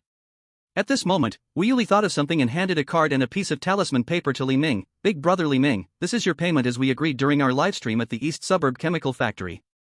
The card has 200,000. Half is from that day's livestream revenue, and half is what we originally planned to pay you." 200,000? You can earn 100,000 from a livestream? Li Ming was a bit surprised. But then he thought about it and felt it was natural. Although Wu Yuli's live stream had only over 10,000 viewers, she could still be considered to be of above average level on that strange streaming platform. She was someone who could stand out among millions of streamers. Moreover, Wu Yuli had been working hard in her recent live streams. Making 100,000 from a stream seemed reasonable. Since they were willing to give him all the income from that live stream, Li Ming naturally accepted it without hesitation. Speaking of which, Li Ming currently was a bit of a drifter, with no steady income. Maybe I should find a proper job later. This thought flashed through his mind. At this moment, Li Ming looked at something else in his hands. Besides the credit card, Wu Yuli also gave him a yellow talisman. It was inscribed with various runes that Li Ming could not understand. However, Li Ming was familiar with this item. It was the soul restraining talisman that Wu Yuli used last time. "This thing? Is it also part of your payment?" Wu Yuli shook her head. "No, this soul restraining talisman is a gift from my sister Wu Xingli to you. After all, at the East Suburb Chemical Factory, you pointed the way for me, allowing me to eventually save my sister. So this talisman is a personal gift from her, but she's busy, so I'm here to give it to you." Seeing this soul restraining talisman, Li Ming was still a bit surprised. The effect of this talisman was very strong. It could stabilize a dying soul. When Wu Yuli was on the brink of death, applying the soul restraining talisman helped her survive. This thing was like a temporary life-saving item. If used properly, it could have a powerful effect. However, since Wu Xingli could take out such a talisman as a gift, it seemed her identity was not simple. Sometimes he could learn more about her. After chatting for a while, some high-end, seemingly luxurious dishes were pushed in one by different waiters. As the top hotel in the new city, the food here was diverse, with items from the air, swimming in water, and crawling on the ground. Everything was included. Moreover, the cooking methods were very versatile, satisfying everyone's taste buds. Besides famous Chinese cuisines from the north and south, there were also various fusion dishes from Western, Japanese, and European cuisines. It was very business-oriented and very authentic. Although a dish might cost 2,000 to 3,000, at least these dishes appeared to be worth that price. Unlike some places where prices were high but the food was not impressive. At this moment, Li Ming quietly took out the red embroidery shoes and put them in his pocket. Zhao appeared beside Li Ming, and the temperature in the room suddenly dropped by 5 or 6 degrees. Li Ming initially wanted Zhao to try these dishes soon. Unexpectedly, as soon as Zhao came out, she said something that shocked Li Ming. There's an eye behind the wall. Chapter 119, The Mysterious Domain. There's an eye behind the wall? Li Ming heard Zhao's words and instantly activated the Eye of Ominous Signs and the Power of Ominous Signs. Black mysterious patterns, like tattoos, appeared on Li Ming's right hand, and the black in his pupils deepened further. The Power of Ominous Signs greatly enhanced the effect of the Eye of Ominous Signs. Under the full power of the Eye of Ominous Signs, Li Ming suddenly noticed a lingering gaze constantly circling around him. It was as if someone was staring at him. Who is it? Li Ming instantly thought of the red-headed shadow he had seen in that short video livestream earlier. Xiaohai and Wu Yueli could sense the change in Li Ming's aura. Both of their faces changed, feeling that something was wrong, and the room instantly became silent. Li Ming turned around, looking at the door of the private room. There, a pair of eyes was staring at Li Ming, examining him from head to toe. In that moment, their eyes met. Bang, bang, bang. Suddenly, footsteps echoed. The person realized Li Ming was looking at him and instantly turned to run toward the elevator. Li Ming leaped to his feet and chased after him towards the elevator. The two raced forward, both moving swiftly. But the room was only a few hundred meters away. By the time Li Ming caught up, the person was already standing in front of the elevator door, which was slowly closing. Through the crack in the elevator door, Li Ming could see the figure surrounded by blood color. This guy was the one who had been following him. Li Ming's gaze hardened. He drew out the Black King Greatsword and swung it directly at the slowly descending elevator door. With that one strike.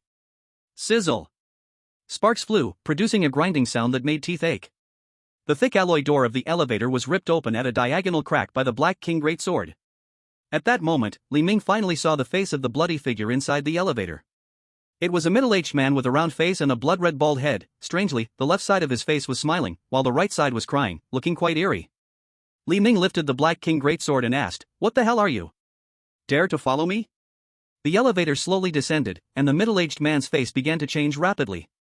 From a man to a woman, then from a woman to a child, and finally from a child to an old person, the middle-aged man's face was not his true appearance at all.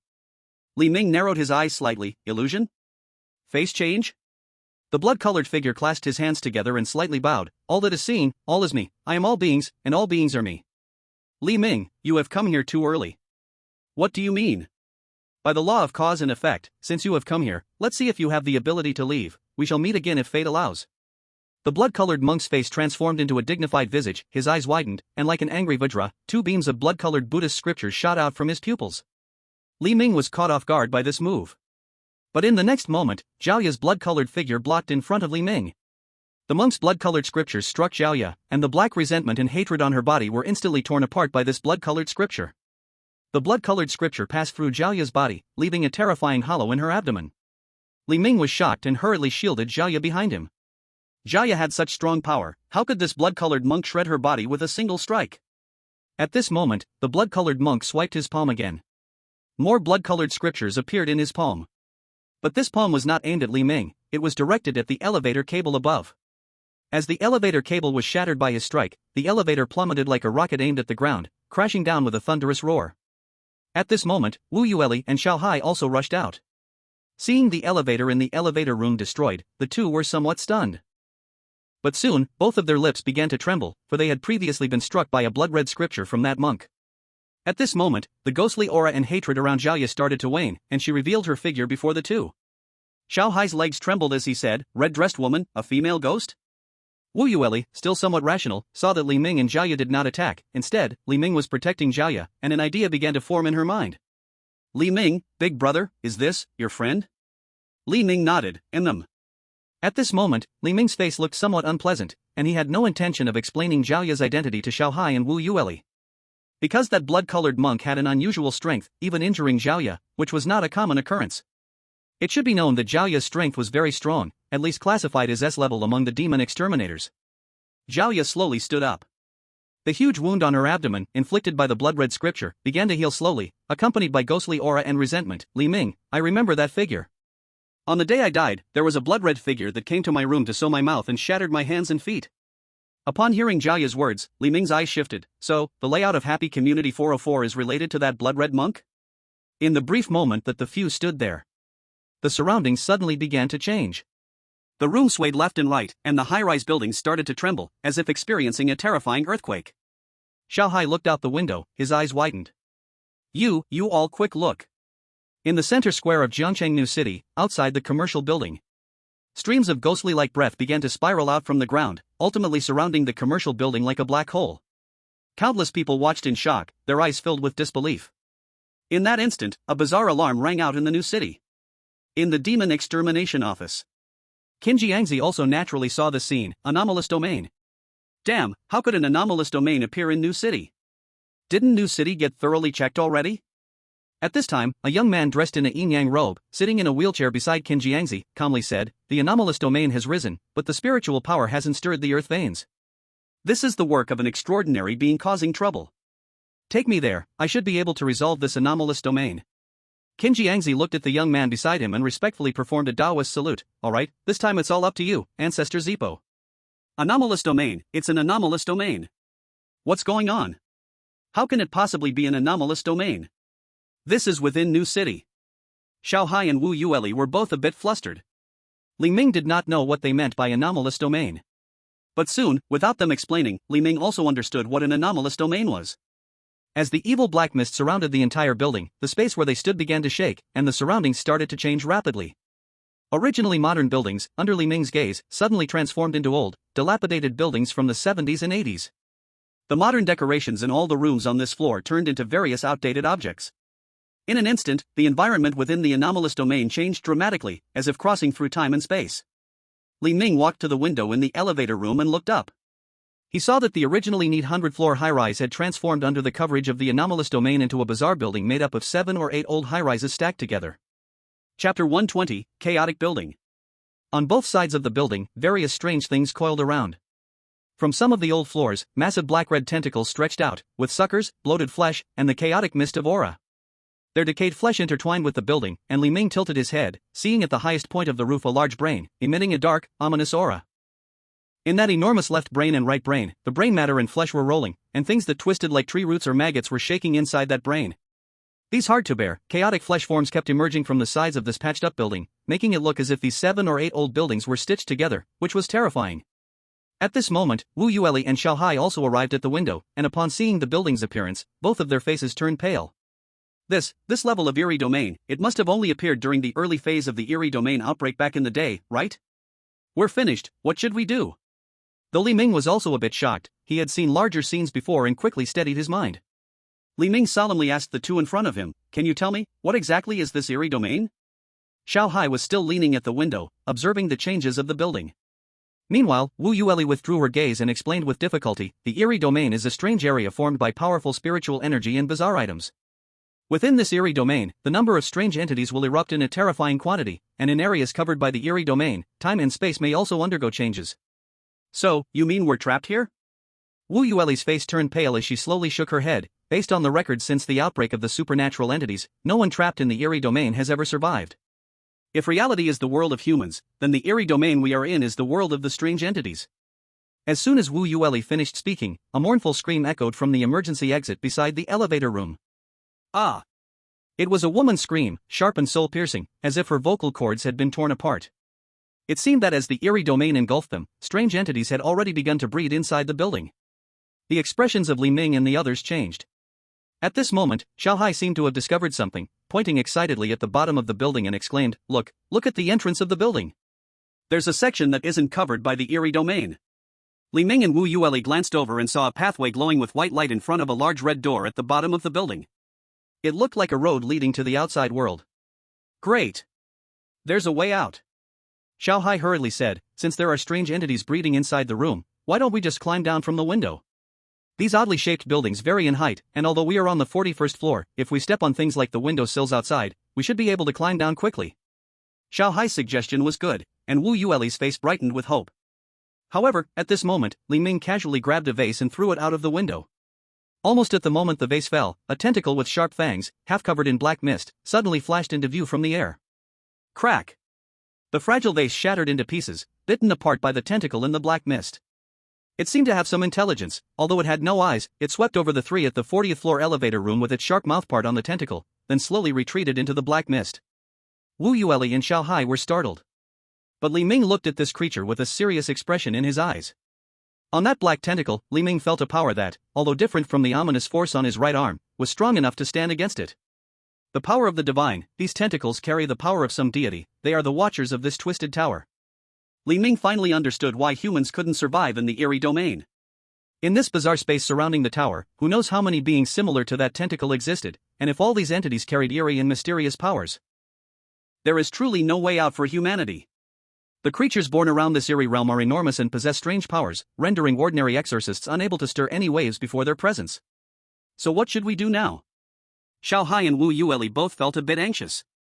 At this moment, they unconsciously turned their gazes toward Li Ming. Somehow, Li Ming seemed to have become their leader. Li Ming spread his hands. There's nothing to think about, those things outside the building aren't our concern for now. Let's find a way inside the building and see if we can go down. Now Li Ming also had no special methods, so he could only head down the stairwell.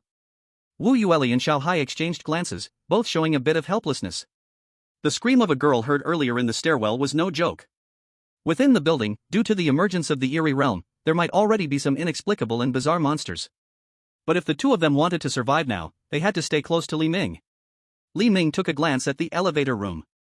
Before the eerie realm engulfed it, there were 4 or 5 elevators in the room, but now only one old, deep elevator shaft remained. Inside this elevator shaft, some dark, decayed essence flickered from time to time, making it feel abnormal. In this situation, they could only take the emergency exit by the side. A few minutes had passed, and Jiaya's abdomen, which had been shattered by that blood-colored monk, began to slowly heal. The resentment and hatred within Jiaya intertwined, and the large hole in her wound gradually became smooth. Li Ming let Jiaya walk in front of him down the emergency exit, leading the way for him. Jiaya was a red-clothed malevolent spirit. Even if anything unexpected happened inside the building, Li Ming believed Jiaya could handle it. Wu Yueli and Xiao Hai looked at the red figure in front of Li Ming, their expressions a bit strange. After all, the terrifying resentment and hatred emanating from Jiaya represented that she was no ordinary spirit, especially since she had just suffered such severe injuries, yet in just a few minutes, she had fully healed.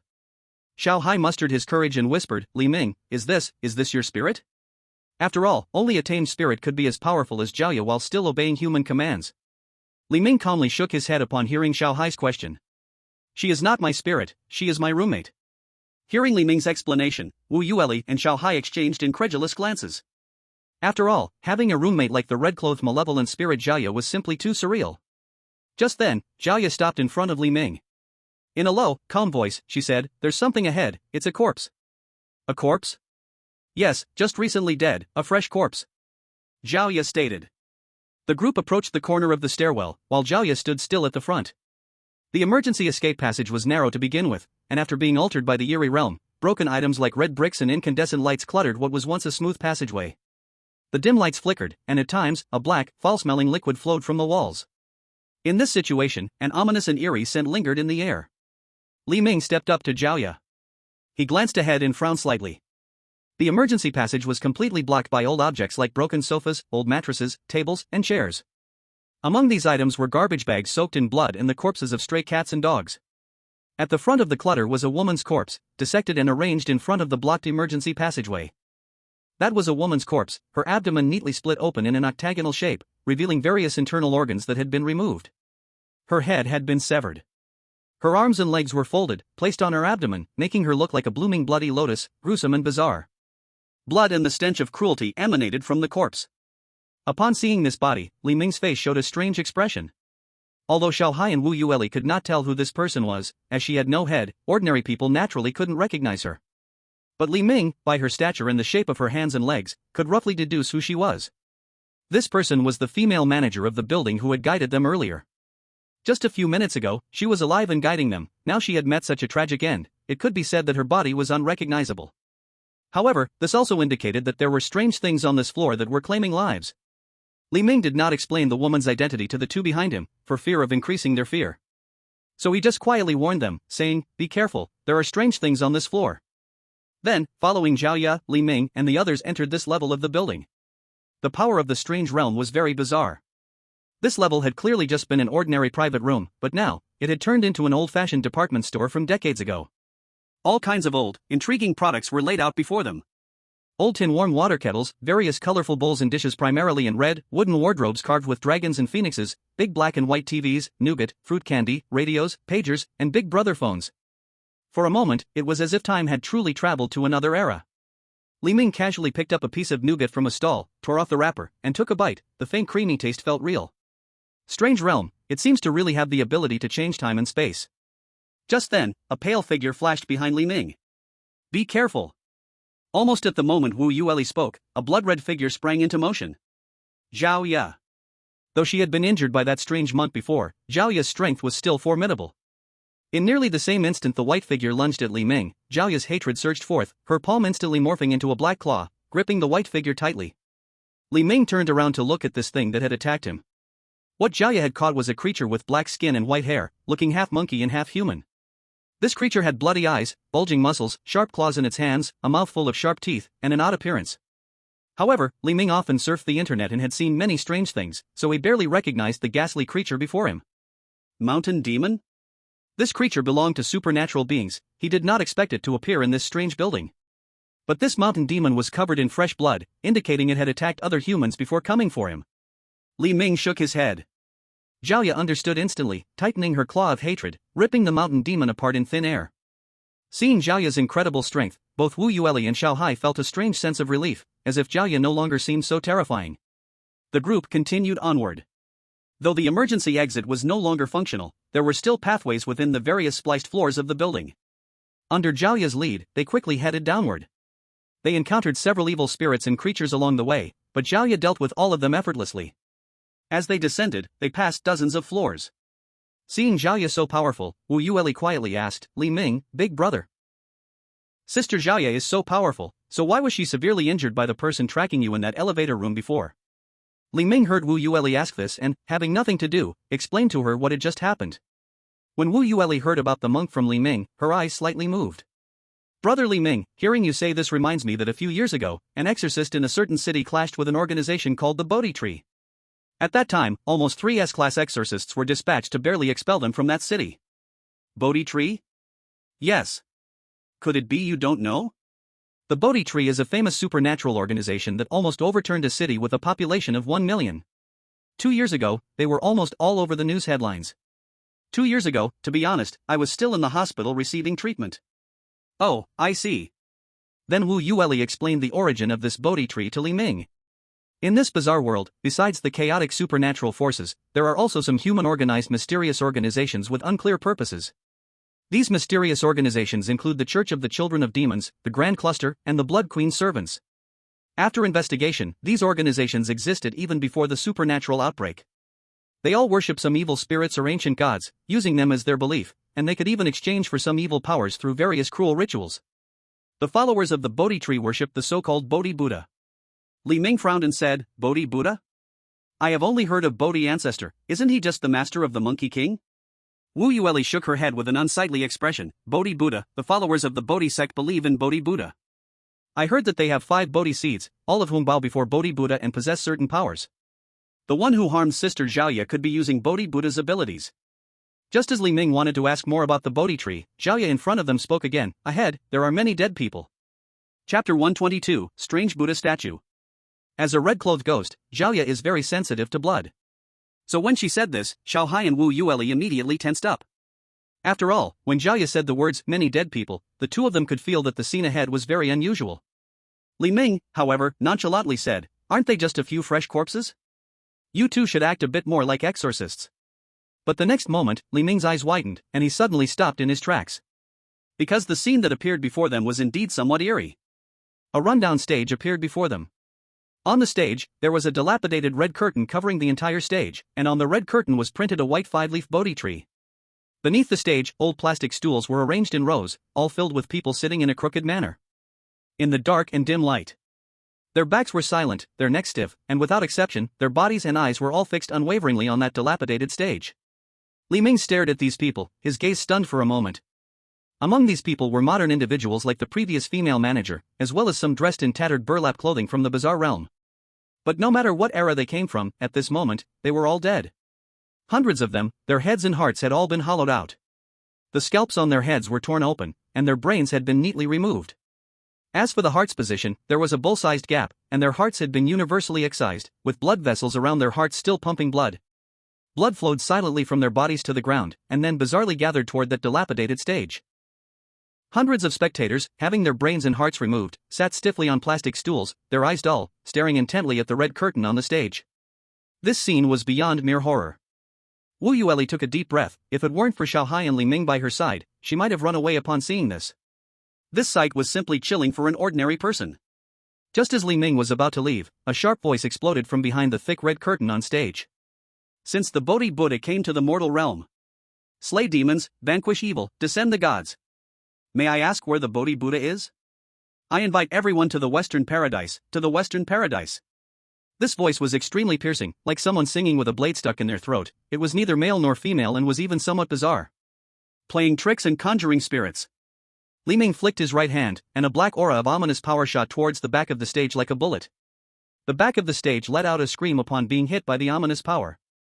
Yah! How dare someone harm the Bodhi Buddha? Who is this little rascal, truly unaware of their own mortality? The voice still carried that sharp theatrical tone. Li Ming frowned, directly pulling out the Black King greatsword, and in one swift motion, stepped over the plastic stools and bodies, slashing at the red curtain on stage. The red curtain emitted a strong bloody scent as it was sliced by the Black King greatsword. Then the red curtain shook, completely torn apart by the sword. At this moment, what lay behind the red curtain on stage revealed itself. Behind the stage was a massive black wooden Buddha shrine. Within the shrine sat a towering black figure, 2 meters tall, positioned at the back of the stage. Its entire body was wrapped in a dark red robe, adorned with large and small prayer beads, topped with a dark gray carved Buddha head with closed eyes. With 4 arms and 2 legs, each arm held a sacred object of Buddhism. One held sutras, one held prayer beads, one held a wooden fish, and one held a meditation staff. Ah! The true form of the Bodhi Buddha cannot be defiled by your eyes, you little rascals. As these words were spoken, the strange Buddha statue swung the sutras and prayer beads in its hands, sending them directly at Li Ming. The Bodhi Buddha saves the madman, not hesitating to share true teachings and prayer beads.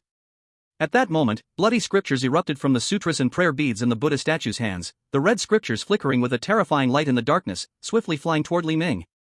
Li Ming swiftly raised the Black King greatsword to block in front of himself. 2 bloody scriptures slammed into the Black King greatsword. Bang! A hard sound of metal clashing erupted, and Li Ming was forced back 4 or 5 steps by the impact of the bloody scriptures. Seeing this scene, Zhao Yafei behind Li Ming stepped forward. The ghostly energy and resentment mixed within her surged forward, extending a terrifying black claw, casting a shadow over the entire stage ahead, which was several meters away. The strange Buddha statue, upon seeing this, showed a crooked smile at the corner of its stone mouth. Today, when evil comes knocking, the Bodhi Buddha will not hesitate to unleash bloody divine powers. With that, the Buddha statue suddenly thrust itself forward, standing tall from within the Buddha shrine on stage. Its entire body stood up high, dark red blood flowing from the robe it wore, with strings of prayer beads maintaining the stability of its body like axes. Seeing Zhao Ya's black ghostly claw, the strange Buddha statue knocked on the wooden fish with its left hand. Don! Don! Don! A series of wooden fish sounds rang out, not the clear sound of an ordinary wooden fish, but a dull and bitter tone as if someone were hammering a skull with a mallet, sending chills down one's spine. Once the wooden fish sounded, the strange Buddha statue emitted streams of crimson scriptures surrounding its body, similar to Bodhi leaves, colliding with Zhao Ya's ghostly claws. Boom! As the scriptures and claws clashed, the various buildings nearby were instantly torn apart by the force unleashed from their collision. At that moment, although the 2 forces collided, the Buddha statue became stiff from Zhao Ya's strike. Li Ming seized the opportunity, gripping the Black King's sword tightly in his hand, and executed a spiral sword move. The Black King's sword spun wildly in Li Ming's hand, like a meat grinder, attacking the eerie Buddha statue's head. The eerie Buddha statue opened its mouth and spoke theatrically, "Hey! Despicable little brat who stumbled into the ghost path, colluding with ghostly beauties to destroy the Buddha's dignity, the Bodhi Buddha will unleash great powers." The Zen staff dances wildly, yeah. Just as Li Ming's Black King's sword approached, the hand holding the Zen staff among the statue's 4 arms suddenly dropped. This wooden Zen staff looked ordinary, but at the moment it fell, it produced a whistling sound in the air. Bang! The spinning Black King's sword was interrupted by the eerie Buddha statue's Zen staff. Li Ming's eyes narrowed. What kind of ghostly thing dares to be fierce before me? Die! The Black King's sword was interrupted, and Li Ming simply released it. A surge of ominous power gathered on his right hand, forming a blade, which he thrust towards the heart of the Buddha statue. Chapter 123, Please Buddha. Ominous power enhances his strength. It grants Li Ming's skin an incredibly tough property. However, it cannot be maintained for long. Prolonged use will erode his skin, flesh, and bones. Ominous power is a double-edged sword. Normally, Li Ming wouldn't do this, but the eerie Buddha statue was too strong. He had no need to consider his own battle damage at this moment. Li Ming's right arm, powered by ominous energy, thrust upward, the black ominous power shining with a bright line in the darkness. Poochie! Like a knife cutting through tofu, Li Ming's arm pierced into the heart of the eerie Buddha statue. The stone eyes of the eerie Buddha statue, which was closing, stared at Li Ming, and Li Ming looked back at the statue. At this moment, the Buddha statue's mouth curled down on one side and up on the other, displaying two strange smiles on its closed stone face. Li Ming felt something was off. Although his right hand had pierced the Buddha statue's heart, the feeling of blood and flesh returned to him, yet there seemed to be more than one heart within the statue. The moment Li Ming pulled out his right hand, he caught a glimpse of the heart from the gap of the statue's robe. Under the black-red robe of the statue, there were countless hearts. Each heart connected to another, resembling grapes on a vine, or resembling some kind of insect's eggs. Though Li Ming had seen many dead people and many eerie sights, the hearts on this statue were simply horrifying. Countless hearts trembled and pulsated, alive and unsettling. The beads on its robe, resembling binding props, were used to keep those hearts inside its body. Upon seeing the expression on Li Ming's face, it seemed quite satisfied. Today you dare to disturb the tranquil Bodhi Buddha, both man and ghost shall ascend to the west, ascend to the west. Then, all the scriptures, beads, wooden fish, and the Zen staff on its forearm smashed down towards Li Ming's head. The blood-colored scriptures coiled around it, a heavy, terrifying aura spreading from its body. Li Ming's eyes darkened, and then he made a surprising move. At the moment the statue attacked, Li Ming darted through the statue's legs. The four objects struck the ground, smashing right through the cement floor, and the power of the blood-colored scriptures surged outward, sending Li Ming flying. Seeing Li Ming being sent flying, Jiaya's eyes filled with an uncontrollable rage. The ghostly energy in her entire body instantly intensified, and she transformed into a bloody figure, charging forward to wrestle with the statue.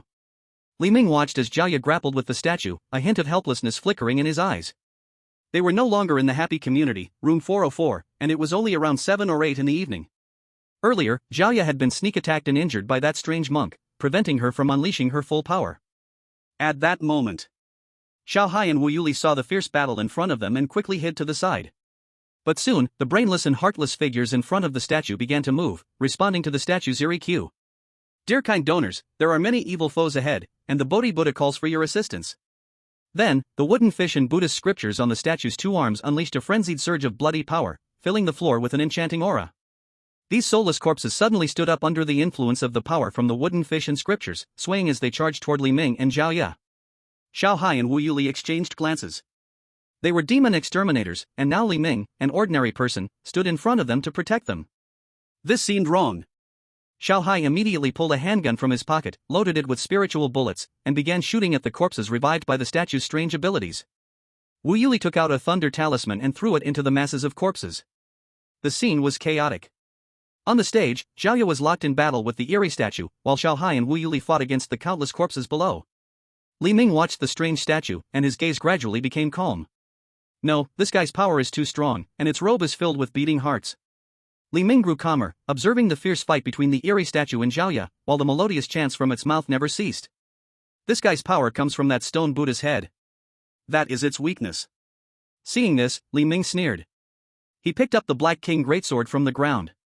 Li Ming placed his right hand on the blade and sliced it sideways, hot blood pouring from his palm onto the edges of the Black King greatsword. The Black King greatsword gleamed with a black flickering light. In that instant, mysterious transparent symbols flickered all over the Black King greatsword. As an A+ grade artifact, the true power of the Black King greatsword had never been activated before. The system had hinted that using a special method could temporarily grant the power of the Black King. Li Ming had long suspected that as long as the sword drank the blood of its wielder, it could be activated. However, in the past, Li Ming had never truly tried. One reason was his suspicion of potential sealing curses hidden within the sword, and the other was his worry that it might be a one-time use activation item, wasting it. But now, Li Ming felt the timing was just right. If he didn't activate it now, he might die in this building. As Li Ming's two streams of blood sprinkled across the blade of the Black King greatsword, a king-like aura suddenly enveloped him. Behind Li Ming's unimposing figure, the shadow under the flickering light began to shift slowly, transforming from a thin, elongated shadow into a grand and powerful shape. An inexplicable strength surged from the Black King greatsword, the strong aura of power filling Li Ming's entire being. The previous exhaustion vanished completely. The black ominous energy mingled with the shadow power emanating from the Black King sword. Li Ming held the giant sword with one hand, standing still as he slashed forward with it. Boom! A 10-meter-long, 3 to 4 meter wide black sword aura burst forth. Wherever the black sword aura went, everything turned into nothingness. At this moment, the strange Buddha statue had just lifted Zhao Ya, and its head raised to see this terrifying sword energy. Upon seeing this black sword energy, a hint of fear appeared on the stone face of the Buddha statue.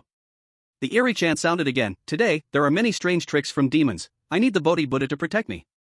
Hundreds of hearts and minds are all offered to me, trade for my indestructible body. As soon as this line was spoken, countless vibrant hearts hidden beneath its robe withered like red roses, turning into shriveled black hearts. Behind it, under the robe, countless brains went through the same fate, blood drained, and they shrank. Yet in this bizarre scene, golden light truly emanated from its entire body, appearing majestic and invulnerable. Chapter 124, Real or Not? The black sword energy collided with the golden light on the strange Buddha statue. Bang! When they collided, sparks flew in all directions. The statue held 4 Buddhist artifacts in front of itself, but the sword energy from the Black King's sword forcefully cut through them and struck the strange Buddha statue. With the support of golden light, the sword energy from the Black King's sword could not sever the statue's body. At that moment, the strange Buddha statue looked ahead at Li Ming. The stone-made face gathered its features, the white nose and eyes lifted, and it broke into a horrifying smile. The Bodhi Buddha has arrived. Where can you small thieves hide? There are many lost souls on the journey to the west. Let's walk together to worship the Buddha. Seeing this scene, a dark killing intent emerged in Li Ming's eyes. Requesting the Buddha's manifestation? This statue was too strange, but its existence was simply that of a flesh and blood stone Buddha, something that could mock like a human. Li Ming raised the Black King's sword high, blood continuously flowing from his palm. At that moment, the blood in Li Ming's palm did not flow down due to gravity. Instead, it flowed along the bone sword handle of the Black King's sword, going towards both ends. The Black King's sword had a bloodthirsty nature. With Li Ming's blood supply, the black light on the Black King's sword flickered, and a massive dark shadow behind Li Ming slowly rose. Slash! Li Ming swung the Black King's sword with one hand. Whoosh! A sharp sword energy radiated from the Black King's sword, powerful enough to cross over 20 meters of this floor, slicing directly towards the stage.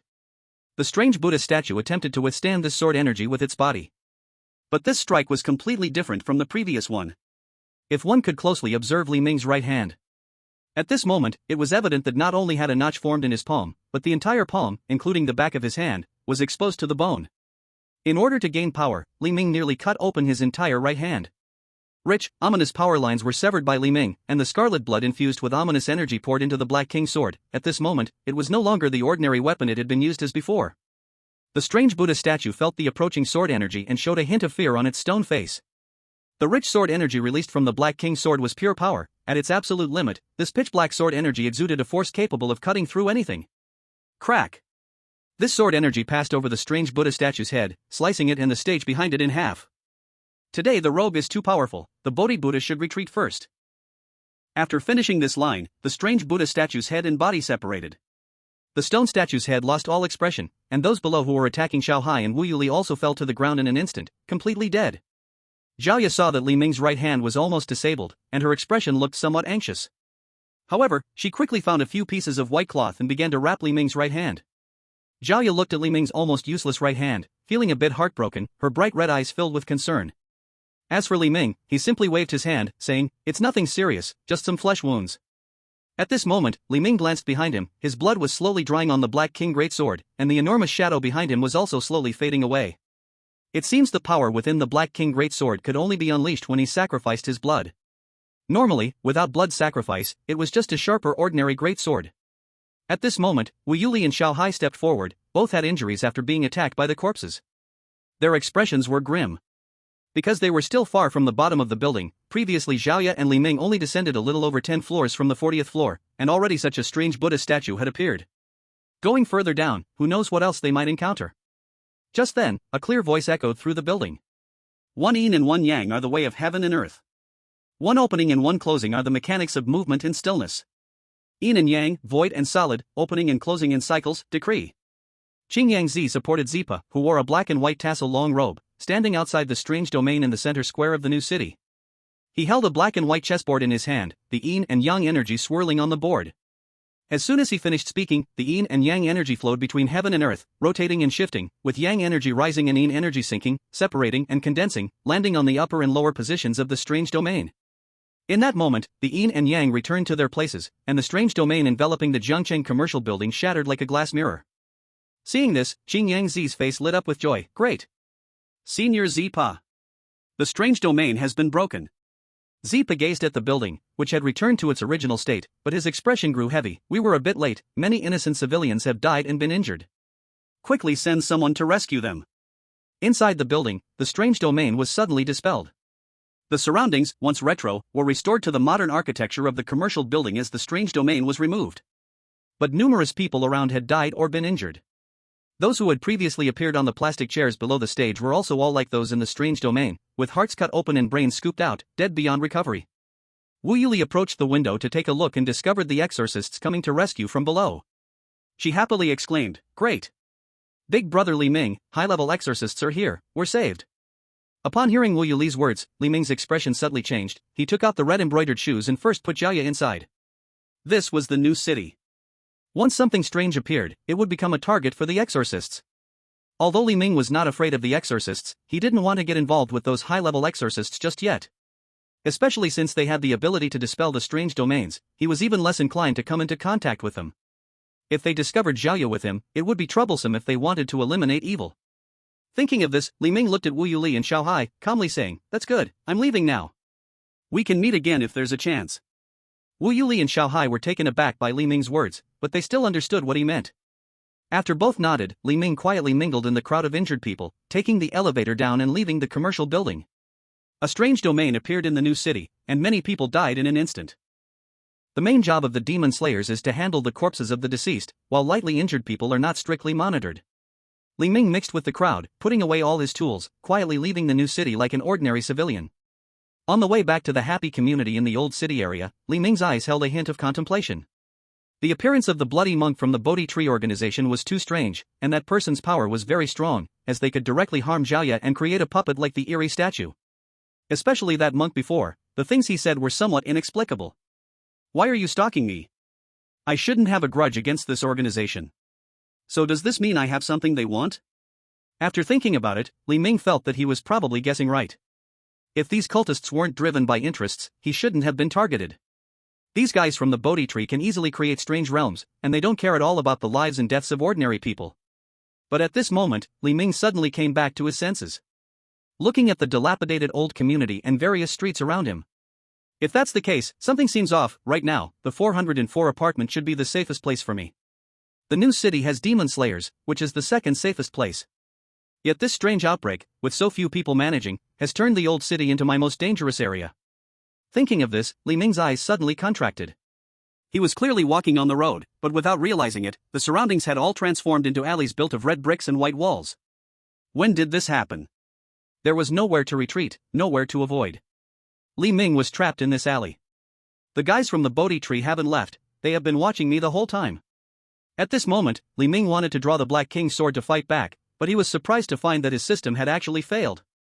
The Black King's sword in the system was completely still, without any response. What on earth is going on? A strange melodious voice suddenly echoed in the alley.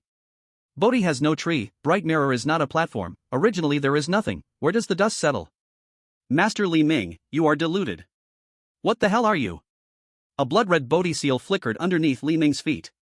Then the scene in front of Li Ming rapidly changed. In an instant, Li Ming's eyes lost focus, and the entire world plunged into darkness. Beep, beep, beep. The sound of the heart monitor continued ringing, and the ECG graph fluctuated like hills. Li Ming felt weak all over, his mouth dry as dust. He managed to open his eyelids, only to find himself lying in an operating room, the white shadowless lights flashing. In front of him were several doctors and nurses busily working with various surgical instruments.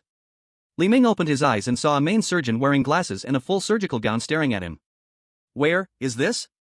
The chief surgeon changed his expression drastically when he saw Li Ming open his eyes. Anesthesia. Where's the anesthetist? Are you slacking off again?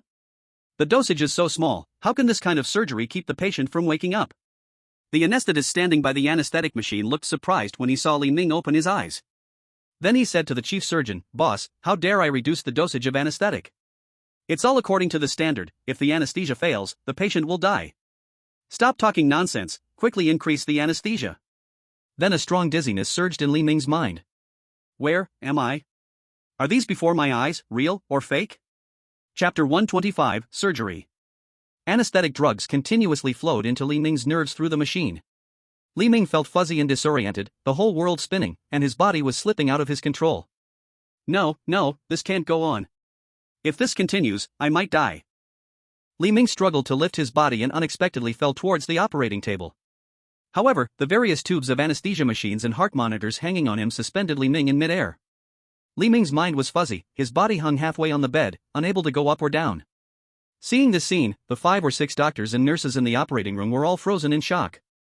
Several doctors quickly put down their medical instruments and helped Li Ming onto the operating table. The lead doctor said angrily, "I told you to increase the dose of anesthesia, are you deaf?" The anesthesiologist innocently replied, "The dose is already the maximum that the patient can tolerate. If we increase it, he will have issues." Li Ming watched all this in a daze. Then, he picked up a surgical knife from the operating table and plunged it straight into his thigh. The intense pain reduced the dizziness caused by the anesthesia quite a bit. The instrument nurse screamed in terror upon seeing this scene. Li Ming, with half-closed and half-open eyes, coldly looked at the doctors and nurses in front of him. "Bodhi tree, are you trying to kill yourselves?" The doctors and nurses exchanged glances, and the lead doctor adjusted his glasses and said, "Mr. Li Ming, please put down the knife. We are trying to save your life. If we don't remove the tumor from your brain, you will continue to have delusions like this." "What? What do you mean? Everything you have experienced is fake. The happy community, the demon slayer, and the recent talk about the Bodhi tree are all things you imagined. Just wait and see." The lead doctor walked out of the operating room and returned after a while holding a mobile phone. He slowly handed it in front of Li Ming. The video playing inside showed Li Ming wrapped in a white restraint suit, screaming in a white hospital room.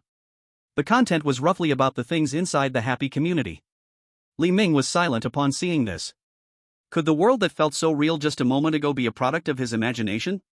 But if he were indeed a mental patient, it seemed there was nothing strange about imagining such a world. Thinking carefully, so many bizarre existences didn't seem real at all. Seeing the wavering expression on Li Ming's face, the lead doctor quickly said, "If we don't remove the tumor in your brain today, your delusions will spiral out of control. Please think about your family and friends waiting outside. They are hoping so much for your recovery." Family, friends. On hearing these 2 words, a hint of confusion appeared on Li Ming's face. At this moment, the figures of Zhaoye, Wu Yueli, and Xiaohai flashed through his mind. Are these people also products of my imagination? Seeing Li Ming hesitate, the lead doctor slowly approached and took the surgical knife from Li Ming's hand. "Mr. Li Ming, as long as you follow our instructions and cooperate with the surgery, you can return to being a normal person." "Really? Do I still have a chance to become normal?" "Yes, I promise." Li Ming nodded in confusion. He voluntarily lay down on the operating table, ready to put on all the medical equipment needed for the surgery. Just as the lead doctor was about to perform a craniotomy on Li Ming, a shining surgical knife unexpectedly plunged into his abdomen. Blood began to flow instantly. In the lead doctor's shocked gaze, Li Ming happily laughed out loud. "Didn't know I grabbed 2 surgical knives, huh? Bodhi tree, your illusion is not even at the same level as the induced treatment at Longshan Psychiatric Hospital." Chapter 126, Leaves of Bodhi. What are you even saying? Didn't you say that places like Longshan Mental Hospital are all in your imagination? Ha ha. Ha ha ha. You can't fool me. I can tell what's real and what's fake. Li Ming struggled and curled up on the bed, clutching a short surgical knife in his palm, his entire being resembling an injured tiger, with vigilance and killing intent in his eyes. The lead surgeon looked at the wound on his abdomen, stepping back a few paces towards the back of the operating room, hurriedly grabbing some gauze to stanch the bleeding. With a grim expression, he said, "I knew it, a psychopath, a damn psychopath. We're going to operate on this damn psychopath. This is insane." The expressions of the other people in the operating room were also grim. One by one, they quietly stepped away from Li Ming's operating table. The gauze on the lead surgeon's abdomen quickly soaked through with blood, but there were doctors and nurses present, and they quickly helped stop the bleeding. Then they all looked at Li Ming. Li Ming stood half on the operating table, clutching the surgical knife in his palm, looking at them as though they were enemies. "Don't come over. Don't you dare come closer." Although Li Ming had stabbed the lead surgeon, he still said, "Li Ming, calm yourself. The reason your emotions are so volatile is because of the tumor in your brain. But trust me, it's just a benign tumor.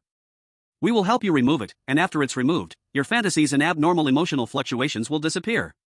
Li Ming squinted at the lead surgeon. At this moment, the effects of the anesthetic had not worn off. Li Ming's mind was still hazy, and the ceiling and floor of the operating room were shaking. Looking at the seemingly kind lead surgeon, a voice kept reminding Li Ming in his mind. "Don't trust him, don't trust him." During his time at Longshan Mental Hospital, against the inhumane treatment methods, Li Ming had developed countless countermeasures. For example, at the mental hospital, to stabilize patients' emotions, they regularly administered a nerve-suppressing red pill called Calm Heart Pill. This pill forcibly suppressed patients' negative emotions to reduce violent behavior. However, it also induced neuroticism and hallucinations in patients. So, Li Ming set up a mental cue in his mind like an alarm clock. Whenever he encountered nervous hallucinations, this voice would appear in his mind.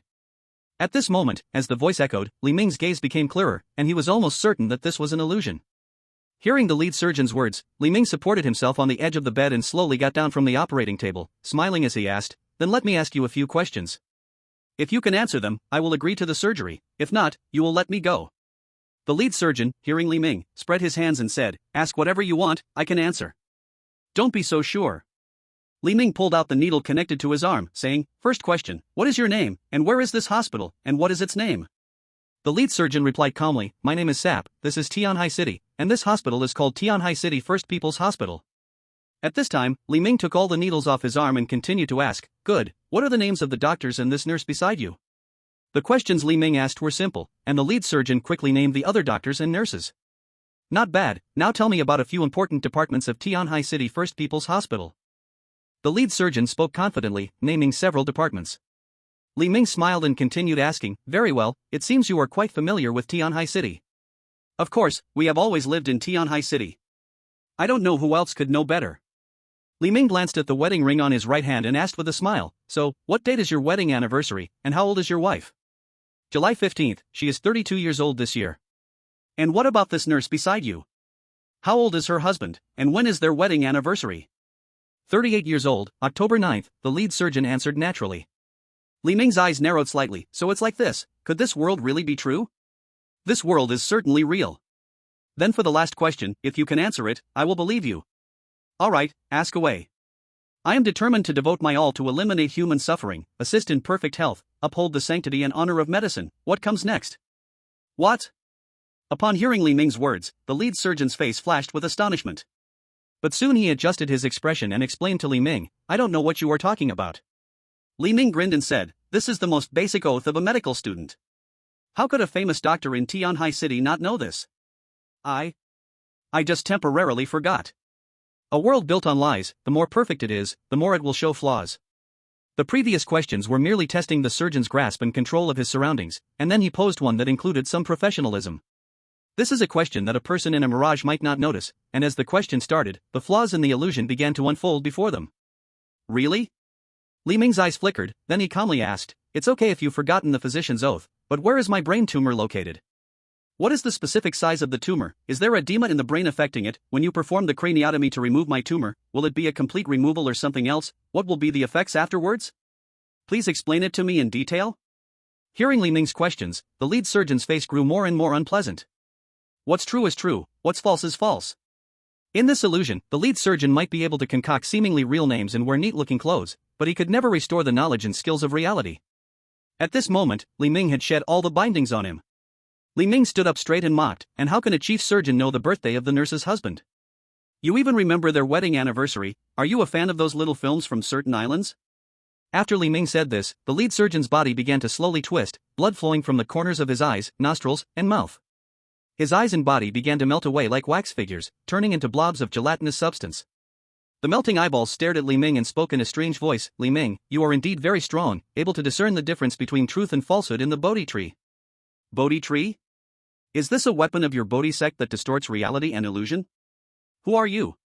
At this moment, the lead surgeon's body completely dissolved. After all of his flesh and blood flowed to the ground, a majestic, solemn figure of the hundred-handed Bodhisattva appeared before Li Ming. The figure had a face that was half male, half female, presenting a bizarre androgynous appearance. The upper body was flat, while the lower body was extremely graceful. However, unlike ordinary bodhisattvas, the 100 hands were decayed and rotting, teeming with maggots, clearly the hands of the dead. The 100-handed bodhisattva smiled and said, "Li Ming, you are indeed powerful. I am the Bodhisattva, and I am here to pay my respects." Bodhisattva? Li Ming did not know much about Buddhism, but the Bodhisattva before him was definitely not an ordinary bodhisattva. Li Ming tried to connect with the system in his mind, but there was no response. At this moment, the Bodhisattva took a step forward and smiled, saying, "Li Ming, all things have no right or wrong in the Bodhi leaf. This place seems real yet illusory. Why stir the resentment in your heart and try to confront me?" Li Ming's mouth twitched. The Bodhisattva with 100 hands before him was truly strange.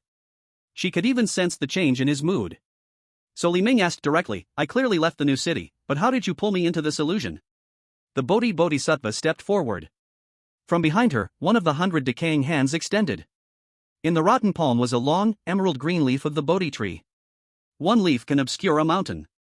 A Bodhi leaf, one world. Li Ming, we are now just within a single Bodhi leaf. Upon hearing this, Li Ming's eyes widened in surprise. What do you mean? You created an illusion with a single Bodhi leaf? But at this moment, Li Ming also remembered that when he was walking on the road in the old city, he had encountered some fallen leaves. He hadn't paid attention then, but thinking back, that was when he got caught. The Bodhisattva smiled gently at Li Ming's words. She stepped aside, revealing several bewildered doctors and nurses behind her, not knowing what had happened. Several decaying hands raised them up. One leaf, one world, the world within the Bodhi tree is all real. If I hadn't disguised myself as a doctor and been recognized by you, if you had tested them, perhaps you would have found that the Tianhai city they spoke of actually exists. And if I hadn't disturbed the lives of the people within the Bodhi tree, perhaps you would have eventually blended in and become one of them. Hearing this, Li Ming was shocked. If the world inside the Bodhi leaf were real, after several failed attempts, he might truly have been able to merge into this world. To deceive the real with the real, this is the highest form of deceit. Li Ming furrowed his brow, looking at the solemn-faced Bodhisattva, recalling the previous scenes. Then he asked, since you appeared before me, it means I possess something that your Bodhi tree needs, and this thing must be willingly given by me to be useful, otherwise, it won't work, right? The Bodhisattva nodded honestly upon hearing Li Ming's words.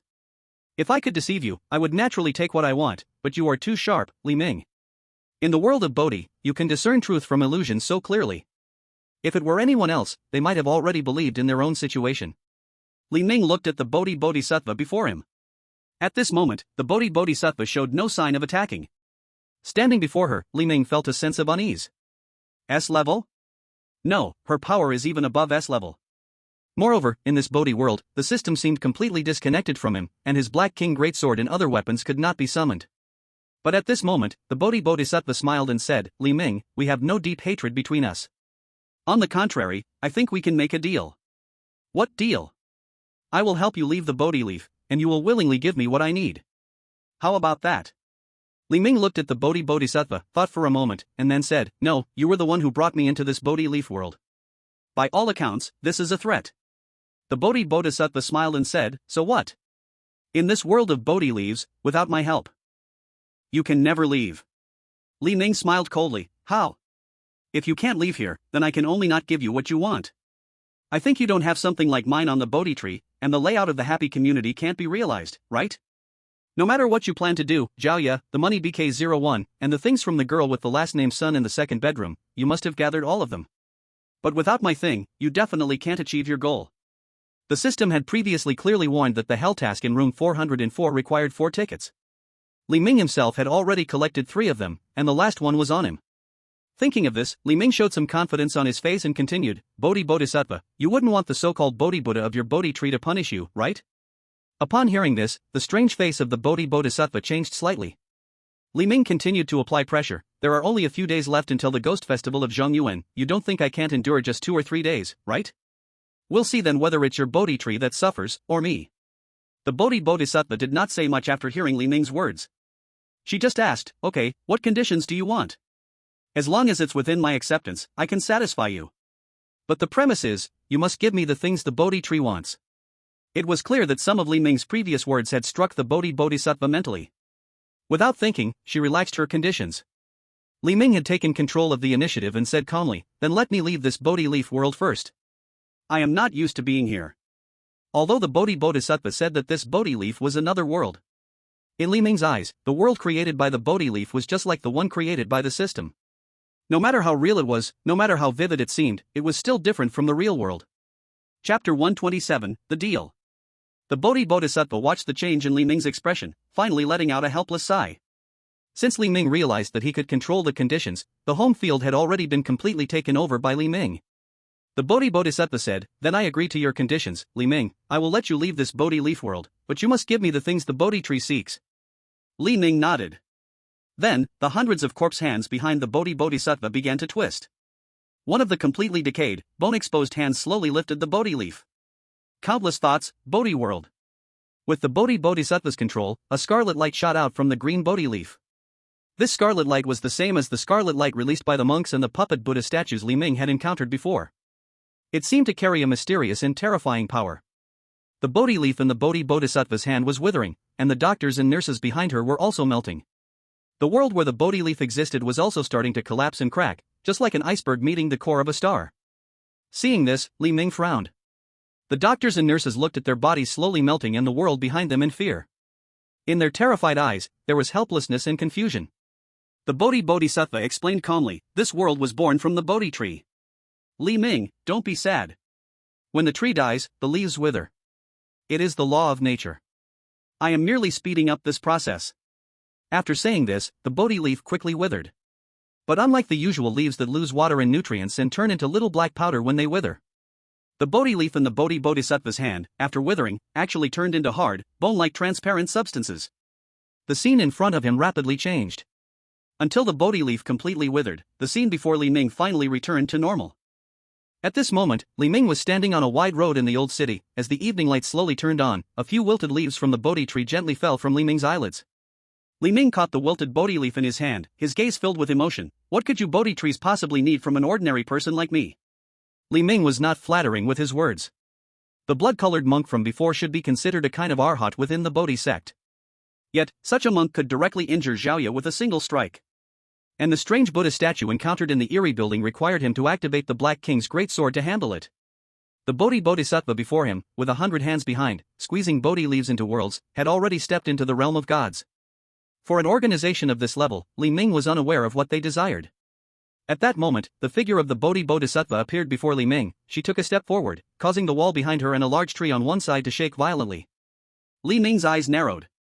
Although he was surprised by the Bodhi Bodhisattva's strength, the fact that she could directly traverse space truly exceeded his expectations. The Bodhi tree is withering, and even the Bodhi Buddha finds it hard to reverse this decline. However, there are still many opportunities to save it. Beneath the Happy Community lies great fortune. You residents of Happy Community Unit 404 are the keys to unlocking this fortune. What the Bodhi Bodhisattva said seemed quite normal. In fact, if an ordinary person heard this, they would think the Bodhi Bodhisattva had a compassionate heart, wanting to save the Bodhi tree, this divine being. However, Li Ming had heard from Wu Yula that the people of the Bodhi tree had nearly refined an entire city with a population of 1 million 2 years ago. Their goal was also to save the Bodhi tree. 1 million people, that is not a small number. 1 million deaths, tens of millions, even billions would mourn for it. In some places in the world, 1 million could form a huge nation. But in the eyes of the Bodhi tree's people, human life was merely a number. Dignity, freedom, life, soul. The people of the Bodhi tree could sacrifice everything for their own purposes, completely a mad and extreme organization. Li Ming silently looked at the Bodhi Bodhisattva before him. It seemed unlikely that he could confront her directly, as her strength was too great. So, Li Ming asked, "What do you want?" The Bodhi Bodhisattva answered, "Humans have 3 souls and 7 spirits. What we desire is one of your souls." The laws of heaven and earth are constant. An ordinary person's 3 souls are integrated and connected, but Li Ming, your 3 souls are different. Each of your souls is independent. You must be quite aware of this, right? I am quite aware. Your previous split personality is a symbol. The 3 souls and 7 spirits divided into 10 different roles, and then one person annihilated these so-called personalities. Did you not do it with ease? What the Bodhi Bodhisattva said made Li Ming's eyes narrow slightly. That was something that happened at Longshan Psychiatric Hospital. It seemed the Bodhi tree had targeted him a long time ago. But this was also the truth.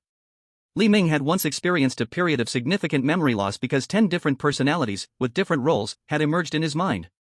These chaotic personalities were vastly different, with wildly differing tempers. But Li Ming thought all these personalities were just ordinary split personalities, so he came up with a way to directly eliminate them all. However, now listening to what the Bodhi Bodhisattva said, it seemed it was not that simple. Li Ming, as long as your 3 souls and 7 spirits exist within you, the rest of your personalities still remain. You seem to have annihilated your personalities before, but they were just hidden away.